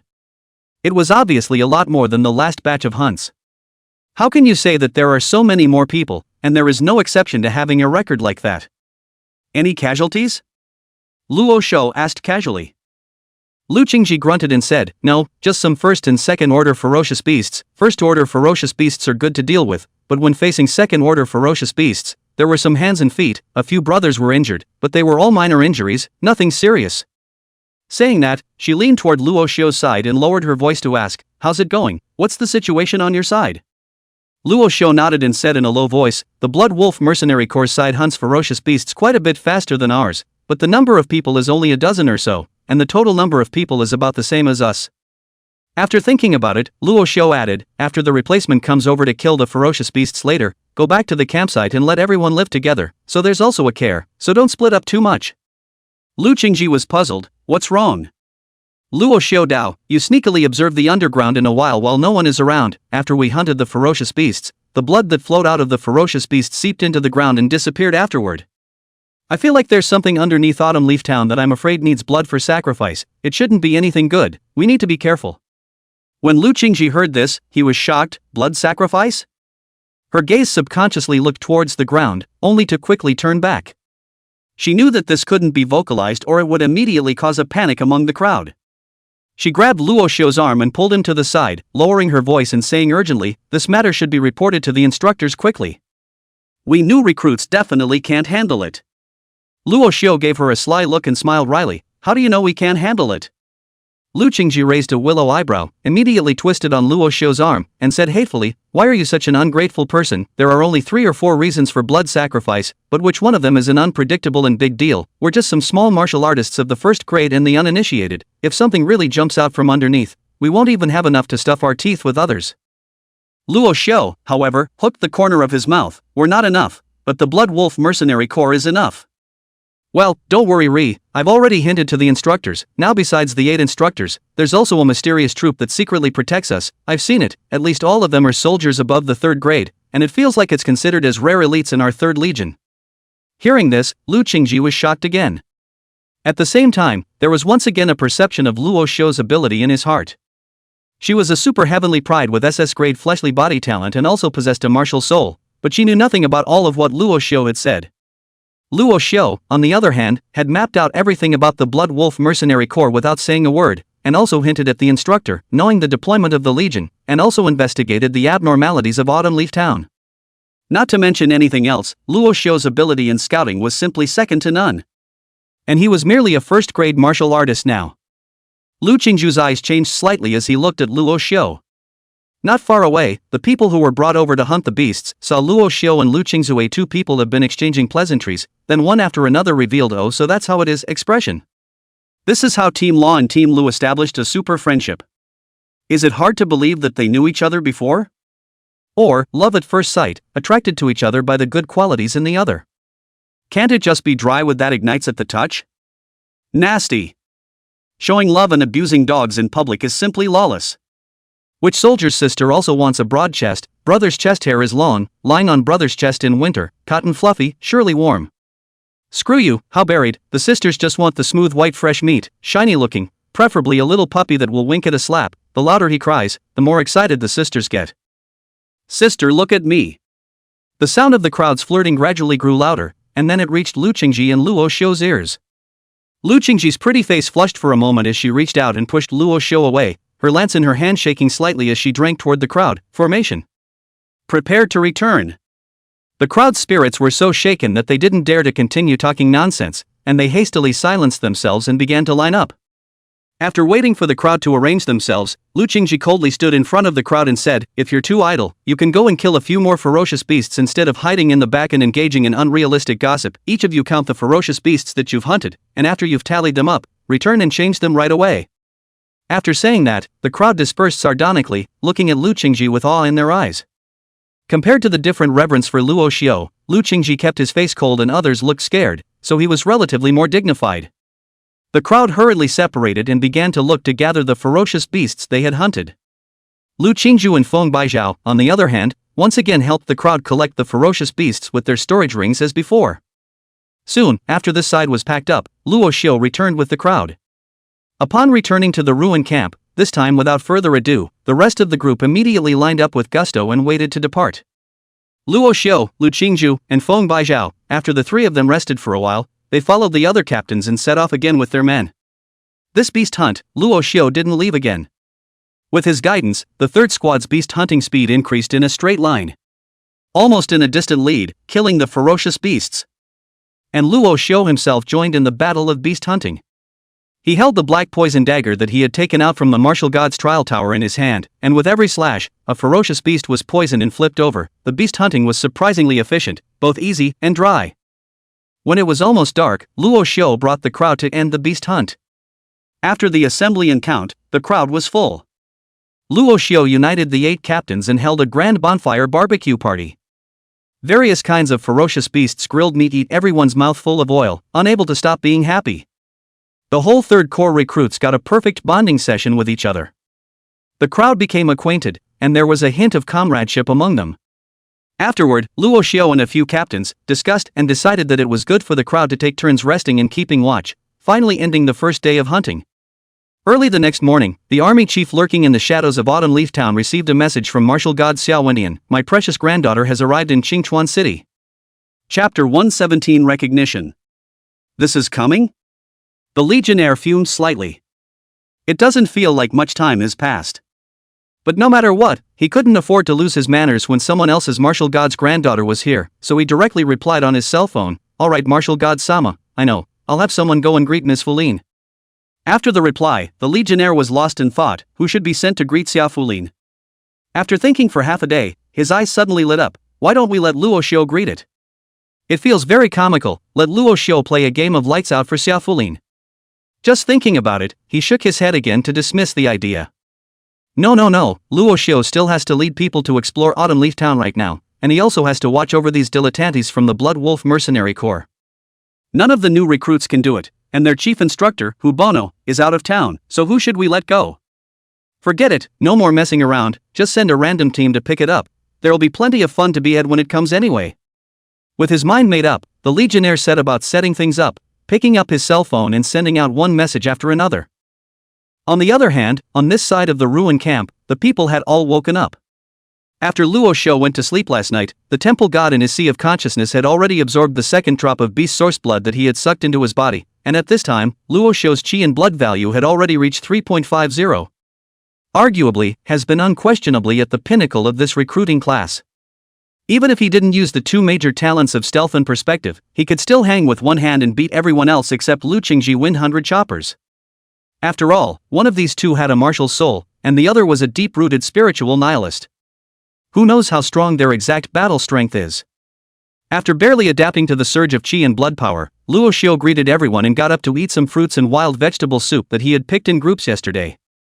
When all were satiated, he took them all out on the road. This time, no one stayed behind in the camp, but the whole army attacked. With yesterday's experience, the crowd was already confident. A line of thousands of people rushed to the Autumn Leaf Town in great numbers, and at this time, in the middle of the Autumn Leaf Town, the area that was cleared out by them yesterday had already been occupied by a large number of ferocious beasts again. After Luo Xiu gave the order, all of them were once again in groups of 3, and like a flood, they furiously rushed towards the ferocious beasts that had already sensed them. Kill. Brothers. Yesterday, I hacked 16 unincorporated ranked ferocious beasts and 2 first-ranked ferocious beasts. I simply made a fortune. Ha, I'm lucky, drying up 9 heads of uninitiated rank and 4 heads of first rank, cool. With so many of us today, it feels completely possible to push across the entire Autumn Leaf Town. Don't mess around, listen to the command of Team Luo, Team Lu and Team Wind, especially listen to Team Luo. Luo Xiu's vision is much farther than ours, he can see through walls and trees, he's simply invincible. Yeah, I just listened to Team Law's instructions yesterday and effortlessly had 3 sand dogs that were still sleeping in the sand. No more talk, just do it. All the recruits impacted with the ferocious beasts. And rushing at the forefront of the new recruits was undoubtedly Luo Xiu and the other 9 captains. Lu Qingci was in the lead, the purple electricity thunder dragon martial spirit surrounded his body, a Shin thunderlance danced like a tiger, every time he stabbed out, there would be a ferocious beast that was stabbed to the point of being scorched and thrown out. Windhundred Choppers was also not willing to show weakness, he stood behind the crowd, his gaze was bland, and under the control of his mind, the black flying swords were like the judgment of the god of death, speedily harvesting the lives of the ferocious beasts in the midst of the beasts. Furthermore, there was no lack of other recruits who were skilled, and all kinds of ferocious beasts fell piece by piece in front of them, almost as if they were chopping up melons and cutting vegetables. Luo Xiu, on the other hand, was just waving the black poison dagger around casually, stabbing the ferocious beasts that rushed to him to death at will, regardless of whether they were non-entry rank ferocious beasts or first rank ferocious beasts, and even some of the second rank ferocious beasts were put down with a single slash of his knife. But this wasn't the main thing, most of Luo Xiu's energy was focused on observing the movements of the ferocious beasts and guiding others to hunt them, as well as observing where the ferocious beasts disappeared to after their blood seeped into the ground after they were killed. Just after observing it for half a day, he didn't see it clearly, and only saw that after the blood seeped into the ground, it directly disappeared as if it had evaporated. There was no flow at all. Luo Xiu had no choice but to give up. And with his help, the 100 or so people in the 3rd squad hunted the beasts at a speed that was so fast that, like yesterday, they were far ahead of the other squads. Yesterday night someone had already passed this situation back, at that time there were still people who didn't quite believe it, at this time to see such a scene, it immediately caused a sound of envy and awe. This perspective eye of Team Luo is also too powerful, it's outrageous. That's right, this is not hanging, no wonder I used to hear people say that a good scout is more important than several regiments. Of course, what is war? What war fights for is the difference in information, to fight with more to fight with less, to fight with high to fight with low, to fight with something to fight with nothing. I know your course of action ahead of time, and bury tens of thousands of mines on your way here. I can completely annihilate the enemy without moving a single soldier or a single pawn.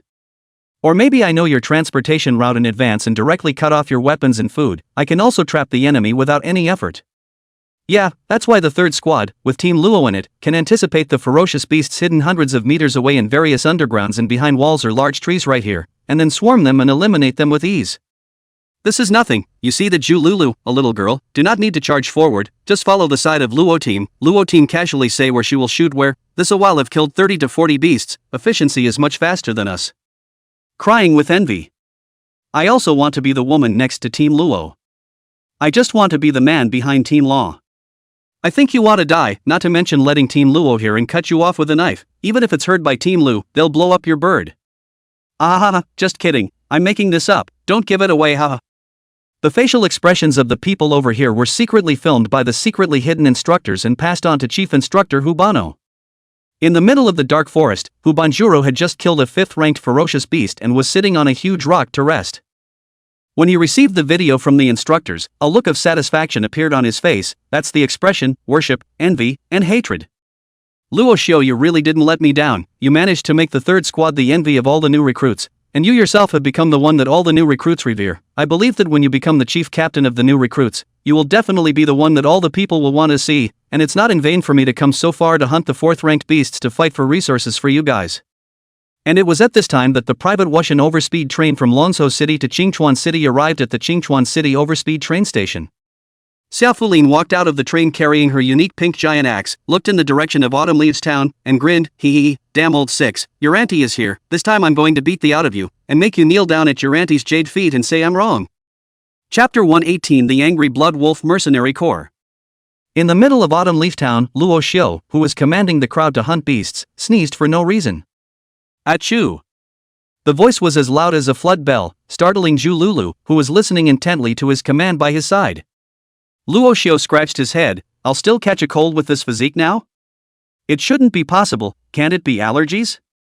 It can't be that someone is thinking about me, right? Luo Xiu subconsciously glanced in Lu Qingci's direction. However, he realized that Lu Qingci also happened to look over and then glared at him fiercely. Unable to do anything about it, Luo Xiu withdrew his gaze and began to command it again. 300 meters, altitude 2 meters 2, arrow left. 400 meters, altitude 1 meter 4, arrow off.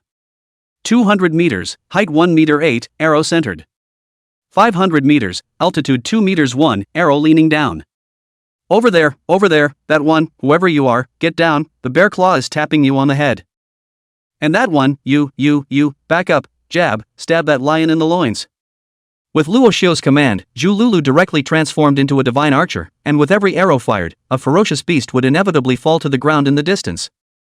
The others, on the other hand, were steadily advancing, avoiding one crisis after another according to Luo Xiu's instructions, and then easily stabbing the ferocious beasts around them.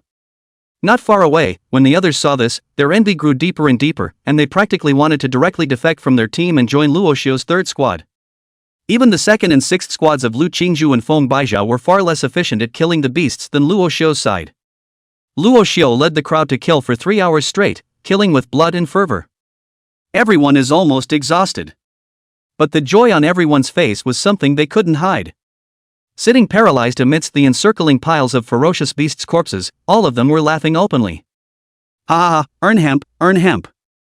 Originally, I thought that being in the martial god trial tower was already the pinnacle of our welfare, being able to fight the ferocious beasts without any injuries as well as being rewarded with points, but I didn't know that facing the ferocious beast straight on was even more enjoyable after coming out of the city. Yeah, with the three of us, Team Luo, Team Lu and Team Wind, commanding from the front, it's just too easy for us. I can't believe that Team Lu has also become a spiritual numinous master. We have 2 spiritual numinous masters, Team Lu and Team Wind, plus Team Luo, who is a super perspective. The detection aspect is simply invincible. We're kind of blessed. It's a pity that the number of ferocious beasts in Autumn Leaf Town is limited and can't be brushed all the time.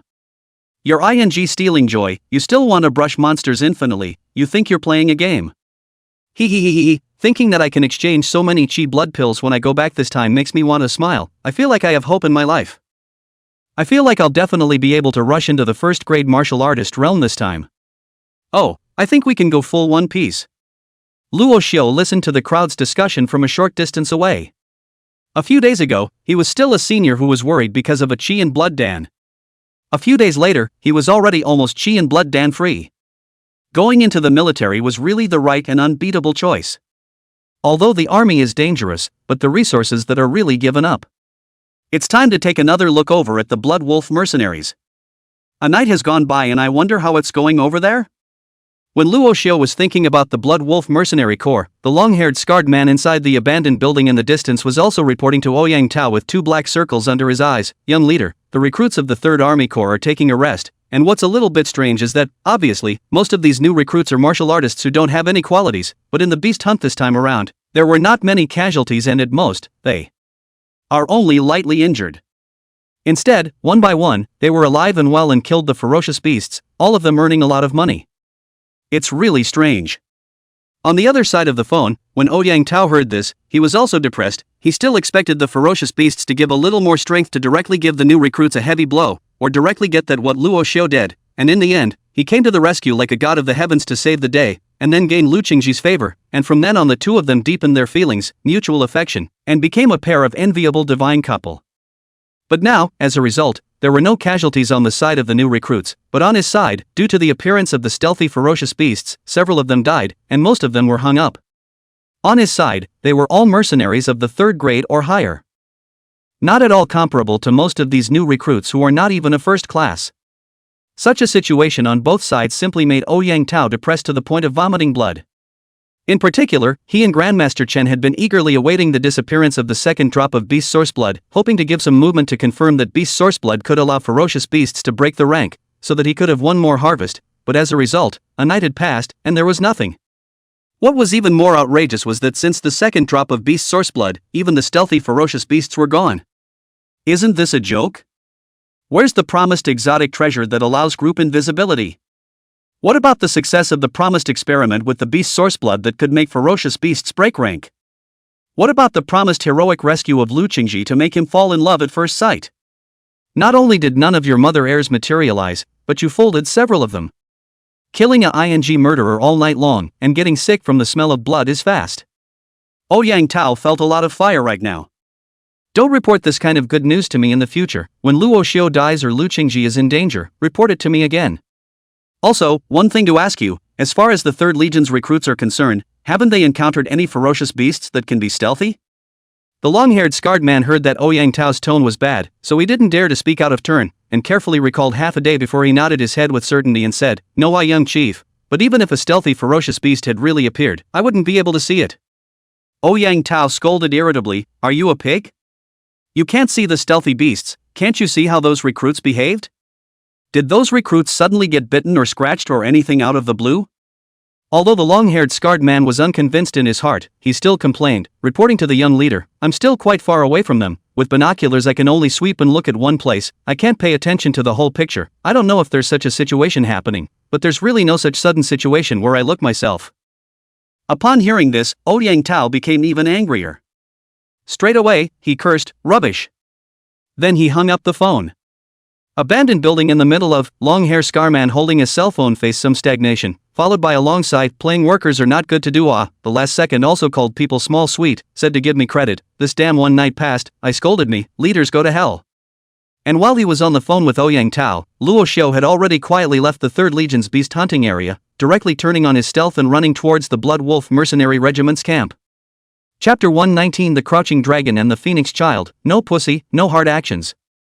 Rush's trip was nothing short of a breeze, very smoothly passing through the entire Autumn Leaves town. Based on his perspective all the way through, there were at the very least tens of thousands of ferocious beasts in the entire Autumn Leaves town. According to the current hunting speed of the 3rd Legion's recruits and the Blood Wolf Mercenary Corps, at the very least, it would take another day and night to finish killing. And there was still nothing to be seen beneath the ground. As soon as the blood goes down, it inexplicably disappears. Luo Xiu had envisioned on the way, if he cut his hand and stuck it directly into the ground, would he feel that weird suction coming from the ground, thus sucking all the blood out of his body? Unfortunately, he only had one life to live, so he didn't dare to experiment. This made Luo Xiu quite regretful. It always feels like the exploration of science is being held back. Therefore, he could only take out the incomparably sharp ancient dagger from his storage ring and kill dozens of ferocious beasts to vent his anger. The antique dagger pierced into the skin of the ferocious beast, and the smoothness was like cutting tofu. Very decompressed. After storing all the corpses of the ferocious beasts that he had killed into his storage ring, Luo Xiu didn't take long to arrive at the Blood Wolf Mercenary Regiment's camp. In the middle of the camp, inside the Beast Pro formation, a ball of rounded beast source blood floated in mid-air, attracting large swaths of ferocious beasts around them to come forward. Obviously, this was Master Chen once again exerting his means to condense the 3rd drop of beast origin blood. And around the Beast Pro formation, the mercenaries of the Blood Wolf Mercenary Regiment looked a bit depressed in their breath. Each one of them had dark circles under their eyes, their faces were pale, and their eyes were full of undisguised fatigue. Even Master Chen looked a bit dazed. Only Ouyang Tao was in good spirits, obviously having had a good night's sleep. It was because Luo Xiu saw a tent in the middle of the array plate formation. Obviously, the others weren't qualified to enter the tent to rest. After all, they had to kill these ferocious beasts that swarmed over all the time. At this moment, Ouyang Tao's face was filled with impatience. The call from the long-haired scarred man had just gotten to him. Especially, it was even more unpleasant to see the ferocious beasts in front of him that could not be seen at a glance. So, he's starting to find reasons to vent. Looking at Grandmaster Chen, who was squinting and snoozing secretly on the side, Ouyang Tao was even more furious and immediately asked, "Grandmaster Chen, when exactly will the invisible exotic treasure appear? Also, what's the situation with your beast source blood in the end? Where is the ferocious beast that broke the rank? Did it succeed or not?" The corners of Master Chen's mouth twitched, and there was some displeasure in his heart. It is often said that scolding people do not reveal the shortcomings, hit people do not hit the face, you a dude sentence or greeted to the face, I haul 5 products of the dragon realm of the formation master do not want a face? Giving you face, you are the young leader, not giving you face, aren't you just a waste snack that has consumed countless resources to barely reach the 2nd grade? Do you really think you're the son of luck? Of course, Master Chen didn't say these words to his face, he just smiled faintly and said, "Young leader, don't worry, this stealth exotic treasure is so precious, how can it just appear in just one day, and we haven't killed enough beasts yet? According to my observation, since this invisible treasure is hidden in such a remote small place in Autumn Leaf Town, the town is also under the 3rd order of low-level beasts, and because of the absorption of beasts' blood and display vision, it must be a large number of beasts' blood in order to really revive. At the very least, it is also necessary to talk about the entire town of Autumn Leaf's beasts to kill all the slaughtered to be able to do so. And the reason why stealthy ferocious beasts didn't continue to appear last night until now is obviously because the recovery of the stealthy exotic treasures is of a staged nature. I believe that before long, there will be another batch of stealthy ferocious beasts that will come, so it's better for the young leader to have everyone get ready for it. Although the impatience on Ouyang Tao's face tightened a little at his words, he was still a little unimpressed. Master Chen, are you sure that there are still stealthy ferocious beasts coming to attack in a while? If there isn't, wouldn't it be a waste of time for the brothers to be mentally strained? There are so many requirements for the recovery of this stealth exotic treasure. Is your guess accurate or not, Master Chen? Master Chen narrowed his eyes, then said blandly, young leader, it is not desirable to give up halfway. We have done so much already, why don't we just hold on a little bit? If we just give up, won't we be laughed at when we go back? This sounds like a motivation for Ouyang Tao, but when Ouyang Tao heard the words go back to be laughed at, he instantly became angry. He snorted coldly, I, Ouyang Tao, have acted in my life, why do I need to explain to others? But since Master Chen insists, then let's kill for a little while longer. If the invisible exotic treasure doesn't appear, then I will have no choice but to report it truthfully to Lord Father. Oh, suing your dad again. Master Chen was not surprised by Ouyang Tao's approach. After all, a dude like Ouyang Tao would have nothing without his dad. To be able to say the previous sentence, why do you need to explain to others when you have acted all your life, belongs to the hard pretense of not having pussy, which is quite ridiculous in his opinion, just like a child's playfulness. But at this time, the exotic treasure had not yet appeared, and Master Chen did not want to flip out too early, so he smiled and nodded, saying, don't worry, young leader, the stealthy exotic treasure will definitely appear, and I have a hunch that I'm afraid it won't be long until there will be a sign. Ouyang Tao boarded a dead face and said breathlessly, oh, I hope so. As for Luo Xiu, who was stealthily not far away and was preparing to smooth away the third beast's source blood, he heard the two of them say this and froze a bit. I was negligent, the stealthy ferocious beasts over here were gone after I left yesterday, letting them spend the night easily and doubting the authenticity of the stealthy exotic treasure. But this Master Chen is truly a talent, even coming up with a stage recovery manifestation, I can't thank you enough. This face is given to you for a wave of intoxication. Thinking of this, Luo Xiu decisively withdrew, preparing to create a wave of stealthy ferocious beasts before returning to shun beast source blood. As he withdrew outward, he casually pointed out his hands, and a ferocious beast that was within dozens of meters of him began to cloak its form, and after withdrawing to 1,000 meters away from the Blood Wolf mercenary core camp, Luo Xiu began a large-scale cloaking operation. Pieces of ferocious beasts were invisible to him, and he ran wildly around the Blood Wolf mercenary core campsite, finally stealthing part of the ferocious beasts in all positions in all directions without any dead ends. Then, it jumped directly onto the head of a giant ferocious beast and wobbled towards the Blood Wolf mercenary core camp. It didn't take long for a miserable scream to come from inside the Blood Wolf mercenaries. A mercenary's neck was directly bitten off by the stealthy ferocious beast, spilling blood on the spot. Subsequently, more stealthy ferocious beasts rushed to the Blood Wolf mercenary regiment's camp, and several more mercenaries were caught off guard and retreated with injuries. Instead, Master Chen and Ouyang Tao, who saw the scene, exclaimed with glee. Ha, here it comes. The stealthy ferocious beast is coming. It's really a stage recovery, the stealth exotic treasure has recovered another stage, it's about to appear, it's definitely about to appear. Master Chen, you are really powerful, after we go back this time, I will definitely give you a credit. Come on, defense attack, don't all ing die. And at this time, Luo Xiu, too, finally came back to heal once again, quietly jumped down from the giant beast, swiftly swept into the beast pro formation, and grabbed the mellow beast source blood. Seeing this scene, Master Chen was even more pleasantly surprised. Another stealthy ferocious beast has swallowed the beast source blood, this time it will definitely work, we can definitely see the ferocious beast break the rank. Double happiness, double happiness. And just as the Blood Wolf mercenary corps was celebrating, an armored military vehicle arrived at the ruin camp set up by the 3rd Legion recruits outside of Autumn Leaf Town.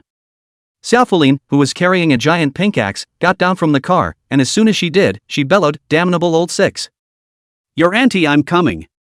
Come out to me. Chapter 120, I've got a big baby here for him. Xiaofulin was spirited at this time. After coming out of the Martial God Trial Tower, not only did she directly step onto the super speed train to and from Qingchuan City, but she also swallowed and refined a Qi and Blood Pill Promax Anthi train, which was 30 times more effective than a normal Qi and Blood Pill. After these 3 days of refining, coupled with her superb physical body potential, at this point, her Qi and blood value had already reached a full 4.8, basically approaching the limit of an ordinary genius first-grade martial artist. On top of that, she also practiced her mental power diligently and drank a potion that boosted her mental power.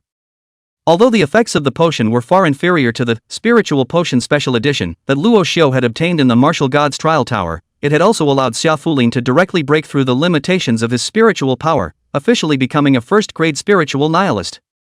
Moreover, the Xia martial god had also given Xia Fulin a spiritual nemesis weapon, Golden Sun Shuttle, that could complement her Golden Sun martial spirit, allowing her to multiply her battle power. At this moment, Xia Fulin's own battle power had more than doubled compared to what it was in the martial god trial tower. Therefore, Xia Fulin was full of confidence. Carrying her giant pink axe, she kept scanning the entire ruin camp, only to look halfway through before realizing that there was not a single person in the camp. It was only after a few seconds that a black-uniformed veteran ran over in the distance and said to Xia Fulin with a serious face, "Hello, the recruits of the 3rd Legion in Qingchuan City have all gone to Autumn Leaf Town to hunt beasts, and the Legion commander said that if you can't wait until you get here you can head to Autumn Leaf Town on your own." After saying that, the black-clothed veteran ran straight back into the clump of trees to re-hide himself. Xia Fulin froze slightly, somewhat depressed. The original accumulation of invincible battle spirit instantly dissipated quite a bit. She rushed all the way to Qingchuan City from 1,000 miles away, and after getting off the speeding train she didn't even have a good rest, so she directly got on a military vehicle and came over here. Only to be told to pounce. It's not a game. Thinking of this, Xia Fulin's heart became more and more upset with that shameless old six. Little scum, auntie came and didn't greet properly, still want the Vajra swinging demon technique, when I find you, I have to make you. Huh, wait, why am I being mean again? Humph. It's all that old six's fault, it's all pissing me off. Just wait, auntie is coming for you. Saying that, Xia Fulin shouldered the pink giant axe and ran wildly in the direction of Autumn Leaf Town. And in mid-air, a shadowy figure saw this and hurriedly followed. It could be vaguely seen that the silhouette was a white-haired old man, looking rather kind, and his gaze as he looked at Xia Fulin was filled with doting colors. If the army chief was here, he would definitely be able to recognize that this white-haired old man was none other than one of Xia Wushan's former conquering henchmen, Musu Zi, a superb martial artist of the 7th grade Zhongshe realm, with no heir to his name, who had watched Xia Fulin grow up, and had always treated Xia Fulin as his own granddaughter. I didn't realize that this time, Xia Fulin came out and had him secretly watching. If the army chief knew, he would be overjoyed. Didn't he draw Xia Fulin over for the sake of wanting one more high-level booster? He must be happy that such a big Buddha has come. Xia Fulin ran wildly all the way. As the granddaughter of the god of martial arts, she naturally also has body martial arts in her body. Her body martial arts also tend to be fierce and overbearing. After performing, her whole person is like a cannonball, straight line wildly soaring. Wherever she passes by, the sky is full of dust flying, just like a nitrogen speeding car. But I have to say, she's really fast. Although it wasn't as ethereal and dashing as Luo Xiu's cloud-chasing shadow prospecting steps at the grand completion level, the straight-line speed was not weak at all, or even more so. It was probably just about 10 minutes before she rushed to where the beast hunting squad was resting. Seeing thousands of people gathered together, Xia Fulin's eyes instantly lit up, and with a delicate shout, her entire body descended from the sky like a cannonball. Boom! There was a loud crash, and Xia Fulin slammed heavily into the middle of the crowd. The ground was shattered by her foot. Between the crowd's amazement, Xia Fulin blasted the pink-colored giant axe in his hand on the ground, raised his head and said, "Damned old six, auntie sends you the gong method, don't come out quickly to be subjected to. Air. Kneel down." When these words came out, the whole room was shocked. Old six? What old six? Who is this woman? I don't recognize it. Sending gong fu? What do you mean? Who did she send the gong fu to? What kung fu? I don't know, but it looks like it's kind of hard to mess with. Well, a double ponytail, that's my type. I like that pink axe of hers. Look at the aura, people are already first-grade martial artists, and they're still not the weak kind of first grade, so I advise you guys to watch your words. Fear the hammer, there are thousands of us. What, you're going to swarm me without asking? And not far away, Lu Qingci and Feng Baijiao's faces changed when they saw Xia Fulin. Others didn't know Xia Fulin, but the two of them did. Lu Qingci immediately rushed over with his gun, staring at Xia Fulin and shouting sternly, "Xia Fulin, what are you doing here?" On the side, Feng Baijiang also slowly walked over, with a gentle smile on his face, and kindly said, "Miss Fulin, why have you come to Qingchuan City? Are you also here to hunt beasts?" And seeing that the two men recognized this woman and even called out the woman's name, the faces of the crowd all showed a melon-eating expression. After glancing around, the crowd discussed in low voices. "Xia Fulin? This woman's name is Xia Fulin? Lu team and the Win team know her alas, and look at the Lu team's appearance seems to be like a great enemy in general. The Win team is looking at some respect. Is it that this woman's identity is not ordinary? Is this woman's identity is not ordinary? Is the Lu team's love rival? Hiss?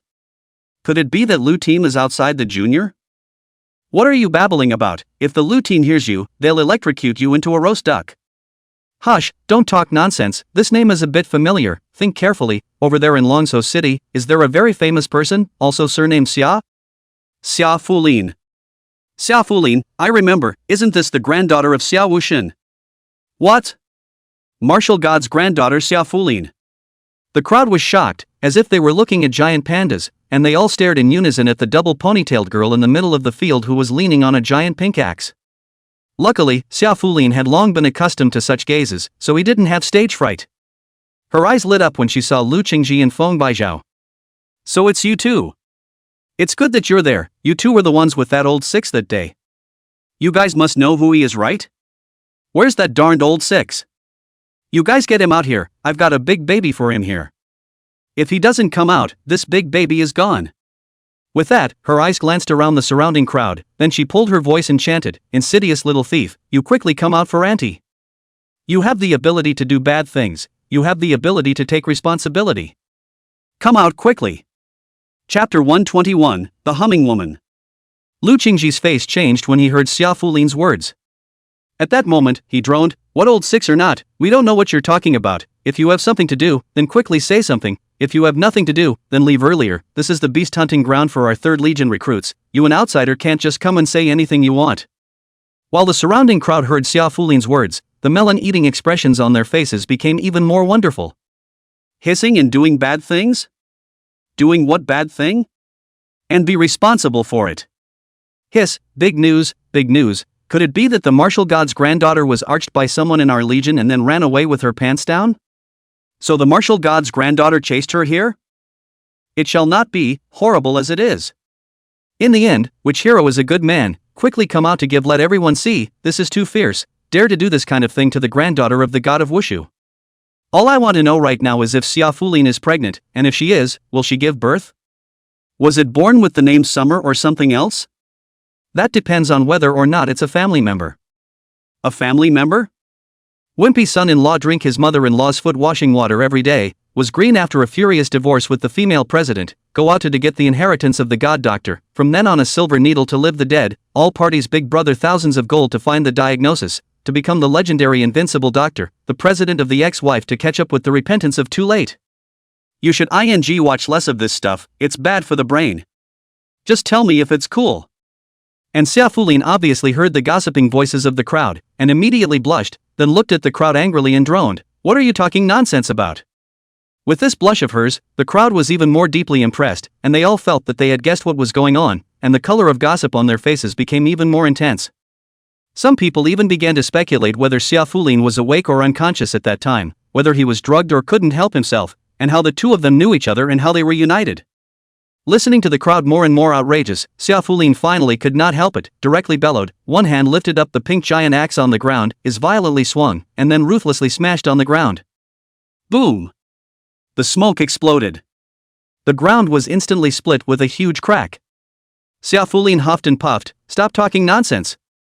I don't have any relationship with that old six. He's the one who killed me twice in the martial god trial tower, and this time I'm here to seek revenge on him." Oh. When she said that, the crowd was in a daze. Then a look of boredom came over his face. It turns out to be a revenge-seeking, then it is said to be the same as husband-seeking, wasting everyone's time so long. Some even rolled their eyes. After killing the beasts for so long, I just want to hear something exciting, just come to feel something, but you ended up with this whole thing, it's too much of a spoiler. Find it then, don't look at me, I don't know you. Neither am I. I can't beat you. Who dares to kill the granddaughter of the martial god? I wouldn't dare anyway. Rest a little longer, wait for Team Luo to come back in another wave of ferocious beasts. I'm a bit curious as to who is so fierce to kill the granddaughter of the martial god. That being said, she's at least a first-grade martial artist, and it looks a lot more powerful than an ordinary first grade. Do we have that kind of fierce person in the 3rd Legion? I don't know, we don't even have many martial artists who have entered the ranks of the new recruits. I feel it's unlikely, maybe she's mistaken. definitely misrecognized. Our new recruits and the fiercest combat power is not the land team, martial spirit of open GAGA mess kill, but killed the granddaughter of the god of Wushu twice, but a male. Could there be a hidden master in the team? Xia Fulin's heart was extremely complicated when she heard the words of the crowd. By all rights, she should have been relieved because of the clear explanation, but seeing that expression of feeling disinterested on their faces, she was a bit unconvinced again. Is anyone who can kill my aunt twice less interesting than lace gossip? Do you understand the gold content of the granddaughter of the god of Wushu? And just as Xia Fulin was ranting in her mind, someone suddenly pointed at the crack she had just split and exclaimed, "Grass, what's this underground? You guys, look!" The crowd followed the sound and looked, then saw Xia Fulin split open the cracks, emerging a dense mass of blood-colored threads. These blood-colored threads like earthworms in the cracks continue to wriggle. Looking at people cannot help but scalp numbness. What the hell, that's too gross. Never seen it before. Is it some new type of ferocious beast? It doesn't look like it's dangerous. Is it hard to believe that it's a red weed? Goddamn weed, you look like weed to me. Huh? Isn't it a wild vegetable? Is it a wild fruit? Silky wild fruits, I've never eaten them before. I wonder what it tastes like. UING. Go out and don't say you're from the 3rd Legion. Not far away, Lu Qingci saw the situation and hurriedly came over to wave back the crowd, looking at the red threads in the crack with a grave expression, while holding the Xianlei gun tightly in his hand, quite vigilant. 100 Choppers also walked over and began to utilize his spiritual power, carefully observing. Xia Fulin instinctively felt that something was wrong, so he also moved closer to observe. While looking at the blood-colored threads writhing in the cracks, she used her elbow to pestle Lu Qingci and Feng Baizhao and quietly asked, "Hey, come on, which one is that old 6? Lu Qingci snorted coldly, and Luo Xiu's clear face with a hint of coyness subconsciously surfaced in his mind, but on the surface, he grunted coldly and didn't say anything. 100 Choppers, on the other hand, let out a helpless and bitter smile. "Miss Fulin, I really don't know who that brother is." Xia Fulin obviously didn't believe it. She said with dissatisfaction, "There are only so many people in your legion, there are only a few martial artists who have entered the grade, besides you and this humming woman, there aren't many people left, and out of these few people, you haven't found anyone who uses a gun, is fast, and likes to frown with this humming woman?" A humming woman? Lu Qingci exploded with anger when he heard this title. She mischievously pointed the Xianlei lance in her hand straight at Xia Fulin and angrily said, "Who are you calling a humming woman? Seek death." Lu Qingci shouted angrily. Electricity flashed above the Xin thunder lance, and with a shake of her arms, the tip of the lance immediately stabbed towards Xia Fulin's throat. Zila, the sound of thunder and lightning exploded. Xia Fulin's face remained unchanged, his head slightly tilted back to avoid the tip of the spear, his pink giant axe blocked and swung away from Lu Qingci's lance, and he coldly laughed, annoyed and angry. "Also, I'll beat you down first, see if your little lover boy's heart aches." Saying that, Xia Fulin smoothly picked the pink-colored giant axe, and the blade of the axe slashed towards Lu Qingci's pretty face. The two women then roared into battle. When Feng Baizhan saw this, he turned his head to look at the blood-colored threads that were becoming more and more active in the cracks on the ground, and his mouth opened, somewhat at a loss for words.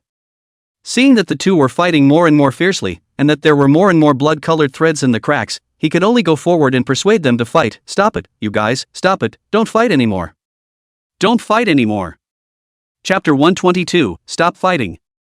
If Luo Xiu were here at this time, he would have thought of a downpour into 2 men with killer mattresses when he heard Feng Baicheng's bad advice. Then as a death wish, he added from the sidelines, "You can't kill people by fighting like that." And obviously, in this high martial world, there were no magical youth idol dramas like that, so Lu Qingci and Xia Fulin didn't feel anything wrong. It was just that 100 Chopper's persuasion didn't have much effect. On the contrary, with his persuasion, the two fought even more fiercely. Lu Qingci picked off Xia Fulin's pink-colored giant axe with a single shot, her body instantly exploded out of the room, thunder light flashed in her beautiful eyes, she held the Xin thunder gun tightly in both hands, and daintily chanted, "Purple lightning thunder dragon." Afterwards, she directly opened her martial soul, and a smooth dragon's roar rose from within her. Roar! In the midst of the horrifying tremor, a thunder dragon entwined with purple electricity slowly flew out of her life palace, then surrounded her body, hissed towards Xia Fulin, and with a grip of the dragon's claw, a thunder light was quickly shot towards Xia Fulin. Seeing the thunder light approaching, Xia Fulin sneered, "Humph girl, you still haven't grown as much as last time, you don't move to turn on your martial soul, but you still can't beat me." Saying that, she erected the pink-colored giant axe in her hand and blocked it. The flying lightning light instantly shot onto her axe. Before she could make a move, a sharp paralyzing sensation instantly struck her, and both of her arms instantly lost consciousness. Xiaofulin's face changed, but he heard Lu Qingci on the opposite side of the room teasingly smiled. Humph, whether there is any growth or not, whether to beat you or not, you said it doesn't count yet. The words just fell, Lu Qingci's figure disappeared in place, only to hear a thunderous explosion in the air. Lu Qingci's gun had already stabbed in front of Xiaofulin. This gun was fast and fierce, the thunder and lightning above the tip of the gun split and snapped, and if he was stabbed, even if he didn't die, he would be seriously injured. When Feng Baizhao on the side saw this, he only felt his scalp go numb. If Xiaofulin, the granddaughter of this martial god, really died here, then I'm afraid the sky would collapse. As for the surrounding crowd, they were obviously breathing heavily as well, feeling the endless might of Lu Qingci's shot. Some timid female soldiers even directly covered their eyes with their hands, but they still couldn't help but sneak a peek through the cracks in their fingers. Ding!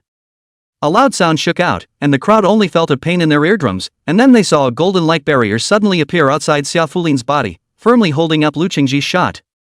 This golden light barrier was naturally Xiaofulin's defensive weapon, the golden bell vest.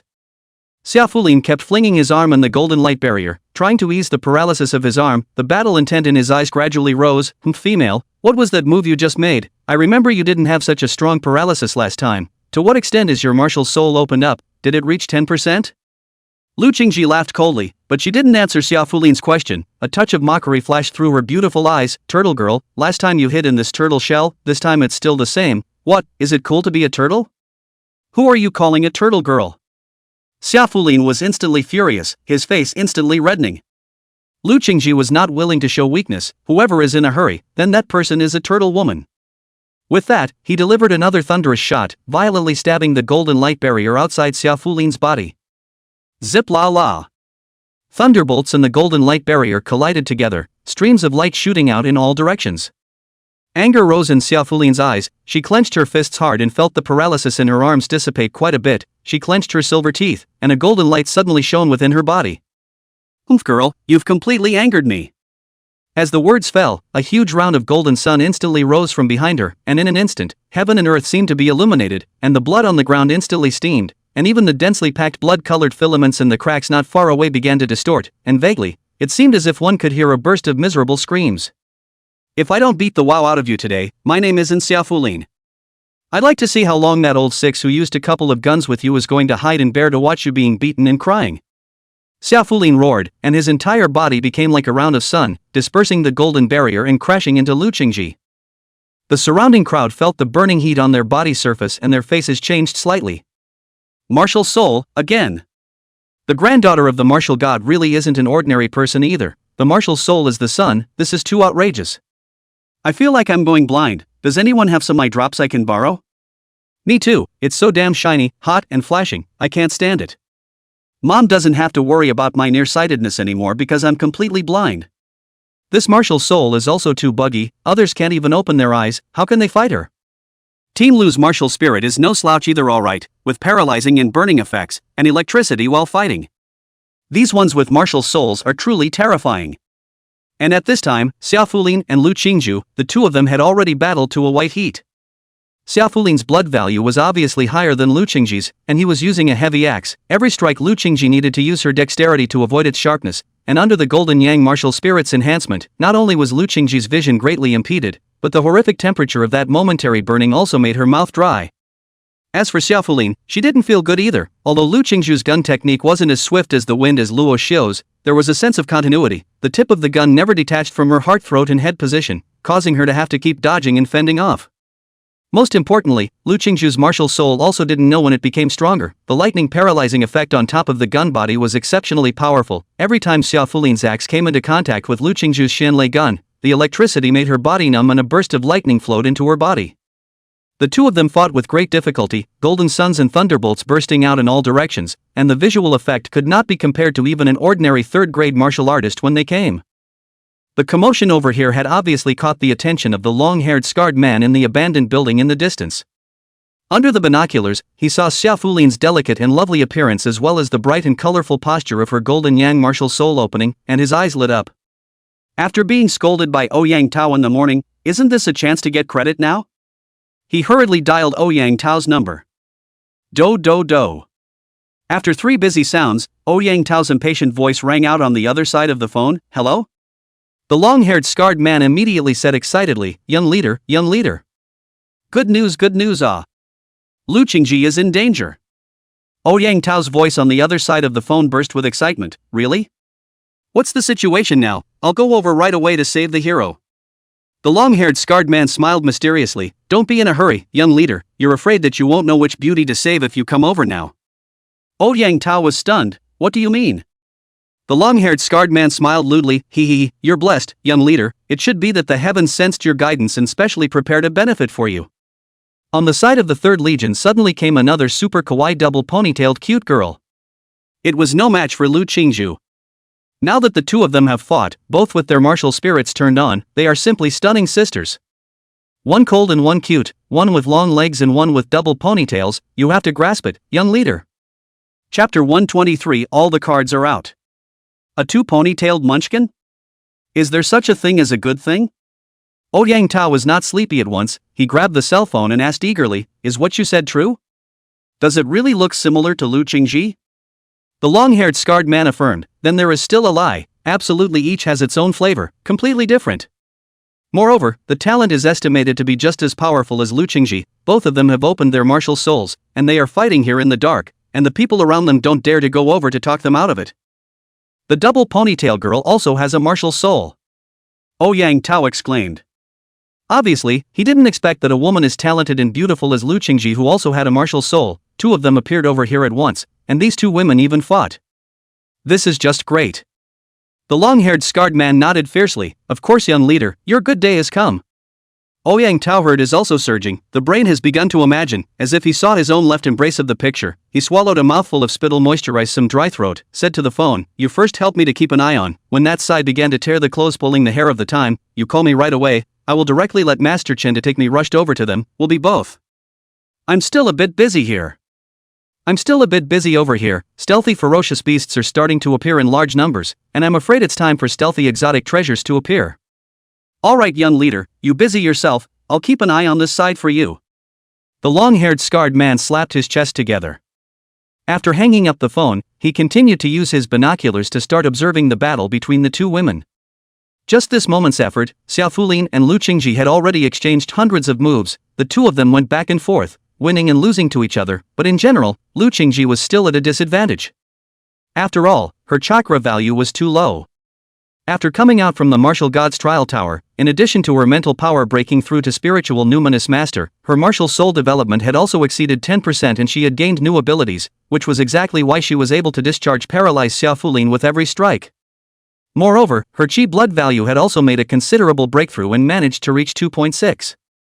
But it's still a bit of a stretch compared to Summer Flynn's 4.8. There was no other way. Lu Qingci could only begin to utilize the abilities of a spiritual thinker.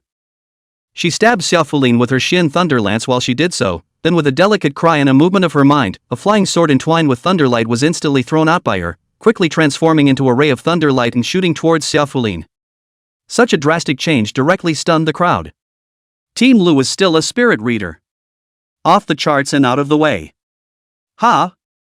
I thought everyone knew about this a long time ago. Didn't you guys feel strange when Team Lu instructed us to hunt ferocious beasts before? How can an ordinary martial artist's spiritual power be that strong? It's obviously a spiritual Nian master now. Shut up, horseback. Originally I was still a little worried. I feel as if the Lu team is a little bit unable to fight. Now I'm afraid that there is no suspense. Martial arts idea dual cultivation. Lu team is stable. But that's the granddaughter of the martial god. It won't really be KO'd by the Lu team. If she's gone, we're afraid that our Qingchuan city will be razed to the ground by Lord Martial God. Think too much. Lu team is not the kind of person who does not know what is important, and the two do not have any life and death grudge. How can they casually determine life and death, just a sparring match? And just when everyone thought that Xiaofulin was going to be defeated by the thunderlight flying sword that Lu Qingci had offered, Xiaofulin's eyes lit up as she shouted, "Good timing!" Then she also casually threw her hand, and a golden glittering shuttle-shaped weapon was thrown out by her, and then clashed with Lu Qingci's thunderlight flying sword with a sky full of golden light. Ding! There was a crunching sound, and the two spiritual weapons were suddenly entangled together. Xiaofulin did not have a flying sword nuisance concerns. They began to counterattack. The hands of the pink giant axe was used by her as if she was holding a huge plastic toy. Bang bang bang as towards the Lu Qingci 3 consecutive axe smashed down. Lu Qingci can only lift the gun to block. The pink-colored giant axe smashed on top of the Xian Thunder gun. Each axe was heavier than the previous one. The third axe struck down, the Xian Thunderlance directly disengaged from Lu Qingci's hand, while Lu Qingci's tiger's mouth was even shocked to directly crumble and splattered with blood. But Lu Qingci didn't admit defeat. She kicked up the knockdown Xianlei gun with a hook of her toes and re-gripped it in her hand, and with a Zila sound, the purple electricity thunder dragon transformed into a ray of thunderlight and merged into the Xianlei gun, which was stabbed by her with all her might. Xiaofulin see this hastily back, but back when, the corner of the mouth is slightly hooked up, to the sky a finger, behind her golden big day suddenly bang a moment instantly burst into countless golden ball, between her finger, like a swarm of bees towards the Lu Qingci shot. The people were shocked to see this. What kind of move is this? The martial spirit is fried. This is too counterintuitive. Moreover, this martial god's granddaughter is also a spiritual nihilist. Dangerous, her chi and blood values are obviously higher than Team Lu's, her strength is too great, and her martial soul moves seem to be a notch higher than Team Lu's. Team Lu is afraid that she won't be able to withstand it. What to do? That who the hell is that? She said something about taking a couple guns with Team Lu. That's right, if you're a man you'll come out and save Team Lu. Yeah, as a man you have to be bold and courageous. You dared to stab her to death twice in the martial god trial tower, and you wimped out in reality, and let a woman stand in front of you. Come on out. Come out.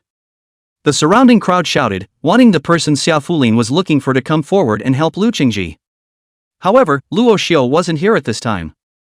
In the center of Autumn Leaf Town, after Luo Xiu came out of the Blood Wolf mercenary corps camp, he drove all the way back, casually stealthing some of the ferocious beasts that were swarming towards the Blood Wolf mercenary corps camp.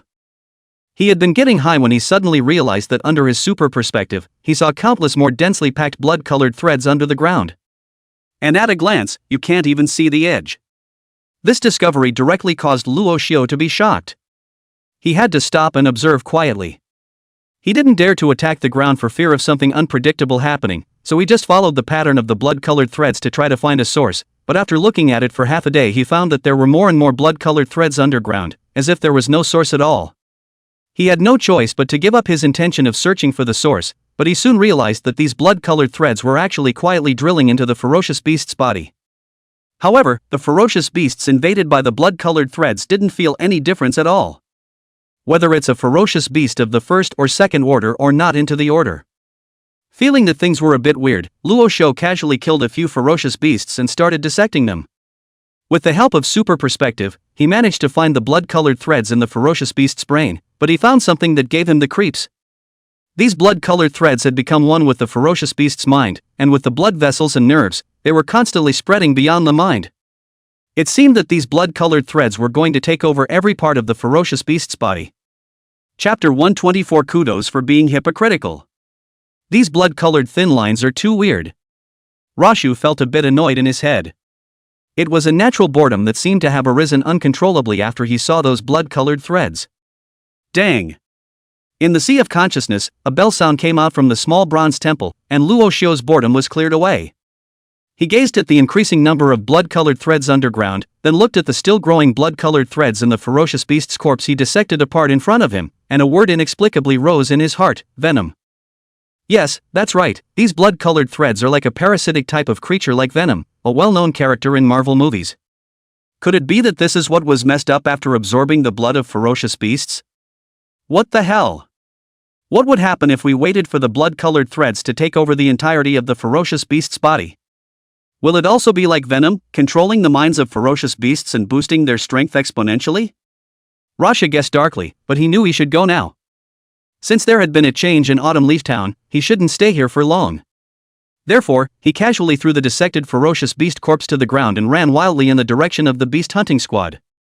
And shortly after he left, the dissected and broken ferocious beast corpses that he threw away, the dense blood-colored silk threads in the flesh and blood began to grow up crazily, and before long, it covered all the corpses, and then all the corpses were entangled and glued together, as if the newborn flesh and blood were growing, and very soon, the corpses of the ferocious beasts that were dissected and dispersed were spliced together, but did not return to their original state.